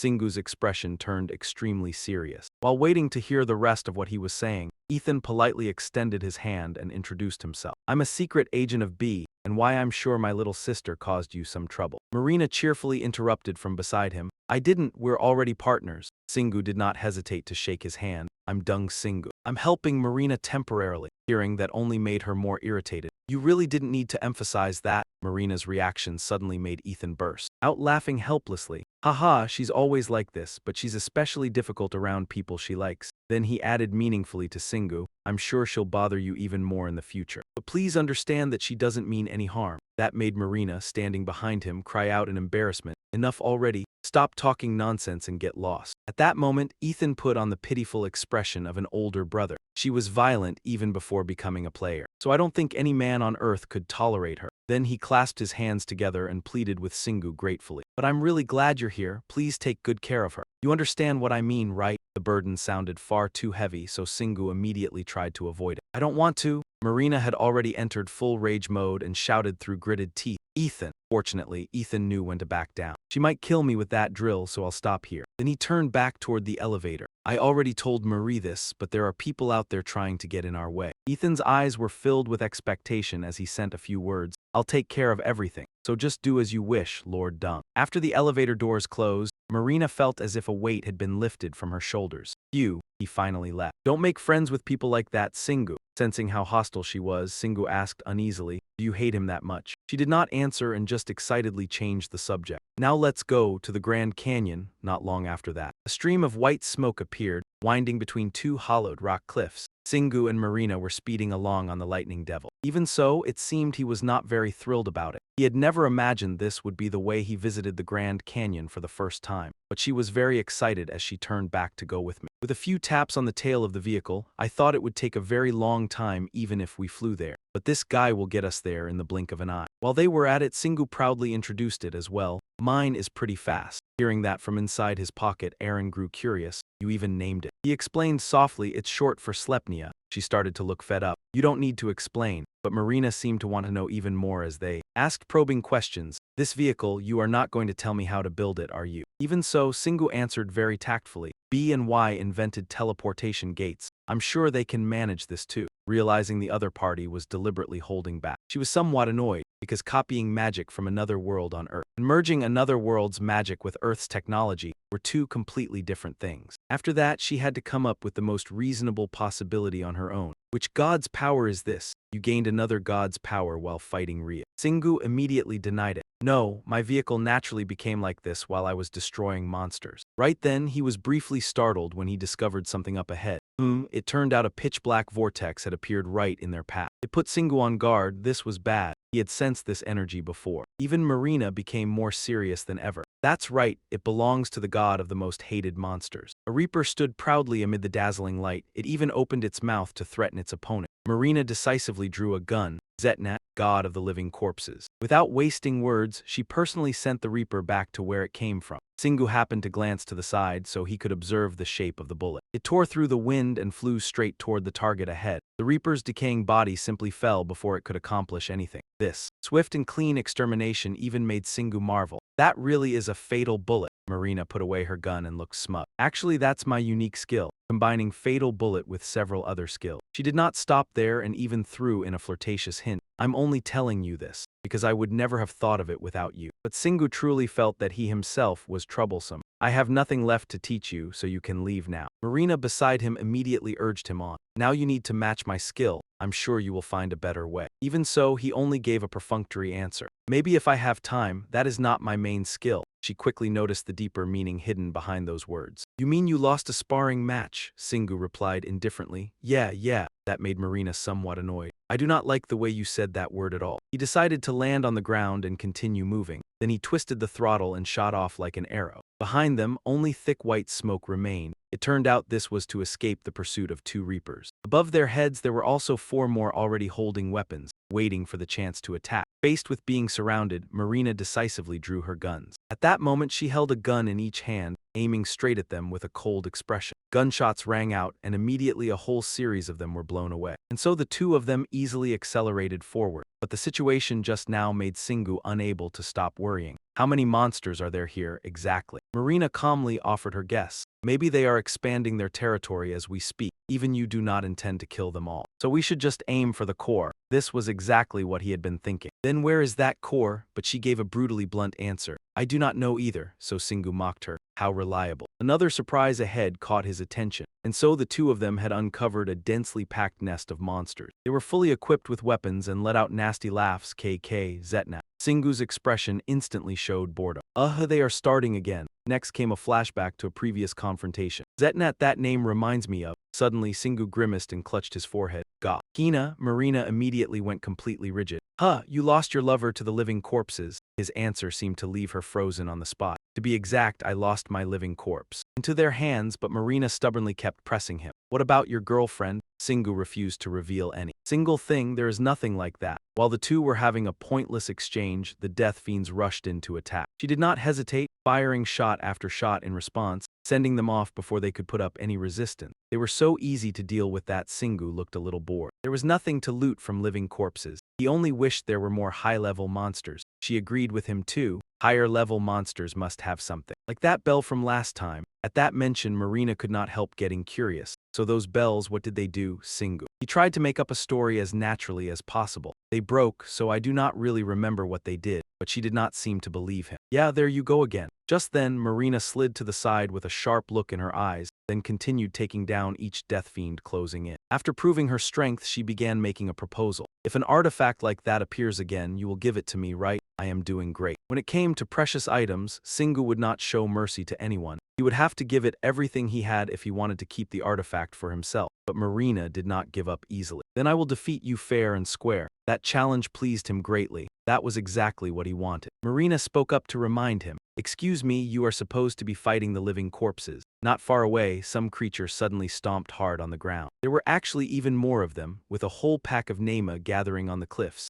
Marina could not hide her astonishment when she saw them. Nema, but they look like living corpses. Singu quickly had an explanation. That means the living corpses killed them and turned them into living corpses too. He decided to take a stone out of his item storage, then firmly threw it toward the Nema to test them. One unlucky creature was hit and howled in pain. It collapsed to the ground immediately, startling even its companions. Marina then analyzed the situation. You did not break its armor, but it passed out from the shock. Singu only gave a brief reply. They look perfect for making armor, do they not? Then he revealed his plan. Maybe I can get the mushroom a new body. He hoped he would also find their leader. Marina jolted as if she had suddenly remembered something important. Then she hurriedly spoke up in concern. Wait, Singu, I think we are about to run into the people Ethan warned us about. What stood out most clearly in her memory was the fluttering banner and those familiar figures. the Imperial Guild, the rulers of the West Coast. Marina's expression immediately became wary. The Imperial Guild is nearby. Her attitude also made Singu look into it seriously. Those guys are players, right? Marina was rather surprised to hear that question. Yeah, why? He did not answer and only thought to himself, they are different from living corpses. But this mana, no one knew what Singu was plotting as his hand suddenly swung out. Well, we will know once we get there. Before she could even mentally prepare herself, that hair-yanking move nearly made her fall backward. Wait, hey, ow. The lightning demon motorcycle sped across the barren ground. He suddenly swerved to the side as if avoiding something. The sudden braking kicked up a cloud of white smoke. Standing before them were none other than members of the Imperial Guild. Seeing Syria standing high above with a frown, Singu casually asked, "Is she the leader?" Compared with his memories from before, she seemed somehow different. Sometimes side locks, sometimes a ponytail. Are they doing that on purpose? Without waiting for the other side to speak, Singu warned them first. We got here first, so kindly get lost." His words made Syria find it ridiculous. You got here first? Since when does that matter in a monster hunt? Seeing that she had a point, Singu turned and quietly asked Marina, making her too exasperated to speak for a moment. Oh, that does not matter. Even so, she decided to step forward and handle it. I will talk to her. After all, we have had a few unpleasant run-ins. As soon as she finished speaking, Marina put her hands on her hips, then waved in a friendly way like an old friend. Syria Wilson, long time. No, see, contrary to expectations, Syria immediately gritted her teeth in anger when she saw her face. Marina Bissett, I knew it was you. Even so, Marina kept a pleasant attitude. I heard your guild ran into trouble in Utah. Why did you not go there? She crossed her arms over her chest and snapped back sharply. Where we go is for me to decide. Simply put, what is happening here matters more than what is happening in Sontex City. Then she casually mocked the other woman. Just because you are riding on B and Y's coattails. Do you think you can order us around too? As things grew tense, Singu cut in with his own opinion. Well, that actually makes sense. Far from helping, he only made Marina even more furious. Whose side are you on? Thanks to that, Syria finally turned her attention back to his presence. But who is that man? Marina placed a hand on Singu's shoulder and confidently declared, "Oh, he is my partner." That truly made Syria's eyes widen in shock. After calming down, her partner, Syria, still threw out a mocking remark. Yeah, strange. I thought you spent all your time in the dungeon. While the two of them traded barbs, Singu had quietly assessed the situation. The others did not seem to notice, but he could see it clearly with his vision skill. Not far away, countless reapers made him a little wary. The living dead were coming.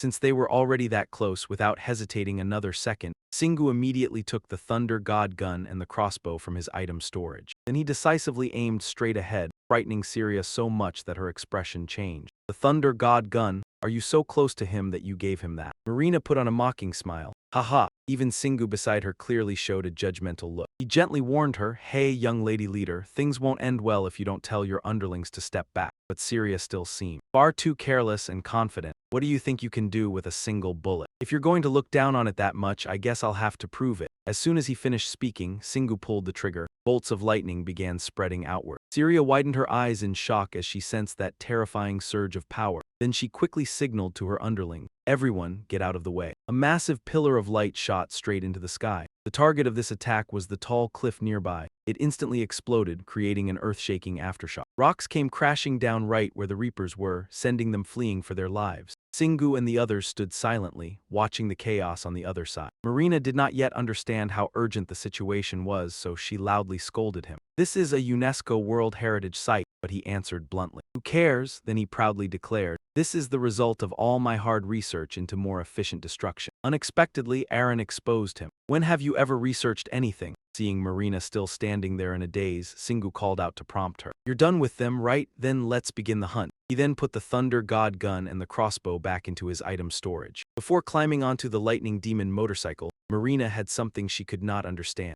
You're not using the Thunder God gun and the crossbow anymore." After that blast just now, Singu honestly revealed, "I don't have enough mana." The two then shot through the air like an arrow. Syria and the underlings of the Imperial Guild merely stared after them without taking any action at all. It turned out she still had not recovered from the shock. Even Marina could not cause this much damage with a single bullet. Terror was written all over Syria's face. Who exactly is he? The Imperial Guild had let them go, but the Reapers stubbornly chased after them. They howled and leapt down from the cliff as soon as they saw an opening. But before they could do anything, one was wiped out. The other met the same fate. And the one who did this was none other than Marina. She swept her eyes to the left and immediately spotted another new target. This time, the Reaper had learned its lesson and directly hurled its sharp weapon toward its opponent. But Marina completely shot it to pieces before it could even get close. Her hands kept pulling the triggers, her gaze still firmly locked on the target. At last, she managed to bring down this stubborn Reaper. However, a dense black sea of monsters was waiting for them. They carried all kinds of weapons on their bodies, and their mouths kept releasing piercing sounds. Their numbers made Marina somewhat panicked. Whoa, why are there so many? Knowing they could not break through the encirclement, Singu calmly made a decision. I'll put the bike away first. The two quickly jumped up, leaving the motorcycle to charge straight into the item storage. With one smooth motion, he pulled out another weapon and landed heavily on the ground. It caused an aftershock to appear around him. With Marina cooperating from above, Singu firmly gripped the great wolf claw. Now, let's begin this battle. Singu raised his weapon high and shouted, "Enlarge!" Following his command, the great wolf claw immediately grew in size and pierced straight into the sky. Singu's gaze at the Reapers looked extremely cold. HNGH! Then he brought down a decisive blow, shattering the ground. In the blink of an eye, it created a terrifying shockwave that spread outward. Rocks and soil flew everywhere, and the impact wave helped wipe out the Reapers. Taking advantage of this chaotic scene, Marina and Singu slipped forward. He successfully landed safely on the other side. The system immediately displayed, "You have leveled up." This increased Singu's confidence even more. Will this make me reach level 101? I guess all the small fry have been dealt with. Hearing that, Marina swept her eyes around suspiciously, which means there are still many strong ones left. In the end, she gave a firm conclusion. A Reaper was suddenly shot down right in front of Marina. It turned out Syria and the Imperial Guild had caught up to them and were continuously firing. We won't lose, everyone attacked. She was satisfied with her own deduction. He definitely used up all his mana with that attack just now. He couldn't kill any high-level monsters, so basically this benefits us. But at that moment, Singu gracefully spun the great wolf claw. With just one sweeping strike, he took down countless Reapers. This was no different from a slap in the face to Syria, who stood with her mouth hanging open in shock. Now she could only stand still and watch Singu admire the results. He turned back with a sharp, sarcastic look. Benefits who exactly? Sure enough, Syria was so angered that she was left speechless. You didn't use mana just now. Before she could even rest, she threw herself back into the fight when something caught Shingu's attention. Another horde of Deathspawn had arrived on the battlefield. A man in armor lunged at him while shouting loudly, "Glory to Zetnak." Shingu pulled out another weapon to make the battle even more exciting. Then he smashed the guy square in the face with a devastating blow. A thunderous howl echoed as the strike carved a beautiful arc through the air. Marina was left speechless by how outrageous he was being. He was holding a sledgehammer in each hand, but she herself was being surrounded from behind by piercing noises. Heh!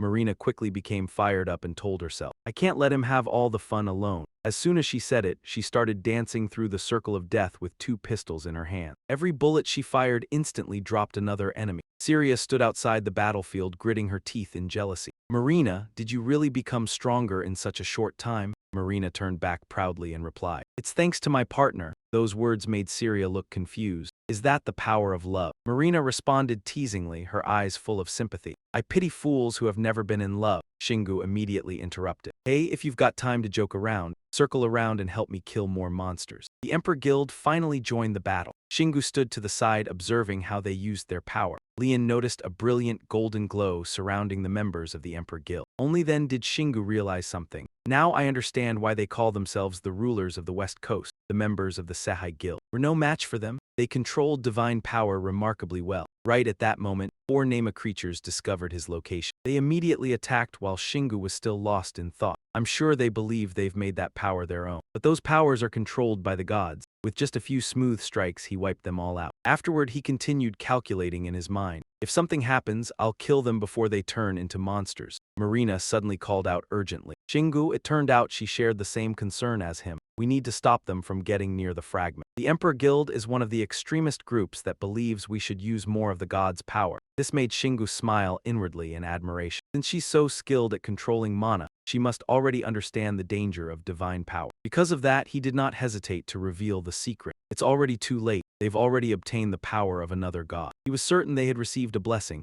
Marina could not hide her shock. What? Then she quickly came to a conclusion. So that's why they were after Zetnat's power. Meanwhile, Syria held her gun and slightly lowered herself to one knee. Then she quietly gave an order, activated her skill, and shouted with full force. She unleashed the gun in rapid fire. Countless bullets of blazing firepower rained through the air. Massive explosions erupted among the distant monster horde. The roaring blasts immediately attracted another group of deathspawn. They began shouting enthusiastically to one another. Our sworn enemy, the power of light, we will destroy you. You can never become one of us. Those words only made Syria even more excited. That's right, I am your eternal enemy. Syria Wilson will personally send you all to your graves. Arin's expression suddenly changed, revealing clear concern. Then she loudly informed Shingu about Louis's power. Marina also seemed familiar with that name. Louis, I've heard of him. Shingu became slightly curious after Arin's discovery. How do you know? She immediately explained. I sensed his power when the class advancement notice appeared. It's the same type of mana I felt back then, but he still looked confused. Louis and Zetnat, weren't they fighting each other?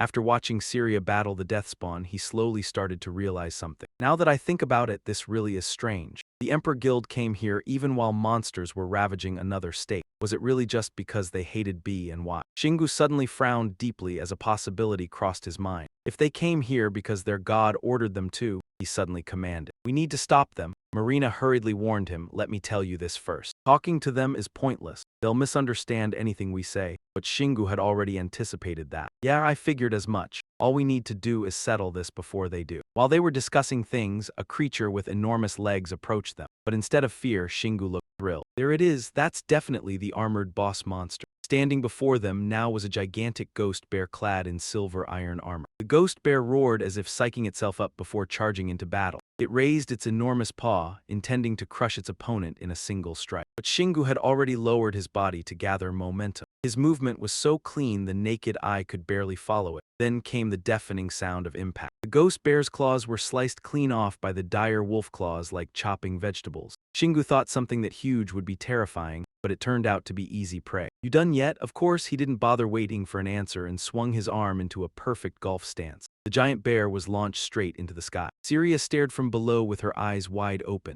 Oh my god, she gritted her teeth in horror. That's not a player, that's a monster. Meanwhile, Shingu remained absurdly dedicated, enlarging the dire wolf claws to catch the falling ghost bear. It looked like tiny humans standing below it. It had already realized its fate. Ah, I'm finished. Tears shimmered down its face as it silently prayed, Zednak, I am coming to you. Shingu swung his weapon in a perfect arc. The ghost bear shot forward at the speed of light, sending rocks and everyone nearby flying from the impact. He proudly watched the direction it flew, savoring the collision he had created. The explosion released shockwaves so powerful that Marina was nearly swept away too. The weakest monsters below huddled together like students waiting for exam results, staring blankly at the ghost bear's flight path in utter shock. Shingu curled his lips smugly, his eyes full of pride. Excellent. The monsters all collapsed after their leader died. Now that's more like it. Then looking unbelievably cool, he waved his hand and ordered, everyone, time to collect the loot. Aaron and Seha quickly flew toward the inheritance circle. Shingu turned around and the moment their eyes met, Syria flinched. You too. His voice dropped low, quiet but carrying a clear warning. I already warned you.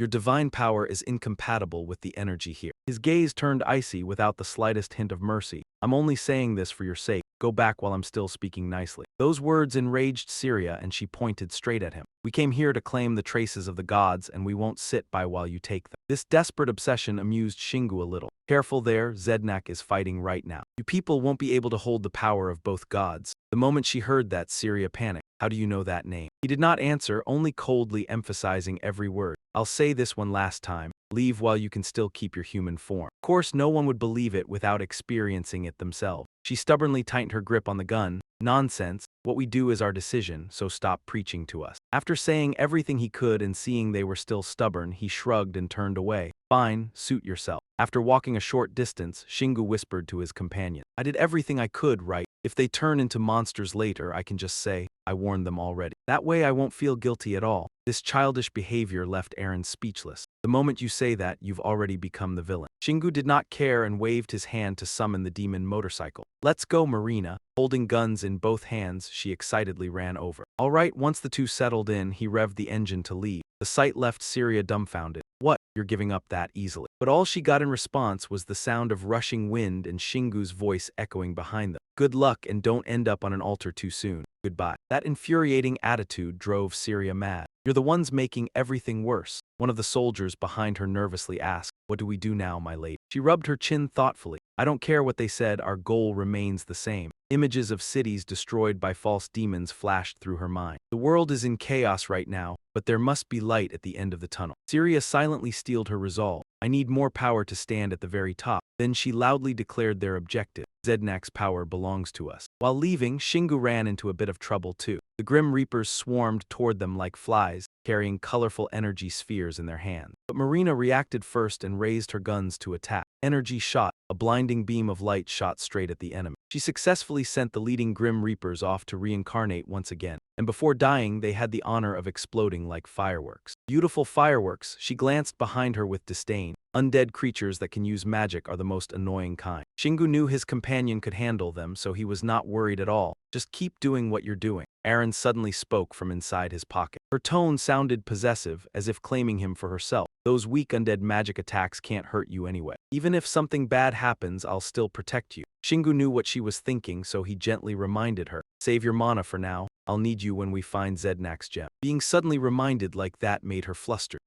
I know that too." Then Aaron lowered her head, letting the wind toss around her long black hair. That expression made Seha feel sympathetic, and she placed a hand over her chest before suggesting, "Happiness isn't far away, Arena. Why not be a little more honest with yourself?" Those teasing words made her glance sideways. "Maybe your misfortune isn't far away either." That sharp look instantly froze Seha in place. "Fine, I'll shut up." They continued speeding ahead without caring about the monsters crowding the road. The sheer number of them made Marina slightly nervous. Shingu, look ahead. He did not hesitate in the slightest and instead revved the engine even harder. Perfect. The demon motorcycle immediately unleashed a brutal attack, tearing straight through the monsters and leaving behind only shattered remains that never even understood what had happened. Right then the system appeared, "You have leveled up." Marina, sitting behind you, also sensed the change. She seriously asked Singu, "Did you just reach rank A?" Being exposed so directly made it impossible for him to keep pretending to be mysterious anymore. "This is exactly why I hate gifted kids like you." That statement was basically a confirmation. Marina looked stunned and asked back, "But how is that possible? Weren't you only able to level up inside dungeons? Did you absorb the mana and memories of those monsters?" Singu fell into thought for a moment about that. He believed he was a special case. Of course, it wasn't a minor issue and she still couldn't understand it. It was practically the same as absorbing the power of a god. Once corrupted, he would no longer be able to grow or do anything at all. The doubt in her words made Singu suddenly slam on the brakes. The tires screeched against the ground. He turned around and reached out his hand. "I'm not tainted, want to check for yourself?" Marina blushed slightly and slowly lowered her weapon. As she gently held his hand, she secretly thought, "His hands are huge." Then she seriously examined his energy.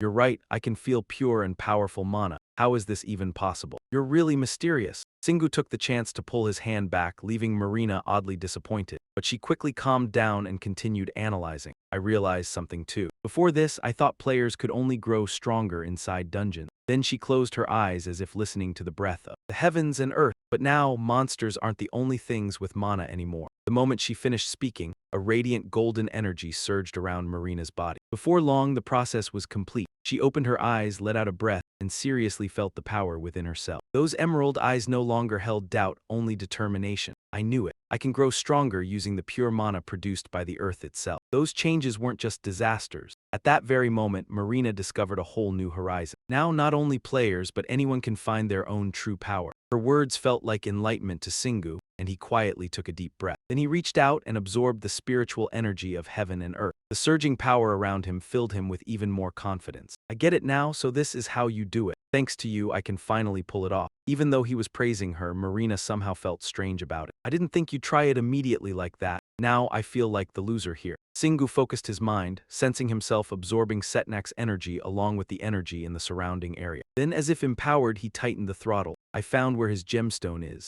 Marina looked up in shock, unable to hide her surprise. "Wow." He didn't explain much and only smiled faintly. "Let's head there now." The demonic motorcycle immediately roared and shot forward. The two of them left behind a thick cloud of dust, along with several sparkling traces of pure energy. Even after traveling quite far, that group still chased them relentlessly. "Master, over there." The soldier pointed toward the pair and reported, "I can sense a powerful fluctuation coming from that direction." Singu also noticed the group's presence. "Damn it, the Imperial Guild caught up with us. If the enemy comes, then we face them." His eyes showed no fear at all, Let's call it an alliance for now. If we can settle this before they turn into monsters, even better. Otherwise, I'll send all of them to the grave together. This ruthless plan shocked Eren. Isn't this completely different from a protagonist's script, Singu? He spoke as if lecturing the world about philosophy, his face completely expressionless. Don't you know that cold-hearted protagonists are trending these days? That blunt response left Marina utterly confused in the back seat. What are you two even talking about? Before long, they arrived at a mountain ravine. Below them crawled countless monsters. The disgusting sight left the two of them stunned. What is this thing? At the very center stood a tall altar, and atop it was a massive gemstone radiating waves of sinister energy. The skeletal monsters below obviously weren't blind. Of course, they noticed the flying motorcycle. They found our main base, kill them. Tear them apart, the others screamed in unison like maniacs. Rip their lives to pieces, torture them. Right then, the Imperial Guild also arrived. We found it. The power of the corpse god is here. The closer the soldiers got, the more uncomfortable they became. Master, something strange is echoing inside my hand. But Syria had no time to care about that right now. Throw it away, she dashed forward and shouted urgently.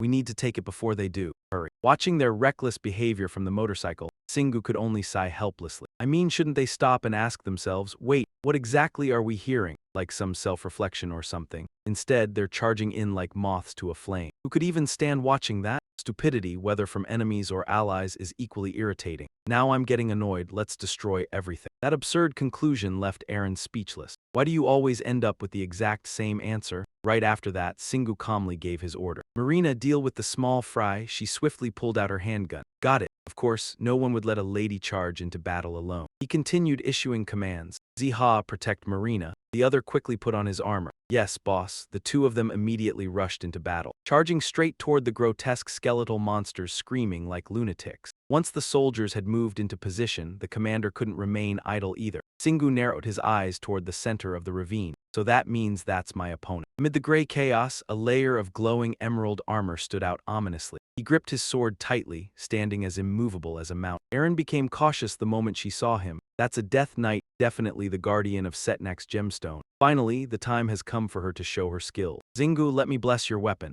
Zingu tilted his head and replied, thanks. Then he quickly drew the great wolf weapon. Erin's entire body glowed with a gentle golden light as an ancient incantation echoed softly yet firmly. A power capable of returning all corrupt beings to nothingness. Her eyes opened wide, deep as though they contained an entire universe carrying a sacred spell. At the same time, the great wolf weapon began to shine brilliantly, imbued with enough energy to purify even the oldest darkness. At the foot of the mountain, Thone raised his head to observe the uninvited guest. Killing intent surged through his eyes, his voice hissing through clenched teeth. You dare come straight to me, bold for a human. He raised the evil spirit sword high, and the massive blade instantly erupted with gloomy blue flames. To show respect for your courage, I shall personally send you to hell. His roar echoed across the battlefield, instantly provoking the skeletal monsters around him into frenzied howls. The piercing chorus made Zingu snarl in irritation. Kneel. Those two short words struck the monsters' souls like thunder. They froze in place, the glowing sockets of their eyes trembling faintly. And then, as if crushed by an invisible force, the entire horde collapsed one after another onto the ground. Every one of them lowered their heads, not daring to look at the radiant Zingu in the sky. Some clutched their heads and trembled violently, terror flooding their minds. A dragon? No way. Impossible. The sight before her filled Marina with excitement she could not hide. I don't know what you did, but the undead stopped moving. That's awesome. Without wasting another second, she immediately drew her gun and shot into the sky,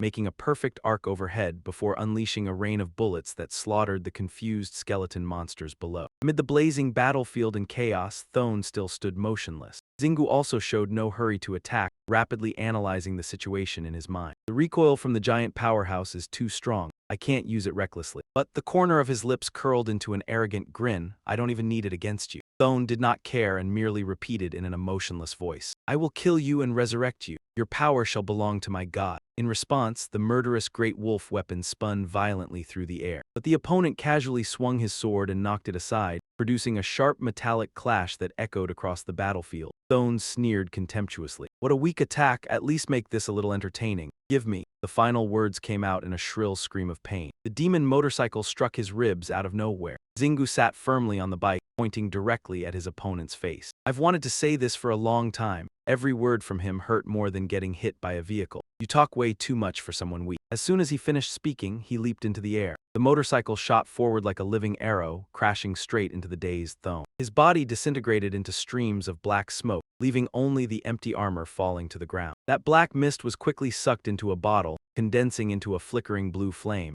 Zingu smirked and reached out to catch it. Then he landed lightly without making a sound. His other hand was raised high, ready to catch the evil spirit sword falling freely from the sky. As though it had accepted its new master, the blade landed neatly in his palm. Zingu proudly held up the spoils he had just obtained. Fighting the leader was easier than I expected. First, put away these new items and study them later. Zingu dusted off his hands and carefully looked at the purple crystal floating above the platform. Then he calmly stepped into the glowing magic circle on the floor. Sensing someone approaching, the scrutinizing evil spirit began whispering angrily, "Come embrace a peaceful death. You will find eternal, painless rest here." Those cheap lies could never fool Zingu. I've seen the undead working like dogs instead. "You're lying, aren't you?" Perhaps exposed, it no longer dared to say anything else and simply let him tap on it. Smashing this thing would probably take centuries. Zingu looked up and instructed Marina, "Handle the others while I." Her reply was interrupted by the sharp sound of clashing metal. Ziha arrived just in time to raise a shield in front of Marina. Blocking a sudden attack, the strike made her frown, her eyes darken. "Do you people really want to fight me? Do you dare look down on me just because some god granted you more power?" Syria also panicked, shouting, "What are you doing? I never ordered an attack on Marina. Our mission is to protect the gemstone." But everything was already spiraling out of control as the soldiers slowly lost their sanity. "Zithan, we have to kill Zenat," faced with those murderous stares. Marina turned pale and shouted, "I'm not Zenat, you idiots."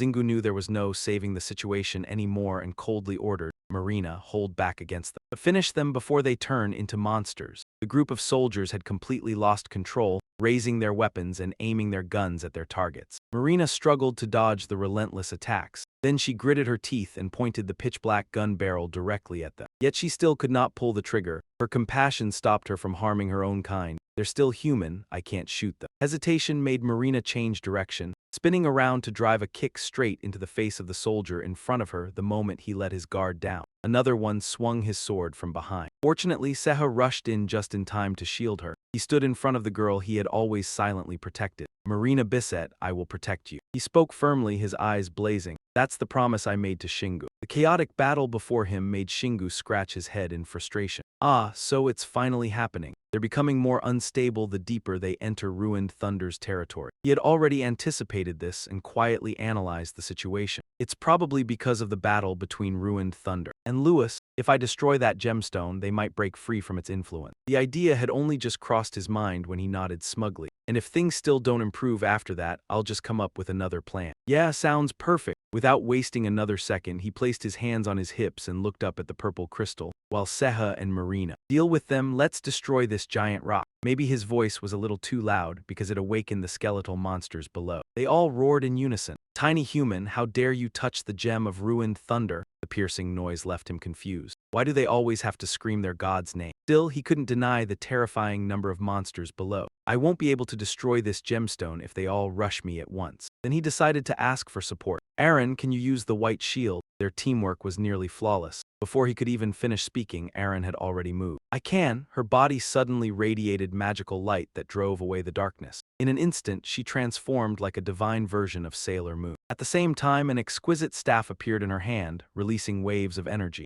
Her deep blue eyes slowly opened, filled with irresistible authority. At that moment, Erin was no longer the gentle girl from before, but the embodiment of a supreme sorceress. The skeletal monsters seemed oddly professional as well, patiently waiting for her transformation to finish before attacking. Not giving them the chance, Erin shouted, "Hathor, divine shield." Instantly, a ring of light surrounded her and Shingu, forming a sturdy barrier. The skeletal monsters couldn't stop in time and slammed headfirst into the shield. Erin tightened her grip on the staff and seriously warned the person beside her, "I can't hold this for long, especially because of that gemstone." Shingu smiled, encouraging her. "Great job, Erin." His short but sincere praise made her blush slightly. "This is just basic skill for me." Compliments kept crashing over her like ocean waves. "You're truly the best mage I've ever met. Even though this is your first time casting the full spell, you still saved me." That mix of praise and teasing annoyed Erin. "If you're going to compliment me, then don't say it like that." Shingu chuckled softly. It seemed irritating her had become his favorite pastime during battle. But soon after, his expression turned serious again. "I'll leave the Imperial Guild soldiers to Marina and Seha, and the undead corpses to Erin." Outside, the skeletal monsters continued madly smashing against the barrier, but none of it distracted Shingu. "Now I can finally focus on destroying this thing."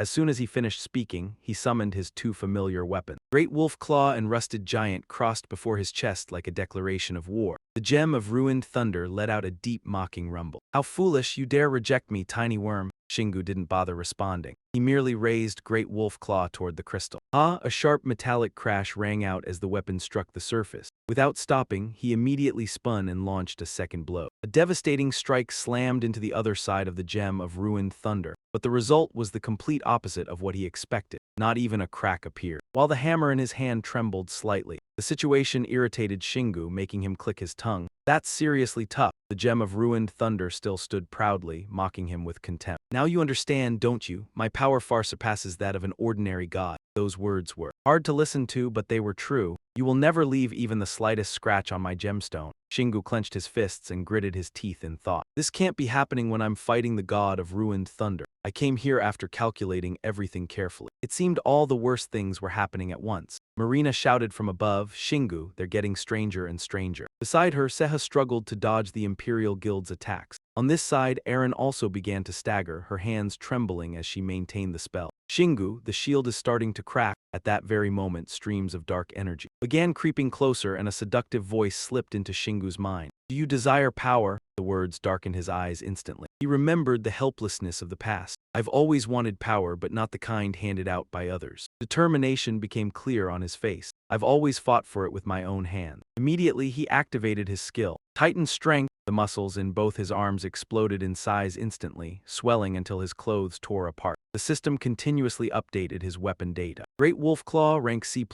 attack power 850 to 1750. Can be enlarged using mana. Rusted Giant, rank C++, attack power 1350 to 1950. Additional options remain unknown. 1 second later, its rank and attack power increased even further. While unlocking the option, use mana to enlarge. Shingu immediately activated the new amplification ability. A 1,000-ton blow came crashing straight down onto the Setnet gem. At last, a crack appeared across its deep purple surface. He curled his lips into a cold smile as he looked at the shattered stone before him. It only dented. The small crack Shingu had made did nothing to the Setnet gem. He frowned and made up his mind. "Fine, I have to use that move." The system immediately activated. Hercules rose to level 3, extending the skill's duration. The notification made Shingu hesitate for a moment. "I'm glad the skill leveled up just in time, but the backlash after it wears off will be even worse." He gritted his teeth with determination. "I have to break this thing before that happens." Shingu tightened his grip on the weapon in his hand, veins bulging clearly. Without hesitation, he raised Giant's Howl high and brought it straight down onto the gem. This attack successfully pierced through it. Shingu curled his lips into a confident smile. "I didn't expect Giant's Howl could enlarge too. Perfect. With Hercules, I can swing both hammers at once." The moment he thought it, he used the crystal as the center point and hammered both sides in turn. Each strike spread the cracks wider, and Setnat screamed in astonishment. "How is this possible? This stone is imbued with Takuma's power." By now, Shingu was somewhat exhausted, but his movement still did not stop. "Looks like you won't need to grant me any more power, don't you think?" Even on the verge of shattering, Setnet maintained an authoritative tone. "Your power truly amazes me, but breaking that altar will solve nothing." Those words made him freeze. "What?" The stone was now as thin as a twig, but the voice it released still echoed throughout the space. "Once the altar breaks, my power will be released throughout this entire space. It will invigorate my minions and make the situation on the other side, where Louis' slaves are fighting, even more hopeless." Shingu quickly glanced toward the battlefield in the air. The soldiers of the Imperial Guild were reaching the verge of assimilation. Just 1 second later, they all transformed at once. Their silver armor shattered, revealing grotesque, monstrous bodies. The sight left Syria, who stood behind them, stunned before she roared in fury. "Louis, you deceived us." Setnet continued laughing with satisfaction. "No matter how strong you are still only human. You will not be able to change anything." Shingu had heard enough of it to make his ears go numb, and he growled angrily, "Shut up!" Refusing to let himself waver any further, he continued swinging his weapon. Ignoring the threats from moments ago, this finishing blow successfully shattered the Setnet gem to pieces. Crystal fragments fell like rain.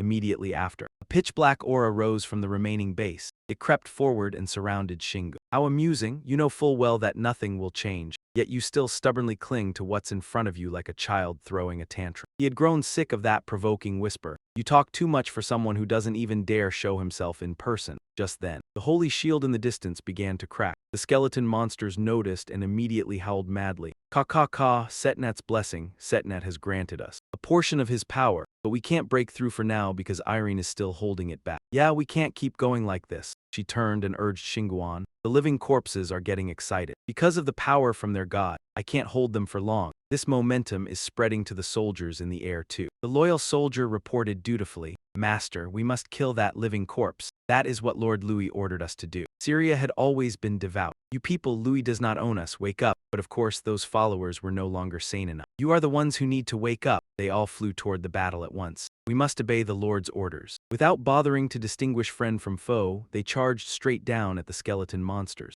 A chaotic battle erupted between the two sides. This situation finally convinced Syria. That young man was right. Damn it. The gun in her hand nearly slipped and fell. The feeling of losing control made Syria frown in fear. She looked down at one of her hands, which was deforming into a beastly shape. A beast soul monster. Her breathing grew ragged and her eyes widened in terror. Am I turning into a monster just like them? At that moment, a strange sound rang beside Syria's ear. Destroy his power. Stop it from spreading across the earth. My slave, the time has come for you to fulfill your pact. The voice made her freeze. I can hear the voice of a god, and I cannot refuse it. No matter how hard she tried, the magic still tightened around her step by step like invisible chains. I brought this on myself. Just because I was angry that he was Marina's partner, I ignored his warnings. Those soldiers have completely lost their mind. As a result, I turned my guild members into monsters. She clenched her teeth, regret choking bitterly in her throat. And now Suddenly, a sharp, cold voice cut through those pessimistic thoughts. Stop looking so pathetic, Syria vision. She raised her head and found herself facing two pitch-black gun barrels. Marina tried to persuade her seriously. At the end of the day, that's someone else's power. You'll get a stomachache if you absorb that stuff. She firmly proposed a solution. Throw it away and come here to face me. You may be weaker than me, but don't tell me you're stupid enough to let that thing control you. Those words tore through Syria's heart. She clenched her fists tightly. Her body trembled with anger, yet she was still clear-headed enough to tell right from wrong. Then she suddenly lowered her head, tears streaming down her cheeks. That reaction left Marina stunned. Syria shut her eyes tightly as tears fell. I can't, she choked on her words. Every syllable felt like a blade scraping against her soul. Marina, I hate that smug way you talk. I want to beat you down right now. Even while being consumed by jealousy, she still realized one thing. The more hostile she became, the more that hostility was directed toward the living corpse. Though slightly shaken by the overwhelming emotions, Marina still calmly nodded. Yeah, you're holding on well. My partner will handle things for now. But those words brought no comfort to Syria at all. Why are you always like this? Countless memories flashed through her mind. The first and only player with the bullet user classification class, Marina Bisset. She had always been overshadowed by her rival. That sense of inferiority pushed Syria to grow stronger, create her own guild, and turn the Emperor Guild into the greatest guild in the world so she could one day defeat Marina. But everything had nearly gone to waste when the young man she brought in as a partner single-handedly destroyed the monster in the valley, and Syria lost everything because of her greed. Her mind screamed at her. Should I be furious for being manipulated by a god? Should I surrender because that power is overwhelming me? Even so, her heart whispered something else. But what angered me more than anything was this truth. Syria looked up, pain and determination written across her face. I won't lose. At that very moment, that hateful voice echoed again. My slave, the irritation made her furious. Shut up, Louis. Her thoughts spun endlessly in her mind. No matter how hard I try to stay conscious, my body has already been tainted by Louis's power and I'll lose control soon enough. But Syria took a deep breath and straightened her back. Her eyes now shone with determination and resilience. I won't lose my mind in front of that brat. Down below, Xingu suddenly let out a loud shout. The strange sound startled Aaron, making her whip her head toward him. At that moment, the system announced simultaneously. You have leveled up. Your mana has increased by 2. Your mana has increased by 5. Aaron stared at the scene before her, her heart nearly leaping out of her chest. Xingu, I thought you weren't going to absorb the god's power. He gritted his teeth and explained, this isn't the power of a god. As soon as he finished speaking, the energy slowly dissolved into his body. Xingu straightened up and clenched his hand into a fist. Now this is my power. I can do whatever I want with it. Going back a little earlier, Xingu had absorbed a small amount of Setznek's mana to locate his treasure. But that was only a tiny amount. No one truly believed he could absorb such an enormous quantity of divine power. Aaron's eyes lit up. Keep going, but it had actually happened. Her tone made Xingu freeze for a moment. You really like this kind of thing, huh, Aaron? She blushed awkwardly. Look at you. I only do that to relieve stress. Right then, the familiar deep, hoarse voice echoed once more. Impossible. Then the power of the bloodline I sensed back then. Xingu frowned impatiently. Stop talking in riddles and explain it properly. That blunt demand left the other side speechless for several seconds. The The prolonged silence made him narrow his eyes irritably. Why does it always go silent whenever I ask something? Is it giving me the silent treatment on purpose just to drive me crazy? Even without an answer, he could already piece things together himself. He roughly understood it by now. The lizard tail he obtained after becoming an underground specialist, the dragon he saw in his dream, and the power he gained after waking up from that dream. Shingu's expression turned serious as he reached a conclusion. I definitely have ties to the bloodline or something similar to it. It makes sense since I can freely absorb the mana of other creatures. As if to confirm his own theory, he continued manipulating the energy. Right after the recent absorption, the system instantly flooded him with notifications. You have leveled up. Your mana has increased by 3. The soul harvest skill has begun evolving. The transformation will take time to complete. Shingu quietly sensed the changes happening inside him. I'm about to reach my limit. Directly absorbing a god's mana is placing a massive burden on my body. The outcome of this process has already been decided. I kept leveling up to bypass the side effects of the berserker skill. But absorbing a god's mana is causing overwhelming exhaustion that even leveling up can't heal. Beside him, Aaron shouted anxiously, Shingu, you need to stop. Even you can't. Ignoring her words, he began taking something out. That's when he came up with an idea. In his hand was the essence of Dunla Hankina. The moment Aaron saw the object, she immediately stepped back half a pace.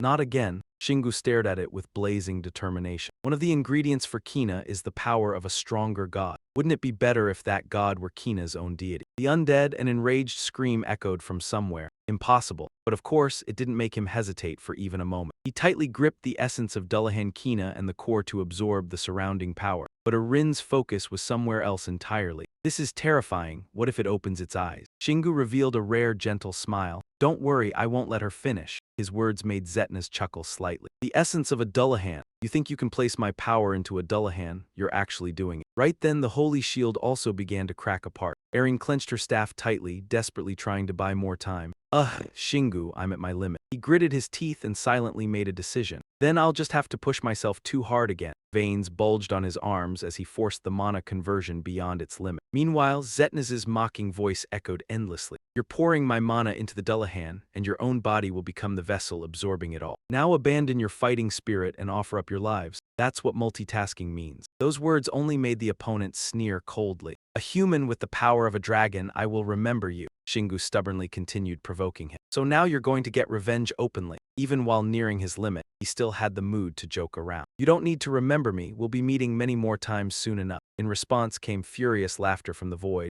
Ki ha ha. Immediately afterward, the system announced once again that you had leveled up. Your mana increased by 1. The essence of Dullahan Kina evolved into the core of Death Knight Kina. The head in Shingu's hand suddenly began glowing with streams of bright purple mana. They surged through his flesh like lightning before all the remaining energy was completely absorbed into his body. Exhausted, he collapsed slightly. I did it. Even though she had believed in him, the result still left Erin stunned. He really did it. He absorbed all of Zetnaz's mana using only his body and the core. Shingu slowly looked up, sweat covering his face. I want to throw everything aside and sleep, but there's still one thing left to do. After steadying his breathing, Shingu carefully stored the essence of Dullahan Kina inside his dimensional space. Then he decisively summoned the demon motorcycle. Shingu coolly leaped onto the bike, gripping the handlebars tightly with both hands. It instantly shot into the sky, leaving behind a blazing trail of light. Marina and Seha flinched at the sound of the engine and quickly turned around. Shingu, wait. He stared straight ahead and assessed the situation. It looked like she was still holding on. Syria still stood alone in the silent space. Her expression remained twisted as though she were resisting something horrifying inside herself. Marina hurriedly reported the situation, but she's almost unable to stay conscious anymore. Can't you do something? Shingu slowly offered an idea. His tone was both thoughtful and resolute. He wasn't sure whether this would work, but he had become somewhat familiar with it while absorbing Zetnaz's mana. Then, what if we convert Louis Earth's mana into Syria's? The lengthy explanation only exhausted the others. I don't understand, so just do it. As Shingu passed by, Marina suddenly called out to him. Shingu, she took a deep breath and slowly spoke. Syria and I have been rivals since back in Thet. Her gaze was more serious than ever. I never intended to acknowledge her as my rival, but I don't want her to end like this. Then she raised her head and looked directly at him. So please keep her alive if you can. Shingu smiled and gave a reassuring thumbs up. Sure, leave it to me. Then he walked toward the floating Syria without hesitation and grabbed her hand. Ignoring the chilling cold seeping into his skin, he said in a low voice, Listen, I'm going to analyze your mana and convert Louis Earth's mana into. Suddenly, Shingu noticed her agonized expression. Oh, you can't hear me. In that case, I won't bother acting polite anymore. let's begin. Shingu tightly grasped both of Syria's hands as a golden aura enveloped them. She clenched her teeth, cold sweat pouring down from the unbearable pain. He kept encouraging her firmly, "Hang in there, I'm still searching." He quietly analyzed the situation. It's not difficult to identify Syria Wilson's mana. Everyone's mana is different, but the differences between humans aren't that great. Shingu frowned as though facing a difficult problem. The issue is the god's mana. He gently reminded Syria, "Listen to me, I'll convert the god's mana into yours." The moment he finished speaking, she screamed miserably, Her reaction made him even more anxious. Syria Wilson was resisting Louis Os. Then I'll overwhelm it like this. The two of them ignored everything else, sinking into their own separate world. Then an incredulous voice suddenly appeared. "Impossible, how could a mere human dare?" Shingu smirked and calmly praised him. "You really do need a beating." Syria's right eye rolled back viciously. Of course. He calmly sensed the flow of magic power. Louis's mana was changing, but I still need one more thing. Then he ordered in a low voice. "Fight against him?" Shingu's expression turned serious as he demanded, "Say that you won't obey his will." She instinctively recoiled in fear. No need. A horrifying memory suddenly flashed through Syria's mind. Her head throbbed in agony as she muttered Louis's name. In the end, she gathered all her strength to resist and shouted loudly, "Or any other god." Syria's body erupted with a powerful surge of energy that blasted Singu backward. She gasped repeatedly while staring at the falling debris, revealing her restored arm. He happily praised her without restraint. "Well done." A hoarse and sinister voice filled with hatred roared, "Foolish mortal. You will pay for this. I will never forget it." Veins bulged on Syria's face in anger. "You stole my line. Next time we meet, I'll kill you." He carefully observed her to confirm it. "I can't sense even a trace of Louis's mana inside Syria anymore. I guess he's gone." Then he clenched his fist joyfully and announced, "We won." Marina excitedly approached them. "You did it." Seha looked completely unconvinced. "I knew you were amazing." The decayed cult followers who had been busy devouring corpses also paused. One of them furiously accused, "You abandoned Lord Louis and sided with that human. I was a fool to follow you as our group leader." Another one threatened, "We've had enough of living with these disgusting decayed slaves." "Now it's your turn." Syria stared at them in shock. Singu suddenly remembered and rubbed his face. "I forgot about them." He rode the demonic lightning motorcycle straight toward them. She hurriedly reached out to stop him. Wait, are you going to kill them?" Singu answered indifferently, "Yeah." Syria stammered desperately, "But you saved me, you can't." He remained firm in his stance. "You're a special case. They aren't. They may have intelligence, but their will no longer belongs to them." He bluntly stated the truth. They blindly obey the will of their god. They've already become monsters. Syria felt powerless because she could not change anything. Singu gave her one final reminder. It's time for them to answer for their actions. "You'll bear responsibility in a different way." She clung to hope helplessly. "I was planning to, but still." He began growing irritated by her attitude. Still, a chill ran down Syria's spine, making her hair stand on end, and she wisely fell silent. In the end, she accepted the outcome and bowed respectfully. "I'm sorry." "Thank you." He shifted his attention elsewhere. "Marina, you can still move, right?" She immediately assumed a fighting stance. "Yes, the Emperor Guild is launching its attack." Corpses were scattered across the battlefield. "I still haven't had a proper fight yet." Seha voiced her opinion. "I'm still ready." Aaron floated weakly in the air. Singu, her exhausted face, reported the situation. "I've removed the holy shield. The fragments are gone now." He asked with concern, Han Aaron. "Are you okay?" Her body looked completely drained. "I used up my strength while helping you earlier, so now I'm struggling just to stay upright." Aaron raised her hand and chanted a spell. "I still have enough power left for one blessing." Holy light enveloped her body. Then it spread to her allies. Singu could not wait any longer. "Good, let's finish them all off and go rest. I'm completely exhausted." Marina stared at him speechlessly. "You don't look exhausted at all." No matter how many times she witnessed it, she still could not help admiring him.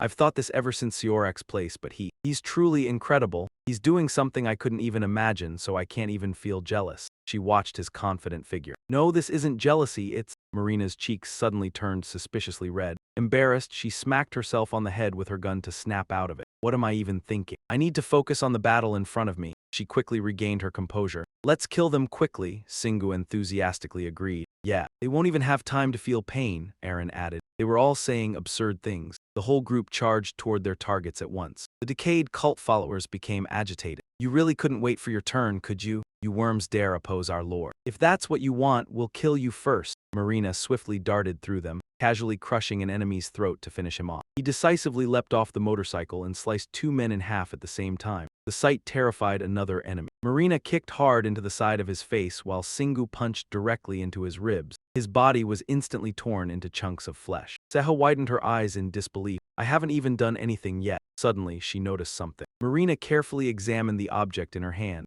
Their flesh dissolved, but the mana crystals are still here. Only monsters do that. That conclusion pierced Syria's heart like an arrow. So they truly had turned into monsters. The mark on the back of his hand suddenly glowed. The souls of the Emperor Guild members. Singu silently thought through the detail. Soul collection only absorbs the souls of players. I guess this proves their souls haven't completely transformed yet. His gaze shifted behind him. Then that means the only thing left is. He observed the frightened skeleton army. We can't win. That human touched our god, even if only for a moment. He overpowered our lord's mana. Singu scratched his head in confusion. Looks like they'll retreat even if we don't do anything. His attitude remained resolute. But we still can't let them go. They'll spread death even without the power of decay. He raised his voice and gave the order, time to start cleaning up. Marina agreed. Sure, looks like things are getting exciting, so I'm in too. Singu accelerated forward. The dirt beneath his feet exploded into a thick cloud of dust. With both hands gripping the dark fang claw and the great fang claw, he rushed toward the target. He swung wildly, slaughtering everything within reach as thunderous explosions echoed everywhere. Singu continued his merciless rampage, harvesting lives like cutting wheat. Marina refused to fall behind and opened fire, sliding backwards slightly to create distance. The soldiers seized the chance to surround her from all sides. A targeting reticle suddenly appeared in Marina's eyes.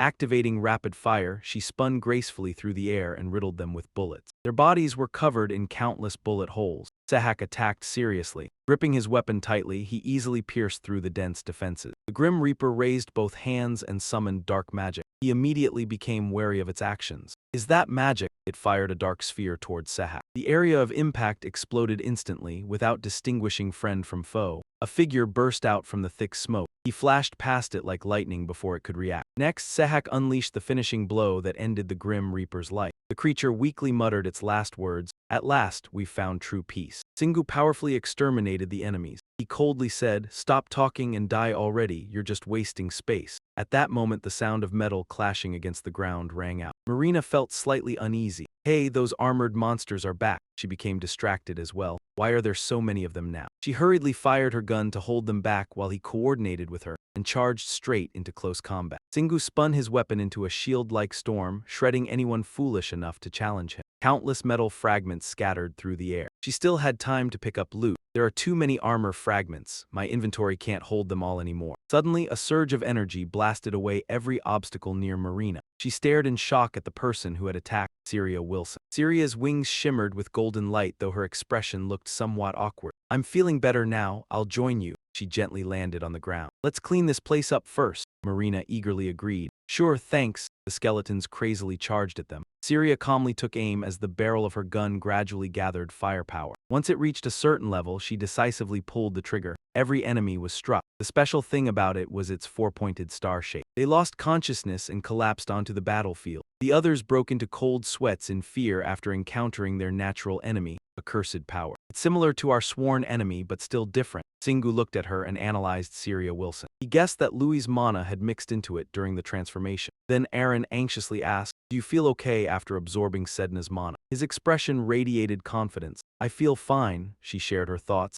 "I assumed not changing was actually a good thing." Sehak spoke with admiration. "I like your mana the way it is now. It's powerful and fierce." At that moment, notifications appeared one after another. Soul collection has evolved into soul dominion. You can now summon the souls you possess to carry out your command. The souls will be dispelled after taking a certain amount of damage and cannot be summoned again for a fixed period of time. Your abilities will improve as the skill level rises. Souls owned, 106. The mark on the back of Singu's hand suddenly shone with a brilliant, dazzling light. He fell into deep thought. Soul Dominion was completely different from the previous skill. Did Sedna's mana affect it? He decided to test Soul Dominion. The moment he spoke, countless rays of light burst from the mark. They descended onto the ground one after another before gradually taking human form. Holding swords in their hands, a mighty army assembled before Singu. He glanced at them lightly, implying, "You know what to do, right?" They respectfully bowed and replied, "We will destroy the enemy." Aaron was stunned by the scene before her. "Singu, these people." Marina was equally shocked. "Singu, you." He loudly commanded, "Charge, fight my enemies."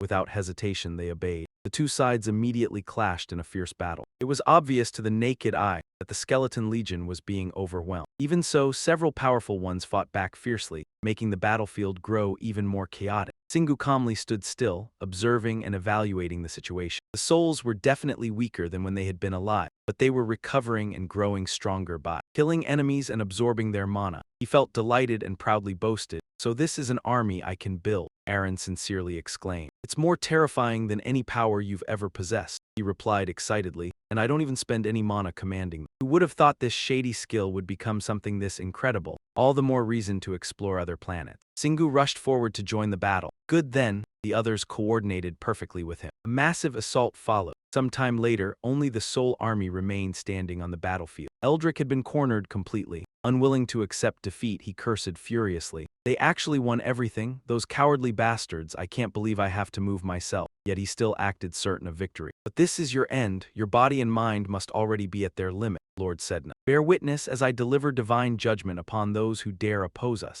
Singu deliberately smashed Eldrick's face, cutting him off mid-sentence. "So you're the last one." His body collapsed backward weakly. The others erupted in cheers of celebration. "It's over, we wiped them all out." Marina grinned and high-fived him. "Nice work, Singu," he happily praised her back. "Yeah, you too," she looked incredibly excited. "I knew we'd make a great team." Aaron looked disappointed. "That's it, just a high five." Hearing that, she froze for a second before sliding closer. Thinking Aaron was jealous, Marina suddenly hugged her and tried to rub cheeks with her. "You did great too, Aaron." Aaron shoved Marina's face away in disgust. "Yeah, let go of me." Footsteps from behind caught Singu's attention. Seeing her awkward expression, he softly called out, "Syria." Her face looked sorrowful as she pleaded, "Those souls, the members of my guild are there too, aren't they? Could I talk to them?" He casually waved his hand. "If you want." Syria slowly walked toward them and asked Singu to turn away before whispering, "Even though they won't hear me." The atmosphere fell silent. She parted her lips as if to speak, but in the end she only bit down on them and stayed quiet. She finally chose to accept reality.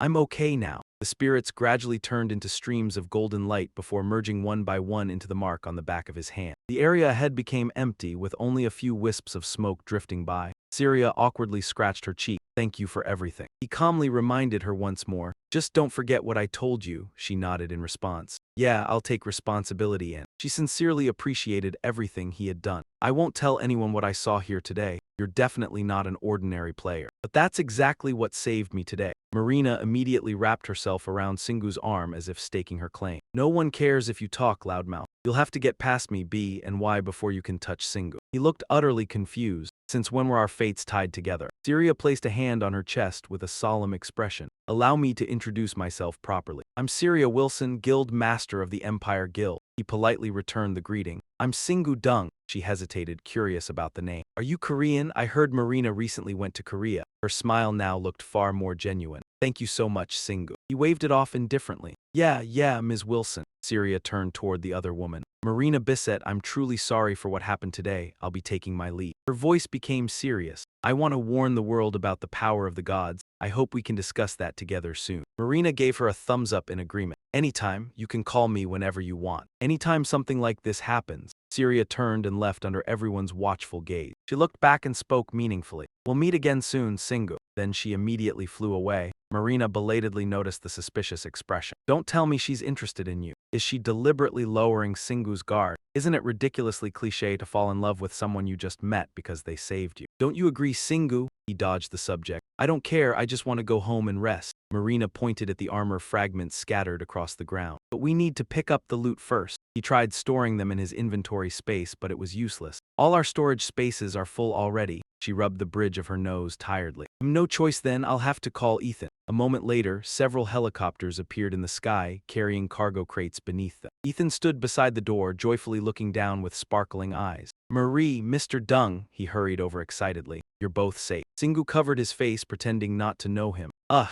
I want to go back to Korea before I see him again." After handling everything, they all moved to an elegant room. Ethan praised them enthusiastically. "I've already heard the report. I didn't think you'd handle everything this perfectly." Hearing that, Singu looked slightly awkward. "Yes, Mr. Bissett," Ethan warmly suggested. "Please just call me Ethan." Then he casually added, "Can I call you Singu too? We might end up sharing the same last name soon." Both Marina and Singu had no idea how to respond. After joking around, his expression turned serious. "I need to apologize for something." Ethan's reflection shimmered on the surface of his coffee cup. "I had my subordinates monitoring the Grand Canyon. That's how I saw you and the people with you. I'm sorry." Seha poked her head out in shock.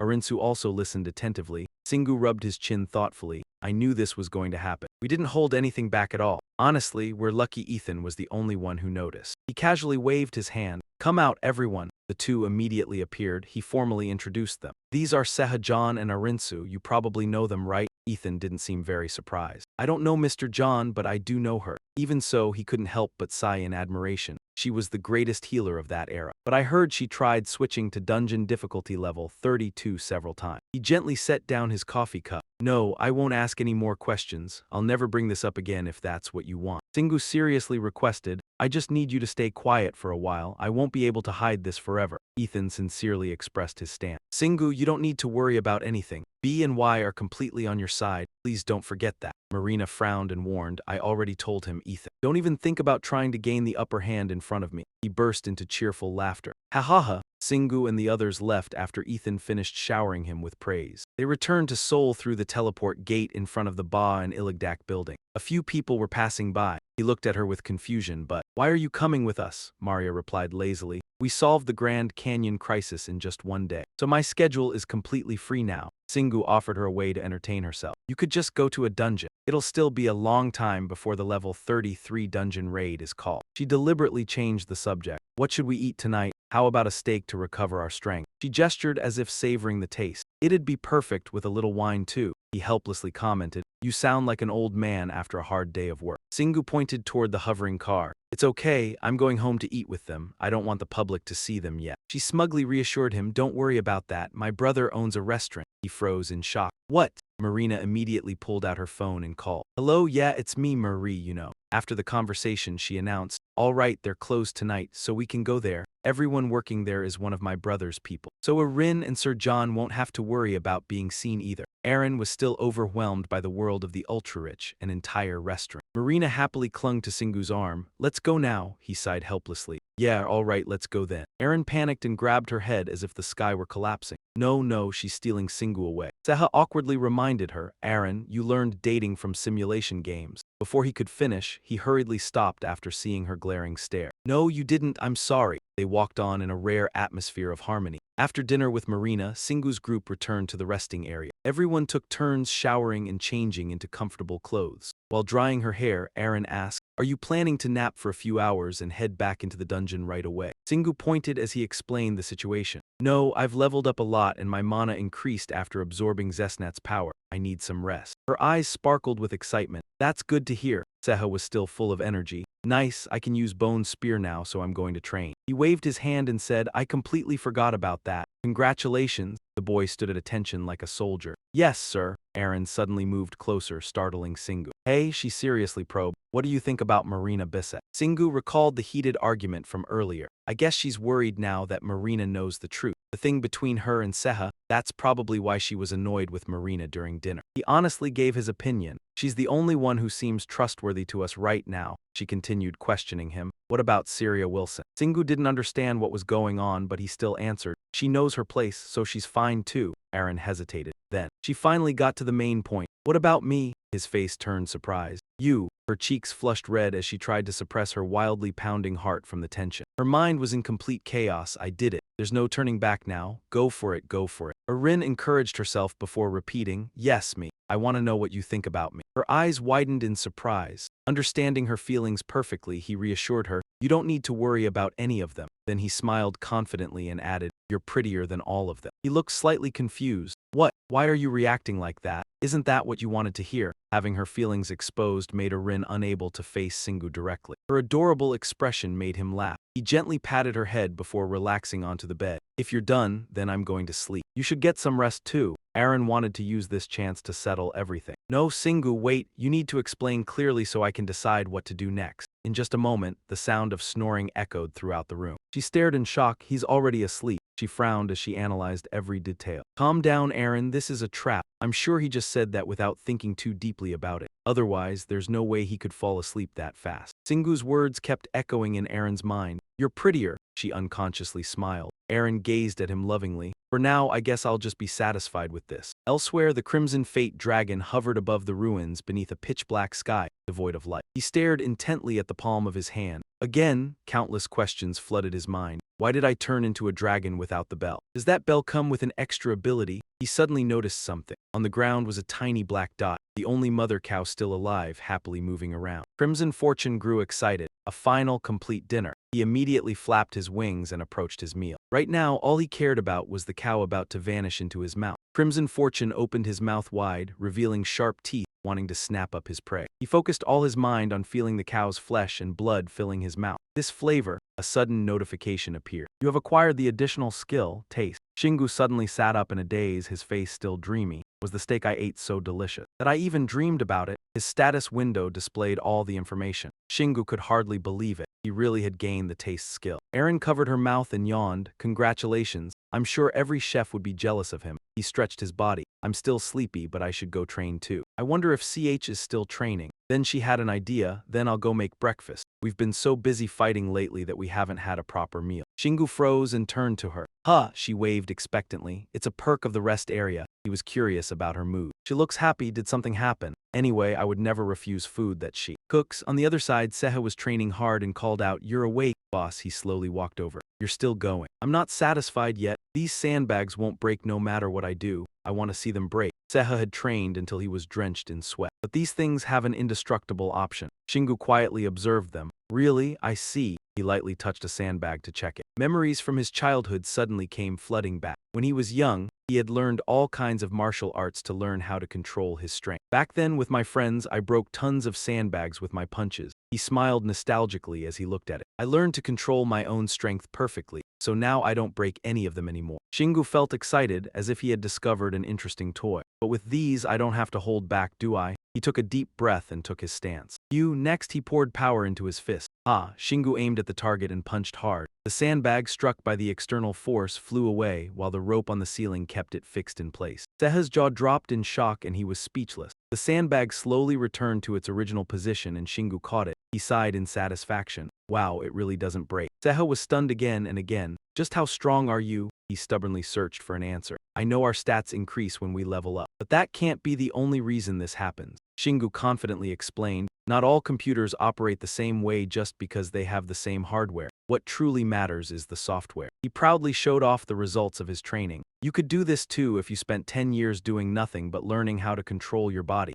Seha clenched both fists in regret. Yeah, where is a time machine when I need one? He suddenly reconsidered what he had just said, both the body and the mind. And with hardware and software, this time he sensed even more things thanks to his senses being expanded by mana in the dream. The dragon in my dream was made of pure mana and pure matter. Shingu imagined a hypothesis. If the body is hardware, then mana is software. Innate skills are hardware, while active skills are software. And in the end, mana flows from different directions all converge in one place. He realized something profound. All of them would merge into a single thing. Unable to believe it, Seha was deeply shocked. The body and mana, along with innate and active skills, would all become one. That was beyond his imagination. You're creating a new theory right now, but to test that Shingu clenched his fist, radiating powerful determination. I know, we need more mana and time. I can only do what I can right now. He was confident in his own ability. I will turn all 5 of my senses into skills and keep my battle state active. I need to focus on those 2 things right now, then he declared. By turning the 5 senses into skill, I can synchronize my body with my innate skill. As long as I maintain a constant battle state, I can synchronize my body with my active skills. Then Shingu raised 3 fingers. Now I only need smell, hearing, and touch. Hearing that, Seha started to get excited. I'll try it too. He seriously evaluated himself. None of my senses are skills and I don't have a battle state either. But I can manage with the other active skills on my body. Shingu looked at him encouragingly. Yeah, I'm sure it will help you a lot too. Just then, a voice called from outside. Shingu. Seha. Aaron opened the door and stepped inside. Breakfast is ready. When the 2 of them went out, hot, appetizing dishes were already laid out generously on the table. Shingu was full of admiration. You really should become a chef. Aaron took it as a compliment and looked proud. Say that later, try 1 bite first. Without hesitation, he calmly took a spoonful of soup. The moment it touched his tongue, his entire mouth seemed to awaken with rich flavor. Shingu had no words to describe it. Wow. It felt as if the entire universe had opened up inside his mind, replacing Aaron's anxiety. What is it? Does it taste strange? No way. Afraid she might misunderstand, he quickly denied it. That's not it. Then he thought to himself, I forgot about my sense of taste skill. My senses are way too sharp. I can even guess the proportions of the ingredients in this soup. And he gave his honest opinion. It's already good enough, so there's no need to go into such detail. I could give you a full report right now explaining exactly why this soup tastes so amazing. Aaron looked slightly annoyed. Then why don't you start with compliments first? After saying that, she relaxed and continued eating with the other two. During the meal, Aaron suddenly remembered something important. I noticed we're almost out of food. Hearing that, Singu spoke while eating. Really? Then let's go buy more after we're done. She immediately smiled brightly. Okay. Not long afterward, Ziha slowly stood up, his face filled with nervousness. I'll go back to training. You two can shop without me. The moment he finished speaking, Singu slammed his rice bowl onto the table. Are you trying to dodge housework now? Aaron nodded in agreement. Yeah, there's no reason for all three of us to go together anyway. Just go train. A few hours later, Singu leisurely pushed a cart through the massive supermarket. Suddenly, a glow appeared in his hand.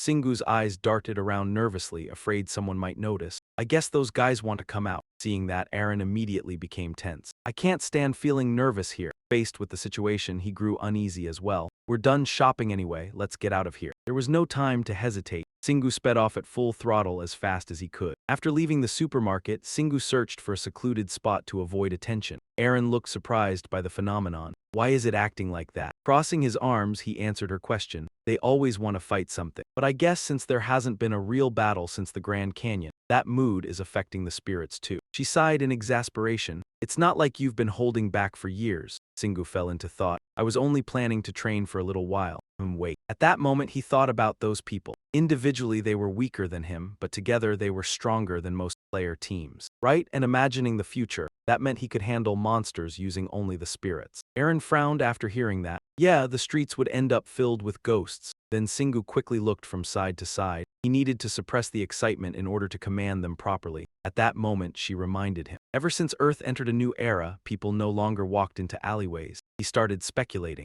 Ordinary civilians probably still aren't used to using mana, so they're definitely afraid of getting ambushed by monsters. Aaron voiced her wish. I wish the gods would give everyone some kind of tutorial period. Singu found the idea ridiculous. For all humanity, imagine what would happen if even one person got left out. She quickly replied, that would be terrifying. Then he stretched out his arm and controlled the spirits. Instantly, streams of powerful light burst out from Singu's body. At that moment, the spirit army appeared before him. Singu muttered inwardly, there are 106 of them. Their levels are, he looked at the numbers floating above their heads. The highest was 130 and the lowest was 10. About half of them were above level 100. I'll just treat them as a player guild with that level of power. Then he gave them orders. You will hunt monsters for me, focus on leveling up the newcomers first. He pulled a cloth bag out of thin air. Then, Singu's voice became serious. Bring me the mana crystals from high-level monsters in this bag. Come back once the bag is full, he carefully warned them. No resting, no dying, and don't get captured. Always remember those 3 rules. One of them took the cloth bag. Yes, Singu immediately urged them on. All right, go. The moment he finished speaking, the spirits scattered in every direction. Aaron clasped her hands together and prayed.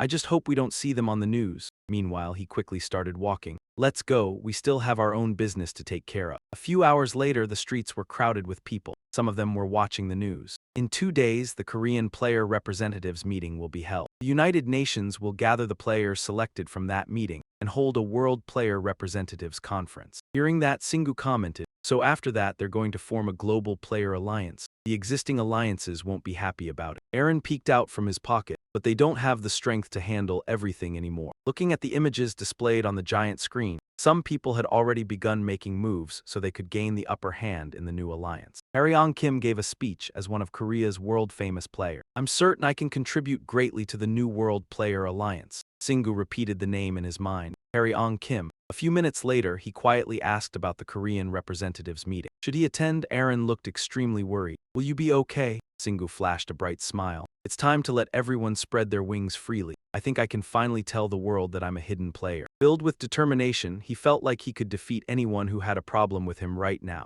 Just then, his phone suddenly rang. The caller was Marina. As soon as the call connected, Marina immediately spoke from the other end. Zingu, I'm calling to talk about a few things before I return to America. Without giving him time to reply, she quickly laid out her plans in a very serious tone. The Western Representatives meeting is about to be held. If I get selected then, it'll be the National Player Representatives meeting. And after that, the World Representatives meeting. Unable to hide his admiration, he spoke honestly. Yeah, I'm honestly jealous of how huge your country is, so you even have representative meetings. The mature young woman slipped on her coat as she replied, I already saw the list but Syria isn't on. She's going with you? Zingu remembered the smile on Siria's face and immediately denied it. No, why would she? Marina sounded utterly confused. She asked me for your number. She still hasn't called you. Only then did Zingu realize she had already sold him out long ago. You've been giving my number out everywhere. Marina broke into a cold sweat, so flustered that she started stammering excuses for herself. Sorry. She looked like she was ready to turn the whole world upside down if I didn't tell her. Still, it was strange that Syria still had not called him.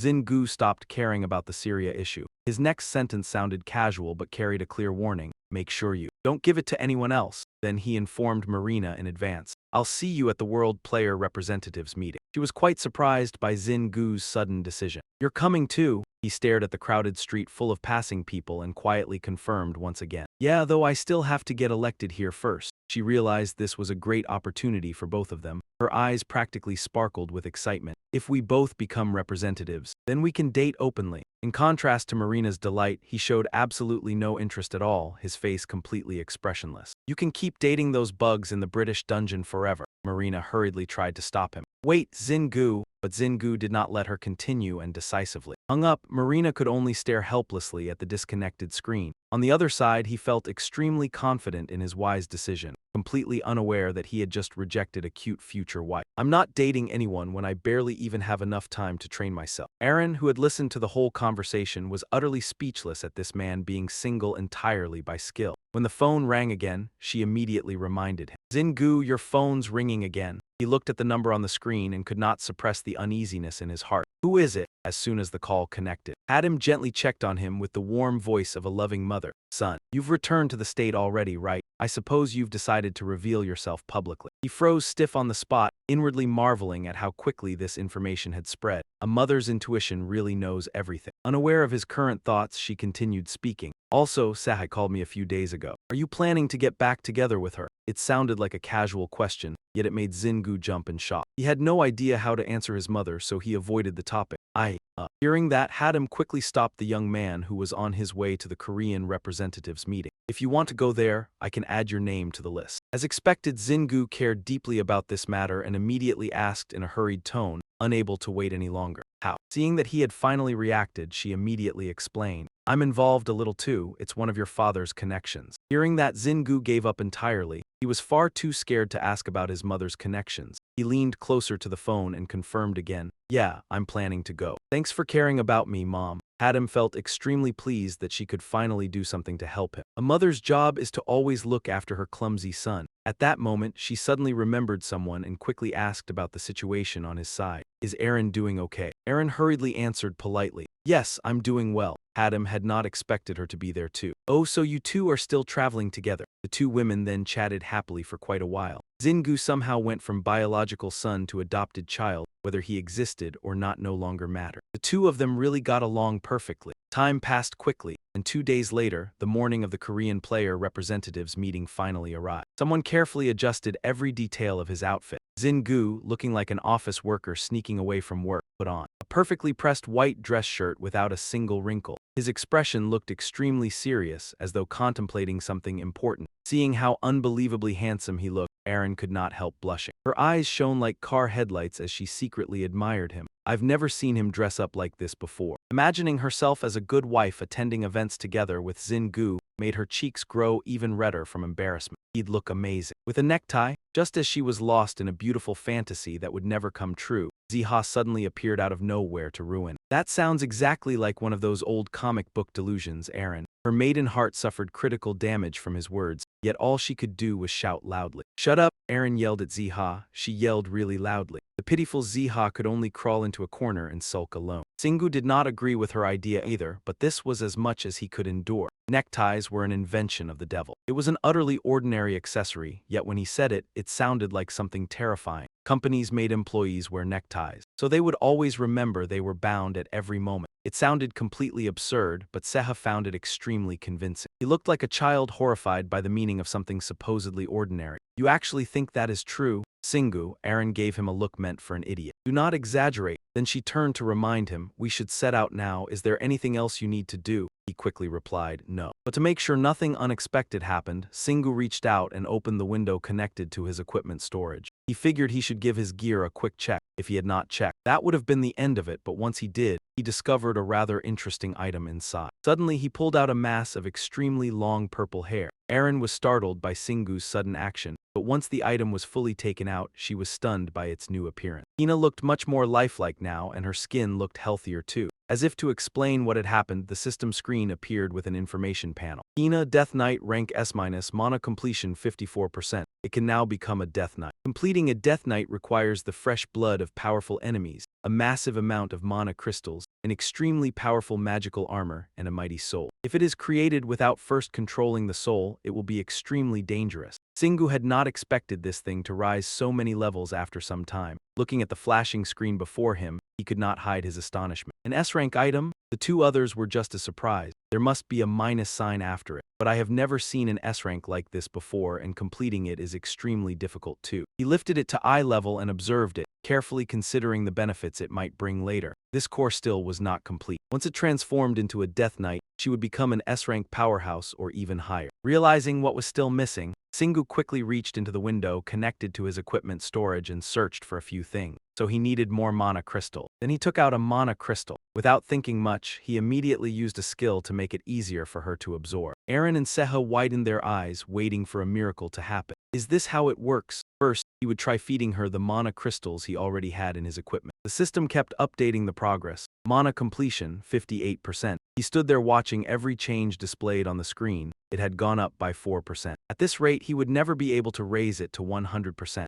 Seeing that the progress was still far too slow, Singu rubbed his chin and racked his brain. He needed a better method. Aaron stood to the side, lost in thought for a long time but could not come up with anything. Suddenly, her mind cleared, and she remembered a place that might solve the issue of mana progress speed. The Grand Domain. Since it contained a fragment of Setnet, there might be a gate there leading to another world. She had made an effort, but it was not significant, and he did not think now was the right time. Hina had become the core of a Death Knight after absorbing Shednak's mana. He thought learning more about it would be much better than feeding her crystals. Recklessly, Singu looked visibly pleased. All right, after resting and recovering, we have a plan for our next move. There is not much time left. Aaron hurriedly urged him, Singu, we have to go to the meeting right now. We will be late. Everything had been checked thoroughly, so he had nothing left to worry about. Oh sure, in a ruined city, all the workers were focused seriously on rebuilding the structure. Singu walked along the road, his sharp eyes quickly assessing the situation there. Seha stayed quietly in the pocket of his shirt, but he could not suppress his curiosity about everything. Humans really are amazing. They have even finished repairing the telephone lines. Singu spoke up and extinguished his naive thought. But that will be destroyed soon, unless we protect the residents with magic. Aaron followed up on his words. It is no wonder major companies have started rehiring players who can use magic. Singu did not hesitate to explain every detail to her. That is why the players' meeting is so important. Every country in the world is determined to bring the strongest players back to their own nation. Some Korean players have already moved overseas for this reason. His gaze was firm, without the slightest unnecessary emotion. This is the Korean government's final chance to hold on to its players. If they cannot prove that they have established a new public system and benefits suited to these changes, they will be eliminated on the spot. After listening, Aaron praised him endlessly. You really are smart. Singu was not easily sweet-talked by those words. Where did you learn lines like that? Make sure you do not let other guys talk to you that way. Singu must have spent a very long time thoroughly researching the people who would be present on this important day. Today's meeting would not only be attended by government officials and players, there would also be business people there. From the alleys outside to the deepest corners of every household, Singu had everything firmly under control.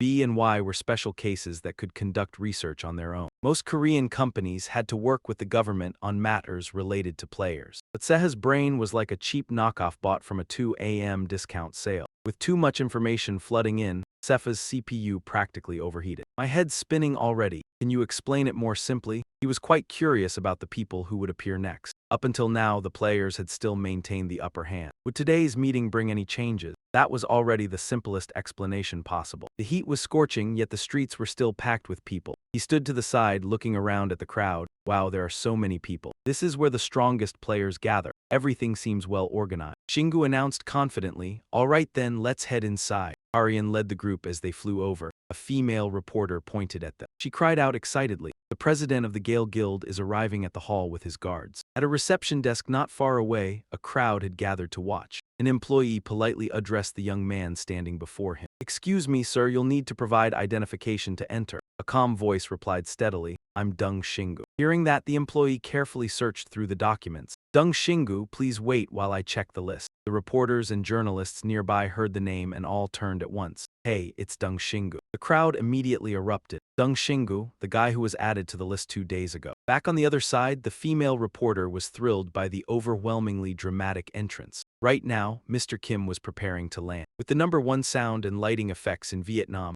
Aryan looked dazzling and noble. He smiled smugly to himself. Go ahead and enjoy it. You don't get to see Korea's greatest player every day. But suddenly he sensed something was wrong. The crowd that should have been staring at him was instead focused elsewhere, leaving Harian frozen stiff. He and his guards stood stunned as the crowd shouted excitedly, "It's the masked rider! The masked rider is here!" What? The masked rider? Xingu was surrounded by reporters shoving forward for interviews. Please say a few words. Nobody in the world knows anything about you. So how did you become this strong on your own? Is it true that you handled the Grain Great Domain incident? What's your relationship with Marina Bissett? But he completely ignored them and turned to leave. He walked back to the employee from earlier. Can I go in now? The man replied awkwardly, Ah yes, please come this way. Aryan suddenly called out to him, Dung Xingu. He stopped and frowned as he turned around to see who wanted him. Aryan gave a polished smile and introduced himself politely. It's a pleasure to meet you. I'm Kim Harayong, president of the Gale Guild. Xingu responded indifferently, Yeah, same here. Looking at the man before him, a thought suddenly crossed his mind. Wait, people can wear armor here. I look like an idiot in the suit. The realization irritated him greatly.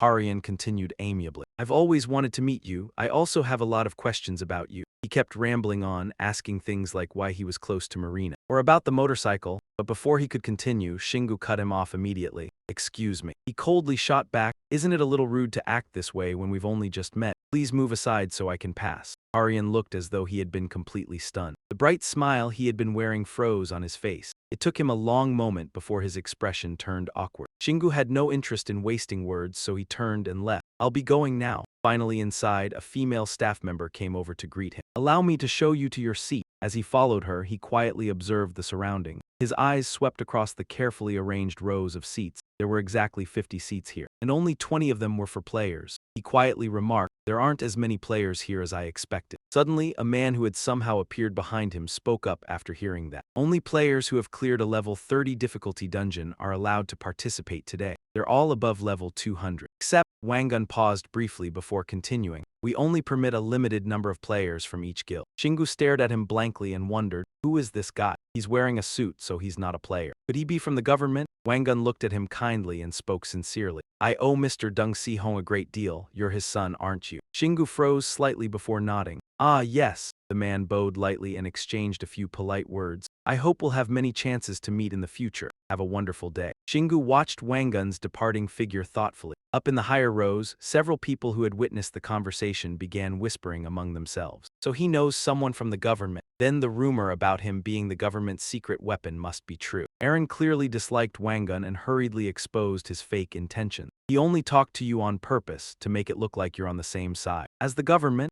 mid-sentence, she suddenly realized she had spoken carelessly. Oh, I didn't mean to insult your family. Xingu gently reassured his companion. I know, besides, I don't really care what they do or how connected they are to the government. He pointed at himself proudly and asked, Do you really think I care about that stuff? His words finally eased Aaron's embarrassment. Oh, right. A while later, Xingu finally arrived at the seat marked with his nameplate. The moment he sat down, he noticed a familiar figure nearby. The sudden appearance of his ex-girlfriend caught him off guard, Seha. He observed her carefully and silently assessed, Wow, she's become much stronger in such a short time. She must have gained at least 20 levels. Suddenly, Xingu noticed the name placed beside his seat. He froze in shock.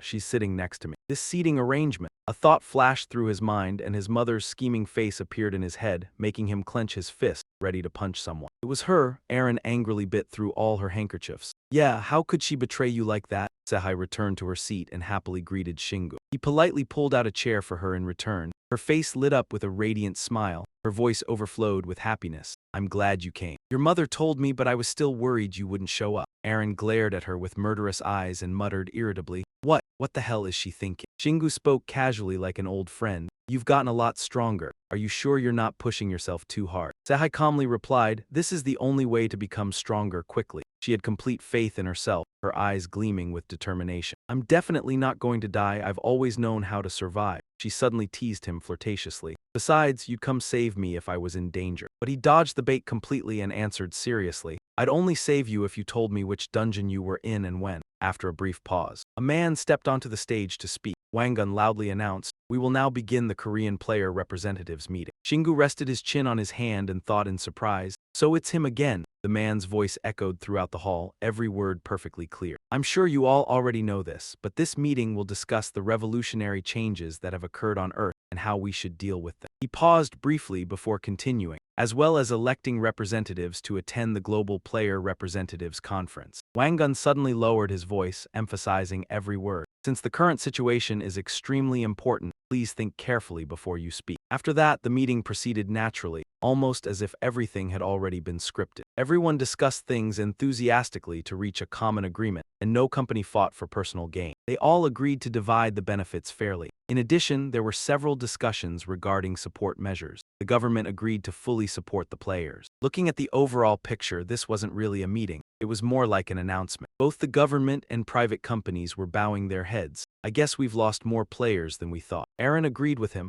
Yeah, I don't even see the famous groups I used to know anymore. Only then did Sehai notice it. She pointed at the tiny girl inside his pocket and asked, you brought her with you? Shingu didn't avoid the question and admitted it openly. Yeah, today I'm going to reveal my status. Wangun finally finished his presentation. That concludes the government's statement. We will now take questions. A hand immediately shot up. Aryan stood up and turned toward someone. He flashed a sinister grin. I have a question for Mr. Dung Shingu. Aryan coldly shattered the tense atmosphere in the room. Your motorcycle. I heard it's a treasure created through the fusion of magic and modern technology. His voice wasn't loud, but every word was filled with scrutiny. I want to know everything about it. Shingu crossed his arms and replied without hesitation. I got it as a reward from a quest, so I don't know anything about how it works. His answer made the others cautiously suggest, then please allow us to analyze it more thoroughly. Of course, he had no reason to agree. I still need to use it, so no, but I'll let everyone borrow the next item I get. That response failed to satisfy Harian. Which quest did you get it from, or more precisely? His sharp gaze locked onto the other man. Dung Shingu, are you really a player? The question made him fall silent for a moment. Then he lowered his head slightly and slowly stood up. All right, let me talk about myself first. Shingu used magic to summon the tail of chaos, which slowly slithered out from behind him. The sight horrified everyone nearby. The tail swayed with each word from its master. To answer your question, I'm not a player. Then Shingu proudly introduced himself. I am an underground player. I explore the ant cavern, not the celestial city. This bombshell revelation instantly threw the entire hall into chaos. Everyone immediately started shouting questions. What do you mean? What is the ant cavern?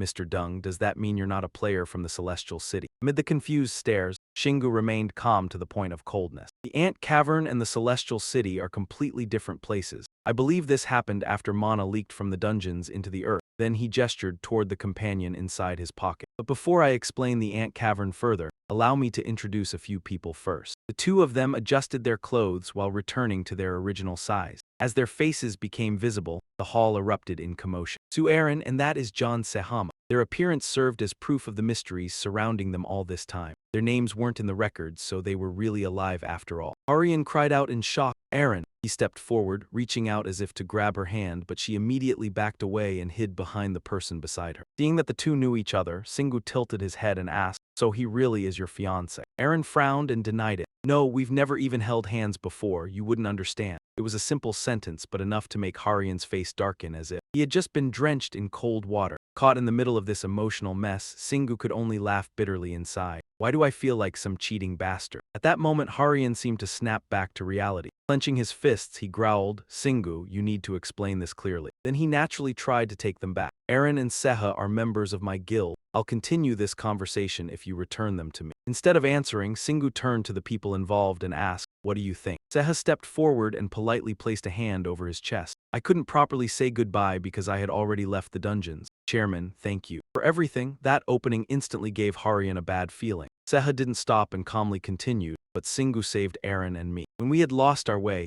and we've decided to follow him forever. Seha firmly concluded, besides, we stopped being part of the Gale Guild a long time ago. Aryan could hardly believe his ears. Did you brainwash them? That made Seha laugh. He can't do that, he's a pure physical type player. The other man still couldn't accept it and tried to salvage something. Aaron, she looked slightly embarrassed but still spoke loudly. I'm going with Singu too, so don't come near me ever again. That blunt rejection struck like lightning from a clear sky. Aryan stubbornly persisted. Singu, what the hell are you? Singu simply followed the question and replied, I was going to talk about that too, so sit down. The arrogance in his tone made Harian unable to hide his irritation. Fine, we'll discuss the guild matters later. Then he reluctantly turned away with a dark expression. Aaron and Seha had finished their act and quietly shrank back, but the spotlight shifted to Singu instead. Let me continue. I'll explain why the logged-out players are still alive, and what the ant cave really is. He seriously recounted everything from his first meeting with Aaron to the life-and-death battles. The story sounded like mythology, and nobody present dared believe it. Wait, you recruited a logged-out player from MIDI. Do you think we've never tried that before? Voices flared up like sparks, throwing the conference into chaos. Countless players had tried and failed, more importantly based on everything he had just said. Aaron had already stopped being a player when he found her. The uproar didn't shake Singu at all. If all this were easy, there would definitely be far more underground players in the future. Besides, he curled his lips into a grin, terrifying confidence flashing in his eyes. I'm built different. That arrogant statement made everyone's faces turn pale. What? Singu calmly continued. I don't care whether you believe me or not. In any case, my situation is completely different. I'm sure everyone now understands that my missions and rewards are programmed through an entirely different system. That's all I can say. Right then, a hand obediently rose into the air. Aryan looked exactly like a student asking permission to speak. Then what's the relationship between you and Marina Bisset? His handsome face was now twisted like a crumpled rag. That expression made Singu sneer inwardly. What a bastard, aggressive and jealous. In his mind, he pictured Harian full of greed. Now he even wanted Marina too. Ah, that really did make him the perfect stereotypical villain. Then Singu honestly confirmed, we're just friends. That single sentence alone seemed enough to calm the other man down. Friends, all right. Then Singu seriously returned to the main topic. Also, this is everyone's chance to ask questions if you want, though I'm not sure the answers will be what you want to hear. The entire hall fell silent, either because nobody had questions or because they still hadn't recovered from the shock. Either way, he didn't care. If everyone's done, then I have nothing more to say. Sitting beside him, Seha blushed slightly and exclaimed, That was so cool, Singu. Aaron suddenly interrupted and blocked Seha's admiring gaze. He's always that cool. Singu quietly reminded them, the conference isn't over yet. Because of the explosive opening, the meeting dragged on for another 30 minutes, but nobody could focus anymore. Everyone's attention was fixed on Singu, so the discussion barely made any progress.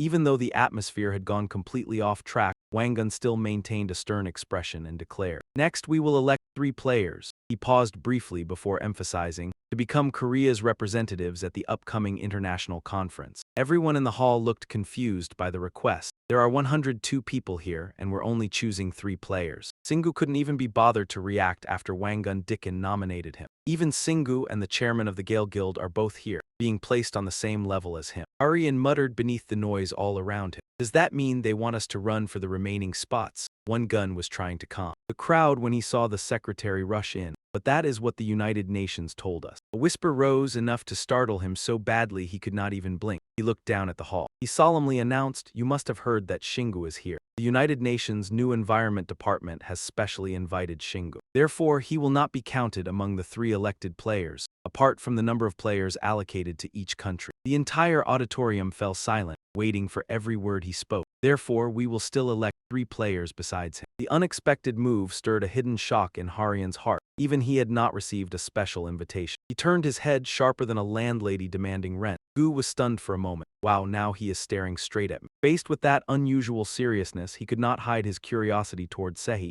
I am not interested in this. Sehi chose her words and explained softly. I know I have leveled up a lot, but it is not enough for me to make Korea's top 3. His calm voice rang like a bronze drum in the noisy room. We will begin collecting the candidate list now. Every gaze changed color, and every smile twisted the moment the sentence ended. Once the election opened, spit flew and mouths hurled words, all to push others down and lift themselves up. The atmosphere also began to heat up. After the verbal battle, one proposal gave rise to a group of 3, but when Kim Harian stood up and suggested 2 other guild chairmen he was close to, the selection came to an end. Shingu endured the long presentation, then stood up, ready to leave. That was fun, so that is it, right? Let us go home, Aaron exclaimed after seeing his patience. You really had to endure that for a long time. Sehi turned to him and cheerfully invited him to eat. Shingu, should we go have something together? I know a great place nearby. Just as he started walking, Harian's voice called him back. Shingu. He brazenly blocked him with an arrogant attitude. I do not think we are done. But Shingu was not one to hold a grudge. So he asked back in an emotionless voice, are you sure? Harian, irritated, immediately jumped up in anger. I still need to talk to Aaron. She threw a whole bucket of cold water in his face without mercy.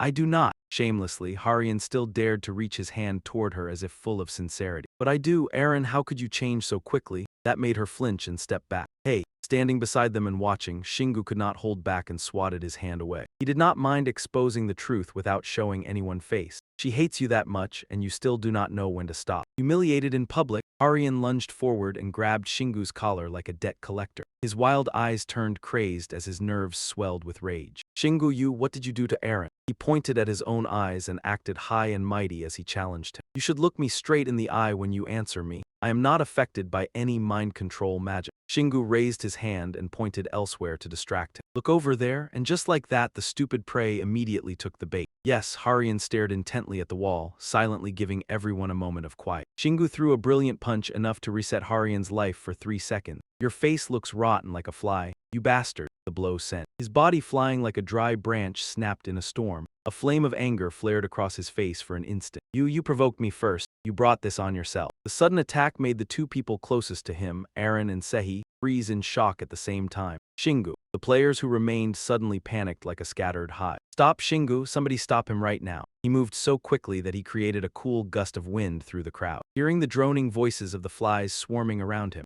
Shingu coldly dealt with Harian without a second thought. A fierce assault exploded out, and the violent impact sent the chairman flying into the air in a pathetic pose. Harian spun through the air, his mind dazed and blank. He broke through my defense in 1 second. Who is he, really? Shingu gathered momentum and whipped up his long tail like a broad lash. The sight struck Harian's eyes and left him stunned for a moment. A tail. Shingu timed it perfectly and slammed his large tail into Harian hard enough to make his whole body ache. He smirked and spoke like a blade. Fight back. His sturdy body charged forward, cutting off the panicked enemy in time. Before Harian could even gasp out a word, a fist flew straight into his face, numbing him to the soul. A light swipe across his face created enough afterforce to send the skinny bird spinning mercilessly. Fired up, Shingu sprang into the air. One more. A dance of kicks unfolded decisively, leaving no room for mercy. Dragon kick. Taking the full force of the thundering kick, Harian cried out on instinct. His face slammed into the wall without slowing down, leaving him embedded deep in the thick concrete and shaking the building's entire structure. See, he was stunned by Shingu's rather ruthless handling of the situation. Good lord, that was the president of the Cyclone Guild, yet he struck as if the man meant nothing at all. A villain like Harian, even after being flattened, still struggled to crawl back up and refused to lose easily. That bastard silently touched his own heart to awaken the hidden power within him. How could those tiny movements escape Shingu's hawk-like eyes? Something is moving inside his heart. Is that divine power? His thin lips curled faintly, forming a secret, mocking smile. Those filthy tricks only made his fighting spirit surge even more fiercely. Bring it out, I am only getting serious now. The pressure of killing intent froze Harian in place as if both his emotions and body had been twisted. His eyes shone with terror again, fixed on him, making Harian's entire body tremble nonstop.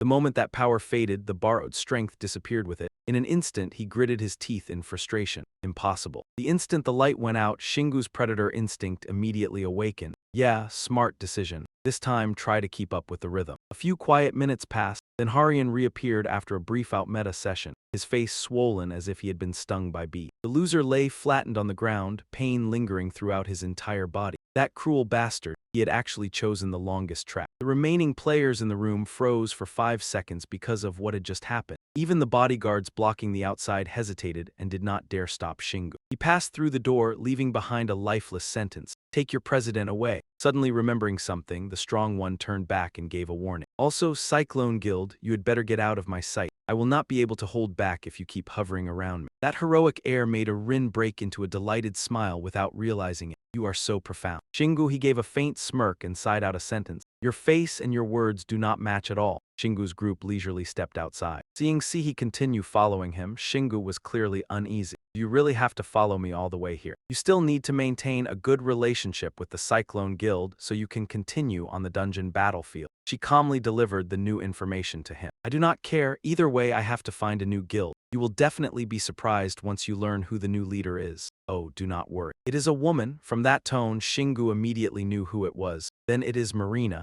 I did not think you would catch on that quickly and accurately. See, he looked openly surprised. You are so smart, only to receive the same familiar affectionate remark as before. Your face already said everything. Even so, Shingu did not hold back his congratulations for her. Good, you will not have to log out if she is nearby. Yiha slowly flew closer to him, then deflated, his voice full of complicated feelings as it rang out in the middle of the road. Is it too late now for that guild president? The strange question made Arin hesitate for a moment, and also made dissatisfaction rise in Shingu's heart. Yiha, what are you really so obsessed with about these weird things? The president of the Cyclone Guild. You mentioned that he was blessed by the fire god, right? I realized it while fighting him, but he truly already sees that divine power as his own. The flood of information came rushing in so fast that the two ladies could not process it in time. What? But his appearance has not changed at all. Shingu quietly recalled the scene from that moment and made a vague prediction. He has hidden it very well up until now, but I am certain his appearance will change soon once he uses more of that power. He also did not forget to remind his teammate, I am sorry, Yiha, you should give up on him. Sorrow was still etched across his face, his lips moving as he spoke a few broken words. Then everything will be different now. Everything since meeting Syria Wilson. Unlike that gloomy atmosphere, Shingu was still full of spirit and spoke boldly. In the worst case, he could completely betray humanity. When that happens, I will deal with him myself. Yiha let go of all his sorrow and spoke beneath the undeniable light of truth. I trust your decision. The memory of that meal with Shingu only left behind an atmosphere so heavy that even the air surrounding the dining table, the place Sihi had led them to,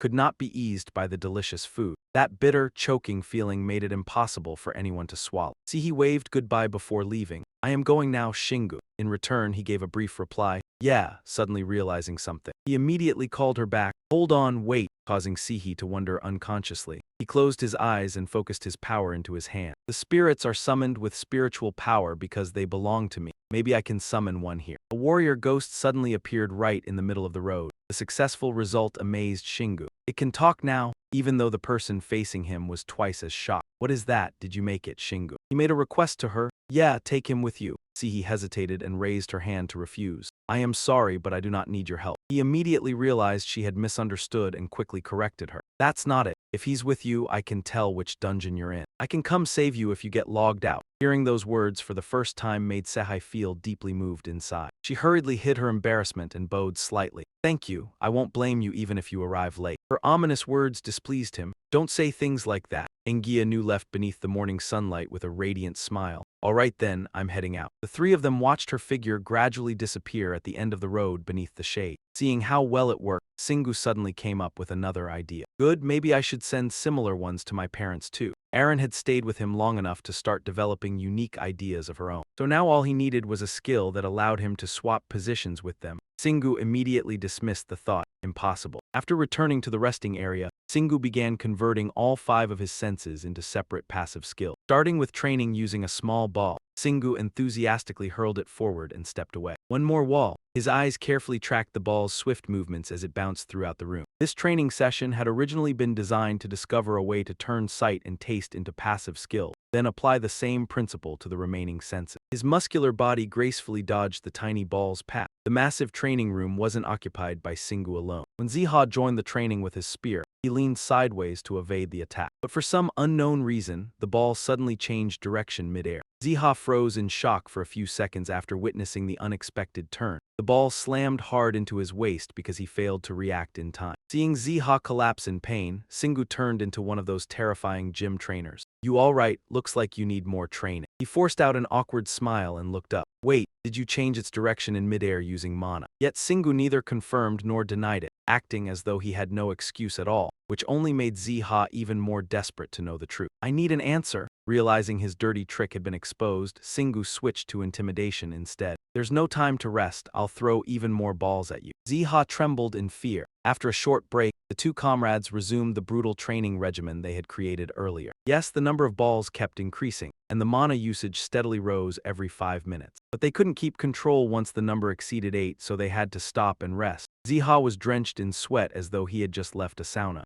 For some reason, Shingu interpreted that expression completely differently. Did you just laugh because you think I'm incompetent? Wrongly accused, Ziha helplessly tried to explain himself. No, I was just breathing out. Shingu greedily wanted to grow stronger even faster, so he pushed the training limits even higher. I'm increasing the number no matter what. Ziha trembled in terror and begged, No, but the owner of the room was even more ruthless than a professional prison guard. 5 hours later, Ziha's bruised and battered body looked absurd beyond words. In exchange for that horrifying pain, the system finally delivered some good news. Your enhancement skill has reached level 40. Singu wasn't very satisfied with the result. So enhancement leveled up instead of vision. Maybe I should speed up the balls even more. Ziha's eyebrow twitched violently after hearing the careless words of that monster. Are you trying to kill me with those things or what? Aaron suddenly approached and cheerfully asked. Oh, Singu, you're finally taking a break. He stepped closer, intending to share his new discovery with her. Yeah, I ran into a few small problems. Suddenly his face turned red after seeing what was before him. The system abruptly announced, your vision skill has reached level 2. And his embarrassed expression immediately caught the attention of the two supporters. What's wrong, Singu? Aaron approached him with the affectionate tone of an older sister. That's so hurtful. You're not even talking to me and you're already turning away. Afraid he wouldn't be able to handle himself, he turned his face toward the sky. It's not that, it's just that you suddenly look too beautiful. The unexpected compliment froze her in place. As though someone had pressed a pause button, her heart pounded wildly as if it were about to leap from her chest. Why did he suddenly say that? No, this is my chance to test how he really feels. Maybe he didn't mean anything by it, but the way he said it sounded so affectionate. Singu blushed furiously and looked for an excuse to flee. I need to use the bathroom. His words startled Aaron, making her turn around instantly.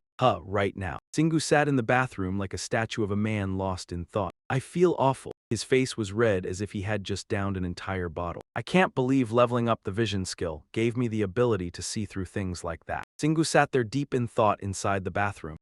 I need to calm down. The image of Aaron's angelic face slowly appeared in his mind. I've already known that Aaron has feelings for me. She's terrible at hiding her emotions. His mind split in two as conflicting emotions suddenly surfaced within him in that brief moment. If I return her feelings as well, our relationship would instantly turn to a whole new page. But the feelings she has for me might not exactly be love, but rather respect and admiration. Besides, I don't even have time to date anyone right now. Yeah, this isn't the time for that. If all I can do is see through clothes, then it's useless in combat anyway. Suddenly, Shingu saw the flow of mana inside his body appear like a living graph, so vivid and bizarre that it made his heart race. He stared in shock at what he had just witnessed. I can see the flow of mana inside my body. If I can see the mana inside my opponents, then I can determine the perfect time to use my skills against them. I can't do that yet. To notice and track mana flow during combat, I need to improve both my penetrating vision skill and my dynamic eyesight. Suddenly, a knock on the door interrupted his simulation. Aaron stood outside anxiously asking about him. Shingu, you've been in there way too long. Are you okay? He scratched his head, pretending nothing had happened. Yeah, I'll be right out. Shingu thought to himself, I've turned off the vision skill now, so I don't have to see through everything anymore. He pushed open the door, carrying a heavy feeling clinging tightly to him. Everything around him lost meaning, his eyes focused only on the girl waiting there. A brief silence passed before he spoke softly. Sorry, Aaron, she jumped in surprise, instinctively flustered. What? Why are you apologizing? Not daring to bring up the real issue, Shingu changed the subject, leaving Aaron even more confused. Just apologizing, that's all. Come on, let's eat. The three of them quietly enjoyed the delicious meal Aaron had prepared. During the break, Shingu opened the command cabinet to prepare new items. He picked up 2 bottles, his face bright with excitement. Excellent. Next, let's create the sense of smell skill. Zeha cautiously asked about the next step. Healing potion and poison potion, Z. What are you planning to do with those? The mad scientist eagerly shared his newest idea. If I alternate between smelling something safe and something toxic, it'll activate. Even Aaron grew worried just listening to him. That sounds more like you're trying to destroy your nose. But in the end, the stubborn fool kept inhaling both substances over and over. After a while, the system notification appeared exactly as he had predicted. Your mana has permanently decreased by 3 points. You have acquired a passive skill. Sense of smell. Shingu looked overjoyed and burst into excitement. Aaron once again learned something new, so unbelievable she could hardly trust her eyes. You can actually create skills whenever you want. His entire body burned with an unstoppable desire to train. That only leaves touch and hearing, right? Let's begin. Aaron looked worried by how intensely he kept pushing himself. Shingu, aren't you overworking yourself? Yet he still treated it like something necessary and answered, we still have 10 days before the World Conference, so I want to turn all of my senses into skills before then. Suddenly, the phone on the table vibrated. Shingu pretended not to care and started talking to himself. We could spend all our time focusing on improving our skills. That was what he used to think. Seeing his gloomy expression, Aaron quickly pulled him back to reality. Shingu, aren't you going to answer it? Everyone gathered around after hearing the phone ring. He prayed it wasn't some scam call. Aaron stepped closer and looked at the number on the screen. It's an international call. The room fell silent, filled only with breathing as he answered, hello. Syria hesitated on the other end of the line as she confirmed who answered. Is this Dung Shingu? The familiar melodic voice carried a trace of coldness that was impossible to mistake. Syria Wilson. She looked delighted that he still remembered her. Yeah, I'm glad you still remember my voice. Before getting dragged into a disadvantageous position, Shingu decided to strike first. I heard Marina gave you my number, so what do you want? Syria's calm voice blended into the wind. I'd rather talk in person. Would that be okay with you? I'm in Korea right now too. Thinking about the way those girls traveled around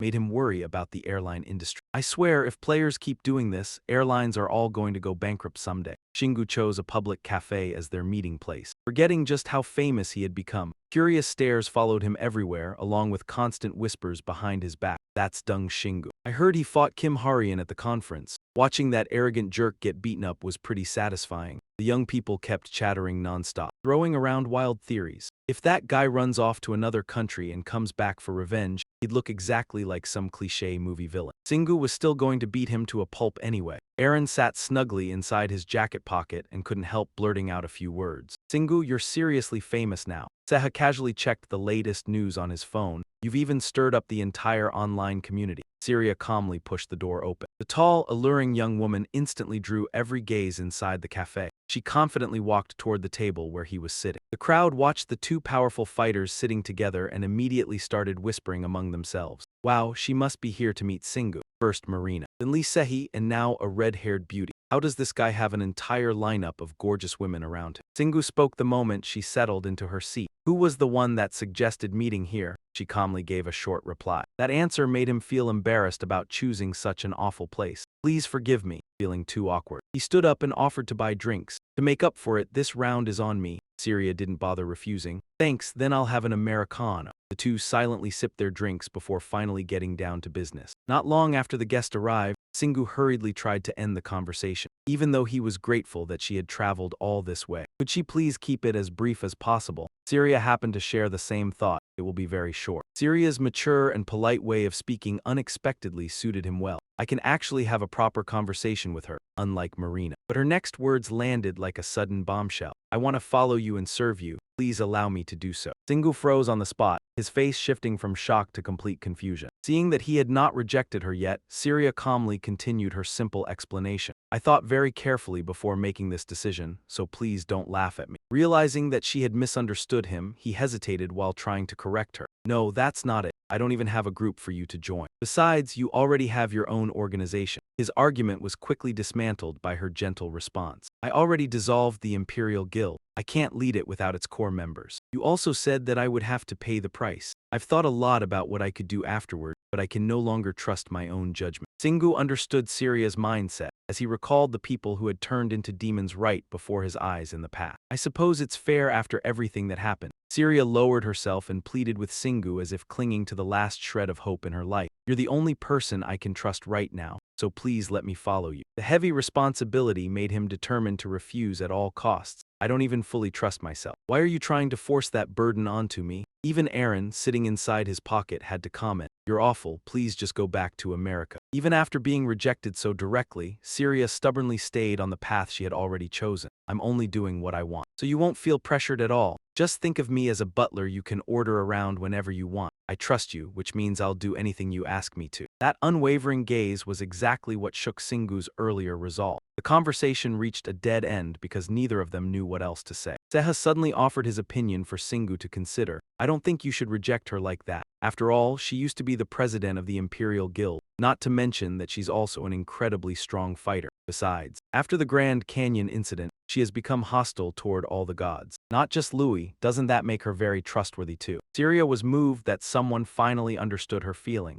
Shingu was still somewhat hesitant because he couldn't see any benefit in this arrangement. She can't become a support unit and go into the ant cave with me anyway. On the other hand, Seha brought up another perspective. Still, it wouldn't be bad to have a player from the Celestial City join us. Seeing how determined he was, Shingu could not bring himself to argue further. He merely shrugged lightly and gave in. If Seha insists that much, then I won't have enough reasons to refuse. Fine then, being unusually generous, he straightforwardly informed her of the latest news. Syria Wilson, you're one of my people now, although that isn't exactly good news. Hearing the answer she had hoped for finally eased the tension in her heart, and her voice softened noticeably. You can just call me Syria. Seha, who had worked so hard to defend her, could not hide the happiness on his face either. Thank you, boss. Singu immediately sensed something strange. Does this guy have feelings for Syria? Seha's cheerful tone seemed to carry hidden meaning. I'll be your right-hand man in this matter, so don't worry. But Seha's train of thought completely missed the implication. Anyway, all right, boss, I trust you, he said with shining eye. That sentence carried an entirely different meaning. Becoming his right-hand man basically meant becoming his subordinate. As soon as the main matter was settled, Syria's expression immediately changed. There are a few things I want to discuss with you first, master. After I parted ways with you. Her serious and dignified demeanor left him unable to process things properly.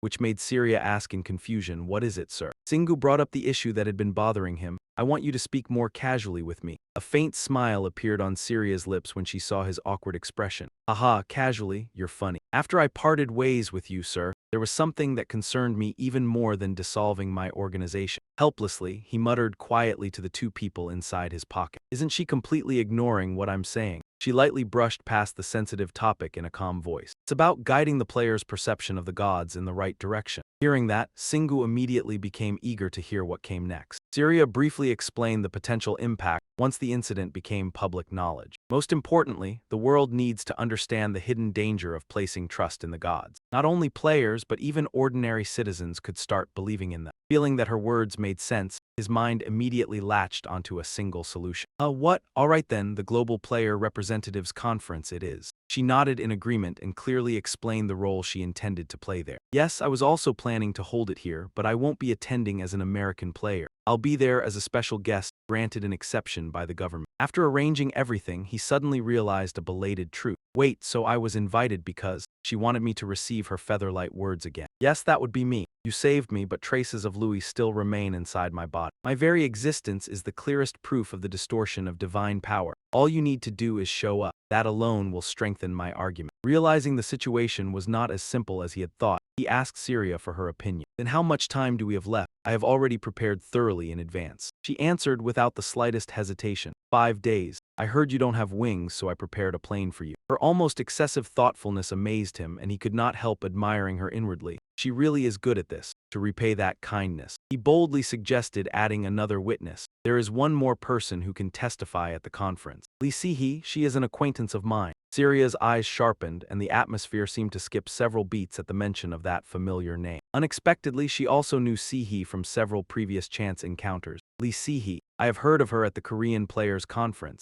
She is also one of the players Marina has been watching. Singu gently confirmed the information with certainty. Yes, I want her to attend the international conference too. More than that, could you help her level up? Syria's solemn reply sounded strangely ridiculous. This is the first order you have given me. I will complete it at any cost, even if it takes my life. It made even him feel that she was being a little absurd. Do not exaggerate so much. Realizing she had gone too far, she hurriedly covered her mouth and stammered softly. I have one small question. He did not quite understand, so he gave her a chance to continue. Yes. Syria's face flushed red and her voice stuttered for no clear reason. Are you and Marina really lovers? That dense man answered honestly. No, she keeps spreading rumors that we are lovers, but in reality, we are just friends. Emotion surged through her, and she immediately sprang to her feet. I knew it. That genius mind of hers was now clouded, as though she had wandered into a dream for no clear reason. She looks so happy, doesn't she? Why would she be happy to learn that her rival is still single? Before the conversation ended, Syria quietly muttered to herself, I knew it. How could someone that stiff ever make your heart flutter? I understand. Since you have given me permission, I will go carry out the mission now. He watched the woman leave and sighed inwardly. I can already imagine how she will tease Marina after finding out about this. As soon as Singu returned to the rest area, he immediately began training his hearing skill by simply meditating in the silent space. All his thoughts gradually focused on both hands, making them more sensitive than ever. Since I already have sharp ears, obtaining the hearing skill should be much easier. The simple and swift training method brought him closer to a sweet result. You have permanently lost 5 mana points. You have acquired the passive skill hearing. After confirming the skill, Singu began showing off to tease them. Can you hear the sound of mana moving? Mana can create different resonances depending on its movement. Erin, standing right beside him, had to suppress her jealousy. I feel like you are slowly drifting away from us. As for Zeha, he looked like he was going mad in the middle of the Hall of Fame. I cannot hear it, boss. Damn it, I want to hear the sound of mana too. This happened so often that Erin no longer showed any emotion. Zeha, you are just like one of those fanatical cultists. Mission complete. Without hesitating, he immediately moved on to the next task. Good then, only touch remains. He rapidly completed the senses with the expectation that his results would improve afterward. Singu succeeded in converting 4 senses into skills thanks to his ability and concentration. But he struggled to turn touch into a skill. Singu stared at his own hands, still unable to believe the truth. It was harder than he had expected. Erin wondered what was wrong with the new training, not yet understanding the issue. Isn't it still the same as what you did before? He explained simply what he had been trying to do. He needed to cover too large an area because touch included all the skin on his body. This is going to consume a lot of mana. Fortunately, the spirits had brought him a great many crystals. Hearing him mention the spirits made Erin suddenly think of them. What level are they now? Singu had no problem updating her on the spirits' current situation. They are all above level 100 now, though the higher their levels get, the more their growth rate slows down. But they do not tire easily. So if I keep letting them hunt monsters, they will become useful soon enough. After saying that, he put the mana stone into his mouth and bit down, swallowing it. The system notification appeared at once. Your mana has increased by 1. You can no longer level up mana using low-grade mana crystals. He grumbled irritably, tossing the mana into storage in frustration. Fine then, I'll just put the rest into the equipment storage. I can't absorb them anymore, but I'll find another way to use them. Singu sighed and pushed himself to start training again from scratch.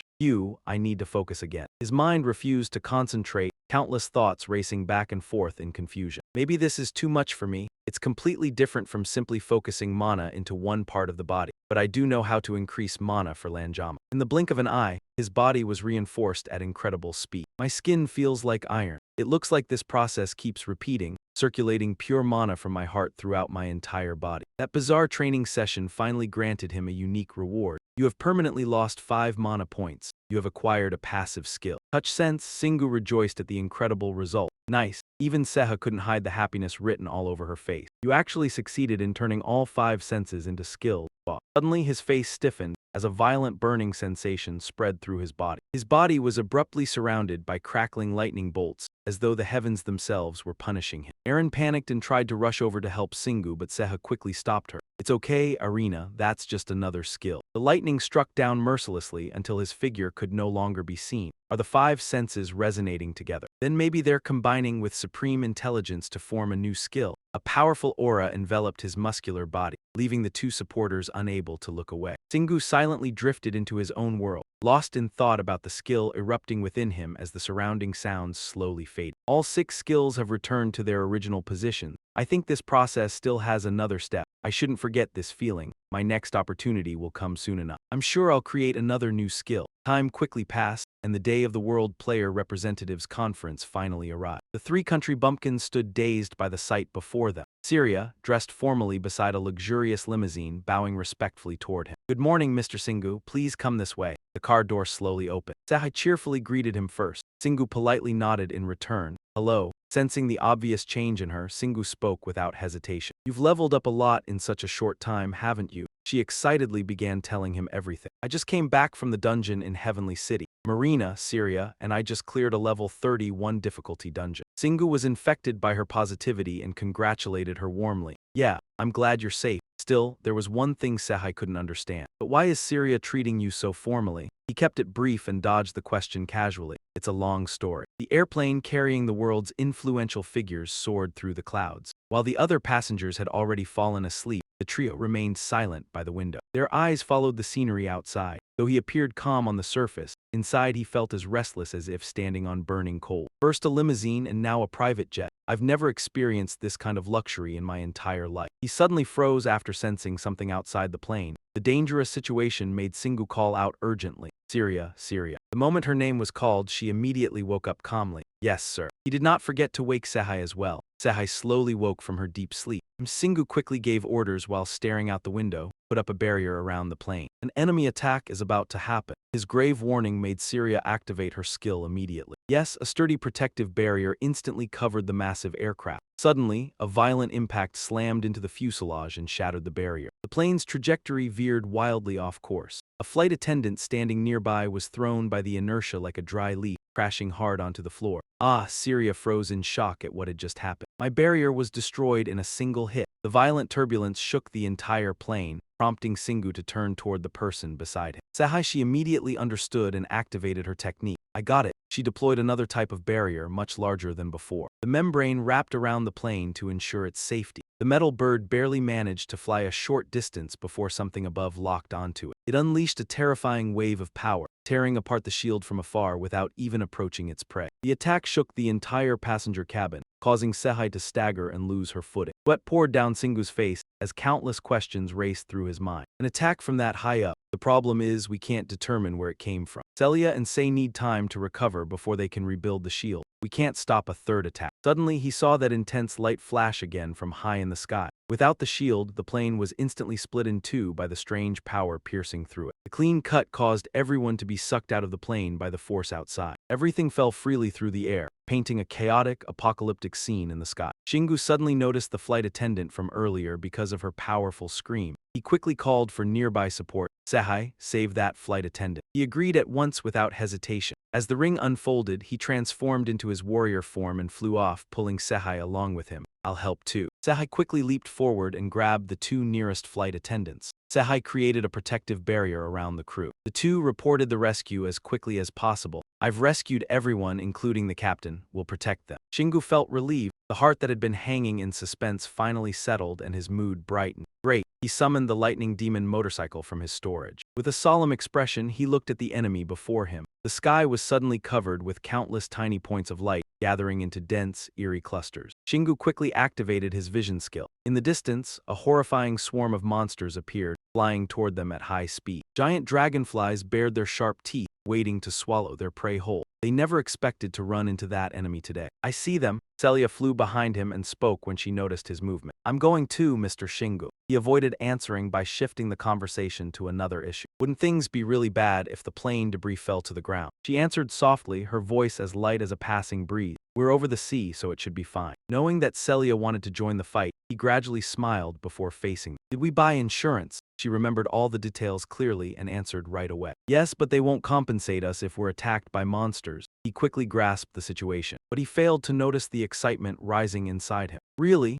Shingu pulled out the Thunder God gun. His eyes radiated fierce killing intent as he stared at the insects. Then let's make them pay. Electric energy charged and surged toward the end of the barrel, lighting up a corner of the sky. When he fired it, the gun released a beam of light, just like the one the monsters had used to attack the plane earlier. The shot flew straight into the swarm of dragonflies, with nothing to block it. The ones that could not dodge in time were reduced to ash the moment that energy swept past them. The long shot ended, leaving a lengthy trail in the air behind it. Shingu fired another round. That energy continued to burn through everything in its path without mercy. Aaron stayed beside him and spoke worriedly. Shingu, are you sure you should waste mana like that? But the brave young man naturally had his own plan. He had learned how to restore mana from the air after the mana on Earth became more abundant. Even if those words were meant to reassure her, the truth was that they only made her panic even more. That's still not okay. You're recovering way too fast. And Shingu's reaction was exactly the same as always. Could it be because he was just too special? However, what he felt now was streams of natural mana surrounding his body. In truth, it was because his 5 senses had transformed into skill. The dragonflies rapidly flew closer to the 3 of them, preparing to counterattack. Both Aaron and Celia panicked at seeing this kind of creature for the first time. Giant dragonflies. I've never seen them in the Sky Citadel. Perhaps they already existed on Earth. Shingu immediately refuted that statement. That's not true. Holding a staff in each hand, he prepared to deal with the circling insects. After preparing the tools he needed, Shingu slowly voiced his thoughts. I can sense an external power from them. It must be the power of a god. Celia hurriedly blurted out the questions she had already been wondering about. Are they trying to block our path? How could they know? He observed the dragonfly swarm and drew his conclusion. They tracked our position and attacked based on it. I can confirm that there is a traitor hiding among humanity. Facing the mighty enemy, Shingu spoke in a low voice.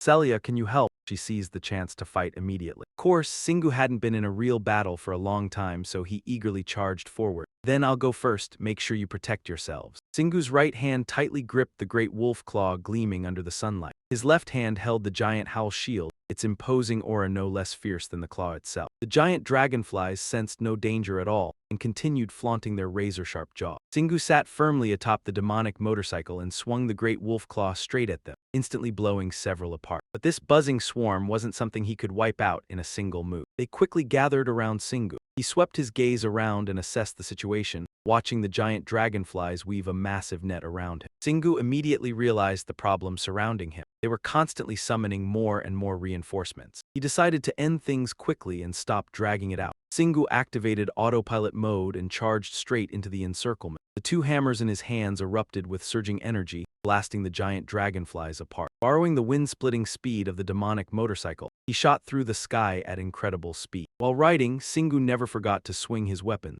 Every time he sped past, another cluster of insects dropped dead. Finally, he stopped to inspect the results. The sky was filled with giant dragonfly corpses raining down endlessly. Singu calmly voiced his suspicion. They're not even bothering to defend themselves and are putting everything into attacking. Aaron awkwardly revealed the truth. It's just because you're too strong. The others were facing the same situation. In front of Syria stood a wall of giant dragonflies furiously beating their wing. She coldly raised her gun and activated her skill. With rapid-fire shots, blazing red bullets like fireballs pierced each monster without missing a single shot. Singu drove towards Syria, but after seeing her clean and efficient handling of the situation, he realized she didn't need help. He immediately withdrew his weapons and quickly made a decision. That's all of them, right? Then the last issue is getting to New York. The moment he finished speaking, Singu rushed forward without hesitation. Suddenly, a blazing red tongue wrapped tightly around his arm and stopped him in place. The strange tongue stretched endlessly before vanishing into the sky. Erin flapped her wings and flew higher to investigate. The boss monster had finally shown itself after stalling long enough. A crimson demonic bird flew over with its long tongue dangling out. The sight was so ridiculous it made him laugh in anger. An invisibility skill? Are you kidding me? Syria caught up to them and seriously explained, that's a demonic bird, which means those giant dragonflies are demonic birds too. Erin rested her chin on her hand thoughtfully. I knew it. I've seen one exactly like this before in a dungeon, difficulty level 32. The useful information made. Singu perked up and listened carefully. Erin searched through her memories about this pet monster and began explaining rapidly. It has extremely fast regeneration and its blood is poisonous. I thought that was all there was to it. Who would have known it was actually a demonic bird? At least now they knew something about their enemy. He suddenly yanked hard on the tongue tightly wrapped around his arm.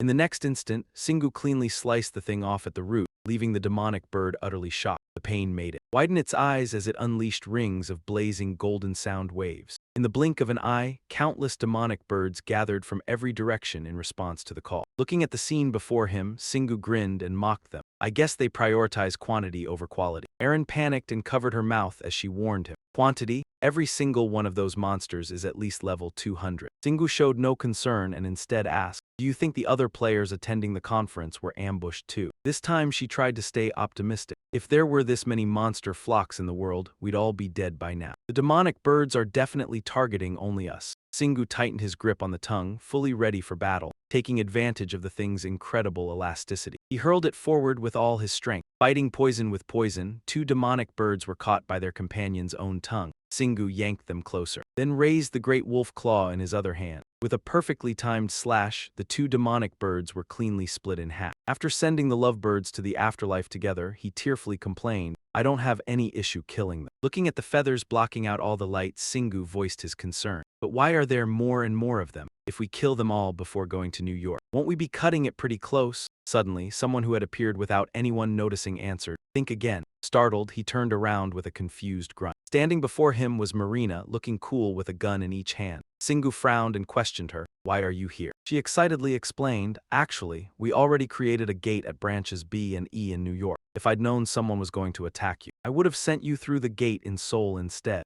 Marina's eyes sparkled as she proudly continued, we even managed to evacuate all the flight attendants to a safe location, so you don't need to hold back anymore. He raised his hand and smiled sincerely in gratitude. I really shouldn't owe you this much, but thank you for everything. Seha and Seha also rushed over to join in, afraid they'd miss out. Nice, we're in too. Seeing one sim walk in, they excitedly started giving orders. Great, wipe them all out so we can get to the meeting quickly. The four-man team gripped their weapons and seized the initiative again. They instantly shifted from prey to hunters. Even with Marine, Seha, and Sehai fighting alongside him, the battle against the demonic bird still lasted 4 whole hours. Only then did it finally end. Every attack they unleashed was like handing out death notices to the evil birds. Shingu wielded his 2 trusted weapons and butchered them one after another. Feathers, blood, and flesh filled the sky. Right then, the system displayed a notification. "You have leveled up." His entire body sparkled like it was studded with diamonds. Shingu checked over his freshly strengthened body, while another realization flashed through his mind like the clicking of an abacus. "I think I still need a little more, but to do that, I need an opponent strong enough to stimulate all 5 of my senses." Marina holstered her gun and walked over curiously. "Every time I see you again, you've become unbelievably stronger." He did not bother hiding anything and answered honestly, "I'm just trying to turn all 5 of my senses into useful skill." She stared in shock. "All 5 senses?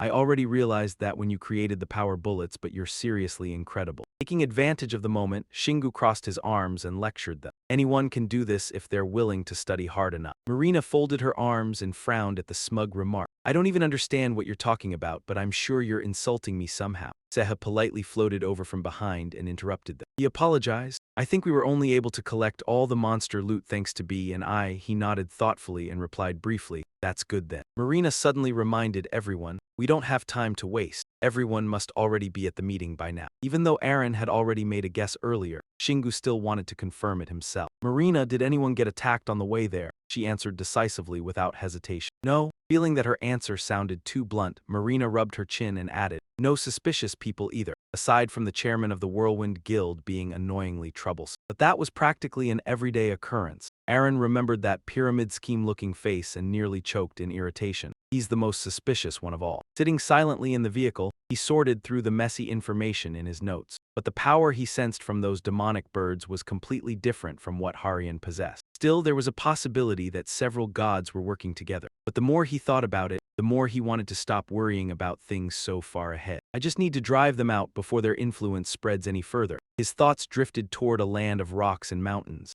Maybe I'll have to return to the Grand Rift again, the place where the fragment of Seth Nak appeared. There might be a gateway there leading to Seth Nat's world. With a whatever happens happens attitude, Shingu decided to focus on the urgent matter first. "Let's head to the meeting before anything else." Marina agreed enthusiastically behind him. "That's right, we need to stop every tragedy that might happen." Aaron continued playing the villain and deliberately ruined the mood. "But humans are always a foolish species, and history tends to repeat itself." She became so angry that even her twin hair tufts stood upright. Grinding her teeth, she shouted, "Stop ruining people's moods already." No matter how noisy they were, the group still sped through the sky like shooting clouds. Shingu's group arrived at B and Y's Silicon Valley branch. Then they used the company's portal to instantly travel to the New York branch. It was fast and reduced the risk of ambushes, though the downside was the heavy energy cost. Completely alert, Shingu turned to Marina for confirmation. "No one else knows about this, right?" Still dizzy from the trip, she struggled to answer. "I think they'll discover it soon enough, but it won't be a problem." The moment work skills were mentioned, Marina immediately recovered her energy. After the monsters appeared,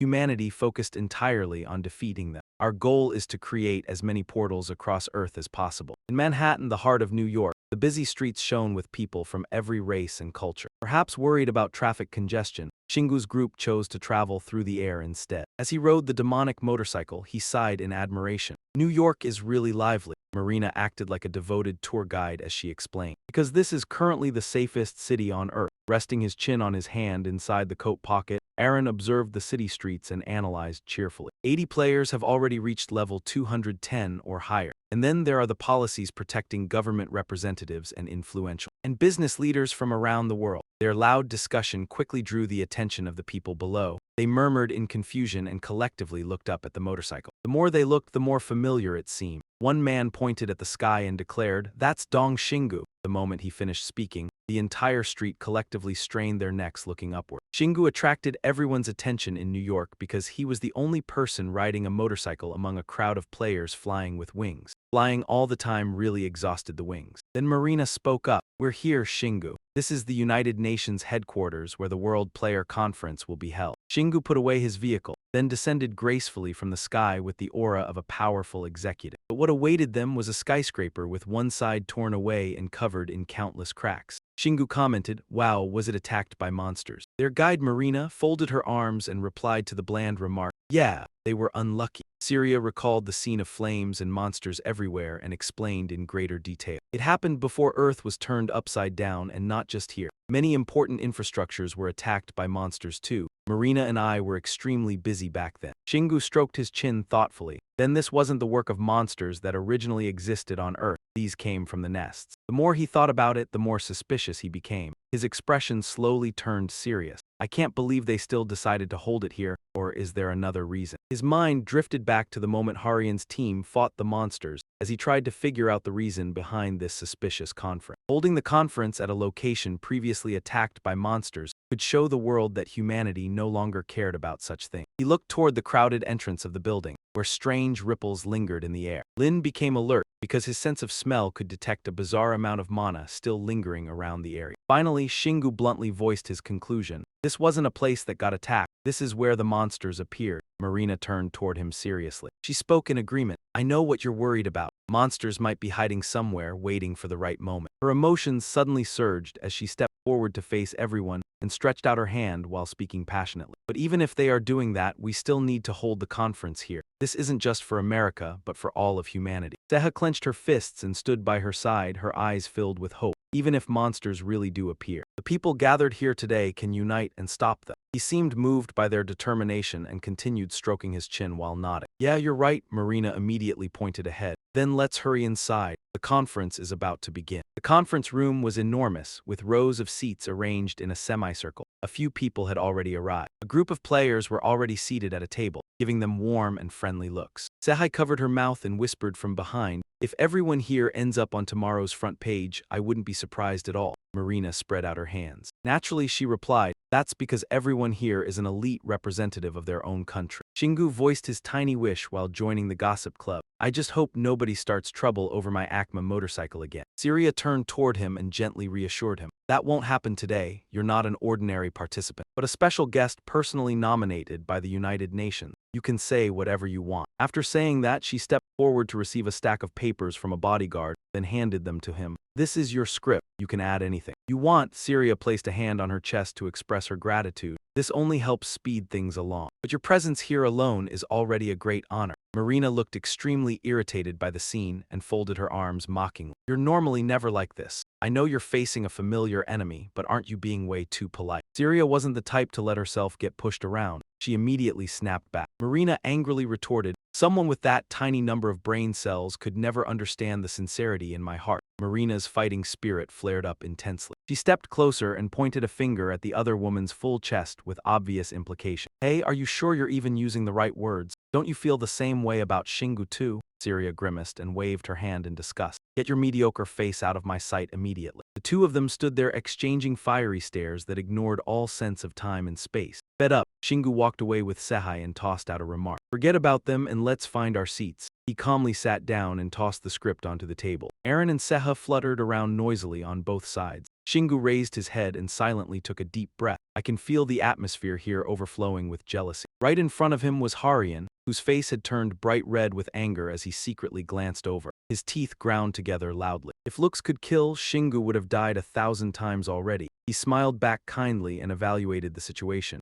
He can't be the last one. Syria and Marina finally took their seats, while Shingu continued resting his chin on his hand, deep in thought about the earlier attack. I need to keep an eye on anyone possessing divine power. The only problem is that I can't distinguish who actually has the power of a god. In the end, he settled on a solution right away. Then I'll just keep an eye on everyone. Shingu called out to the spirit group hunting monsters within his consciousness. Everyone come here while invisible. At once, the whole group gathered before him as if they had teleported. Looking at the results of their increased levels, Shingu was quite satisfied. It was a little slow, but at least they were leveling up. I think I can still control them, even if they reach level 200. A bold idea flashed through his mind. But if my skill levels up, their abilities should rise too. Shingu did not hesitate. He waved his hand and gave an order. Now, each of you keep an eye on one player here. If your target does anything suspicious, report to me immediately. The group of spirits bowed and answered in unison. Yes, master. Next, they scattered in every direction throughout the conference room. Marina glanced over in confusion, but said nothing. In the end, every player was assigned a free personal escort. The slight drawback was that they could not see these things at all. The announcement over the speakers rang out, cutting through all the noisy commotion. Distinguished guests, please take your seats. The first world player meeting will now begin. Erin covered her face and was the first to react.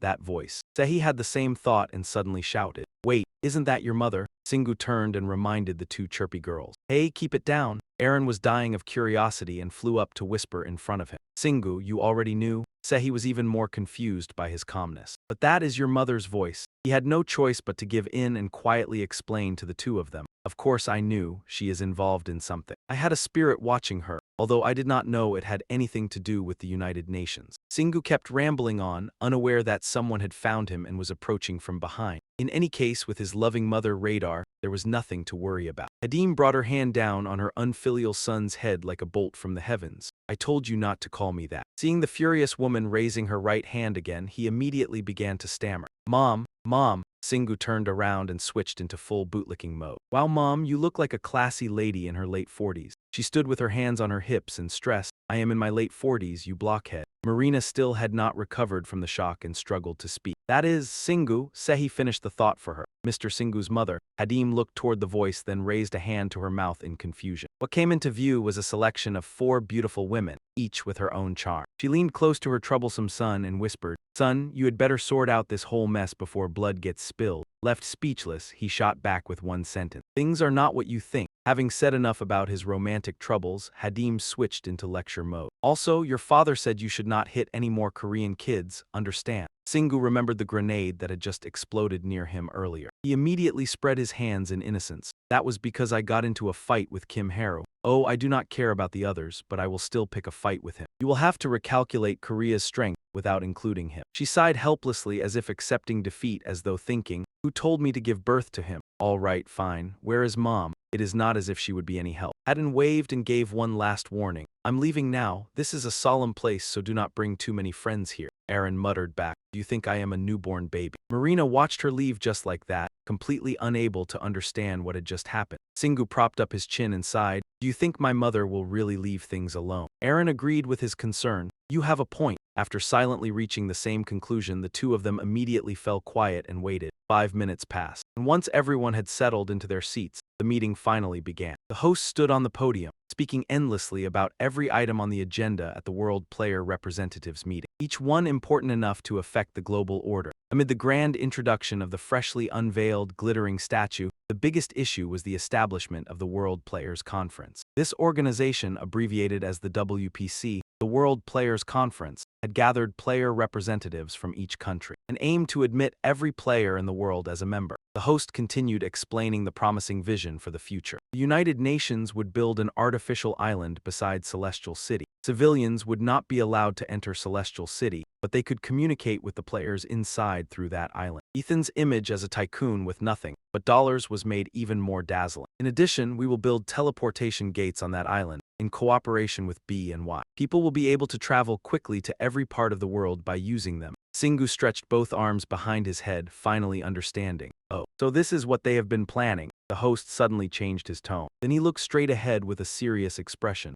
"Next, we will talk about what happened in Arizona." Thinking back to that August, he snapped out of his thoughts and immediately sat up straight. The large screen was showing the rocky, mountainous scenery of the Grand Canyon. In the video, Syria was staring in confusion at her clawed hand. The host raised his voice in warning. "This is what happens after you accept the power of the gods worshipped by monsters in dungeons." His words were like a stone thrown into a calm lake. The players below immediately burst into an uproar. Everyone noisily voiced their doubts. "What? How is that possible?" But indeed, Syria's sharp, crimson hand was hardly different from the Sethnet fanatics. One player slammed his hand on the table and demanded, "They transform like monsters." The host did not answer right away and instead spoke indirectly. "Some players regard saintly grace as a wonderful, mysterious item and long for it. But as you all already know, it is a frightening and strange power. Once you absorb it, it will slowly seep into your body, and before long, you will no longer be human." Syria felt that the time had come, so she suddenly stood up. Without hesitation, she walked forward under the curious, appraising gazes fixed on her. Her destination was ultimately beside the host on the stage. The group of players erupted like a volcano. They sprang to their feet in panic and shouted, "That is the woman from the video. Is she still under that god's influence? Who let her in here?" The host spoke up to calm the chaotic hall. "Calm down. Syria Wilson, the person shown in the video, has completely returned to being a normal human." With that, he gave Syria the microphone. She did not explain and went straight to the point. the only reason I was able to return to being human was thanks to the player Singu. Now everyone's attention shifted to Singu, who was sitting in the very back row. He calmly folded his arms, listening to the shrill whispers by his ears. Him again? Is this some kind of joke? A player suddenly raised his hand and pointed in one direction, drawing everyone's attention back. Hey look, the large screen replayed the scene of Singu wielding a hammer in each hand, rampaging freely among the Sethnat fanatics as if he were dancing. And when he put away his weapons, he flexed his muscles and released energy like a Super Saiyan. Syria spoke up at just the right moment to explain. He does not possess any special power. He is simply skilled at using mana. The footage shifted to the moment when Singu found Syria just after she had transformed. Somehow he made the claws on her hand shatter. The players below were stunned with fear as they watched the footage. Syria continued recounting the events. After that incident, Mr. Singu and I concluded that the power of a god is too dangerous for players, and possibly for civilians as well. We need to put an end to this trend of heretical faith before more people embrace it. Syria's voice trembled as she gave everyone a warning. Otherwise, humanity will wipe itself out. One angry player pointed straight at her. What is wrong with you people? Are you trying to monopolize all that power for yourselves? You could easily have been deceived by that video.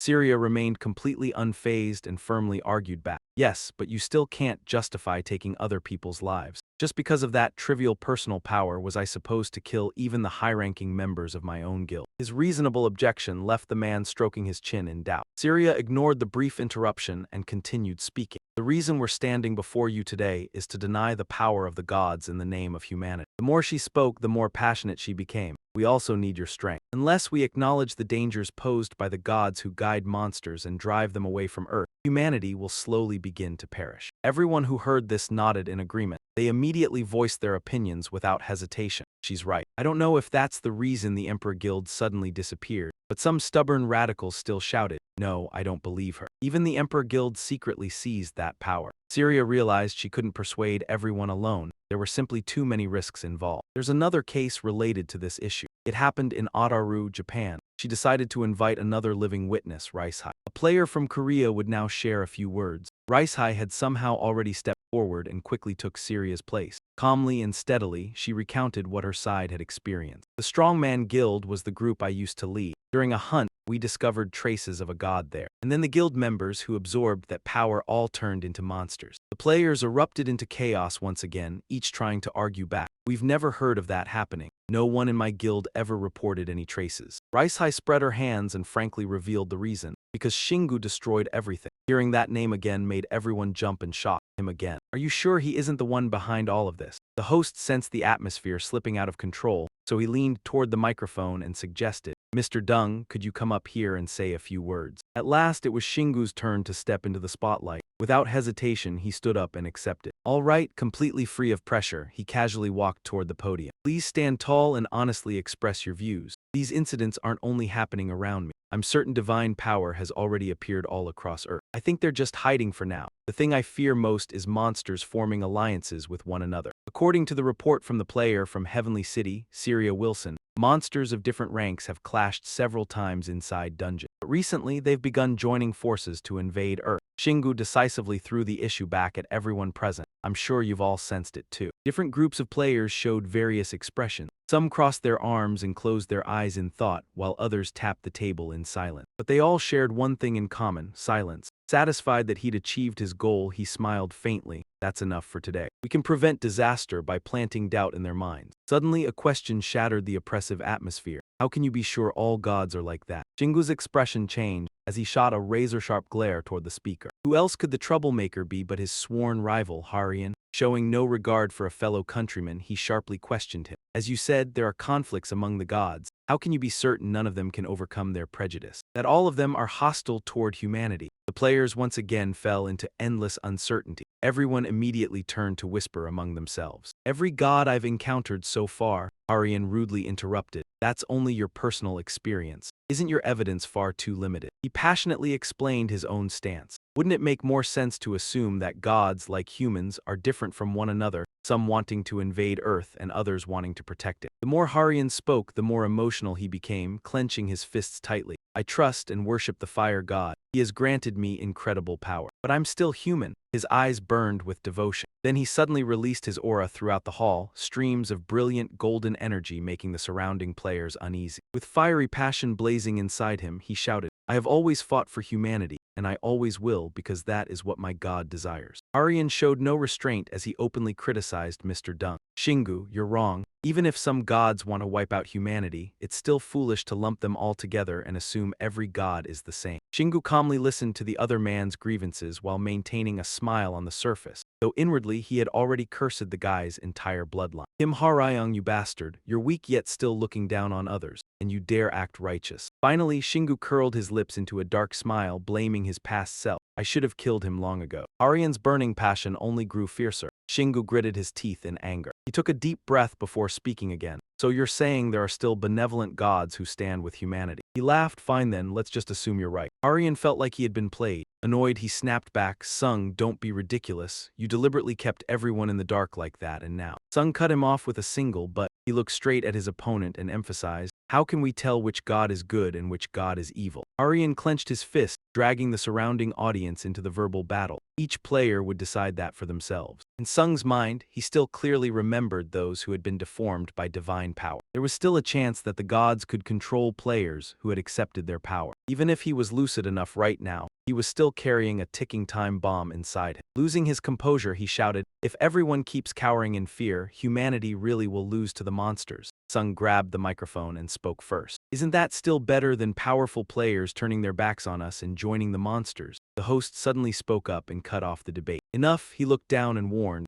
South Korean Representative Kim Harayong, please sit down. Furthermore, please withdraw your power. Aryan could only clench his jaw, making a grinding sound. Forcing himself to swallow his anger, he lowered both hands and tried to restrain his own energy. The host extended a hand in a dismissive gesture. Mr. Sung, thank you for your remarks. You may return to your seat now. Sung had also achieved his goal, so he readily agreed. Sure, he calmly returned to his seat under Haryan's murderous glare. The host solemnly presented his point. Mysterious beings are calling themselves gods. We have no way to determine whether they are good or not. Sehi listened intently as he continued. One undeniable truth is that a series of natural disasters have occurred because of their power. Marina was also completely serious as the narration sounded in her ear. In Hokkaido, Japan, and Arizona, the United States. Finally, he concluded. Therefore, we cannot recklessly accept their power. Aryan sprang to his feet in protest, but the host still explained patiently. It does not matter what the gods' intentions are. This is only a place to announce the potential danger they pose. He quietly delivered his judgment. From this moment on, everything related to gods from the other world is prohibited. Any players who have interacted with them must report to the WPC immediately and will be subject to regular monitoring. That includes you as well, Mr. Kim. Aryan froze after hearing this decision, but the authority of the United Nations left him deflated, and he collapsed back into his seat. At that moment, Sung felt deeply regretful. He should have made him shut his mouth. He had not thought Haryan would directly admit to absorbing a god's power like that. Sehi bluntly stated the painful problem that was beginning to grow. Everyone knew how dangerous divine power was, but its allure was just as strong. With a weary expression, he leaned back against his chair and said sarcastically, but by doing that, he will restrict his own future activity. I'm sure he knows that perfectly well, no matter how stupid he is. Erin boldly voiced her speculation. Maybe the fire god's power has already taken over his mind. Worst of all, some cult may have used him as a puppet. Sung silently calculated how to teach his fellow countrymen a lesson. I was quite satisfied to let the world know about my power. I'll kick that Kim Harayong away the first chance I get. Setting this small interlude aside, the conference continued. Several other items on the agenda were also brought up, but most of them were handled in silence. The conference lasted several more hours and ended at 5 p.m. New York time. Sung collapsed onto the table and groaned, I can't take any more. Aaron flew over and showed understanding. You look completely exhausted. Let's go home and rest. A crowd of strangers suddenly gathered in one corner, drawing his attention and making him let out a doubtful huh. Aryan stood before the reporters, constantly trying to persuade them. This power is completely normal. The fire god is on our side. His gaze suddenly caught sight of Sung's group passing by. Aryan immediately grimaced and shot them a murderous glare. Sung commented without fear, he looks like he's about to burst into flames. Aaron advised him like a caretaker. Ignore him and leave, Sung. He swept his gaze around the hall once more, having already reached a conclusion. There are no suspicious players here. I've already called back all the spirits that were watching them. As for the one who acted strangely today, of course he got special attention. I left one spirit with Kim Harayong. Who knows what he'll do? The crimson sunset bathed the towering United Nations building in red.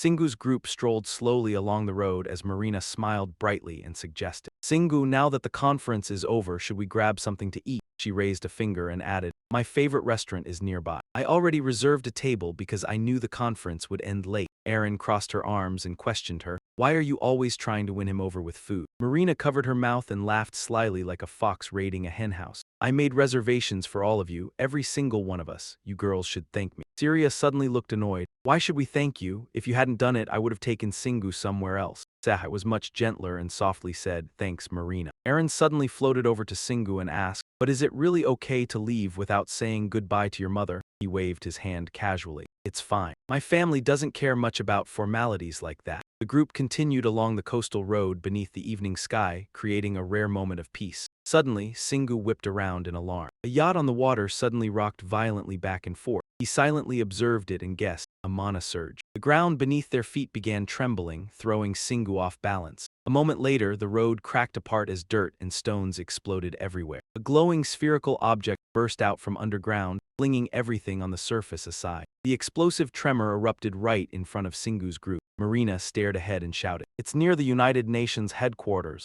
Singu gritted his teeth and cursed, "Damn it." Deafening explosions rang out one after another as the surroundings shook violently, knocking civilians to the ground. Cars skidded across the streets while flying debris sent people screaming in panic. At last, the gigantic monster behind the chaos revealed itself completely. Harian suddenly rushed forward and shouted, "Everyone fall back." Singu watched suspiciously. "Kim Harian, he's moving awfully fast. It's almost like he knew that monster would appear. Did he plan this from the start?" He cursed inwardly. "I knew he'd pull something like this eventually, but I didn't expect it to happen so soon." Marina called out to Singu as he dashed away, "Singu, wait." While running, he decisively drew the great wolf claw. Syria's group immediately took flight after him. Everyone rushed toward the monster at top speed. It shook its head violently as it tried to drag the rest of its body out from underground. The ground split even wider from the movement, and then the inevitable happened. The United Nations building shook violently as cracks rapidly spread across it. Chunks of rubble rained down everywhere, sending civilians fleeing in terror. One player pointed ahead and shouted, "Protect the civilians." His teammate had a different idea. "We should deal with all the monsters around here first, and we need to close the portals too." Marina stared in that direction before hesitantly asking, "Singu, is this?"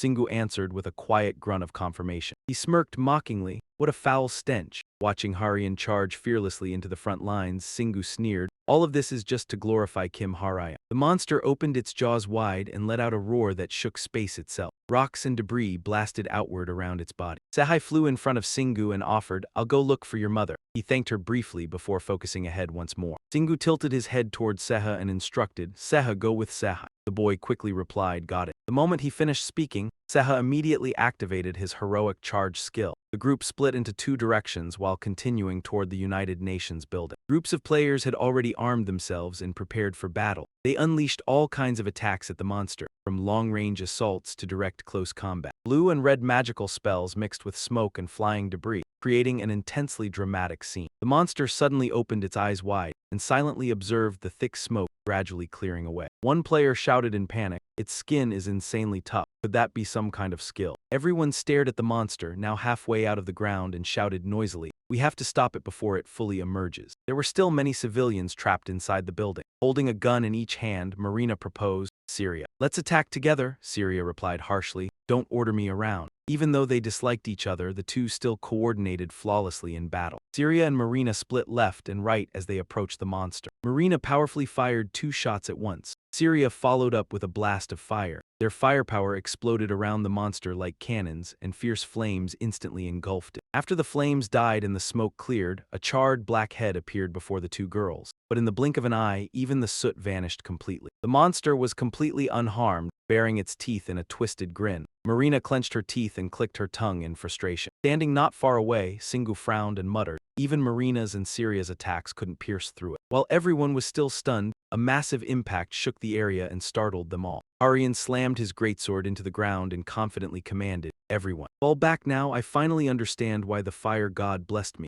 Without hesitation, he shouted, It was all for this very moment. Aryan clenched both fists and unleashed his power. Golden energy radiated around him. He raised one hand, gathering blazing flames around his body. Several nearby rocks burst apart from the intense heat. Aryan reached out and gripped the sword hilt. He held the blade firmly with both hands before his chest. Murderous intent burned in his eyes. Carrying that momentum, Aryan charged straight at the monster. He swung the blade upward with a roar. The slash carved a blazing arc through the air and struck directly at its head. A tear suddenly appeared in the monster's hardened skin. Blood gushed out violently. A nearby player shouted, "That did it!" His companion raised a fist excitedly. That attack pierced through its defense. Aryan drew the blade back before him and looked up at the result of his strike. He slowly emphasized, "This is the power of a god." The players behind him became excited. "Damn it, I hate to admit it, but he's insanely strong." Another one suddenly found hope. "If the damage is high enough, we really can break through. We can definitely kill it if we have enough time." Aryan glanced in that direction and smiled faintly after achieving his goal. Then he turned back toward everyone and spoke with divine authority. "That's right, stay calm and keep attacking. We can buy enough time for everyone to escape." He raised his voice and shouted, "I'll lead the charge, so please support me." The army led by Aryan advanced toward the monster. The thunderous footsteps rang out like a challenge. From afar, Shingu continued watching the crowd scatter as they attacked the monster from every direction. After enduring those meaningless scratches for long enough, it threw back its head and roared, blasting the players away. The ground split apart even further. The force of the roar even shattered the seawall with cracking sounds. Shingu turned his head and cursed, "Damn it. This entire road is going to collapse." Aaron finally voiced her question.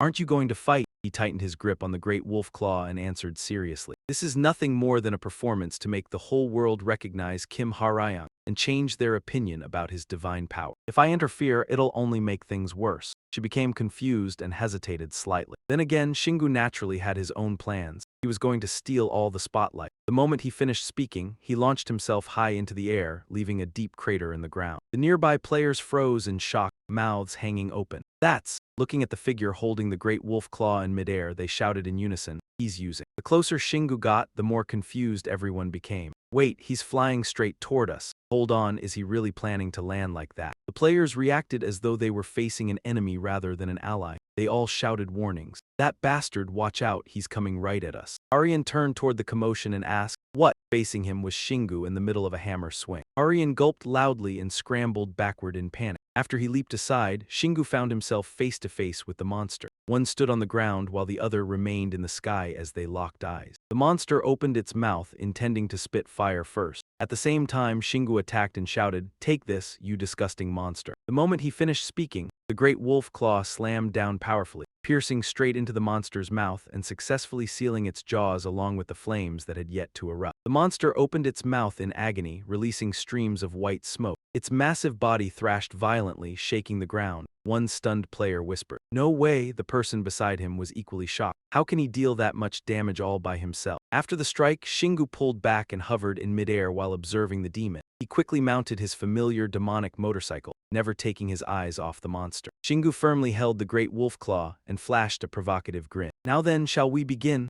Sitting atop the demonic motorcycle, Shingu stared directly at the monster writhing in pain. The players also cautiously surrounded it. Its eyes suddenly widened before it threw back its head and let out a furious roar. Rocks and debris around the monster flew everywhere. The spreading cracks reached the players' feet, throwing everyone into chaos. The ground continued shaking violently. Nearby buildings cracked apart and exploded. Huge chunks of stone flew toward the players, scattering them like a disturbed beehive. One player leaped up and shouted, "Watch out, rocks are falling, be careful." Another raised his arm to shield himself and asked, "Seriously, just how huge is this thing?" The monster's massive body slowly rose from underground. It used all its strength to pull out an arm tipped with razor-sharp claws. Its enormous hand, still covered in flames, waved through the air. Then the giant hand lunged forward, attempting to crush him. Shingu suddenly felt his vision blocked and looked up in confusion. Shingu decisively accelerated the demonic motorcycle to the side, narrowly escaping death. The monster missed its prey, and the momentum caused its entire fist to slam into the ground. The earth shattered once again. It twisted its body while using one arm as support. The ground imprisoning it was already covered in spiderweb-like cracks. At last, the seawall could no longer withstand the pressure and collapsed. A stream of black liquid flowed into the sea. A player pointed in that direction and shouted, "There!" Another panicked companion continued,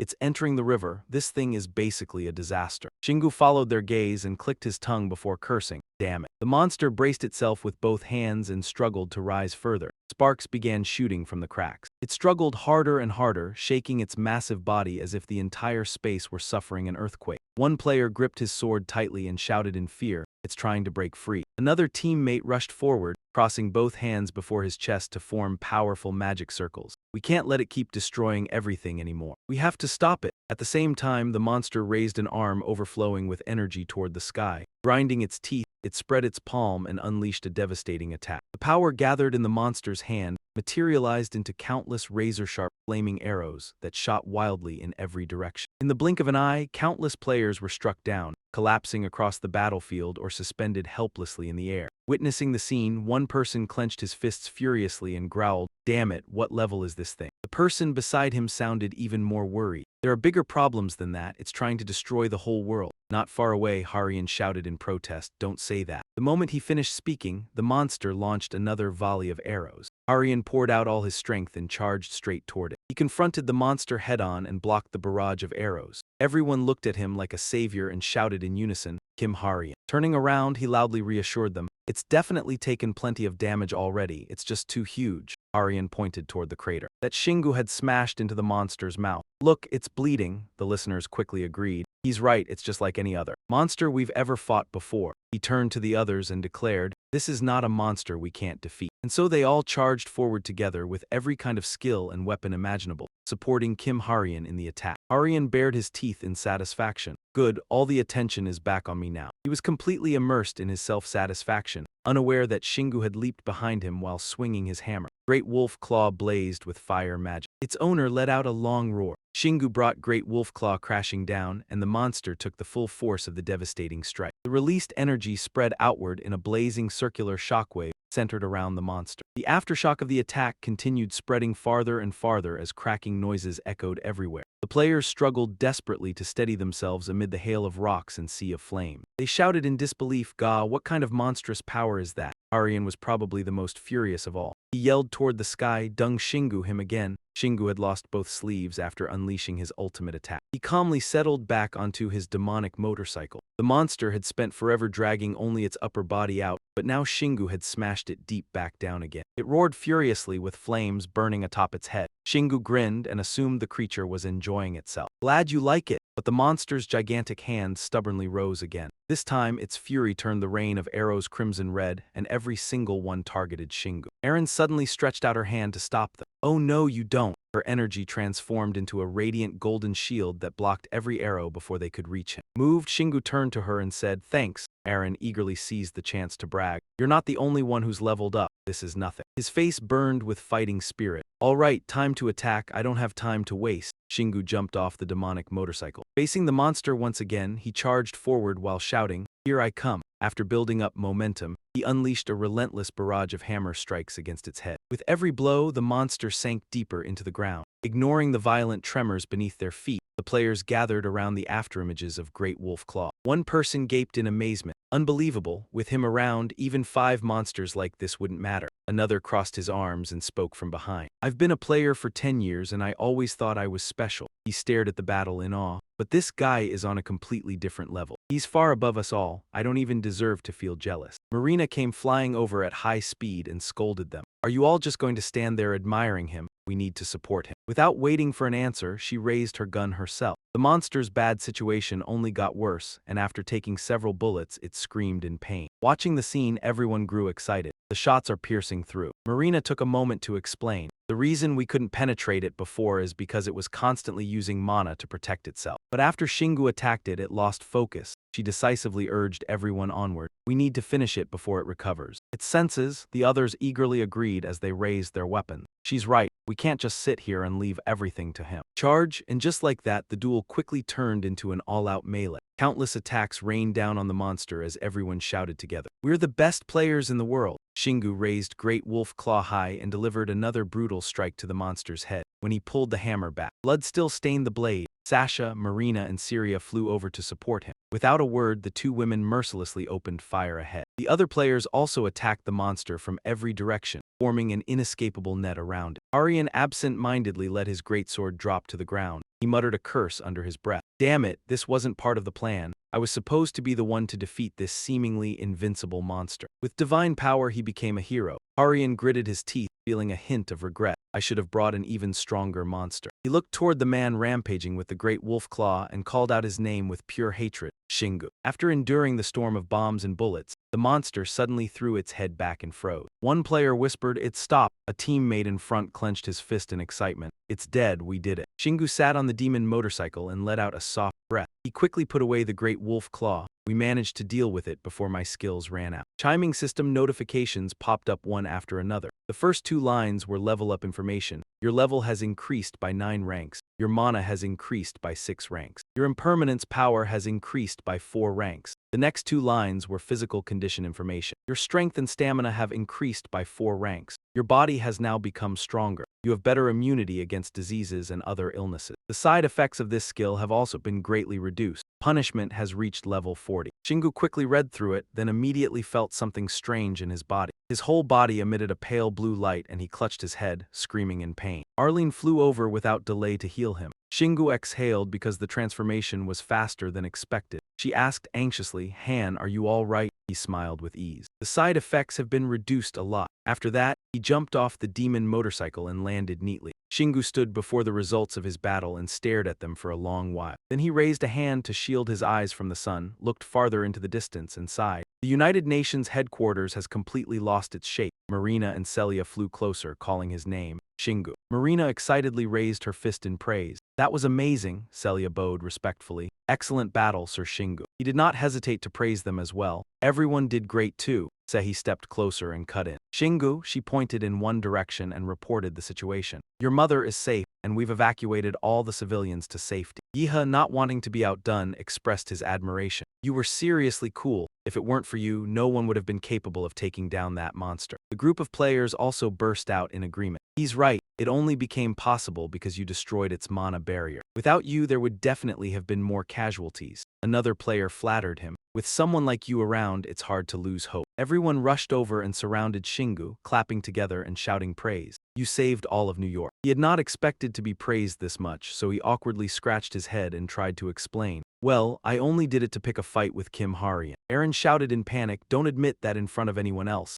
Suddenly, someone walked closer and cut in. Sir Shingu. Albino placed a hand on his chest as if introducing himself. "I am the chairman of the Blue Rose Guild. My name is Albino, and I would like to discuss how we should divide the spoil." Shingu slowly turned his gaze to the side and calmly answered, "The spoil. We should divide them as fairly as possible." Everyone also gathered into groups and discussed enthusiastically. Since this was the first time something like this had happened, no one knew how to divide the rewards evenly. Yiha lifted the soulless death spear and placed it in Shingu's hand. In the end, however, they all decided that Shingu would take the head because he had contributed the most. But there were also people who were unhappy with this. "He already got the best part. That thing won't help anyway." Aryan gritted his teeth in hatred. His fist trembled with anger. Shingu lowered his center of gravity, planted his feet firmly apart and swung the soulless death spear upward. He shouted to gather momentum. A clean arc-shaped slash sliced off the monster's head. The hideous head flew high into the air and blood sprayed everywhere. Shingu raised his hand to catch his prize. He lifted the giant monster's head with just one hand, as lightly as if he were holding a stuffed animal, ignoring the blood pouring down over his head. The system once again issued a notification of praise. "You have survived the poison of the world-destroying evil dragon with poison resistance level." My level 10, since there was praise, there was definitely a reward as well. Poison resistance has increased to level 11. Shingu sighed softly, put away his weapon, and muttered, "Thanks to all this blood, I learned the monster's name and even leveled up." He frowned as he looked at the blood dissolving away and continued complaining. "But if this is only a young monster," Aaron spoke up to check on him, "is everything still all right?" Shingu shook the blood off his arm and answered, "I'm fine, but everyone else isn't. Its blood is highly toxic." He turned back and warned all the players, "Even though I can survive it with my current poison resistance level, if any of you come into contact with it, immediately summon a high-ranking priest." Celia held up a new set of clothes and reminded him, "Your clothes have gotten dirty. Please wear this," she explained. "I did my best to prepare something you could wear." Shingu happily accepted it and did not forget to say, "Thank you." That made Marina upset because she had failed to defend him in time. He quickly put on the clothes and said goodbye. "Everything is fine now, so I'm leaving. I'm tired." Shingu went over, started the demon motorcycle and flew up a short distance. still remembering to turn back and promise, "All right, see you later." At last, he twisted the throttle hard. Both rider and bike shot forward in a blur. Marina watched him leave with deep regret. I was planning to ask him out to dinner too. Singu rode down the road excitedly. "All right, let's head for the Grand Abyss." Aaron sat inside the bag, pale with fear, and asked again, "Didn't you say you were tired?" With the two of them beside him, he had no problem telling the truth. "We traveled all the way to America, so we should make the most of our time here. I just used that as an excuse to get away from them." Thinking of the three gloomy faces behind them, Aaron completely understood. Of course, they were probably feeling pretty disappointed back there, like he'd tricked them. After saying that, she giggled to herself in amusement, causing both Singu and Seha to glance over at her. He asked curiously, "What's got you giggling like that?" Aaron still wore a faint smile as she awkwardly answered, "It's nothing." Singu stopped crying and focused on the destination ahead. "All right, Grand Abyss, here we come." The demonic motorcycle accelerated once more, tearing through space as it charged ahead. Seha panicked and clutched the mouth of the bag tightly. "Why does this bike feel even faster than usual? I think it's even quicker than an airplane." He grinned mischievously and explained to him, "Because I'm using Battle Surge on it. Glad I decided to try it." But suddenly he paused, muttered in confusion, and frowned. "Something feels off." Singu searched through his memory. "This reminds me that until now, I've only used my sensory abilities through specific parts of my body, hearing through my ears, smell through my nose, and taste through my tongue." He once again sensed the changes in his body, "But I can't keep thinking like that anymore. Everything is connected. If I can't realize that, I'll never become perfect." Singu silently set himself a new goal. "To sharpen my senses further, I need to throw myself into fiercer battle, not just simple fights against larger monsters, but battles that force me to stand on the edge between life and death." A barren land filled only with gray rocks and mountains gradually appeared before them. In only a moment, Singu arrived at the Grand Abyss. Without wasting any time, he overturned the rocks and dirt and continued digging. Finally, Singu shouted joyfully as if he'd struck gold. "I found it. I knew it was always here." Beneath his feet was a deep pit glowing with vivid purple light, a teleportation gate leading to another world. The trio, led by Singu, jumped into the portal without hesitation. In the blink of an eye, he landed lightly in a pitch-black space. Singu stood still without moving, trying to adapt to the darkness faster. Aaron exclaimed beside him, "Oh, we really came to another world. I can't see anything at all." He only grunted in response. The system quickly displayed a notification. "You have entered Seth Nack's castle number 73. Although it ranks among the lower castles of the Lord, the monsters here are extremely powerful." The following information was even more detailed. "Seth Nax already knows you are coming, and he will welcome you warmly. The exit gate from this world will close in 3 hours.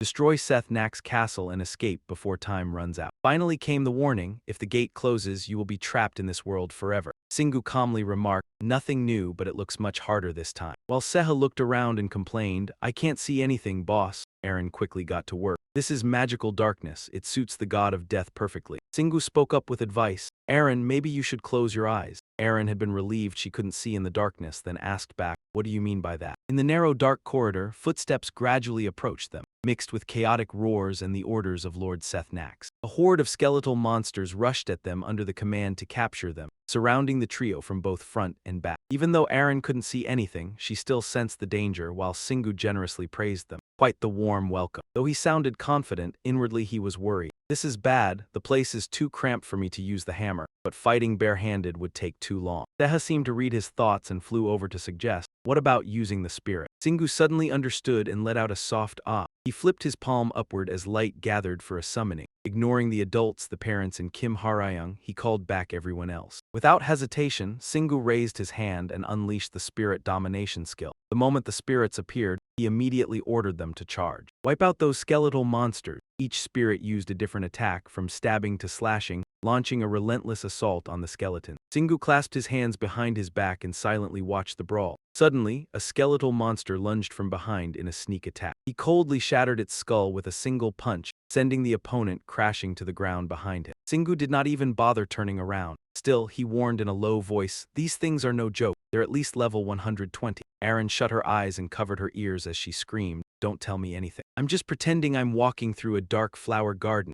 Singu fell silent in thought for a moment. The skeletal monsters in the Great Valley were already formidable, but these ones were even stronger because this was Seth Nax's territory. He listened to the clash of weapons nearby, proof that the battle still had not ended. The Spirit Legion fought well and had probably leveled up a lot, but the clearing speed was too slow. Singu closed his eyes and focused intensely. He needed another solution. The structure of the teleportation gate quickly became clear in his mind, even the exact position where they were standing. Singu suddenly widened his eyes. He placed a hand on the nearby wall and declared confidently, "We can get through this side." The footsteps drew closer and closer while Singu searched for the right spot to strike. Then he swung his fist and shouted, "Ha! Break!" The powerful blow caused the wall to explode, sending rubble flying and conveniently crushing a skeletal monster. Singu leaped through the hole he had created, while Aaron and Seha hurried after him. The system chimed as it updated the progress. Seth Nack's castle number 73, 0.1% destroyed. He looked at the wide-open space ahead and smiled with satisfaction. Now this is a little roomier. Singu immediately grabbed the grand ridge claw and giant's roar in his hand. He turned around and shouted loudly behind him, "Forget the skeletal monsters, get over here." The spirits fighting fiercely replied in unison, "Understood." They dashed over at his command, but the skeletal monsters were not about to let their prey escape so easily. They surged after them non-stop. Singu decisively hurled the grand ridge claw toward them. The hammer spun like a giant disc, slicing cleanly through the wall above. Finally, when the grand ridge claw returned to his hand, the wall collapsed. It buried all the skeletal monsters beneath the rubble. The system immediately updated again. Seth Nack's castle number 73, 0.7% destroyed. Aaron asked fearfully, "How are we supposed to get back now?"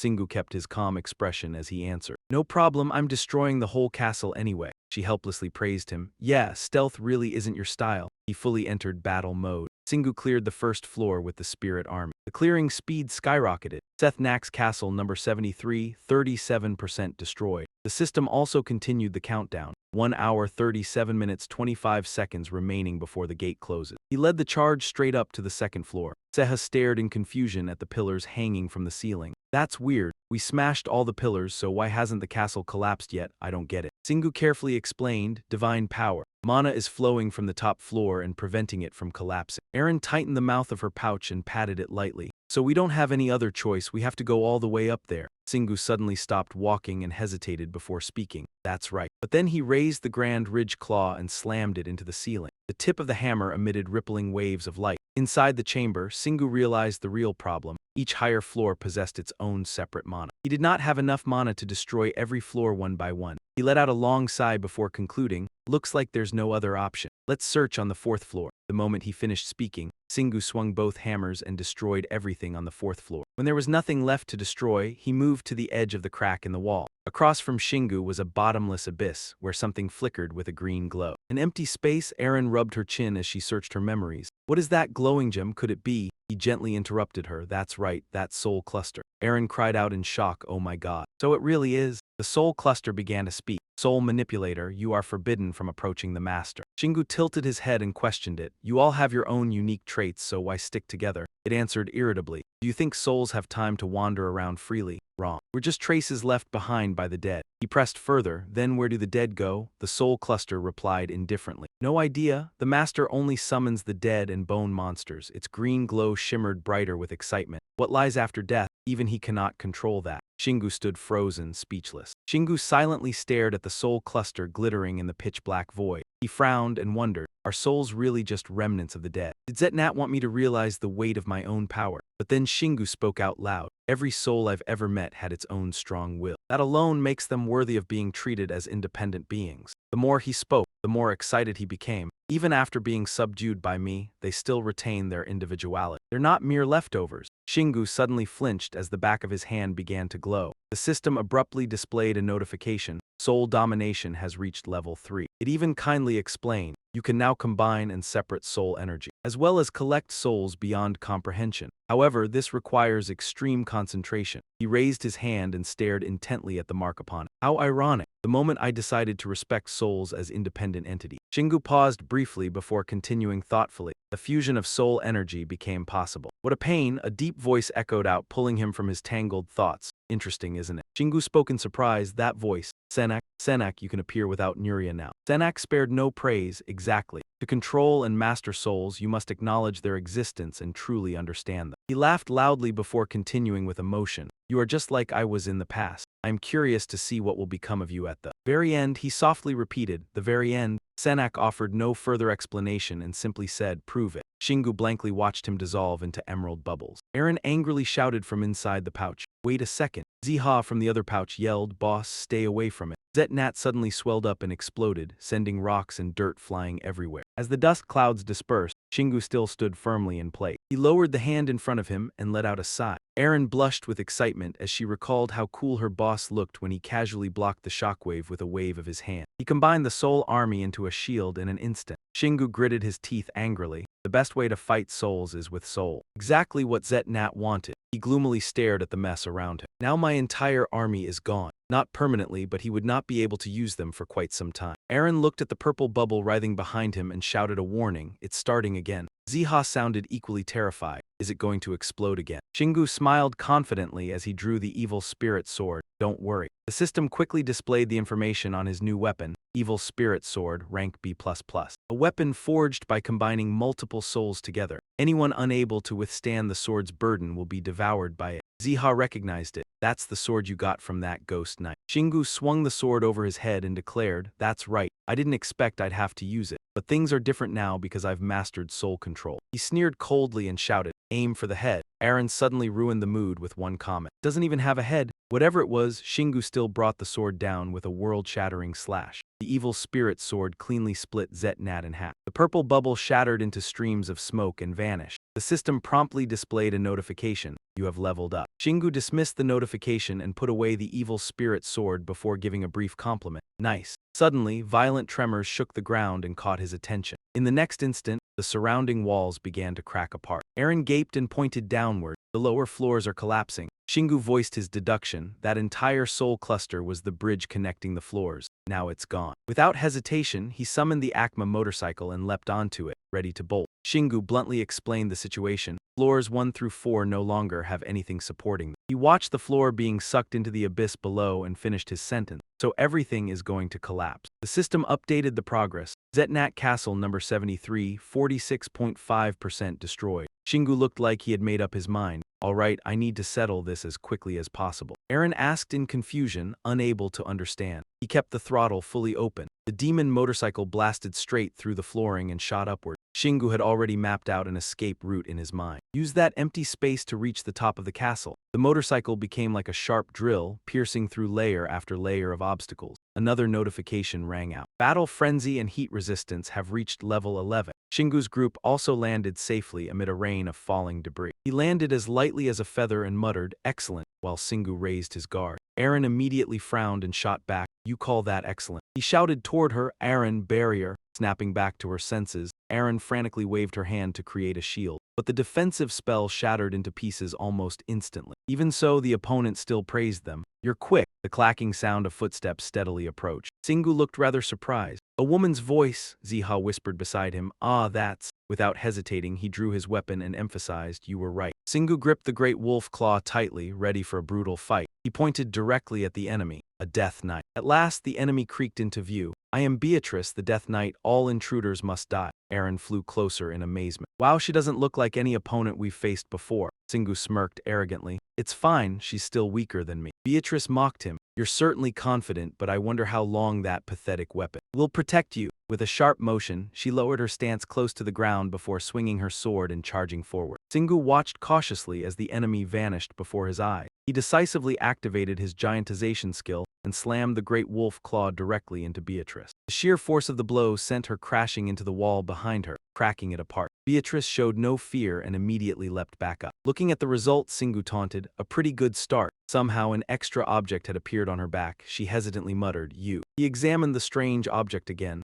"A coffin," Ziha added. "It's covered in magic." Eren chimed in as well. "Could that be?" Shingu understood what she meant. "Right, it contains a fragment of Zetnat." But then a bolder idea crossed his mind. "No, wait. The coffin itself might actually be the fragment." Beatrice stood motionless, expressionless as they speculated. Both sides silently stared at each other with weapons in hand, full of caution. Beatrice decided to attack first and roared, "Die!" She leapt high into the air, leaving a deep crater in the ground before charging at terrifying speed straight toward her enemy. Shingu swung the great wolf claw upward to block her blazing sword strike. The impact forced both of them backward. Unfortunately for Singu, the great wolf claw suddenly cracked apart. Beatrice slid a long distance while trying to steady herself. She sneered disdainfully. "What's wrong, human?" Singu merely smirked in response. Provoked by his attitude, Beatrice used Blink in an attempt to fool him. Singu quietly put away the black wolf claw and raised his hand defensively. The wise decision allowed him to grab hold of the coffin strap. After narrowly dodging her slicing strike, Singu yanked hard on the strap in his hand. Then he delivered a devastating kick to Beatrice, sending her flying into the opposite wall while the coffin floated above his head. Singu tugged lightly on the strap and pulled the prize down. He caught it with one hand, but the heavy weight caused the wound on his stomach to bleed again. Aaron cried out in panic, "Singu, you're hurt." Beatrice rose from the rubble, blood dripping from the tip of her sword. While Aaron focused on healing him, Singu mocked her. "Wow, seriously? Stabbing someone in the stomach from behind is pretty dirty, isn't it?" The wound healed unusually slowly. Confused, Aaron muttered, "The healing isn't working well. Just how much dark energy was in that attack?" Beatrice furiously screamed, "Give me back the coffin." The moment she saw Singu toss the coffin aside, she charged forward like a storm. "I'll kill you." Suddenly, something in front of her made her stop short. Singu had used the coffin itself as a weapon. Beatrice awkwardly bent backward to avoid it. Seeing that she remained unharmed, Singu let out a suspicious grunt. Placing his hand on the coffin, Singu quietly speculated, "I can't believe she dodged that.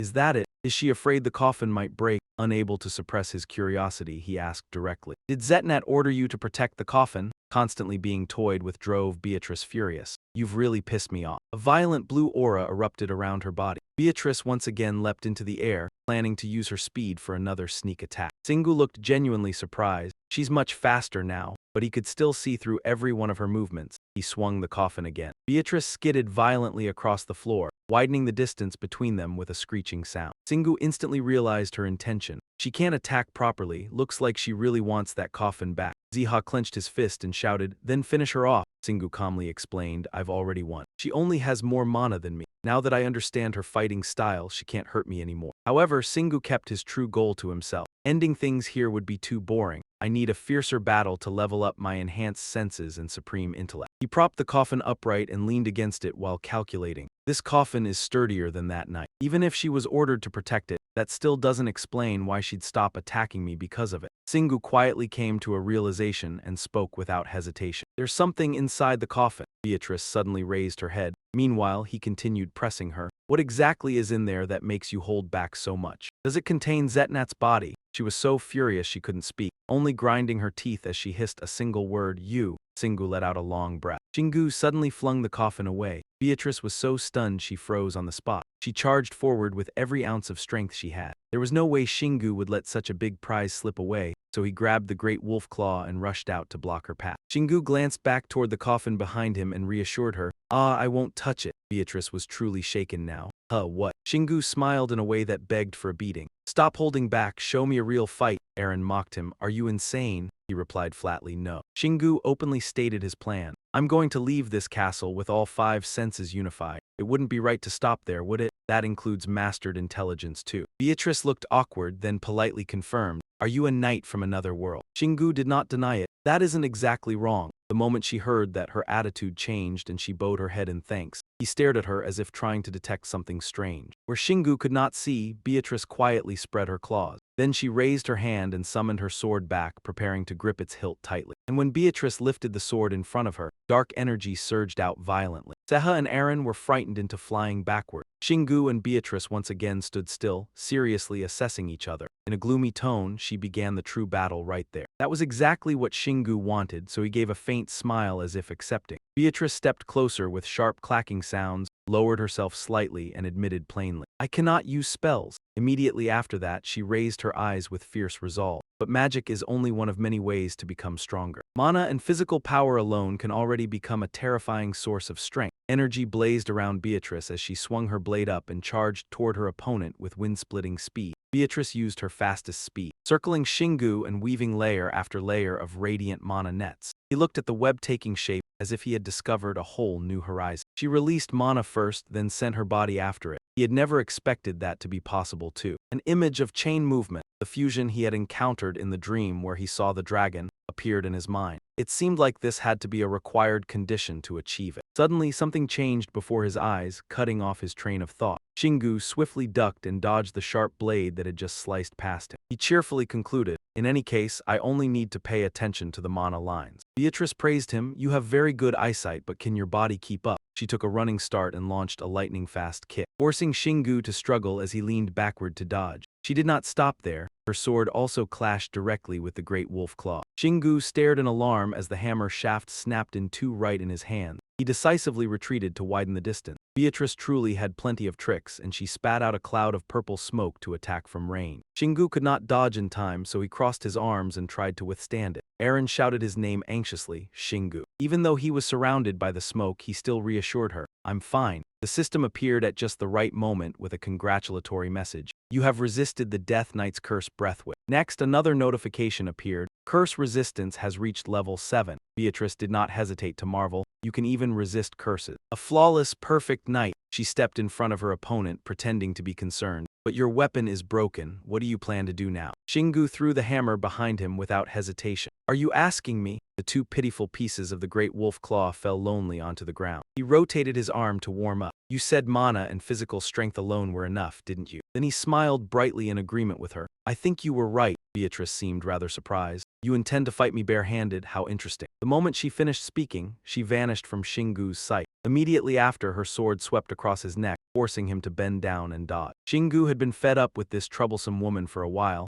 so he decisively kicked the blade, sending Beatrice herself snapping backward. The sword in her hand also cracked instantly. Xingu watched with a calculating gaze. She isn't simply holding that sword. Part of her mana is also divided into it, so it won't be easy to separate it from her. He looked extremely satisfied. It's completely different from simple things like enhancement skills. Out loud, he spoke modestly. I have a lot to learn. Beatrice lowered her center of gravity into a stance ready to charge. My apologies, but today's lesson. With murderous intent blazing, she finished the sentence, will end with your death. The two literally clashed head-on. Beatrice drove her head into Xingu's skull. He did not back down either, swinging his fist up and driving it into her shoulder. The two fought at close range, punching and kicking without pause. Feeling that close combat was a bit too draining, Beatrice decided to retreat. Xingu read her like an open book and stubbornly stuck close behind her. Beatrice looked to the side in alarm. He's starting to keep up with me. With a half-finished smile, he told her, I know how to finish you off now. She kept her speed and mocked him, how, don't just talk. Beatrice leapt far away, but unfortunately, Xingu had already predicted it. He immediately chopped a punch into the arm holding her sword. Beatrice did not dare let go of the sword, so she had to keep jumping backward. She pointed at Xingu's face and accused him, all you are doing is trying to keep up with me. I'm forcing your body to use your extraordinary reflexes. He also frankly cracked his hands and admitted, since I still can't use mana to pull anything off, I have no choice but to rely on strength. Beatrice looked utterly confused. What are you? How can you keep up with me with so little mana? Xingu unleashed his power and mocked her. You think merely keeping up is all I can do. Maybe you're just slower than I thought. Unable to endure the taunt, Beatrice immediately swung her sword and charged at him. Xingu casually tilted his body aside, causing the blade to slash straight into the ground. Seizing the moment while the sword was within reach, he threw a full-force punch right at it. This time, Beatrice's sword was officially destroyed. Xingu pressed the advantage and raised his fist again. Here's another one. Without the slightest mercy, he punched her square in the face. The force of the blow launched Beatrice into the air before she tumbled across the ground several times, even dropping her weapon. After leaving a deep trench along her path, she finally came to a stop. Xingu waved his hand provocatively.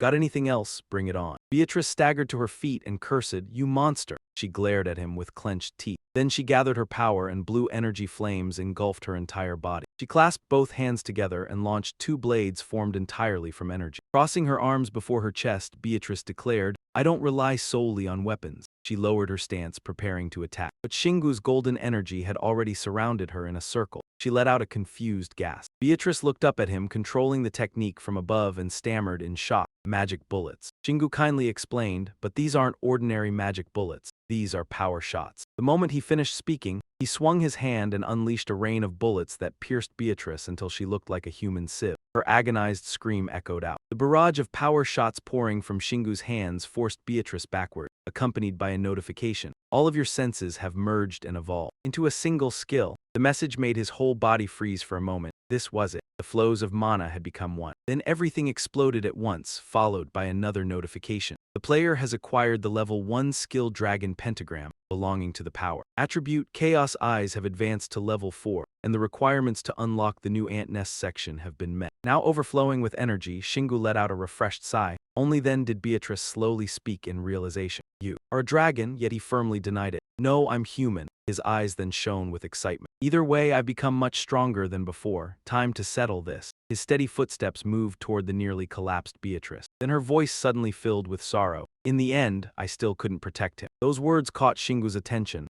Zetnak, unexpectedly, she denied it. No, the boy inside the coffin, my younger brother, Zetnak promised. Before she could finish, Shingu sent her straight to the afterlife with one strike. The sudden turn left Erin stunned by the scene before her. Wasn't she trying to say something? However, his reply made perfect sense. I don't need to listen to an enemy ramble. Then the system notifications appeared again in rapid succession. You have gained 4 levels and can now absorb souls you do not understand. In addition, you may claim the level 262 soul of the Death Knight Beatrice. Would you like to proceed? The flood of messages left Shingu astonished. Absorb, I can absorb the souls of undead beings. A brilliant light shot into the sky. In an instant, Beatrice's soul submitted beneath his hand, accompanied by the notification. Soul absorption successful. Soul domination has advanced to level 4. Shingu became extremely interested and curious about what he had obtained. Then he remembered his beloved Great Wolf Claw, whose power had faded after clashing with the Death Knight's sword. That made him think seriously. The Great Wolf Claw is badly damaged. I should store it in the inventory and repair it first. He quickly made his decision. Just as he was about to inspect everything, Zetnak's voice rang out. Wonderful, that was quite an entertaining battle. It instantly irritated Shingu. You again? Ignoring his annoyance, the man continued. When I conquered this world, everyone became undead. Beatrice and her younger brother were the final survivors. That immediately made Shingu frown in irritation. Why are you suddenly telling ghost stories in the middle of the night? But Zetnak continued in his eerie voice. Beatrice knew her brother would eventually become undead, so she willingly swore herself to my service because I saved him, and I agreed to turn her into a knight. At last, Shingu became drawn into the story. So you managed to save him? Hearing that, Zetnak calmly answered, he's only sleeping, he's still alive. But once you open the coffin, this world's energy will consume him and transform him into undead. So what will you do now that you are Beatrice's new master? The question clearly had no effect on Shingu whatsoever. Why even ask? It's simple. The mark on the back of his hand suddenly began to glow brightly. After getting his attention, Beatrice finally reacted. She sighed in frustration as if making a difficult choice. Then she beckoned to Aaron and Seha. You two, come here. Meanwhile, Shingu was overflowing with excitement and unstoppable momentum. Let's go! The moment he finished speaking, he grabbed the coffin and shot into the air. He sped down the deserted path, leaped high into the air, then dove downward without hesitation, throwing himself into the endless abyss below. Instead, Setnak's incomprehensible voice echoed once more. You jumped into the hole you created. What are you trying to do? However, Shingu ignored the question and merely said, Beatrice, you owe me big time for this. For some reason, Setnak sounded utterly shaken. Because you destroyed the lower floors, a gate has opened at the bottom of that pit. Are you planning to return to Earth that way? Yet Shingu answered without hesitation that he would coat the coffin with mana and synchronize with it. His actions immediately followed his thoughts. Energy erupted violently around him, as though he were becoming more frantic by the second. That is my power. You cannot control the coffin with your own strength alone. But Shingu's eyes shone with absolute confidence. What a nuisance. But I can do it. I've got Dragon Core scrap after all. He slipped effortlessly through the gate at the end of the path, leaving Setnak in complete panic. Why did he take a fragment of me and leave? At the same time, the system appeared to explain what had happened after the core was lost. Setnak Castle number 73 has been completely destroyed. Setnak's influence over Earth has been reduced by 2.1%. Even so, Shingu was not satisfied in the slightest. What, only 2.1% after all that? A chill ran through Aaron's entire body. That meant Setnak was far stronger than Rina. Castle number 73 was truly terrifying. Shingu no longer cared and simply said, let's head back to the resting area. She immediately agreed. I'm in. Seha nodded as well, me too. After that, the three of them stared thoughtfully at the coffin. Even though Shingu's mana completely covered it, they still could not see inside with their abilities. Beatrice's worried voice finally broke out. My little brother is all right, isn't he? Shingu frowned. He's fine. Yet inwardly he wondered she can hear her voice too. Then Shingu began assigning tasks. Aaron, protect the boy inside. A hesitant yet determined look appeared on her face. I can't see him, but I'll try. Next, she focused her power around the coffin, while he summoned the essence of the nut tree. Let's begin. He activated its ability with mana. Sweat rolled down Shingu's forehead from the strain. I'm purifying Setnak's mana and extracting it using the nut tree's essence. The atmosphere grew unbearably tense with every movement Shingu made. Suddenly, Beatrice commented, you make it look too easy, which made him grit his teeth. Do you think this is easy? The top of the nut tree continued glowing brighter and brighter. Then the system announced, S-rank nut tree essence. Purification completed, 100%. Shingu was instantly overjoyed. Perfect. Then the coffin gradually dissolved, revealing Bito's body beneath it. It seemed the boy had slept for so long that he was stunned by the fresh air outside. Meanwhile, Beatrice, now in human form, rushed over anxiously. Bito, she looked incredibly worried and helpless. Bito, the sight left Shingu speechless. She looked like a completely different person now. Aaron also felt happiness spreading through her. So this is what family feels like. Then they decided to leave. We should probably give her some time alone with him. The system continued notifying them. You have met the conditions to unlock the village. Would you like to unlock it? It will cost nothing. The news left Shingu puzzled. Conditions? Even Aaron looked confused. What's a village? His brows furrowed as a thought crossed his mind. Could it be? He connected the events from earlier and formed a theory. Was saving that boy the condition? Or was it because we allowed outsiders into the resting area? Hearing that, Aaron spoke in surprise. Now that you mention it, I thought outsiders weren't allowed into the resting area unless they were support personnel. Shingu immediately found a possible explanation. Maybe it's because they aren't from Earth, but regardless, Shingu made his decision without hesitation. Unlock it, the system responded. The village has been unlocked. Like the resting area, you may expand the village using collected essences. A massive gate suddenly appeared right in front of them. They immediately walked over and inspected it carefully. Aaron still looked bewildered.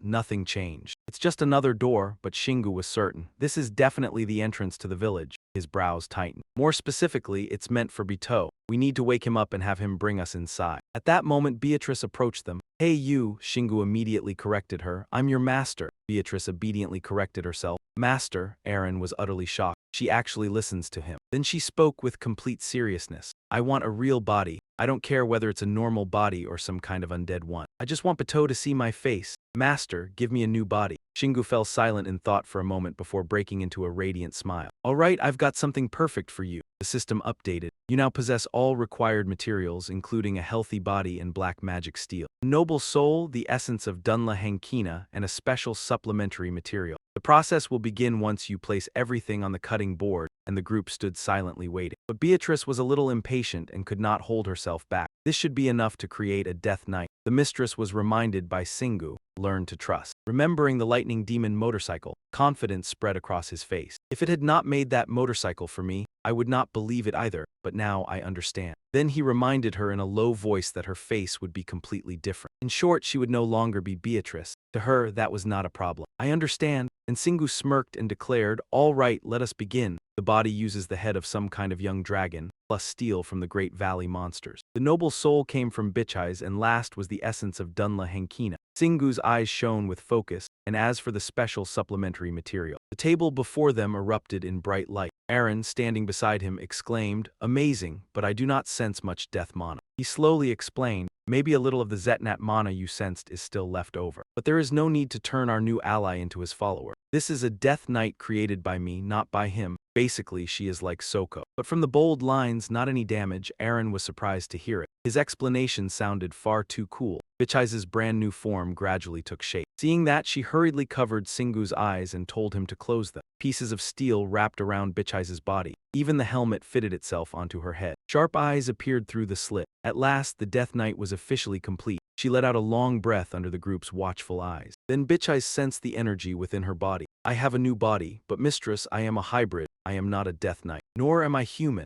The mana core inside me is circulating, and the combination of blood and mana gives me death. Bichai continued in a deep, heavy voice. I am not a creation of gods or humans. To put it simply, level 308 Kina, with eyes shining like blades, officially declared, I am a dragon knight. The scene made Aaron hesitate. I thought it was supposed to be Soko Laneto. Even Shingu did not know how to react. Now it was more like Bree had cast a blanket over Soko. Then Bichai, now with a physical body, went over to Bito. The boy also woke after his long sleep and recovery, looking up at the face. Right beside him, Beatrice hurriedly asked, Bito, do you recognize me? As soon as she finished speaking, Bito threw himself into her arms. Heartache and joy mingled within her. I am no longer the sister you once knew. But Bito still cried out firmly. Bichai, this gave Shingu a strange thought. Can he only say Bichai? After that, ignoring them, he said to Aaron's group, let us go check the village. She agreed as well. Yes, let them spend some time together. Through a single door, they arrived in a world filled with houses. It completely stunned Shingu. What? Seha was just a surprise.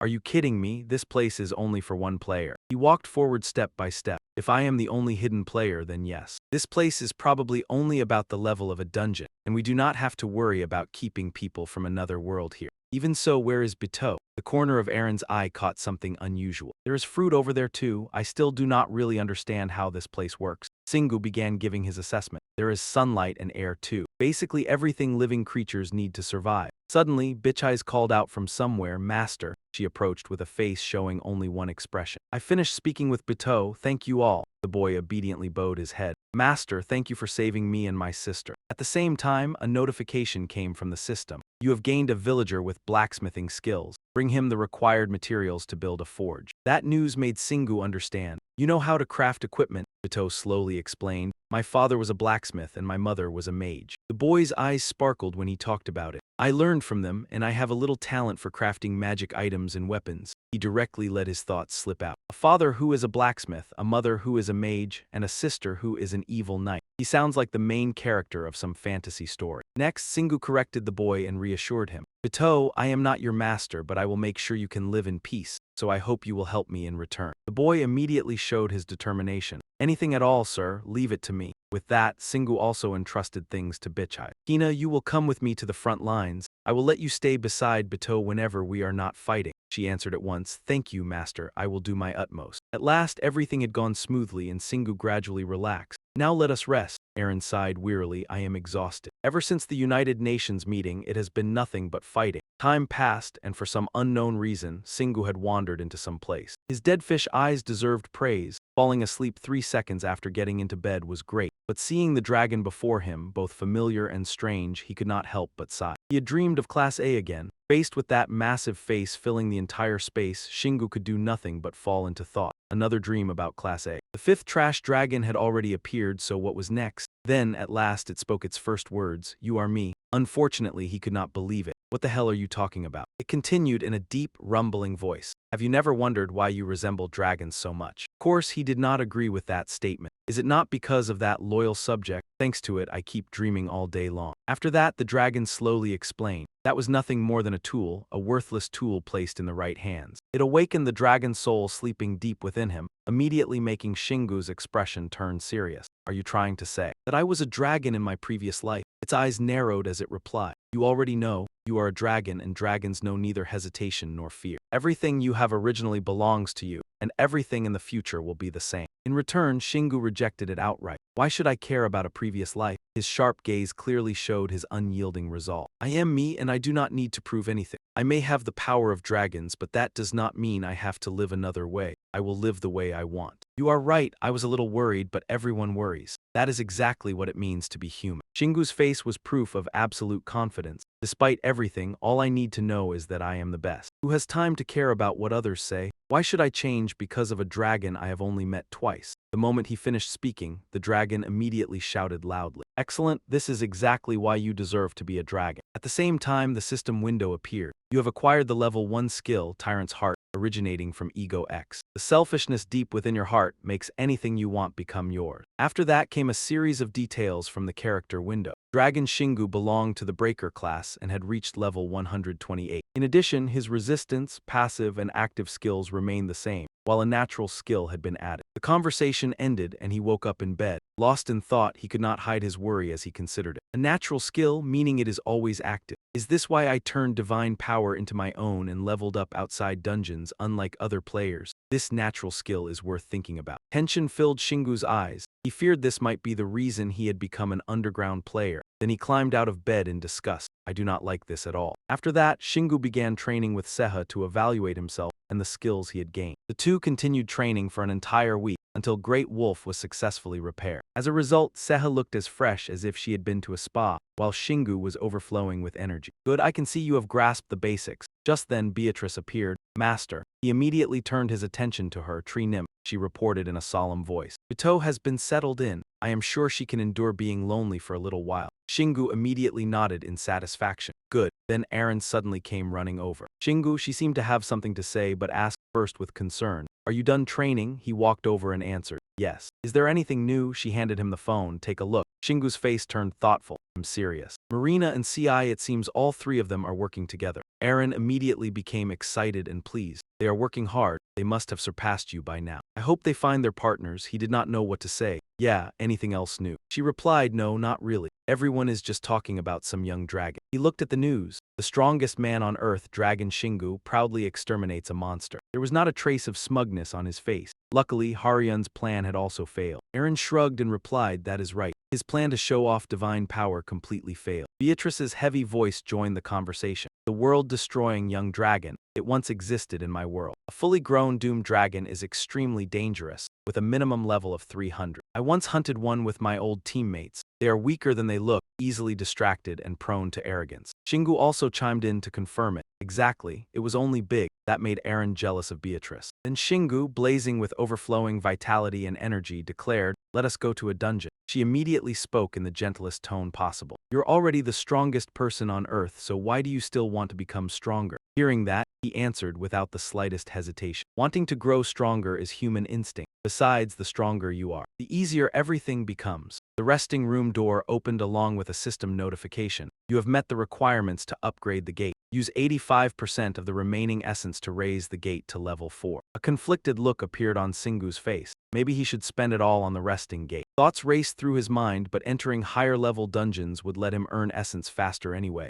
He quickly made his decision. Upgrade. In an instant, the gate transformed into a higher tier. His eyes were filled with curiosity about where it might lead next, while Eren merely smiled. I don't have high hopes for it, she said. As if answering her doubts, the system displayed a note. The gate has reached level 4. New feature unlocked. You can now merge dungeons of similar difficulty that you have previously cleared, using only a small amount of essence. The news left Singu stunned, then he blankly turned to ask Bitcheyes for advice. What should we do now? She looked speechless. Just do whatever you want. Meanwhile, Eren spoke as if it were obvious. Honestly, you're already way too strong, so just do whatever you want. Zeha excitedly chimed in, let's do it. Then the system recommendation panel appeared. Please select very easy or easy dungeon difficulty. That result left Eren utterly shocked. There aren't any normal dungeons left, not even slightly easy. Singu stayed calm. Then we'll just clear them one by one. Next came another update. You have selected very easy difficulty. There are currently 375,307 ant cave dungeons of this difficulty on Earth. The number left him horrified. What? But soon he made his decision. He would merge all of them together. Eren sighed in disbelief. I knew it. The system announced again, all of your special essence will be consumed to create a normal grade merged dungeon. Do you wish to enter? The message instantly thrilled Singu. Now that's interesting, she sighed in amazement. You're completely insane. At last, the 4 of them departed for the special area, the monster garden within the ant cave. Completion time limit, 5 months. The sight before him caught him completely off guard. That's an absurd amount of time, Eren commented beside him. I guess it only makes sense considering the scale of it. Her words immediately snapped him back to reality. Over 370,000 dungeons had been merged together. Looking at the massive world before them, he muttered, it's basically a miniature world. It turned out to be a chaotic gathering of players. Then Zingu raised his voice loudly. Attention. His tone remained calm and natural. I'll explain the current situation and the mission. This place was formed by combining 370,000 dungeons together, so if you need me for anything, just say it. Otherwise, leave me alone. The players were instantly stunned. That's insanely bold. Quiet, Zingu raised his voice again.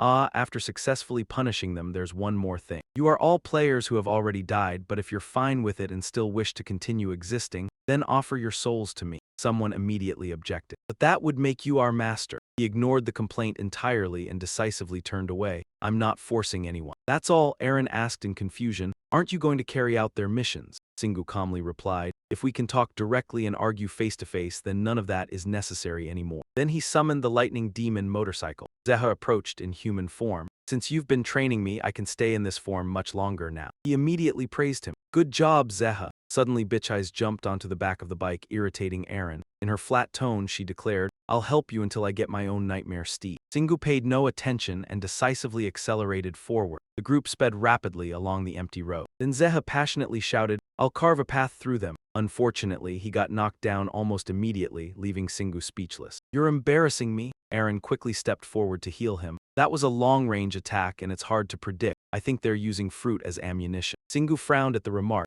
I guess I've only trained you in close combat. Zeha immediately lowered his head. Sorry. Then Singu sternly warned him, let's go. This time be careful to avoid ranged attacks. The lightning demon motorcycle roared once again along the smooth road. Sure enough, the journey was anything but peaceful. But Singu remained completely unconcerned and calmly said, I'll send it right back where it came from. he also summoned the Great Wolf Claw. With only a few simple strikes, he reflected the attacks from the hidden enemies. He even forced them to experience their own weapons firsthand. Xingu narrowed his eyes cautiously. They've stopped attacking us. Looks like we already dealt with the snipers. Eventually, they stopped midway along a hillside. The scenery before them would have been beautiful with just a bit of morning sunlight, but to him, it felt unsettling. How strange, Aaron looked confused as well. Why aren't there any monsters at all? Maybe there just aren't many around. What did Singu's heightened senses detect? No, with decisive action, he had already slain a wood demon. It let out a painful scream that shook the heavens. Seha cried out in disbelief. A tree, Beecheyes gave her own analysis. I think during the dungeon fusion process, the monsters' bodies merged with the trees.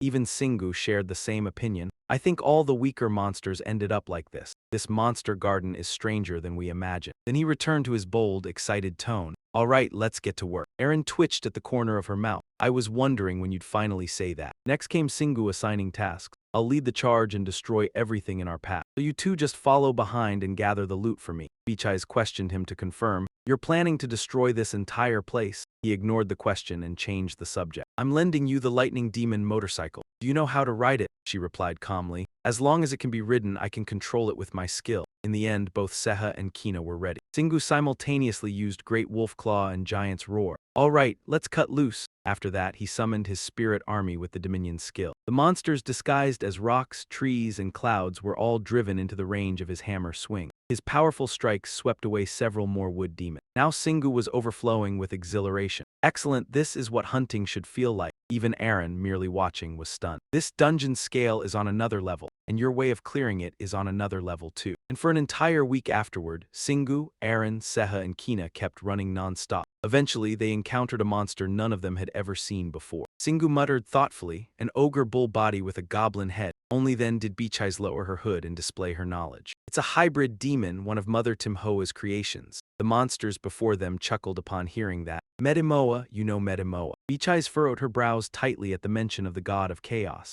Medimoa is the worst among the gods, infamous for his creation, made by forcing completely unrelated things together. Those words reminded Singu of the demonic bird, creating something new, huh? I get it now. The hybrid monster with the goblin head started mocking them again. You'll soon regret what you've done. The moment you created this dungeon, you began following Lord Medimoa's divine will. That completely infuriated Singu. What? But the hybrid monster ignored his irritation. He will be delighted and will want to meet you. Right then, Beecheyes also spoke up to confirm it. They aren't lying. Medimoa always acts in extreme and chaotic ways. The way this dungeon was created resembles Medimoa's style exactly. You've met creatures created by Medimoa before. Singu immediately answered. I've encountered hybrid demons before, but I'm not sure if they're connected to this dungeon. Beecheyes spoke with a serious expression. No matter what, one thing is certain. Medimoa interfered in the dungeon fusion process and created these monsters. Seha, who had been staying out of the discussion until now, couldn't hold back her comment. Master, your decision may have led to a terrible situation. However, Singu saw things differently. His reasoning was simple. I merged the dungeons into one because I was too lazy otherwise. Besides, isn't it better to confront traces of the gods directly? By then, the other hybrid demons had already lost patience and were drooling greedily. See the mark on his arm? Heh heh, I want that arm. Then I'll take the legs. I was thinking about replacing mine anyway.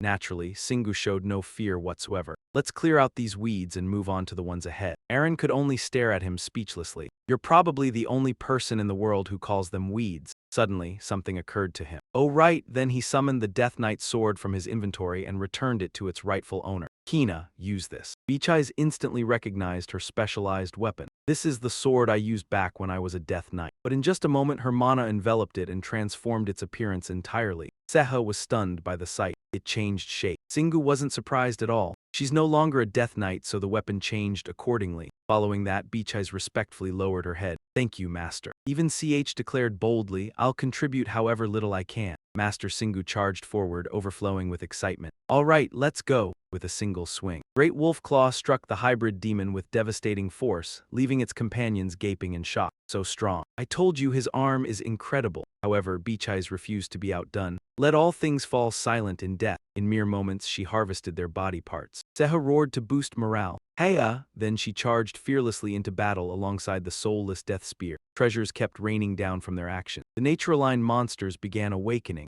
as if stirred by the battle itself. Suddenly Singu asked, you said Medimoa is obsessed with chaos, right? Watching the monsters continuously being slaughtered only excited him further. I bet he'd be thrilled to see this scene. After 2 weeks of non-stop battles against the hybrid demons, Shingu and his companions finally reunited with an old friend they had not seen in a long time. It turned out to be none other than the fairy merchant Zuda. "Greetings, honored guests, have a refreshing drink before entering the dungeon." Shingu hesitated as he tried to remember. "Merchant Zuda," she immediately brightened up. "Thank you for remembering me." A troubled look appeared on her face. "Normally, we should have crossed paths several times during your journey, but because you kept clearing every dungeon so easily, I never had a chance to appear." He nodded thoughtfully. "I see now, so you only appear when I run into trouble," she responded mysteriously again. "I'm not allowed to explain how the system works. However, because you upgraded your village, I've appeared again to provide you with important information." Shingu reflected on the difference and immediately guessed it. "Is it because you want to enter the village?" Zuda's eyes lit up instantly. "Exactly. Thanks to the addition of the village, merchants like us can now come to see you directly. We possess magical engineering resources that ordinary dungeons don't have, providing everything necessary to expand and upgrade the village's living space." The moment she finished speaking, a notification interrupted. "Merchant Zuda has expressed her desire to move into the village. If you accept, you will be able to trade for materials needed for the village and dungeon quests with merchants acquainted." With her, Shingu now fully understood Zuda's purpose. "Doesn't entering the village already mean moving in?" she answered as if it were obvious. "After all, if a merchant lives in the village, it will be much easier to support you properly." Before she could finish speaking, he interrupted. "Fine, I accept your proposal." Overjoyed by the good news, Zuda could not hide her excitement. "Thank you, from now on I'll call you master." However, Shingu stopped her immediately. "No need." She was now completely immersed in her merchant persona. "You're truly fortunate that you upgraded the village before entering this dungeon. That way, I can now sell you useful materials and important information. This calls for celebration. Of course, I know nothing comes free. How much is the information fee?" she replied. 3,500 monster essences from creatures below level 200 gold, and 500 hybrid demon essences from enemies above level 200. Everything gathered along the journey was quickly handed over by Shingu. "All right, take it." Zuda smiled brightly. "Thank you very much." After that, her expression turned much more serious.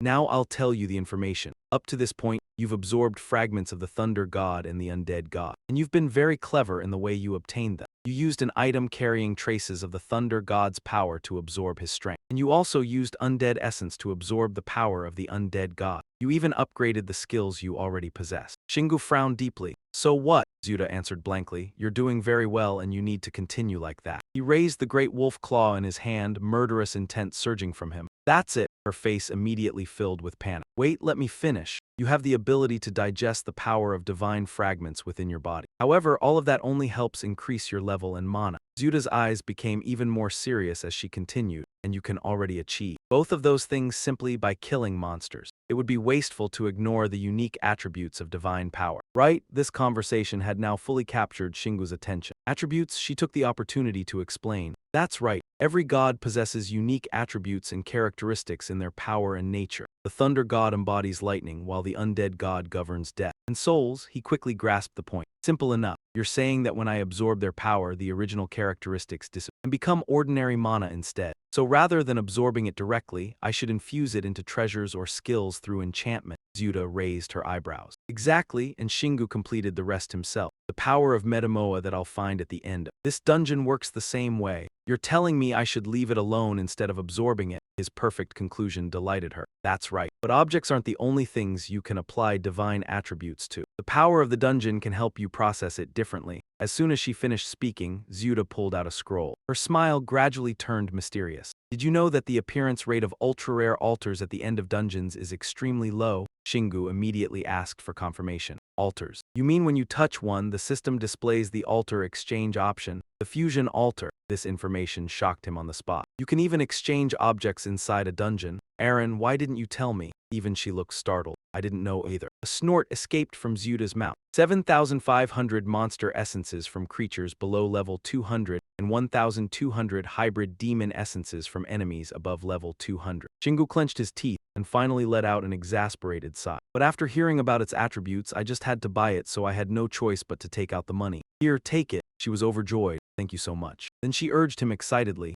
"Come on, tear the scroll to activate it. It will alter the dungeon space, and you will definitely get a fused altar at the end of the dungeon." He confirmed once more carefully. "So what I should do is place Metamoir's power into the altar after clearing the dungeon?" Ruda immediately replied. "With Metamoir's chaotic power, You will get an amazing result no matter what you combine it with. Anything at all, the divine power is just a bonus. After hearing that, Shingu made a firm decision, accompanied by a system notification. The dungeon space has been altered. His sharp gaze fixed on Ruta. I will do as you say, and if the result does not satisfy me, I may tear you into 1,000 pieces. She answered honestly, that is terrifying. Then she became full of energy again. I guarantee it 100%. I am sure you will not be disappointed. All right, I will consider my job done, so I am heading back to the village first. Then she vanished as suddenly as she had appeared. See you later. Goodbye. Seha did not know what expression to make. It truly was one absurd event after another, like a meteorite. Shingu concluded, what a headache. Putting that aside, his voice was excited. At any rate, she said we are about to fight the boss, which means this place is almost over. Their group moved forward little by little and stopped right before an especially massive door.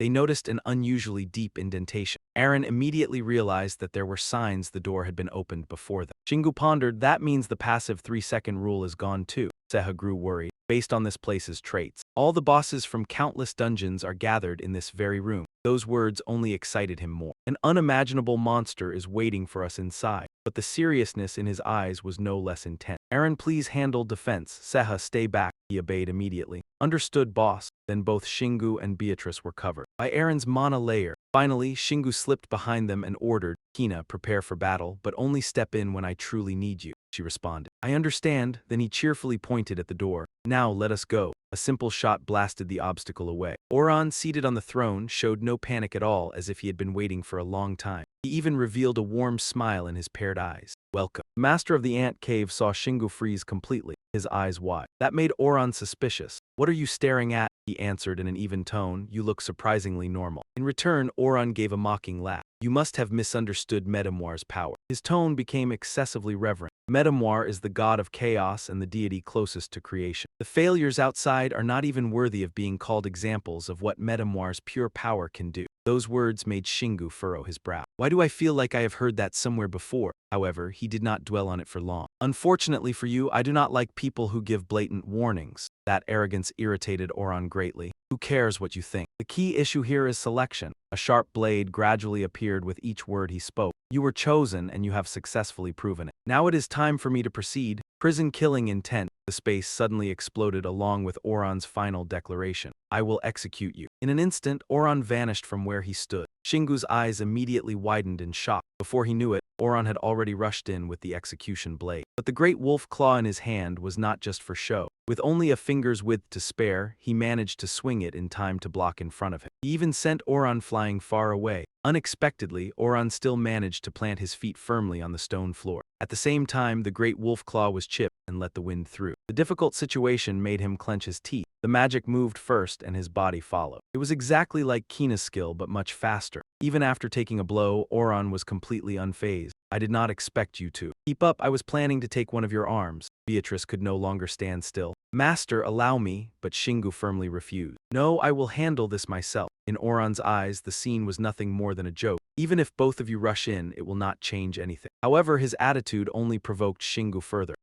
He analyzed inwardly. This hammer is too weak to fight him. He made an immediate decision. Then next, I will use a firearm. The thunder god's gun roared, and even this much drew Oran's attention. A gun? Before he could react, Shingu activated the weapon immediately. Even with his speed, Oran could only narrowly dodge while still taking damage. Thick smoke and dust rose up, covering them. Before long, Oran recovered. So it finished in one piece. That also enraged him. Then I will take both of your arms. Carefully dispersing all the energy flowing across the ground instead made Shingu fall deep into thought. The mana had been split and redirected in multiple directions. He's trying to keep me from predicting the direction of the attack. The gun barrel rose. In that case, he had made his decision. Piercing cluster shot. Piercing cluster shot absorbs the surrounding mana. Any excess mana would be easily drawn into it. And then his position would stand out more than the rest. It wouldn't be as obvious as a thorn in your palm, but if I can sense it. At that moment, Moku slammed down headfirst onto Oran's skull, forcing the man into an intimate encounter with the floor. Yet the bastard was unbelievably agile and powerful. Only after creating enough distance did he snarl viciously. You, Shingu answered with a mocking grin, if you've got allies, call them out. Those words successfully triggered Oran's rage,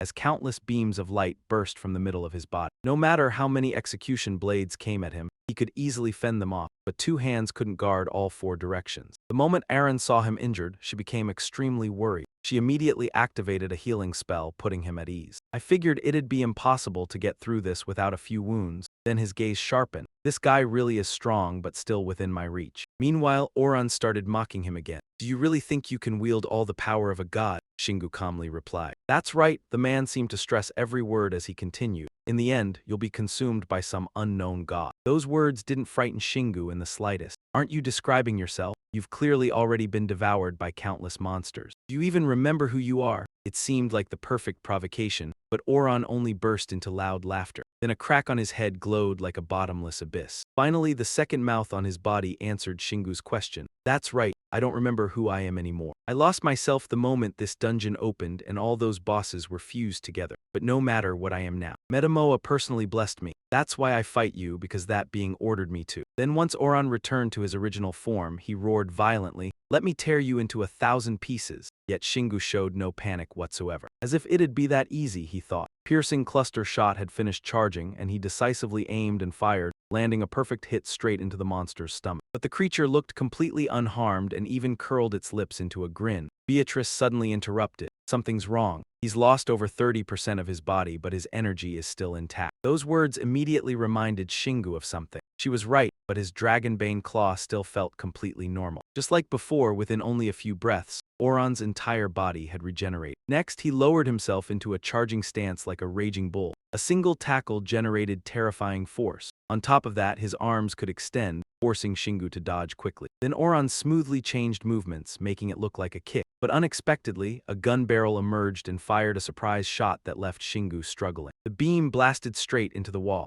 In moments, it created a hole thousands of feet deep along with layers of grotesque slime. Tension filled his eyes. The part of his body that had been hit was spreading rapidly. Dangerous. One shot alone can corrode flesh. And it wasn't just one anymore. Both of Oran's legs had now become rapid-fire cannons. Shingu dodged while firing a divine thunder shot in return. At the same time, Oran's dragon wings blocked every attack completely. Even Shingu himself was starting to lose patience now. Damn. He's changing forms again, yet the bastard still wore an arrogant grin. This is the end. Not just one or two cannons anymore, Oran's entire body had transformed into a fortress. Even Shingu turned pale and clenched his teeth at how troublesome this had become. Oran screamed madly once more. This is where it ends. The countless pitch-black gun barrels made even Shingu tense up. Without another word, the monster immediately gathered power and opened fire. He didn't know how to deal with the overwhelming barrage. I can't dodge all of this, then I'll just fight head-on. Body of steel. After strengthening his entire body, Shingu charged forward without hesitation. The rain of bullets couldn't even harm a single strand of his hair. Oran couldn't believe this human hadn't been blown to pieces and had even seized the chance to close in and attack. The creature failed to dodge in time, and its body was swiftly sliced in half. Shock filled its eyes as it refused to believe the reality before it. Yet the corners of its mouth quickly twisted into a horrifying smile, and the two halves of its body fused back together. The sight left Shingu stunned. It can regenerate. Of course, every action has a reaction. Oran swung the blade on his arm, forcing his opponent to leap backward to avoid it. Shingu's face darkened as he muttered, "Now I get it." Then he put away his weapon despite Beatrice's alarmed cry, "Master."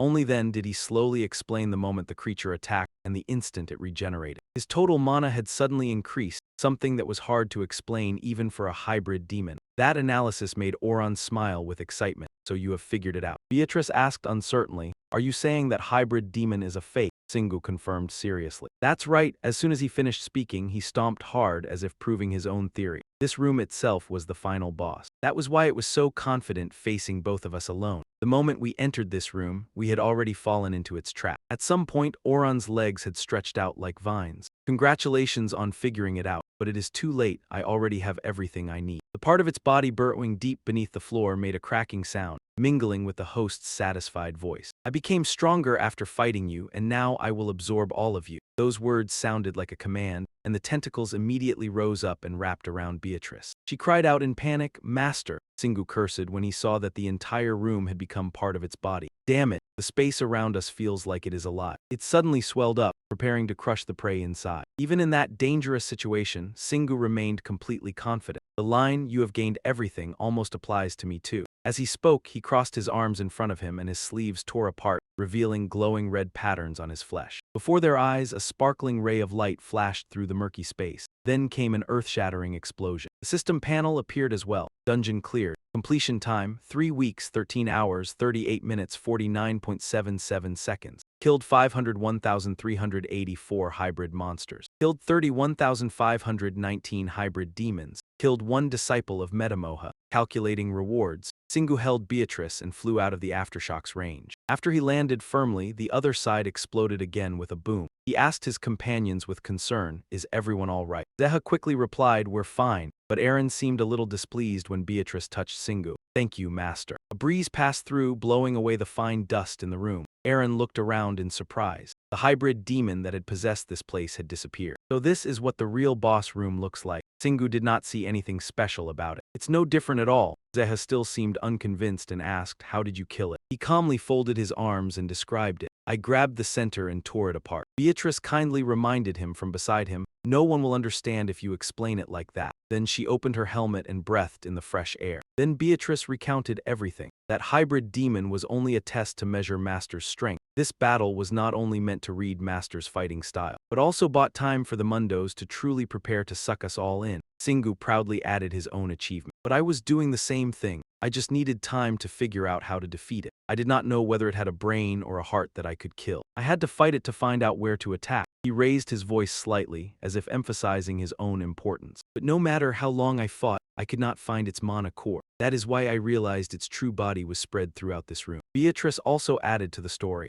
"It seemed like that monster was not taking damage from us, but in reality, the damage was being evenly distributed throughout the room. That made it look like it was immune to damage." The two of them played off each other perfectly, successfully recreating the tense events from earlier. "That is why it revealed itself to absorb us. I found the right spot and tore it apart. Simple." Zeha scratched his head in confusion and commented, "I see. So easy, ha ha." Aaron, standing beside him, looked a little worried about her friend. "Your eyes look dead." It seemed the system had waited for them to finish talking before appearing. Special achievement, Monster Hunter. New skill acquired, Poisoning. Special achievement, Descended Hero. New skill acquired, Corrosion Resistance. Skills will be combined with natural skill. Corrosion Resistance has reached level 4. This result made Singu extremely excited. "Good, special achievement." Two of them, Aaron bluntly poured cold water on him again. "They are not special at all because they are everywhere." It seemed the system also knew how to feel offended, and it surfaced again. Special reward, Metamoha's completed fragment. Experience points have been calculated. You have gained 7 level. As soon as the notification appeared, Singu's muscles also contracted. His reaction made Aaron worried. Singu. After calming down, he slowly explained, "I'm fine. I'm just tired from using Mighty Warrior and leveling up at the same time." But the reward still did not stop there. The highlight was that courage had reached level 10. Pain tolerance has increased. Singu rotated his wrists, then let out a comfortable sigh.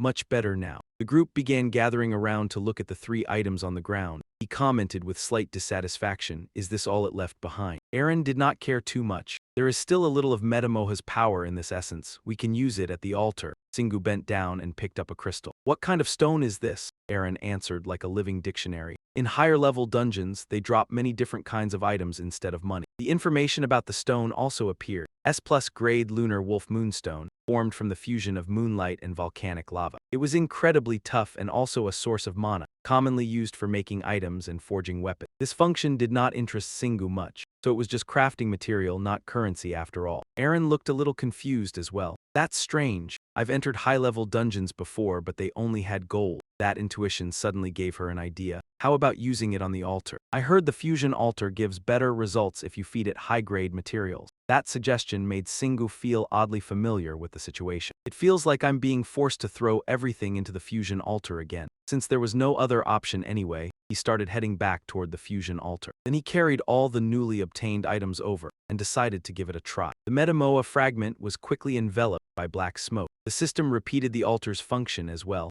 Anything placed inside would return in the form of a new item. While observing the changes inside, Singu took out his weapons. First was the great black wolf, followed by the giant's howl. He slowly moved them into the altar's range. Next came the remaining items: Moonstone, Black Wolf Essence, the Metamoa Fragment, and the Evil Spirit Sword. Singu carefully lifted the most important object with both hands. Lastly came the Divine Thunder Gun. Aaron exploded in anger. Have you lost your mind? You're throwing everything in there. Singu immediately tried to calm her down. Relax, don't make such a big deal out of it. At that moment she fell silent and thought for a while. As if realizing something, she suddenly shouted, "What is wrong with you?" He avoided her gaze slightly. "Come on, Luda told me we should trust her." Aaron frowned and scolded him. "So you listened to her and threw all those treasures in there?" Singu showed no concern at all as he calmly replied, "Go big or go home, it's not your turn to worry. We can always find more anyway." A massive beam of light suddenly appeared inside the pit, drawing everyone's attention. Singu chuckled lightly and joked that it felt like playing a slot machine. A newly forged hammer shot upward into the air. Everyone stared intently at the item that had just been created. Ziha stood there blankly and said, "It looks like a sledgehammer." He replied softly. The main materials were giant howls and dire black wolves. After saying that, he stepped forward and firmly grabbed the hammer. Its system information appeared. Heaven Crushing Hammer, Rank S++,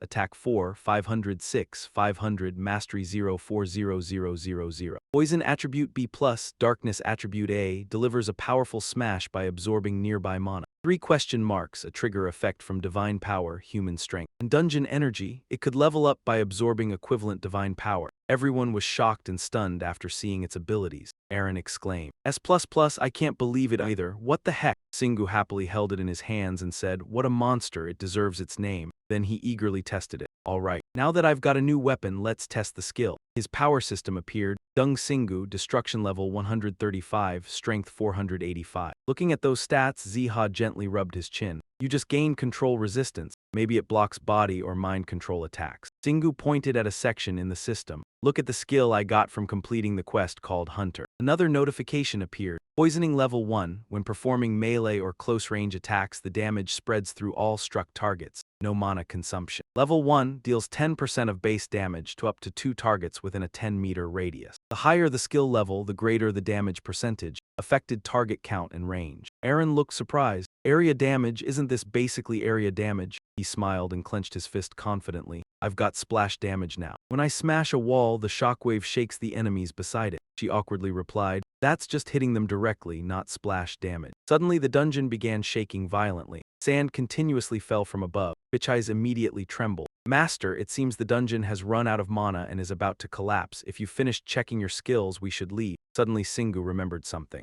"There's something I need to do." Thousands of floating ghosts were approaching from the entrance. He looked toward them and said, "Let's hear what they have to say." One ghost took on human form and floated forward before introducing himself seriously. "I am Kang Seo from the Golden Raindrop Guild. I logged out in the boss room of the level 25 dungeon." Ziha immediately recognized him. Golden Raindrop is the second most famous guild. He's definitely qualified to represent the spirits here. Singu spoke up, "I see, so he's probably the strongest spirit in this place." Kang Seo then explained, "As you know, when the dungeons merge, most of the weaker souls disappear." Singu looked curious. "So you guys are the ones left behind?" Kang Seo smiled gently and handed Singu a radiant beam of light. "Yes, and many of those who disappeared wanted to thank you. They left gifts for you." Without hesitation, he reached out and accepted it. System notifications rang out continuously. Strength +26, Agility +19, Endurance +31. Singu had no idea what was happening. He rubbed his chin in disbelief. "Normally, it takes forever to level up skill. That's because you clear dungeons one at a time. But when I cleared all of them at once, I gained a ton of levels in one go." Kang Seo's expression turned even more serious as he spoke sincerely. "The rest of us want to join your journey. We know we can't become players anymore, but we still want a new life." A system notification appeared. "A total of 3,185 spirits wish to follow you. Do you accept?" Singu smiled faintly before clenching his fist. "All right," he absorbed all the spirits into his hand. The system displayed, "Soul Domination has reached level 5. After completing the dungeon, Singu and his companions returned to the resting area. He cheerfully removed the towel from around his head. "All right, let's eat." Then he turned to Aaron and said, "You always cook, so today I'll do it." A little later, a table full of delicious dishes was served. Bito giggled. "This is amazing." Aaron praised him too.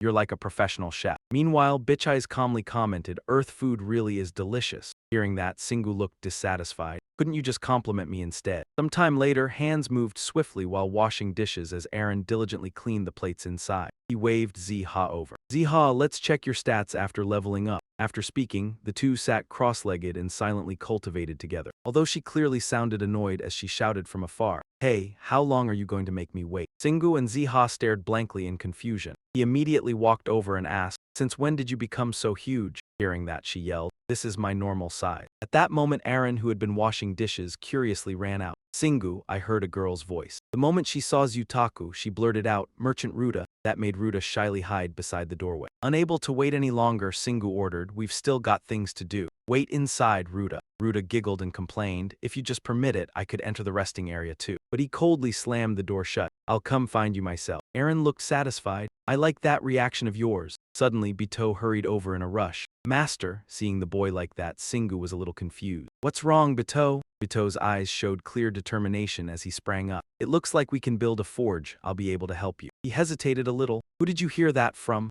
Hearing that, he instantly understood. Singu angrily turned to look at Aaron. Aaron was smiling as she hid behind the door. With no other choice, he finally had to give in. "Fine, fine, let's go. I guess the other things can wait." She and the boy cheered happily together. "Hooray!" With that, all of them headed somewhere else together. Singu looked around.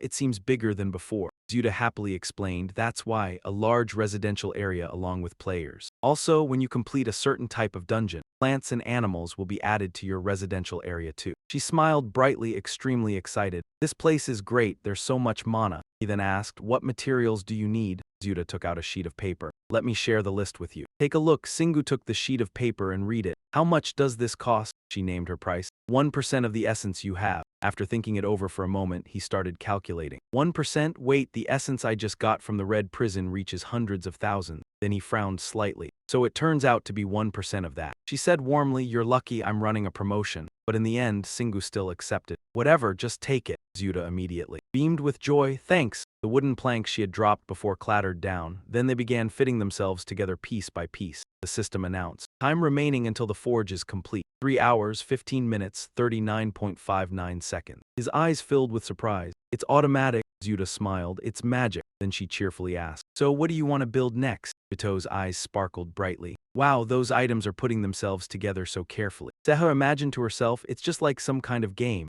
Singu smirked faintly. "I wouldn't be surprised if little soldiers started coming out of that house." Mazuta enthusiastically explained, "Whenever you complete a special dungeon, defeat monsters or destroy divine traces, you'll be able to build more types of structures." Then she giggled. "Because your residential area has so much mana, you can build 3 structures at the same time." Hearing that, he simply replied blandly, "I don't need anything right now." But suddenly remembering something, he turned and asked, "Oh, do you need anything, like a private place for yourself?" Aaron blushed. "No need, big brother, I can live in the rest area." Seeing that, Zuta's eyes immediately lit up. "Great, then please build a small house for me too." Singu's words were icy. "Planning to pay taxes." She exploded in protest. "You're so cruel." Taking this chance, he immediately bargained. "Can you lower all purchase prices by 5%? Zuta haggled. 5%, make it 3%. He stood firm, "Only 5%. With no other choice, she reluctantly agreed. "Fine, okay." But then she turned away, crying bitterly and lamenting. "I'm truly a disgrace to fairy merchants. I actually agreed to something that should have been impossible." Singu asked softly, "What did you say?" She turned back and immediately changed her expression. "I am truly honored to have you as my landlord." A moment later, the house was fully completed.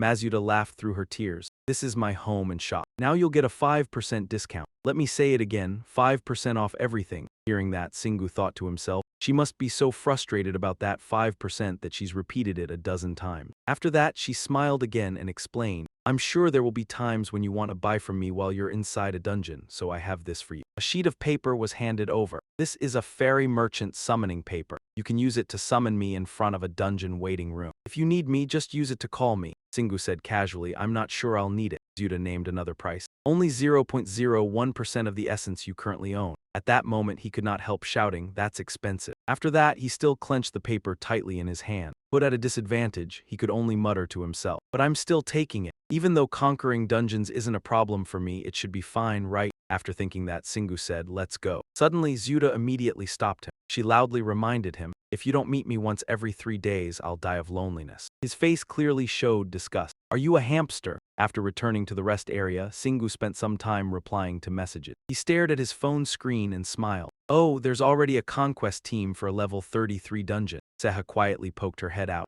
I knew it too. It would be strange if the Cyclone Guild didn't join. His expression was full of doubt. Besides, their chairman, Kim Harian, doesn't meet the requirements and won't participate in the conquest. Singu handed the phone to Aaron. Wow, he's one of the strongest. This is surprising. They must be starting to hate people who take advantage of divine power. Taking the phone, Aaron analyzed it. Marina Bissett and Syria Wilson are taking part in the conquest, but Saha isn't participating because she doesn't meet the level requirement. Singu smiled. Since she's working hard, she'll probably be able to join the 34th floor conquest team. Then ignoring everything else, he flopped onto the bed. Everyone is tired now, so let's rest first. Starting tomorrow, we'll be busy again. Seeing that, Aaron teased him with a smile. I'm afraid you'll leave again in 10 minutes. Seha smiled brightly. Good night. The next morning, on the rooftop of a building, Marina stood high above and looked down at the streets below. A calculating look showed in her eyes. An artificial island, huh? It was finished in just 1 month. Footsteps approached from behind and a voice spoke. It's all thanks to B and Y. The man smiled politely. Thank you. As a member of the Azure Dragon Guild, he was a senior executive of the Azure Dragon Corporation, Lee Young-ho. Marina did not care at all and waved goodbye as she left. You should be thanking Ethan instead. Bye. Young-ho froze for a moment. Wait, why does she look so irritated and annoyed? He keeps clinging to me and pretending to be friendly. Syria quietly spoke from the corner. Because the chairman of the Azure Dragon Guild has his eyes on you. Marina was startled in shock. Whoa, that scared me to death. When did you get here? Syria's expression suddenly turned serious. Marina, we need to enter the dungeon soon. There's no time left. Marina frowned angrily. Couldn't you at least call me once? We're not in Celestial City right now. Phones actually work here. Syria calmly replied, I don't want to hear your voice through a phone. But Marina suddenly realized something. Wait, what chairman of the Azure Dragon Guild? Syria's face became stern. Lee Kang-ho, chairman of the Azure Dragon Guild. It seemed Marina still had not grasped the situation. Lee Kang-ho. He is also the guild master of the Dragonheart Guild. Syria immediately explained, you didn't know, they're the same person. Hearing that, Marina stood there in disbelief. How is that even possible? Syria continued analyzing the matter. Maybe it's just a coincidence, but to him it probably feels like destiny. That's why it wouldn't be surprising if he believes he's the greatest person in the world. Marina looked cautious. Well, I've never actually met him in person before. Why does he make me feel so uncomfortable? Then she gave a faint smile. He feels just like Kim Harry. Syria crossed her arms lightly and informed her, sorry Marina, but he's already set his sights on you. To avoid the situation, an idea suddenly popped into her head. Maybe I should fake a marriage with Singu. That way those people wouldn't dare come near me, and I wouldn't have to deal with any of this nonsense anymore. Suddenly another person approached. Oh, you two are still here, the newcomer said. Sehai smiled faintly. No wonder I sensed mana. Then Sehai immediately reminded them. Hurry up, they're looking for you too. Marina reluctantly replied. All right. She hurriedly clung to Sehai and acted spoiled. I'm really going to miss you. Syria also made a request. If Singu runs into trouble, please help him. Sehai looked slightly awkward but still agreed. Okay, besides, if something ever happens to him, no one would know anyway because he rarely replies to my messages. Hearing that, Marina felt a little curious. Doesn't he know how to text? Sehai answered softly, he was very sweet back when we were dating. Those words stabbed straight into Marina's heart, making her unhappy enough to avoid eye contact. Then she awkwardly hurried to find an excuse to leave. I'm going now, see you later. Syria, let's go. As soon as she finished speaking, Marina immediately leaped into the air and flew away. Seeing her so flustered, Syria could only sigh helplessly before leaving as well. Seth stood there blankly. Yeah, then she shyly asked, she probably likes Singu a lot, right? Syria frowned slightly. HMPH, how could she casually bring up fake marriage like that? She's terrible at lying. The two of them shook hands. Syria spoke confidently, let's climb to the next floor together. Sahai smiled gently, have a safe trip. After that, Syria also took off into the sky. Somewhere else, everyone had already gathered together. Marina and Syria flew over. One person immediately pointed at the sky when they saw them. Oh, they're here. The two women landed gracefully and safely on the ground. A man spoke up. Everyone's finally gathered. Recognizing him, Marina thought to herself, this guy. He smiled and extended his hand in greeting. Hello, Marina Bissett. She knew exactly who the man was. Lee Kang-ho, chairman of the Dragonheart Guild. The two sides were finally meeting for the first time. Marina smiled politely at him. Hello. Syria beside her remained expressionless. Nice to meet you. Yet inwardly she was silently evaluating him. She's really good at pretending. Kang-ho was briefly surprised for a moment but quickly adjusted into a welcoming smile. You're Syria Wilson, right? You once competed with Marina Bissett for the title of the world's most beautiful player. Seems the rumors were true. The atmosphere around Syria suddenly turned gloomy with her silence. Marina leaned over and whispered, he's targeting you too, you know. Syria replied irritably, shut up. But contrary to their worries, Lee Kang-ho paid no attention to either of them once they entered the dungeon. Instead, he focused entirely on the conquest. After the battle ended, Marina sat down on a rock and let out a relieved sigh. Kang Ho handed her a bottle of water along with words of praise, just as expected. You two are always at the top of the player rankings. Our guild learns a lot from you. She looked over in surprise. Ah, thank you. Then he smiled lightly and said, if either of you feels tired, just let me know. My goal is to conquer this dungeon without a single casualty. Marina silently evaluated him. Unlike Kim Harry, this man was calm and polite, at least as a leader. Conquering this dungeon did not seem very difficult. However, something unexpected soon happened. A group of dangerous monsters blocked their path. One member of the team quickly recognized them. Thunder serpents. Their leader suddenly attacked before the others could react. Someone quickly warned them. Be careful, these things use lightning. Hearing that, Marina looked doubtful. Lightning, snakes and lightning, she hurriedly asked Syria. Is this dungeon under Ria's influence? Syria looked surprised. Syria's expression immediately turned serious. Then this is different from the dungeon scout team's report. I thought they avoided all dungeons under the Thunder God's control. Our plan was supposed to be conquering the easier locations. Marina explained. The machine said their scanners could not scan deep into the dungeon, so it was not too surprising that there was a completely different kind of monster. Her instincts told her something was off. Wait, Marina immediately activated the skill in her left eye, foresight. Her eye transformed into a negative image. Seeing that, Syria was a little surprised. Huh, you can scan too, she replied softly. I am only imitating Singu, but it still works. Marina focused and carefully observed the road ahead. As with the recent pass, she did not see any breaks in the mana. Syria was utterly shocked. What do you mean, breaks in the mana? Suddenly someone warned them. Careful, a member of the team shouted in panic. It is a high-level monster. A bloodthirsty look spread across its face. We came here by order of the god Ria. Then it looked toward Marina and declared, Marina Bisset, your time is up. The scene shifted to the living room. Singu was sitting there watching the news. The announcer reported, a large number of dungeons in Sky City have disappeared. They were all low-level dungeons. Aaron, standing beside him, seemed tense. What is going on? It looks like Sky City itself has a time limit too. Yeha opened the door and walked in, letting out a soft sigh. I told you as soon as I saw it. Yeha, come look at this. The TV replayed footage from inside the dungeon. Next came a report about why monsters no longer awarded money when defeated. No one was sure whether higher-level dungeons were the same. After watching this far, he looked surprised. Wow, the player rankings must have changed. Singu rubbed his chin and assessed it. I knew this would happen sooner or later. Money had been used to motivate players, the clearest and most transparent method of motivation possible. Most players probably participated only for the money, and money pushed them to grow stronger. Singu looked down at the palm of his hand, but now it is not just in Sky City. There are monsters outside as well. Because of this, players are afraid, fighting to protect their families and friends. Aaron understood the issue too, so they no longer need money to make people fight. So that is why they do not drop money anymore. It did make sense. Now making money would be harder for the players. Then she offered a guess. That means players will grow closer to sponsors. He answered calmly. For the welfare of Earth, maybe that will not be so bad. After that, Singu looked toward her and said, enough, eat. Aaron immediately smiled gently. Yes, dear, back at the dungeon. At that moment, the high-level monster's head was struck by a swirling fireball. The gun in Marina's hand was still smoking. It was terrifying. Syria, standing nearby, mocked it. Do not say that after getting your head blown apart. Several members of the team who witnessed it were stunned. What skill was that? Is that even possible? She swept her eyes over them. Change formation. Syria and I will handle the high-level ones. We only need a few of you to protect us. Kang Ho stepped forward and reminded her. Marina, there are more high-level monsters than I expected. Can you really fight them all? She answered coldly. I have fought the lightning god Ria's minions many times before. I am probably the most capable person here. Seeing Marina's expression, he did not know what else to say. All right, you really are reliable. Then he turned to the members of the team. Can everyone listen to me for a moment? Until now, we have acted according to the guild's orders, but it seems the scouting team misjudged the situation. At this rate, our safety will reach a dead end, but because of Miss Marina Bisset's determination,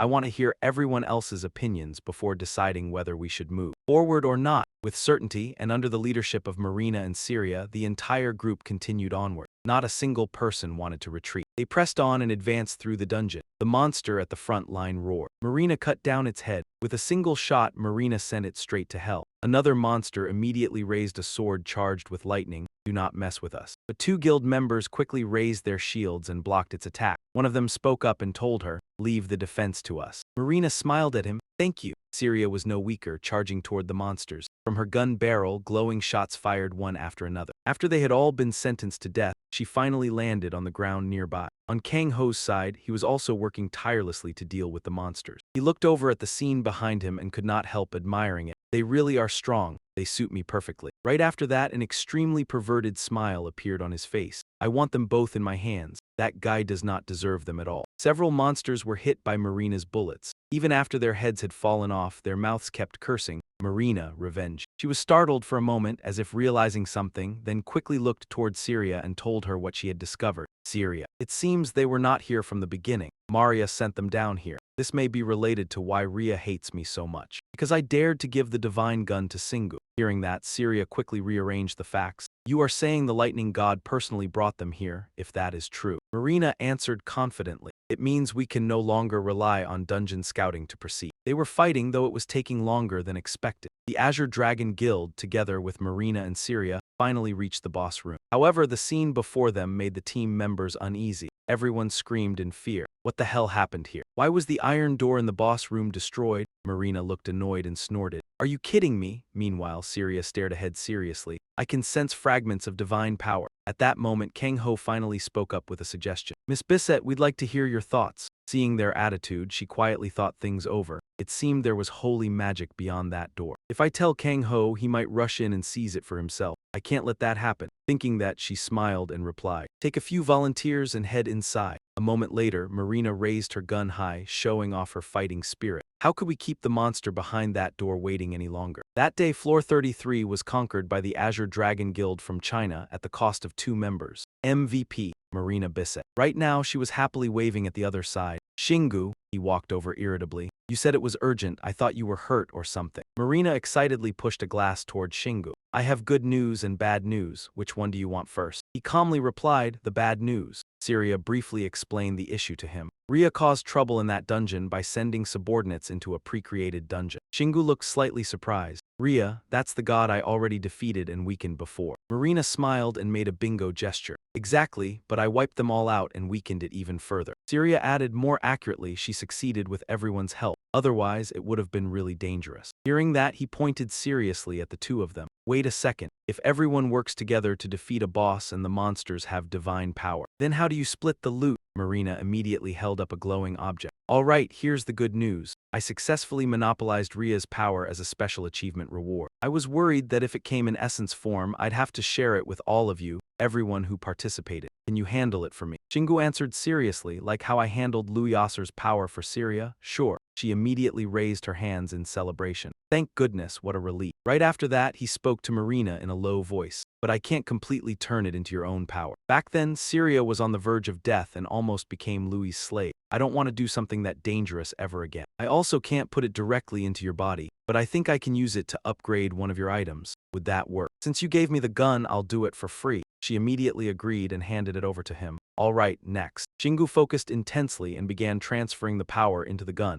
Sejia quickly reminded Seha. Watch carefully, that's the level of mana craftsmanship we're striving for. She was still sitting off to the side observing. I know. When the process finished, electric currents immediately burst from the gun. He tossed it back to Marina. She quickly caught it. That was it, that easy. Then she eagerly checked it over. It gained another A+, and now it's A+++. She laughed happily. Thanks so much, Shingu. He raised a hand to stop her. No need to remind me. At the same time, he glared angrily at the others. If the rest of you find any fragments, just bring them to me. I'm free, so don't waste time yourselves, or you can just hand them over directly. Marina immediately waved her hand in objection. How can you shamelessly ask for something so outrageous? But Syria quickly nodded. Of course, I'd be happy to give them to you. Suddenly, all 4 of their phones rang with notifications at the same time. Sahai checked hers and looked shocked. A treaty concerning the KPC. Marina also opened her phone. They're calling players in for assistance. When an entire country fell into an uncontrollable state, Shingu slammed the table and signaled to them. Get up, let's move. But then he blankly asked, move where? She answered simply, Germany. Then while moving, she pointed ahead. There's a teleport gate at the B and Y Berlin branch. Let's head there. He quickly jumped onto the demon motorcycle and revved the engine, preparing to leave immediately. No need for the carriage. Shingu loudly signaled everyone. Let's go. The sun was already high over Gusbach, Germany.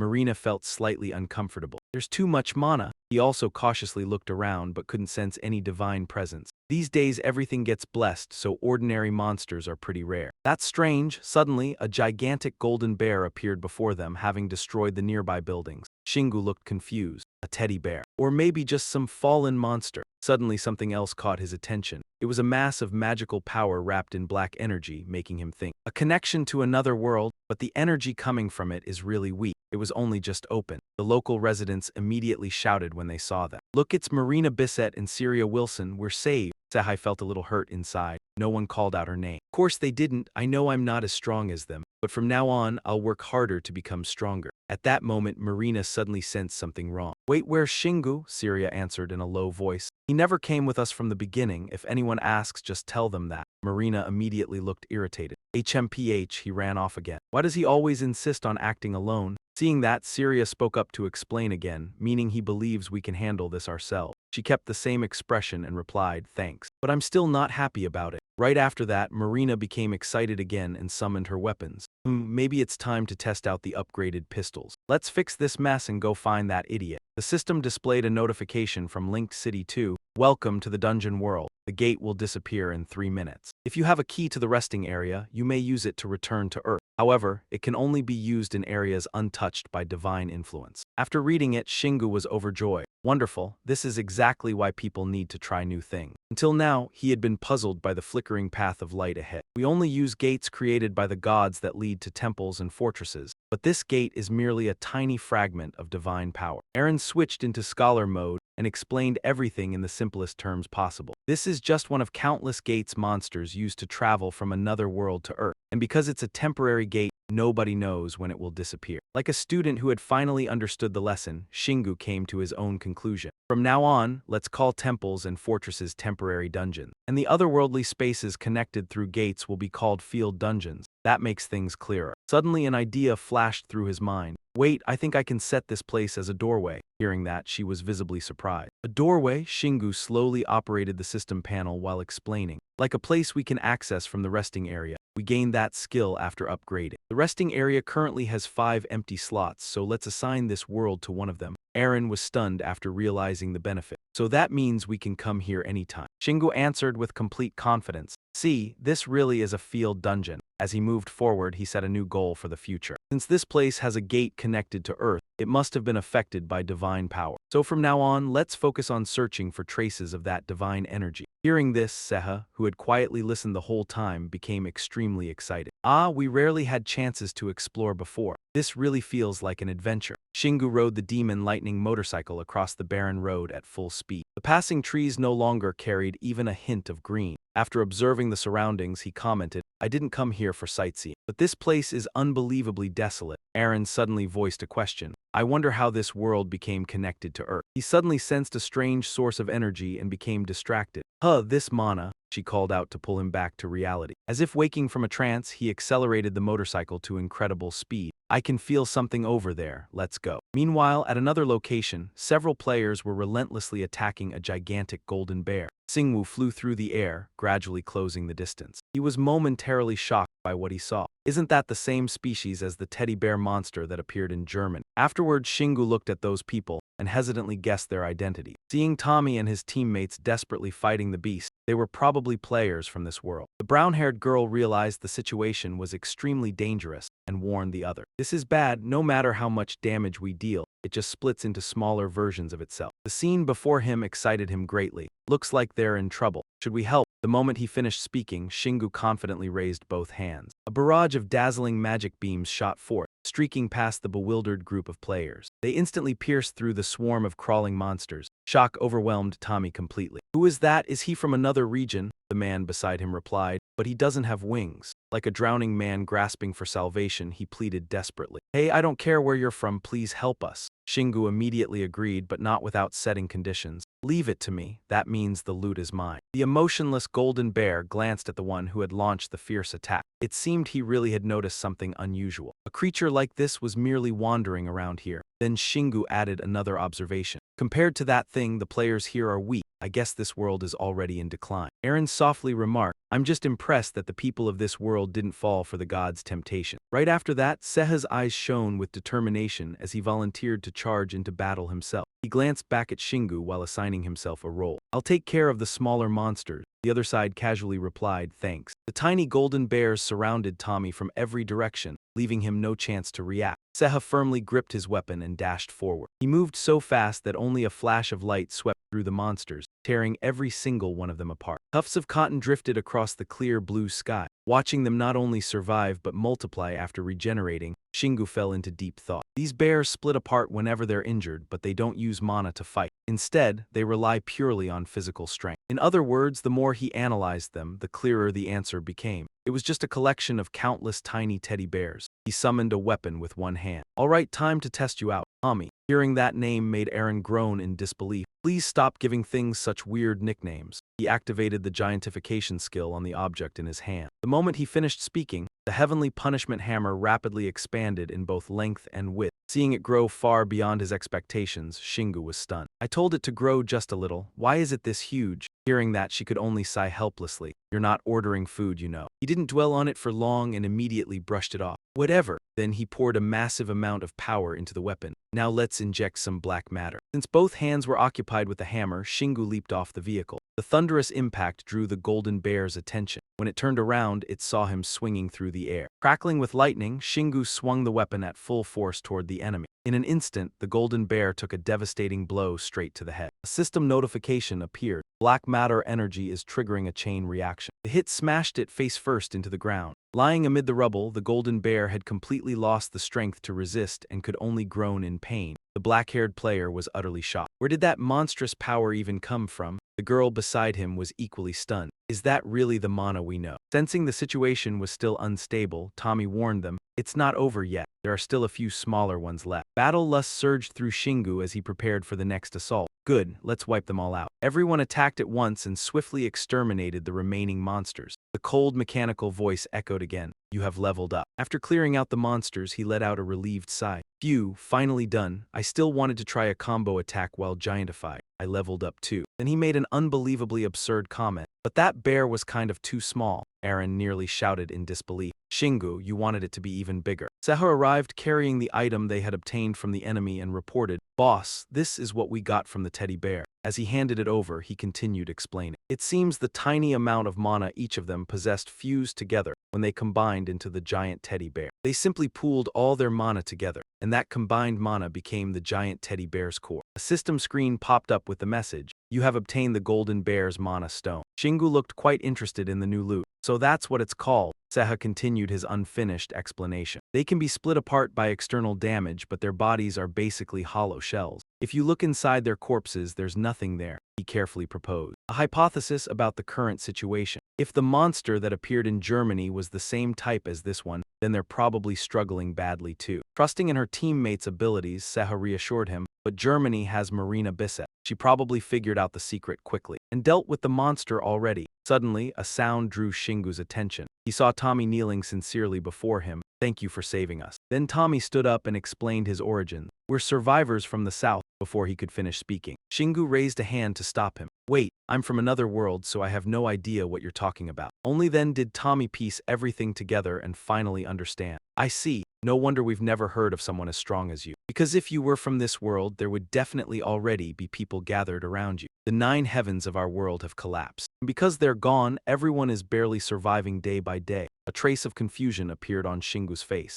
The 9 heavens. You mean the celestial city of this world? It actually collapsed, Tommy answered honestly. Once the world's power was exhausted, its collapse was inevitable. He thought to himself for a moment, I should learn more about this world from him. Then he suggested to Tommy that they move somewhere safer before continuing the conversation. Can you lead the way? Tommy immediately agreed. I'll guide you to our shelter. The 3 locals flew ahead while Shingu's group followed behind them. They brought Shingu to a ruined fortress built firmly against a cliffside. Tommy explained briefly, our base is protected by an enormous magical barrier. We've enchanted it so that most monsters can't detect what we're doing. Hearing that, Shingu suddenly became curious. So you can't leave the barrier, how do you manage to get food? Looking at the residents trudging around in heavy coverings, he spoke quietly. We can't produce enough food inside here ourselves, so we have to leave the barrier regularly to gather supplies. Suddenly, Singu noticed something. He silently observed and assessed the abilities of the players before him. Aside from the players who fought the teddy bear today, there was another group of players inside the base as well, around 15 in total, but all of them were below level 200. So few players having to protect everyone here. After thinking for a while, Singu carefully gave his opinion. I'm sorry for saying this, but your situation is extremely dire. Tommy's eyes filled with gloom and sadness. I can't deny that. We've struggled for years, but now I've truly reached my limit. The people are starting to grow dissatisfied too. The more he spoke, the more depressed he became. Worst of all, even with the barrier, we still can't stop the gods from attacking. Hearing that, overwhelming surprise took over Singu's emotions. He felt his efforts to lead the man into revealing the secret had paid off. He thought to himself, gods. Finally, he said what I wanted to hear. He asked Tommy to explain in more detail. Could you tell me more specifically? Without hesitation, Tommy replied, of course. You saved us after all. Let's continue this conversation inside. The two sat facing each other at a large table. Tommy honestly recounted the memories in his mind. The 9 heavens have existed since the day I was born. That means I was born as a winged player. Back when I was young, things weren't this bad. Under the Pentagram Corps, a group of high-level warriors, we protected civilization from the gods. We resisted the forces of every god. The story gradually reached its climax through his narration. But when I reached level 150, one member of the Pentagram Corps betrayed us to follow the god of war. Everything started going downhill from there. The more he recalled the tragic past, the tighter he clenched his fists. What the gods desire from their followers is for them to conquer the world in their names and spread their influence. The gods want their followers to drive out rival gods and place the entire world beneath divine rule, allowing only their influence to remain. Tommy thoroughly explained the current situation. The reason our world hasn't been destroyed yet is because the strongest god has not yet been decided. Right now, the god of war, the fire god, and the god of prayer are the 3 remaining gods. Singu interrupted softly, confused by something. Then what about the collapse of the 9 heavens? Tommy explained everything he knew. Once the gods seized more than half the world's power, its core could no longer withstand the strain and shattered apart. That happened 5 years ago, and ever since then, no player has been able to level up. But the gods and their followers keep growing stronger. Hearing that, Singu asked thoughtfully, so the 9 heavens are above the sky of your world, right? Then what's underground or beneath the earth? Tommy quickly answered his question. No, there's nothing like that. Sometimes people from other worlds drift here like you did, but I've never heard anything like that from them either. After receiving the answer, Singu fell into deep thought. So there are no underground players in this world. Then he wanted to know something else. Let me ask one more thing. Do you know the level of the player who betrayed humanity to follow the god of war? The image of the mastermind villain appeared with a vicious smile and razor-sharp eye. I only know his level before the 9 heavens collapsed, but now, levels no longer matter to him. The power of the god of war turned him into a true demon. Tommy continued explaining the man's abilities.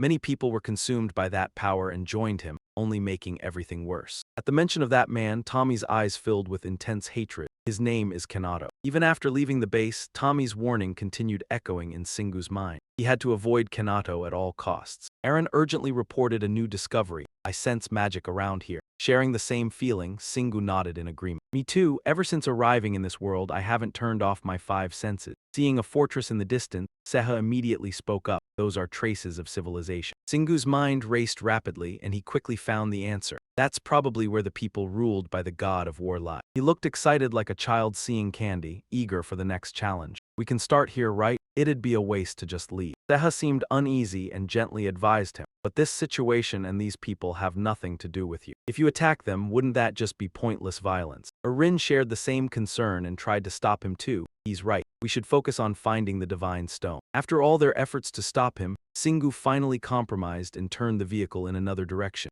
HMPH, I kind of wanted to fight that Kanato guy. And now I'll just have to hope he comes looking for me himself. Those ominous words made her shiver slightly. What you're saying sounds way too real. Unlike her, Seha was overflowing with confidence in his teammate. I don't think you'll lose. Honestly, I think the sooner you fight him, the better. The 3 of them continued flying across the endless blue clouds. Suddenly, a golden bear appeared in the distance, bouncing along happily. Sounding surprised, he pointed in that direction. A teddy bear? Aaron looked over as well and corrected him. Its proper name is golden bear. She gazed at it intently, her face blooming with delight. But it looks so tiny, it is adorable, look at it waddling. Oh, it spotted a snake. It is eating it alive. Shingu spoke with a grim expression, sharing his guess that the teddy bear was a subordinate of the god of war. Aaron gasped softly. never expecting such a cute-looking golden bear to have such a formidable origin. Hey, are you serious? Tell us everything you observe. The teddy bear is level 80, but the snake is level 90. That snake follows another god, yet the teddy bear took it out without a scratch. I can see energy from outside being supplied to it. You and he cannot see it. Her anger shot straight to her head and she shouted furiously. If I could see it, I would not need to ask. Shingu saw it scurrying ahead and spoke up. It is heading toward the main energy source. He gave a firm order. Follow it now. Golden Bear kept speeding up, running swiftly toward the teleportation gate ahead. Then it quickly entered, leaving only half of its body visible. Shingu followed, driving through into another space. As soon as its feet touched the ground, Golden Bear realized someone was tailing it, but before it could react, its head was blown apart. Its whole body was thrown backward. The other golden bears heard the loud noise and rushed out to see what had happened. His deductive instincts stirred again. It seems they are living here in a separate space. So I think they also follow the god of war, living apart from the human disciples. After witnessing one of their own being destroyed, they roared loudly in anger. Suddenly, a mysterious voice rang out. There you are, I thought you would come straight to my temple. He looked toward the source of the voice in confusion. You know me. The reply came immediately. Of course I know you. You are the first one strong enough to resist us, or perhaps the second. Shingu clenched his teeth in fury and spoke through them. Stop acting mysterious. I have known for ages that the first one was the lineage. The other voice was utterly shocked, not expecting him to have that information. What? As he swiftly summoned his weapon, he analyzed the situation. Well, the fact that I can hear you means there are traces of your energy nearby. Right. Shingu looked incredibly imposing as he gripped the hammer tightly. His words were firm as stone as he warned the mysterious being. I will smash everything, just wait.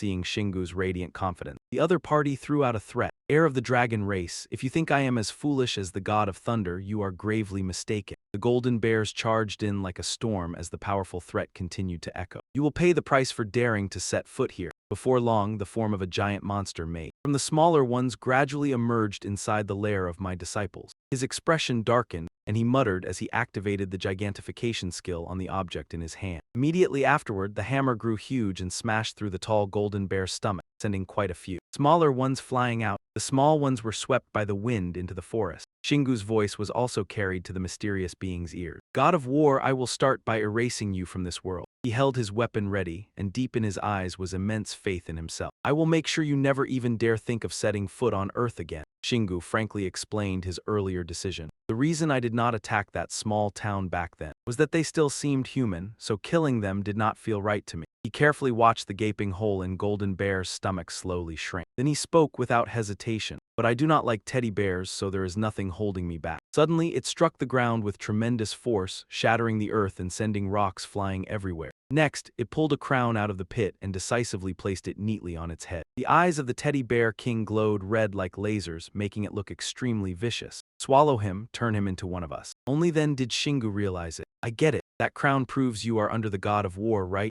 No, it is actually simple. He tightened his grip on the weapon in his hand. You are big enough for me to test my new skill. It stomped forward angrily with heavy steps. Turn him into one of us. Amid the roaring engine, he silently used the gigantification skill. Immediately after that, he slammed the enormous hammer into his opponent's leg. The fierce attack sent several golden bears flying in all directions. The vehicle raced faster and faster. Shingu let out a shout filled with deep resolve. In an instant, he repeatedly attacked the teddy bear king's weak point. Every strike from Shingu flashed with a brilliant purple light. The system issued an announcement. Toxic fire is spreading and burning everything. The small monsters being burned quickly began falling one after another. The wounds on its body gradually healed. Noticing something unusual, Seha hurriedly called out a warning. It is separating the poisoned bears and attaching new small pieces to itself so it can recover. Something made Aaron so worried that she shouted, Shingu, 2 more teddy bears are coming this way. Shingu charged forward like an arrow, causing them to crash into each other. He immediately activated his giant transformation skill. Before long, the heavenly judgment hammer grew hundreds of times larger. Shingu struggled to wield the immensely heavy weapon before charging straight at the enemy. His strike was so powerful that the 2 of them were sent to the afterlife together. Meanwhile, the teddy bear king was being relentlessly burned by purple flames. It looked irritated that no matter what it tried, it could not avoid taking damage. Yeah, these flames are hard to extinguish. Houses blazed fiercely while the golden bears fled in panic to save themselves. Seeing this scene only intensified the teddy bear king's hatred toward Shingu. Shingu laughed gleefully at its suffering.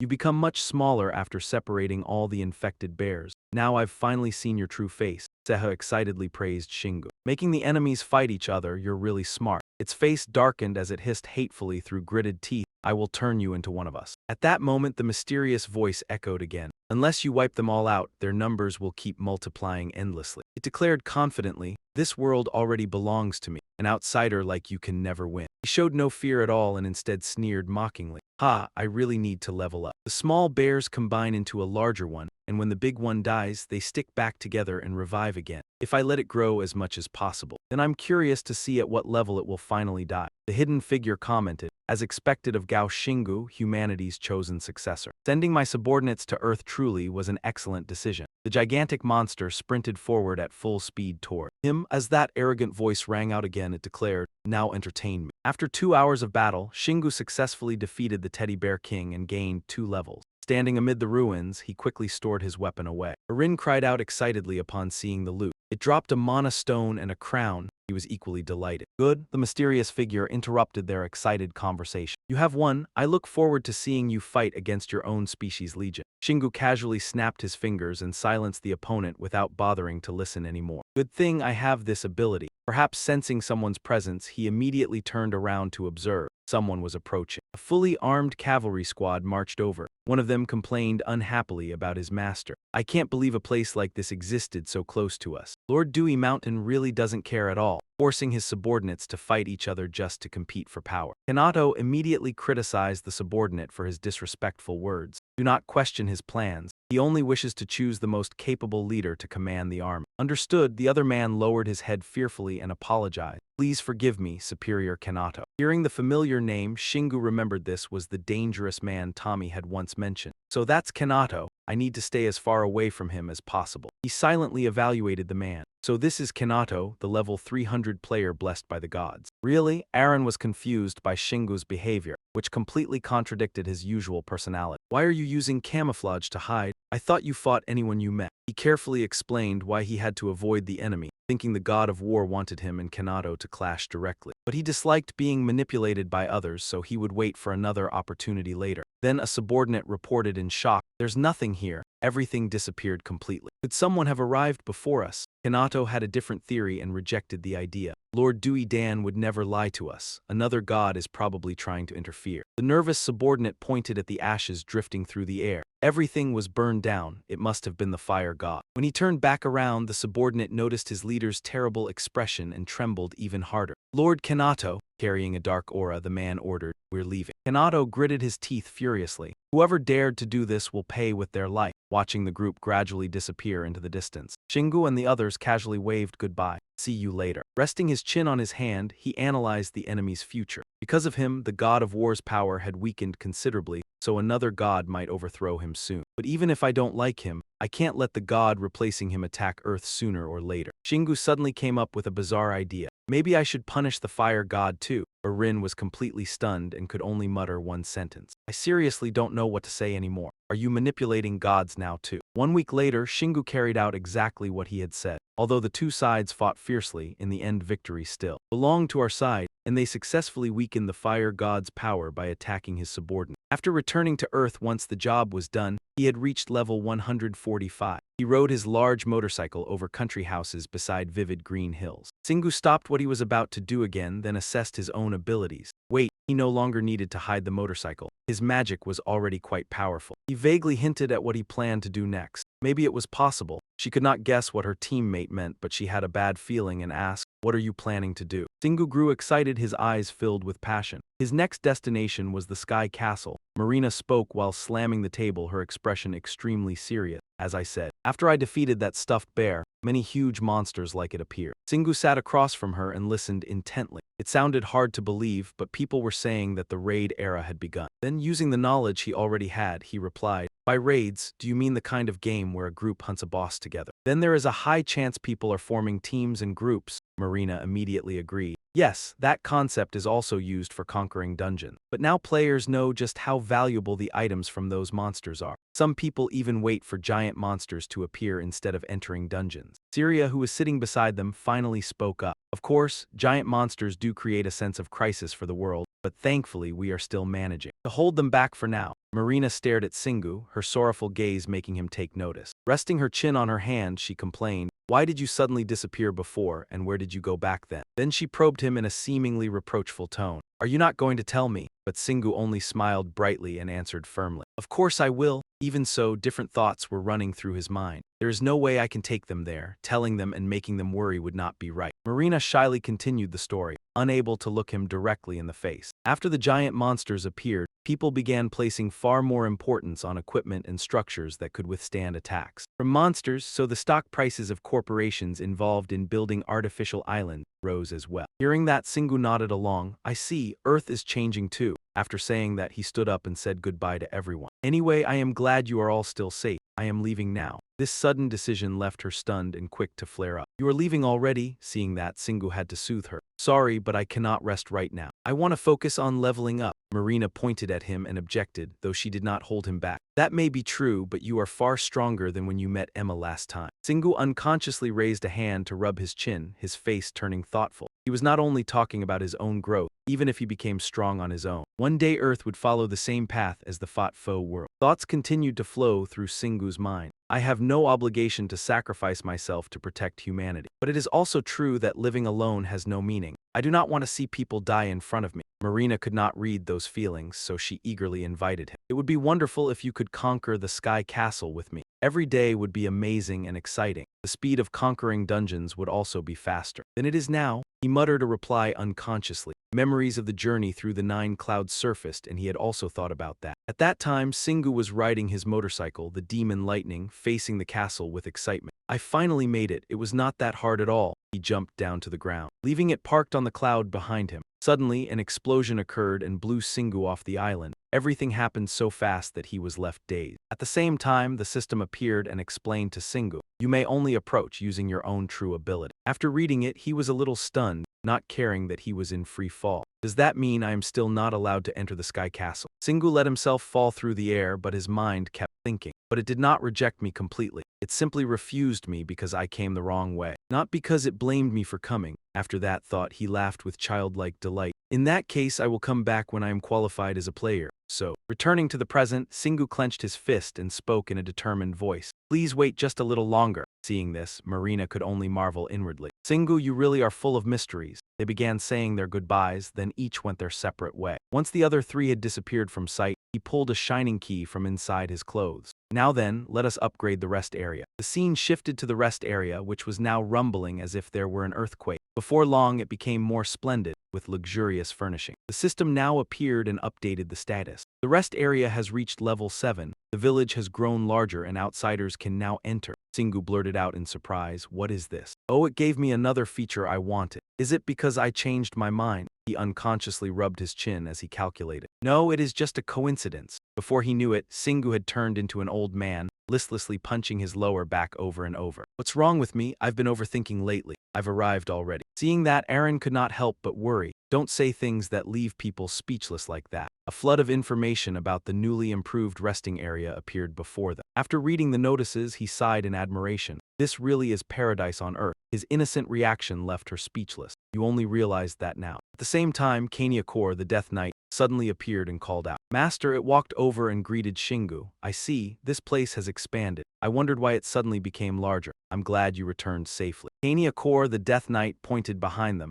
Bito's first weapon has just been completed. You should go take a look. The scene shifted to an outdoor area bathed in golden sunlight. The 3 followed behind it while Shingu took the chance to ask, how's Ruta doing? He immediately received a reply. Every day she keeps disrupting my peaceful life. Bito and I both think there's something wrong with her head. Kaniakor's attitude amused him a little. That's all. While it continued complaining, I don't want such an ordinary girl getting close to Bito's stone and singing us one of my adorable songs. The moment it finished speaking, Bito immediately appeared, sweat covering his face. Oh, master. Shingu walked over at once and asked about it. I heard you managed to create something. The boy eagerly showed off his achievement. Yes, please wait a moment. Bito took out a purple weapon engraved with extremely intricate patterns. Here it is, master. I made a magical tool. He immediately picked it up and examined it. It's a gun, right? Looks like a musket. Meanwhile, Bito proudly explained. I tried making a gun that fires magic bullets because it seemed like you lost your gun. After explaining, the boy nervously asked, what do you think of it, master? I didn't have many materials and my skills are still poor, so I couldn't make anything amazing. The weapon Bito had just created was a C++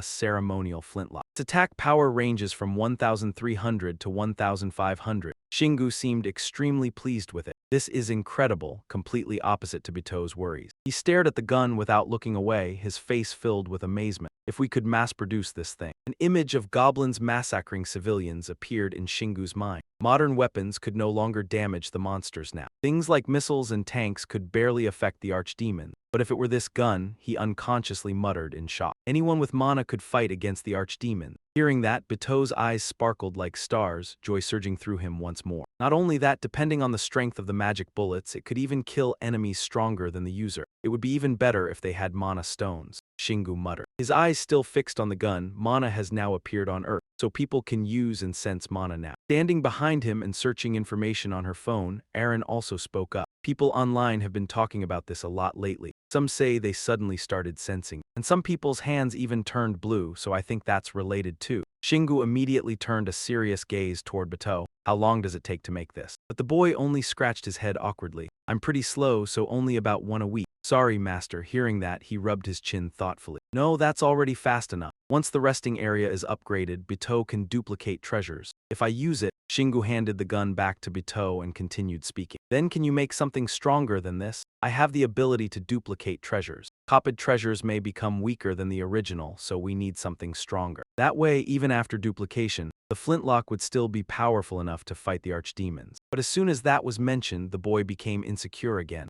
I'm still not skilled enough, but if I train more and get better materials in the future, I can do it. While Bito answered, Shingu once again sank into his own thoughts. A simple gun like this would be perfect for people who don't have magic bullets. Even though I abandoned the Thunder God gun to make better weapons, having a ranged weapon wouldn't hurt. After making up his mind, he gave the boy another request, and I want you to make one for me too. I already have the magic bullet skill, so make mine with different upgrades instead, like continuous fire capability. After speaking, Shingu conjured a huge amount of precious materials. I'll give you a sample later, but for now use these stones. I got them from those teddy bears. Bito felt overjoyed after receiving the supplies. They're all top-quality materials. Meanwhile, the man behind him casually walked off with the gun. I'll keep this flintlock. Then Shingu turned toward Erin and handed her the flintlock along with a handsome smile shining like the sun. Use this, it's not very strong, but it'll help in emergencies. Erin accepted it from Shingu, her cheeks flushing red like a young girl in love. Thank you. As they were walking back, they ran into Zuda. She was lazily reclining on a chair, holding a drink in one hand and snacks in the other,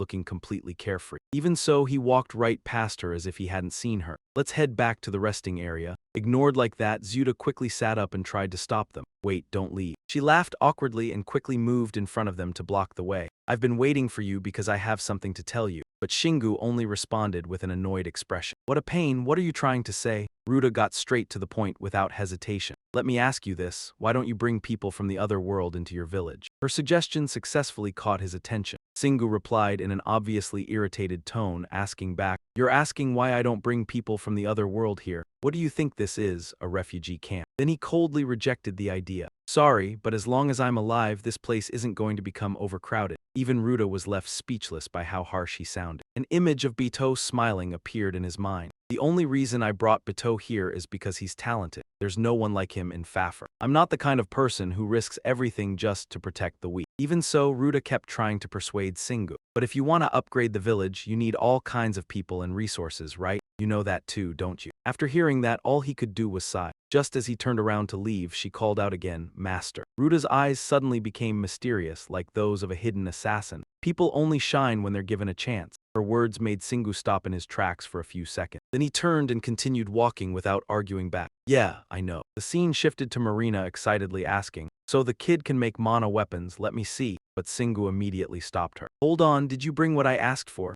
As soon as he finished speaking, she used magic to pull out a weapon. It was Bito's powerful six-barreled gun. Marina handed it over while explaining. This is the strongest six-barreled machine gun we have. Do you think your blacksmith can turn it into a mana weapon? Shingu answered without hesitation, lifting it up and testing the trigger. Yeah, if I bring this to him, he should be able to do it. Marina's eyes sparkled as she eagerly looked forward to meeting Bito. Unable to resist that pleading expression, he gave in. If you're curious, then come along with me. Marina widened her eyes in surprise after getting permission. Really? Shingu smiled warmly at her, though he was thinking something else inside. Now that I've leveled up, it should be fine. Celia and Sehai, you two should come too. I'll show you around. Marina frowned in confusion. Show us around. Not long after, he led all three of them back to the village. The sheer size of the place left Marina stunned. It's huge, Sehai beside her was equally amazed. Wow, you must need a ton of mana to manage a place like this. Serena looked around curiously. So this is another world. As they walked, they came across Ruta sunbathing again. Seeing them, she smirked and complained sarcastically,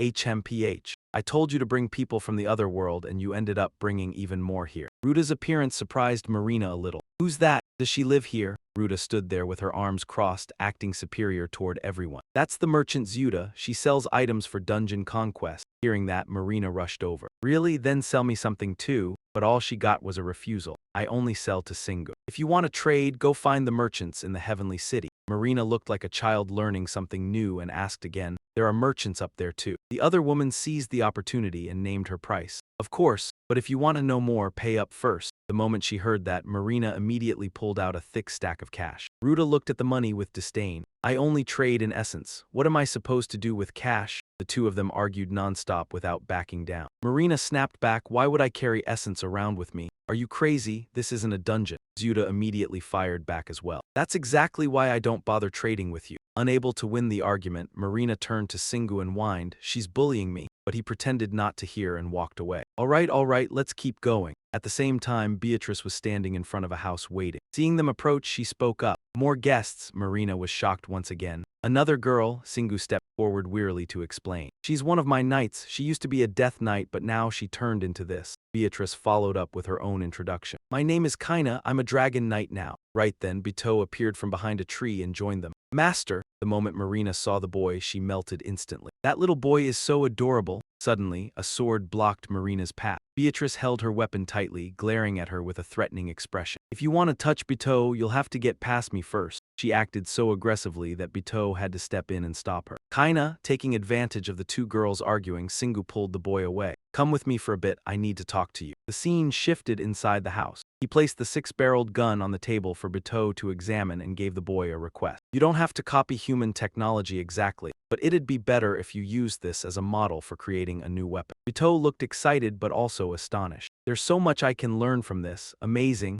I never imagined humans could create something this intricate just to fight monsters. Singu said nothing and only thought to himself, actually, humans created weapons like this to kill each other. But Bito was still a child, so there was no need for him to know such things. The boy clenched his fists and spoke with determination. I'll study it carefully. Singu raised a finger encouragingly. All right, I'm counting on you. A vision of the future unfolded, where ordinary people grew wings and crushed most of the monsters. Just a few months after the new era began, the people of Earth had already started adapting to a world filled with monsters. Humanity successfully protected over 70% of its territory from them. Deep underground, many soldiers were also joining forces to defeat a goblin. The assault on the level 33 dungeon was steadily progressing as well. After China's Azure Dragon Guild conquered the first dungeon, other guilds also recruited players and gradually cleared the 33rd floor dungeons. A red flag bearing an eagle fluttered across the battlefield, but the Whirlwind Guild still failed to conquer it even after 2 months had passed. No players wanted to help them, so nobody paid them any attention. Then came scenes of everyone going their separate ways. As a result, members of the Whirlwind Guild left the group one after another, causing it to fall apart. The image shifted to the back of an unrecognizable man, and Guild Master Kim Haryong had completely vanished. All of that had merely been Shingu's imagination. Now all that's left is waiting for him to declare himself the Demon King and make a dramatic appearance a few months later. Seeing him lost in fantasy, Aaron interrupted, "Stop writing stories in your head already." But he ignored her and kept speculating. Or maybe he'll travel to another world and fight me someday.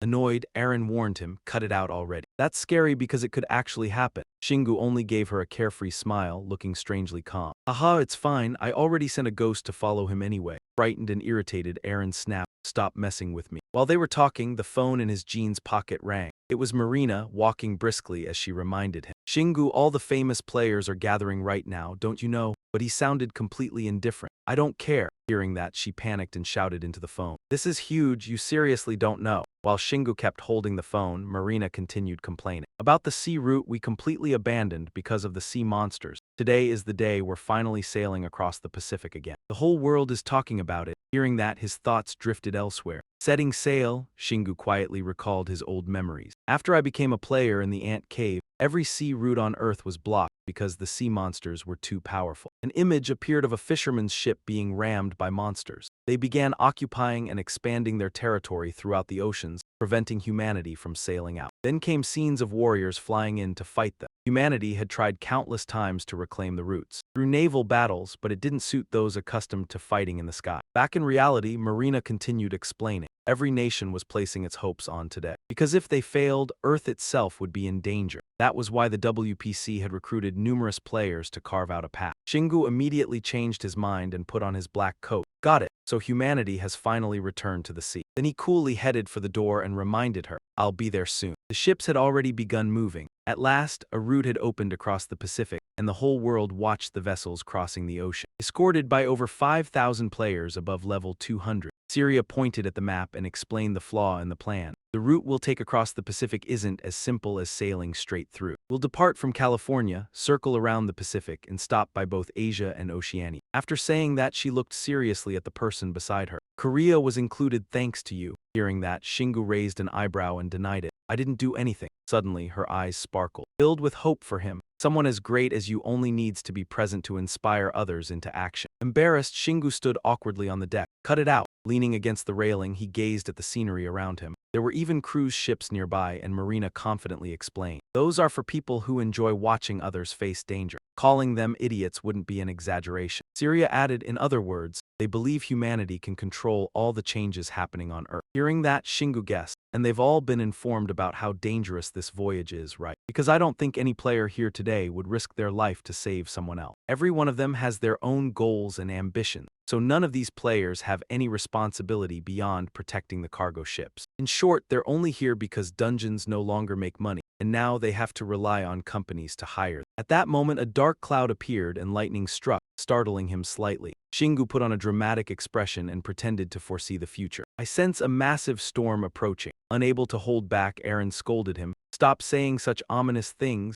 Shingu cracked his knuckles. Images of monsters appeared in his mind. Good, I still have a score to settle with those sea monsters. Aaron exposed him again from inside his coat pocket. Stop lying already. I know you just want to smash them into pulp. Suddenly, BG appeared out of nowhere and leaned against the railing as she spoke. This is my first time on a ship. Maria pointed at her in shock. Why is she here? Shingu stood to the side and calmly explained. I don't need to hide her from the public anymore. BGC gazed at the sea with fascination, her face glowing as if she could see hope ahead. Her expression secretly pleased him. Hina seemed quite happy to be here. I'm really glad I brought her along too. Suddenly, Ci called out from the sky above. Shingu, he waved and asked, you must be busy setting up magic barriers on the ships. She landed and immediately got to the point. Let me explain this to you first. Sahai pointed at the item in her hand. This is the activation switch for the mana absorption shield. It only works when a player channels mana into it. Shingu became interested the moment he heard that. Sounds pretty useful. After leaving the activation switch with him, Sahai hurried off. Good luck, I still need to deliver these to the other players. The cargo ships continued moving beneath the dark clouds. The three of them silently stood in one corner. Marina was the first to break the silence.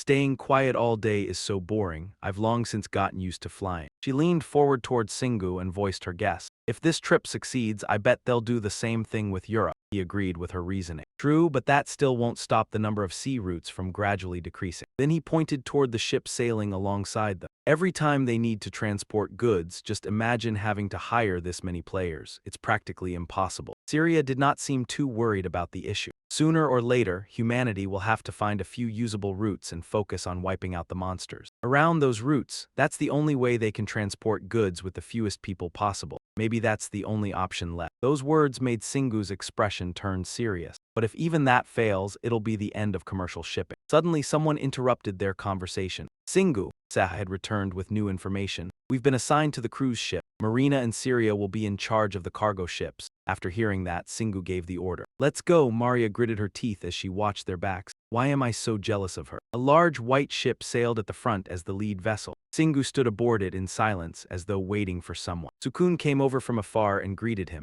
You're the son of Dong Siwan, aren't you? Shingu replied coldly. Yes, but a question rose in his mind. Does he know my father? The man welcomed him with a bright smile. I owe your father a great debt. I'm also grateful that you're here today. The hospitable man clapped him hard on the shoulder. There's a party on deck. You should join us. Shingu avoided his gaze. He did not really want to join, but he could not refuse that eager look. Well, I suppose I can eat a little. Just then, the ship suddenly rocked violently. Sukun covered his head in panic. What was that? Shingu smiled wickedly and pressed the activation button. Looks like the party has started. The ship was instantly wrapped in a magical barrier. But before long, the protective layer shattered completely. The situation stunned Shingu. Not even a second had passed when Sehi hurriedly flew over to him. Shingu, she kept pressing the activation button while shouting a warning. They're attacking the core inside the shield layers. It isn't working anymore. Shingu hurried away and Sehi flew close behind him. We have to move before they sink the ship. He stepped onto the railing at the bow, then focused on the swarming black shadows closing in. The eyes of the doomed fish were blood-red, as if they wanted to destroy everything. When they reached the cargo ships, they kept leaping up and tearing things apart. Aaron was horrified by the sight. I see them. It's like they're extremely determined. Shingu was not afraid at all. He smiled brightly with excitement. Exactly. It's as if they're saying this ocean is forbidden territory. As soon as he finished speaking, he summoned the heavenly punishment hammer onto his motorcycle. Demon injection.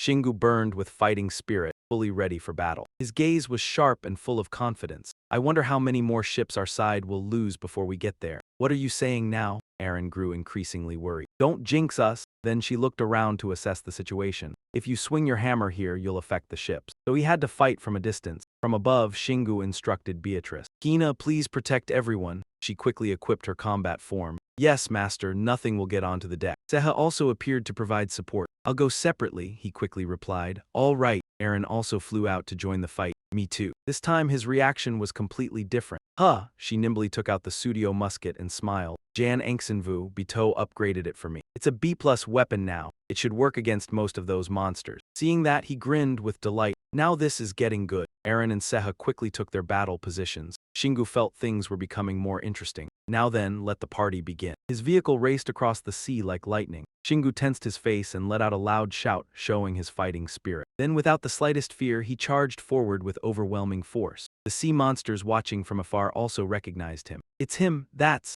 Shingu's face showed firm, powerful resolve as the words appeared, leader of the human faction. Seha gripped the heavenly punishment hammer tightly, shouted loudly, and rushed forward. Hi-ya! He stabbed straight into the monster's head. On the other side, Aaron kept firing at the targets below. Fish with sharp teeth kept flying at them, only to be destroyed one after another. Watching the two coordinate smoothly over the sea, Shingu praised them with satisfaction. Good, they're both doing fine. He pulled out his hammer and slowly gave an order. Gigantify small size. Then he struck the sea hard, creating a massive shockwave. The monsters saw it coming but still could not dodge in time. They were all blown apart. The lucky survivors were in complete panic. He's the real monster. At this rate, we're going to die. We need to drag him into the sea. Suddenly, someone was darting swiftly beneath the clear blue water. A group of mermaids emerged from the depths, leaving Shingu stunned. In enchanting voices, they called out to him, "Stop fighting and come with us. We like strong men like you, even if you are a little frightening." Faced with the mermaid's temptation, Shingu merely wore a cold expression and gave an order. Charge. A blinding surge of energy gathered on the heavenly punishment hammer, making the mermaids hesitate. Shingu shouted, "Attack!" Then he brought it down onto the sea, sending the waves. That tremendous power created a pillar of water that shot upward, as if it would pierce the clouds. Seeing the result he expected, he smiled wickedly. Charging was a trait of the Knight Executioner. This ultimate skill gathered and used the surrounding mana, though it put strain on the user. I can't use it repeatedly, but it's incredibly powerful. And besides, a dangerous look appeared in Shingu's eyes. He silently marveled to himself. Because it had the Black Lightning attribute, it could travel through water and strike other monsters too. After analyzing the information for a while, Shingu's entire body overflowed with fighting spirit. Great, my experience is going up. At that moment, the mermaids began to tremble in fear. They could not help crying out to their deity. "Oh God, Hedia, this human isn't hindered by water." Hearing an unfamiliar name, he began thinking to himself, is Hedia the name of the god they worship? There must be fragments underwater. Suddenly, the mermaids turned ferocious, opened their sharp-toothed mouths and charged at him. Now, destroy him, destroy the leader of the humans. Seeing that the enemies had no idea of their own limits, Shingu's face filled with mockery. Either way, I'm going to crush them so they never attack humanity again. Even while sitting at the center of the attack, he fearlessly shouted his challenge, "Come at me, all of you." In that extremely tense moment, a boat suddenly cut across the water. "Wait!" Sukun appeared, angrily protesting, "This isn't what you promised." Although Sehai looked doubtful, she still bowed politely and replied, "What are you talking about? The only reason we're here is to protect the cargo ship from the monsters." Her gentle voice continued, reminding him, "We never promised to protect the civilians." Seeing Sukun appear, Shingu looked extremely shocked. "Does that old man know my father? What are they even arguing about?" Realizing he lacked information and was at a disadvantage, he turned around and called for someone. Zeha immediately understood and flew over to explain, "Yes, boss. Some of the people who refused evacuation were killed after shark monsters jumped onto the ship. And now they're forcing Sehai to take responsibility because she was handling too many things today." After the entire situation was summarized in just a few sentences, Shingu nodded in satisfaction and praised him. "Nice summary, Fiend, I get it now," from atop his vehicle. Shingu jumped down without the slightest concern. Both Sehai and Sukun were startled by his sudden appearance. "There," she cried out happily, as if she had found her savior. Even the man hurriedly bombarded him with questions. "Where have you been?" Seeing how worried they were, he looked embarrassed but didn't bother hiding the truth. "I was out killing monsters far away from the ships." Then his hand gently patted the man's shoulder a few times. Sukun instantly lost his balance and fell flat onto the deck. A threatening aura began radiating from Shingu's body. "Listen carefully. We never signed any contract to act as bodyguards for the civilians here. I don't care how you people want to enjoy yourselves, but don't blame the players if you end up dead.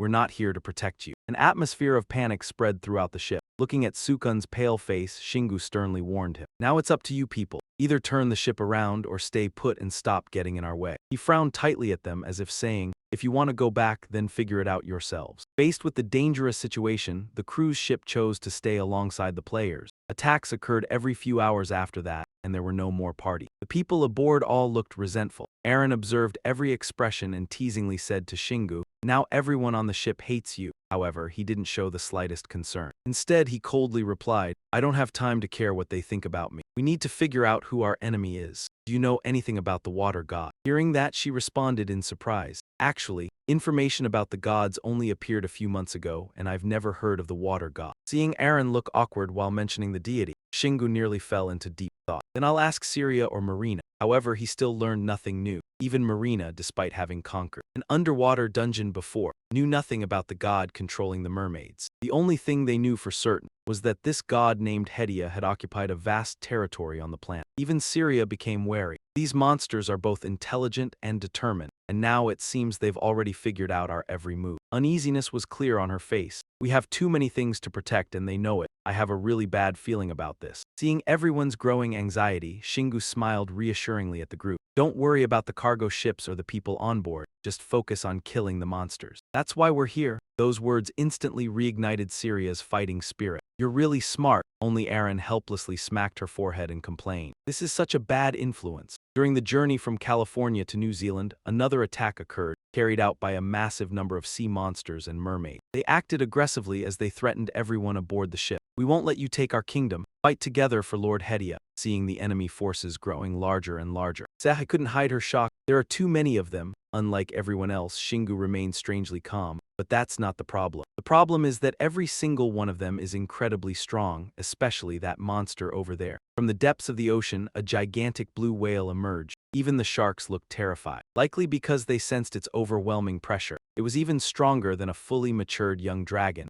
"Master, we'll need more people to bring it down." Shingu suddenly hesitated. About that." In the middle of the tense situation, Marina unexpectedly flew over. Shingu couldn't help feeling delighted inside. "Oh, everyone's here, I'll explain the plan." After thoroughly explaining everything to the group, Aaron cried out in panic, "You want us to abandon all the ships and join forces to fight those monsters together?" Even calm-headed Sehai spoke up with concern. "Are you sure the ships will be okay? If they target the ships, I think everyone will panic." Shingu calmly reassured the group, "It's fine. Besides, if we don't take down that giant whale, then we've already lost." "Move out." The lead driver charges ahead, with his teammates standing shoulder to shoulder behind him. The group begins advancing, and the roaring engines of the vehicles quickly draw the attention of the merfolk. They are below, they roar furiously, shouting that the human leader is escaping. One of them cries out in anger, "What? We are focused on the target ahead." Suddenly, he is drawn in by the merfolk's shouts to catch the coward. Singu is startled, not expecting things to turn out this way. "What are they saying? Do they not know I am aiming for their leader?" Erin is also surprised by this development and cannot help guessing curiously. "Or maybe they are trying to provoke you." Beatrice, who has been silent until now, suddenly speaks up. "Or perhaps they do not know which monster we are targeting." Her meaningful words leave Singu confused. What does that mean? The moment those words leave his mouth, a sound echoes from beneath the ocean. Along with it, a shadow slowly grows darker. Before their eyes, a gigantic whale rises up. It swallows every creature there. Watching the terrifying scene unfold, Singu cannot help being stunned. The seawater that had been calm just moments ago is now churning violently. Only then does Singu understand what she meant and says, right. The sea monsters and the merfolk are not allies. Selexia is thundering across the sea's surface and sending out signals of its own. The scene on the ocean is utterly chaotic now, with more and more whirlwinds appearing. The sea monsters also rise from the water, slaughtering them and driving them out of their territory. Wait, is that really it? Hearing that, Erin is shaken. What the hell is this? Only now does Marina realize in shock they are not on the same side. Only Singu is delighted by this discovery. It seems humans are not the only ones opposing the god. That gigantic whale and the sea monsters are fighting the merfolk. In other words, at this point, his tone becomes decisive. The enemy of my enemy is my friend. Erin is hit with yet another shock and quickly argues back, I do not think it is that simple. Singu keeps watching the battle as he continues explaining, they may not be allies. But this is a situation we can use. Beatrice turns back to look at him and asks tentatively, temporary allies? What a rare sight. It could only happen in a world the gods have not reclaimed yet. Singu excitedly shares his plan. If we throw the stronger merfolk toward that whale, both sides will be weakened. They really are on the same wavelength. Beatrice immediately joins in. If that is the plan, then let us start with that one. Right after that, she shouts, let us go to war. The vehicle's engine grows louder and louder, quickly drawing the attention of those clashing below, while the whirlwinds grow stronger and stronger. The sea becomes even more violent. The players look at that chaotic scene in astonishment. What the hell is happening over there? I definitely saw Singu flying that way. A doubtful soldier speaks up. This storm and these whirlwinds, they are not being caused by Singu alone. Could the monsters be fighting each other? Someone there hears that and realizes in panic. So the monsters from this world are fighting the ones from Earth. Then, seeing the chaos below, he immediately gives an order. This is our chance to attack the merfolk. Forget the ships that have already sunk. Protect the ships that are still intact. The other players hear this and break into savage smile. Then let us fight. Someone else panics and hurriedly tries to stop them. Hold on. He looks in confusion toward the raging sea ahead. So what is Singu doing in the middle of all that chaos? Unlike the panicked crowd, Singu is now extremely fired up as he shouts, it is feeding time. Immediately after that, he slashes straight down, sending seawater flying everywhere. The merfolk are blown away, about to drift straight into the bottomless cavern known as Selexia. The tide rises all the way to its mouth. It quickly seizes the chance and snaps them up. Seeing what it does, Singu praises it. Good. Erin, beside him, asks in irritation, since when did you get so close to it? Beatrice raises her sword high and says coldly, we cannot lose. Immediately after that, she launches her weapon straight downward. The sword flies at an astonishing speed as if fitted with a motor, killing anyone it meets. After completing its mission, it flies back to its owner. Seeing this, Singu's eyes sparkle with admiration. That is amazing. Is that a magic bullet skill? Beatrice immediately explained. It is a weapon-throwing skill that connects the weapon to yourself through mana.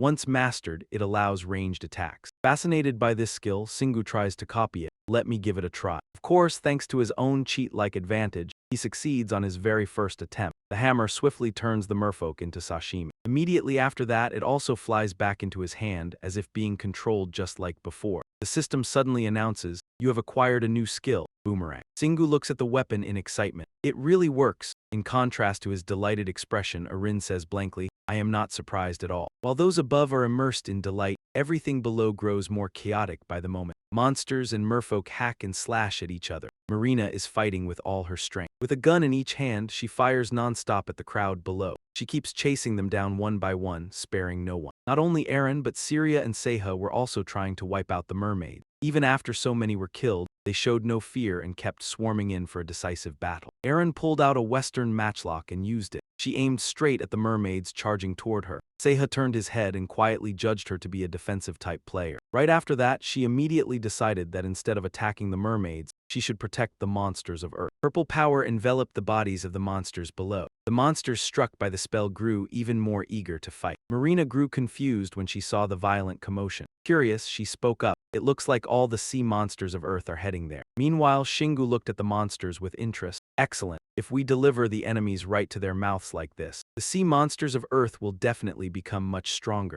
The monsters got the wrong idea and even called out to one another, humanity is helping us. Our chance has come, drive those mutants out of the sea. We will never follow their god. One monster roared in joy, because we already have a god. Hearing that, Shingu wondered, they already have a god, I thought they did not. He continued sinking into thought, but this is strange, I cannot sense any divine energy at all. what is going on. After thinking for a while, he continued the battle by helping the sea monsters of Earth. Shingu and his companions attacked the mermaids. This clever strategy succeeded, and while they handled the mermaids, the other players led the train to safety. After they docked, the soldiers urgently reminded Sukun, there are still players who have not returned, but at that moment he shamelessly ignored them. Forget them, they will be fine. Just like that, those ungrateful people abandoned Shingu's group. By the time the train had gone far away, the battle had also ended. Except for the whale, not a single monster was still alive. There was only one winner who emerged from the battle. Eren suddenly exclaimed, "That was a fierce fight." Shingu looked down at the quiet sea and said, "It is exactly what you wanted." At that moment, his eyes grew even brighter as he proudly declared with satisfaction, "I am truly proud of myself." The group silently observed the devastated scene after the battle. Shingu lowered his head and looked at Selexia below. All the monsters from both Earth and the other world have been wiped out. Only this one remains. As if understanding what he said, he used all his strength to blow water high into the air. Biwu Shingu froze in surprise, ignoring the water falling from the sky onto him. Seeing him soaked, Marina anxiously cried out, "Shingu!" Immediately his body was wrapped in healing light. Marina gaped and stammered, "Are you being healed?" Shingu also looked at himself in confusion. "It seems so, I feel full of energy again." The whale Selexia cried out happily after seeing him fully recovered. Shingu smiled back at him gratefully. "Yeah," then he briefly looked thoughtfully at that cheerful face. "Until now, I have only ever killed monsters, but this is the first time I have fought side by side with them. Now that I think about it, this is also the first time I have been healed." Beatrice lifted her iron helmet to hear Shingu's words more clearly. Perhaps there is some way for humans and monsters to coexist. She quietly responded to his thoughts. "Yes, in my world when we first encountered monsters, they were already worshipping a god." As she spoke, Beatrice looked down at Selexia, who was still swimming beneath the surface of the sea. "It is the same with them. We do not know when they might receive power from another god and attack us. Today, I was very surprised to see them fight against a different god." Her information made Shingu somewhat concerned, and he offered a theory. "Maybe they really do worship another god, not Hethia. They are only against Hethia. I overheard them talking about a god while they were fighting." As soon as he said that, Eren's mouth fell open in shock. "You could hear them talking," Seha responded with great excitement. "But even if that is true, the god they follow is probably a god belonging to Earth, not another world." Selexia suddenly dove down, making the waves crash together and drawing Shingu's attention. A moment later, he surfaced again, looked toward everyone, and called out loudly, "Biwu!" Everyone stared wide-eyed in surprise at this action. "Huh, is it telling us to follow?" Marina hurriedly stopped them before anyone decided to follow Selexia. "What if it is only pretending to be friendly so it can lure us into the water?" Beatrice had a different thought. "Master, I think we should try following it." Without waiting for him to answer, she immediately began explaining non-stop. "Whether underwater or on land, you cannot die. You can use the key to escape, even at the bottom of the ocean." This flattery made him nod in agreement. "You are right." Seeing that the tide had turned, Marina quickly raised her hand and volunteered. "Wait, let me come too. I want to tame that whale." Refusing to lose, Syria immediately followed after her. "If you are going, then I will go too." Seeing the two of them so enthusiastic, Eren had no choice. "We do not have any other choice as your supporters." On the other hand, Seha eagerly wanted to join as well. "Count me in too." Just as everyone was enjoying themselves, Sehai suddenly shattered the mood. "By the way, have you all thought about how we're supposed to go underwater?" Everyone froze stiff and speechless. Not really." Sehai was left speechless by these childish idiots. "Good grief. Lucky for you, I know a barrier spell that lets us breathe underwater." She looked incredibly smug about her amazing ability. "So don't even think about leaving me behind." Marina cheered excitedly. "You're incredible." After that, everyone landed on Celestia's back. Sehai immediately began casting her spell. Determined, Singu gave Selexia an order. "All right, let's go, Boo Boo." Suddenly given such a weird nickname, the creature angrily protested. "Boo!" Eren firmly stopped him. "Don't give it strange names." Even so, it wagged its tail and dove straight toward the sea. Sehai's magic truly worked, allowing them to breathe underwater with ease. Selexia swam faster and faster toward the deep ocean floor. Marina gazed at the scenery around them and couldn't help but marvel. "We've already descended this deep, but there isn't a single monster around." The powerful currents frightened Eren, making her cling tightly to Singu's shoulder. "I don't know about the rest of the world, but I'm pretty sure most of the monsters in the Pacific were wiped out today." Hearing that, he smugly replied, "If the other oceans are the same, then the seas will belong to us." Marina sighed helplessly at this narcissist. "Stop joking around." Eren carefully studied Singu's expression and thought to herself, "No." Seeing him smile that confidently, he's serious. He's probably already calculating the next battle. Deciding not to dwell on it any further, she pushed the matter aside and sternly reminded Singu, "Think about that after we figure out where this whale is taking us." Hearing that, he immediately agreed. All right. By then, Selexia had already dived into a massive dark crevice. This magnificent natural structure left everyone wide-eyed in awe. There's a crack there. That's, Sehai couldn't believe her eyes and hesitantly answered. The Mariana Trench, Marina observed carefully before rejecting their conclusion. No, the Mariana Trench disappeared when the world changed. This is probably a newly formed trench. The closer Selexia swam toward the depths, the more excited it became. Boo, Singu smiled knowingly. I think everyone knows what this means, right? That we're heading into the trench. The moment he finished speaking, the gigantic whale suddenly tilted downward and shot deeper. The entire group screamed, "Ah, that's way too fast." It seemed Selexia either couldn't understand human speech or simply sped up whenever it heard people yelling. Beatrice quickly checked their surroundings. Her expression grew tense as she carefully said, "I can sense an enormous amount of mana. It's comparable to the castle where I once lived." At that moment, a flickering light appeared from the bottom of the endless abyss. Gradually, the scenery beneath the sea emerged like a blurry fairy tale paint. Marina stared around in shock. The mana field here is just like the dungeons above level 30. Singu smiled as well and reached out to lightly touch it. But this mana is pure, it feels pleasant against the skin. Selexia continued swimming along towering cliffs. Then after a turn, a magnificent city suddenly appeared before them. Singu whispered in astonishment, "Is this Atlantis?" Aaron pointed ahead in shock. "Look over there." Following the direction she pointed, they saw a majestic structure and a castle made of white pearl. Singu stared for a moment before commenting, "Those round houses, are they homes for monsters? They look artificial." The small fish inside the city were surprised by Selexia's arrival. After observing more carefully, they became suspicious.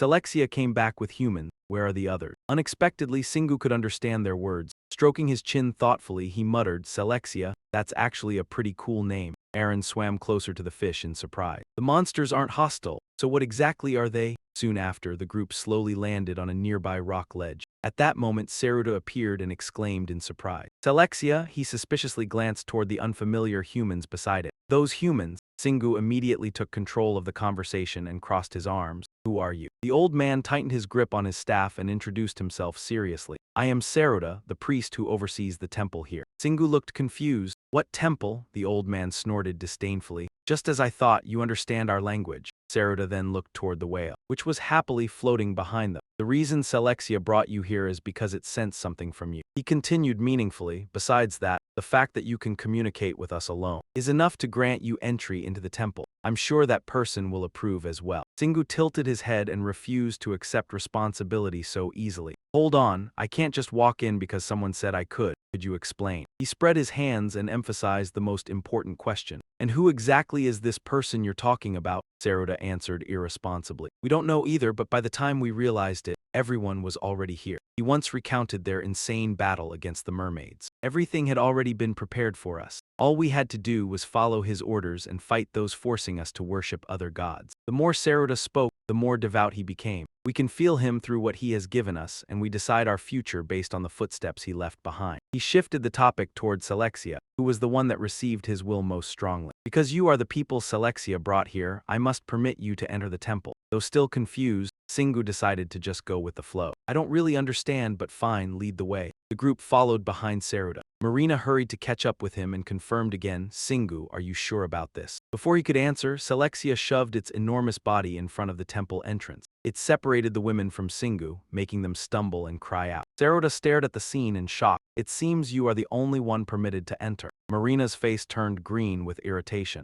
"HMPH, what is this useless feeling? It's like I'm just a side character." Syria casually added another jab. "Unfortunately, you'll have to get used to it." Then she gave Singu a salute. "Take your time, we'll wait here." He smiled confidently and promised, "I'll be right back." Singu followed Saruta down the endlessly long corridor. As he walked, he sensed the space around him. The mana here feels familiar." Saruta suddenly gasped in confusion when Singu rushed ahead on his own. He clumsily warned him, "Do you even know the way? If you take a wrong turn here, it becomes a maze. You'll get lost." Singu kept striding forward and tossed back a reply. "I don't care." At last, his uncontrollable feet finally stopped. Singu stared in awe at the wall covered in writing before him. By the time Saruta dragged his old body over, Singu was already silently comparing things. The mana here feels exactly the same as the resting area. A source of power urged him to move closer. It was coming from the magic circle in the center. Singu calmly stood within the circular pattern on the floor. The system suddenly displayed a notification. Congratulations, you have entered the deep sea region. Your hidden player status has expanded into a deep sea player. You may now travel directly to the deep sea from the resting area. And of course, the rewards couldn't be missing. The power of the deep sea will reveal everything hidden beneath the water. You may now enter underwater dungeons. You are now also a deep sea player. Your inventory capacity has doubled. He rubbed his chin while studying the fresh information. He thought he was about to hear another boring story about dragons again. In his mind, he linked 3 locations together. This place is connected to Sky Fortress and the Ant Cave. Maybe that's why it has mana similar to the resting area. To think a place like this was hidden among the 7 monsters. Suddenly, Singu looked down in shock at the black claws growing from his hand. The system quickly explained, you have acquired a new passive skill called Chaos Form. My iron body has fused with the Chaos skill,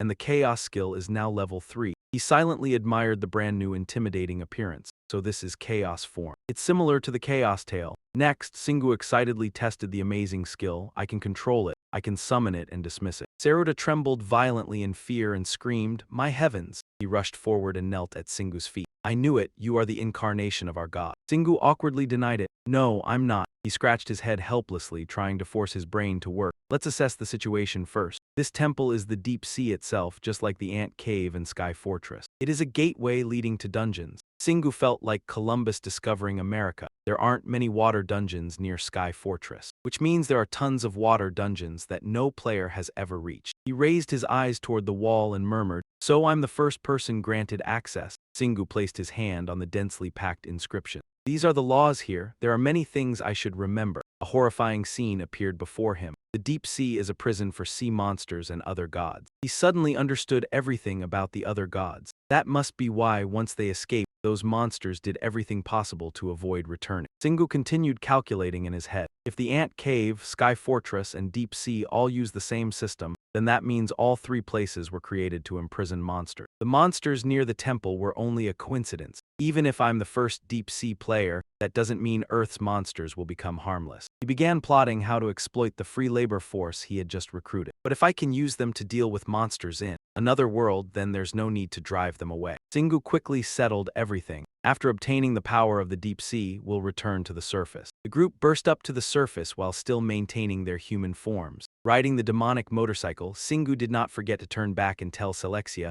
I will return, boo-boo. Cargo ships sliced through the waves across the sea. The journey proceeded smoothly, and the number of monsters had decreased drastically, so there were no more major battles. But for some reason, nearly every ship had been heavily damaged. Although they lost quite a lot of cargo and people along the way, the outcome was better than anyone had expected. At last, the remaining ships reached the harbor. When they arrived in Busan, Singu's group disembarked and saw Marina waving goodbye halfway through. See you later, we'll travel together again next time. Sehai looked even more embarrassed than she did. She simply said goodbye. He grinned and reminded them, if there's ever an attack, call me. Singu turned around and opened the system screen to check the chaos status. The system replied immediately, level 3 chaos scale. You can move and breathe in any environment. The more mana infused into the scales, the stronger their resistance becomes. He excitedly slapped his hands together, making Saruta squint in confusion despite being slightly different. Now I can move underwater without needing CI. After calming down, he continued planning ahead. Other people could use it too, but he would have to persuade Boo-Boo to let them in. Singu recalled the time Marina's group wandered around the ocean floor and got lost as soon as they entered. In the end, they had no choice but to leave. While he was trying to figure out why, Syria voiced her theory.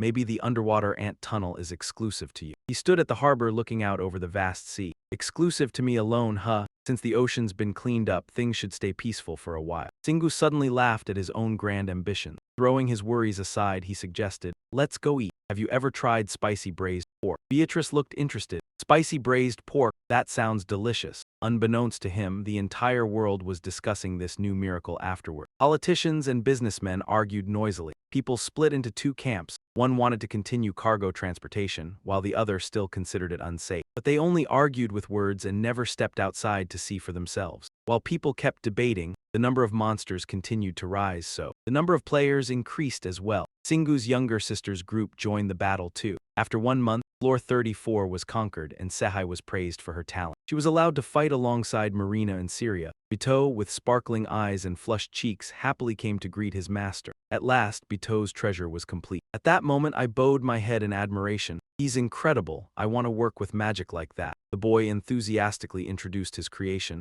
This is the upgraded machine gun. I've modified it so it requires less ammunition and mana. The system immediately displayed its information. A+ rank 6-barrel BTO gun, a masterpiece crafted by a young blacksmith. Because it was made using a rare mana stone, it could gather bullets and fire countless magic rounds simultaneously. Singu pointed at the gun in confusion. But this only has one core, shouldn't it only fire one shot? Bito quickly explained. If you use mana, one becomes 5. The boy nervously poked his index fingers together. Though we'd need testing to know the details, it consumes a lot of mana. But I think it can fire around 3,000 rounds per minute. Singu happily picked up the gun and showered him with praise. Excellent work, Bito. Bito eagerly introduced every part of the 6-barrel gun. When fired, the first bullet would be a real round followed by a barrage of mana bullets. The boy looked as professional as an adult engineer, since everything was controlled through the same mana stream. From the second to the 6th shot, every bullet would hit the same target. Holding the gun in his hands, Singu marveled, "This is amazing." Bito suddenly became hesitant. But there's one drawback. The boy analyzed the bullet structure. It needs one real bullet to generate the mana bullets. But those real bullets can only be crafted using mana stones from level 50 or higher. And so far I've only made 100 of them. Singu seriously calculated the numbers as well. Even with an entire ghost army hunting monsters, they could only gather a few hundred mana stones at most. That means I can only use this gun continuously for about 1 minute. But collecting those stones takes an entire day. He suddenly grinned. Looks like I have no choice but to head to 4-4 and hunt monsters for more mana stones. Aaron turned pale with fear. You're going again? Singu placed the 6-barrel gun on the table and turned around thoughtfully. I wonder if there's a way to reduce mana stone consumption. If we upgrade it a little more, Bito let out a quiet hum. The boy looked enlightened. That might work, but to do that, we'd need to increase the number of gun cores and it would become heavier. He took a crown out of his storage pouch and boldly held it out. Bito, this is the treasure of the war god Duixin. Do you think you can make something out of it? The boy accepted it awkwardly with both hands.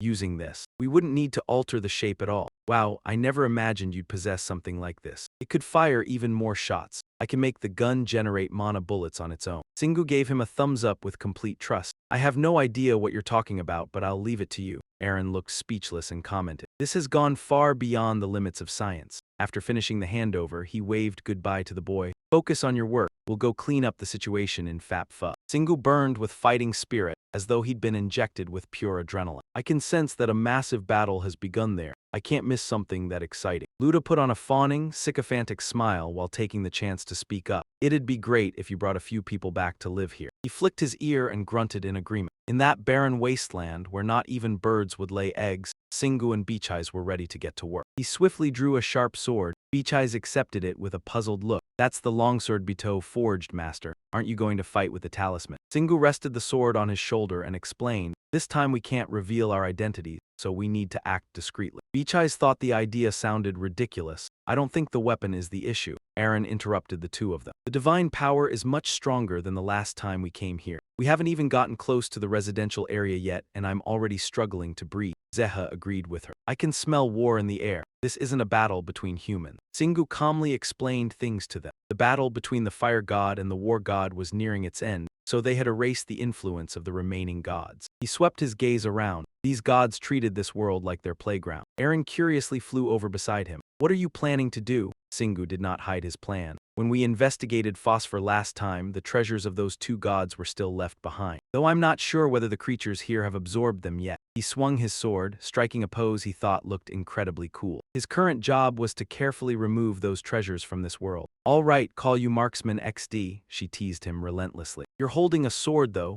Ignoring that embarrassing moment, Singu divided up the tasks. Seha Kina, I need you two to act like soldiers of the fire god and the war god, and quietly eliminate the strongest warriors on both sides. He gave the instructions carefully. And when I give the signal, attack the strongest enemy you see on the battlefield. Seha burned with killing intent. Got it. So I'll infiltrate the fire god's forces and strike down the commander when you give the signal, right? He grinned like a petty villain on a lucky streak. But are you sure? What if I change my mind afterward? Singu coldly cut him off. Stop making up ridiculous scenarios. Just go. As soon as he finished, the two of them split off and shot away. Seeing the demon motorcycle summoned, Aaron shouted excitedly, let's go. He gave a quiet yeah. Singu slung his sword over his shoulder and settled onto the bike. With a single twist of the throttle, the demon motorcycle shot straight into the sky, then sped forward. In his mind, he recalled two fierce battles. He had learned the feeling of the war god's power from the fight with the bears, and the fire god's power from the match against Kim Harayong in New York. He used his experience to map out the battlefield with his dragon eye sense. I can read the formation, and right now, the fire god has the advantage. Aaron joined the discussion too, but thinking about it, that makes sense. I think the war god weakened after you destroyed those stuffed bears. Down on the ground, screams and the clash of weapons rang out without pause. Singu calmly observed the atmosphere of slaughter. Then he quickly made a decision. After receiving divine power, it's hard to call them human anymore. I guess we should start with them. Aaron anxiously checked again. But they're still human, are you okay with this? He remembered the group of judgmental shoppers. The moment they joined this war, they stopped being human. Even if they still look human, they're no different from the guild members we saw in the Great Valley, shouting the name Louis. She awkwardly touched her chin. I'm sorry, I wasn't trying to make things harder for you. Singu jumped off the bike, showing that he was still fine. It's all right, thinking about that while we still can is a good thing too. He landed lightly without alerting the people locked in the chaotic battle. Singu clenched his teeth with determination. To change the course of this war, I have to target at least the commanders. With that, he charged straight ahead. He ran in a weaving pattern, cutting through the crowd and searching for prey. Moving along the flow, he traced the currents of mana. I can take down the target in an instant. His sharp blade sent the unlucky victim to the grave in the blink of an eye. With a clean slash, he knocked the head from the body and blood erupted like a tiny volcano. The soldiers shouted in panic, "Captain, he's dead." The enemy side was just as chaotic. This one too, what's going on? Singu continued rushing forward like the wind. It looks simple, but I need to read every kind of mana around me very carefully. This will help me upgrade Dragon 5 Senses. The system immediately displayed two notifications. Dragon 5 Senses has reached level 3. Enwin Jiang has reached level 36. He gleefully praised himself. Good grief, look at that leveling speed. I wish my other skills leveled up that fast too. Aaron felt embarrassed for him. I'm completely speechless. The soldiers still could not escape their fear. Everyone be careful, the war god sent a monster. Suddenly a pair of cold purple eyes flashed. Beatrice, carrying the Death Knight's sword, charged straight into the heart of the enemy. Seha tightened his grip on Soulless Fatal Wound, looking somewhat gloomy. I can't use my wings because I can't reveal that I'm a player. Without wings, I can't move fast. He shouted, come on, get fired up to make up for it, hit harder. Seha was like a sharp arrow piercing straight into his opponent. Singu was completely satisfied with the situation. Good, the war god currently has the advantage. It seemed Kina and Seha were getting things done. Aaron had completely lost faith and shot back. Are you sure you aren't the one doing that? I'm only officially joining the battlefield now. All right, let's help them. She still tried to tease him one more time. You sound way too confident. Suddenly a voice rang in Singu's ear, making him freeze. Got you! Kanato, who had been lying in wait all this time, coldly slashed once. Following his momentum, he jumped aside and dodged the attack. Singu finally stopped after sliding a long distance. He casually asked his old acquaintance, well, looks like we're meeting sooner than expected. Kanato, towering like a small mountain, slowly opened his mouth. Lord Tailson told me. Kanato's eyes bulged with rage as he shouted, that you are the rat who stole what once belonged to me. After a fierce exchange, the two of them briefly pulled apart. Singu stared hard at his opponent's savage face. He thought to himself, the god of war's chief general, Kanato, he really is strong. In terms of magic, he is twice as powerful as me. His skill level is probably on par with mine too. After sorting it out in his mind, he gave a confident smile. But that does not mean I cannot beat him. His weakness lies here. The more followers the god of war has, the stronger he becomes. So now, if this battle keeps dragging on and his forces keep taking losses, he will truly grow weaker. Kanato suddenly roared in anger, give that back to me. Singu spread both hands without hesitation. I have no idea what you are talking about. I do not have anything. See, Kanato pointed at him suspiciously. It is in your inventory. You are a player, not a servant of the fire god. Singu was not afraid at all. He even took the chance to mock him. Oh, that is right. I guess you do not have your own inventory, do you? You lost it along with your wings the moment you decided to follow a god. That was enough to provoke him, more than enough. I admit you are brave for daring to take my god's treasure, but you will pay the price. He gave a provocative smile. With my life, then Singu hurled the sword at him with all his strength. Fortunately, Kanato reacted in time. He swung his sword and blocked the object before him. The clash of metal instantly rang out sharply. Just as he regained his senses and looked toward his opponent, Singu had already vanished, leaving only a cloud of white smoke behind. Kanato cursed in fury, damn it. Then he poured all his frustration into slashing wildly in every direction. The ground beneath him was smashed apart, while Singu calmly glided along the outside. The system screen suddenly displayed upgrade information. Boomerang has reached level 11, and Wen Chong has reached level 38. Singu smiled with satisfaction. I cannot believe it actually worked. Why do I feel so pleased with myself? I followed Kina's advice and imagined myself extending my mana along with the weapon. But I never expected it to succeed so easily. The reason he had managed it was this. The moment Singu raised both hands in front of Kanato, he activated the skill. And because Kanato would notice if he threw the sword right in front of him, he used a camouflage skill to hide it. He was so delighted that he forgot about the fight. This feels amazing. Afraid he would lose focus, Aaron kindly reminded him. I get that you love yourself, but focus on the battle now. The enemy is over there. Singu accelerated toward the battlefield and casually retrieved another sword. He had lost one long sword just to escape Kanato. But this sword was mass-produced by Bito, so he still had plenty left. He shot across the battlefield like lightning, trying to find a favorable position. Let's try that again. Wherever he flashed past, enemy heads fell one after another. They froze in place, then collapsed heavily to the ground. Singu continued unleashing his special technique. He fired beams of energy toward his opponents. The enemy troops were officially blasted apart. Although he held the advantage, he was still filled with worry.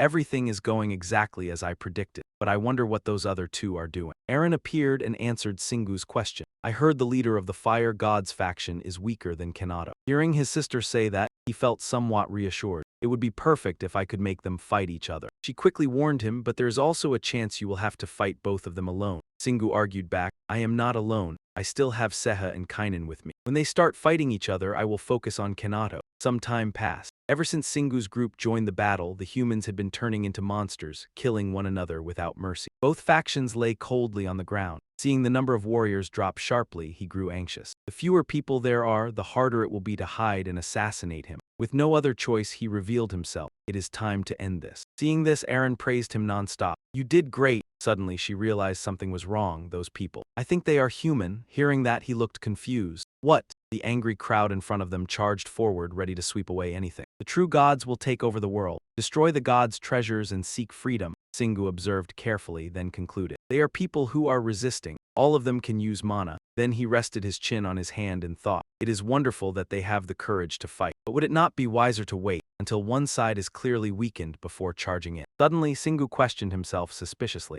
Wait, they said destroying the treasures would let them regain their freedom. What does freedom mean? Aaron seemed to have the answer. I understand now. Because you can absorb the mana granted by the gods, you did not notice, even though you protected me. Right after that, her expression turned deeply serious. I can still feel their influence over the voice inside me. It is no wonder I started feeling melancholy and gloomy. The gods' voices in my head are growing louder and louder. If I were not here as your supporter, I would not have been able to endure it. At last, Singu understood the whole story. So the reason the gods granted treasures was not simply to make their followers stronger. Arin quickly continued. They manipulate people and lure them into following them. That's how they maintain their number of believers. He continued piecing everything together. I get it now, because too many followers died in the war. That influence became overwhelming, making them unable to suppress their urge to fight. He looked toward the poor players, his mind filled with thoughts. The relic affected those who once resisted it. They all gathered together to destroy the artifact before its influence consumed their minds. So they were willing to kill even their former comrades. That's heartbreaking.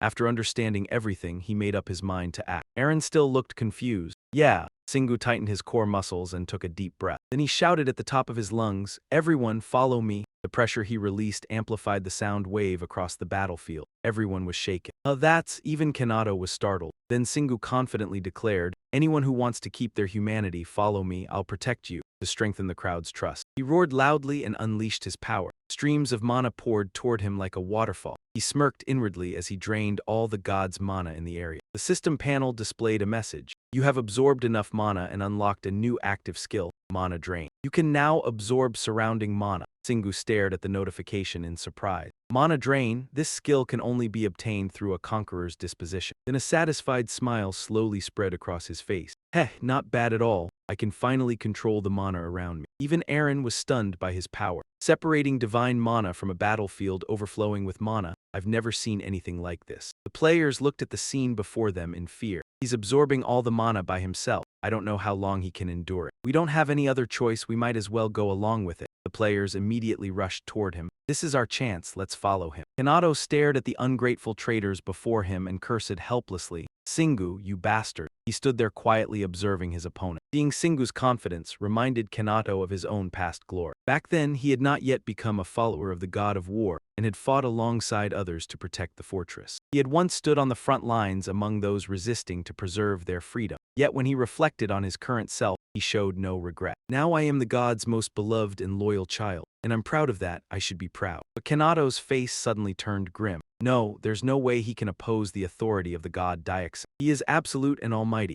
Then he evolved, signaling the start of an intense battle. I'll personally teach that brat a lesson, he shouted in warning. He won't escape this time. His entire body became covered in solid armor. His eyes burned crimson with hatred. I'll show him the greatness of Diaxin. After evolving, Kanato's entire body became as hard as fossilized stone. He raged with earth-shaking fury. Suddenly, a voice rang out. Wait! He was forced to stop and look toward the light in the sky. A blazing, unidentified object crashed straight toward the ground. It was Fira. She slowly stepped out from the raging flames and warned coldly, that brat belongs to me. Kanato shot her a sharp glare. Fira, teaching you your place in the power of the god Diaxin is inevitable. But now, isn't the time to fight you? I have to deal with that brat first. She replied indifferently, I agree. Just his existence alone makes me sick. Not wanting to waste another second, he roared and charged forward. The two of them surged ahead together with overwhelming momentum. A sinister voice suddenly echoed out, You're not going anywhere. Fira was startled and momentarily lost focus. A masked swordsman appeared out of nowhere and slashed at her. Fira barely blocked the fatal strike, but the force of the attack still sent her flying backward. Fira groaned in pain. Aha! She quickly regained her composure and distanced herself from the mysterious figure. The two confronted each other directly. The attacker was none other than Beach Eyes. Fira frowned at the opponent and demanded, Who are you? Are you on that stranger's side? Beach Eyes raised his weapon high, replying in a voice overflowing with killing intent, Don't compare me to that monster. My master is actually a little stronger than I am. Kanato silently observed them from the side. His thoughts churned. She got blown away with a single strike and I couldn't even see the move. No more pests getting in the way,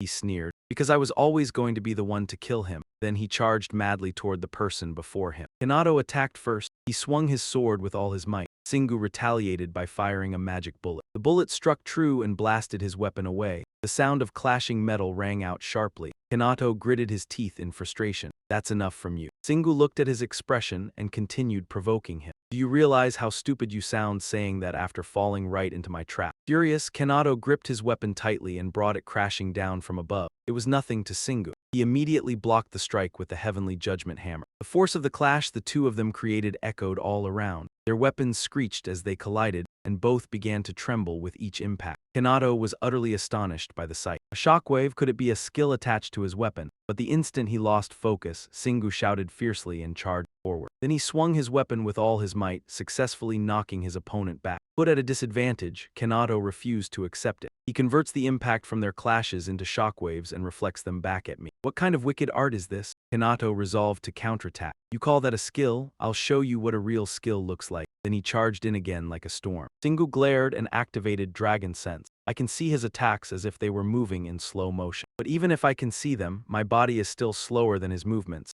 so I can't dodge them completely. He seemed to see a glimmer of hope for turning the tables. In other words, mana absorption. Surging streams of mana rushed toward him. I can't absorb it directly from his body, but I can absorb the mana he's releasing. If this goes well, I can take in about 30%. Then he focused and activated his sensory skill once again. I'll handle the rest myself. Kanato's previous attack caused an earth-shaking explosion. He temporarily stepped back to observe, his face filled with delight. With that blow, he should have lost an arm, huh? But before he could celebrate for long, Singu's figure gradually emerged from the white smoke. Both of his arms were covered in tough dragon scales. He flicked his hands, brushing the dust off the scale. He kept muttering, real armor. Kanato was shocked to the core. That's it, I knew it. Which god do you worship? Which god do you worship? Singu remained calm. What are you talking about? I'm human. Kanato refused to believe him and pointed straight at him. Liar. How could a human have power like this? After listening to him make wild guesses for a while, Singu grew tired of it. Enough philosophizing. Come fight. Singu beckoned with his hand. Are you fighting with your mouth? Stop whining and come at me. Stung by his opponent's challenge, Kanato grew bitter and furious. He became mad with rage. He charged forward while loudly warning the brat. He swung with all his strength, but it was useless. A flurry of wild slashes rained down on Singu, yet he dodged them all with ease. Even so, he still acknowledged Kanato's talent when it came to pure physical speed. I'm still no match for him. He truly excels in every aspect. But my reflexes are far better than his. I can attack when he leaves an opening as long as I can avoid his strikes. The fierce battle continued. Wherever Kanato slashed, Singu dodged. Suddenly, the slashes froze in midair. Singu stared at the phenomenon before him in utter astonishment. His attacks stopped in midair. In the next instant, countless blood-red mana arrows pierced straight into him. Singu became extremely tense. Countless mana arrows, so there was a purpose behind him swinging his sword wildly like that. Kanato clenched his fist and uttered a single word. Die! Contrary to his expectations, Singu still had not truly made his move, and a triumphant look appeared on his face. Then the mana arrows from moments ago were absorbed into Singu's body once more. They pulsed in waves. The system displayed a notification. Mana absorption had reached level 4. Singu looked at the upgrade information with satisfaction and said, "If I didn't have this skill, I couldn't have ended this without shedding at least a little blood." Seeing that Singu was still completely unharmed, Kanato flew into a rage. "You brat!" He erupted in fury and summoned more stone tentacles, spreading them throughout the area. Singu retreated in alarm and observed. The tentacles lunged forward, grabbing anyone within range. Arin spoke up indignantly. "He's devouring his own minions with those tentacles. Does he have no mercy for them?" Singu answered in a grave voice, "No. He's only using the power of the god Dushin to hold them in place." But there was one thing Singu could be certain of. The war god's ability must be related to fusing multiple powers into one. Kanato tightened the tentacles around his subordinate, his face smug with pride. This sight made Singu fall into thought. The war god's ability is to combine the power of many individuals into one. That makes perfect sense when looking at the teddy bears. But aside from that, anger flared in his eyes, so intense that veins bulged across his face. He's truly sick. What does he think his soldiers are? With that thought, Singu gripped Black Wolf tightly and shifted into a battle stance. Across from him, Kanato boasted smugly, "This is the power of the war god, the pure power of Lord Dushin." Rather than frightening Singu, the sight only deepened his contempt. "I see, so it's the worst kind of power." Kanato still declared with absolute confidence, "I will teach you what absolute divine power truly is, then kill you and offer you to him." Singu refused to back down and kept mocking him. "Try keeping up with me in that form, not that I'm complaining. As long as there are more places to hit, I'm satisfied." Those words displeased Kanato and he reached out to pick up a sword. "You won't be able to joke around for much longer." With that, he wrapped his tentacles around the sword, causing it to grow many times larger. As he spoke, Kanato took his stance, bracing himself for this supreme power. The moment he finished speaking, he attacked without hesitation. The blow came crashing down, forcing Singu to block it with Black Wolf. The aftershock from their collision stirred the entire surrounding space. Watching him struggle with all his strength, Eren couldn't help but worry. You can't take him head on. Shingu remained stubborn, determination flashed in his eyes. "I won't lose to a bastard like him." With that, he unleashed his dark flame attack. The moment he finished speaking, a pale purple light enveloped both of their weapons. Seeing the flames wrapping around his arm, Kanato looked surprised for a moment, but his smug expression quickly returned. "Heh. You think you can burn me?" As he spoke, he pressed down harder. The immense force made blood start pouring from Shingu's arm. Kanato didn't hesitate to go for the finishing blow. The ground shattered under the impact. Luckily, Shingu managed to leap back in time and narrowly avoid the attack. Despite taking damage, Shingu still had no intention of giving up. "Heal me." Eren knew she couldn't stop him, so she could only comply. "Yeah, you're such an idiot." Before long, his wounds had healed. He still refused to back down. "All right, let's keep going." Seeing that, countless tentacles suddenly shot out from behind Kanato. "I'll punch straight through you." The tentacles rushed directly toward Shingu.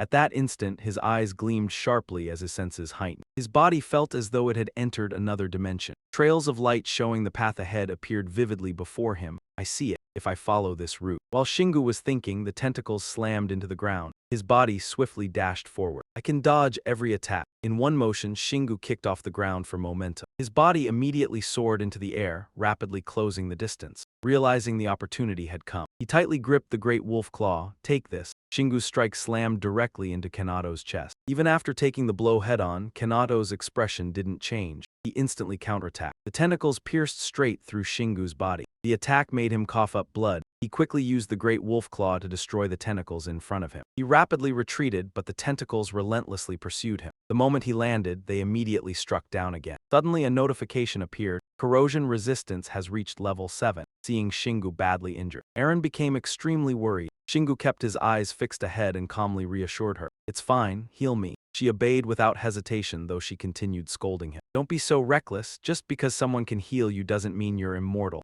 Shingu replied with complete confidence, "But my healer is Emma." "You're the best." Those words deeply moved Eren for a moment. "Idiot." Before she could continue, Kanato suddenly spoke from across the battlefield. What a shame, I plan to inject divine power directly into your body. Hearing that, Shingu showed no fear whatsoever. Sorry, but that doesn't work on me. I'm different from idiots like you. Those words visibly enraged him. What did you just say? As he spoke, Kanato continuously fired out more tentacles. You're pathetic. With agile movements, Shingu easily dodged every incoming attack. At the same time, countless calculations raced through his mind. I need to use giant strength and above all, combine it with a charged strike skill to bring him down. But to do that, I need time. And with him attacking non-stop like this, that's nearly impossible. The thoughts in Shingu's head slipped out aloud. Damn it. If I'd fought the fire god's servant first, things would have been much easier. Hearing that, Aaron looked puzzled. Without hesitation, he continued. And if I'd defeated her, then combined her flames with my hammer, I could have burned Kanato alive. But the image of Beatrice fighting with such passion made Shingu reconsider. Right now, he didn't want to interfere with Kina because she seemed completely focused for once. With that, he returned to his battle stance once again. But it's fine. I already have a backup plan. Shingu shouted forward. Come here, Seha. At his call, a streak of light shot forth, weaving through the tentacle. That streak of light was none other than Seha. Everywhere he flew, the tentacles were sliced apart, leaving Kanato shocked. He's invisible. Before Kanato could react, Seha charged in fiercely. Kanato instantly countered. His attack struck with terrifying accuracy, sending Seha flying backward. Seha suffered severe damage and coughed up blood non-stop. Seeing that, Kanato sneered with contempt. Trash like you dares interfere with me? Suddenly, Shingu's voice rang out. I only needed that much time. The great wolf claw in his hand radiated waves of power, astonishing Kanato. With confident eyes fixed ahead, he declared, remember the name John C. That's the man who helped send you to your grave. Across from him, Kanato was still confused. Since when did you? Without wasting another second, Shingu brought his hammer crashing down. Charged smash. The mighty heavenly punishment hammer slammed down, instantly shattering the earth. Kanato, his eyes glowing crimson, braced himself against the ground. The man threw back his head and roared to the heavens, shouting, please grant me more power. Shingu gritted his teeth. His muscles surged as he roared inwardly, Titan strength. Another hammer came crashing down, this time carrying enough force to shatter heaven and earth. The system notification suddenly rang out. Titan strength has reached level 5,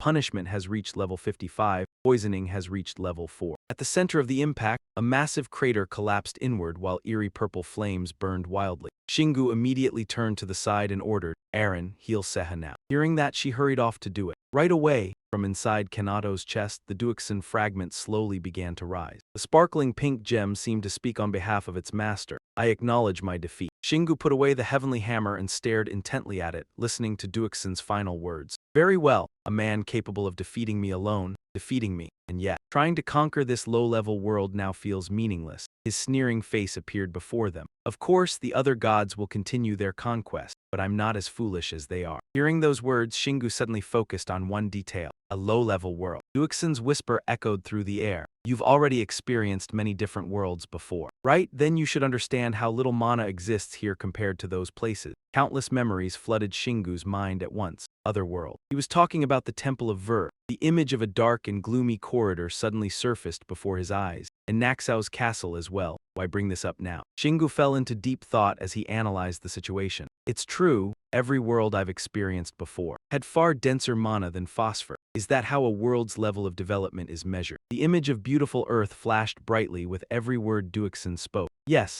that's why I was so surprised to see someone from Earth. I must admit, it's nothing short of a miracle. You've far surpassed the limits of this world, and I doubt anyone else here will ever become as strong as you. The scene quickly shifted to a desolate wasteland devoid of life. Only 40 years after the new era began. This world was already conquered by us the moment it reached the crescent phase. If I explain it in terms you'd understand. Duixin finally understood. This world is only ranked 3 out of 100. It was the first time Shingu had heard such information. His pupils shrank in shock. Duixin somehow knew everything Shingu had faced and pieced it all together. As for the worlds you've already experienced, the world conquered by Ria was rank 5, while the one ruled by Zetnas was rank 7. Naturally, the enemies you encountered there were considered weaklings in those worlds. Hinato's corpse lying on the ground was the clearest proof of his words. The people here are weak as well. They can't properly absorb the power I grant them. And all they can do is wield power in this crude manner. Duixin's sinister smile flickered like a warning, however. The worlds you'll face next won't be as easy as you think. Shingu calmly stared at the floating Duixin fragment before him. He raised his hand and caught it while hearing its owner's final words. Consider it a reward for today's performance. I'm giving it to you because you amused me. Shingu tightly held the fragment, standing proudly as he listened to the rest. Until our next meeting, I look forward to seeing you again, young man of the A bloodline. But if you're still as reckless as you were today when we meet again, you may very well die. Once it ended, he slowly stored both the fragment and the corpse away. Kanato's corpse was sucked inside as well.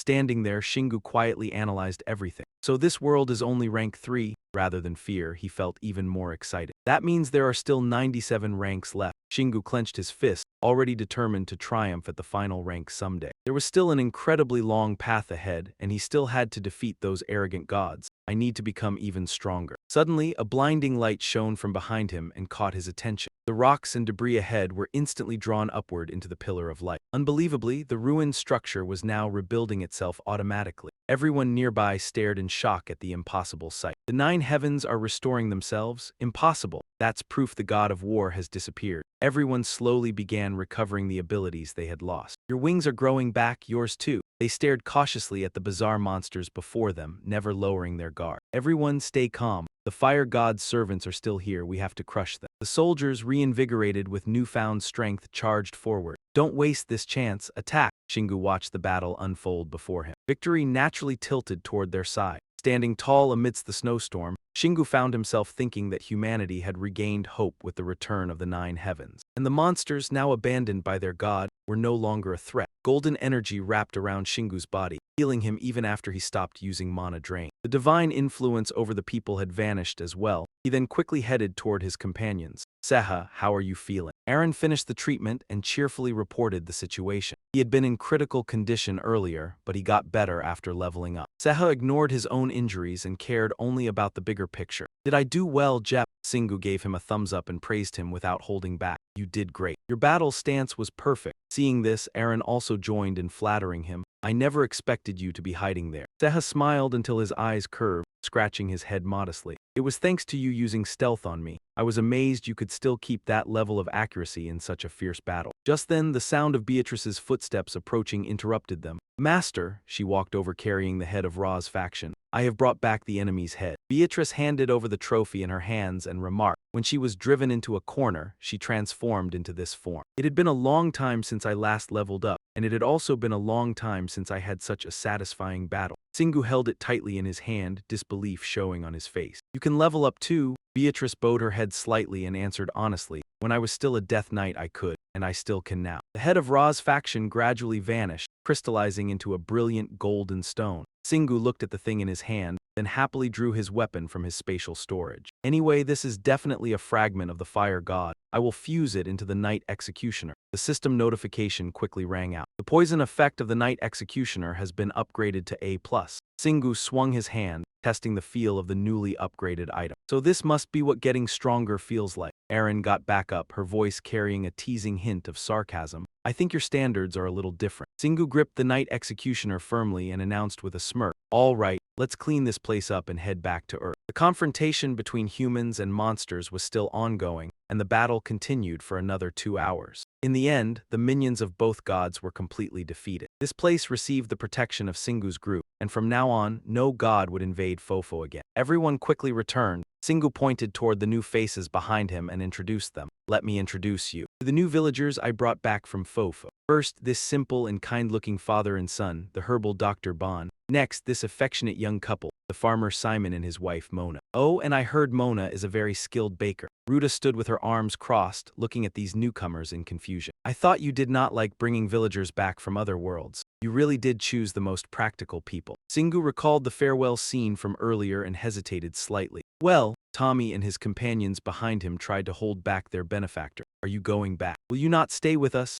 Singu sighed, took a breath, and poured out a whole stream of words. Are you crazy? I have to return to my own world. Everything is fine now. You can protect yourselves now. Suddenly, he thought of something. His eyes widened in surprise. In his mind, Ruta's earlier voice suddenly echoed. Why don't you bring villagers back from other worlds? Singu's attitude was unclear as he slowly probed, but I guess it would not hurt to bring a few people along. Tommy was a little surprised when the other party suddenly changed his mind. Singu raised a hand and pointed at himself, full of confidence. I bet there are a few skilled people willing to follow me, right? So who wants to come with me to my world? He proudly showed off the new members. All of them were people with proven skills. Ruta was speechless and did not know what to say. You really are wild. Singu suddenly remembered the spoils and turned around. Bito, I brought back more god fragments. Do you think we can upgrade it? The boy had been hoping for exactly that and happily announced, yes, I already adjusted it with the materials while you were away. Bito took out the extremely advanced six-barreled firemyth and presented it. It is still not complete. I still need more cores to activate the magic circle. Singu held the tail fragment in his hand and comforted him excitedly. Don't worry, this much is enough. Without the slightest hesitation, he placed it into the magic circle.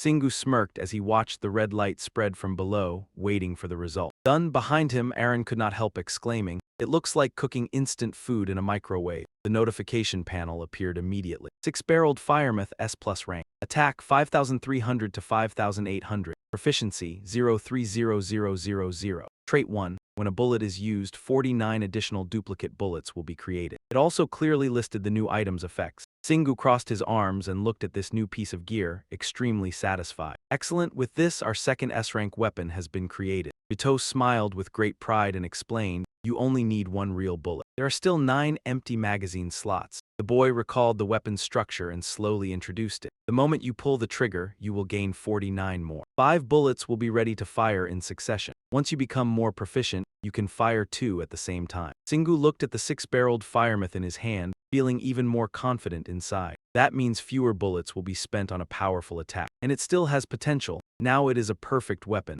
Bito was about to continue speaking, but the other party's action cut him off. It turned out that Singu had placed Kanato's corpse right in the middle of the room. He stood with his arms crossed, staring at his trophy. These were the remains of a subordinate of the god of war. That was not their god, but the corpse of someone who had once wielded holy power. Bito was so excited that he clenched both hands. I will be able to use him to make more ammunition. It is compatible, so it can replace mana stones. Before leaving, Shingu did not forget to turn back and remind him. I will be in the rest area. Let me know when you are ready with the ammunition. Bito, his face flushed, was endlessly grateful. Yes, master. Shingu stood before the people he had rescued and slowly announced, everyone may go and rest. I look forward to living together with all of you. His slightly furrowed brows only made him seem even more commanding. Everyone dispersed. Arin looked at the person before her, filled with confusion. How unexpected. I thought he would take up his weapon and head straight to the dungeon. As it turned out, Arin had not been wrong. Shingu spent a little time evaluating his new skills before heading out. Especially Hercules, the one he considered important. She watched him warming up his arms and legs, preparing to begin. And here I thought you were actually going to rest. Shingu continued moving, lightly shifting to the side. Hercules was probably his most important skill. It was this skill that always helped him whenever he ran into trouble. His entire body blazed with fiery passion, but because of its penalty, he could not use it often. So to reduce the penalty, he had to level up his skills and strengthen his physical endurance as well. With a determined look in his eyes, Singu seemed to have made up his mind to achieve it. He would have to maintain Titan strength whenever possible. Arin looked at the man before him. Feeling frightened, he had completely lost his mind. Wearing simple workout clothes, Singu gripped a hammer and began training. Over the next few months, he increased his mana-based combat experience by fighting the training trees every day. He seriously absorbed knowledge, became familiar with activation skills, and studied mana pattern. Once he had mana, Singu focused on making full use of the mana within himself. Feeling his own growth, he became even more determined. These are only the basics, but if I can continuously maintain my battle state and add even more skill, I can become stronger. His powerful hand slammed a heavy punch downward. Beatrice removed her helmet and looked at the exhausted man below. Take a break. Seeing the other man drenched in sweat, Arin could hardly hide his concern. Are you okay? Even though Singu was completely exhausted, his eyes remained resolute. During the penalty period, all he could do was endure the pain. His whole body looked like he had just stepped out of a bath. He reaffirmed his goal once more, to continuously maintain Titan strength, even during the penalty period. Arin turned pale from the terrifying thought process of the man before him. You really are insane.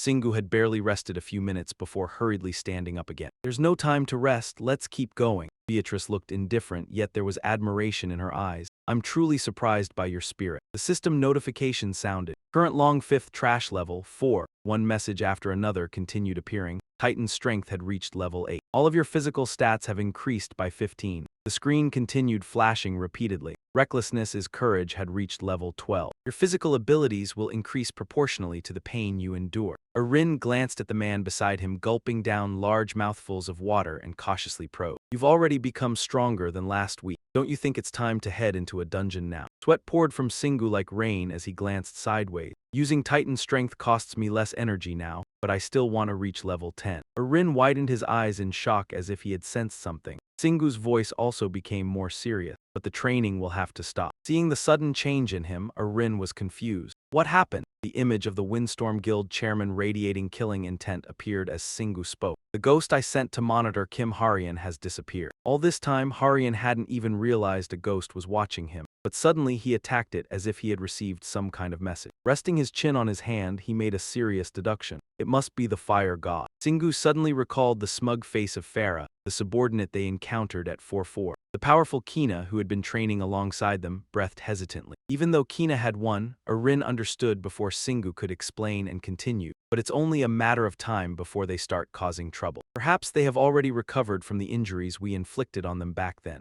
Having already discovered the enemy's location, Singu smiled confidently. Luckily, this time they're in South Korea. The image of a lush green island surrounded by the ocean appeared. Kim Harian is currently on Jeju Island. Singu quickly changed into stylish clothes and prepared to depart. Hearing the location, Rin immediately became curious. Jeju Island. A player like him could easily fly to another country. Why hasn't he left the nation? Singu frowned, a trace of disdain passing through his words. Simple, it's because he lost his wing. Until now, I never really cared about what he did because he was too weak. Standing firmly against the sunlight, he pointed ahead. But now that the fire god has intervened, Kim Harian is probably much stronger. Rin didn't know whether to feel happy or troubled about the situation. Wonderful. The moment Singu mentioned this person, excitement could already be seen on his face. The fact that Harian destroyed his goat meant he was doing things he didn't want anyone else to know about. This could be an opportunity for him to encounter powerful monsters. While on the way, a voice suddenly called out to him. Master! A massive box that looked extremely heavy appeared before him. Vito seemed to have rushed over in a hurry, a thin layer of sweat covering his forehead. These are all the bullets I've managed to manufacture so far. I used all the bodies and magic stones you gave me. I managed to produce 30 million rounds. Singu imagined himself holding the 6,000 firearm and thought to himself, a gun that can fire 3,000 bullets per minute. That means I can fire continuously for 10 minutes. That's more than enough ammunition to destroy an entire world. He quickly stored the ammunition box into his spatial storage, then conveniently turned toward the person beside him. Vito gave the order, thank you, I'll be back soon. Kina, you're coming with me. It just so happened to align perfectly with her wishes. Of course, I'm really looking forward to those powerful monsters. After hesitating for a while, Beatrice finally voiced her thoughts. But Master, are you really able to maintain Titan strength continuously? Even though I can definitely feel that you've become stronger. Singu crossed his arms and answered honestly without hiding anything. Oh, actually, I'm currently under the penalty period. Beatrice froze in shock as though a flat line had appeared on a heart monitor. What? Singu dodged aside, his face growing even more excited. Let's go. He took the lead and confidently declared that it was time to deal with Kim Harry. They rode the demon motorcycle. A beautiful starry night stretched above them as the group reached Jeju Island in less than 5 minutes. The system displayed another new notification. Spring Battle had now reached level 67.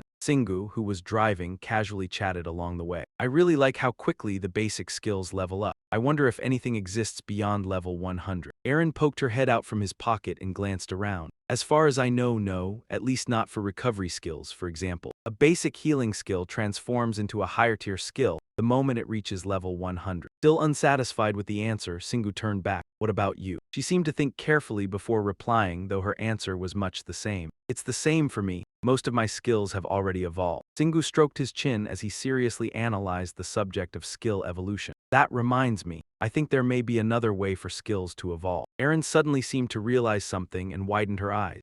Oh. Singu then used himself as an example. For instance, my power bullet skill was created by altering and evolving the mana bullet skill. He connected every event together. Soul Dominion was forged by the destructive power I absorbed. Every awakened skill, Singu listed them clearly, and finally Dragon Pentessence was created by merging all 5 senses. Aaron suddenly understood and happily continued. So a skill like Heal is a basic skill, then Power Bullet is a rare skill. Soul Dominion is a unique skill, and Dragon Pentessence is a legendary skill. Singu looked slightly annoyed by the wording but still nodded. That's one way to put it. Their vehicle quickly arrived at the gloomy forest. Aaron tried to observe the situation below, but things did not look promising. Where did Harian go? Maybe he's hiding with invisibility. Such tricks meant nothing before Singu's divine eyes. Even if he did that, Singu could still see him. let's see where he is. Deep within the dense trees, a figure wrapped in blazing flames suddenly appeared. Singu curled his lips into a bloodthirsty grin and shouted excitedly, "We're hunting." "Hold on tight," Aaron calmly obeyed at first but instantly regretted it. "Why yes, huh?"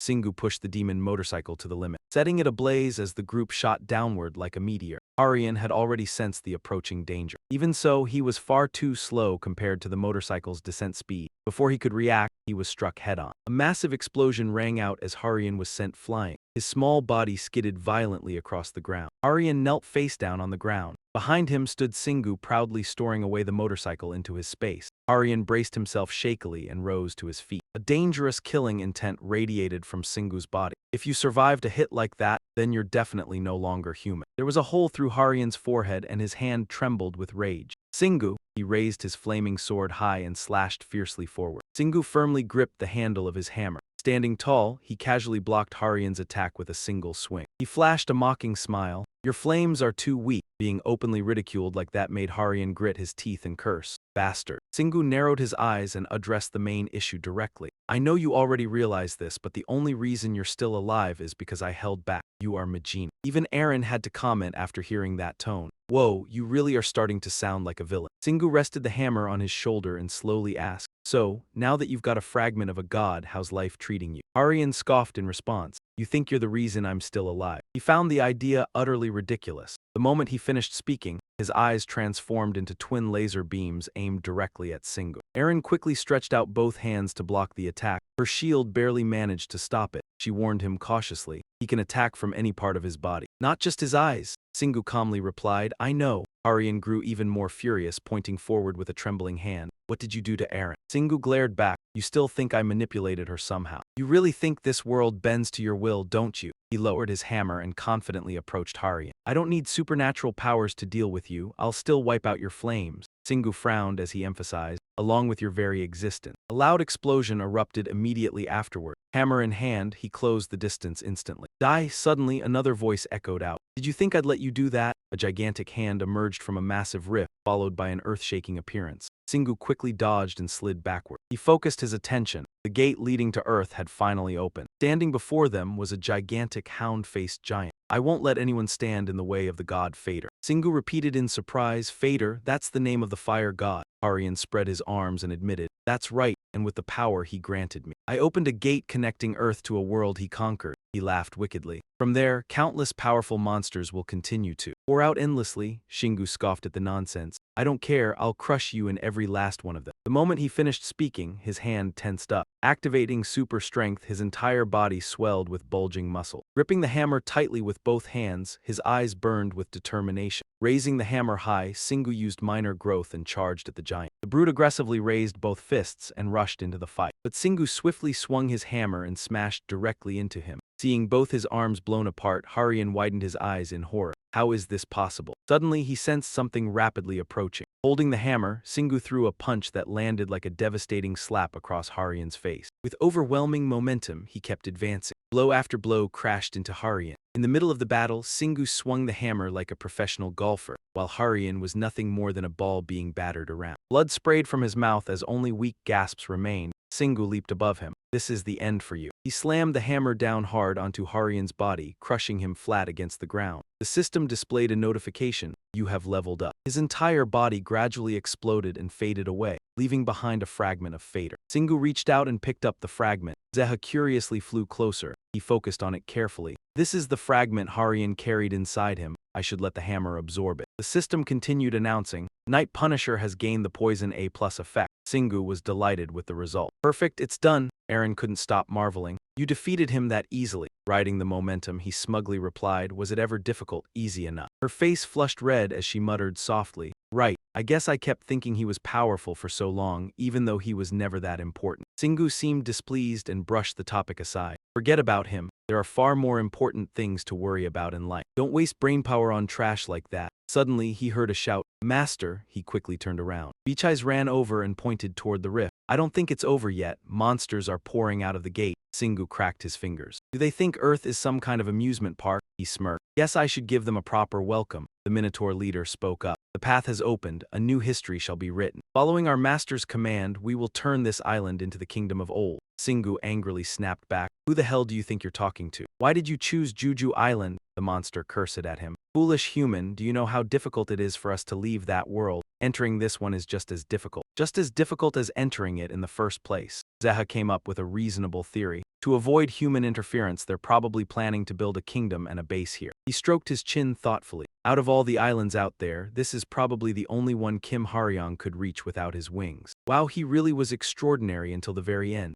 At that thought, Singu gave a sly smile. But the moment he dragged me in, their entire plan fell apart. The beastman continuously breathed flames. Your power truly is astonishing, but the amount of mana you've used is far beyond what your body can handle. You won't be able to fight like this much longer. All the monsters have already gathered here. Its voice echoed loudly. No more gates can be opened because that fool is dead. But do you really think you can stop the rest of us? We've waited our entire lives for this very day. Completely unfazed by the threats, Singu calmly calculated. There are a lot of high-level monsters here, which means there'll be plenty of cores. Aaron remained worried. We should call CI, she can create a barrier to stop the monsters from escaping. Glancing at her, Singu replied, Oh, I already did. Aaron was stunned. You already did? When? The beastman found the situation utterly ridiculous. Heh, you think you can fool me? We destroyed every form of communication from this island. Suddenly, a group of people appeared while calling out. Singu looked surprised. Huh, they hurried toward him. Syria spoke with urgency in her voice. Looks like we arrived late. Marina quickly added, Sorry for keeping everyone waiting. Singu frowned inwardly. I only needed Sehai, but somehow once again. I remember hearing these three went out together. Sehai seemed to understand immediately and explained, The ghost you left behind told me what had happened. It said you had already started fighting the fire god's followers on Juju Island. The beastman stared at the group, sweating nervously and unable to understand. How did you summon them here? More importantly, seeing Singu still looking perfectly stable and overwhelmingly powerful, it grew even more confused. How are you still maintaining Titan strength for this long? He raised the hammer and answered, You can ask the demons down in hell. Marina, wielding 2 mana-filled pistols, joined the battle. Without waiting for the enemy to say another word, she immediately opened fire. In an instant, she wiped out who knew how many monster foot soldiers. Zeha, wielding the soulless death blade, joined the battle along with Syria. Elsewhere, the slashes personally unleashed by Piches blew the monsters apart. A blazing bull-headed demon used its massive body to charge in and fight Shingu. Unfortunately, he was no ordinary man, no matter how it struck at him. With just one swing, the heavenly judgment hammer in his hand easily brought it to its knee. It even made the bull-headed monster flatten the allied foot soldiers behind it. The sight terrified the other soldiers. We can't beat him. This is bad, we have to retreat. But before they could act, a voice rang out. Don't even think about it. It turned out to be Sehi activating her focus skill. Her cold voice, indifferent to all living things, echoed across this entire battlefield. For some reason, Shingu noticed something else instead. That name sounds awesome. Then he focused on the matter at hand. All right, the circle is complete. Let's go all out. Then he let out a terrifying, drawn-out roar. Nice, and with the heavenly judgment hammer, he hurled himself into the next round of battle. That one sweep of his triggered the system. You have leveled up. Poisoning is now level 7. Suddenly, one frontline soldier made a guess. Could you be Hector's disciple? What he got in return was a blow to the head and a scolding from Shingu. I don't know any god by that name. As the dust cleared, he and Peach Eyes were still completely unharmed. She looked around, then gave her assessment. I think that was the last one. No more monsters are sneaking out of the gate. Just then, Aaron looked up at the sky and said, The gate is disappearing. That only made Shingu click his tongue in disgust. They're running away. I guess they are gods after all. They're not that stupid. The quiet atmosphere allowed Marina to raise a question. What exactly did you do to become so strong?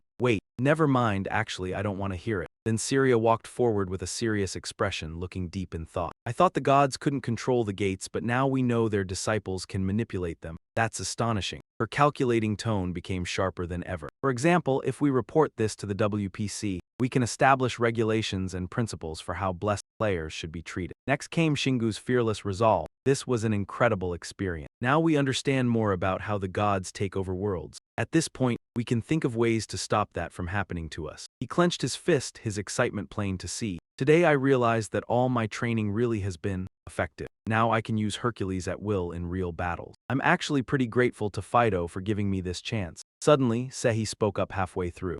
Sorry to interrupt. Worry was clear on her face. But I think there are a few monsters watching us from a distance. They don't look very dangerous. Of course Shingu trusted her. They're in this forest, right? Sehi answered, that's right. Then he immediately activated Dragon Eye. In only an instant, his vision pierced all the way through. His brows knitted tightly. They're monsters from Earth. You're right, there are a few here, but it seems they aren't under any god's influence. That reminded Shingu of Selisia, whom he had met before, a monster who did not want to harm humans. Should we try approaching them? They might be like the group we met underwater. The moment someone said, if you're okay with it, his whole body stirred. In only an instant, he appeared right in front of the monsters. Unlike that aggressive group, these monsters trembled in fear. Shingu sternly emphasized every word. Who are you? It seems you aren't followers of Fido. Were you planning to fight the monsters he sent here? No, only a little beast of some kind walked forward. Fido, so that's the name of the one controlling all those power monsters from earlier. Sarai had a small body but not a small spirit. Those monsters have been bothering us, quack. They kept telling us we had to believe in some stranger, quack. And Shingu still only paid attention to the strange detail. You have to say quack at the end of every sentence. Sarai remained firm. I have to say quack. Then he angrily explained. All we want is to live in peace and worship our own god. But those monsters keep forcing their god onto us. Quack, we were scared because they said they would take us over tonight. But you defeated all of them, quack. Sarai's sharp eyes looked straight at Shingu. We are very grateful that you saved us. But will you also force us to believe in your god? His answer was direct and blunt. The only thing I believe in is myself. And I'm not the type of person who forces others to believe in something. But that alone was enough for him, and hearing it was a relief. Now then, let us go, quack, Shingu emphasized as he grabbed the man. That will never happen. Then he put on the gentlest smile he could manage. Because I want to know more about your god. You'll tell me, won't you, quack? The night slowly passed and he returned with the spoils in hand. They'll guide us. Marina praised him cheerfully. I knew you could talk them into it. You're amazing, Shingu. But Aaron had already figured it out. I bet Shingu is even scarier to them than his subordinates are. Exactly, Seha commented as well. I have a feeling Master has realized his new power. And so Singu's group slowly followed Sarai's party forward. Marina sensed something strange. The mana was becoming denser and stronger. But he didn't seem surprised at all. As expected, this is where the earth monsters live. Hearing them talk, Sarai began explaining solemnly. What we love most is mana, quack, and it seems humans have misunderstood us. We monsters can survive on mana and a little energy alone. That's why we rarely eat humans. But his sharp ears immediately caught the extremely important phrase, rarely. He quickly waved his hands. Personally, I've never eaten a human before. The remaining soldiers hurriedly defended themselves too. Me neither. I imagine humans are tough and hard to chew. I love grass. Grass is true love forever. Shingu nodded in satisfaction. Good, keep it that way. Eventually, the group arrived before a magnificent natural landscape. He narrowed his eyes at it. I can feel something behind the waterfall. This feels just like when we entered the deep sea region. Aside from the ant nest, there may be another place for land-based players to develop. Marina ran over to share her thoughts. You know how the deep sea became a safe haven for monsters, right? I don't think that's the case here though, making Shingu frown. True enough, he thought to himself. In the new era, areas rich in mana seem to have turned into dungeons. But that still wasn't enough to explain everything. Starlight, who had been watching the whole time, slyly interrupted. Are you scared now, quack, because you didn't kill us monsters? So our master won't kill you either, quack, leaving him surprised. Why did you suddenly become so arrogant? Aaron chimed in. He must trust his master a lot. In just a moment, they easily passed through the waterfall without getting even slightly wet. Sarai pointed straight ahead. This is the place, quack. Before them stood a lush green forest once again, this place. With just a glance, Shingu realized there was more than one entrance. There were several exits besides the waterfall, making him go pale. How did you know? What a monster, quack. Not only that, Shingu also realized the exits don't lead back to Jeju Island. Aaron exclaimed in shock. So it's like a teleportation gate. Hearing that, he calmly replied, no. When the new era first began, mana lakes formed, and then created heavenly domains and ant tunnels through this unknown power. A voice immediately echoed out. You are correct. Sharp claws appeared directly before them. Then the full figure of a league revealed itself, and the two sides faced each other. The league's presence surprised Shingu. I thought our country didn't have tigers. His voice echoed through the forest. I am not a tiger. And this is not Korea. A radiant figure stood before him. I am a league. Welcome, King of Humanity. The league's overwhelming aura shook the entire area, making Marina, standing in the distance, sigh in amazement. He's just as strong as Bubua. Even Seha had to admit it. You're right. Sarai commented seriously, thinking about how there was a monster as powerful as Bubua. Meanwhile, Aaron focused on something else entirely. Are you all really sure about that title? At the same time, a league began speaking in a majestic voice. King of humanity, I wish to thank you for not harming my subordinates. In return, Singu didn't seem to care in the slightest. I think you've misunderstood something. I'm not a king. The League did not insist on the matter. I see. Technically speaking, I suppose you are not yet a king. The more he spoke, the more confused Singu became.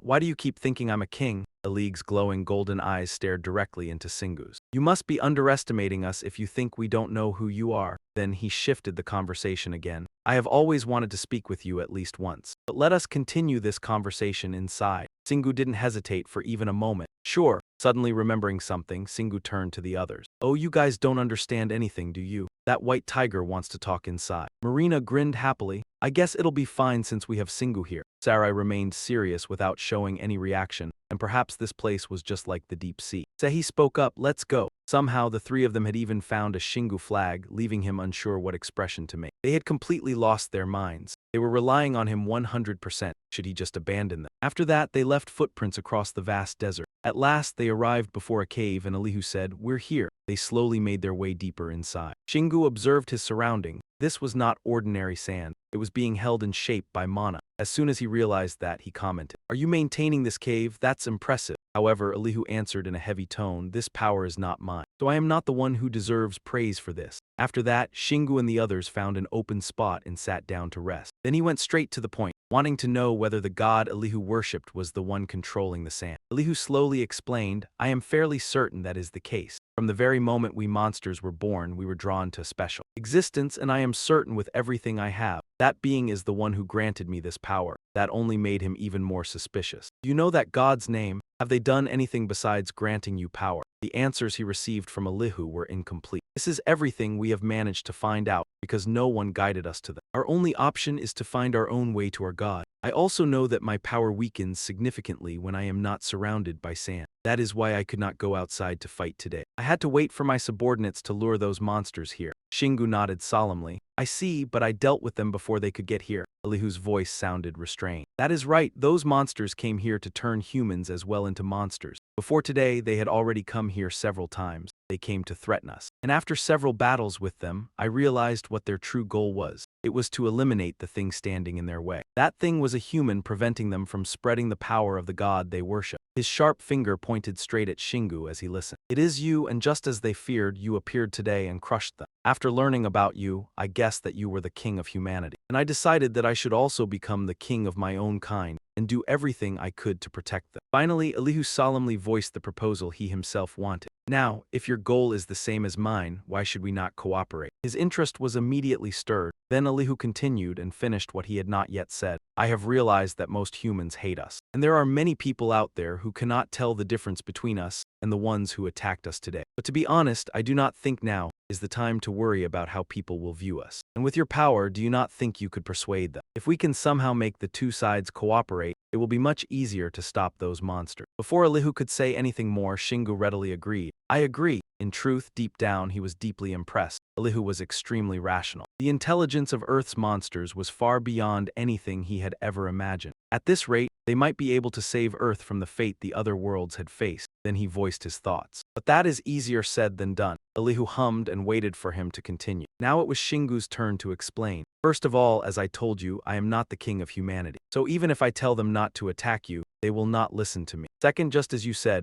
humans cannot tell the difference between you and the ones attacking us. And there is probably no one else who can communicate with you the way I can. So forming any kind of alliance will not be easy. These points made Elihu agree. You have a point, he continued. Third and last, his gaze sharpened as he pointed out. You are still not the king of all of Earth's monsters, so technically, you are not their representative. At least not yet. Elihu also acknowledged that shortcoming. You are right. I am only in charge of the territories connected to this dungeon, not all of Earth. So are you saying we have no choice but to fight humans? However, Shingu interrupted him. Listen, Eli. The sudden nickname left him stunned. Eli, he said, offering his opinion without explaining it. The two of us understand each other and agree on what we want. So even if we cannot get all monsters and humans to cooperate right away, I think we can form an alliance between the two of us first. Shingu's proposal made sense to Elihu. That does sound good. His shining eyes lit up with joy. I believe in you and you believe in me, I like that. The excited smile stayed firmly on his lips. Exactly. So I think that if we work together, we can at least reduce unnecessary conflicts between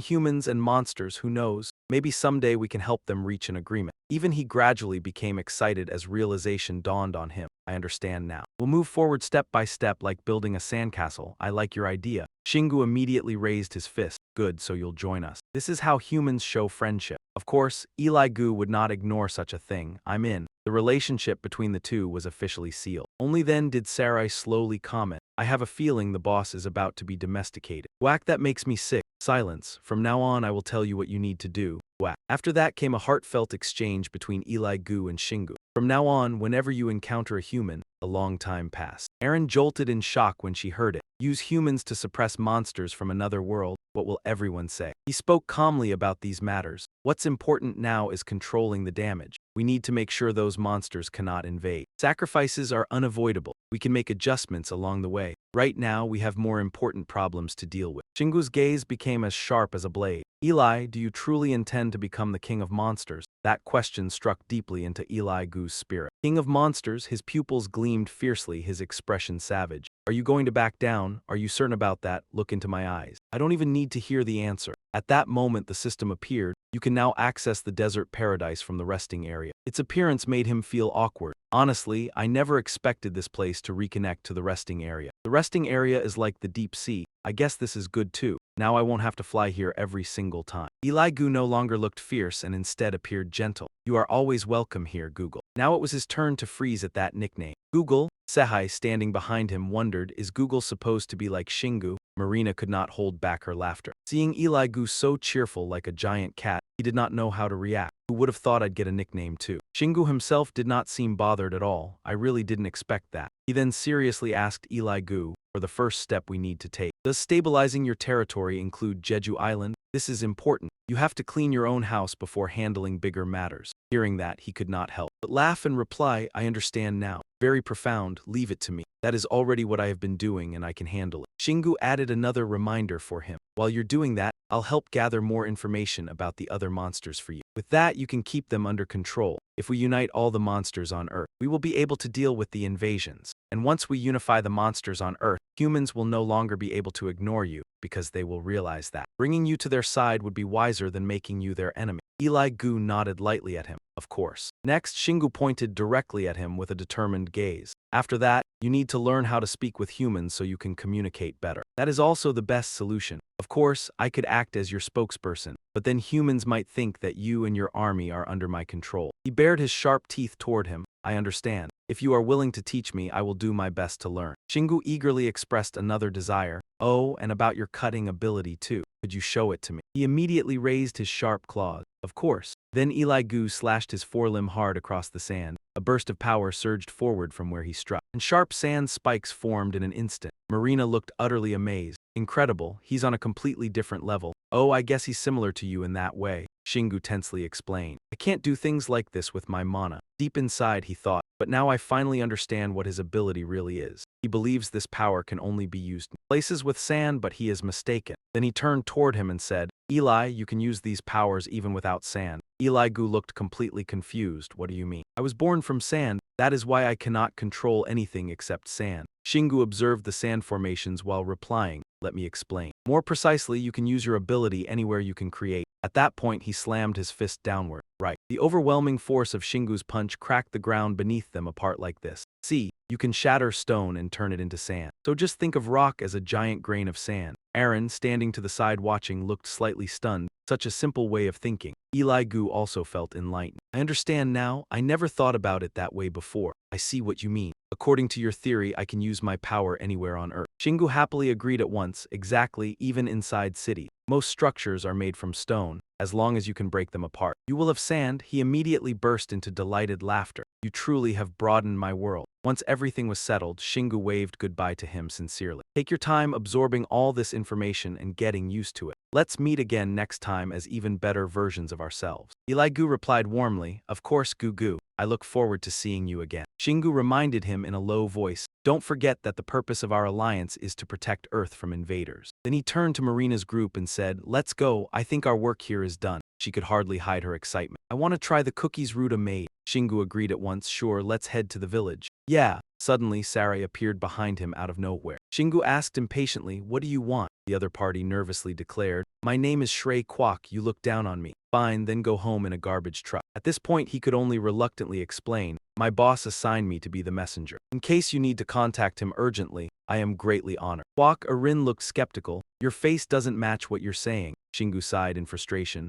Maybe we'll have him help with the farm work. Sometime later in a house in the village, Simon was extremely excited. You tamed a monster, you're amazing. Shingu calmly explained that they could use him whenever they needed help with anything. Sarai could only obey helplessly after being ordered around. The boss may have made the wrong decision by forming an alliance with him. And so, your journey as a farmer officially began through tears. Ito delivered an item box to him, and then he immediately turned into someone trying to steal Ruta's belongings. Shingu successfully reached in and stole some cookies. She angrily chased after him while shouting, pervert, cookie thief. He casually replied, this is the rent. The scene then shifted to the resting area. Erin floated behind him and excitedly asked, are we finally heading to the deep-sea dungeons? Shingu immediately answered, not yet, we'll only go there after we're done with everything here. Bitch Eyes turned and asked curiously, Master, are you planning to enter the fusion dungeons again? But he answered in an indirect tone, exactly. Before throwing myself into the unknown, it's best to do everything I already know how to do. We'll use the fusion dungeons for training. Erin blushed slightly and commented, I'm surprised by the way you think about fusion dungeons. Like they're some kind of convenient training ground. Hearing that, Marina became interested. I want to go too. Shingu bluntly refused, sorry. But I need you to stay here and clean up the mess Haryong caused in Jeju. I need BNI's help because there are limits to what Shingu can do alone. Realizing she wasn't allowed to go, she became dejected. Alright, then I'll see you later. But you have to call me when you fight monsters. Shingu smiled and comforted her. You're already part of the alliance. I'll call for your help even if you don't want to come, so don't worry about it. Syria clasped her hands respectfully and said, until we meet again. Zehai waved goodbye from the side, saying farewell as well. Shingu stood there watching the three of them leave. Then he turned around and shot forward. All right, let's go. The monsters we fought in Jeju were too weak. I hadn't even gotten started yet. A notification window appeared. There are currently 44,106 super easy ant cave dungeons remaining on Earth. You may combine 2 dungeons at once. How many would you like to combine? He answered in a deep voice, all of them. The interface appeared again. You will be required to use 0.05% of your particles. A slightly dangerous fusion dungeon has been created. Would you like to enter? Shingu briefly fell into thought. Well, I guess there aren't enough dungeons. To make something even harder, Aaron sounded speechless. Whoever created this system probably never imagined someone would use this ability and casually clear ant cave dungeons in just 2 runs. He stared seriously at the door before him. Shingu had hoped more dungeons would appear while he was away. Well then, alright, let's go. Beatrice quickly adjusted her armor and helmet. I am ready, master. At that moment the hero loudly declared, let's head to the final ant cave. As soon as he finished speaking, everyone charged into the dungeon with overwhelming momentum. As night fell, the small house at the foot of the mountain became even quieter. A creaking sound echoed as the door slowly opened. Shingu and his companions excitedly stepped into the house. He read the information displayed on the panel. Because very few dungeons were combined, the extended sweep duration will be shorter. Arin spoke up beside him to remind him. But the dungeon itself doesn't seem that small. Shingu then glanced around, but first, he raised his voice and called out to the floating spirits. All the ghosts wandering out there, everyone listen up. One spirit looked worried. Is he calling us? Another spirit's voice echoed nearby. I feel like we should listen to him too. What's going on here? And then time quietly passed as roll call echoed through the silent space. Number 32,154. A young boy raised his hand and reported, I'm the last one. Shingu had spent all that time checking the number of wandering souls still in existence. Thank you. 32,154, that's an absurd number. Arin was stunned by the figure. That's at least 9 or 10 times more than the previous merged dungeon, around 40,000 from 370,000 dungeons. Zeha's eyes widened at the same time. Closer to 70%, that's unbelievable. At the same moment, Shingu frowned slightly and sank into thought. What changed? Did the average difficulty increase a little? Because last time I completely cleared all the super easy dungeons. That means the players trying to overcome them became stronger too. He quietly came to a conclusion. And the stronger the players are, the longer they can maintain their spiritual form. I guess the increase in Earth's total mana also played a role in this. Shingu then nodded as if confirming his theory. Anyway, the ghosts focused their attention on him as he spoke. Everyone, listen up. I'm about to make you an offer you can't refuse. Seeing the way he acted, Aaron felt exasperated. He's becoming more shameless by the day, Beatrice added without hesitation. But such a powerful and useful spirit army, she recalled the events from before. Don't you think he's improved a lot? Aaron could not deny it. That's true. Returning to Singu, he was enthusiastically persuading the spirits. So if you want to preserve even the slightest trace of your existence, then follow me. Even so, they were still hesitating. Elsewhere, Beatrice, still discussing things with Aaron, don't mind what I just said. She watched the situation while clutching her head and sighing. I guess he doesn't really need us after all. A few minutes later, one of the ghosts gritted its teeth and muttered, "This is ridiculous." But unexpectedly, they all burst into cheers. "This is amazing. We'll follow you." Aaron grew embarrassed by the situation. "We did it." Beatrice merely snorted indifferently while Seha looked thrilled. Well then, all of a sudden, the timid boy spoke up. "Please forgive me, master." He then revealed an important piece of information. "I'm sorry for not telling you sooner, but the moment the dungeon merged, one of the ghosts flew out from the crowd and entered the dungeon." Singu was stunned when he heard that. What? Aaron immediately offered a guess. Maybe it was a dead player blessed by a god. He nodded in agreement with her. That means they probably went searching for the fragments of a god. That wasn't entirely impossible considering how many dungeons had merged. Then Singu pulled out the control panel. "So I wonder if the dungeon difficulty has increased." He shouted excitedly, "Awesome." Aaron looked at Seha and remarked, "He's probably the only person who would celebrate a terrible situation like this." Seha hurriedly defended Singu. But for him, this is still just a beginner dungeon. Meanwhile, Singu pulled a vehicle out from his private storage. Without hesitation, she jumped onto it and started the engine. Then she asked, "You're giving this to me?" Singu slapped his forehead hard. "Are you insane?" He immediately laid out the strategy.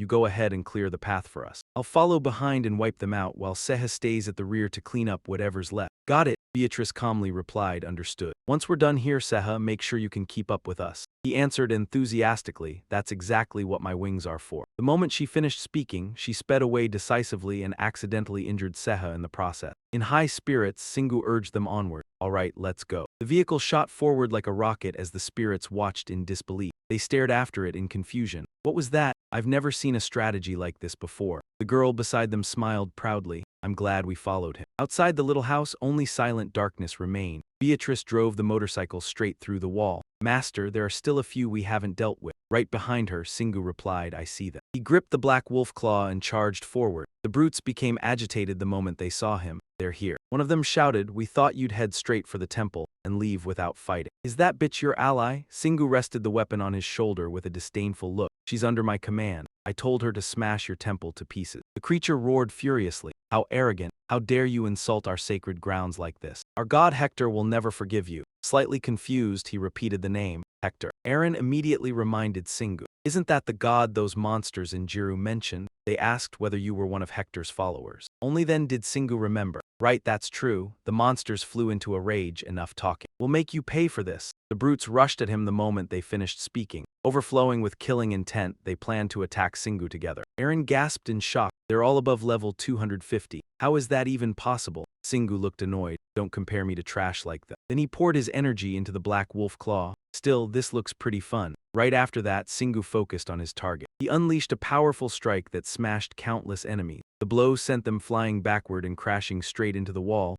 He was so stunned he couldn't even speak. What the hell? He thought they would at least try to dodge. Singu recalled how, during the fight, they had raised barriers around themselves before his attack hit. Did they really think that was enough? Singu immediately planted his weapon into the ground. He guessed their brains were all muscle too and casually remarked, "Sorry, but this isn't some rubber hammer." The brutes groaned. "An invisible force crushed me. He's unbelievably strong. I can't believe it. We admit defeat. Kill us." Singu laughed gleefully. "Oh, don't worry. Nothing can stop me from smashing apart your giant lumps of muscle." The moment Aaron saw it, she exclaimed emotionally, "There he goes acting like a villain again." In the end, he finished off the brutes with ease. A while later, Seha rushed over shouting, "Yep." He brandished his weapon and flew straight ahead. "I'm here to handle the rest." The moment he spoke, Seha froze. The monsters were scattered everywhere, motionless and lifeless. All he could manage was an awkward smile. "Aha, I knew it. There's nothing left for me to do." The blue sanctuary trembled violently. The stone floor cracked apart beneath the fury of the battle. Stepping over the pile of monsters, Singu finally understood.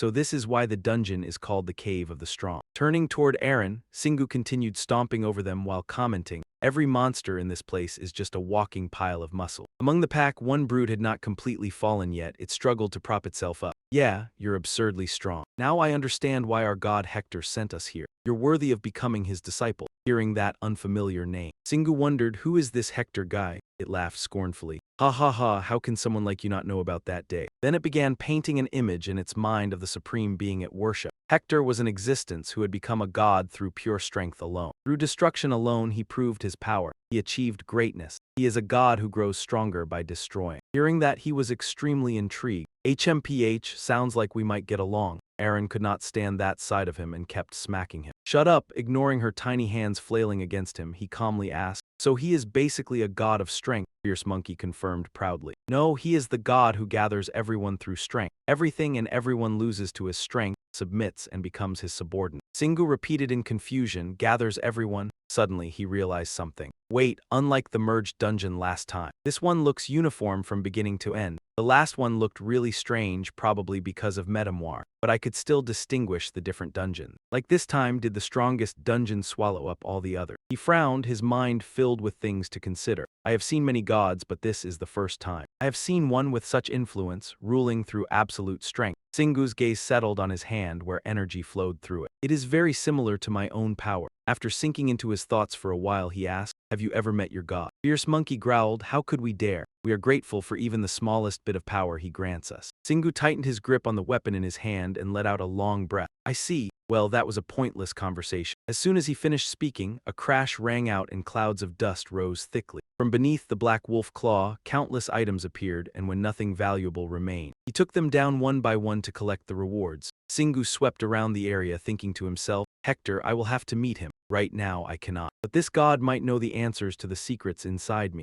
Suddenly, Beatrice called out, Master, I am stuck. Singu confirmed in confusion, oh, you are stuck, kinda. While moving quickly between the gusts of wind, she replied, it is not easy. I will have to come back. He nodded in approval. All right, come back, Beatrice answered briefly and clearly at once. From the wide holes in the walls, the silhouettes of the monsters gradually approached. The moment they noticed the two of them, they rushed forward with chaotic screams. Ah, they are back, catch them. Aaron looked over at Singu and suggested, let's go. I think she is driving the monsters this way. We should deal with them while we can. He nodded in agreement. You are right, if Kaina feels threatened. There is no harm in taking care of the Tepsiu before we face any potential danger. As soon as he finished speaking, Singu kicked off the ground and shot forward at high speed. Moving at the speed of light, he said excitedly, all right, should we head to the next room? Carrying the black wolf claw, he leapt over the heads of the iron monkeys, heading toward the abundant source of energy. The weapon in his hand suddenly became enormous. Nice. They looked up in shock at the blurry black shadow. Before their eyes stood a human. Singu did not hesitate and swung the claw down hard at the monsters. Weaklings, do not just stand there, fight. That taunt enraged them. They shouted in unison, what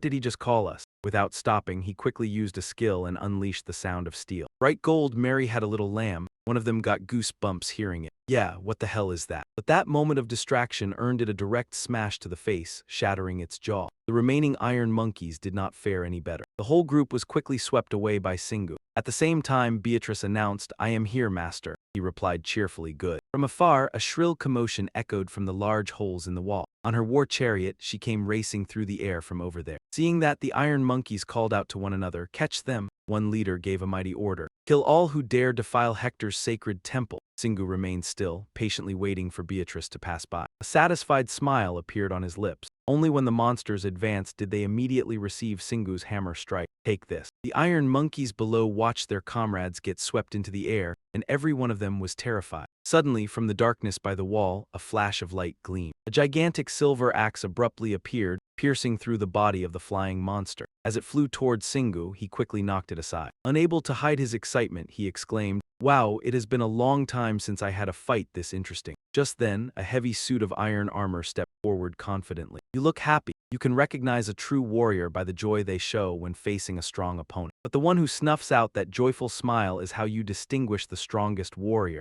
A fierce man appeared, each decisive word ringing out. When the iron monkeys behind him saw reinforcements arrive, they all cheered together. It is time for revenge. Singu did not waver at all, he even smirked. Tomorrow. HMPH, that is usually my line. The man laughed with a hint of suspicion. Ha ha, it seems you know us. Have you fought others of our kind before? He stayed silent, his sharp gaze fixed ahead. Well, he was far weaker than your lot. That remark made the man rotate the axe attached to his arm, his voice turning colder. Seems like you misunderstand who your opponent is. The taunt only provoked him further. Turning back, Shingu immediately asked Kina, how many can you take down? She silently observed them for a moment, tightening her grip on her weapon before answering. 4. he gasped in surprise. Really? I can handle 4 too, she countered. Then I'll take all 5. The two kept chatting casually without paying any attention to Mugen. That only made him even angrier. What a ridiculous pair. Right after that, his legs moved as he dashed from his position. He and his followers charged forward, roaring, "Let us show you Hector's blessing." The moment Mugeng's group rushed in, Bichai's came thundering in on her demonic lightning motorcycle with a ferocious assault no one could stop. With only a few masterful passes, she wiped out several monsters. Then, raising the deadly knight sword in her hand, within seconds she nailed Mugeng straight into a solid wall. Bichai's sharp eyes gleamed. One down, split up the remaining 4. Yet even with a fatal wound, he still endured. "I'm not dead yet." In return, she only gave a flat, emotionless response. "Wow, you're still alive." Moments later, Bichai's finished him off before he could resist. The rest of Mugeng's followers were stunned.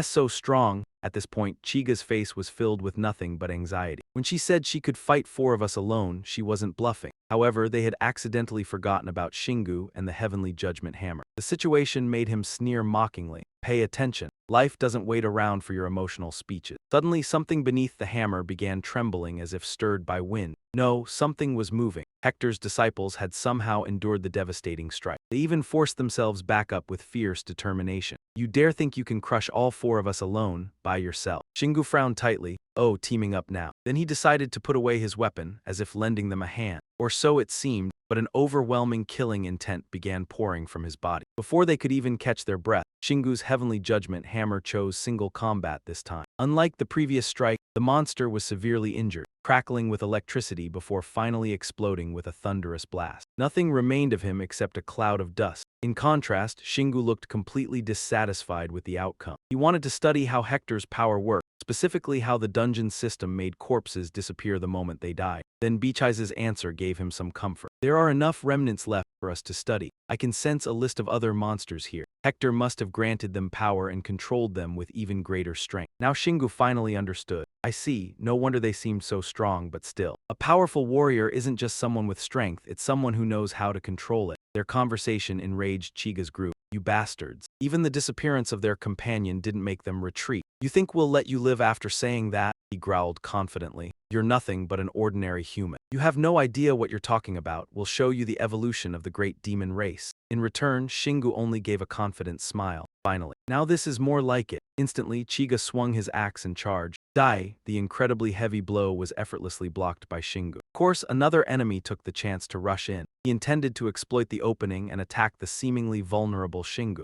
Yet even facing danger, Shingu showed no concern at all. "Ganging up on me." The moment he spoke, Seha and Bichai's appeared behind him. "Sorry, but I've got teammates too." Then Seha shouted with unwavering spirit, "I'll do my best." "Nice." Shingu immediately reminded her carefully. "Don't push yourself, just hold him back. I'll deal with that one later." Those words directly enraged Chiga. "Deal with me. You're thinking too highly of yourself." He counterattacked while continuing to sneer. "Arrogant until the very end, huh?" The barrage of attacks showed no signs of stopping. "Don't underestimate the great demon race." Just as he prepared another strike, he suddenly took a painful blow straight to the stomach. With only one palm strike, he was sent flying like a meteor. Meanwhile, aside from a little dust, Shingu remained completely unharmed. "Other than your raw strength, you're no different from the one I defeated before." His tone grew impatient. "Hey, I know you're still alive. Get up already," he continued, urging him. "If you've got any special tricks left, show me before it's too late." A dangerous gleam flashed in Chiga's eyes. "Fine, I'll show you." In an instant, his truest aura erupted forth. This is the power of the great demon. But aside from providing Shingu with a cool breeze, it had no effect at all. The axe in his hand swung down with a powerful roar, only for the Heavenly Judgment Hammer to block it effortlessly. Both weapons remained intact as they rebounded apart. Unfortunately for Chiga, he wasn't nearly as lucky, collapsing to one knee on the spot. With the fight offering no challenge at all, Shingu sighed in boredom.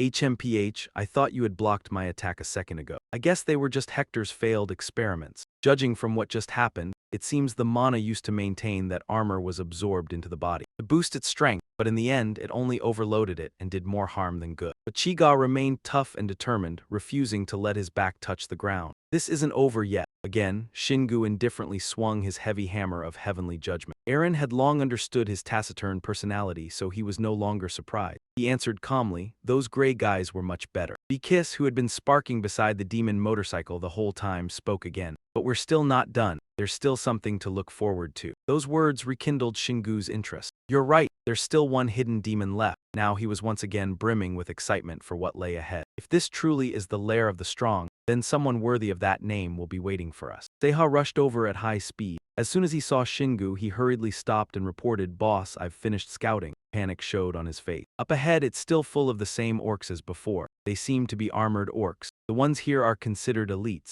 Hearing this, Shingu curled his lip and could not help sighing. They're humanoid monsters. Ah, damn it. Seha was just as terrified, extremely so. The deeper we go, the stronger they seem to get. That was exactly what made Shingu hesitate. I wonder if the last one is also an armored orc. Seha confirmed it the moment he landed. From what I overheard, that's very likely. Thinking about how things were getting tougher and tougher, he fell into deep thought. Then there's nothing we can do, let's keep going. Outside the building, everything was terrifyingly silent. Inside, however, Kiss was using her power to fight the enemy. On this side, Shingu also left the orcs reeling in confusion. Seha was no less impressive. The enemy was defeated beneath his feet. After a long bout of fighting, the soulless death struck the stone floor and made a loud sound. Ah, with this we're done. I'm fine, boss. Seha forced the words out between gasps. Shingu could not help replying in surprise, I hadn't even asked yet. Eren saw their teammate collapse to one side in exhaustion. She became deeply worried. This dungeon is a bit too hard for Seha. Even though he's leveling up just as quickly, both his body and mind are being worn down. Shingu turned and stared intently at Kiss as he remarked, Seha is lucky, he's making the most of this dungeon. She also nodded in agreement. Good for him, leveling up is always easy when your life is under threat. Seeing the two of them playing off each other, Eren was left utterly speechless inside. After a short break, Seha became alert again and smiled. I think I've rested enough. I'm ready to keep going. Seeing this enduring fighting spirit, Shingu could not help praising him. That's the spirit. Let's continue. Seeing the two young men walk forward side by side, Eren silently mocked him. Why doesn't he just say it himself? That's a man's pride. He has potential. I like that.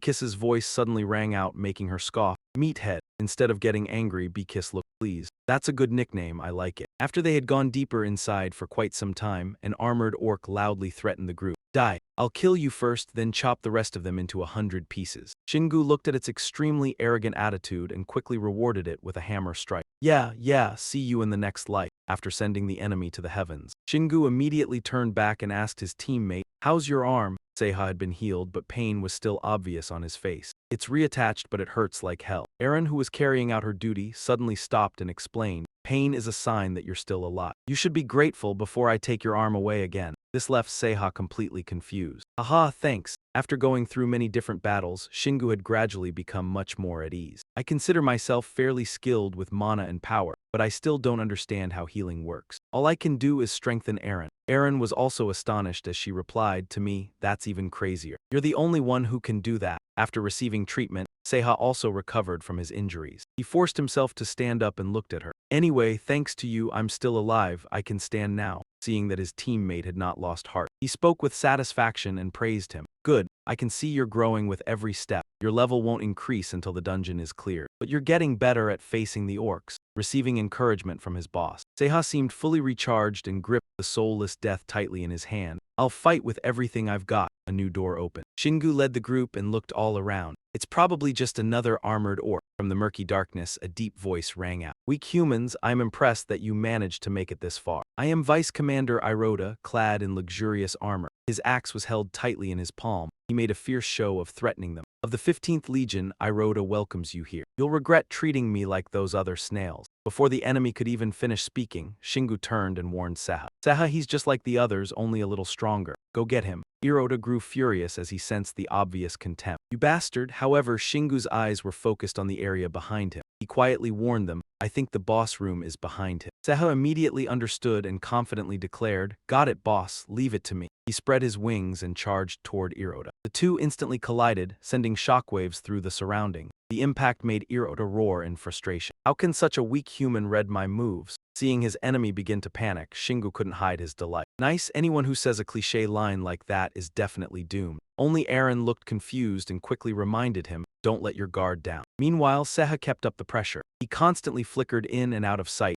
leaving Irota frozen in confusion. Under the relentless heavy blows that caused serious injuries, the monster could only scream in agony. Seha's figure darted back and forth non-stop, his eyes locked onto the enemy as he calculated every move. Combat techniques. I can see his moves when I focus on his mana. Maybe I should try focusing on the mana flowing through his armor. Watching his rapid growth, Shingu became more and more satisfied. Seha had definitely become stronger. That's why risking your life is the best way to improve. Beatrice, standing nearby, nodded in agreement. I agree. A true warrior is born while facing death. Only Aaron stood there speechless, silently judging both of them. You two sound completely insane. She immediately reminded them, but Seha won't last much longer. He needs a little motivation. Really? Shingu cried out in surprise. Aaron firmly confirmed, I'm sure of it. Thanks to her sharpened instincts, she could easily judge the flow of battle. After all the battles I've fought alongside Shingu, I've learned how to read the flow of combat. Right now, I can see the imbalance. That's why I have to protect my comrades. A brilliant light emerged between her small hands. She created a gigantic radiant warrior and shouted toward Seha, I summon a holy wall to drive back the enemy.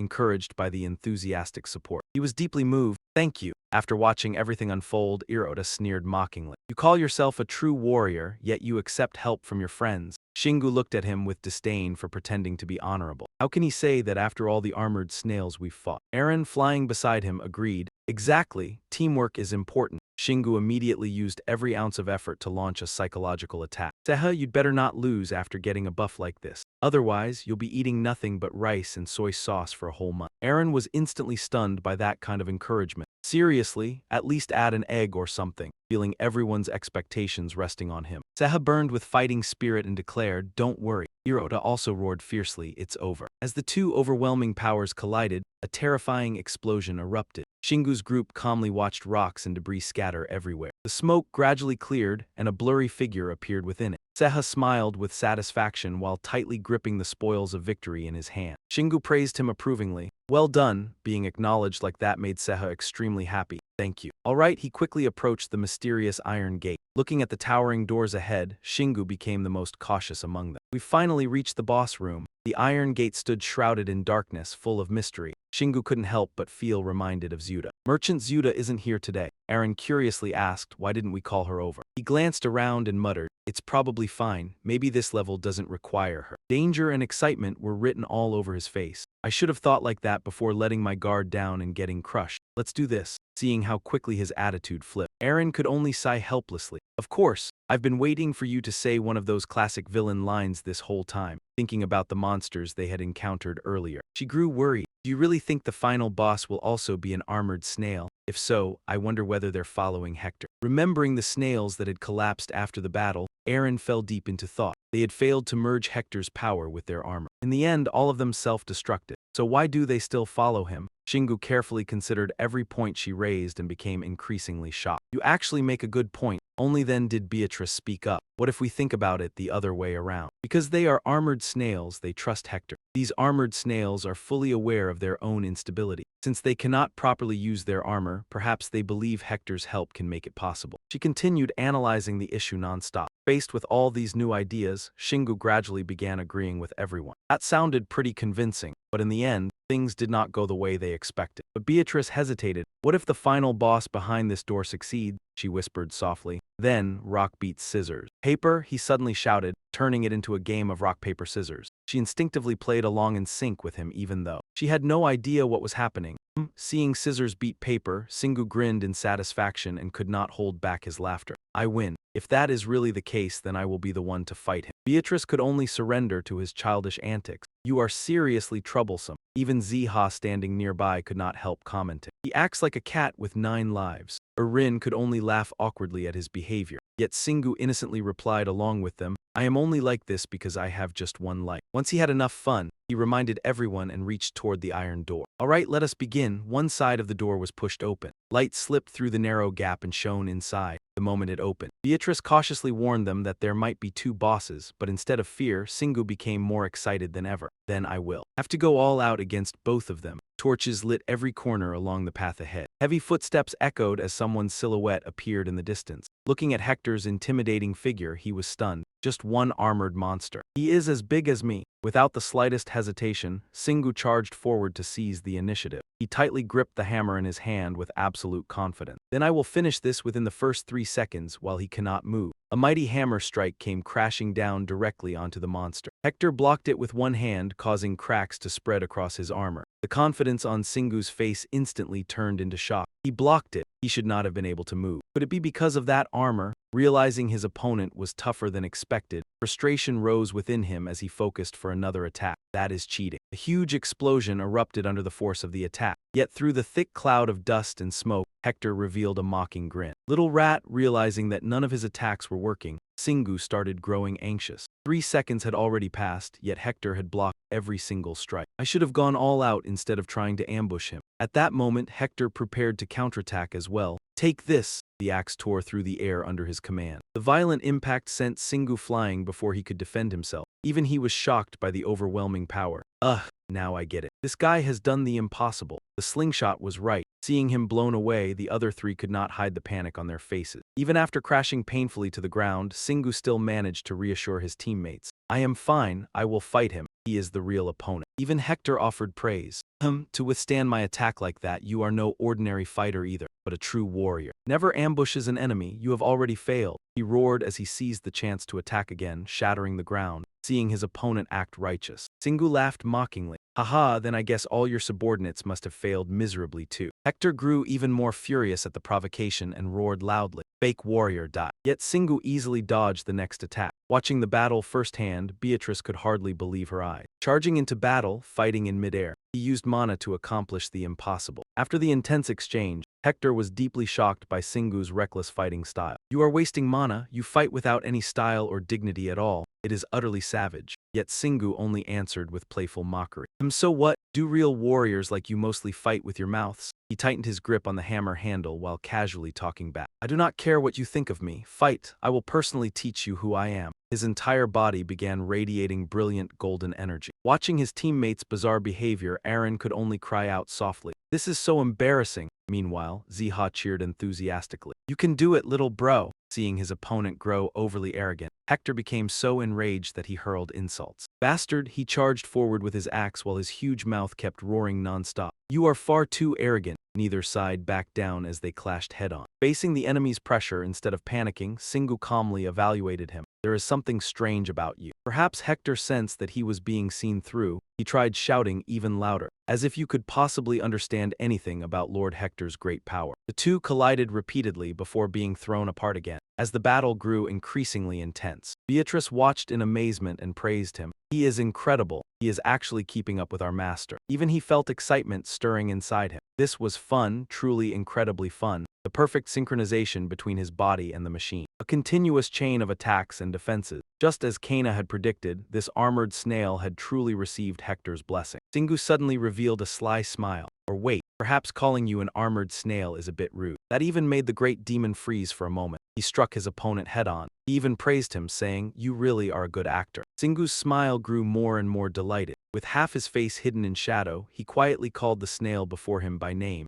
Hector. The other three teammates could not help being shocked by this major revelation. Hector, what? Realizing he had been seen through, he no longer played dumb. His laughter even echoed loudly throughout the room. At that very moment, the dungeon's level rose sharply. Hector praised Singu with interest. You are quite quick, human. Well, now that you have figured it out, show me everything you have. Feeling that his identity had been exposed, Hector could not help praising him. If you can say who I am, that means you have fought another god before. Singu did not deny it at all. You are right, but you are much stronger. Yet inside, he began to worry as he recalled what had happened before. Leah's case was definitely different. It had been very sudden, and above all, Leah had possessed a monster even weaker than an armored snail. Hector could not be compared to that. Thinking of these unbelievable things, he spoke up and questioned Hector. By the way, how did you do it? How were you able to bypass the dungeon system? His expression showed satisfaction as he recalled the past. It was long ago, ever since I first understood how these dungeons work. Dungeons are created from the traces of players. You understand what I mean, do you not? With his sharp intuition and good memory,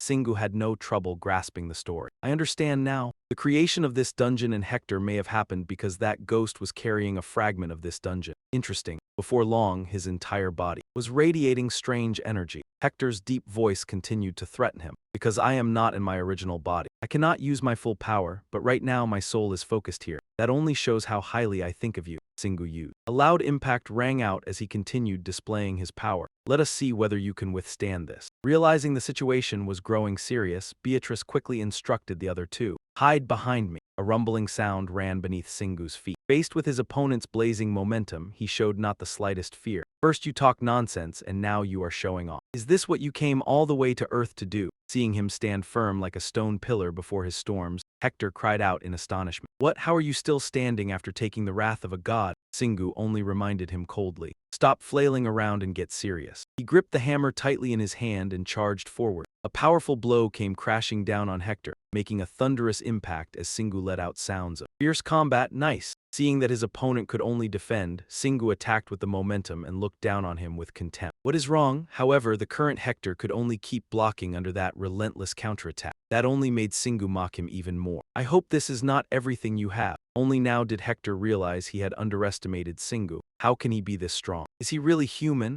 Earth is a world that has only just entered a new era. There is a limit to the amount of mana it can contain. That includes all monsters and humans living on Earth. But how? Singu's overwhelming presence left Hector utterly bewildered. How can someone with such absurd power exist? The hammer still sliced through the wind. Take this, he shouted loudly. No matter how hard Hector tried, he was finally struck and sent flying far away. Realizing he had been beaten nearly to a pulp, old memories suddenly surfaced in his mind. This reminds me. I once heard about a being with an innate skill appearing on Earth. Back then, I thought it was impossible because Earth was too weak. Hector began muttering under his breath. I see. After all that inner turmoil, he finally understood. He shouted with all his strength. Innate skills. Your innate skill does not require mana. Your skill is based on physical strength. You were born on Earth as a candidate of the gods. Watching the one before him keep rambling on and on, Singu grew extremely impatient. Whatever it is, if you are done talking to yourself, then this ends now. He hesitated for a moment, then shouted loudly. Because I have been holding back this whole time. The mighty warrior skill activated, causing new changes throughout his body. Even his movements became more powerful. Seeing his opponent grow more eager to fight, Hector nervously took out his axe. He tried to use the weapon to block Singu's heaven-splitting blow. Singu gritted his teeth as he looked down at the enemy beneath him, tightening his grip even further. Ugh, he cried out loudly, then followed the blow with another hammer strike, shattering Hector's axe into scrap metal. It even left Hector able only to scream. Ah, the system keeps sending congratulations. You have mastered stable mana control while casting physical skill. You have received a new active skill. Repeat innate skill by applying the active skills you possess. Now you can repeat skill casting one more time without consuming any additional mana. Faced with this long-awaited benefit, Singu cried out in delight.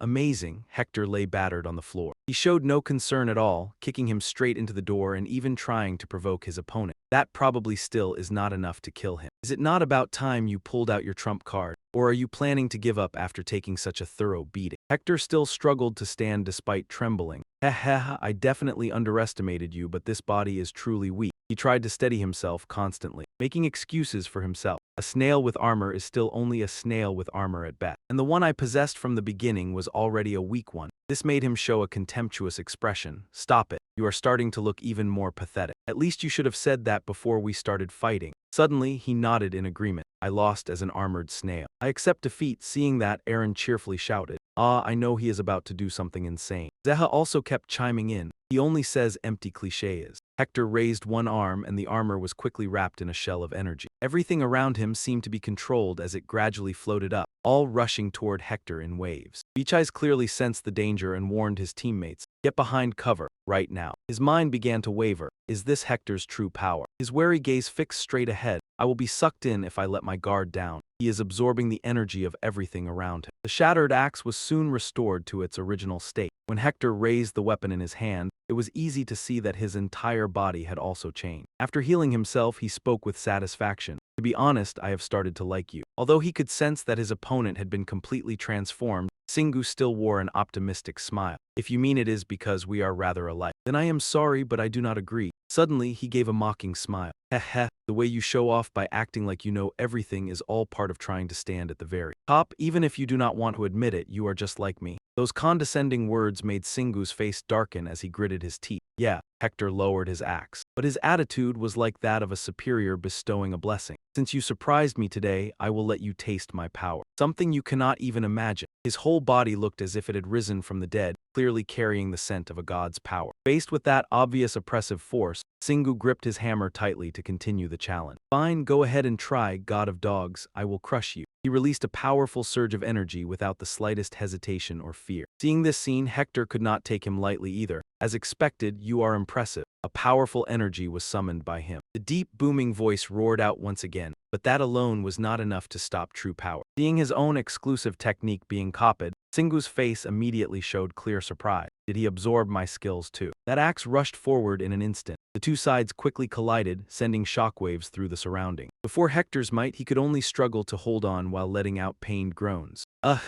His entire body was easily kicked far away. Seeing him leave the clash, Hector grew irritated and questioned him. "So you know how to run away too? Is it because you can also measure my strength?" After enduring the enemy's attack, Singu spat out a mouthful of fresh blood. His resentful gaze stared at Hector as if he wanted to crush him. He himself let out several pained groans but still did not collapse. Hector's axe kept slicing back and forth through the air, and he continued speaking with contempt. "What is wrong? Where did all your confidence go?" Singu was suppressed by this aura and could only struggle to withstand it, even as he made pained sounds. Seeing him in such a difficult state, Hector pointed the axe blade this way again. "It was only a casual swing. I hope you are not ready to tuck your tail and run just yet." As soon as he finished speaking, Hector gathered momentum and charged forward. "Take this." He shouted loudly and brought down a powerful strike on Singu. Singu even coughed violently as he desperately tried to withstand the formidable enemy, but before the power of a god, his whole body was sent crashing hard into the wall behind him. His teammates immediately panicked, and Aaron even screamed in fear, "Singu." After the smoke cleared, his body was suddenly wrapped in a brilliant red light. Although the stone wall behind him had been shattered, Singu still sat up. Thinking about what he had just experienced, he felt a wave of panic inside. That hurt so much. If I had not activated my scales, I would have been done for. Hector walked toward him while pretending to ask with concern. "What is wrong?" He looked at him as if he were some insignificant creature, his mouth still constantly spitting cruel words. "Are you worried because this is your first time losing control?" Singu looked at the enemy before him. Although he already showed signs of exhaustion, he still forced himself to stand up. Witnessing this reversal of the situation, he could not help feeling worried. "He's too strong. I underestimated this dungeon. I should have considered the consequences of merging all the dungeons." Seeing his frightened companions over there, Shingu's heart filled with despair. Not only was his own life in danger, but if he died, with a demon's keen senses, Hector cried out gleefully, "I can smell fear. I bet this is the first time you've ever felt that emotion." His arm quickly reached this way, his tone sounding soothing yet carrying a threat. "Do not worry, I am Hector, the one who gathers and conquers all power. I cannot bear being unable to make something mine, and that is why I will make you mine. You and I are highly compatible, so I am certain you will become an excellent disciple." That hand kept moving toward Shingu, as if trying to seize a tiny creature. "How does it feel hearing such shameless schemes?" He rebuked him without hesitation.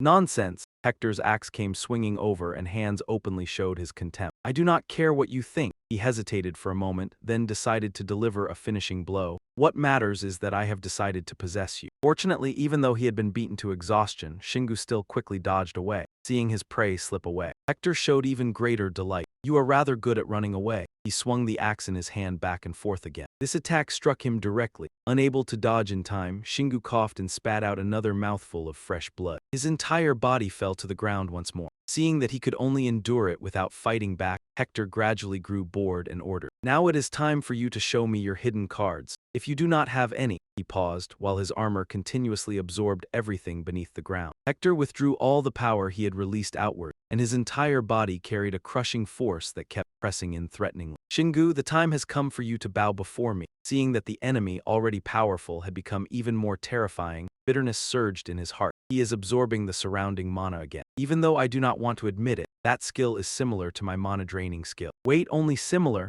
Shingu seemed to realize something, and astonishment clearly showed in his eyes. He forced himself up, feeling as though he had grasped something in his thoughts. "That means the Nightfall cloak has been driven into the ground." He focused intently and held it firmly, his entire body becoming calmer than ever. Hector mocked his serious appearance. "Are you reciting your final prayer? Soon enough, your prayers will be offered to me." Aaron watched from outside, trying to ask Han about the strange action. "Shingu, why are you not moving?" Seha kept making guesses. "Maybe he has taken too much damage." Even Beach Eyes drew the evil spirit sword, preparing herself to charge in. "This is too dangerous. Should I attack?" "No, you cannot beat him." His voice suddenly rang inside her mind. Even so, Beach Eyes still tried to argue against that refusal. But master. Through divine sense, he hurriedly stopped his companions. "I have one last idea." Shingu's brows furrowed tightly, but he still tried to reassure Beach Eyes. "Trust me." Seeing his opponent stall for time, Hector's patience also reached its limit. "I was waiting for you to do something, but I do not have all day." This is starting to get boring. He kept complaining, then took the initiative and charged forward. Let us end this. From within the earth, Hector summoned a terrifying source of power, sending rocks and soil flying everywhere. He brought down a devastating strike onto the ground, aiming to destroy a vast area. Instead of panicking, Shingu remained calmly standing still. When he realized the timing was perfect, he quickly awakened. Right now, Overlord's heart was activated, and every lifeless object around him was blasted far backward by the aftershock. Hector's entire body was swallowed by blue light, yet he kept struggling and screaming, "Ah, my strength, how did you break it?" The system sent another notification. Overlord's heart is now level 2. Receiving the result exactly as he had expected, a smile appeared on Shingu's face. "I tried to steal your power with Overlord's heart, but I guess I could not take all of it. I suppose all I could do was break your concentration." At those blunt confessions, Hector gradually lost control and charged forward aggressively. "How dare you mock me? Is your natural skill not strength?" He immediately took a battle stance and declared coldly. No, he became wary, only able to let out a few powerless sounds. From Shingu's position, a terrifying explosion erupted as energy burst forth. Aaron's group also struggled to withstand it and avoid being blown away. After facing that absolute skill, Hector finally realized, "I understand now, you fight alongside." He tried to shout. Before being erased, he still forced out his final words. "Our wishes are headed toward the same place,"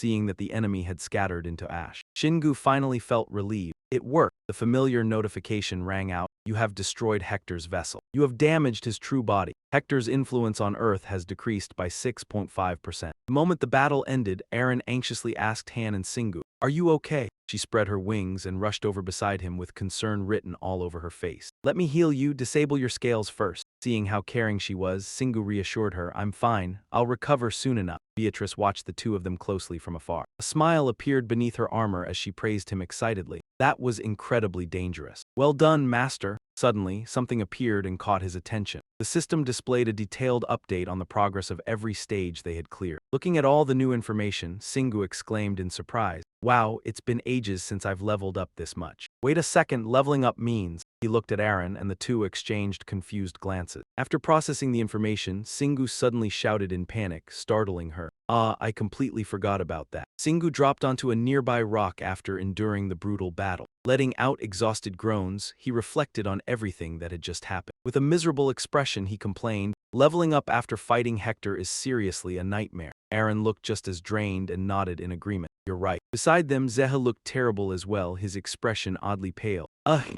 I think I'm about to throw up." At that moment, the system displayed a detailed status window covering everything from Singu's condition to his skill. Staring at the overwhelming wall of numbers, he seemed to forget all the suffering Hector and Lian Hui had put him through. "Ha! I'm already level 172 now, and the Pentadragon has leveled up a little too." Beatrice, who had been silent the entire time, suddenly spoke up. "By the way, Master, did you obtain Hector's fragment?" Singu froze for a moment. "Oh right." As if remembering something, he rummaged through his pockets while muttering, "I did get a fragment." But soon another reward appeared in his hand instead, Bruta's fragment. Singu explained in surprise, "I got the fragment of some random god I've never even heard of before. And not just that," looking at the darker gem in his other hand with confusion, he added, "There's also this black diamond. What the hell is this?" "The thing I killed was Hector's vessel, so what exactly is going on here?" Seeing the results, Beatrice rubbed her chin and stared off into the distance thoughtfully. I think I have an idea. It's similar to how Hector's power absorbs the power of others. My guess is that he absorbed another god at some point in the past. He was probably afraid his true power would be stripped away today. So he likely dropped another god's fragment and escaped." Faced with her convincing theory, Singu immediately agreed. "That's actually a pretty reasonable explanation. That means Hector can absorb power, but he can never truly make someone else's power his own. Still, it's probably a good thing we obtained another god's fragment today. Hector's abilities and mine are fairly similar. So maybe this will help us even more." He stared intently at the shining fragment in his hand. Beatrice seemed pleased by the thought. "I had high hopes for it because it's so similar. I think it will help you better understand your own ability." Instead of looking happy, Singu sighed and bluntly said with a weary expression, "Sure, maybe. But honestly, all I can smell from this fragment is his sweat." Even though he clearly hated the smell, he still seriously discussed it with his companion. "We can decide what to do with it later. I could absorb it into my hammer or convert it into mana. We'll figure something out." After thinking for a while, Beatrice quickly suggested, "Or you could turn it into a skill, just like you did with soul domination." The moment he heard that idea, Singu nodded approvingly. That's actually a good idea.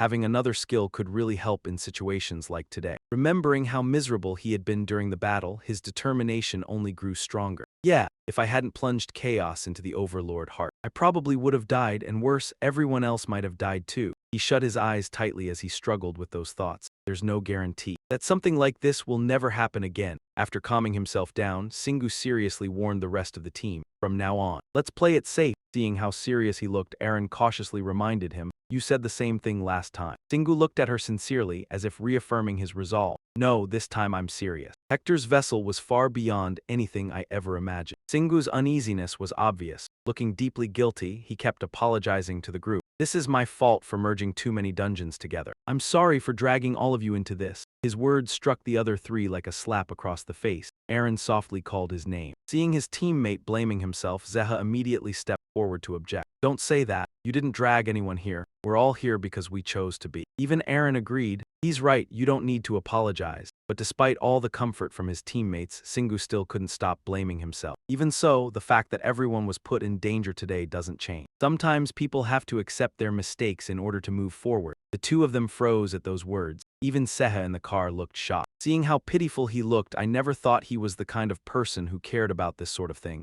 I don't even know what to say. "It's okay," Aaron continued to reassure him. "The moment you saved me when we first met, my life already belonged to you. So don't bow your head over something this trivial. We want you to do whatever you want, we trust you." Those seemingly simple words of comfort made Singu feel something deep inside. He softly called her name, Aaron. However, she quickly turned away to hide her embarrassment. I mean, it's not like you'd ever listen to us anyway. You'd probably just say all this so you could cause even more trouble later." Looking at Aaron's shy expression, Singu didn't hesitate to compliment her. "You looked really cute for a brief moment there." After hearing his encouraging praise, Aaron flashed a mischievous smile. Anyway, don't forget the important part. Everything we know about this world and the dungeons is connected. It's never absolute. Take this dungeon for example. The moment Hector appeared, its difficulty increased. She continued explaining how danger could strike at any moment, meaning no dungeon was ever truly safe. No matter how thoroughly we prepare, we'll always have to risk our lives. And all three of us understand that deeply. So the most important thing is, Aaron floated in front of Singu as if carefully reminding him, "Don't get too discouraged over something like this. No matter what happens, you have to remember that we're here because of our own choices. Because we decided to trust you." Receiving such absolute trust from his teammates, he smiled faintly. "All right, thank you." Singu's face was filled with confidence as he declared clearly, "Now that everyone's confirmed they're willing to go to hell with me, I'm counting on all of you." Hearing that their next destination was somewhere far from ordinary, Seha froze in panic. "Are you insane? Hell, we're going to hell." Seeing him trembling, Singu immediately reassured him. "Be prepared for anything, Seha, no backing out." "Got it," Seha shouted. "Let's collect the reward and get out of here." He and the rest of the team excitedly approached the gigantic iron door. He shoved it open with force, revealing an interior wrapped in dim light. Aaron cried out excitedly, "An ivory altar. Perfect, since we have so much essence. By the way, this time there's actually something you really need to pull." She floated beside Singu to remind him, catching him off guard. "Huh," she stared at him seriously. "I think it's finally time for you to wear armor." At the mention of that, Singu looked deeply thoughtful. "Armor, huh?" Seeing him lost in thought, Aaron kept reminding him, "You can't keep putting it off anymore." Hearing her repeatedly nagging him, he nodded in understanding. "All right." Aaron looked utterly surprised by how easily Singu agreed. "Hey, you." He glanced at her floating beside him and admitted, "You're right. And my weapon can't really get any stronger either. Besides, we've been talking about armor for quite a while now. Who knows what might happen from now on?" Singu casually stepped forward, gazing at the light radiating from the stone altar. He cheerfully declared, "Let's listen to Aaron for once and pull some armor." Witnessing his remarkable change, Aaron looked like a proud mother holding back tears as she praised him. "He's really mature." That reaction left Singu speechless.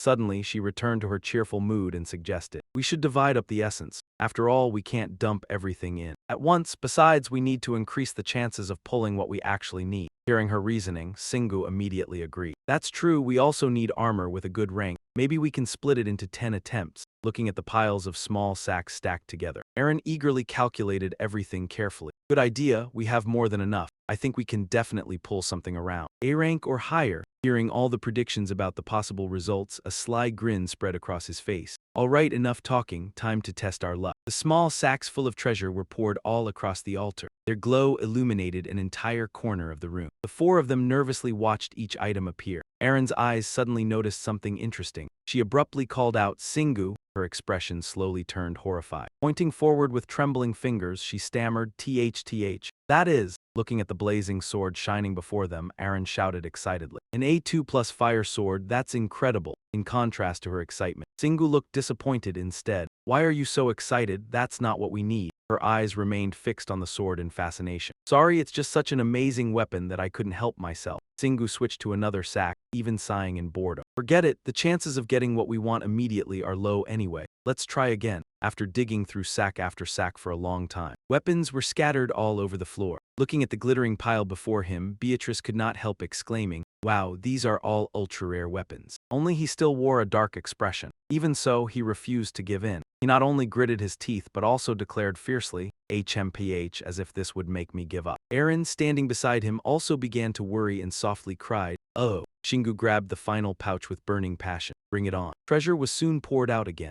Aaron suddenly shouted as if she had spotted a rare item, "Wait, the high-grade iron archfiend essence is over there." Hearing her joyful cry, Shingu, though still somewhat suspicious, forced himself to speak. Fine, I hope it is worth something." From within the splendid glow of the treasure, something radiated a special presence. The staff carried an air of majesty completely different from the other precious items. The system sent him a panel with its detailed information and uses. Beatrice gazed at the staff's appearance and marveled, "Whoa, this is the best one so far, what luck." Only Shingu looked miserable as he slapped his own face. "First, everyone should take everything we pulled." Hearing that declaration, Aaron immediately looked flustered and replied, "Haha, thanks. With this, I guess I can help make everyone stronger now." However, it still could not make Shingu smile. Her gaze was quickly drawn to something. "Ah, look at that dark stone on the floor." She turned to remind him. "By the way, that essence, isn't that what Hector dropped?" Shingu picked up the fragment, still feeling uncertain. "That's right. I was so focused on that other fragment that I forgot. Should we take a look?" The system panel quickly analyzed the fragment's information. "Black Dragon, grade SS." Seeing its extraordinary value, the other three shouted in unison, "Grade SS." Aaron could not hold back her excitement and continued, "I've never seen anything SS grade before." Shingu kept rubbing his eyes, afraid he was hallucinating. "Me neither, maybe I read it wrong. Besides, it only looks like a black diamond. But wasn't this supposed to be a black dragon scale?" Wait, Shingu's entire body immediately froze as if he had realized something. Hector had called him one of his kind. Perhaps that meant. Hearing this, Beatrice suddenly understood and let out an "oh." Even the quiet woman spoke up in surprise. "He was a dragon that became a god." That statement made him sigh. "You're really talkative today." Beatrice continued reasoning through the other issues. "When you think about it carefully, it explains why he was so reckless and power-focused, just like you. Perhaps you are both descended from dragons and he saw another of his kind transformed." Shingu quickly corrected her, "But I'm human." She stopped and asked sharply, "What are you talking about?" Seeing that she did not understand what he meant, he immediately changed the subject. "Anyway, we can think about this later. First, let's finish this. They said this is a material. So maybe I can ask Bateau to reinforce the Night Veil Executioner first." Seeing that her master seemed to have forgotten something, Beatrice kindly reminded him. "Master Bateau is a skilled blacksmith, but he is still only a child. I think it is too early for him to work with a grade like this." Hearing her objection, Aaron, who stood to the side, also volunteered an opinion. "Then how about we try putting it into the altar?" He could not help being surprised by the idea. "Ah, look at that clueless face." She immediately explained in detail. "There is nothing about strengthening armor, but it also does not say we cannot. If we put it in together with the other essences, we might even receive some kind of armor that also has attack power." That argument satisfied him and he praised her. "You have a point. All right, I'm tired." Many small sacks were thrown away, scattering treasure everywhere. Shingu even said farewell. "Goodbye, pretty stones." The whole group stared intently at the dim light released by the combination of jewels. A burst of darkness erupted. Seeing the result, Shingu could not stop grumbling in disgust. Why does it look like I just created something truly evil?" Aaron beside him immediately reminded him, "Don't say that, you're scaring me." Something fell out from within the faint purple light. A pair of dragon gauntlets had been created, possessing many special skills and an ability that was difficult to control. Shingu could not help shouting in surprise, "A gauntlet!" Aaron looked at the specifications full of excitement. "It's S grade with an A grade curse attribute. It really gave us armor that also has attack power. Should we try it?" As soon as she finished speaking, Shingu quickly put it on. Seeing this somewhat unfamiliar piece of equipment, he evaluated it in confusion. It does look a little strange. I feel kind of exposed." Even Seha agreed. "Haha, that's probably because it's the only piece of armor you're wearing." Aaron even thought of warriors wearing distinctive skimpy outfits. "You look like those max-level players who wander around almost naked because they only need the bare minimum." Shingu was speechless at her limitless imagination. Where did that super specific description come from? I guess it's better than nothing, he mused while touching the arm guard. Suddenly something changed and made Shingu freeze in place, seeing the panic on his face. Aaron hurriedly asked Han, "What happened? I just sensed a cursed seal," but his expression only grew more suspicious. No, Shingu stared intently at the gloves in disbelief. "These gloves, they're trying to resonate with me." Resonate? Hearing that left her confused. He slowly closed his eyes. Then he ordered, "Yeah, wait a second. I think I know what to do now." A surge of power burst from inside his body as the chaos scales were instantly summoned. The system announced that Singu's innate ability had been activated. More layers of scales continuously appeared as his entire body kept transforming. Watching everything unfold, Aaron could only cry out in fear, "Singu!" Before long, the gloves had synchronized with the chaos scale. Singu's body was now covered in a special suit of armor. Level 6 scales along with a level 5 tail made him stronger and sharper with cursed attributes. Seeing him return to normal, Seha nervously asked Han, "Are you okay?" Feeling all the changes within himself, he laughed. "Haha, it really works." Looking at the incredible transformation of his teammate, Seha could hardly believe her eyes. "You're amazing. I never could have imagined this. Maybe something similar will happen when you collect the other armor pieces." That thought left Singu deep in contemplation. Who knows, maybe this only works with the gloves, but I do like the idea of collecting the pieces of a complete armor set. Suddenly another transformation occurred, throwing him into panic once again. Feeling the energy continuously radiating outward, Singu became uneasy. "It's not over yet. My mana is erupting. I need to control this situation." He struggled with all his strength to withstand it. Before long, it suddenly became easier, making Singu secretly relieved. One of the new energy sources was being absorbed by him, and the other one settled itself beside his original source. Soon, everything seeped through his skin. Thanks to this change, not only did his curse resistance rise to level 15, but his body also became immune to acid. Unable to contain her excitement, Seha immediately asked, "What happened?" Even Aaron grew curious. "What just happened?" Examining the special gloves carefully, Singu explained while turning them over in his hand. "These gloves were trying to resonate with me from the inside too.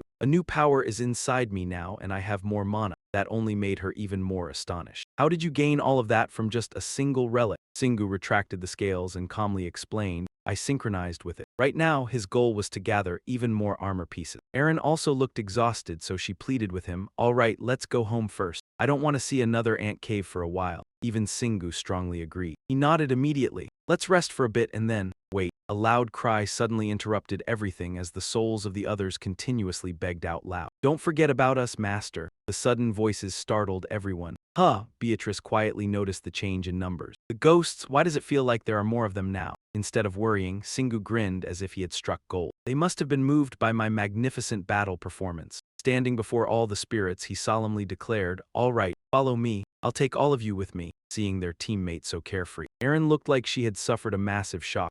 That's unbelievably reckless." Even Seha fell into deep thought. The system stated that thanks to the spirits reaching level 10, Singu's power had now become much clearer. He could even appoint a general for his spirit army. After absorbing everything, he breathed heavily in exhaustion. Completely worn out, Singu still forced himself to speak. 32,000 souls. Absorbing all of them at once wasn't as easy as I thought." Standing nearby, Beatrice added, "With this, your army has become even stronger once again." Looking at the glowing mark on the back of his hand, he could not help agreeing with her. "That's right, even the shape of the seal has changed. On top of that, I can appoint a general now. That's pretty useful." Singu looked at his three companions and suggested, "But we should head back first." "It's been a long day," Aaron completely agreed. "Yeah, let's go home." A massive door was pushed open as dazzling light shone through the narrow gap. The moment Aaron flew inside, she happily cheered, "Home really is the best place." Singu also looked incredibly relieved and even praised the group. "Great work, everyone, get some rest." Then he turned around and ordered the person behind him, "Kina, come with me. I'm going to see Bito." She quickly accepted the order. All right. By the time they returned to town, it was already noon.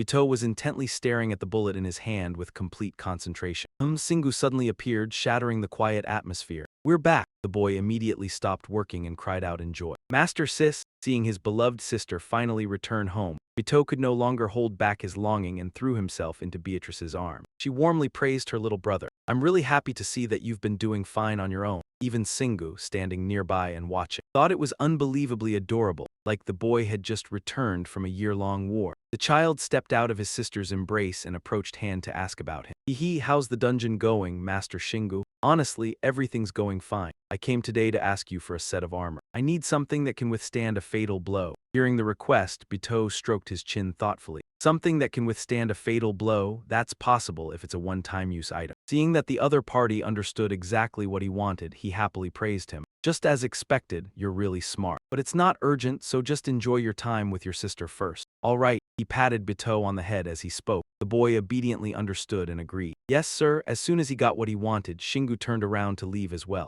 I'll come back later. As he went outside, he casually closed the door behind him and strolled away. Just as he disappeared from sight, Beatrice pulled the door open to watch him leave. Seeing her stick close to him the whole way, he couldn't help but wonder, weren't you supposed to stay with Bito? However, the only reply was an overwhelming silence. Singu had no choice but to suggest, would you like to take a walk around the village? Right under the scorching sun, Sarai was hoeing the ground while complaining, yeah, why did my life end up like this? Quach Singu led Beatrice into the field, calling out enthusiastically. Hey Sarai, though tired, still managed to ask, you're back. He dragged his feet over while reporting, there's a message from Master Eli Gu. He said the internal matters are almost done. He looked surprised. Really? Sarai continued the important story, he said. Perhaps he will need your help soon, Quach, but he will try to do as much as he can by himself. Great, Singu exclaimed, even holding out the back of his hand with the mark in front of him. I just came here to show you something that could help you. He was astonished by the mysterious sight. A strange blue light radiated from that mark. In just a moment, a whole legion of spirits was summoned. Sarai, after watching, was startled and even cried out. With a rustling sound, Quach Singu cheerfully introduced the entire group standing neatly behind him. This immortal army is probably more than enough, right? Of course. If he needs more help, I'll go myself. He looked at the astonishing number of spirits and marveled. A huge army like this all the time. Are you a monster? Simon and his wife just stepped out and saw this scene. He couldn't help but ask curiously, Master, what is that huge ghost army? No one noticed Sarai trembling and muttering. A real monster is right here. Seeing everyone gather, Singu kindly inquired of the other person. Simon, the baby seems to be growing well. Is everyone okay? Mona gave a gentle smile and blessed the honored guest of the family. Yes, of course, it's all thanks to your generosity. Feeling she was being too formal, he cheerfully replied, don't worry about that, I didn't do much. You should go back and rest, I just came here to see Sarah. Hearing his name mentioned, Sarai wiped the sweat from his forehead and spoke up. Anyway, thank you for the army, finally we can rest. Just as he was moved, the moment he raised his head, he saw him giving orders to the spirit. You guys lend a hand while Sarai is farming. This scene made Sarai let out another instinctive cry. After giving all the instructions, Singu returned satisfied. All right, I think that's everything done. He looked at Beatrice, who was still right behind him, and wondered, why do you keep following me all the time? She hesitated for a moment before answering, have you not forgotten something? This made Singu suspicious.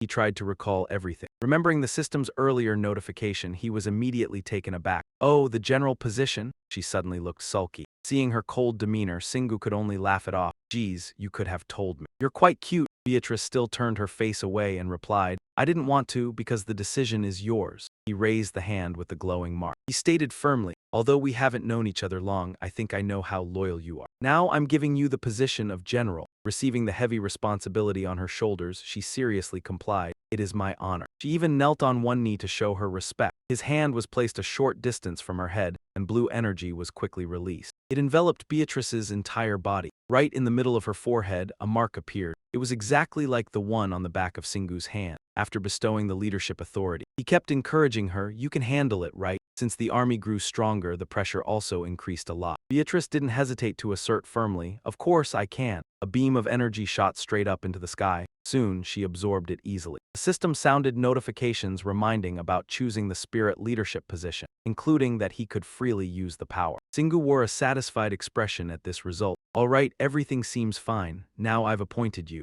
I think that will be able to. The mark on the back of his hand glowed again. The spirit army was all pulled out, standing before all of them. He raised his voice and commanded fiercely, form into groups of 100 and patrol the areas on Earth. Eliminate all monsters you find. The mana stones you will bring back to me, all as if under mechanical control. When they said in unison, yes, sir, not only speaking to them, he also turned to instruct Beatrice. The burden on my shoulders has definitely been greatly lightened thanks to you. From now on, you will be in charge of all the groups on Earth. This made Beatrice uneasy. The burden I have to carry now is indeed very great. Singu's arm seemed to want to grasp something high above. He also coolly reminded, yes, a lot. And that's why I can't even imagine how great that power is. That's why to defeat them, I need to become stronger. He threw his fist straight up high with burning determination. This willpower pleased Peaches, praising a human who dared to train to defeat the gods. I guess that's obvious since you've surpassed all other mortals. The two strolled leisurely along the path, his mouth still chattering nonstop. Well, I guess technically I can't beat my parents. His enthusiastic storytelling was cut off by a phone ringing. He looked at the number displayed on the screen. Singu was extremely surprised.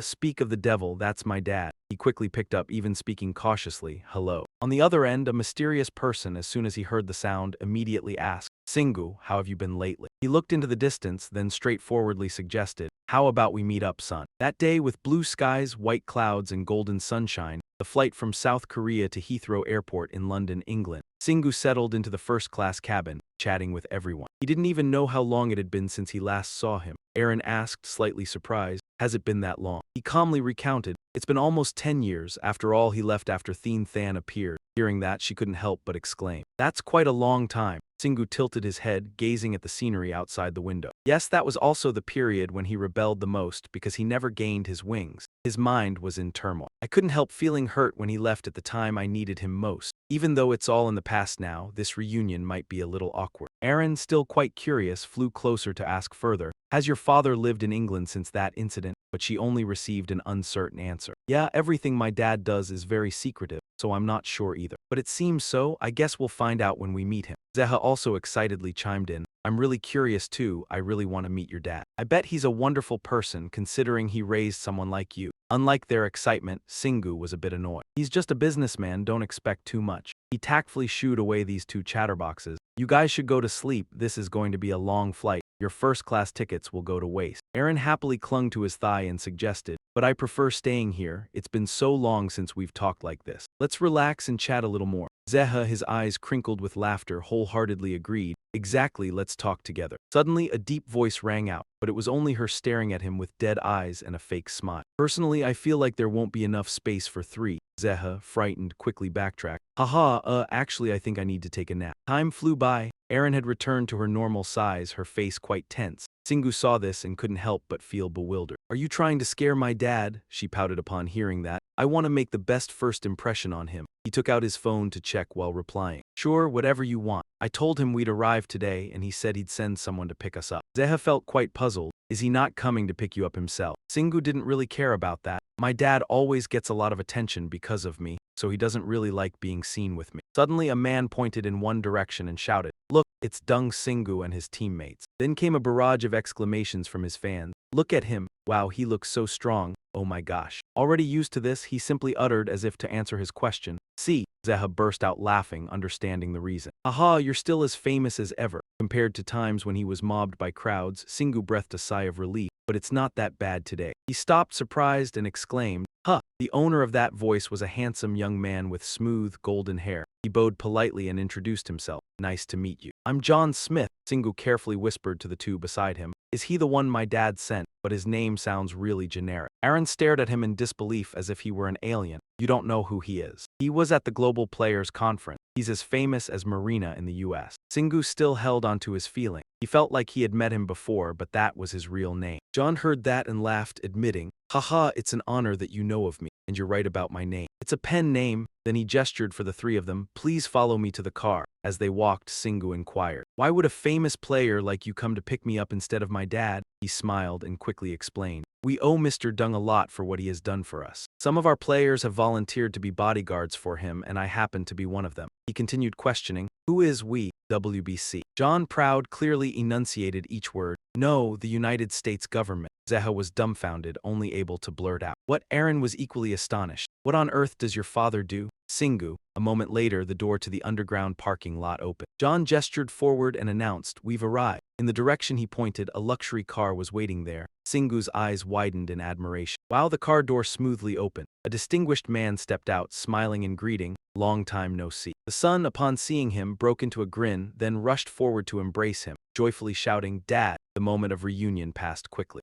Chuan turned to them politely and exchanged pleasantries. You two must be Aaron and Seha, right? Thank you both for coming all this way. They trembled nervously. Hearing him, they snapped out of it and replied, Hello, sir. The gentle sunlight shone down, making London even more radiant. their group was now sitting inside the expensive car from earlier. Singu was the first to speak. So, is the matter serious? Dhwen laughed at his son's impatience. Haha, straight to the point, huh? He thought it was inappropriate to be so direct right after reuniting with his father. Ben added, I mean, if not, then why did you call me all the way here? Hearing that, his voice became deep. Don't say that. Are you still upset about the way I left? Singu looked out the window absent-mindedly and calmly replied, It's okay, I'm still young and you're busy after all. Chwan's cheerful mood returned and he suggested, Let's try to spend as much time together in London as possible. He suddenly became serious. Now, before we start talking business, I've never told you this before, but now I am the head of the global Mana Stone stock market. Seha and Aaron were stunned by this overwhelming news and screamed, Head of what? Singu remained calm. I understand. I had a feeling you were doing something related to the heavenly castle. You've been a lot busier since the tower appeared. Seha, still in shock, stammered as if to confirm, the head of not just the US stock market but the entire world. Chwan happily admitted without any concern, Haha, I'm also in charge of the US stock market, and you're right. Singu, my work has been busier since the tower began producing dollars. He began to tell his story. Because the source of the dollars is unknown, the economy fell into crisis and many things happened. And my contributions to that situation gave me the opportunity to become the head of the Mana Stone stock market. Singu finally understood everything. I see. I always wondered how the economy could sustain itself. I had no idea it was thanks to you, Dad. Chwen laughed heartily, satisfied with those words.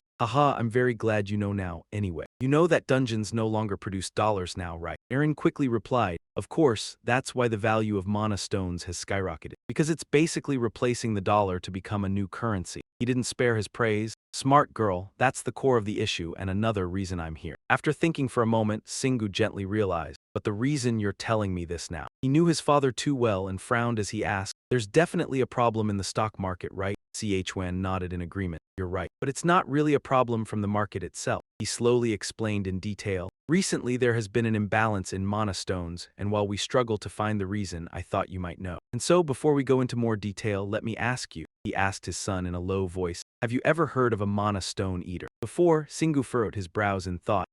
Chwan's voice was neither loud nor soft as he slowly explained. As the person in charge of the global Mana Stone stock market, I naturally understand the scale and flow of the market. My job is to analyze and ensure everything is under control. His eyes were stern but still tinged with worry. In this era, we need every Mana Stone we can collect. Suspicious, Singu asked, but you said there's a problem, and you think it's related to Mana Stone eaters. Chwan's eyes narrowed slightly, as if he had been considering something for a while. We've noticed that a certain company is buying but not selling Mana Stone. At first, I thought they were in the process of developing something and trying to keep it secret. He interrupted his father to ask, which company? After a short, heavy pause, he coldly uttered the name that made the atmosphere sink. Than Long. Aaron seemed to recognize the name, Than Long. She still remembered this company well. It was the group led by the leader of the largest guild in China, Dragon Star. Chwan nodded in agreement. So you already know them? It seems Than Long went so far as to manipulate stock market data to hide the truth. Then he continued his story. In order to find out why they went to such lengths, we tried to investigate, but we found nothing, honestly speaking. It would be better if we had discovered they were running some kind of illegal factory. Singu hastily interrupted him.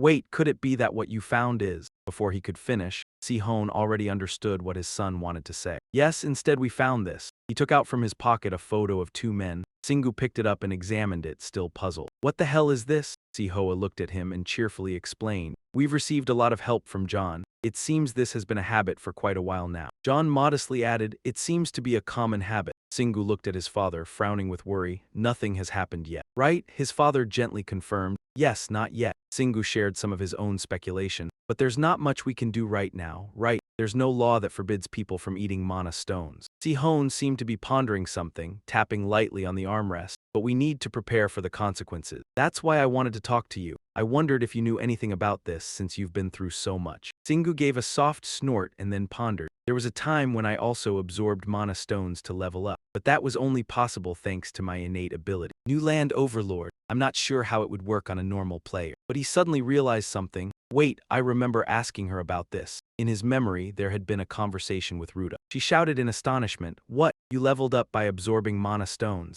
Singu was equally bewildered. Yeah, but I thought that shouldn't have been possible, he frankly stated. Now it doesn't have much effect anymore. So I stopped, but I was just curious, she hesitantly declared. Of course, you're a very rare case. Ruta shared what she knew. If a player or an ordinary person consumes mana stones, they will slowly turn into monsters. She was very proud of what she considered her extensive experience. I knew that because I've lived in many different worlds. I've truly seen such cases in my lifetime. Singu fell back into deep thought. Returning to the present, he concluded, and therefore the consumption of mana stones should be banned. They will turn into monsters. John, although driving, still chimed in. I see. No wonder mana stones felt a bit dangerous. Sihon became serious. Another problem to worry about, turning into monsters. It's like the effect of being blessed by a god. This is more serious than I thought. Siha heard that and turned to ask Singu, but since there haven't been any actual cases yet, the effect must certainly take longer than a god's blessing. Then even if we warn them, do you think they'll listen to us? He answered frankly, most probably won't. Perhaps it's better to let the WPC or NPC tell them. This is when we need your help, Dad. Sihon cheerfully agreed. All right, Ron's voice rang out. Sorry to interrupt, but we've arrived. Sihon opened the door first and suggested, we'll talk more once we're inside. The three of them, Singu included, looked around as they slowly followed behind. Sihon keenly noticed something, dismissing the strange feeling he'd had as his children stepped into the building. There's a magic spell on the door, he directly speculated. Is this a secret passage? The old man happily replied.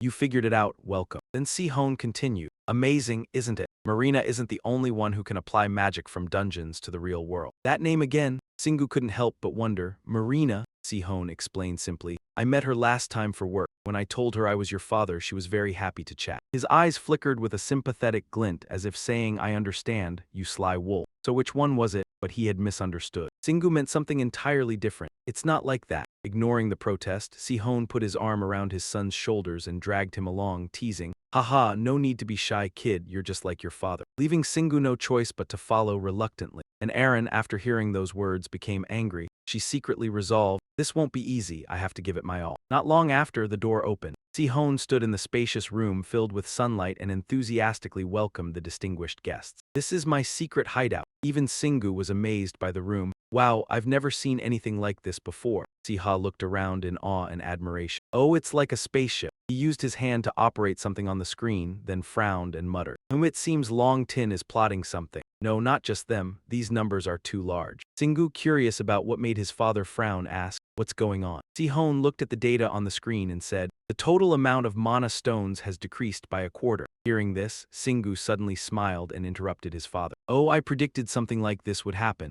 but a quarter is less than what I expected. He turned his head in surprise and asked, what do you mean, a quarter of the entire Earth is a lot? He suddenly realized he was focusing on the wrong point. Huh. Then Sihon looked at him skeptically. Wait, you mean you predicted this? How did you know? Singu bared his white teeth and confidently declared, heh heh, I'm quite knowledgeable in this field myself. Saying that, he immediately activated a skill. Right behind Sihon, a blurry figure quickly appeared, making him panic and shout, WH, what is this? It was a general in a thin, ethereal form. Chuan exclaimed in fear, a ghost. It bowed respectfully and handed a wrapped package to Shingu. These are the mana stones we collected today. Master, he nodded with satisfaction and said a few words. Well done, remember to level up the newcomers. It quickly replied, yes, sir. After the task was done, the figure soon vanished into the void, to Chuan's astonishment. You have an army of souls. You ordered them to kill monsters across the world and collect their mana stone. But recently, the army had grown somewhat in size, so there were definitely some problems. His father also came looking for his son, rubbing his forehead with a headache and exclaiming, good heavens, are you still my little child? When did you grow up so fast? He replied bluntly without any courtesy. That's what Dad always says to me. All issues were considered resolved. Chuan waved his hand casually. Forget about the numbers, let's just consider it done and go drinking. Shingu agreed with both hands. Hearing that, Siha was extremely excited and pleaded loudly, can I join? I want to go drinking with everyone too. Aaron enthusiastically chimed in, I want to too. Chuan chuckled heartily and readily agreed. Haha, drinks are on me. Let's go. In the bustling city, there was a high-rise building built extremely solidly. In a certain luxurious room, Shingu leaned against the table and casually asked Chuan, by the way, what brings father to England? His father adjusted his tie and replied, I have visited all the stock exchange centers. He also added about his plans. Besides what I mentioned last night, I need to keep moving to make things go smoothly. My next destination is France. He burst out laughing and teased, Dad is traveling around the world, I'm jealous. His father frowned and retorted. It's not always just fun and games, it's quite dangerous, you know? The two of them were still engrossed in conversation. I bet Dad just goes sightseeing all the time. How did you know so well? Erin came in holding 2 cups of hot coffee. Looking at this cozy scene, she couldn't help but exclaim, "Looks like you're getting along well." Siha, following right behind, also agreed. That's right, Siha noticed it keenly. At first they seemed a bit awkward, but I guess family is still family. Chwan had everything ready and turned to ask Shingu, "I'm about to go to work. What about you?" "I feel bad for taking up your time." He smiled reassuringly at his father. "Don't worry about that. I can go straight to the dungeon from here." While at it, he also told everyone about his plan. "I'm thinking of clearing some ant nests while we're in London." Siha walked up and handed him coffee. "Here, have some coffee." He happily accepted. "Thank you." Aaron approved of this plan. That's a good idea, since everyone has already cleared the new dungeons in the Celestial Castle. There must be new additions to the ant nests.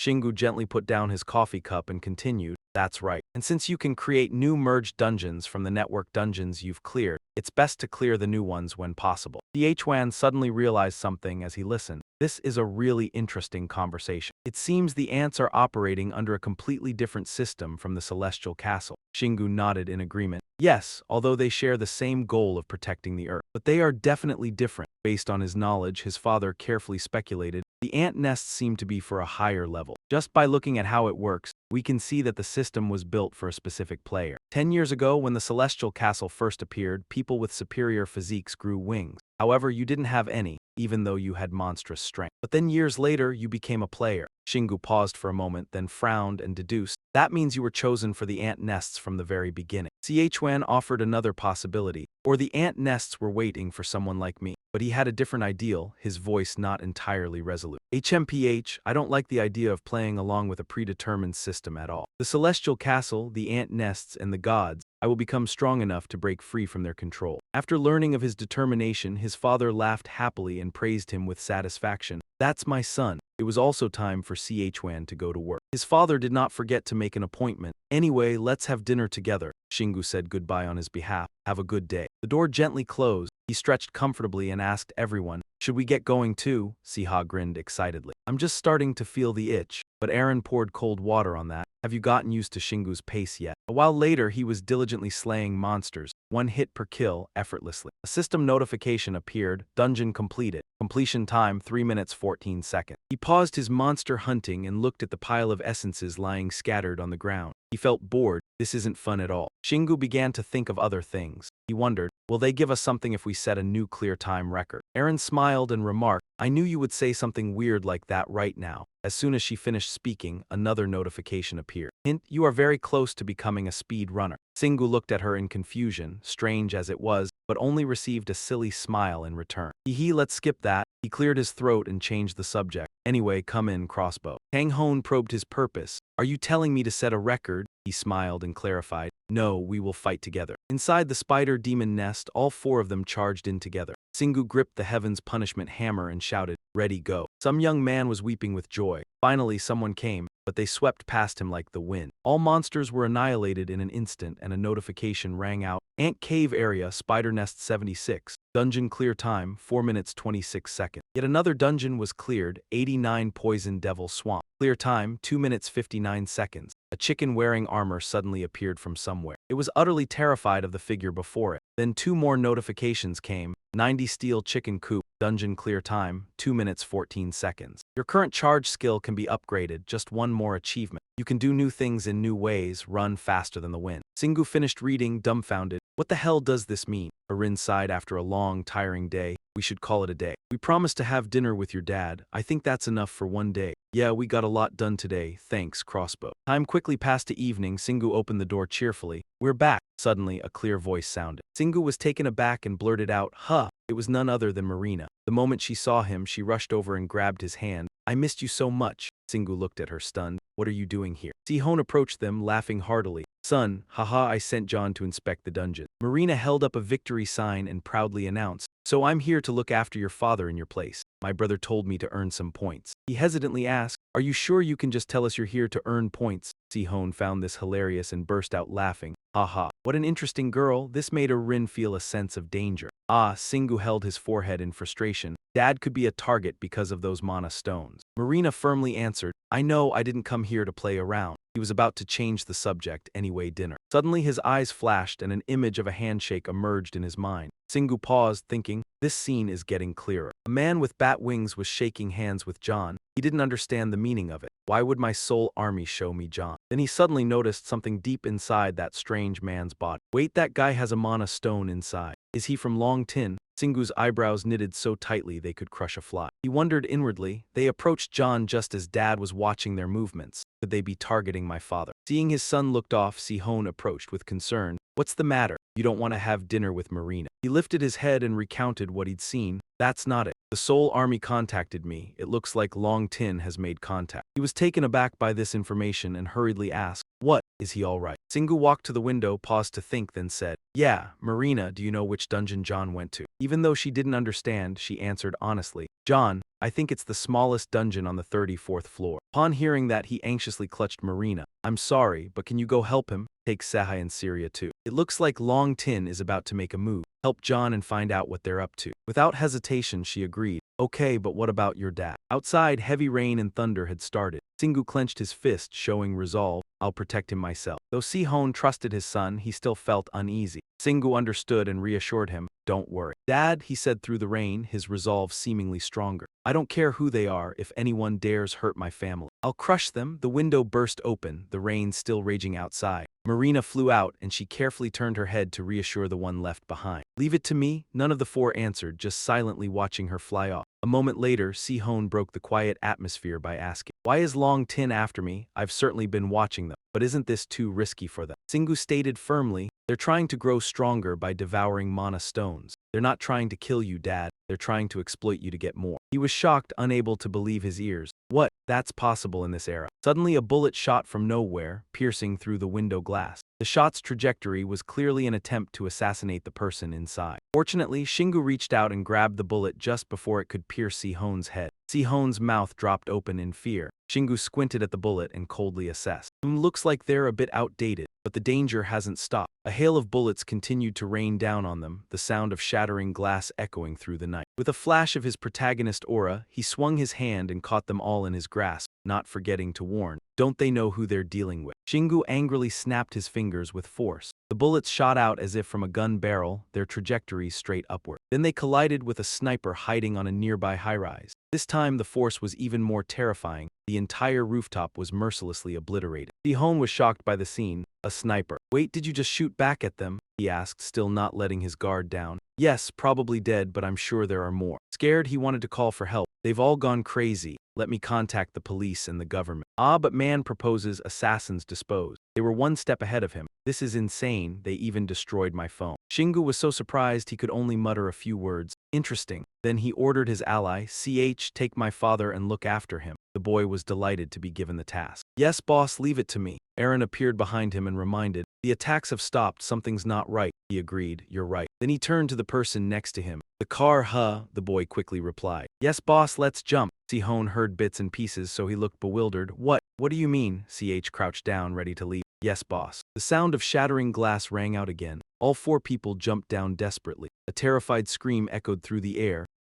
Meanwhile, in Sihon's bedroom, mysterious beeping sounds kept going off. Under the bed was a box, the beeping becoming more and more frantic. In an instant, the bomb was activated. The entire building blew apart, debris scattering everywhere in a chaotic scene amid the rain. Aaron turned around and was astonished. The whole building. They've really gone crazy, Shingu said worriedly. They even dragged civilians into this. They finally landed, the whole group safe. He poured all his hatred into his eyes. They glowed with a cold blue light. Then he ordered, everyone gather. As soon as he finished, a large troop of knights immediately appeared. Bitch Eyes was there too, full of fighting spirit. Master, we have come at your command. He turned and called out Kina, and then explained, the enemies here attacked my father. Bring them all here. Bitch Eyes tightened her grip on her weapon. The whole army shouted in unison, yes, master. Then they dashed off, each in a different direction, scouring the city. In just a moment, only the four of them remained. Shingu gazed thoughtfully at the disappearing army. I knew the world couldn't keep its innocence for so long. A world ruled by power, I predicted something like this would happen soon. Then he closed his eyes tightly, steeling his resolve. But his eyes then gleamed with hatred, determined to settle things once and for all. They've picked the wrong opponent. Star Dragon, you will pay for your stupidity. In another development, on the rooftop of a building,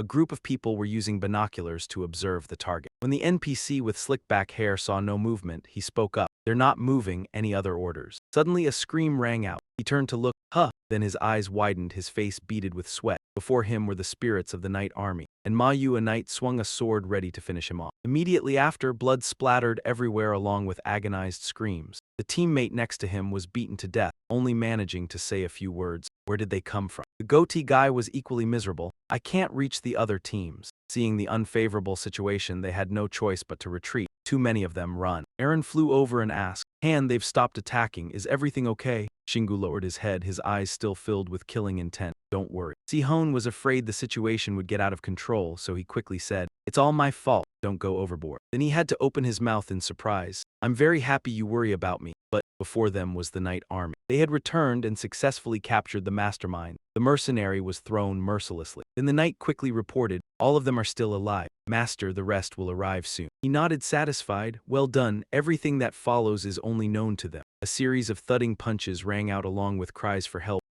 Stop." They were about to get a brutal beating. Exhausted, he slumped to the ground. Bitcheyes approached and reported, "Master, these are all those who participated in the attack. However, none of them belonged to Star Dragon." Denrak looked up at the person in front of him and cried out, "Oh my god, our target is Siwon Dung. We don't know anything, we were just paid to do this job." He looked at him with contempt, then said coldly, "How irritating. Unfortunately, the person you were paid to kill is my father." Rep was so terrified by his killing intent that he confessed the whole truth. "We'll tell you everything about the person who paid us. Please spare us." He did not answer right away. He simply raised his hand slowly and summoned his weapon. "No need, I'll find out everything myself, even if you don't talk." Then he raised the heavenly punishment hammer, ready to kill his opponent. "It was nice meeting you," Reggie managed to say his final words. After that came the cold sound of a strike echoing through the heart of the city. The rain swept in, covering the ruined building. Shingu placed the cloth bag in his father's hand. "This is their bag of belongings," he said firmly. "I'm sure you can find some evidence about Dragon Star in there. I'm going to look for Lee Kangho." Siwon looked at his son for a long while, then suggested, "Shingu, why don't we find more concrete evidence first?" Without the slightest hesitation, he had already started the car. "No, there's no need, because the only person I need to convince is myself. I'll be back," Shingu told his father bluntly. Not only that, he also instructed Seha. "Seha, I'm leaving my father to you." He quickly stepped forward to accept the order. "Leave him to me." Seeing how determined his son was, Siwon seemed reluctant to stop him. "Shingu, do you really have to go this far?" Seeing that he was overly worried, Shingu patted his chest without hesitation to reassure him. "I know what you're worried about. I'll make sure to move quietly and stay away from public attention." Siwon stepped forward, patted his shoulder, and continued gently, "That's not what I'm talking about. Kid," with all the love of a father, he sincerely reminded Shingu, "I'm worried about you. Azure Dragon is a massive organization. What matters to me is that you don't get hurt." Understanding Siwon's concern, Shingu nodded in agreement. "I'll keep that in mind." He quickly started his car. The engine roared in the rain. Before leaving, Shingu did not forget to give one last reassurance. "Don't worry, Dad, I'll show them what true power is." In the drizzling rain, the car shot upward like a bolt of lightning, leaving a white blur behind. However, Siwon's mood had not eased at all. Seeing this, Seha immediately asked, "Are you worried, sir?" His eyes were still fixed on the direction Shingu had gone, and he could not hide the unease in his heart. "It's hard not to worry. I hope the boy will be all right." The purple-haired woman. Was her name Kina? So how many daughter-in-law candidates does that make now? This left Seha stunned and nearly speechless. "Oh, you don't need to worry about her." In Beijing, China, warm weather covered the entire city. Shingu's car kept speeding through the air. As if sensing that the time had come, his face was filled with tension. He thought about how this day would arrive, the day even his family would be targeted. Eren saw through his worry and tried to comfort him, but this time it was not his fault. It was because of his father's work. Even Beatrice, though usually quiet, spoke up to remind him, "It's only natural for things like this to happen. But right now, we should focus on what we have to do, because I think we've reached our destination." She looked down at the bustling city as red energy radiated from her eyes. After using Dragon Eye to sense the area for a while, Shingu seemed disappointed. "I'm not disappointed. Using my Dragon Eye, I can tell Lee Kangho isn't here. There also aren't many civilians. I wonder why he left his headquarters so empty." Hearing this, old memories kept surfacing in Beatrice's mind, leading her to a guess. "I think he may be in the dungeon where Marina is. There are many unidentified players from Dragon Star there." Seeing that her argument had a basis, he nodded in agreement. "You have a point. I guess sending Marina there was a good thing." But Eren could not help asking curiously, "But if Lee Kangho isn't here, what should we do?" Shingu fell into thought for a moment. "I have a plan, everyone." He immediately used Battlefield Roar to command the people inside. "Get out of that building right now." Even Beatrice, who was sitting in the car, was affected by the piercing sound. She frowned and grimaced. Even I'm affected. This man's growth truly frightens me. The building's doors immediately opened. Everyone inside panicked and urged one another on. What's going on? Everyone, run! Below on the sidewalk, groups of frightened people gradually appeared, fleeing in chaos. Amid screams, this made him extremely satisfied. Great! Seeing that the result was exactly as expected, Shingu browsed the information panel and said, "Now that the building is empty, shall we begin?" Unease rose in Aaron and she questioned him. "What are you planning to do? People will see you if you go down there." Looking at the fragment he had just taken out from the system, Shingu examined it before answering. "It's fine, I don't need to get close anyway." His optimism immediately shocked her. "Are you kidding?" However, Shingu's expression showed no trace of joking as he denied it. "No, I'm not kidding." He raised the fragment high and shouted, "Ready!" Then the fragment was thrown away. It exploded the moment it slammed into the building ahead. Before long, the entire structure collapsed in the middle of the city. Just look at that destructive power. Aaron cried out instinctively, while Beatrice was equally stunned. That should be enough of a warning to keep away from my father. However, he still wasn't satisfied. "What are you talking about? It's still not enough. They have to pay for attacking my father and dragging civilians into this." Aaron became confused by his words, but what else could he even do? Shingu calmly declared that he would destroy every building the man owned. He began talking about his earlier conversation with Marina. He had only learned a little about the guy thanks to Marina. He had looked into the man because she kept insisting that he wouldn't stop flirting with her. Who would have thought that information would become so useful? Aaron suddenly pouted. "Because of Marina again, huh?" Shingu gently noticed the change in her mood and sighed helplessly. "Oh, come on, you're jealous again." He turned the steering wheel and continued his warning campaign. After all, he already knew which buildings the man owned and where they were located. Then he'd evacuate the civilians just like he did here. The three of them shot forward through the sky. His declaration blended with the roar of the vehicle as everything was crushed to pieces. They traveled all across the city while Aaron clung to Shingu's shoulder, constantly criticizing him. He wore a sly grin while tightly gripping the debris. Another building was destroyed, collapsing completely. Deafening explosions echoed from the destruction. Some buildings even crumbled right in front of tourists relaxing on the beach. The female tourists at the beach stared at the scene in utter confusion. Before long, Shingu's group arrived at the floating island. A relieved smile spread across his face as he told his companion, "The last building is the one on this artificial island in the sky." That really is something. Even Aaron couldn't help admiring it. Li Kang-ho is going to be completely shocked when he realizes what you've done. Deeper inside the island, the residents were frantically trying to figure out what was happening. Curious at the sight of the crowd, he muttered, "Huh, what's all the commotion about?" Seeing everyone below discussing something intensely, Shingu immediately became suspicious. "Did they discover what I did?" However, Beatrice quickly denied it. "I don't think so." Among the crowd, a young knight anxiously informed the person beside him, "We still haven't been able to contact Li Kang-ho." The other person was about to respond when he suddenly froze after noticing the stranger. "Not only that,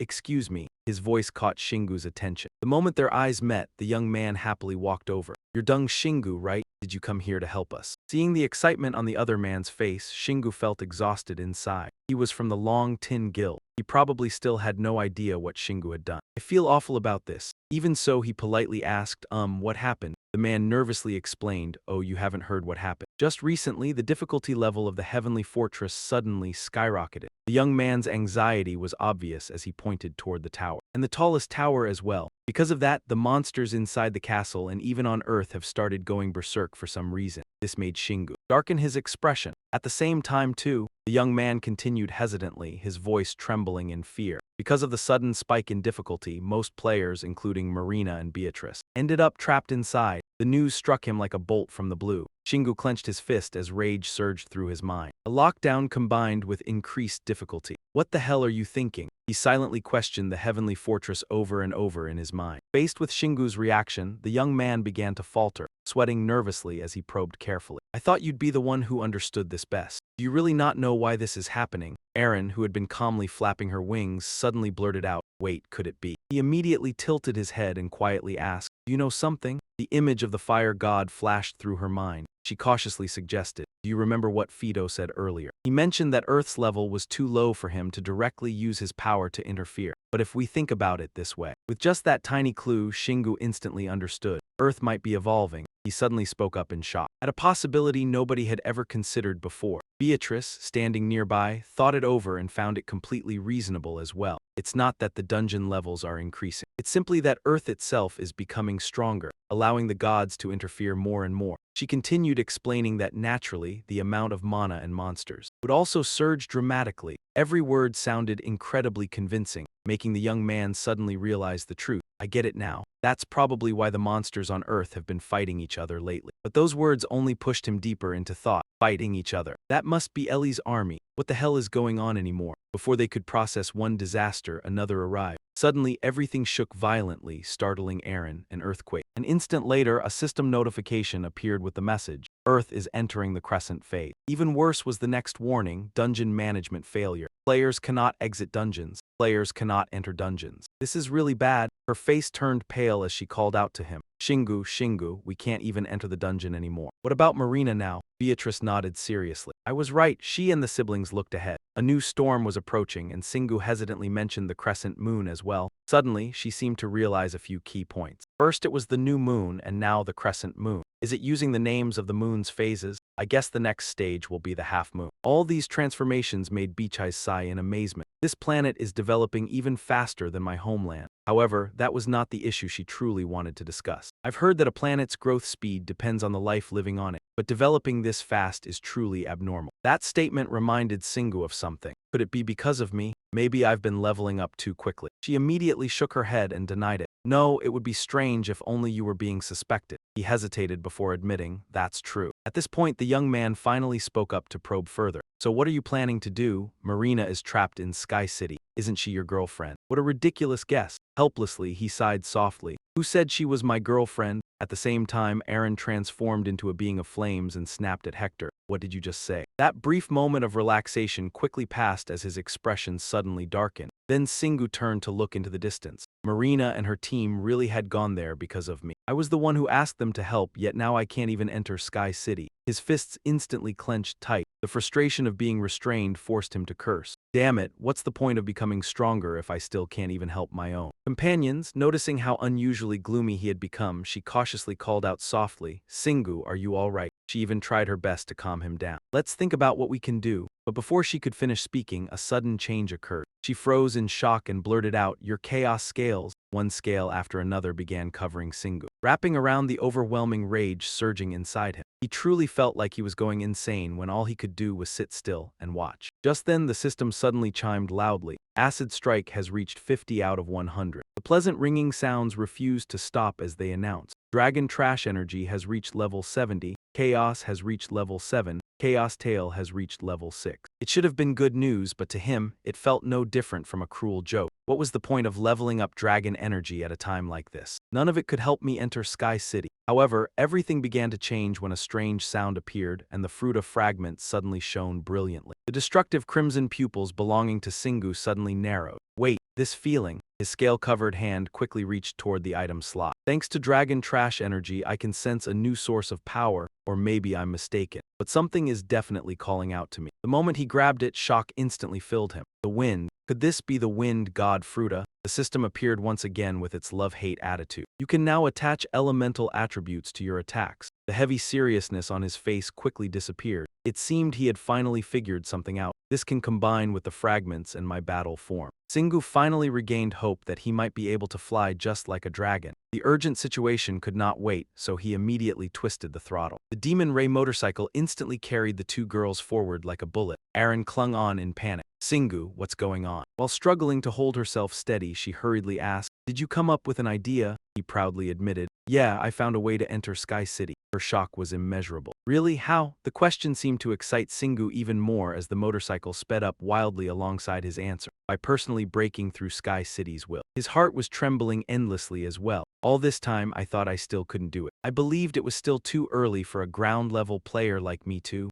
soar through the skies. Then he suddenly remembered, but when I think about Hector, he was able to alter the entire operation of the dungeon with the new territorial ruler. Just like I am now, as long as I have enough mental power, I should be able to infiltrate Sky City. The smile on Singu's lips grew brighter and brighter. I don't know what he was thinking when he gave me this fragment of divine power, but it certainly makes things much easier. He suddenly raised his head toward the morning sunlight. It's time. I can personally break through Sky City's will. Sitting behind him, Beachai spoke gently. I admire that determination of yours, but shouldn't we be heading straight into the sky? Naturally, he had already planned everything out. Up until now, Sky City has caused me all kinds of trouble, so I'm going to challenge it head-on from the very beginning. Carrying that determination, Singu drove the demon race straight in the opposite direction. Aaron could not understand anything at all. Feeling the world spinning around her, she screamed in fear, but if we keep going like this, we'll crash into the ocean. But he skillfully turned the bike just in time. The demon ray instantly became a shuttle skimming across the water's surface. The reckless journey showed no sign of stopping. Excitedly, he grinned and said, "Let's begin, shall we?" Dizzy and confused, she asked, what exactly are you trying to do?" Low-level freezing magic quickly left Singu's hand and struck the sea. "Just watch. I'm only getting started." In a mere instant, the entire surface froze into a massive solid layer. Without hesitation, they jumped off the bike. Having completed its task, the motorcycle departed on its own. Beach-Eyes quickly realized, "Isn't that the holy fragment you got from Hector?" He answered enthusiastically, "Exactly, and more specifically, it belongs to Fruta. He is the god of wind." She nodded in understanding. "I see now, so what are you planning to do with it?" Singu wasted no words. The moment it flashed brightly, he simply said, "Watch this." Using it as the center, the surrounding air instantly formed. A pressure difference swirling violently as Aaron stared in shock. The wind. In response to the wind's appearance, he closed his eyes and began to think deeply. This power gives me even more freedom and speed." His memories stirred briefly. It was an upgraded feature from before, and a pretty incredible one at that. Now you can imbue attacks with elemental attributes and move faster than the wind. That made him decide to fuse the power of the wind with his battle gun. Back in the present, the moment felt as though a whirlwind surrounded Shingu. From his feet, abdomen, arms, and head, the energy shot straight into the sky. Aaron stood close to Beatrice, trying to shield herself while gasping in amazement. Once everything was completed as he wished, he curled his lips into a grin. "It's done." The luxurious system panel appeared once again. Battlefield Roar had now evolved into Battlefield Wind Roar. Battlefield Wind Roar reached level 5. Preparations were complete, and naturally it was time to act. He excitedly raised his head. "Now then, Heavenly Fortress, here I come." He stared at it with unwavering determination. "Finally, it's time for my revenge." Faced with that miraculous sight, it wasn't hard for Aaron to realize that Shingu had just absorbed Fruta Aaron's power. He answered calmly, "That's right, and now it's time to use it to challenge Heavenly Fortress." Even though Shingu was confident, she still looked worried. "Will this really be okay? Even if we manage to get inside, we still won't be able to enter the dungeon." Unexpectedly, his response was completely beyond her imagination. "What are you talking about? If that were the case, why would we bother getting into Heavenly Fortress at all?" She forced an awkward smile. "Oh, so you already have a plan." After finishing the conversation, Shingu turned around and spoke. "Then help me out here." He immediately stomped the ground to launch himself forward. And just like that, he shot through the sky in a single streak. "Follow me." While Aaron frowned in disbelief, Beatrice skillfully climbed onto the lightning demon and shouted, "Hurry and get on, we have to catch up to him." There was nothing Aaron could do except silently obey. Thanks to the upgraded skill, he flew fearlessly onward, Shingu's face overflowing with determination. As he flew, he carefully analyzed the situation. "I guess it's still too early for me to fully merge with the wind." Based on that realization, Shingu noticed something else. The closer he got to Heavenly Fortress, the heavier the mana pressure crushing down on him became. He quickly observed it and reached a conclusion. "It seems like it knows what I'm trying to do. Even though the skill leveled up successfully, there's still a problem. Damn, this pressure is weakening my wind." But there was no way Shingu would give up. It only made him stronger. "But this time, I won't retreat." He swiftly activated a chain of natural skill. At the same moment, the system manifested and announced, "Natural skill chain has reached level 4. Battlefield Wind Roar has reached level 6. The surge of momentum propelled Shingu forward like a rocket, accelerating even faster. Even after becoming overwhelmingly powerful, he still wanted to curse it out. "Heavenly Fortress, you're truly no ordinary place. Are you trying to stop me from breaking the rules?" Chaotic scales began spreading across his skin, "But I have my reason." Starting from his shoulders, they gradually covered Shingu's entire body as he silently added in his heart, "To save my comrades." A world-shaking collision suddenly erupted along with his final declaration. "I have no choice but to pierce straight through you." The notification panel updated immediately. "New territory overlord has reached level 3. You now meet the requirements to unlock the second chain skill." The heavens suddenly turned crimson, dust and smoke billowing everywhere as another message appeared. "You have obtained Heavenly Fortress player authority." Chaos wings unlocked. Dragon eyes with narrow vertical pupils suddenly snapped open. Shingu's dragon form continued to transform, becoming an entirely different dragon dream. The instant it revealed its sharp fangs was also the moment the contract was forged. This is only the beginning. Is this the start of war or destruction? Shingu suddenly realized something in shock.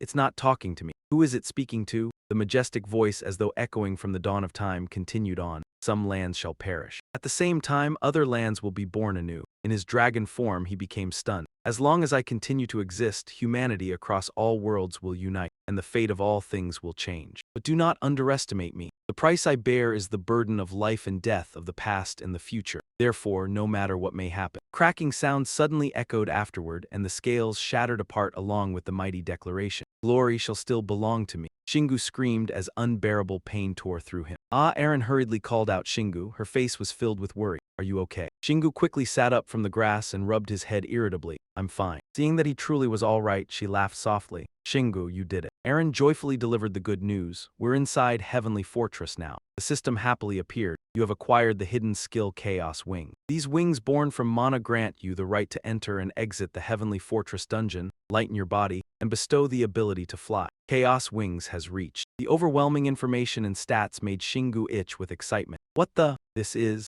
Suddenly, changes occurred around his shoulder blades. A pair of massive dragon wings emerged. Both Beatrice and Aaron froze in shock and blurted out, Wings, wings, what's happening? The only response they received was his smug laughter. Ha. At that moment, Shingu looked exactly like a warrior walking out of a bloody battlefield. He had taken what he came for. The smile on Shingu's face grew even brighter. That's right, I've finally obtained it. The supposedly invincible territory had now lost its order as he gained the authority to wreak havoc within Heavenly Fortress. Now Shingu could sense the history and structure of the Sky Citadel. He figured he had passed out because an overwhelming amount of information had flooded into him all at once. She rubbed her chin in thought. I see. Even though I knew about it, seeing it with my own eyes is a different story. She mentioned the new body part he had just gained. I have heard that dragon wings use mana to fly. Just wearing them helps mana circulate and strengthens the body. Aaron spoke up at just the right moment. Then they must have been inspired by the player's wings. Shingu immediately corrected her. It is the other way around. The player's wings were created based on dragon wings. Beatrice kept that same matter-of-fact tone from start to finish. As far as I know, those like the divine are enemies of one another, so the Sky Citadel was created to oppose the gods. And now, when we put all those pieces of information together, dragons and the Sky Citadel are more deeply connected than we thought. Shingu used it to hover in midair. She has a point. But that can wait, the item storage still has a use. First, we have something else to do. He peeled the black wolf claw from his shoulder and shouted firmly, let us go rescue my friends. The wings he possessed instantly spread open. Now then, try to keep up with me. It was clearly cheating since he shot off before he had even finished speaking. Aaron was blasted so hard she nearly blacked out and hurriedly cried out, he is even faster than before. As for her, she still had no fighting spirit at all. It had already been hard to keep up with him back then, and now it was even harder. Let us go, we do not have time to waste. Aaron could only sigh helplessly. Beneath the clear sky, Shingu flew freely at high speed. As he moved, he marveled, this is insane. The mana from the wings is adding to the main wind howl. The transfer speed was frighteningly fast. Suddenly, something entered his field of vision. The land suspended in empty air told Shingu that they had arrived. At the same time, the system window explained, Underground Level 1, Level 38, the garden. There are currently 32 players inside, temporarily closed. Beatrice, riding her motorcycle, asked hesitantly, this must be it, it is not small, is it? He immediately agreed. I think it grew larger as Earth became stronger. It seems like the inside is a separate space. She seriously offered her guess. Maybe it is massive because of the players' levels inside too. Shingu lightly touched the clear, thin veil and said, that is possible. Either way, I think I can break this barrier. Let us go inside first and find out what is happening. His words suddenly stopped. His eyes immediately glowed red. Wait, as if sensing something, he muttered, the power radiating from this dungeon. Then Shingu laughed. What perfect timing. Together, they stared straight at the level 38 dungeon. This is going to be interesting. The barrier did not seem especially sturdy before Singu's hand as he pried it open. With just that, they successfully entered. He cheered excitedly, we are coming in. Before everyone stretched mountains that seemed to go on forever. He could not hold back his praise. It is magnificent. Are all the dungeons in the Sky Citadel like this? Aaron quickly corrected him. Of course not, this is extremely unusual. Suddenly, Beatrice, standing beside him, spoke alertly. Master, I can feel something in the distance. It seems like a battle. Shingu looked at her cheerfully and replied, I was just thinking the same thing. His dragon wings spread open once again. I will go ahead. The familiar scene repeated itself with astonishing speed along with his instruction, so you two should rest. Aaron was sent spinning through the air again. Ow, Shingu, wait, but Beatrice calmly observed, I am glad he can fully make use of his new power. It turned out this was the territory of the Birdman monsters. As they patrolled, they chatted in quivering voices. Haha, really? That is right, was it you? Suddenly something shot past at terrifying speed. Singu wondered as he glided by, was that a monster just now? His eyes lit up as he looked at his treasure. Maybe these wings can deal damage too. They really are incredibly useful. Next, Singu briefly raised his head and looked up. I guess I am almost there. However, something ahead seemed a little strange. A swarm of monsters suddenly rushed straight toward him from nowhere. Even Singu, who had fought all over the place, was stunned. He blurted out in confusion. Was that an army of monsters? He gripped the black wolf claw tightly and tried to get his thoughts in order. What is an army this large doing here? It does not look like the green machines gathered them here. Singu's eyes glowed red once more as he probed the crowd. I can see at least 10 high-level monsters. That is almost half the monsters in the dungeon. What is going on? Suddenly, he detected a beam of light containing immense power tearing through the air. It even destroyed quite a few Birdman soldiers. In an instant, Singu realized that it was Marina's mana. Without the slightest hesitation, he gripped his dual-phase weapon. I do not know what is happening, but I know I need to help her. Along with his transformation command, the black wolf claw in his hand instantly became enormous. One soldier eagerly shouted, hoping to stop those fools from escaping. But it quickly sensed something strange. Before it could do anything, it was struck by a ferocious blow. The remaining ones panicked. What the hell is this? How dare they use Lord Fluta's divine power? Singu's eyes stayed crimson as he watched. I get it now. So the power I sensed before coming in here was caused by Fluta's influence. Then someone suddenly spoke up. Human, how dare you attack us and speak our Lord's holy name? Why is that? Adlos growled in stunned anger. How absurd. I will eliminate you just as I did the others. However, he felt no fear at all. Singu calmly said, only one high-ranking one. Sorry, but I do not think you are strong enough to face me. That answer left his opponent completely shocked. What did you say? The roar of a huge motorcycle engine suddenly thundered along with the words. You have arrived. Belle charged in and swung her sword fiercely. Master, we have come to join the battle. That massive thing descended in a rush. With a single move, she successfully swept away every enemy in range. Even after being cut in half, Adlos was still utterly confused. Impossible! The underlings who witnessed it were even more shaken. The commander has fallen. Our leader is gone. How can we retreat now? So they all roared at once. Everyone charge! Whoosh! Black Wolf paused briefly, then moved again. At that point, wherever Singu swept through, heated charge immediately smashed the enemy's heads in. This is perfect. The system always understands people. New fusion skill, Chaotic Heated Charge. Chaotic Heated Charge has reached level 5. With their help, the crisis was successfully broken. He breathed a sigh of relief. Good, now they can get out of that crowd. Sure enough, the densely surrounded area had been torn open. There was a flash from a missile. Marina fired her cannon all around, encouraging everyone. Everyone hang in there, the exit is right nearby. Just then, Singu shouted in time. Marina, you are still safe. His appearance left her utterly stunned. Singu, what are you doing here? Wait, am I dreaming? Even though the battle just now had been far too intense, the moment she saw someone she could rely on, she burst into tears. Or perhaps Marina ignored everything and rushed forward to hug him. Are we saved? And yet Singu only coldly dropped a light remark. I am glad to see you are fine. Now please get off me. Beside her, someone else called his name in a daze. Singu. Sehi quickly pieced everything together. Were you the one who opened the path for us? How did you get in here? Celia was also very surprised. Mr. Singu. He gently pushed her away and explained. I discovered a few things. I could not just leave everyone here. Clearly, he wanted to say more, but he was interrupted. Oh, Mr. Young. Even though Kang Ho was covered in scratches, he still forced a smile. What an honor to meet you here. You saved us. Singu's gaze instantly darkened. Li Kang Ho, I see, so this is where you were. He scratched his head awkwardly and replied, Haha, I join dungeons from time to time because I enjoy fighting with a party. That is why I hid my identity, and his excuses were quickly cut off. Enough! The aura around Singu erupted violently, carrying an open threat. I am not listening to any more of your blatant lies. I suggest you shut your mouth. He put on an innocent look and probed, Mr. Young, have you misunderstood something? Kang Ho even tried to take the moral high ground. We must work together. Now is not the time for conflict. He seemed to think of himself as righteous and noble. If you do not want to help us. Naturally, Singu refused outright and immediately hit him with a powerful acid attack. Only then did Kang Ho finally fall silent. He watched his corroded shoulder with a grim face. After making his move, Singu calmly said, You are right, I cannot deal with you right now.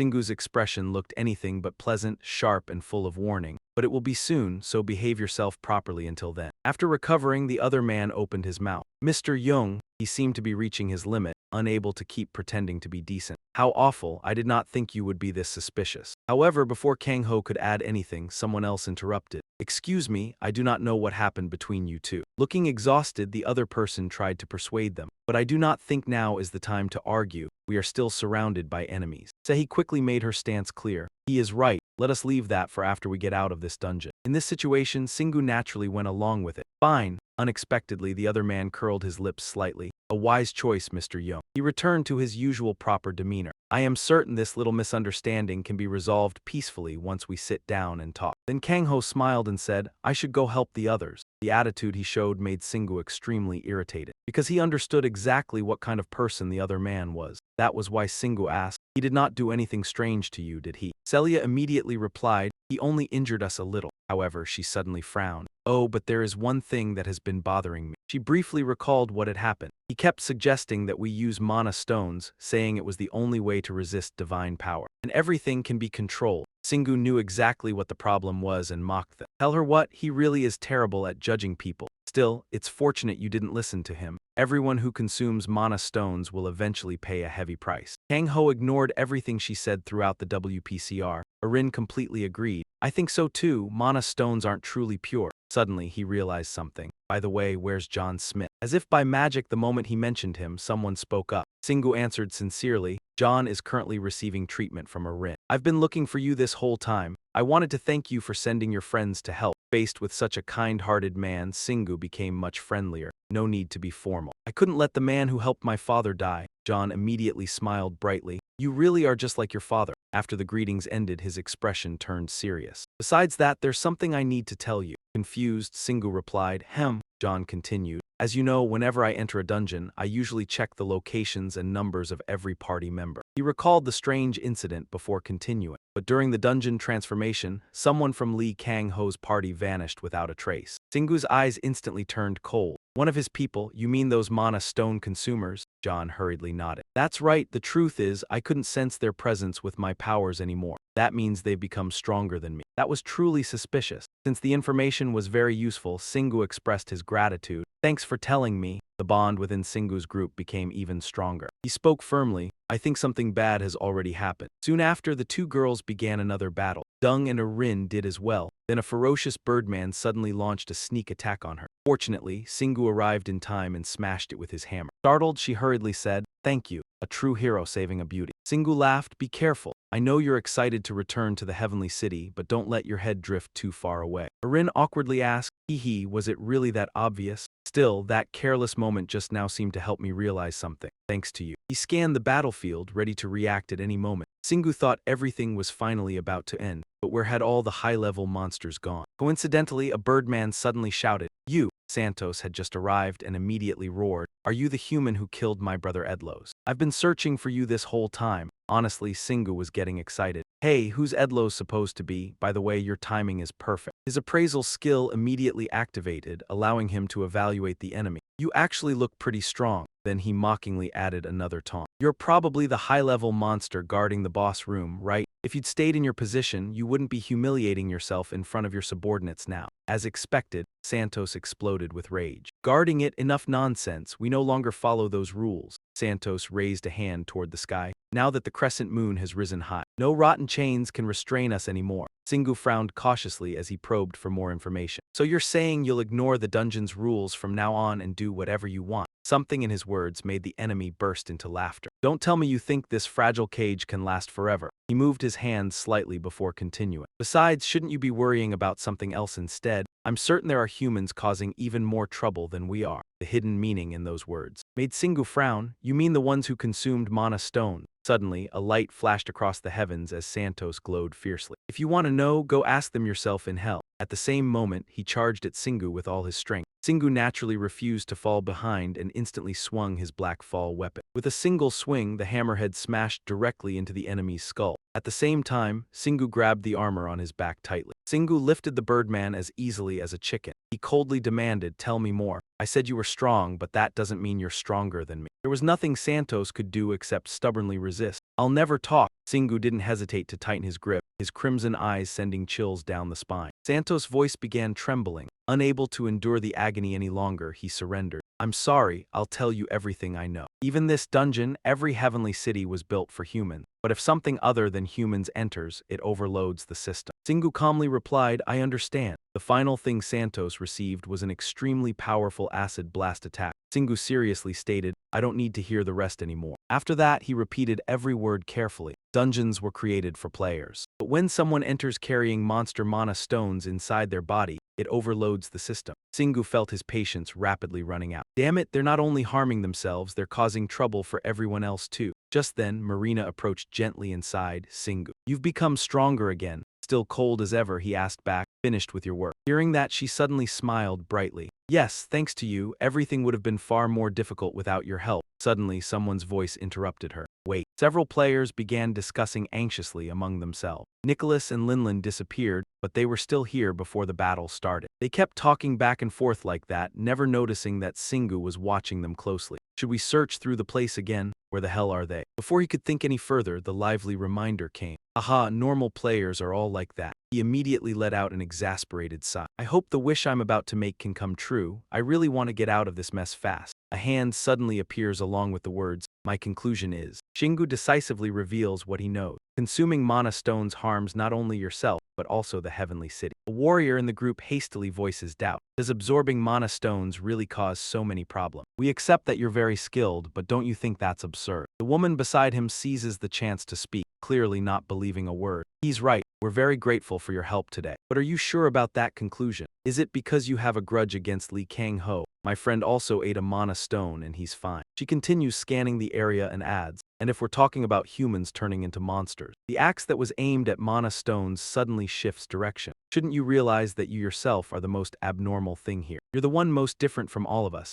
Seeing him silent, Aaron whispers, I think they're all afraid of you. I'm pretty sure everything from your skills to your appearance is new to them. Then she turns her head to observe. But I'm certain they'll realize once they experience it for themselves. Thanks to her soothing words, Shingu feels much lighter. You're right. What was I thinking? It's not my business anyway. Just when tension was rising between both sides, someone suddenly spoke up. Everyone calm down. Kang-ho keeps a fake smile to reassure the crowd. I'm sure Dung here only means well. The problem is just that he's speaking from past experience and doesn't mean any harm. What else? He successfully lit a fire of anger inside him, that bastard. And I can see he's still putting on an act. But as we all know, the priority right now is to escape this dungeon, so let's discuss this later. Kang-ho seems to see himself as a great pillar of morale, seizing the chance to take the initiative. Until we're safely out of here, let me lead everyone. He even stretches out his hand resolutely and shouts. Let this dungeon witness the willpower of humanity. Yet, it really is that easy to sway them. The will of humanity, that's right. Everyone starts expressing their devotion, praising him endlessly. Follow him and we'll get out of here. Syria, having witnessed everything, suddenly finds it all ridiculous. What a disgusting bunch of idiots. Shingu hears this and cuts in, just let it go, it won't last even a day. The scenery of this level 38 dungeon is exactly the same as when their group entered. Mountains overlapping, mist shrouding everything. The group behind, led by Kang-ho, follows one after another. As they walk, Beatrice has a question. By the way, Master, what do you plan to do about those who disappeared? She seriously thinks it over. They are no longer human and now merely parasitize the heavenly city. Eliminating them ourselves might be the best way. Her words make Shingu speak up. Oh, them, I was just thinking. Suddenly someone cuts him off. The person panics and points in a direction.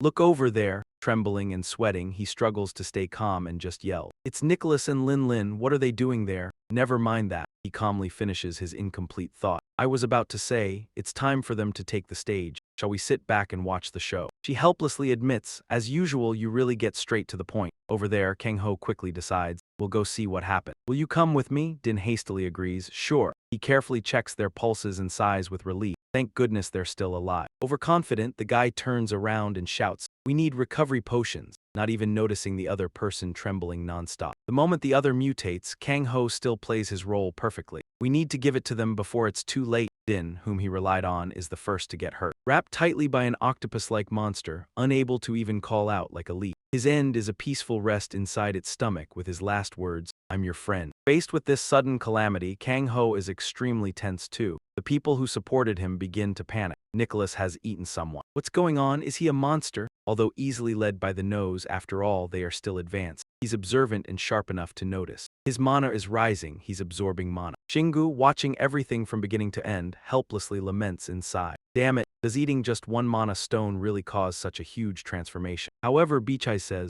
no, that's not what I suspect. I think this happened because Earth recently leveled up, along with the divine power's influence over the dungeon. I'm guessing it's the result of many compounding consequences. Meanwhile, Kang Ho grips his sword tightly and murmurs the transformed person's name. Nicholas, whether genuine or not, he truly seems to be trying to bring him back. Snap out of it, a high-level player like you can't lose control like this. Yet Nicholas only repeats one syllable over and over, mana. As if he's lost his mind, he keeps screaming for more. Give me more mana. Perhaps now the conditions are right for the player to feel justified, so he mobilizes his power immediately. You leave me no choice. A sharp blade decisively slashes horizontally across Nicholas's body. Losing his support, losing his life, he quickly plummets straight to the ground. After finishing the slash, Cao Ho flicked his sword clean and spoke with utmost sincerity. May you rest in peace. Once that was dealt with, he continued his crowd-pleasing speech. I do not know what is happening, but we still have to move forward. No sooner had the liquor substitute like cola vanished than Ling Ling took its place. Just as Kang Ho was saying, let us rest for a moment before I. That was also when the creature opened its huge carnivorous mouth. Everyone witnessed him being swallowed whole. They were stunned, unable to believe it. Impossible, however, very soon, a dazzling light burst from its throat. Slash after slash, carrying boundless power, instantly carved it apart. It seemed he was absolutely furious. You stupid creature. Even after that, he still raised his fist to rally everyone. This is not enough to stop our advance. His majestic, almost divine presence successfully ignited humanity's will. He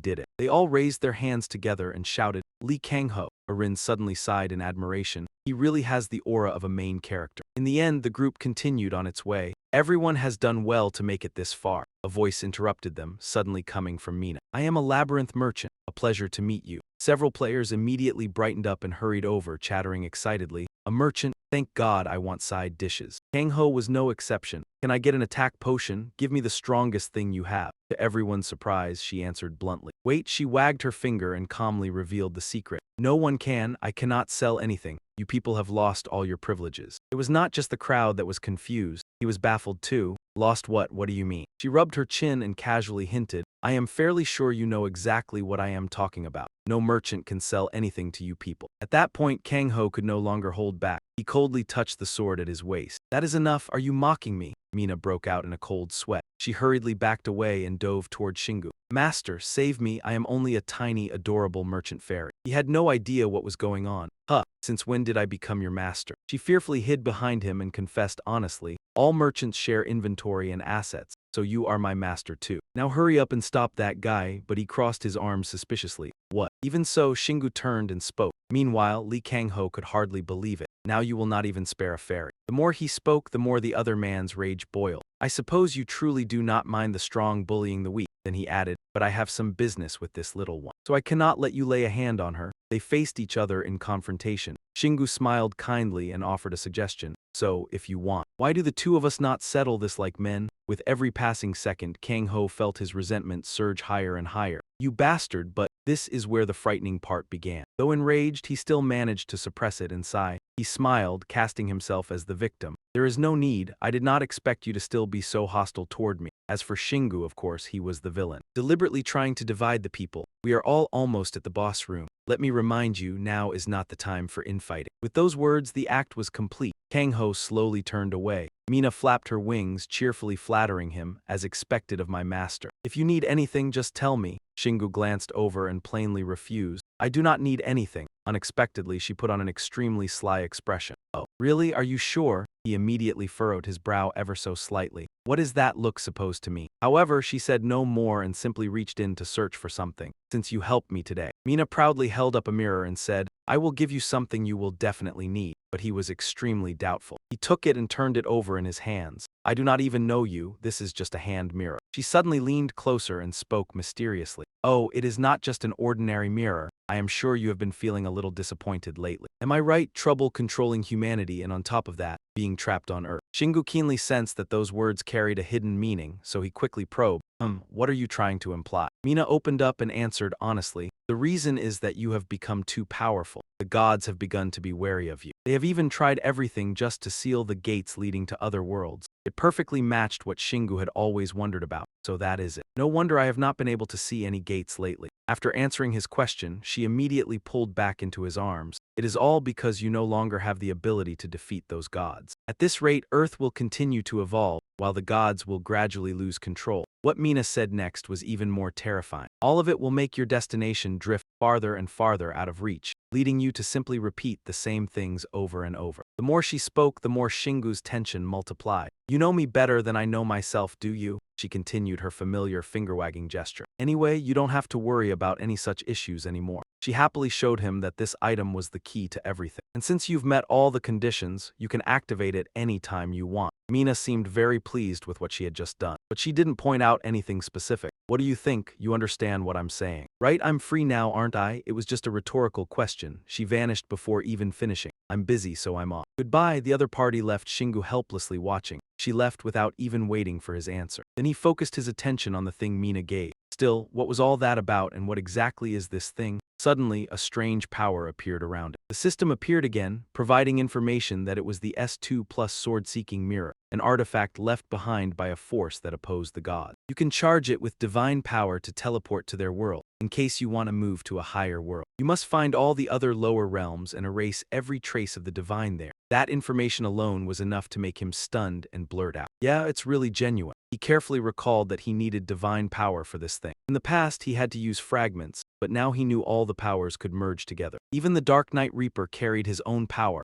as well as Ria's and Fido's. That meant he could use it and this mirror to go to their world. A triumphant smile quickly bloomed on his lips. Great, he had to store it and make good use of this thing. Very soon, the group approached the closed gate. Kang-ho proudly led the group, clearly a leader shouting orders. Finally, they reached the boss room. At the same time, he didn't forget the chance to taunt Shingu. "Dung, I think we'll try to defeat the boss on our own this time. I'm afraid that if you join, it will affect our coordination." He frowned, twiddling his fingers without a care. "Do whatever you want." He immediately turned to his temporary teammates and reminded them, "Good. Everyone deal as much damage as possible in the first 3 seconds. Hearing that, he immediately spotted a problem.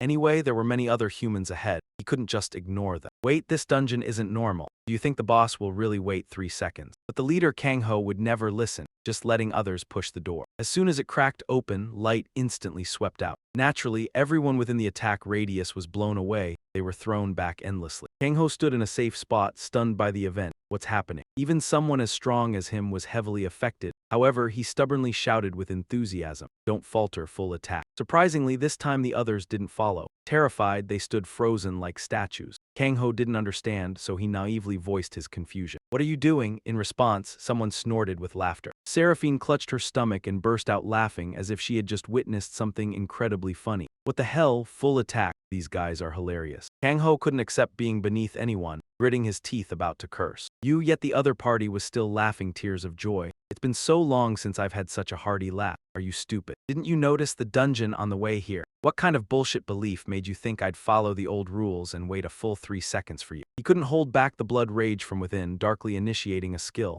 "Enough." Seraphine, seeing that, excitedly questioned, "Oh, are you about to show me something even funnier?" Kang-ho this time seriously proved himself. "Of course, I'll show you my ultimate technique." However, before he could do anything, he coughed up a mouthful of blood. The surrounding space was immediately caught in an abnormal spatial dimension. Even his treasured sword, Kang-ho could no longer hold. And then it was his turn to turn into a monster. The group who once trusted him and followed him began to panic in terror. "He too has turned into a monster." They fearfully retreated together. "Great, let's run. We can't defeat both of them at once." At the moment when everyone wavered in chaos, a voice filled with mockery suddenly rang out, all because of one idiot. A powerful claw rested on his shoulder, but it seemed he couldn't just stand there and watch all the Earth players die. In the face of their dumbfounded gazes, he calmly spoke. Everyone stepped back. He and his trusted team firmly concluded, "I'll be the vanguard in this fight." Kang-ho in monster form began rampaging everywhere, slaughtering. "Mana, give me more mana." Seraphine took in the whole scene, then burst out laughing with delight. "Aha," he excitedly clapped his hands, perfectly playing the role of a spectator watching a play. "It's just so fun, so satisfying." On one side, he clutched his stomach and cried out, "I'm dying of laughter." On the other side, Shingu silently stared at the opponent intently. Aaron urgently turned to ask Han, "What should we do first, Han?" He quickly gave an answer. He wanted to beat up Lee Kang-ho first, but he had a plan. Shingu glanced briefly at the writhing guy who had been too eager for fun, so now they had to take down this coward first. Next, he calmly assigned tasks. "Marina, could you and the others take care of Lee Kang-ho?" She immediately responded, "Leave it to me." The commotion from his side quickly caught Seraphiel's attention. "Haha, another one." He didn't put the players in his eyes at all. "Take your time, I can wait." But at the same time, he began to lean forward, gathering momentum to launch. His team smugly spoke up. "You know, Shingu has already prepared an upgraded acid move." And just like that, combining with the Night Cleaver, he tried to land a blow on Seraphiel that would blow off half a wing. He held his ground, glaring and following him. The corrosive pain now exploded, forcing Seraphiel to scream, "Oh my god, my wing, my wing." He was truly panicking. Why does someone like you exist in such a weak world? However, the opponent didn't give him a chance to talk much. The next attack followed right on his heel. Fortunately, thanks to his vast experience, Seraphiel successfully dodged. But the other wing wasn't so lucky. A sky-piercing pain once again shocked straight to his brain. "Ah, wait, you cheater, I'm still talking." But the incident didn't stop. He looked around in confusion and wondered, "Where is he?" "Yeah." As if answering Seraphiel's longing, Shingu's voice suddenly rang out. "Cheater, so you've been quietly lurking behind me all along. I don't like that, let me finish this." A swing containing infinite energy directly knocked the opponent out cold. Seraphiel, no matter how he thought about it, found it unbelievable, impossible. Until the moment he dissolved into the clouds, he still tried to find the reason. "I couldn't do anything," now panting after the exertion. Shingu slowly answered, "There is always a higher mountain." The system always quickly appeared, updating in time as usual. Dungeon completed in 4 hours 23 minutes 51 seconds. Received new achievement. Wind Hunter. Also wind resistance increased to level 12. Completion rank 3S and received Fruita Fragment. Seeing him win, Aaron hastily flew over. "Before I arrived, you had already taken him out, so what's the point of talking? You're obviously upset too, you didn't think he would be that weak. But fortunately, the dungeon is done." After that, Shingu briefly mentioned the initial concern. "I'm afraid that the Red Prison will also classify Lee Kang-ho as a monster. The battle out there still hasn't come to an end." Marina, while stubbornly shooting, exclaimed, "HMPH, now that he's a monster, he's become much stronger." She held her ground with intense faith, but Shingu needed more time. Suddenly, their target was thoroughly attacked by the Night Cleaver. The monster Lee Kang-ho, who was just fiercely rampaging, now slipped helplessly, stiffened. He crashed straight into the wall, kicking up a cloud of dust. Marina was dumbfounded. "No way, right?" Just when everyone thought he had fallen, someone suddenly. Everyone stepped back. "I don't want to kill him yet." The young man who had just struggled against him then confusedly asked, "You've already finished the boss. Then why not kill Lee Kang-ho right away?" Shingu's meaningful smile answered him, because he enthusiastically got straight to the hot issue. "I need evidence." Blue sky, white clouds, golden sunlight, the island indifferently passed by with hurried sounds. "Listen here." The person who just spoke continued pointing and making his point. "The story is like this." Shingu insisted on tying up the deformed Lee Kang-ho to warn all players. When he ate mana stones, the crowd immediately buzzed with discussion. Phone flashlights flickered continuously. "Oh, is that Lee Kang-ho? He's become a monster, the traitor." Of course, he would seize the opportunity to reinforce their belief. "Yes, he has betrayed us, dared to deceive the whole world and look down on us. That is the end of those who betray humanity that I want everyone to witness." Shingu's face was now filled with murderous intent. After all, he had waited too long for this moment to vent his anger. "I will begin punishing him, so pay attention." The group of players had the chance to turn into deer and hummed a tune. Hee. It's unclear if Lee Kang-ho still has consciousness, but he growled perfectly on cue. To avoid making everyone wait long, Shingu cheerfully swung his fist and announced, "Grit your teeth and endure the pain, you big oaf." The smile on his lips grew brighter and brighter. "Now reap what you sow." A powerful hook punch directly impacted the opponent's face. The people who had successfully cleared the dungeon witnessed everything and silently exclaimed, "Luckily, I didn't eat mana stones." Then everything was updated on television. The news anchor seriously reported, "The mastermind behind the London terrorist attack has been identified as Lee Kang-ho." They also reported that he frequently consumed mana stones. As a result, he was turned into a disgusting monster. His video clips shocked the whole world. The news broadcast clearly showed the mocking comments, "Oh, disgusting, look at him," and then he continued his work. So people had to whisper to each other about the dangers of consuming mana stone. Shingu's interview also attracted a lot of attention. Let's watch the interview, although the person involved had no idea about it. But very quickly, he regained his composure to answer anyone with a serious, dignified demeanor. He frankly pointed at the messy pile on the ground. "Dare to lay a finger on my family and this will be your fate." After seeing how cool he looked, he blurted out, "Nice." Singu, self-satisfied, put his hands on his hips and laughed loudly. I guess no one will be eating mana stones anymore now. Heh. Aaron forced a helpless laugh. Only violence makes people listen. Seha, standing nearby, exclaimed happily. I was shocked by the news, glad everything is okay. After seeing the situation gradually coming under control, he turned around. A lot of things have been resolved, let's rest a bit. The room door suddenly was knocked on by someone or something. Knock knock. Singu confusedly touched the doorknob. I didn't call anyone, did I? When the door swung open, Marina's group immediately appeared with a cake in hand. It's us. He was bewildered, stunned, and taken aback. Really, Marina? The whole team too? What are you all doing here? She excitedly showed off. Heh, we came to throw you a party for saving my life. You're invited, you know. But the person involved suddenly asked, a party? Without waiting for Singu's further reaction, she had already settled it. Today you need to celebrate and rest. Let's go. Only Sehai still hesitated and whispered, oh, I thought you would know. Nevertheless, she added, now that everyone's gathered, you should eat. We brought food. He was a bit bewildered. Oh, really? Then everyone chatted cheerfully. Wait for me, there's alcohol. Leaving him standing alone in the middle of the room amidst a series of lively sounds like, the cake almost fell, haha. Careful. Singu briefly relaxed and smiled. Resting for a bit once in a while is probably fine. The celebratory gathering took place with great joy. The whole group chatted cheerfully. Now Marina stretched out her hand to point out the real situation. The Azure Dragon Society and the Star Dragon Society are done for. The remaining members all have to be under strict surveillance. Sehai, hearing that, smiled faintly. They deserve it. I can never forget the discomfort from that time. And what about that guy surnamed Tang in the dungeon? Singu, sitting nearby, immediately interjected with a question. Was he interested in you or something? Syria gently swirled her glass of wine and sincerely expressed, it's good we took him out, but there's something that worries me more. She slightly glanced in a certain direction. Apart from what happened before, the Earth is currently in a deficient period. On the other side was the absolutely stunning night view of the city. Her tone remained monotonous. The celestial castle and the monsters have all changed. So I'm worried about what we should do. John quickly continued, completely agreeing with her. Worrying like that is reasonable because the same thing could happen again. Suddenly Marina excitedly exclaimed, I have an idea. She directed everyone's attention back to Singu. Brother Singu, you can now ascend to the celestial castle, right? Why don't you join the guild? The image of him as a god ruling over the group flashed through her mind. With him, the speed of conquest will be faster, so it will be easier to catch up with the evolution process of the Earth than ever before. This great idea immediately received support from Sehai. Not a bad idea. Basically, it would speed up the progress a lot. Marina continued to smile with her eyes squinting. Of course, and it'll be so fun. Unexpectedly, he seriously considered this matter. Yeah, not bad. She immediately asked back joyfully, really, bro? Nevertheless, he still had his own plans. But now I need to take another path, a more aggressive one. She instantly pouted and muttered, HMPH. Don't tell me you're avoiding going with us. Singu hurriedly corrected, of course not, slowly swirling the glass of red wine in his hand. He recounted the plan he had envisioned. I've also decided to go down to some water dungeon. Sehai then rolled her eyes sadly and sighed softly, just great. Just as the atmosphere quieted down a bit, John suddenly spoke up.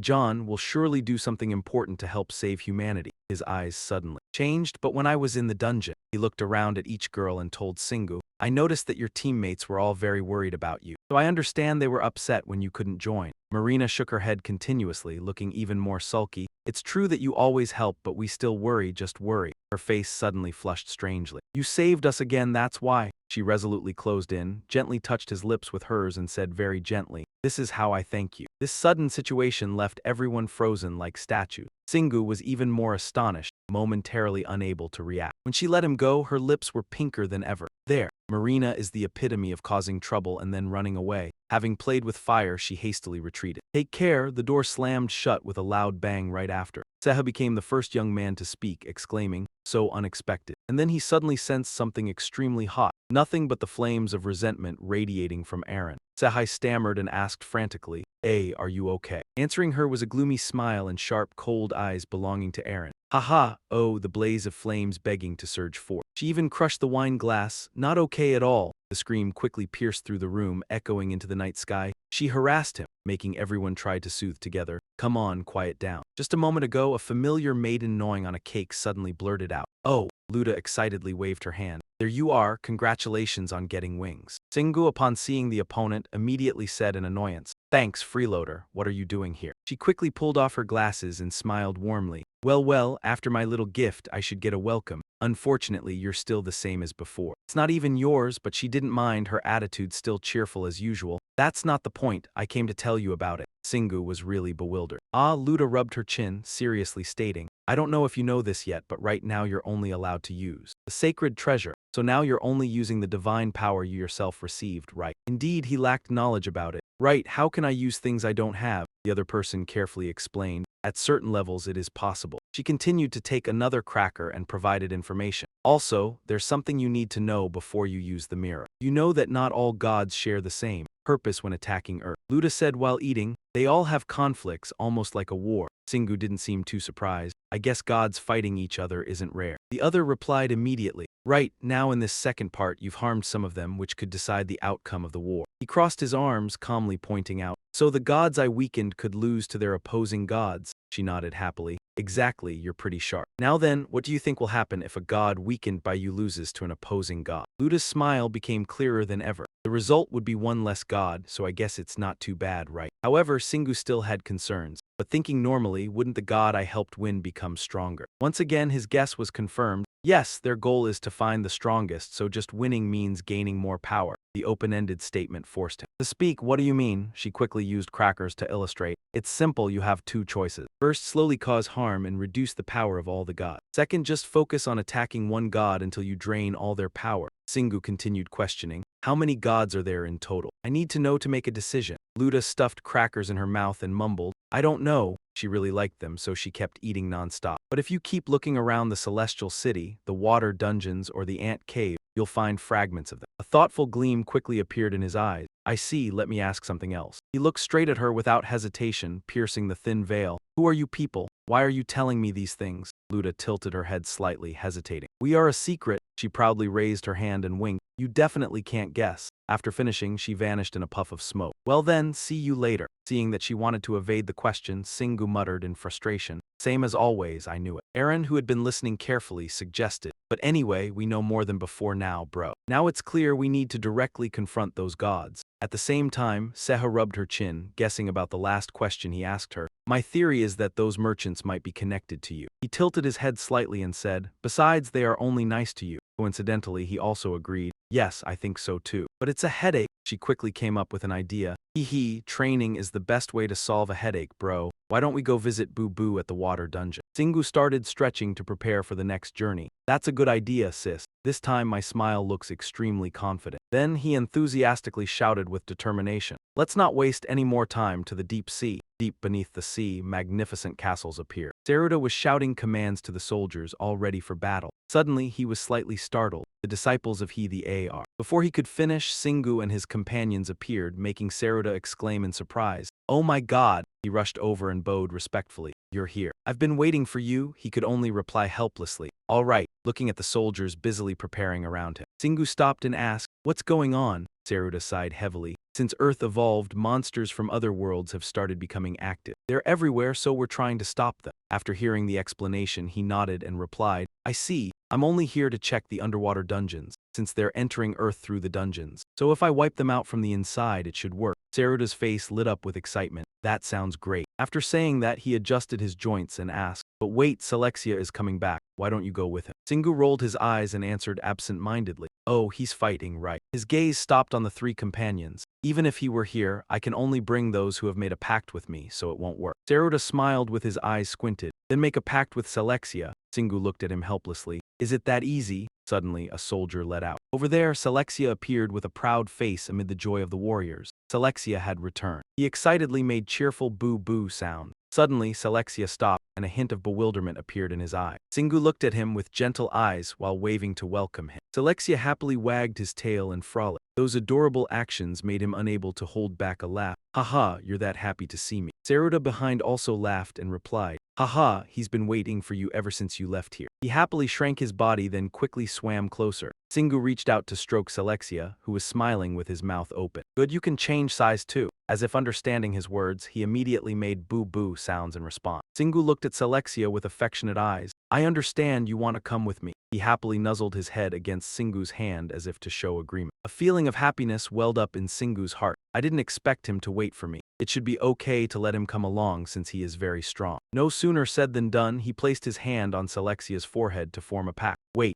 Singu suddenly stopped, inwardly exclaiming in panic. A stream of light slowly appeared and entered his body to his surprise. This power source, the system panel suddenly appeared. You have met the necessary conditions to unlock your second innate skill. Of yours, you have learned the skill taming. Next were more detailed information about the skill he had just acquired. Alexia doubtfully let out a boo sound, then suddenly roared, astonishing those around him. Singu looked at him. With a cautious gaze, he carefully asked, "You can sense the new power within me, can't you? Do you want me to try it out right now?" Alexia quickly responded, his eyes showing extreme delight. Singu once again placed his hand on his forehead and continued the process from earlier. "All right," a powerful light burst forth, accompanied by his resounding voice. "Let's give it a try." Those around were all frightened by that skill. Peachy spoke first. "Yeah, Master has learned a new skill, I guess. So bright." From within that light, a new body gradually emerged. Ziha's eyes widened in surprise. "Look!" Everyone marveled at Selexia's new form. "He turned into a little boy," Aaron couldn't help exclaiming. "Oh, he looks so cute." Selexia was still bewilderedly examining his new body when Singu spoke. "But you still can't speak." Beatrice, hearing that, looked puzzled. "Why, Master, he already has a human form." He gently explained, "A part of my innate skill has just awakened. Thanks to this taming skill, Boo Boo now has a human form." Aaron, upon hearing that, frowned in suspicion. "Taming?" Singu nodded and continued explaining. "Yes, it's the result of me wanting him to become stronger and him wanting to obey me. That's how awakening a skill works." After hearing that, she could only sigh, "But the name of it is a bit." Singu paid no attention to what Irene said. He turned back to affectionately ruffle Selexia's head. "Anyway, thanks to you, I gained more power, thank you." He obediently made a boo sound in response. Suddenly, Singu let out a surprised huh.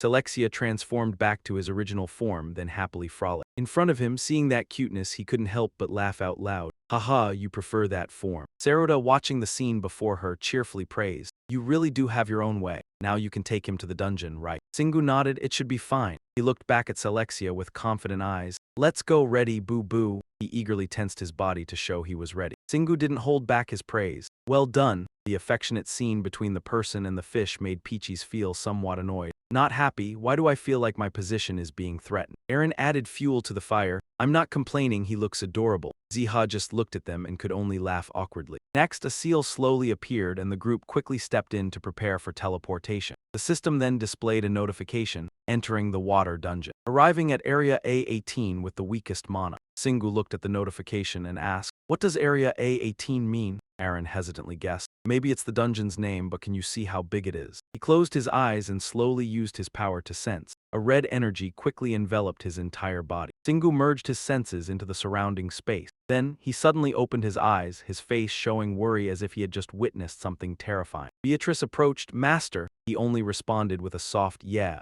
Singu looked at everything around him, this dungeon. The scenery around them looked enormous, as if it wanted to swallow them. As big as an entire world. Ziha seemed to not believe what she had just heard. "A world? I know dungeons come in all shapes and sizes, but that big." He nodded, his eyes showing a complex hint. "Seeing it so big, I think it's not wrong to say it's the only water dungeon on the planet. It's just really big." Aaron nodded in agreement. "That sounds right. That's why it's divided into smaller areas, so it's called A18. Singu lowered his head and placed his hand to rub Selexia's head. "That might be why the earth monsters have such a hard time defeating the enemy monsters. Now that we're here, at least clear out half of it." Aaron is speechless at such ambition. Half a dungeon but the size of a whole world. Meaning Shingu raises his hand to summon his weapon. "I know you, man." He grips the black wolf claw and says confidently, "All right, time to go all out." As soon as he finished speaking, Shingu charged straight ahead, his eyes brimming with confidence and glinting. With many swings, he cast a veil of darkness, swiftly tearing through the air and sending sparks flying. The powerful energy quickly blew away several sea demons. The sea demon Dauda, seeing them causing havoc, was furious and shouted,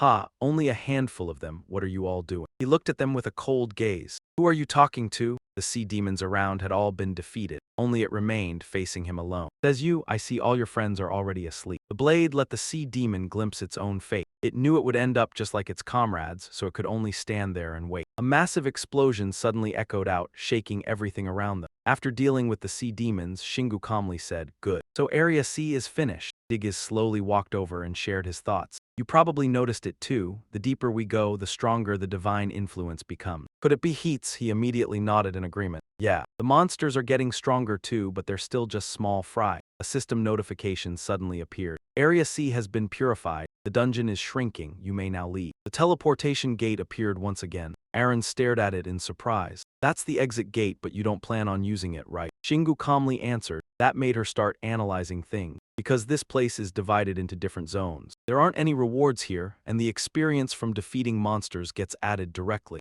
Seheng heard that and eagerly added, I like this setup, we can move around much faster. I seriously can't wait to see what's in the next area. She could only stare at him speechlessly. You're starting to sound like Shingu. Sehe not only wasn't upset but happily laughed in response. Aha, I've still got a lot to learn. Right after that, several whirlpools appeared, sweeping away the monsters and leaving them helpless. One sea demon roared furiously. How dare it use water power without receiving Lord Heat's blessing? Kill that whale now. As soon as he said that, all of them charged at Selexia together. But he wasn't afraid at all. Instead, he opened his mouth and let out a loud boo. The sea demons froze in confusion. Then all of them went stiff when they realized they had ended up completely inside Selexia's enormous mouth. He quickly chomped down on the sea demons with an innocent expression. The lucky survivors could only gape at the sight before them. They just got eaten. Selexia proudly stared at the tiny sea demon. Then he swiftly flicked his tail and charged toward the remaining enemies to attack them. Eren watched his every movement in amazement. That's incredible. Meanwhile, Shingu looked at Selexia with eyes full of pride. I really like this guy. The teleportation gate appeared once more inside a dark abyss. He stepped out with an imposing aura. And finally, we've reached Area E. This dungeon is still getting stronger. Beatrice suddenly walked over and said to him, Master, you've probably sensed it already. The monsters ahead aren't as weak as the earlier ones. Shingu stared forward resolutely and quietly replied, In the distance was an entrance beside towering cliffs, deep and pitch black. Countless glowing red eyes were staring hungrily from within. A brute sea demon suddenly bared its hideous fangs to threaten Shingu's group. How dare you set foot here? Behind it stood a terrifying pack of its kind, viciously waiting for an opening. Are you ready to face us? He curled his lips into a cold smile. You're right. It does seem like it'd be a pain to wipe all of them out with the Night Executioner. So he decided to pull out another weapon. In that case, in his hand was the six-gate Inferno cannon. Guess it's finally time to bring out democracy. Its detailed information panel appeared. It was a weapon rank S+ with immense power and proficiency. At the same time, Shingu had also unlocked a brand new trait for it. There was even crafting information listed below. The moment Eren saw it, she cried out in shock, That's the machine gun Bito built last time. The brute sea demons immediately burst into mocking laughter at the weapon in his hands. Ha, you think you can defeat us with just a gun? Burning with aggression, they viciously rushed forward to attack. Their voices dripped with ridicule. Then we'll turn you into fish bait. Shingu laughed and aimed Bito's barrel straight ahead. Just a gun. The moment he finished speaking, he unleashed a relentless barrage at the sea demons before they could react. This isn't an ordinary gun. The overwhelming firepower of the six-gate Inferno cannon filled the brute sea demons with fear. Damn it, it's stronger than I expected. Everyone scattered. Selexia hurried over and used his powers to support Shingu. Massive whirlpools quickly formed, forcing the enemies to take the full brunt of the attacks. The whirlpools are holding us back. Shingu was fired up with excitement and happily praised him. Nicely done, boo-boo, watching the sea demons struggle desperately to escape. He felt deeply satisfied. That's what you get for underestimating Bito's masterpiece. He decisively launched the finishing blow, unloading a storm of bullets at the brute sea demon. Feel the wrath of the nation of Gennady. The system notification appeared again, announcing that he had successfully leveled up. Bitcheyes praised Shingu with satisfaction, as expected of Master. He truly knows what's best. After dealing with the sea demons, he finally let out a sigh of relief. Looking at the demon corpses floating on the water, he felt somewhat disappointed. That's all, this underwater dungeon is boring. Shingu quickly regained his calm expression and continued. That took a bit of time, but before he could finish speaking, the system warning sounded. Warning, areas E, F, G, and H are merging. He showed no fear whatsoever. I see. Looks like this dungeon's system is malfunctioning too. The warning kept blaring, stating that the fusion was only temporary and would be completed once the anger was resolved. After hearing it, Shingu fell into deep thought while Eren was still confused and asked, What does anger mean? Before he could explain, a gloomy, furious voice suddenly rang out. How dare you set foot in Hethia's domain and defile the water source? That bizarre monster slowly appeared, making horrifying sounds as it approached. Foolish beings, its terrifying eyes pierced through the black night. I am the one who will serve the goddess Hethia. What finally emerged was a terrifying giant 8-seas demon, destroying the path before you. Eren gasped in panic. The whole group looked up at the enormous creature. Yiha hesitantly spoke up. That is Bitcheyes, he said bluntly, voicing what everyone feared. I have never seen a monster that huge. It is not only big, but powerful too. The 8-seas demon wanted its opponents to know who killed them, so it introduced itself in a low voice. I am the 8-seas demon, a disciple of the goddess Hethia. I came to this world to drown it in the name of that day. Shingu felt he had run into a tough opponent. The 8-seas demon, a monster from legend, He turned back to ask for advice. What do you think? Can Kenna damage it? Beatrice did not dare sound confident. I hate to say this, but it is impossible. It is a massive cluster of mana, and I alone am not enough to pierce through it. Yiha cut in firmly. We may not be able to draw much from it, but we will still fight. Eren agreed with him too. Let us do our best together. Singu turned back in surprise. You guys, even though I understand how my teammates feel when I close my eyes, I cruelly see myself collapsing in front of them. Singu decisively refused, leaving the three of them stunned. He gritted his teeth and gave the order, except for Boo-Boo, all of you fall back. Eren cried out in shock. What are you saying? How can we abandon you two? Singu tried to reassure her. Calm down, I think this will probably be better. Boo-Boo is very strong underwater, so he will be able to help. She still wanted to rush forward and say more, but Beatrice quickly grabbed the little firecracker. Enough, falling back is what will help master. Eren suddenly understood something and obediently complied. Fine, but I am still worried. If anything goes wrong, promise me you will retreat. Singu quickly answered with an obedient yeah. Beatrice turned back to say farewell. We are leaving. She rushed forward with Eren and Yiha, leaving behind a word of encouragement. Do not take too long. Singu did not answer, silently watching their backs as they left. He turned around and immediately entered a state of all-out readiness. The 8 Seas demon, huh? You are pretty mild-mannered. If we are going to fight, let us just get on with it. It swayed its enormous head and replied, all I need to know is that you are the only one I must destroy. Once you die, those small fry will die with you. The 8 Seas demon looked at the person and fish before it and taunted them. Even the bravest humans would not dare face me. Giving you your final moments beside your comrades is my way of praising your courage. Singu climbed onto Selexia's back, taking it as a compliment. So that means once I defeat you, I will be much stronger than those guys, right? He frowned with determination and called his companion's name. Boo-Boo. Burning with resolve, the two charged forward while shouting loudly, let us teach it some manners. The 8 Seas demon raised a tentacle and rubbed its eye. Now this is interesting. It did not hesitate to strike back with a swing of its soft leg. Come, take this. The weight of its body made Singu feel the pressure. HMPH, what intense pressure. Boo-Boo, do not let it hit us. Selexia let out a long cry, then flicked his tail and swam in a weaving pattern to dodge the deadly blow. The giant tentacle chased after them like glue. It kept slamming down at the two tiny figures as if it wanted to tear open the deep sea and create a new Mariana Trench. After failing to land a hit again and again, the 8 Seas demon grew irritated. HMPH, you dodged all of my mana streams. Impressive. Feeling that its legs were not firm enough, it summoned a cluster of tridents. I am delighted. The 8 Seas demon fired those sharp tridents straight at Singu. But what about this? He gritted his teeth and praised its creativity. Mana water tridents. In that case, Singu raised his hand and unleashed a mana-draining skill. The tridents shot into the glowing shield above his head, no different from rain falling into the sea. Only now did the 8 Seas demon feel it had met a worthy opponent. HMPH. You truly are too strong. Singu gripped the Nightfall axe, preparing to return the favor. I am not done yet. He focused energy into the hammer, making it enlarge many times into a gigantic form. Then he shouted at his opponent, take this. The massive Nightfall axe shot forward at incredible speed. It flew in a huge arc and slammed into the 8 Seas demon's face. Take a hit from me. The 8 Seas demon could not endure it and roared in pain. What? How dare you injure me? Singu cheerfully asked how it felt. How was that? Ha ha. The 8 Seas demon said nothing and opened its mouth, spraying a mass of black ink into his face. Singu struggled in the pitch-black water and silently assessed it. This is not ordinary ink. It stings my eyes too much, he called out to his teammate. Boo-Boo, let us get out of here now. Before Selexia could get moving, another tentacle tore through the water toward them. Singu turned his head in panic and looked at the danger closing in. Thinking was slow, but reality moved fast. Singu could not dodge and took a blow that made him cough blood. Just as he fell from Selexia's back, the tentacle approached again. As soon as Singu cracked his eyes open, his face went pale. One hit and he was half dead. This is bad. Without hesitation, he unleashed his emergency escape skill. Singu dragged Selexia along as they fled for their lives from the danger behind them. HMPH, I can't believe it spits ink just like a real octopus. He looked down anxiously at his trembling arm. Damn it, I can't move. How am I supposed to fight like this? Should I have told Eren to stay behind? Selexia sobbed softly. Singu turned to look at the battered fish body and spoke with concern. Little brother, looks like you're not doing too well either, huh? The Octosea demon sent over words of praise.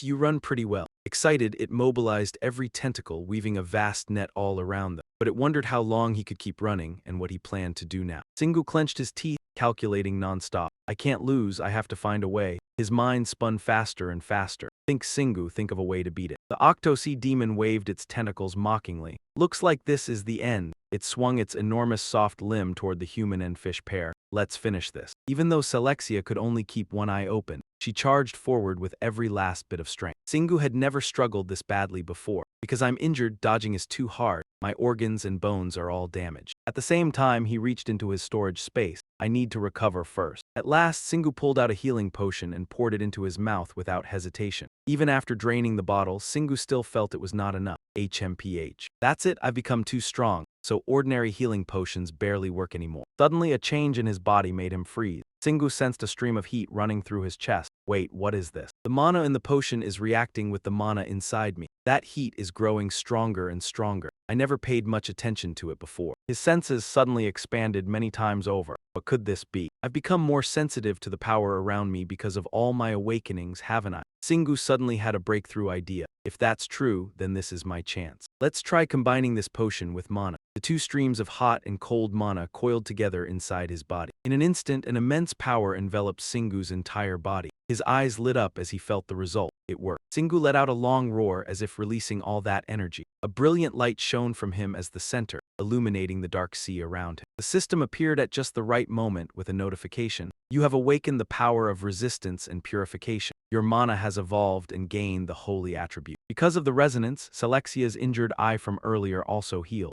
Singu raised his hand and carefully felt this new skill. He clenched his fist toward the sky and shouted a single word, "Nice!" Burning with fighting spirit, Singu shook the weapon in his hand. I still haven't fully recovered, but I can keep fighting. The Octosi demon, ignored until now, cursed in irritation. Hey, what did you just do? He shot back at it in alarm. Ha, even if I told you, you wouldn't understand. The Octosi demon flew into a rage and summoned a volley of tridents. You little insect, awakening doesn't mean you can beat me. As it launched the mana-shaped weapons toward him, it tried to entice him. Submit to the god Hedia at once. Singu was no longer afraid of these toys like he had been at first. Again, he frowned and called out his teammate's name, Boo-Boo. Human and fish united, facing the attack head-on. I can get through this. The Octosi demon spat out another mass of ink and denied him once again. You cannot. But things had changed now. This time, Selexia followed Singu, not dodging but charging straight ahead at full speed. Energy shone from his hand like a guiding lamp. Then that lamp spread into a massive pillar of light in front of Singu. The dazzling radiance struck the Octosi demon right in the face, forcing its eyes shut. Singu grinned and swung his hammer up in greeting. Too bright, isn't it? Let me help. He shone Nightfall Executioner straight into one of its eyes. Seizing the advantage, Singu raised his hammer again. I'm not done yet. Then he swung Nightfall Executioner and smashed down thunderously into the Octosi demon's tentacle, making it howl in pain. It thrashed wildly to the very end. How dare you wound a disciple of Hedia? The Octosi demon's golden pupils contracted dangerously. Playtime is over.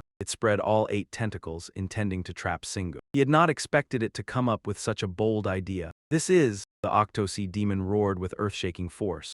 At once, it closed its cluster of soft limbs into a gigantic sphere, swallowing its opponent inside. Singu stared blankly at the dark space. Am I inside an octopus prison? What is it thinking? Suddenly, movement around him made him blurt out, wait. The Octosi demon's entire body shook in pulses like a running grinder. Singu went numb all over and voiced his guess. Is it trying to crush the two of us? He tightened his grip on Nightfall Executioner and cursed in frustration. Damn it. Singu swung his hammer into one of its tentacles. You think you can do whatever you want? Even though it hurt so much that it coughed blood, the Octosi demon remained stubborn. Keep trying, let's see if you can open it. He immediately understood its sinister plan. You have to be kidding me. It knows I can't kill it in one blow. It's going to endure my attacks until I'm dead. Then I won't be able to hold on much longer. Selexia cried softly as a gentle green energy radiated from her body. She shot that stream of light straight towards Singu. He turned around and stammered, "You're giving me your own mana." Boo-boo, Singu stared at Selexia and lectured her. I'm your master, but that doesn't mean you have to do this. She let out a little "you-zoo boo-boo." Somehow, he understood her meaning and continued trying to reason with her.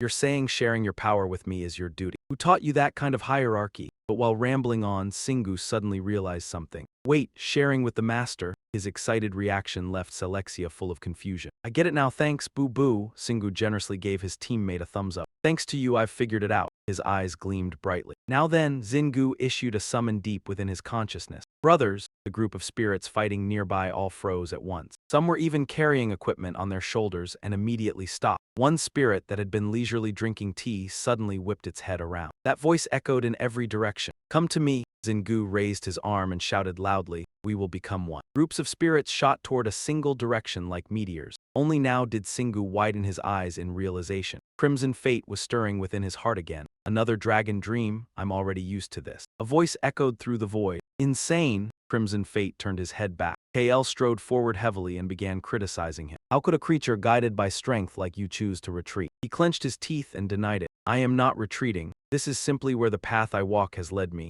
The true fool is the one who cannot see that. The man laughed mockingly. Oh, everyone will laugh in your face, call you a cowardly worm for fleeing the battlefield. He raised his head calmly. A worm, call me whatever you want. I'm still a dragon, and I happen to enjoy crawling around like this. The pupils in Crimson Fate's eyes narrowed as he spoke thoughtfully. Everything begins beneath the earth. He flew upward into the sky and revealed his ambition. And one day they will rise into the heavens. KL exploded in anger at such absurd reasoning. Why wait? I'll just throw them back down. In the end, you'll dry up beneath the sunlight on the surface. Crimson Fate spread his wings wide. No one will remember me. He clenched his claws with determination. Until the day I show them who I truly am, no one will. KL narrowed his eyes darkly and replied. Is that so? He turned around and vanished into the clouds, tossing out one final sentence. We'll see. Crimson Fate beat his wings with all his might and soared upward, fading back into dust. Finally, as he merged with the starry sky, he quietly spoke. After the flames of destruction, a new seed will sprout again. Singu jolted awake from the dream in shock. He stared suspiciously at his hand, which had now become a sharp claw. Fusion. Singu felt the violent transformation surging through his body and confirmed it. It worked. The sea ghost sweated profusely and stammered softly. That brat, how did he?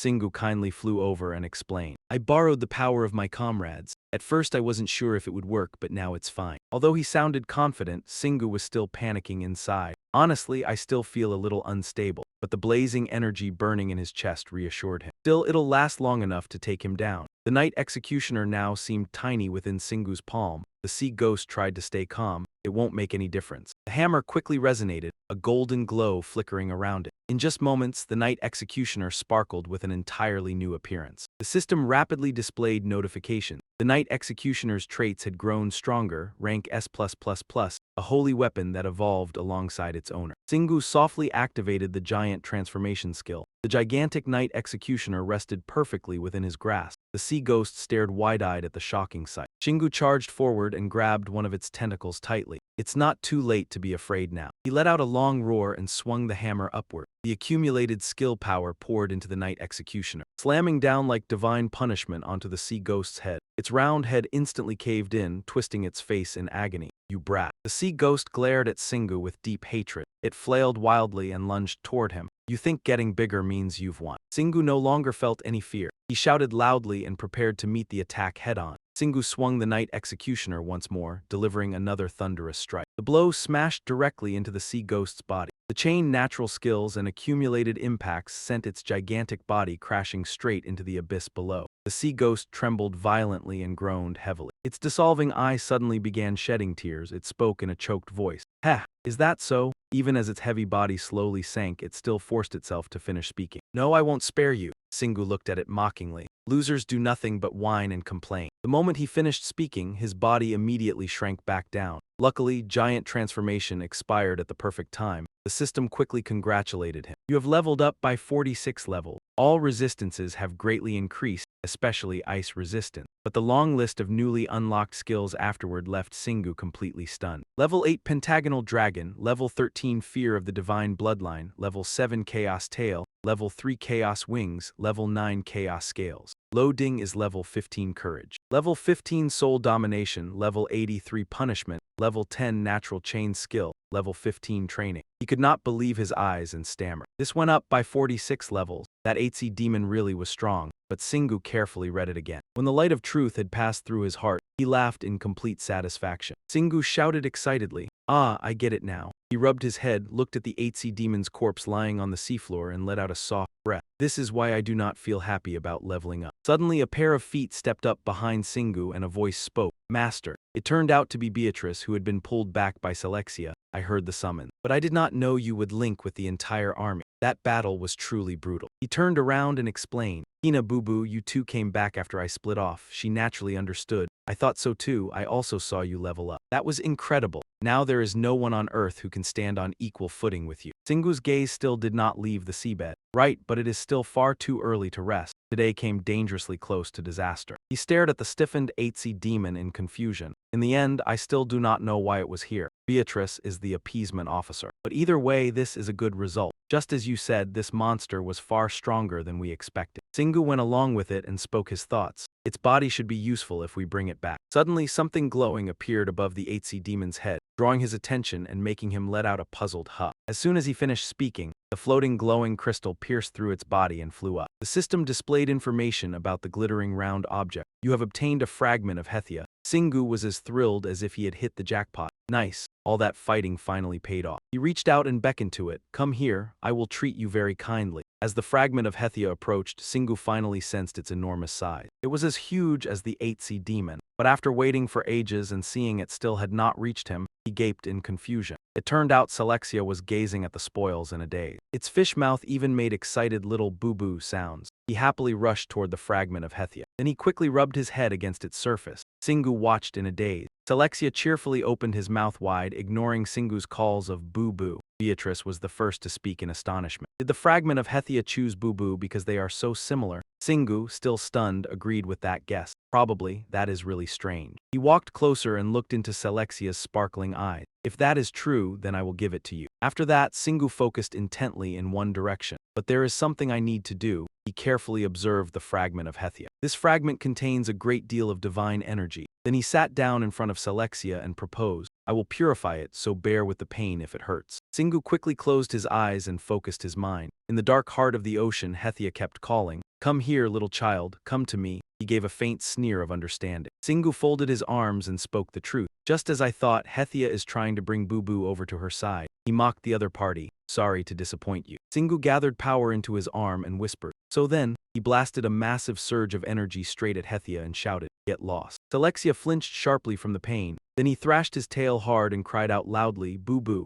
Seeing this, Singu smiled in satisfaction. A slender hand quickly appeared. Next came a complete human body with a whale ring still hanging around his neck. Singu excitedly declared, It worked. Selexia also looked eagerly at his new form. Beatrice stepped closer and sighed in admiration. He has become much stronger. I can feel it even from here. Can you give me one too? He looked at her speechlessly. Finding divine fragments is not easy. I nearly died to get this one. But next time I find one, I will give it to you. Singu smiled brightly and raised his hand as a reward for himself. Anyway, everyone did very well today. Since I nearly died, I will stop fighting for a while. Beatrice reminded him with a blank face. Master, it would be better if you did not cut off your sentence midway. He pouted but did not argue. You are right. Singu scratched his head and laughed foolishly. It sounded like I was announcing the end of the journey. Suddenly, a pair of feet stepped over and interrupted his enthusiasm. The spirit placed a hand on his chest and carefully began speaking. Forgive me, master, but there is urgent news. Singu immediately pressed him. What happened? He hesitated, then explained. The thing is, my fellow soldiers and I were helping in a major battle against monsters. The sight of him summoning 100 soldiers came vividly to mind. But when the fighting reached its peak, we were all summoned and had to leave midway. Singu interrupted him and pressed further. Wait, a battle against monsters. The spirit spoke frankly and told him exactly what had happened. Yes, more specifically, alongside a league against monsters from another world. It is very possible they are now at a disadvantage because we disappeared. After hearing that, he smacked himself on the head and blamed himself. I'm such an idiot. I forgot we needed to leave a few people with Eli Gu. Peachy spoke up to reassure him. Eli Gu is very strong, so they'll probably be fine, but we need to go now.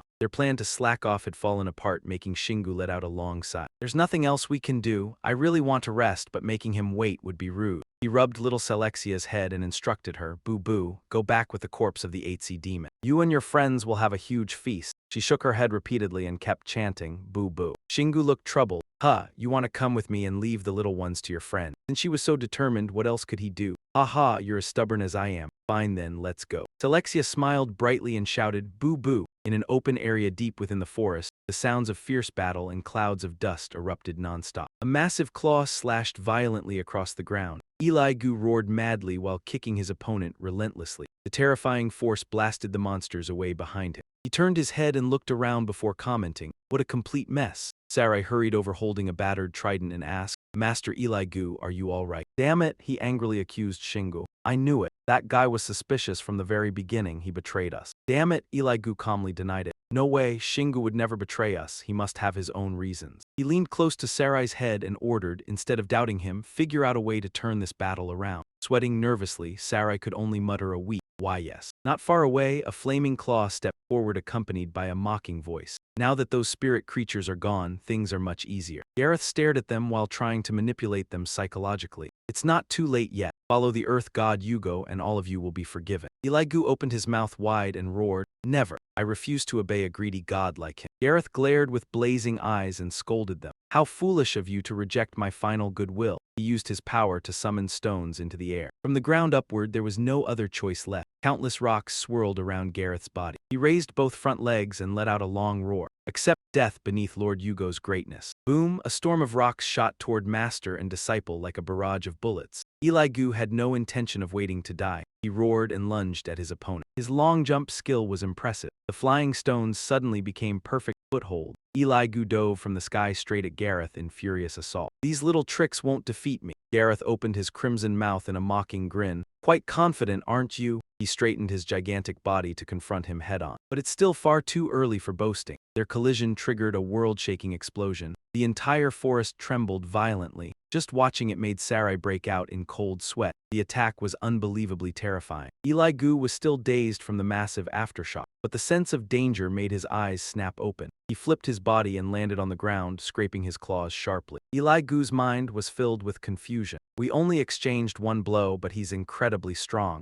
He should have taken damage already. Gareth curled his front legs inward and praised him generously. How interesting. He slowly spat out each word. You're not weak, I acknowledge that. His aura now surged like it could move mountains and drain seas. But is that enough to withstand my legion? Eli Gu looked cautious and only stared at him while evaluating the situation. He's stronger than I expected. If I don't stop him, this battle will become very difficult, but at this rate. While lost in thought, Gareth suddenly roared loudly and snapped him back to reality. I can read your thoughts, so I'll grant you your final moments. At that moment, a strange light appeared in the sky. Both of them stared at it in shock and curiosity. Suddenly, the light shot directly toward Gareth, launching a surprise attack before he could react. Feeling humiliated, Gareth growled furiously in anger. Only then did Eli Gu look toward the source of the light, and he cried out in shock. It turned out the source of everything was Shingu. He charged aggressively toward them. Seeing him, Eli Gu was stunned. Gugu, Shingu landed on the ground just like that and looked at Gareth struggling beneath the mysterious light. Like a drowning man grabbing a straw, Eli Gu could not hide his excitement. You're finally here, Shingu turned back to reassure him. Sorry for suddenly borrowing your troops. You've been waiting a long time, haven't you? Of course, Eli Gu had no complaints. It's fine. I figured you had your own reasons. Luckily, you arrived in time. While the two were talking, the roar of an engine caught Eli Gu's attention. It was Peachy's and she spoke up. Maybe because we just came back after killing the 8C demon. Beatrice was carrying Celexia behind her. She looked toward him and smiled. No kidding. But this battle's going to be boring. Seeing her, Eli Gu could not hide his shock. The spirit general, meanwhile Gareth, still under attack from the light, lay flattened on the ground. He groaned painfully, struggling for a long while before his arm finally dropped limply onto the ground. When he lifted his head, a stone rolled out of his mouth. The system immediately announced, "You have obtained a Yugo fragment." Shingu picked up the stone and clenched it tightly while grinning with satisfaction. Nice, 2 fragments in one day. It's not as strong as the 8C demon's fragment, but it should still be useful. When Aligo saw that he had died before he could even do anything, he looked at Singu with admiration. One hit and he was finished. You've gotten much stronger than before,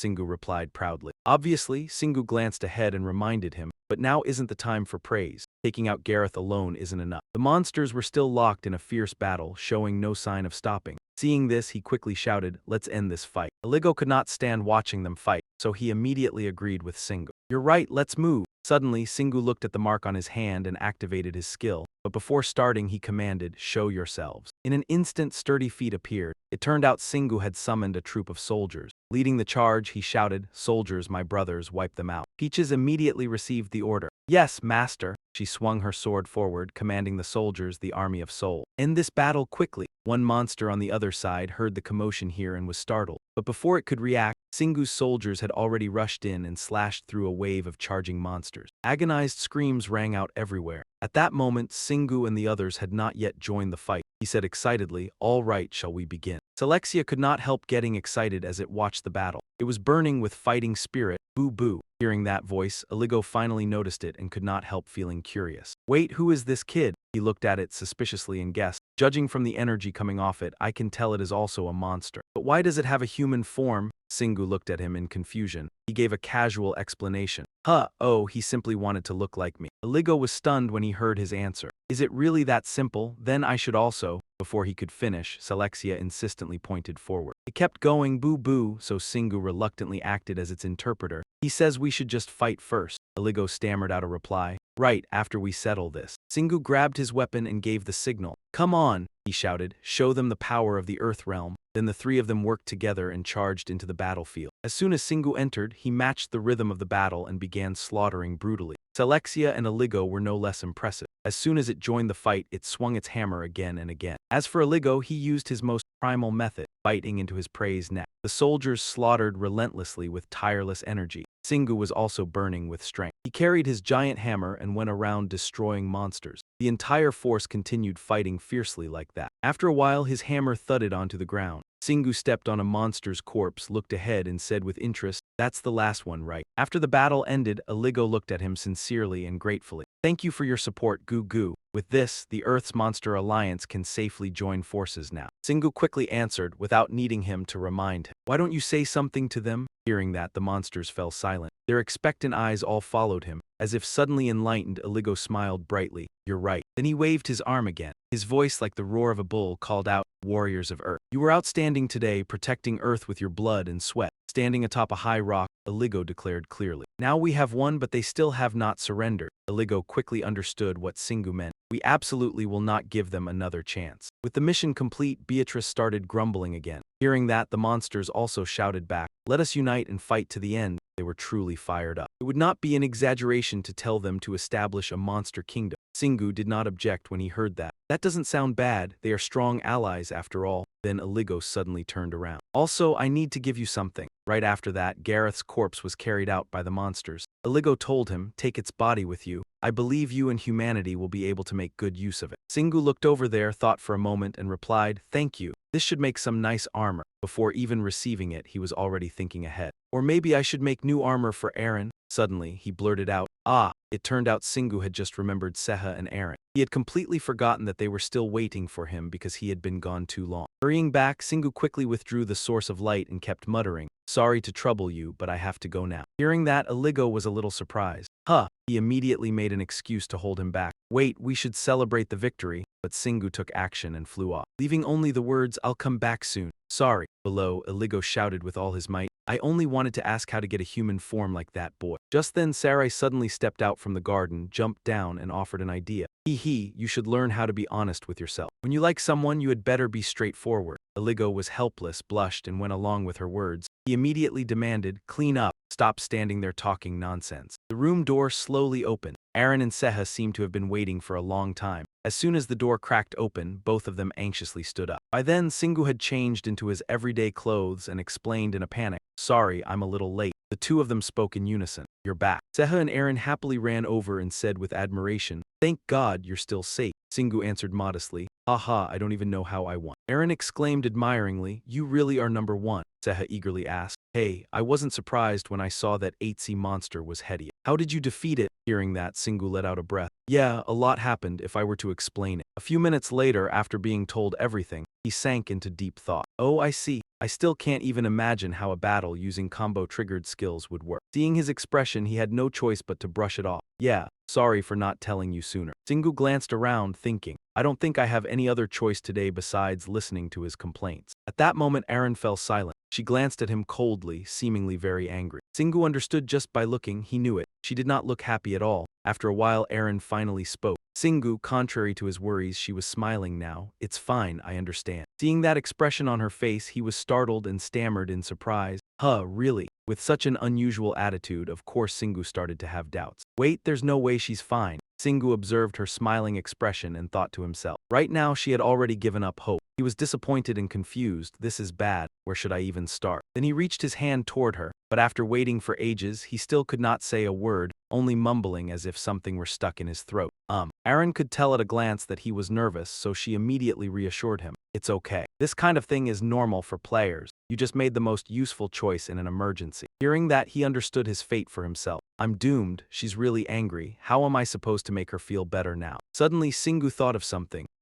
He hurriedly explained, "But you don't have to worry about that anymore. I had to teleport everyone back this time because we flew apart. And that really was dangerous, but now that we have become one, that will never happen again." Eren was startled when she heard that. Her cheeks kept turning bright red from embarrassment as she stammered, "What? Become one?" Because she was too embarrassed, Eren acted unconsciously and punched Singu straight in the face. "What the hell are you saying?" After that punch, Aaron became even more embarrassed and no longer dared to face him, so she found an excuse to leave. Good night. Aaron left, leaving Singu with a blank look on his face. Without thinking, he blurted out, "What did I do wrong?" Seha did not want him to feel even more troubled, so he came up with an excuse to gloss it over. It seems Aaron has a hard time understanding the beauty of fusion. Something only men can understand. That suited Singu perfectly. He immediately replied, "Right, fusion means a boost in power." Seha answered enthusiastically, "Exactly," seeing the two of them chatting so casually. Dichai sighed and spoke up. "By the way, what do you plan to do with Hugo's fragment?" He had been captivated by Aaron as soon as he entered the room, so only now did he remember. "Oh, I'm planning to make armor with it and the giant dog's hide. For me, Seha, and Aaron." He looked at him happily.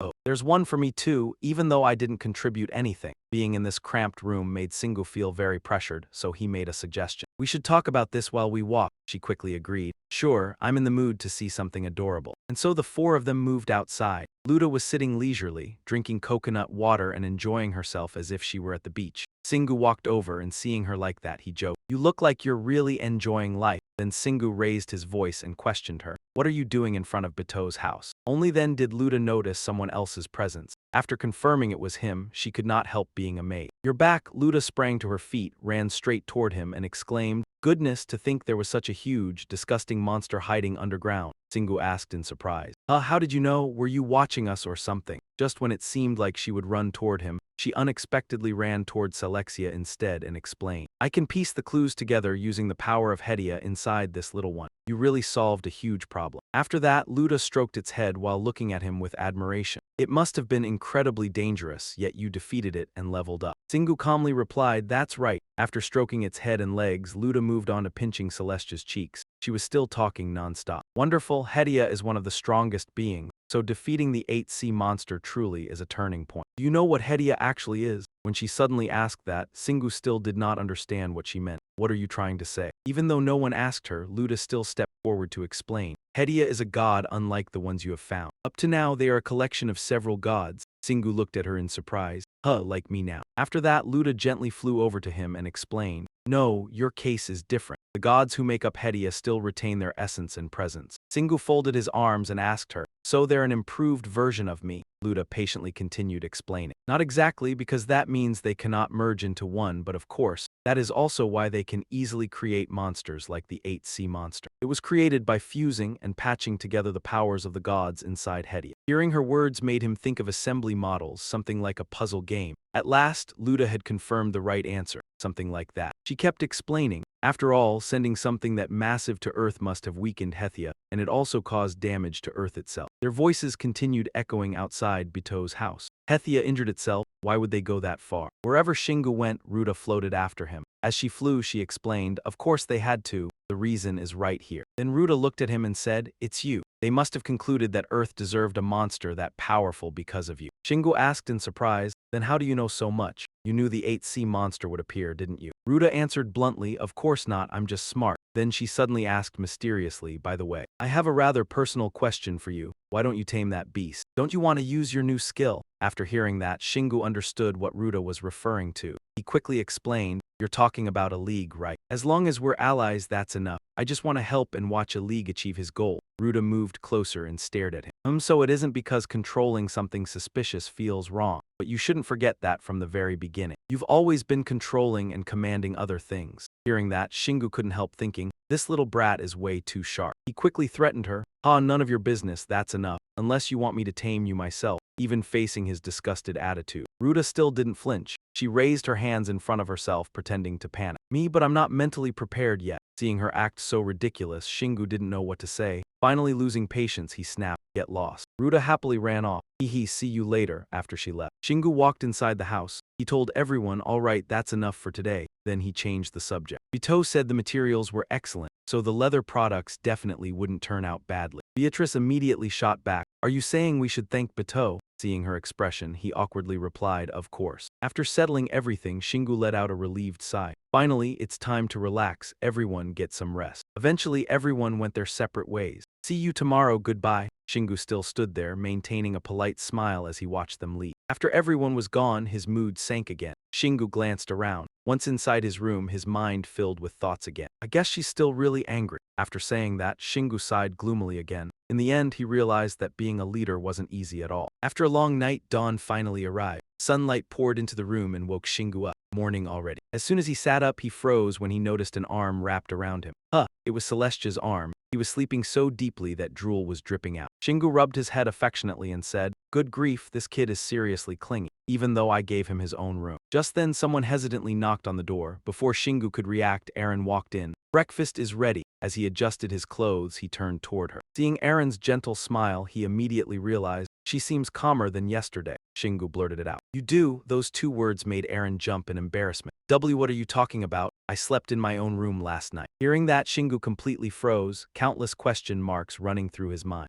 He awkwardly scratched his head and honestly admitted, "I don't even know what you're talking about, but I do want to apologize about last night. My wording was careless." Aaron looked a little uncomfortable and stammered, about that." Finally, she cleared her throat to break the awkward atmosphere. "It's really fine now. If anything, I'm the one who should apologize for punching you in the face." At that point, Shingu had returned to normal. "Really? Thank goodness. By the way, what were you talking about earlier?" Embarrassed, Aaron hurriedly made an excuse to leave. "All right, it's breakfast time. The stove's still on, so I'll head out first." Still half asleep and having gone through all that, Shingu was left completely dazed. What the hell is going on? When everyone gathered together, the table was already filled with steaming, delicious dishes. As Shingu sat down, he couldn't help being surprised. "You cooked all this yourself?" Aaron pulled out a chair and explained. "This is your reward for the journey." Shingu picked up some food with his chopsticks and said, "These past few weeks have been insane. Now that there's nothing to do, it feels strange." Shingu briefly recalled the time they'd spent together. "We really accomplished a lot," he enthusiastically shared his plans for after they finished resting. "I'm planning to go to another world." Hearing that, Beatrice asked curiously, "You also told a league that you'd come back to see them, didn't you? Is there a reason for that?" Shingu didn't bother hiding it and honestly told everyone, "Yeah, it's great that the monsters on Earth are cooperating, but there's a problem." He got straight to the point. "Humans will feel hostile toward monsters because they're different from them. That's why I think I should teach a league English." Shingu turned to look at Celexia, who was wolfing down her food. "Boo-boo, you too. Someday you will also have to speak with humans as the representative of the Buddha water monster."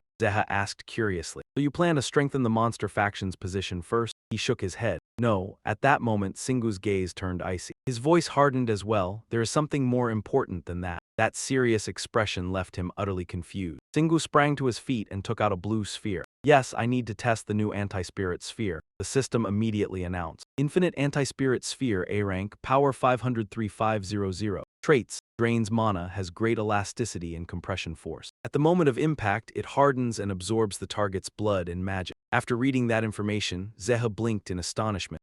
Isn't that attack power a bit much for an anti-spirit sphere?" Singu immediately explained to him. "Do you remember the demons we met in the London dungeon? I used them to strengthen this ball. They were all above level 250. So this upgrade is not that hard to understand." He raised the ball high to draw everyone's attention, then shouted, "Is everyone excited for the return of anti-spirit ball training?" Aaron was not. She was busy eating cookies while Celexia stared fixedly at them. Knowing she was shy, Aaron spoke up, "Do you want some?" Suddenly, Zeha's eyes flashed with determination. It turned out he was dodging the ball's path. "Now I can see everything." At the same time, the system chimed and announced that support for Zeha had unlocked a new skill, Vision. Singu clapped loudly and praised him. "Well done." Singu caught the ball and said, "Zeha, you finally unlocked the vision skill." Then he excitedly turned to look at Beacheyes. At the same time, Kana unlocked her time and perception skill. "The two of you have made incredible progress in just a few days." By then, the room was littered with the spheres they had been training with. Zeha said humbly, "Still nowhere near as much as you." Unlike him, Singu smiled and casually accepted the praise. "You even leveled up both Trash Dragon 5 and Battlefield Windscreen." Suddenly, the door was flung open and Sarai rushed in breathlessly to report, "Human, there is an emergency in the village." Singu calmly asked for details. "Hey, Squirrel, what happened?" Sarai was extremely worried, sweat pouring all over his skin. "Well," finally he spoke plainly, "a woman is giving birth." That news successfully threw everyone into a panic. "What? You mean Mona?" After hearing the news, the group hurried into the village. Singu led the way, rushing forward in alarm. When he met the person in front of him, he hurriedly asked, "May I ask how the situation is?" Seeing him, the man could not help being surprised. "Master, you came." Singu quickly replied, "Of course I had to come." Those words made the other person deeply grateful. "Thank you, sir." Since they could not go inside yet, Simon reported the situation. Neo and the merchant are helping inside. Suddenly, Aaron stepped forward and said, "Maybe I should go in and help too. After all, I am a healer." They had no choice but to agree to let her go inside. Boo Boo stood beside them and spoke reassuringly, "Medicine for the mother has been prepared. I also taught the midwives everything I know." As the village chief, he thanked them on behalf of the family. Thank you. I am sure the baby will be born healthy. But then Singu sensed something strange. Wait a second. He then focused all his perception and told them, I can sense new life from inside the house. I think it is coming from the baby. Simon was frantic with worry and asked, stammering, you can sense it. What about Mona? He quickly comforted him. Do not worry, she is still fine. Suddenly his expression became extremely serious. Wait, there is something strange about the energy source. There is not just one, and it is far too powerful for an ordinary baby. Beechai spoke doubtfully. Could the influence have affected this generation already? Sarai answered uneasily. Since he has already gone beyond my understanding, I would not be surprised. As a husband and a father, Simon grew even more terrified after hearing them talk. I do not understand what you are saying. Please go inside. Then he hurriedly opened the door. Before even entering the room, he shouted. Mona, worried, he asked first, is everything all right? Suddenly, the scene before him made Simon's eyes widen. It turned out Mona was holding two newborn babies in her arms. Simon. He looked at the two wailing children in astonishment. Twins. A long while later, Singu hurried over in concern and asked. Mona, after that, Zeha's group also came in. Is everything all right? She smiled and replied, thanks to Master, both of them are safe. Mona looked tenderly at the two little ones and murmured to herself, my two daughters. Aaron spoke seriously, Singu. I think you sensed it too. These two little ones have insane mana. If you had awakened your power as a baby, it must have felt exactly like this. This also made Singu worry. Yes, that is what has been bothering me this whole time. How the hell were they born with such an enormous amount of mana? Beatrice spoke her private thoughts from behind them. I have a theory. Shingu asked her in Italian to continue explaining the deeper cause. Beatrice's gaze sharpened. It may be because of the environment. She analyzed it in detail. This village seems very quiet and peaceful, but it is also the place where you have the greatest influence. Beatrice's calm explanation made the young couple uneasy. So even if the parents are ordinary humans, there is a high chance the children will be born with supernatural abilities like these. She continued her prediction. And if we apply that line of thinking again, imagine when you and Aaron. Aaron guessed what she was about to say and immediately struck Beatrice on the back with her staff, sending her tumbling forward. She shouted in embarrassment, what are you even saying? CH agreed with the point from earlier. Haha, I would guess most of it is because of you. After saying that, he turned to reassure Aaron. Aaron, calm down. As Shingu tried not to show his embarrassment, Mona made a request. Master, if you do not mind, may I ask you to give them your blessing? That left him a little confused. My blessing? Buong explained the village tradition. She wants you to accept the two children as villagers. Only then did Shingu understand, I see. He was not very confident, but he still agreed, slightly embarrassed. If I can help these children's future. Right after that, a faint light from Shingu's ability shone out, leaving everyone wide-eyed. Aaron was so shocked she could barely speak. Shingu, that power is... Luda was just as surprised, staring fixedly at his blessing. You have already reached this level. Shingu placed his right hand above the two children's heads. Strangely, they were no longer crying loudly like before and had become oddly quiet. The holy light radiating from his hand signaled that the blessing had taken effect. At once, the system notification rang out. You have blessed the babies with holy power. The twins have developed their own traits. Mona felt the change most clearly. Unsure, she asked him, what was that just now? The two of them feel so warm. Shingu explained awkwardly. I shared my holy power with them, and while I did, it became part of the children's skill trees. So now they can be immune to both physical and magical damage. Mona was moved to tears and clung to his arm. Thank you so much. To think you would go that far for us. Shingu could not handle that much gratitude, so he waved his hand and refused the praise. Ah, do not worry about it. Inwardly, he sighed. This is my first time doing something like this as the village chief. I do not know how to react. He waved to the married couple and said, in any case, we will be going now.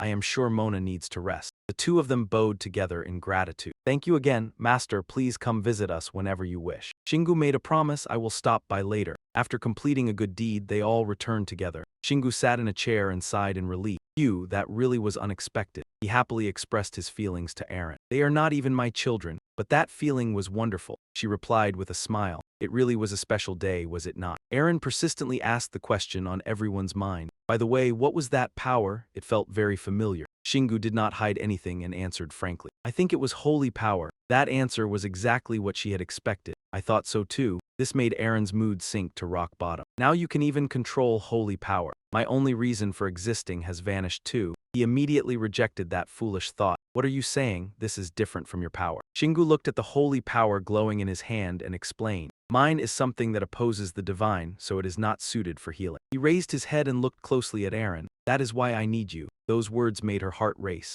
Ah, Aaron was so embarrassed that steam rose from her head. Really? She shyly avoided Shingu's gaze. Since you say that, I will stay by your side. Sarai watched the two of them flirting in exasperation. Good grief, I do not understand humans. Why do they have to make everything so indirect? If they are a pair, they should just mate already. CH kindly advised him. Did you not see what happened to Kina earlier? Take back what you just said. And yes, Shingu had noticed Sarai's presence. Hey, Squirrel, what are you still doing here? He stated seriously. I have a message from Lord Ali. Shingu did not know about this and sounded suspicious. A message? Sarai answered firmly. Yes, our Lord wants to learn the human language. This was the second piece of good news that day. Shingu exclaimed in interest. Sounds like we had the same idea. He stood up calmly. Perfect. I just finished my training. They looked up high as if seeing a distant future. Shingu spoke clearly. Let us go. The group walked on and on until they reached the cave entrance. He stopped and observed it. This cave is even bigger than the last time I came. Sarai raised his eyebrows and explained the reason. That is because since then, Lord Alig has grown stronger and more monsters on Earth have gathered here. Shingu nodded. I understand. Right after that, footsteps sounded from ahead. The League proudly welcomed them. Welcome back. Shingu also waved in greeting.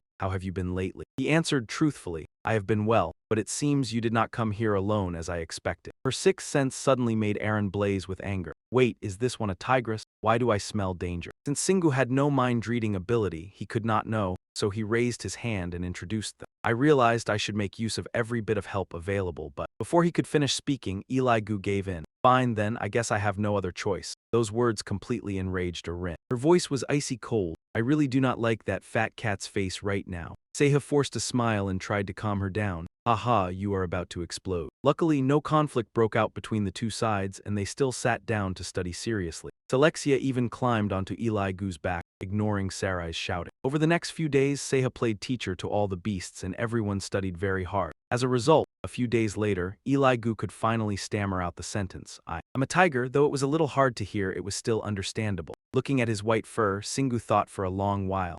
Then he judged, your pronunciation is a little strange, but you have improved. Hearing that, he let out a relieved sigh. Human language is harder than I thought. I am jealous of you, boo-boo. I wish I had a human form like yours too. Eli Gu looked to Shingu for agreement. You agree too, right? Do you not think that would make it easier for me to pronounce words? Shingu answered hesitantly. Well, not exactly. He tried to persuade him. But if you had a human form like boo-boo, would it not make approaching sensations easier? That made him fall into deep thought.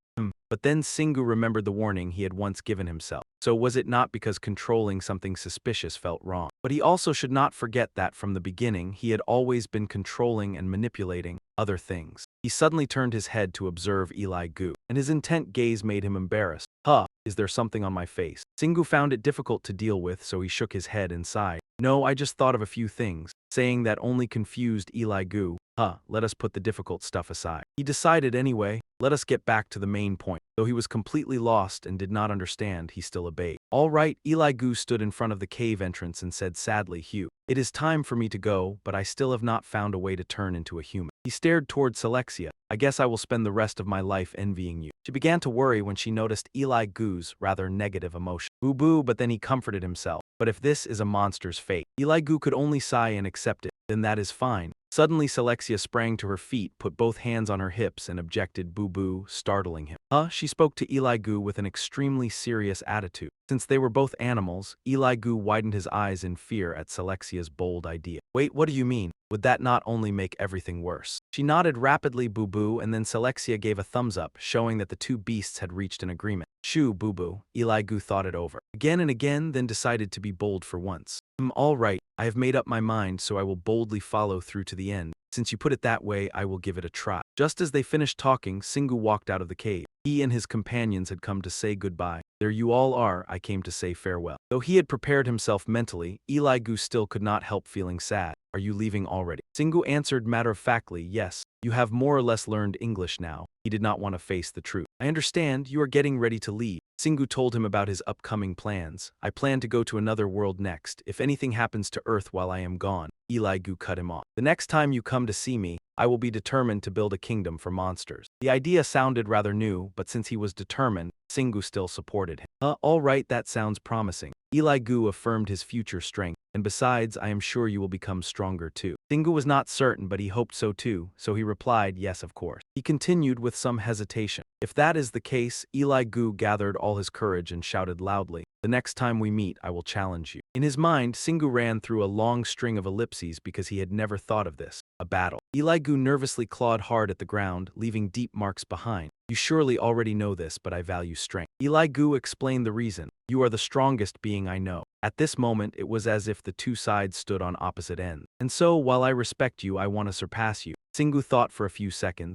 Is that your conclusion? Blue spiritual energy rose around him, showing his determination. Yes, and when the time comes, the loser will hand everything over to the winner. He sighed and agreed. All right, if you are truly serious about this. And respecting Eli Gu's wish, he felt much more relieved after his sudden request was accepted. Thank you for accepting my challenge. A fighting spirit burned in Eli Gu's eyes. I look forward to that day. Singu answered confidently. Make sure you become stronger by then. His group left, leaving Elihu alone in embarrassment. He clutched his head and shouted, What do you mean the loser has to give everything to the winner? Isn't that a bit too much? Elihu helplessly grumbled, This is so embarrassing. Sarai looked at her king in exasperation. How could you even say something like that? Even for you, that man is unbelievably strong. Blushing furiously, Elihu explained, I have my reasons. In his mind, he recalled the secret agreement with Selexia, just as Bubu had said. Those words echoed in his thoughts. Then why don't you challenge him? And when you lose, you'll belong to him. Selexia had also added, After all, I gained an identity after becoming his younger brother. Those words had given him courage. You can do it too. That was why Elihu acted the way he did. This is the best choice I have. There was no turning back now, he thought. At least this way, he could serve someone he truly respected. And of course, gain an identity as well. Elihu steeled himself and declared, A little embarrassment is nothing. Meanwhile, Singu's group had returned. He said to everyone, That really caught me off guard, but at least we finally get some rest. Aaron looked annoyed on Singu's behalf. I knew that tiger had bad intentions. Still, she seemed somewhat satisfied. But I did enjoy the time we spent dating here. I guess taking a vacation once in a while isn't so bad,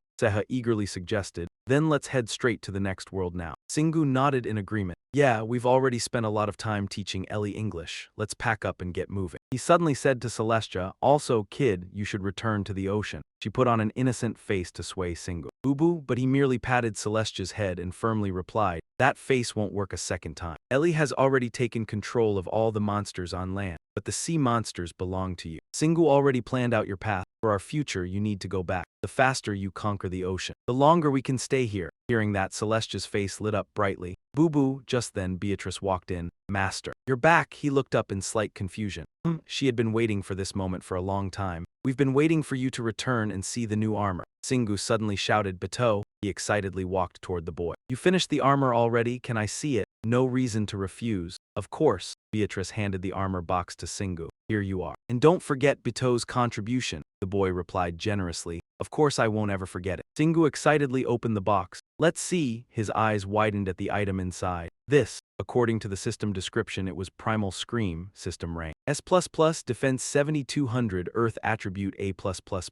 Origin trait, while standing on the ground you cannot be knocked down. Armor made from astonishing material. Anyone wearing it would never retreat before creatures of the earth. Singu could not hide his amazement. This is incredible. How did you even make this? It looks exactly like my clothes. Bateau answered honestly. I applied your style to the design, then enchanted the armor you gave me before. The boy then turned to Aaron and Seha. I also made a few things for you too. The pair were delighted. Really? Bateau revealed 2 new outfits, a suit of armor and a dress. Aaron was overjoyed. Wow, it's so soft. How did you turn that hide into this? Seha was just as excited. The traits are just like the bosses. She could not wait another second. Let's try them on right now. A few minutes later, the 3 of them were wearing their new outfits. Singu no longer knew how to praise it properly. I don't know what else to say besides the fact that this is amazing. He sincerely thanked him. Thank you, this will help us a lot. Bateau shyly rubbed his nose and laughed. Haha, don't mention it. Singu took out the tracking mirror and said, All right, now that we all have new equipment, it's time to use the mirror. Ruta suddenly flew over and showered him with praise. You look so handsome, master, he replied helplessly. What do you want this time? Come on, don't be like that. Unexpectedly, Ruta cheerfully said, I heard you're preparing to leave, so I specially prepared a gift for you. Singu asked curiously, A gift? She reached into her pocket while teasing him. It took me a lot of effort to get this. You definitely won't just feel grateful to me after this. Then she mysteriously placed the gift into his hand. Here. Singu stared wide-eyed at the item in his hand. This is, his voice was full of disbelief, a Hestio fragment, a fragment of the god of strength, a tiny crystal containing immense power. A notification window immediately appeared. Hestio fragment, a fragment of the god of strength, a tiny crystal containing immense power. Ruta proudly pointed at the item she had brought out. Do you like it? Singu raised his head and suddenly became serious. Where did you get this? But he immediately shook his head and dismissed the question. Ah, forget it. Singu understood her too well to force the matter. Forget it, it's not like you tell me anyway. Ruta gave an awkward smile, truly refusing to reveal a single thing. Of course, but don't hold it against me. Singu tightly gripped the Hestio fragment and gradually absorbed it. Ah, I'm not that petty, I'll make very good use of this. The system's voice rang out quickly. Hector's power has been absorbed, your mana has increased and you can now copy Hector's abilities. Everything seems to be going smoothly. Luda grinned excitedly. Just as expected, you're progressing incredibly fast. Are you planning to head to Hector's world right away? Singu took out the tracking mirror and slowly revealed his next plan. No, sorry, but we weren't planning to go there today. The image of the beautiful thunder goddess was urging him toward that place. Instead, their destination would be Ria's world. All of his companions were already prepared for the journey, the world of the goddess Vaya. Singu gripped the mirror tightly, ready to depart. All right then, a brilliant transfer gate quickly appeared before them. Singu curled his lips into a confident smile. Let's get going. The clouds were stained with an eerie violet glow, accompanied by thousands of roaring lightning bolts. Suddenly, a strange rift appeared in the sky. Singu's group emerged from the portal and arrived there. Majestic wings slowly spread from his back. Singu wavered slightly in the air as he observed his surroundings. What's wrong with this world? The more he looked, the stranger it felt. I knew it was different from the other worlds. Before them were purple clouds wrapped in thunder and lightning, yet there was unexpectedly no land at all. Beatrice pushed her hat upward for a better view. I'm sure it wasn't like this before. This place must have changed. As Ria took control, Arin beside her also agreed with her companion's thoughts. This world also seems to be in a crescent phase like Earth, but it looks completely different. Singu closed his eyes and focused the energy within his body to analyze the area. After all, even without solid ground, I can still sense this place's structure through Ria's power in the atmosphere. If we destroy them, her power will definitely weaken. Within that strange purple sky, the silhouette of a woman seemed to appear faintly. You bastards, Rina's enormous face loomed from above. Around them swarmed a horde of monsters. How dare you set foot here? Do you want to be torn to pieces? Singu frowned, surprised they had been discovered so quickly. I wanted to keep everything as discreet as possible, but it seems the circumstances won't allow it. This is still territory under her control, after all. At Rina's wave, her subordinates charged forward all at once. Soldiers, destroy them! Ziha was terrified by the scene before him. Maybe we really should have prepared for situations like this. There are way too many of them. The monsters quickly surrounded their targets, while Rina's voice echoed around them. Die, you filthy insects! Singu raised his head, regaining his confident expression. Arin, it's your turn now. He glanced back over his shoulder and calmly assigned the task. Can you create a defensive barrier for me? Arin nervously gripped her weapon tighter. All right. The staff in her hand began shining brilliantly. Arin raised it high, and a powerful energy spread throughout the surrounding. A sturdy barrier instantly formed around them. Rina looked down arrogantly as if staring at mere rats. How long do you think that shield can protect you? Are you trying to see how long you can survive? It turned out all of her evil dragons carried weapons infused with lightning. Do not underestimate me and my legion. Following her orders, each of them repeatedly stabbed the barrier with all their might. Warriors, attack that shield until it shatters. Arin gritted her teeth as she endured the brutal assaults. There are too many of them. I don't think I can hold it much longer. Singu suddenly placed his hand on Arin's head. The unexpected gesture made her freeze in surprise. Hey, she blushed deeply, looking extremely embarrassed. What are you doing? A green aura wrapped around the two of them as if answering for Singu. I'm transferring my mana to strengthen the barrier. I'm also adding Hector's attribute to it. After hearing the explanation, Arin looked slightly disappointed. Oh, so that's what it was. To ease her embarrassment, she focused on the task at hand instead. All right, I'll do my best with your power. Outside, the monsters continued smashing against the shield madly when cracks suddenly began appearing across its surface. The nearest creature noticed something strange radiating from within. Suddenly, the shield became wrapped in a powerful energy that blasted the monsters backward. They stared at it, unable to understand what had just happened. As the overwhelming power engulfed the target, they grew even more confused. What is that? The monsters tightened their grips on their weapons, scorning the enemy's tricks. Your resistance is pointless. Every one of them viciously lunged toward the shield again. Everything is meaningless before our goddess Rhea. Without hesitation, one of them slashed directly at the barrier. The evil dragons had no time to react before their own lightning rebounded into their bodies. Ziha watched the scene outside and couldn't hide his excitement. You used their own power against them. Shingu puffed up with pride at the praise, his nostrils flaring. Beacheyes quickly realized this was not a long-term strategy. Master, defense is fine, but how are we supposed to keep moving? Shingu forced a confident look as if he had planned everything. I have a plan. The emerald energy in his hand flared up as he spoke. I think I can try using a skill I learned recently. His determined eyes glowed with a faint jade light. Come forth. My soldiers, mana surged like blazing fire. Spirit arm, show them my power. It formed into a gigantic arm. It gripped the shield holding everyone inside.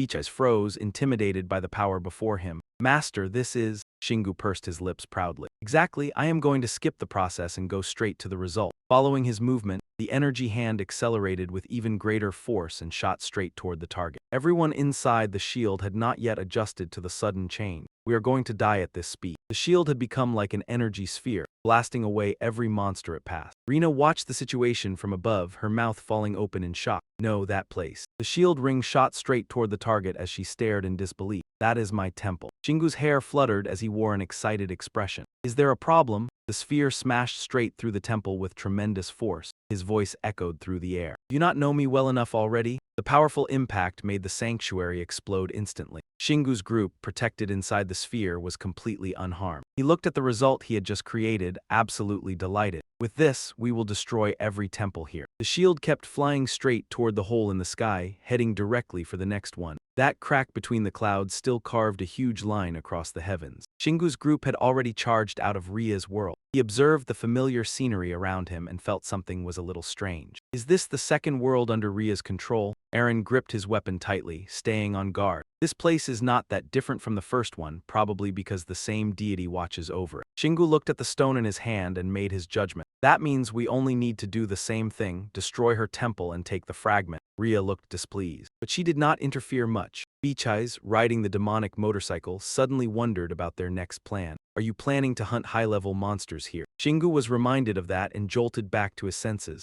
Ah, right. He quietly recalled the bizarre creatures he had once fought. I cannot forget the monsters guarding her fragment. Ziha pondered silently, after a while still unable to understand. I've always been curious, but why do the gods split their power? Like that, in his mind, he replayed the memory from earlier, even more puzzled. Wouldn't doing so only make their power weaker? And because of that, it seems they dislike revealing themselves or fighting. Singu and Aaron had also thought about this issue but still had no answer. He clenched his fist, voicing a bold thought. Perhaps they do it simply because it actually makes them stronger. Ziha looked at the clouds before him, even more puzzled.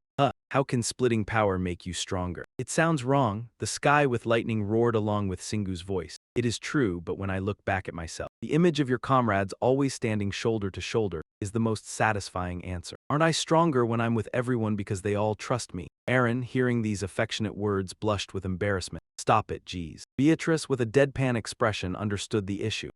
That makes sense. Indeed, you shared a part of your power with us and we can also strengthen it for you. She looked at his heroic demeanor and compared. That means you are like the gods in that respect. Singu slightly bowed his head, analyzing carefully. It might be so. He looked down at his hand that had been through so much. A stream of thoughts followed, similar to the god. Indeed, I have thought of something similar. Looking back, I understand the gods much more, but I understand too little about myself. From amidst the clouds, lightning briefly revealed the silhouette of a woman. Rina, this time, has been completely driven furious by them. You little rats. How dare you invade my world twice? She clenched her fist. The scent of danger enveloped the space. Enough. You will suffer my wrath. The system notification kindly reminded. Rina is preparing to descend. The type of monster to appear is unknown. Most life in this world will be annihilated if she descends. Time remaining until descent, 3 minutes 24 seconds. Singu still maintained a teary-eyed gaze upward. Ah, she's angry now. Aaron, hearing that, said in a slightly teasing tone. You talk as if she's throwing a tantrum. Beatrice frowned, observing the situation. What do you plan to do, master? Singu, half closing his eyes, showed no fear. I guess I should thank her for making life easier.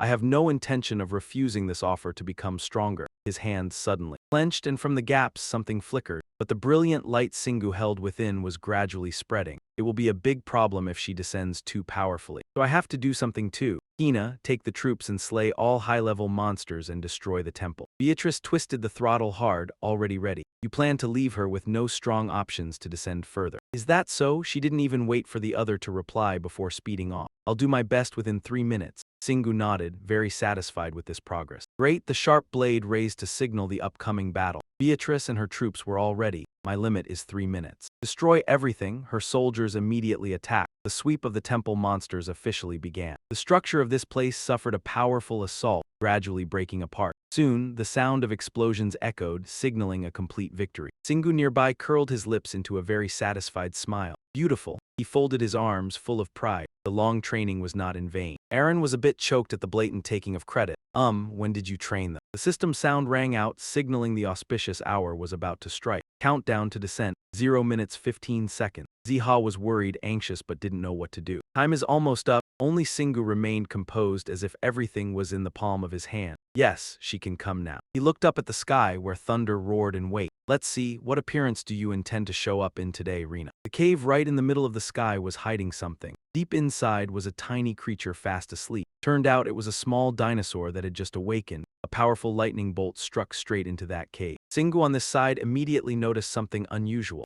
Ziha saw the trembling figure before him, growing even more uneasy. Boss, what's wrong? Did she possess something super strong? Singu gritted his teeth as if disaster was about to strike. Damn it. He saw the shape of the little dinosaur, fury blazing. She's in something pathetically weak, that's what stings. Singu's face turned pale, the corners of his eyes still holding a bit of moisture with regret. Oh man, my chance to level up and loot. I cleared the monsters too much. Ziha was about to have a heart attack from the person in front of him. Haha, I don't know whether I should cry or laugh. Aaron was already too familiar with this kind of strange behavior, not very surprised. Singu let out a sigh, accepting in frustration. I guess there's no other choice now. He looked into the distance, telling his comrades, let's move, it's time to act even if she's weak. Elsewhere, two mysterious figures were sitting and talking. Daiko. Ria has retreated. Ravenden, with an unreadable expression, slowly recounted everything. Yes, she lost in the battle against T3. Thinking about her losing to such a weak thing, I guess she must have lost in some battle we don't know about. The person opposite him gently swirled the wine glass in his hand. It seems someone out there is acting beyond our knowledge. Interesting news. But we have more important matters to deal with first. Ruta suddenly remembered something. How has Hedia been lately? Ravenden scratched his chin, his voice full of weariness at the mention of that name. She still hasn't been able to return to her true self. She is the center of the alliance. Yet she doesn't appear anywhere. Ruta crossed her arms, her posture exuding authority. I understand, but it's impossible that something happened to her. From now on, keep an eye on Hector. The conversation between the two gods continued. Hector, you think he attacked Hedia? Yes. He is the most belligerent among us. Please go check on Hedia for me. If she is injured, our alliance will be in danger. Ravenden seemed to understand the opponent's intentions. All right, anyway, it's now a crucial time for the Union. He spoke with a slightly sarcastic tone. Right, Adjutant. Sometime later at the Earth God, the third world of Yugo in the middle of the desert, the sound of a fierce battle rang out. A hammer carrying powerful mana struck down. Shingu from above smashed straight into the monster's head. This is the end. It couldn't counterattack, just fell wide-eyed before its enemy. Please forgive me, Lord Yugo. Shingu gripped his weapon tightly, smirking. Oh my, you should apologize for getting in my way instead. Notification windows kept popping up one after another. You have gained 2 levels. Allocation LV99, Punishment LV99, 2 skills resonate with innate skill. A new mana operation method, but you lack resources to unlock it. At that moment his comrades hurried over. Aaron asked worriedly, Shingu, are you okay? Shingu was tapping on the screen, turning his head slightly. Couldn't be better. I just leveled up and those skills that were stuck for a while also reached level 99. Aaron was astonished by his words. Your skills are already level 99. Shingu's whole body was blazing with fiery power. He thought after this they would evolve because the skill level cap is now only 99. Suddenly, the sound of an incoming call came from his pocket.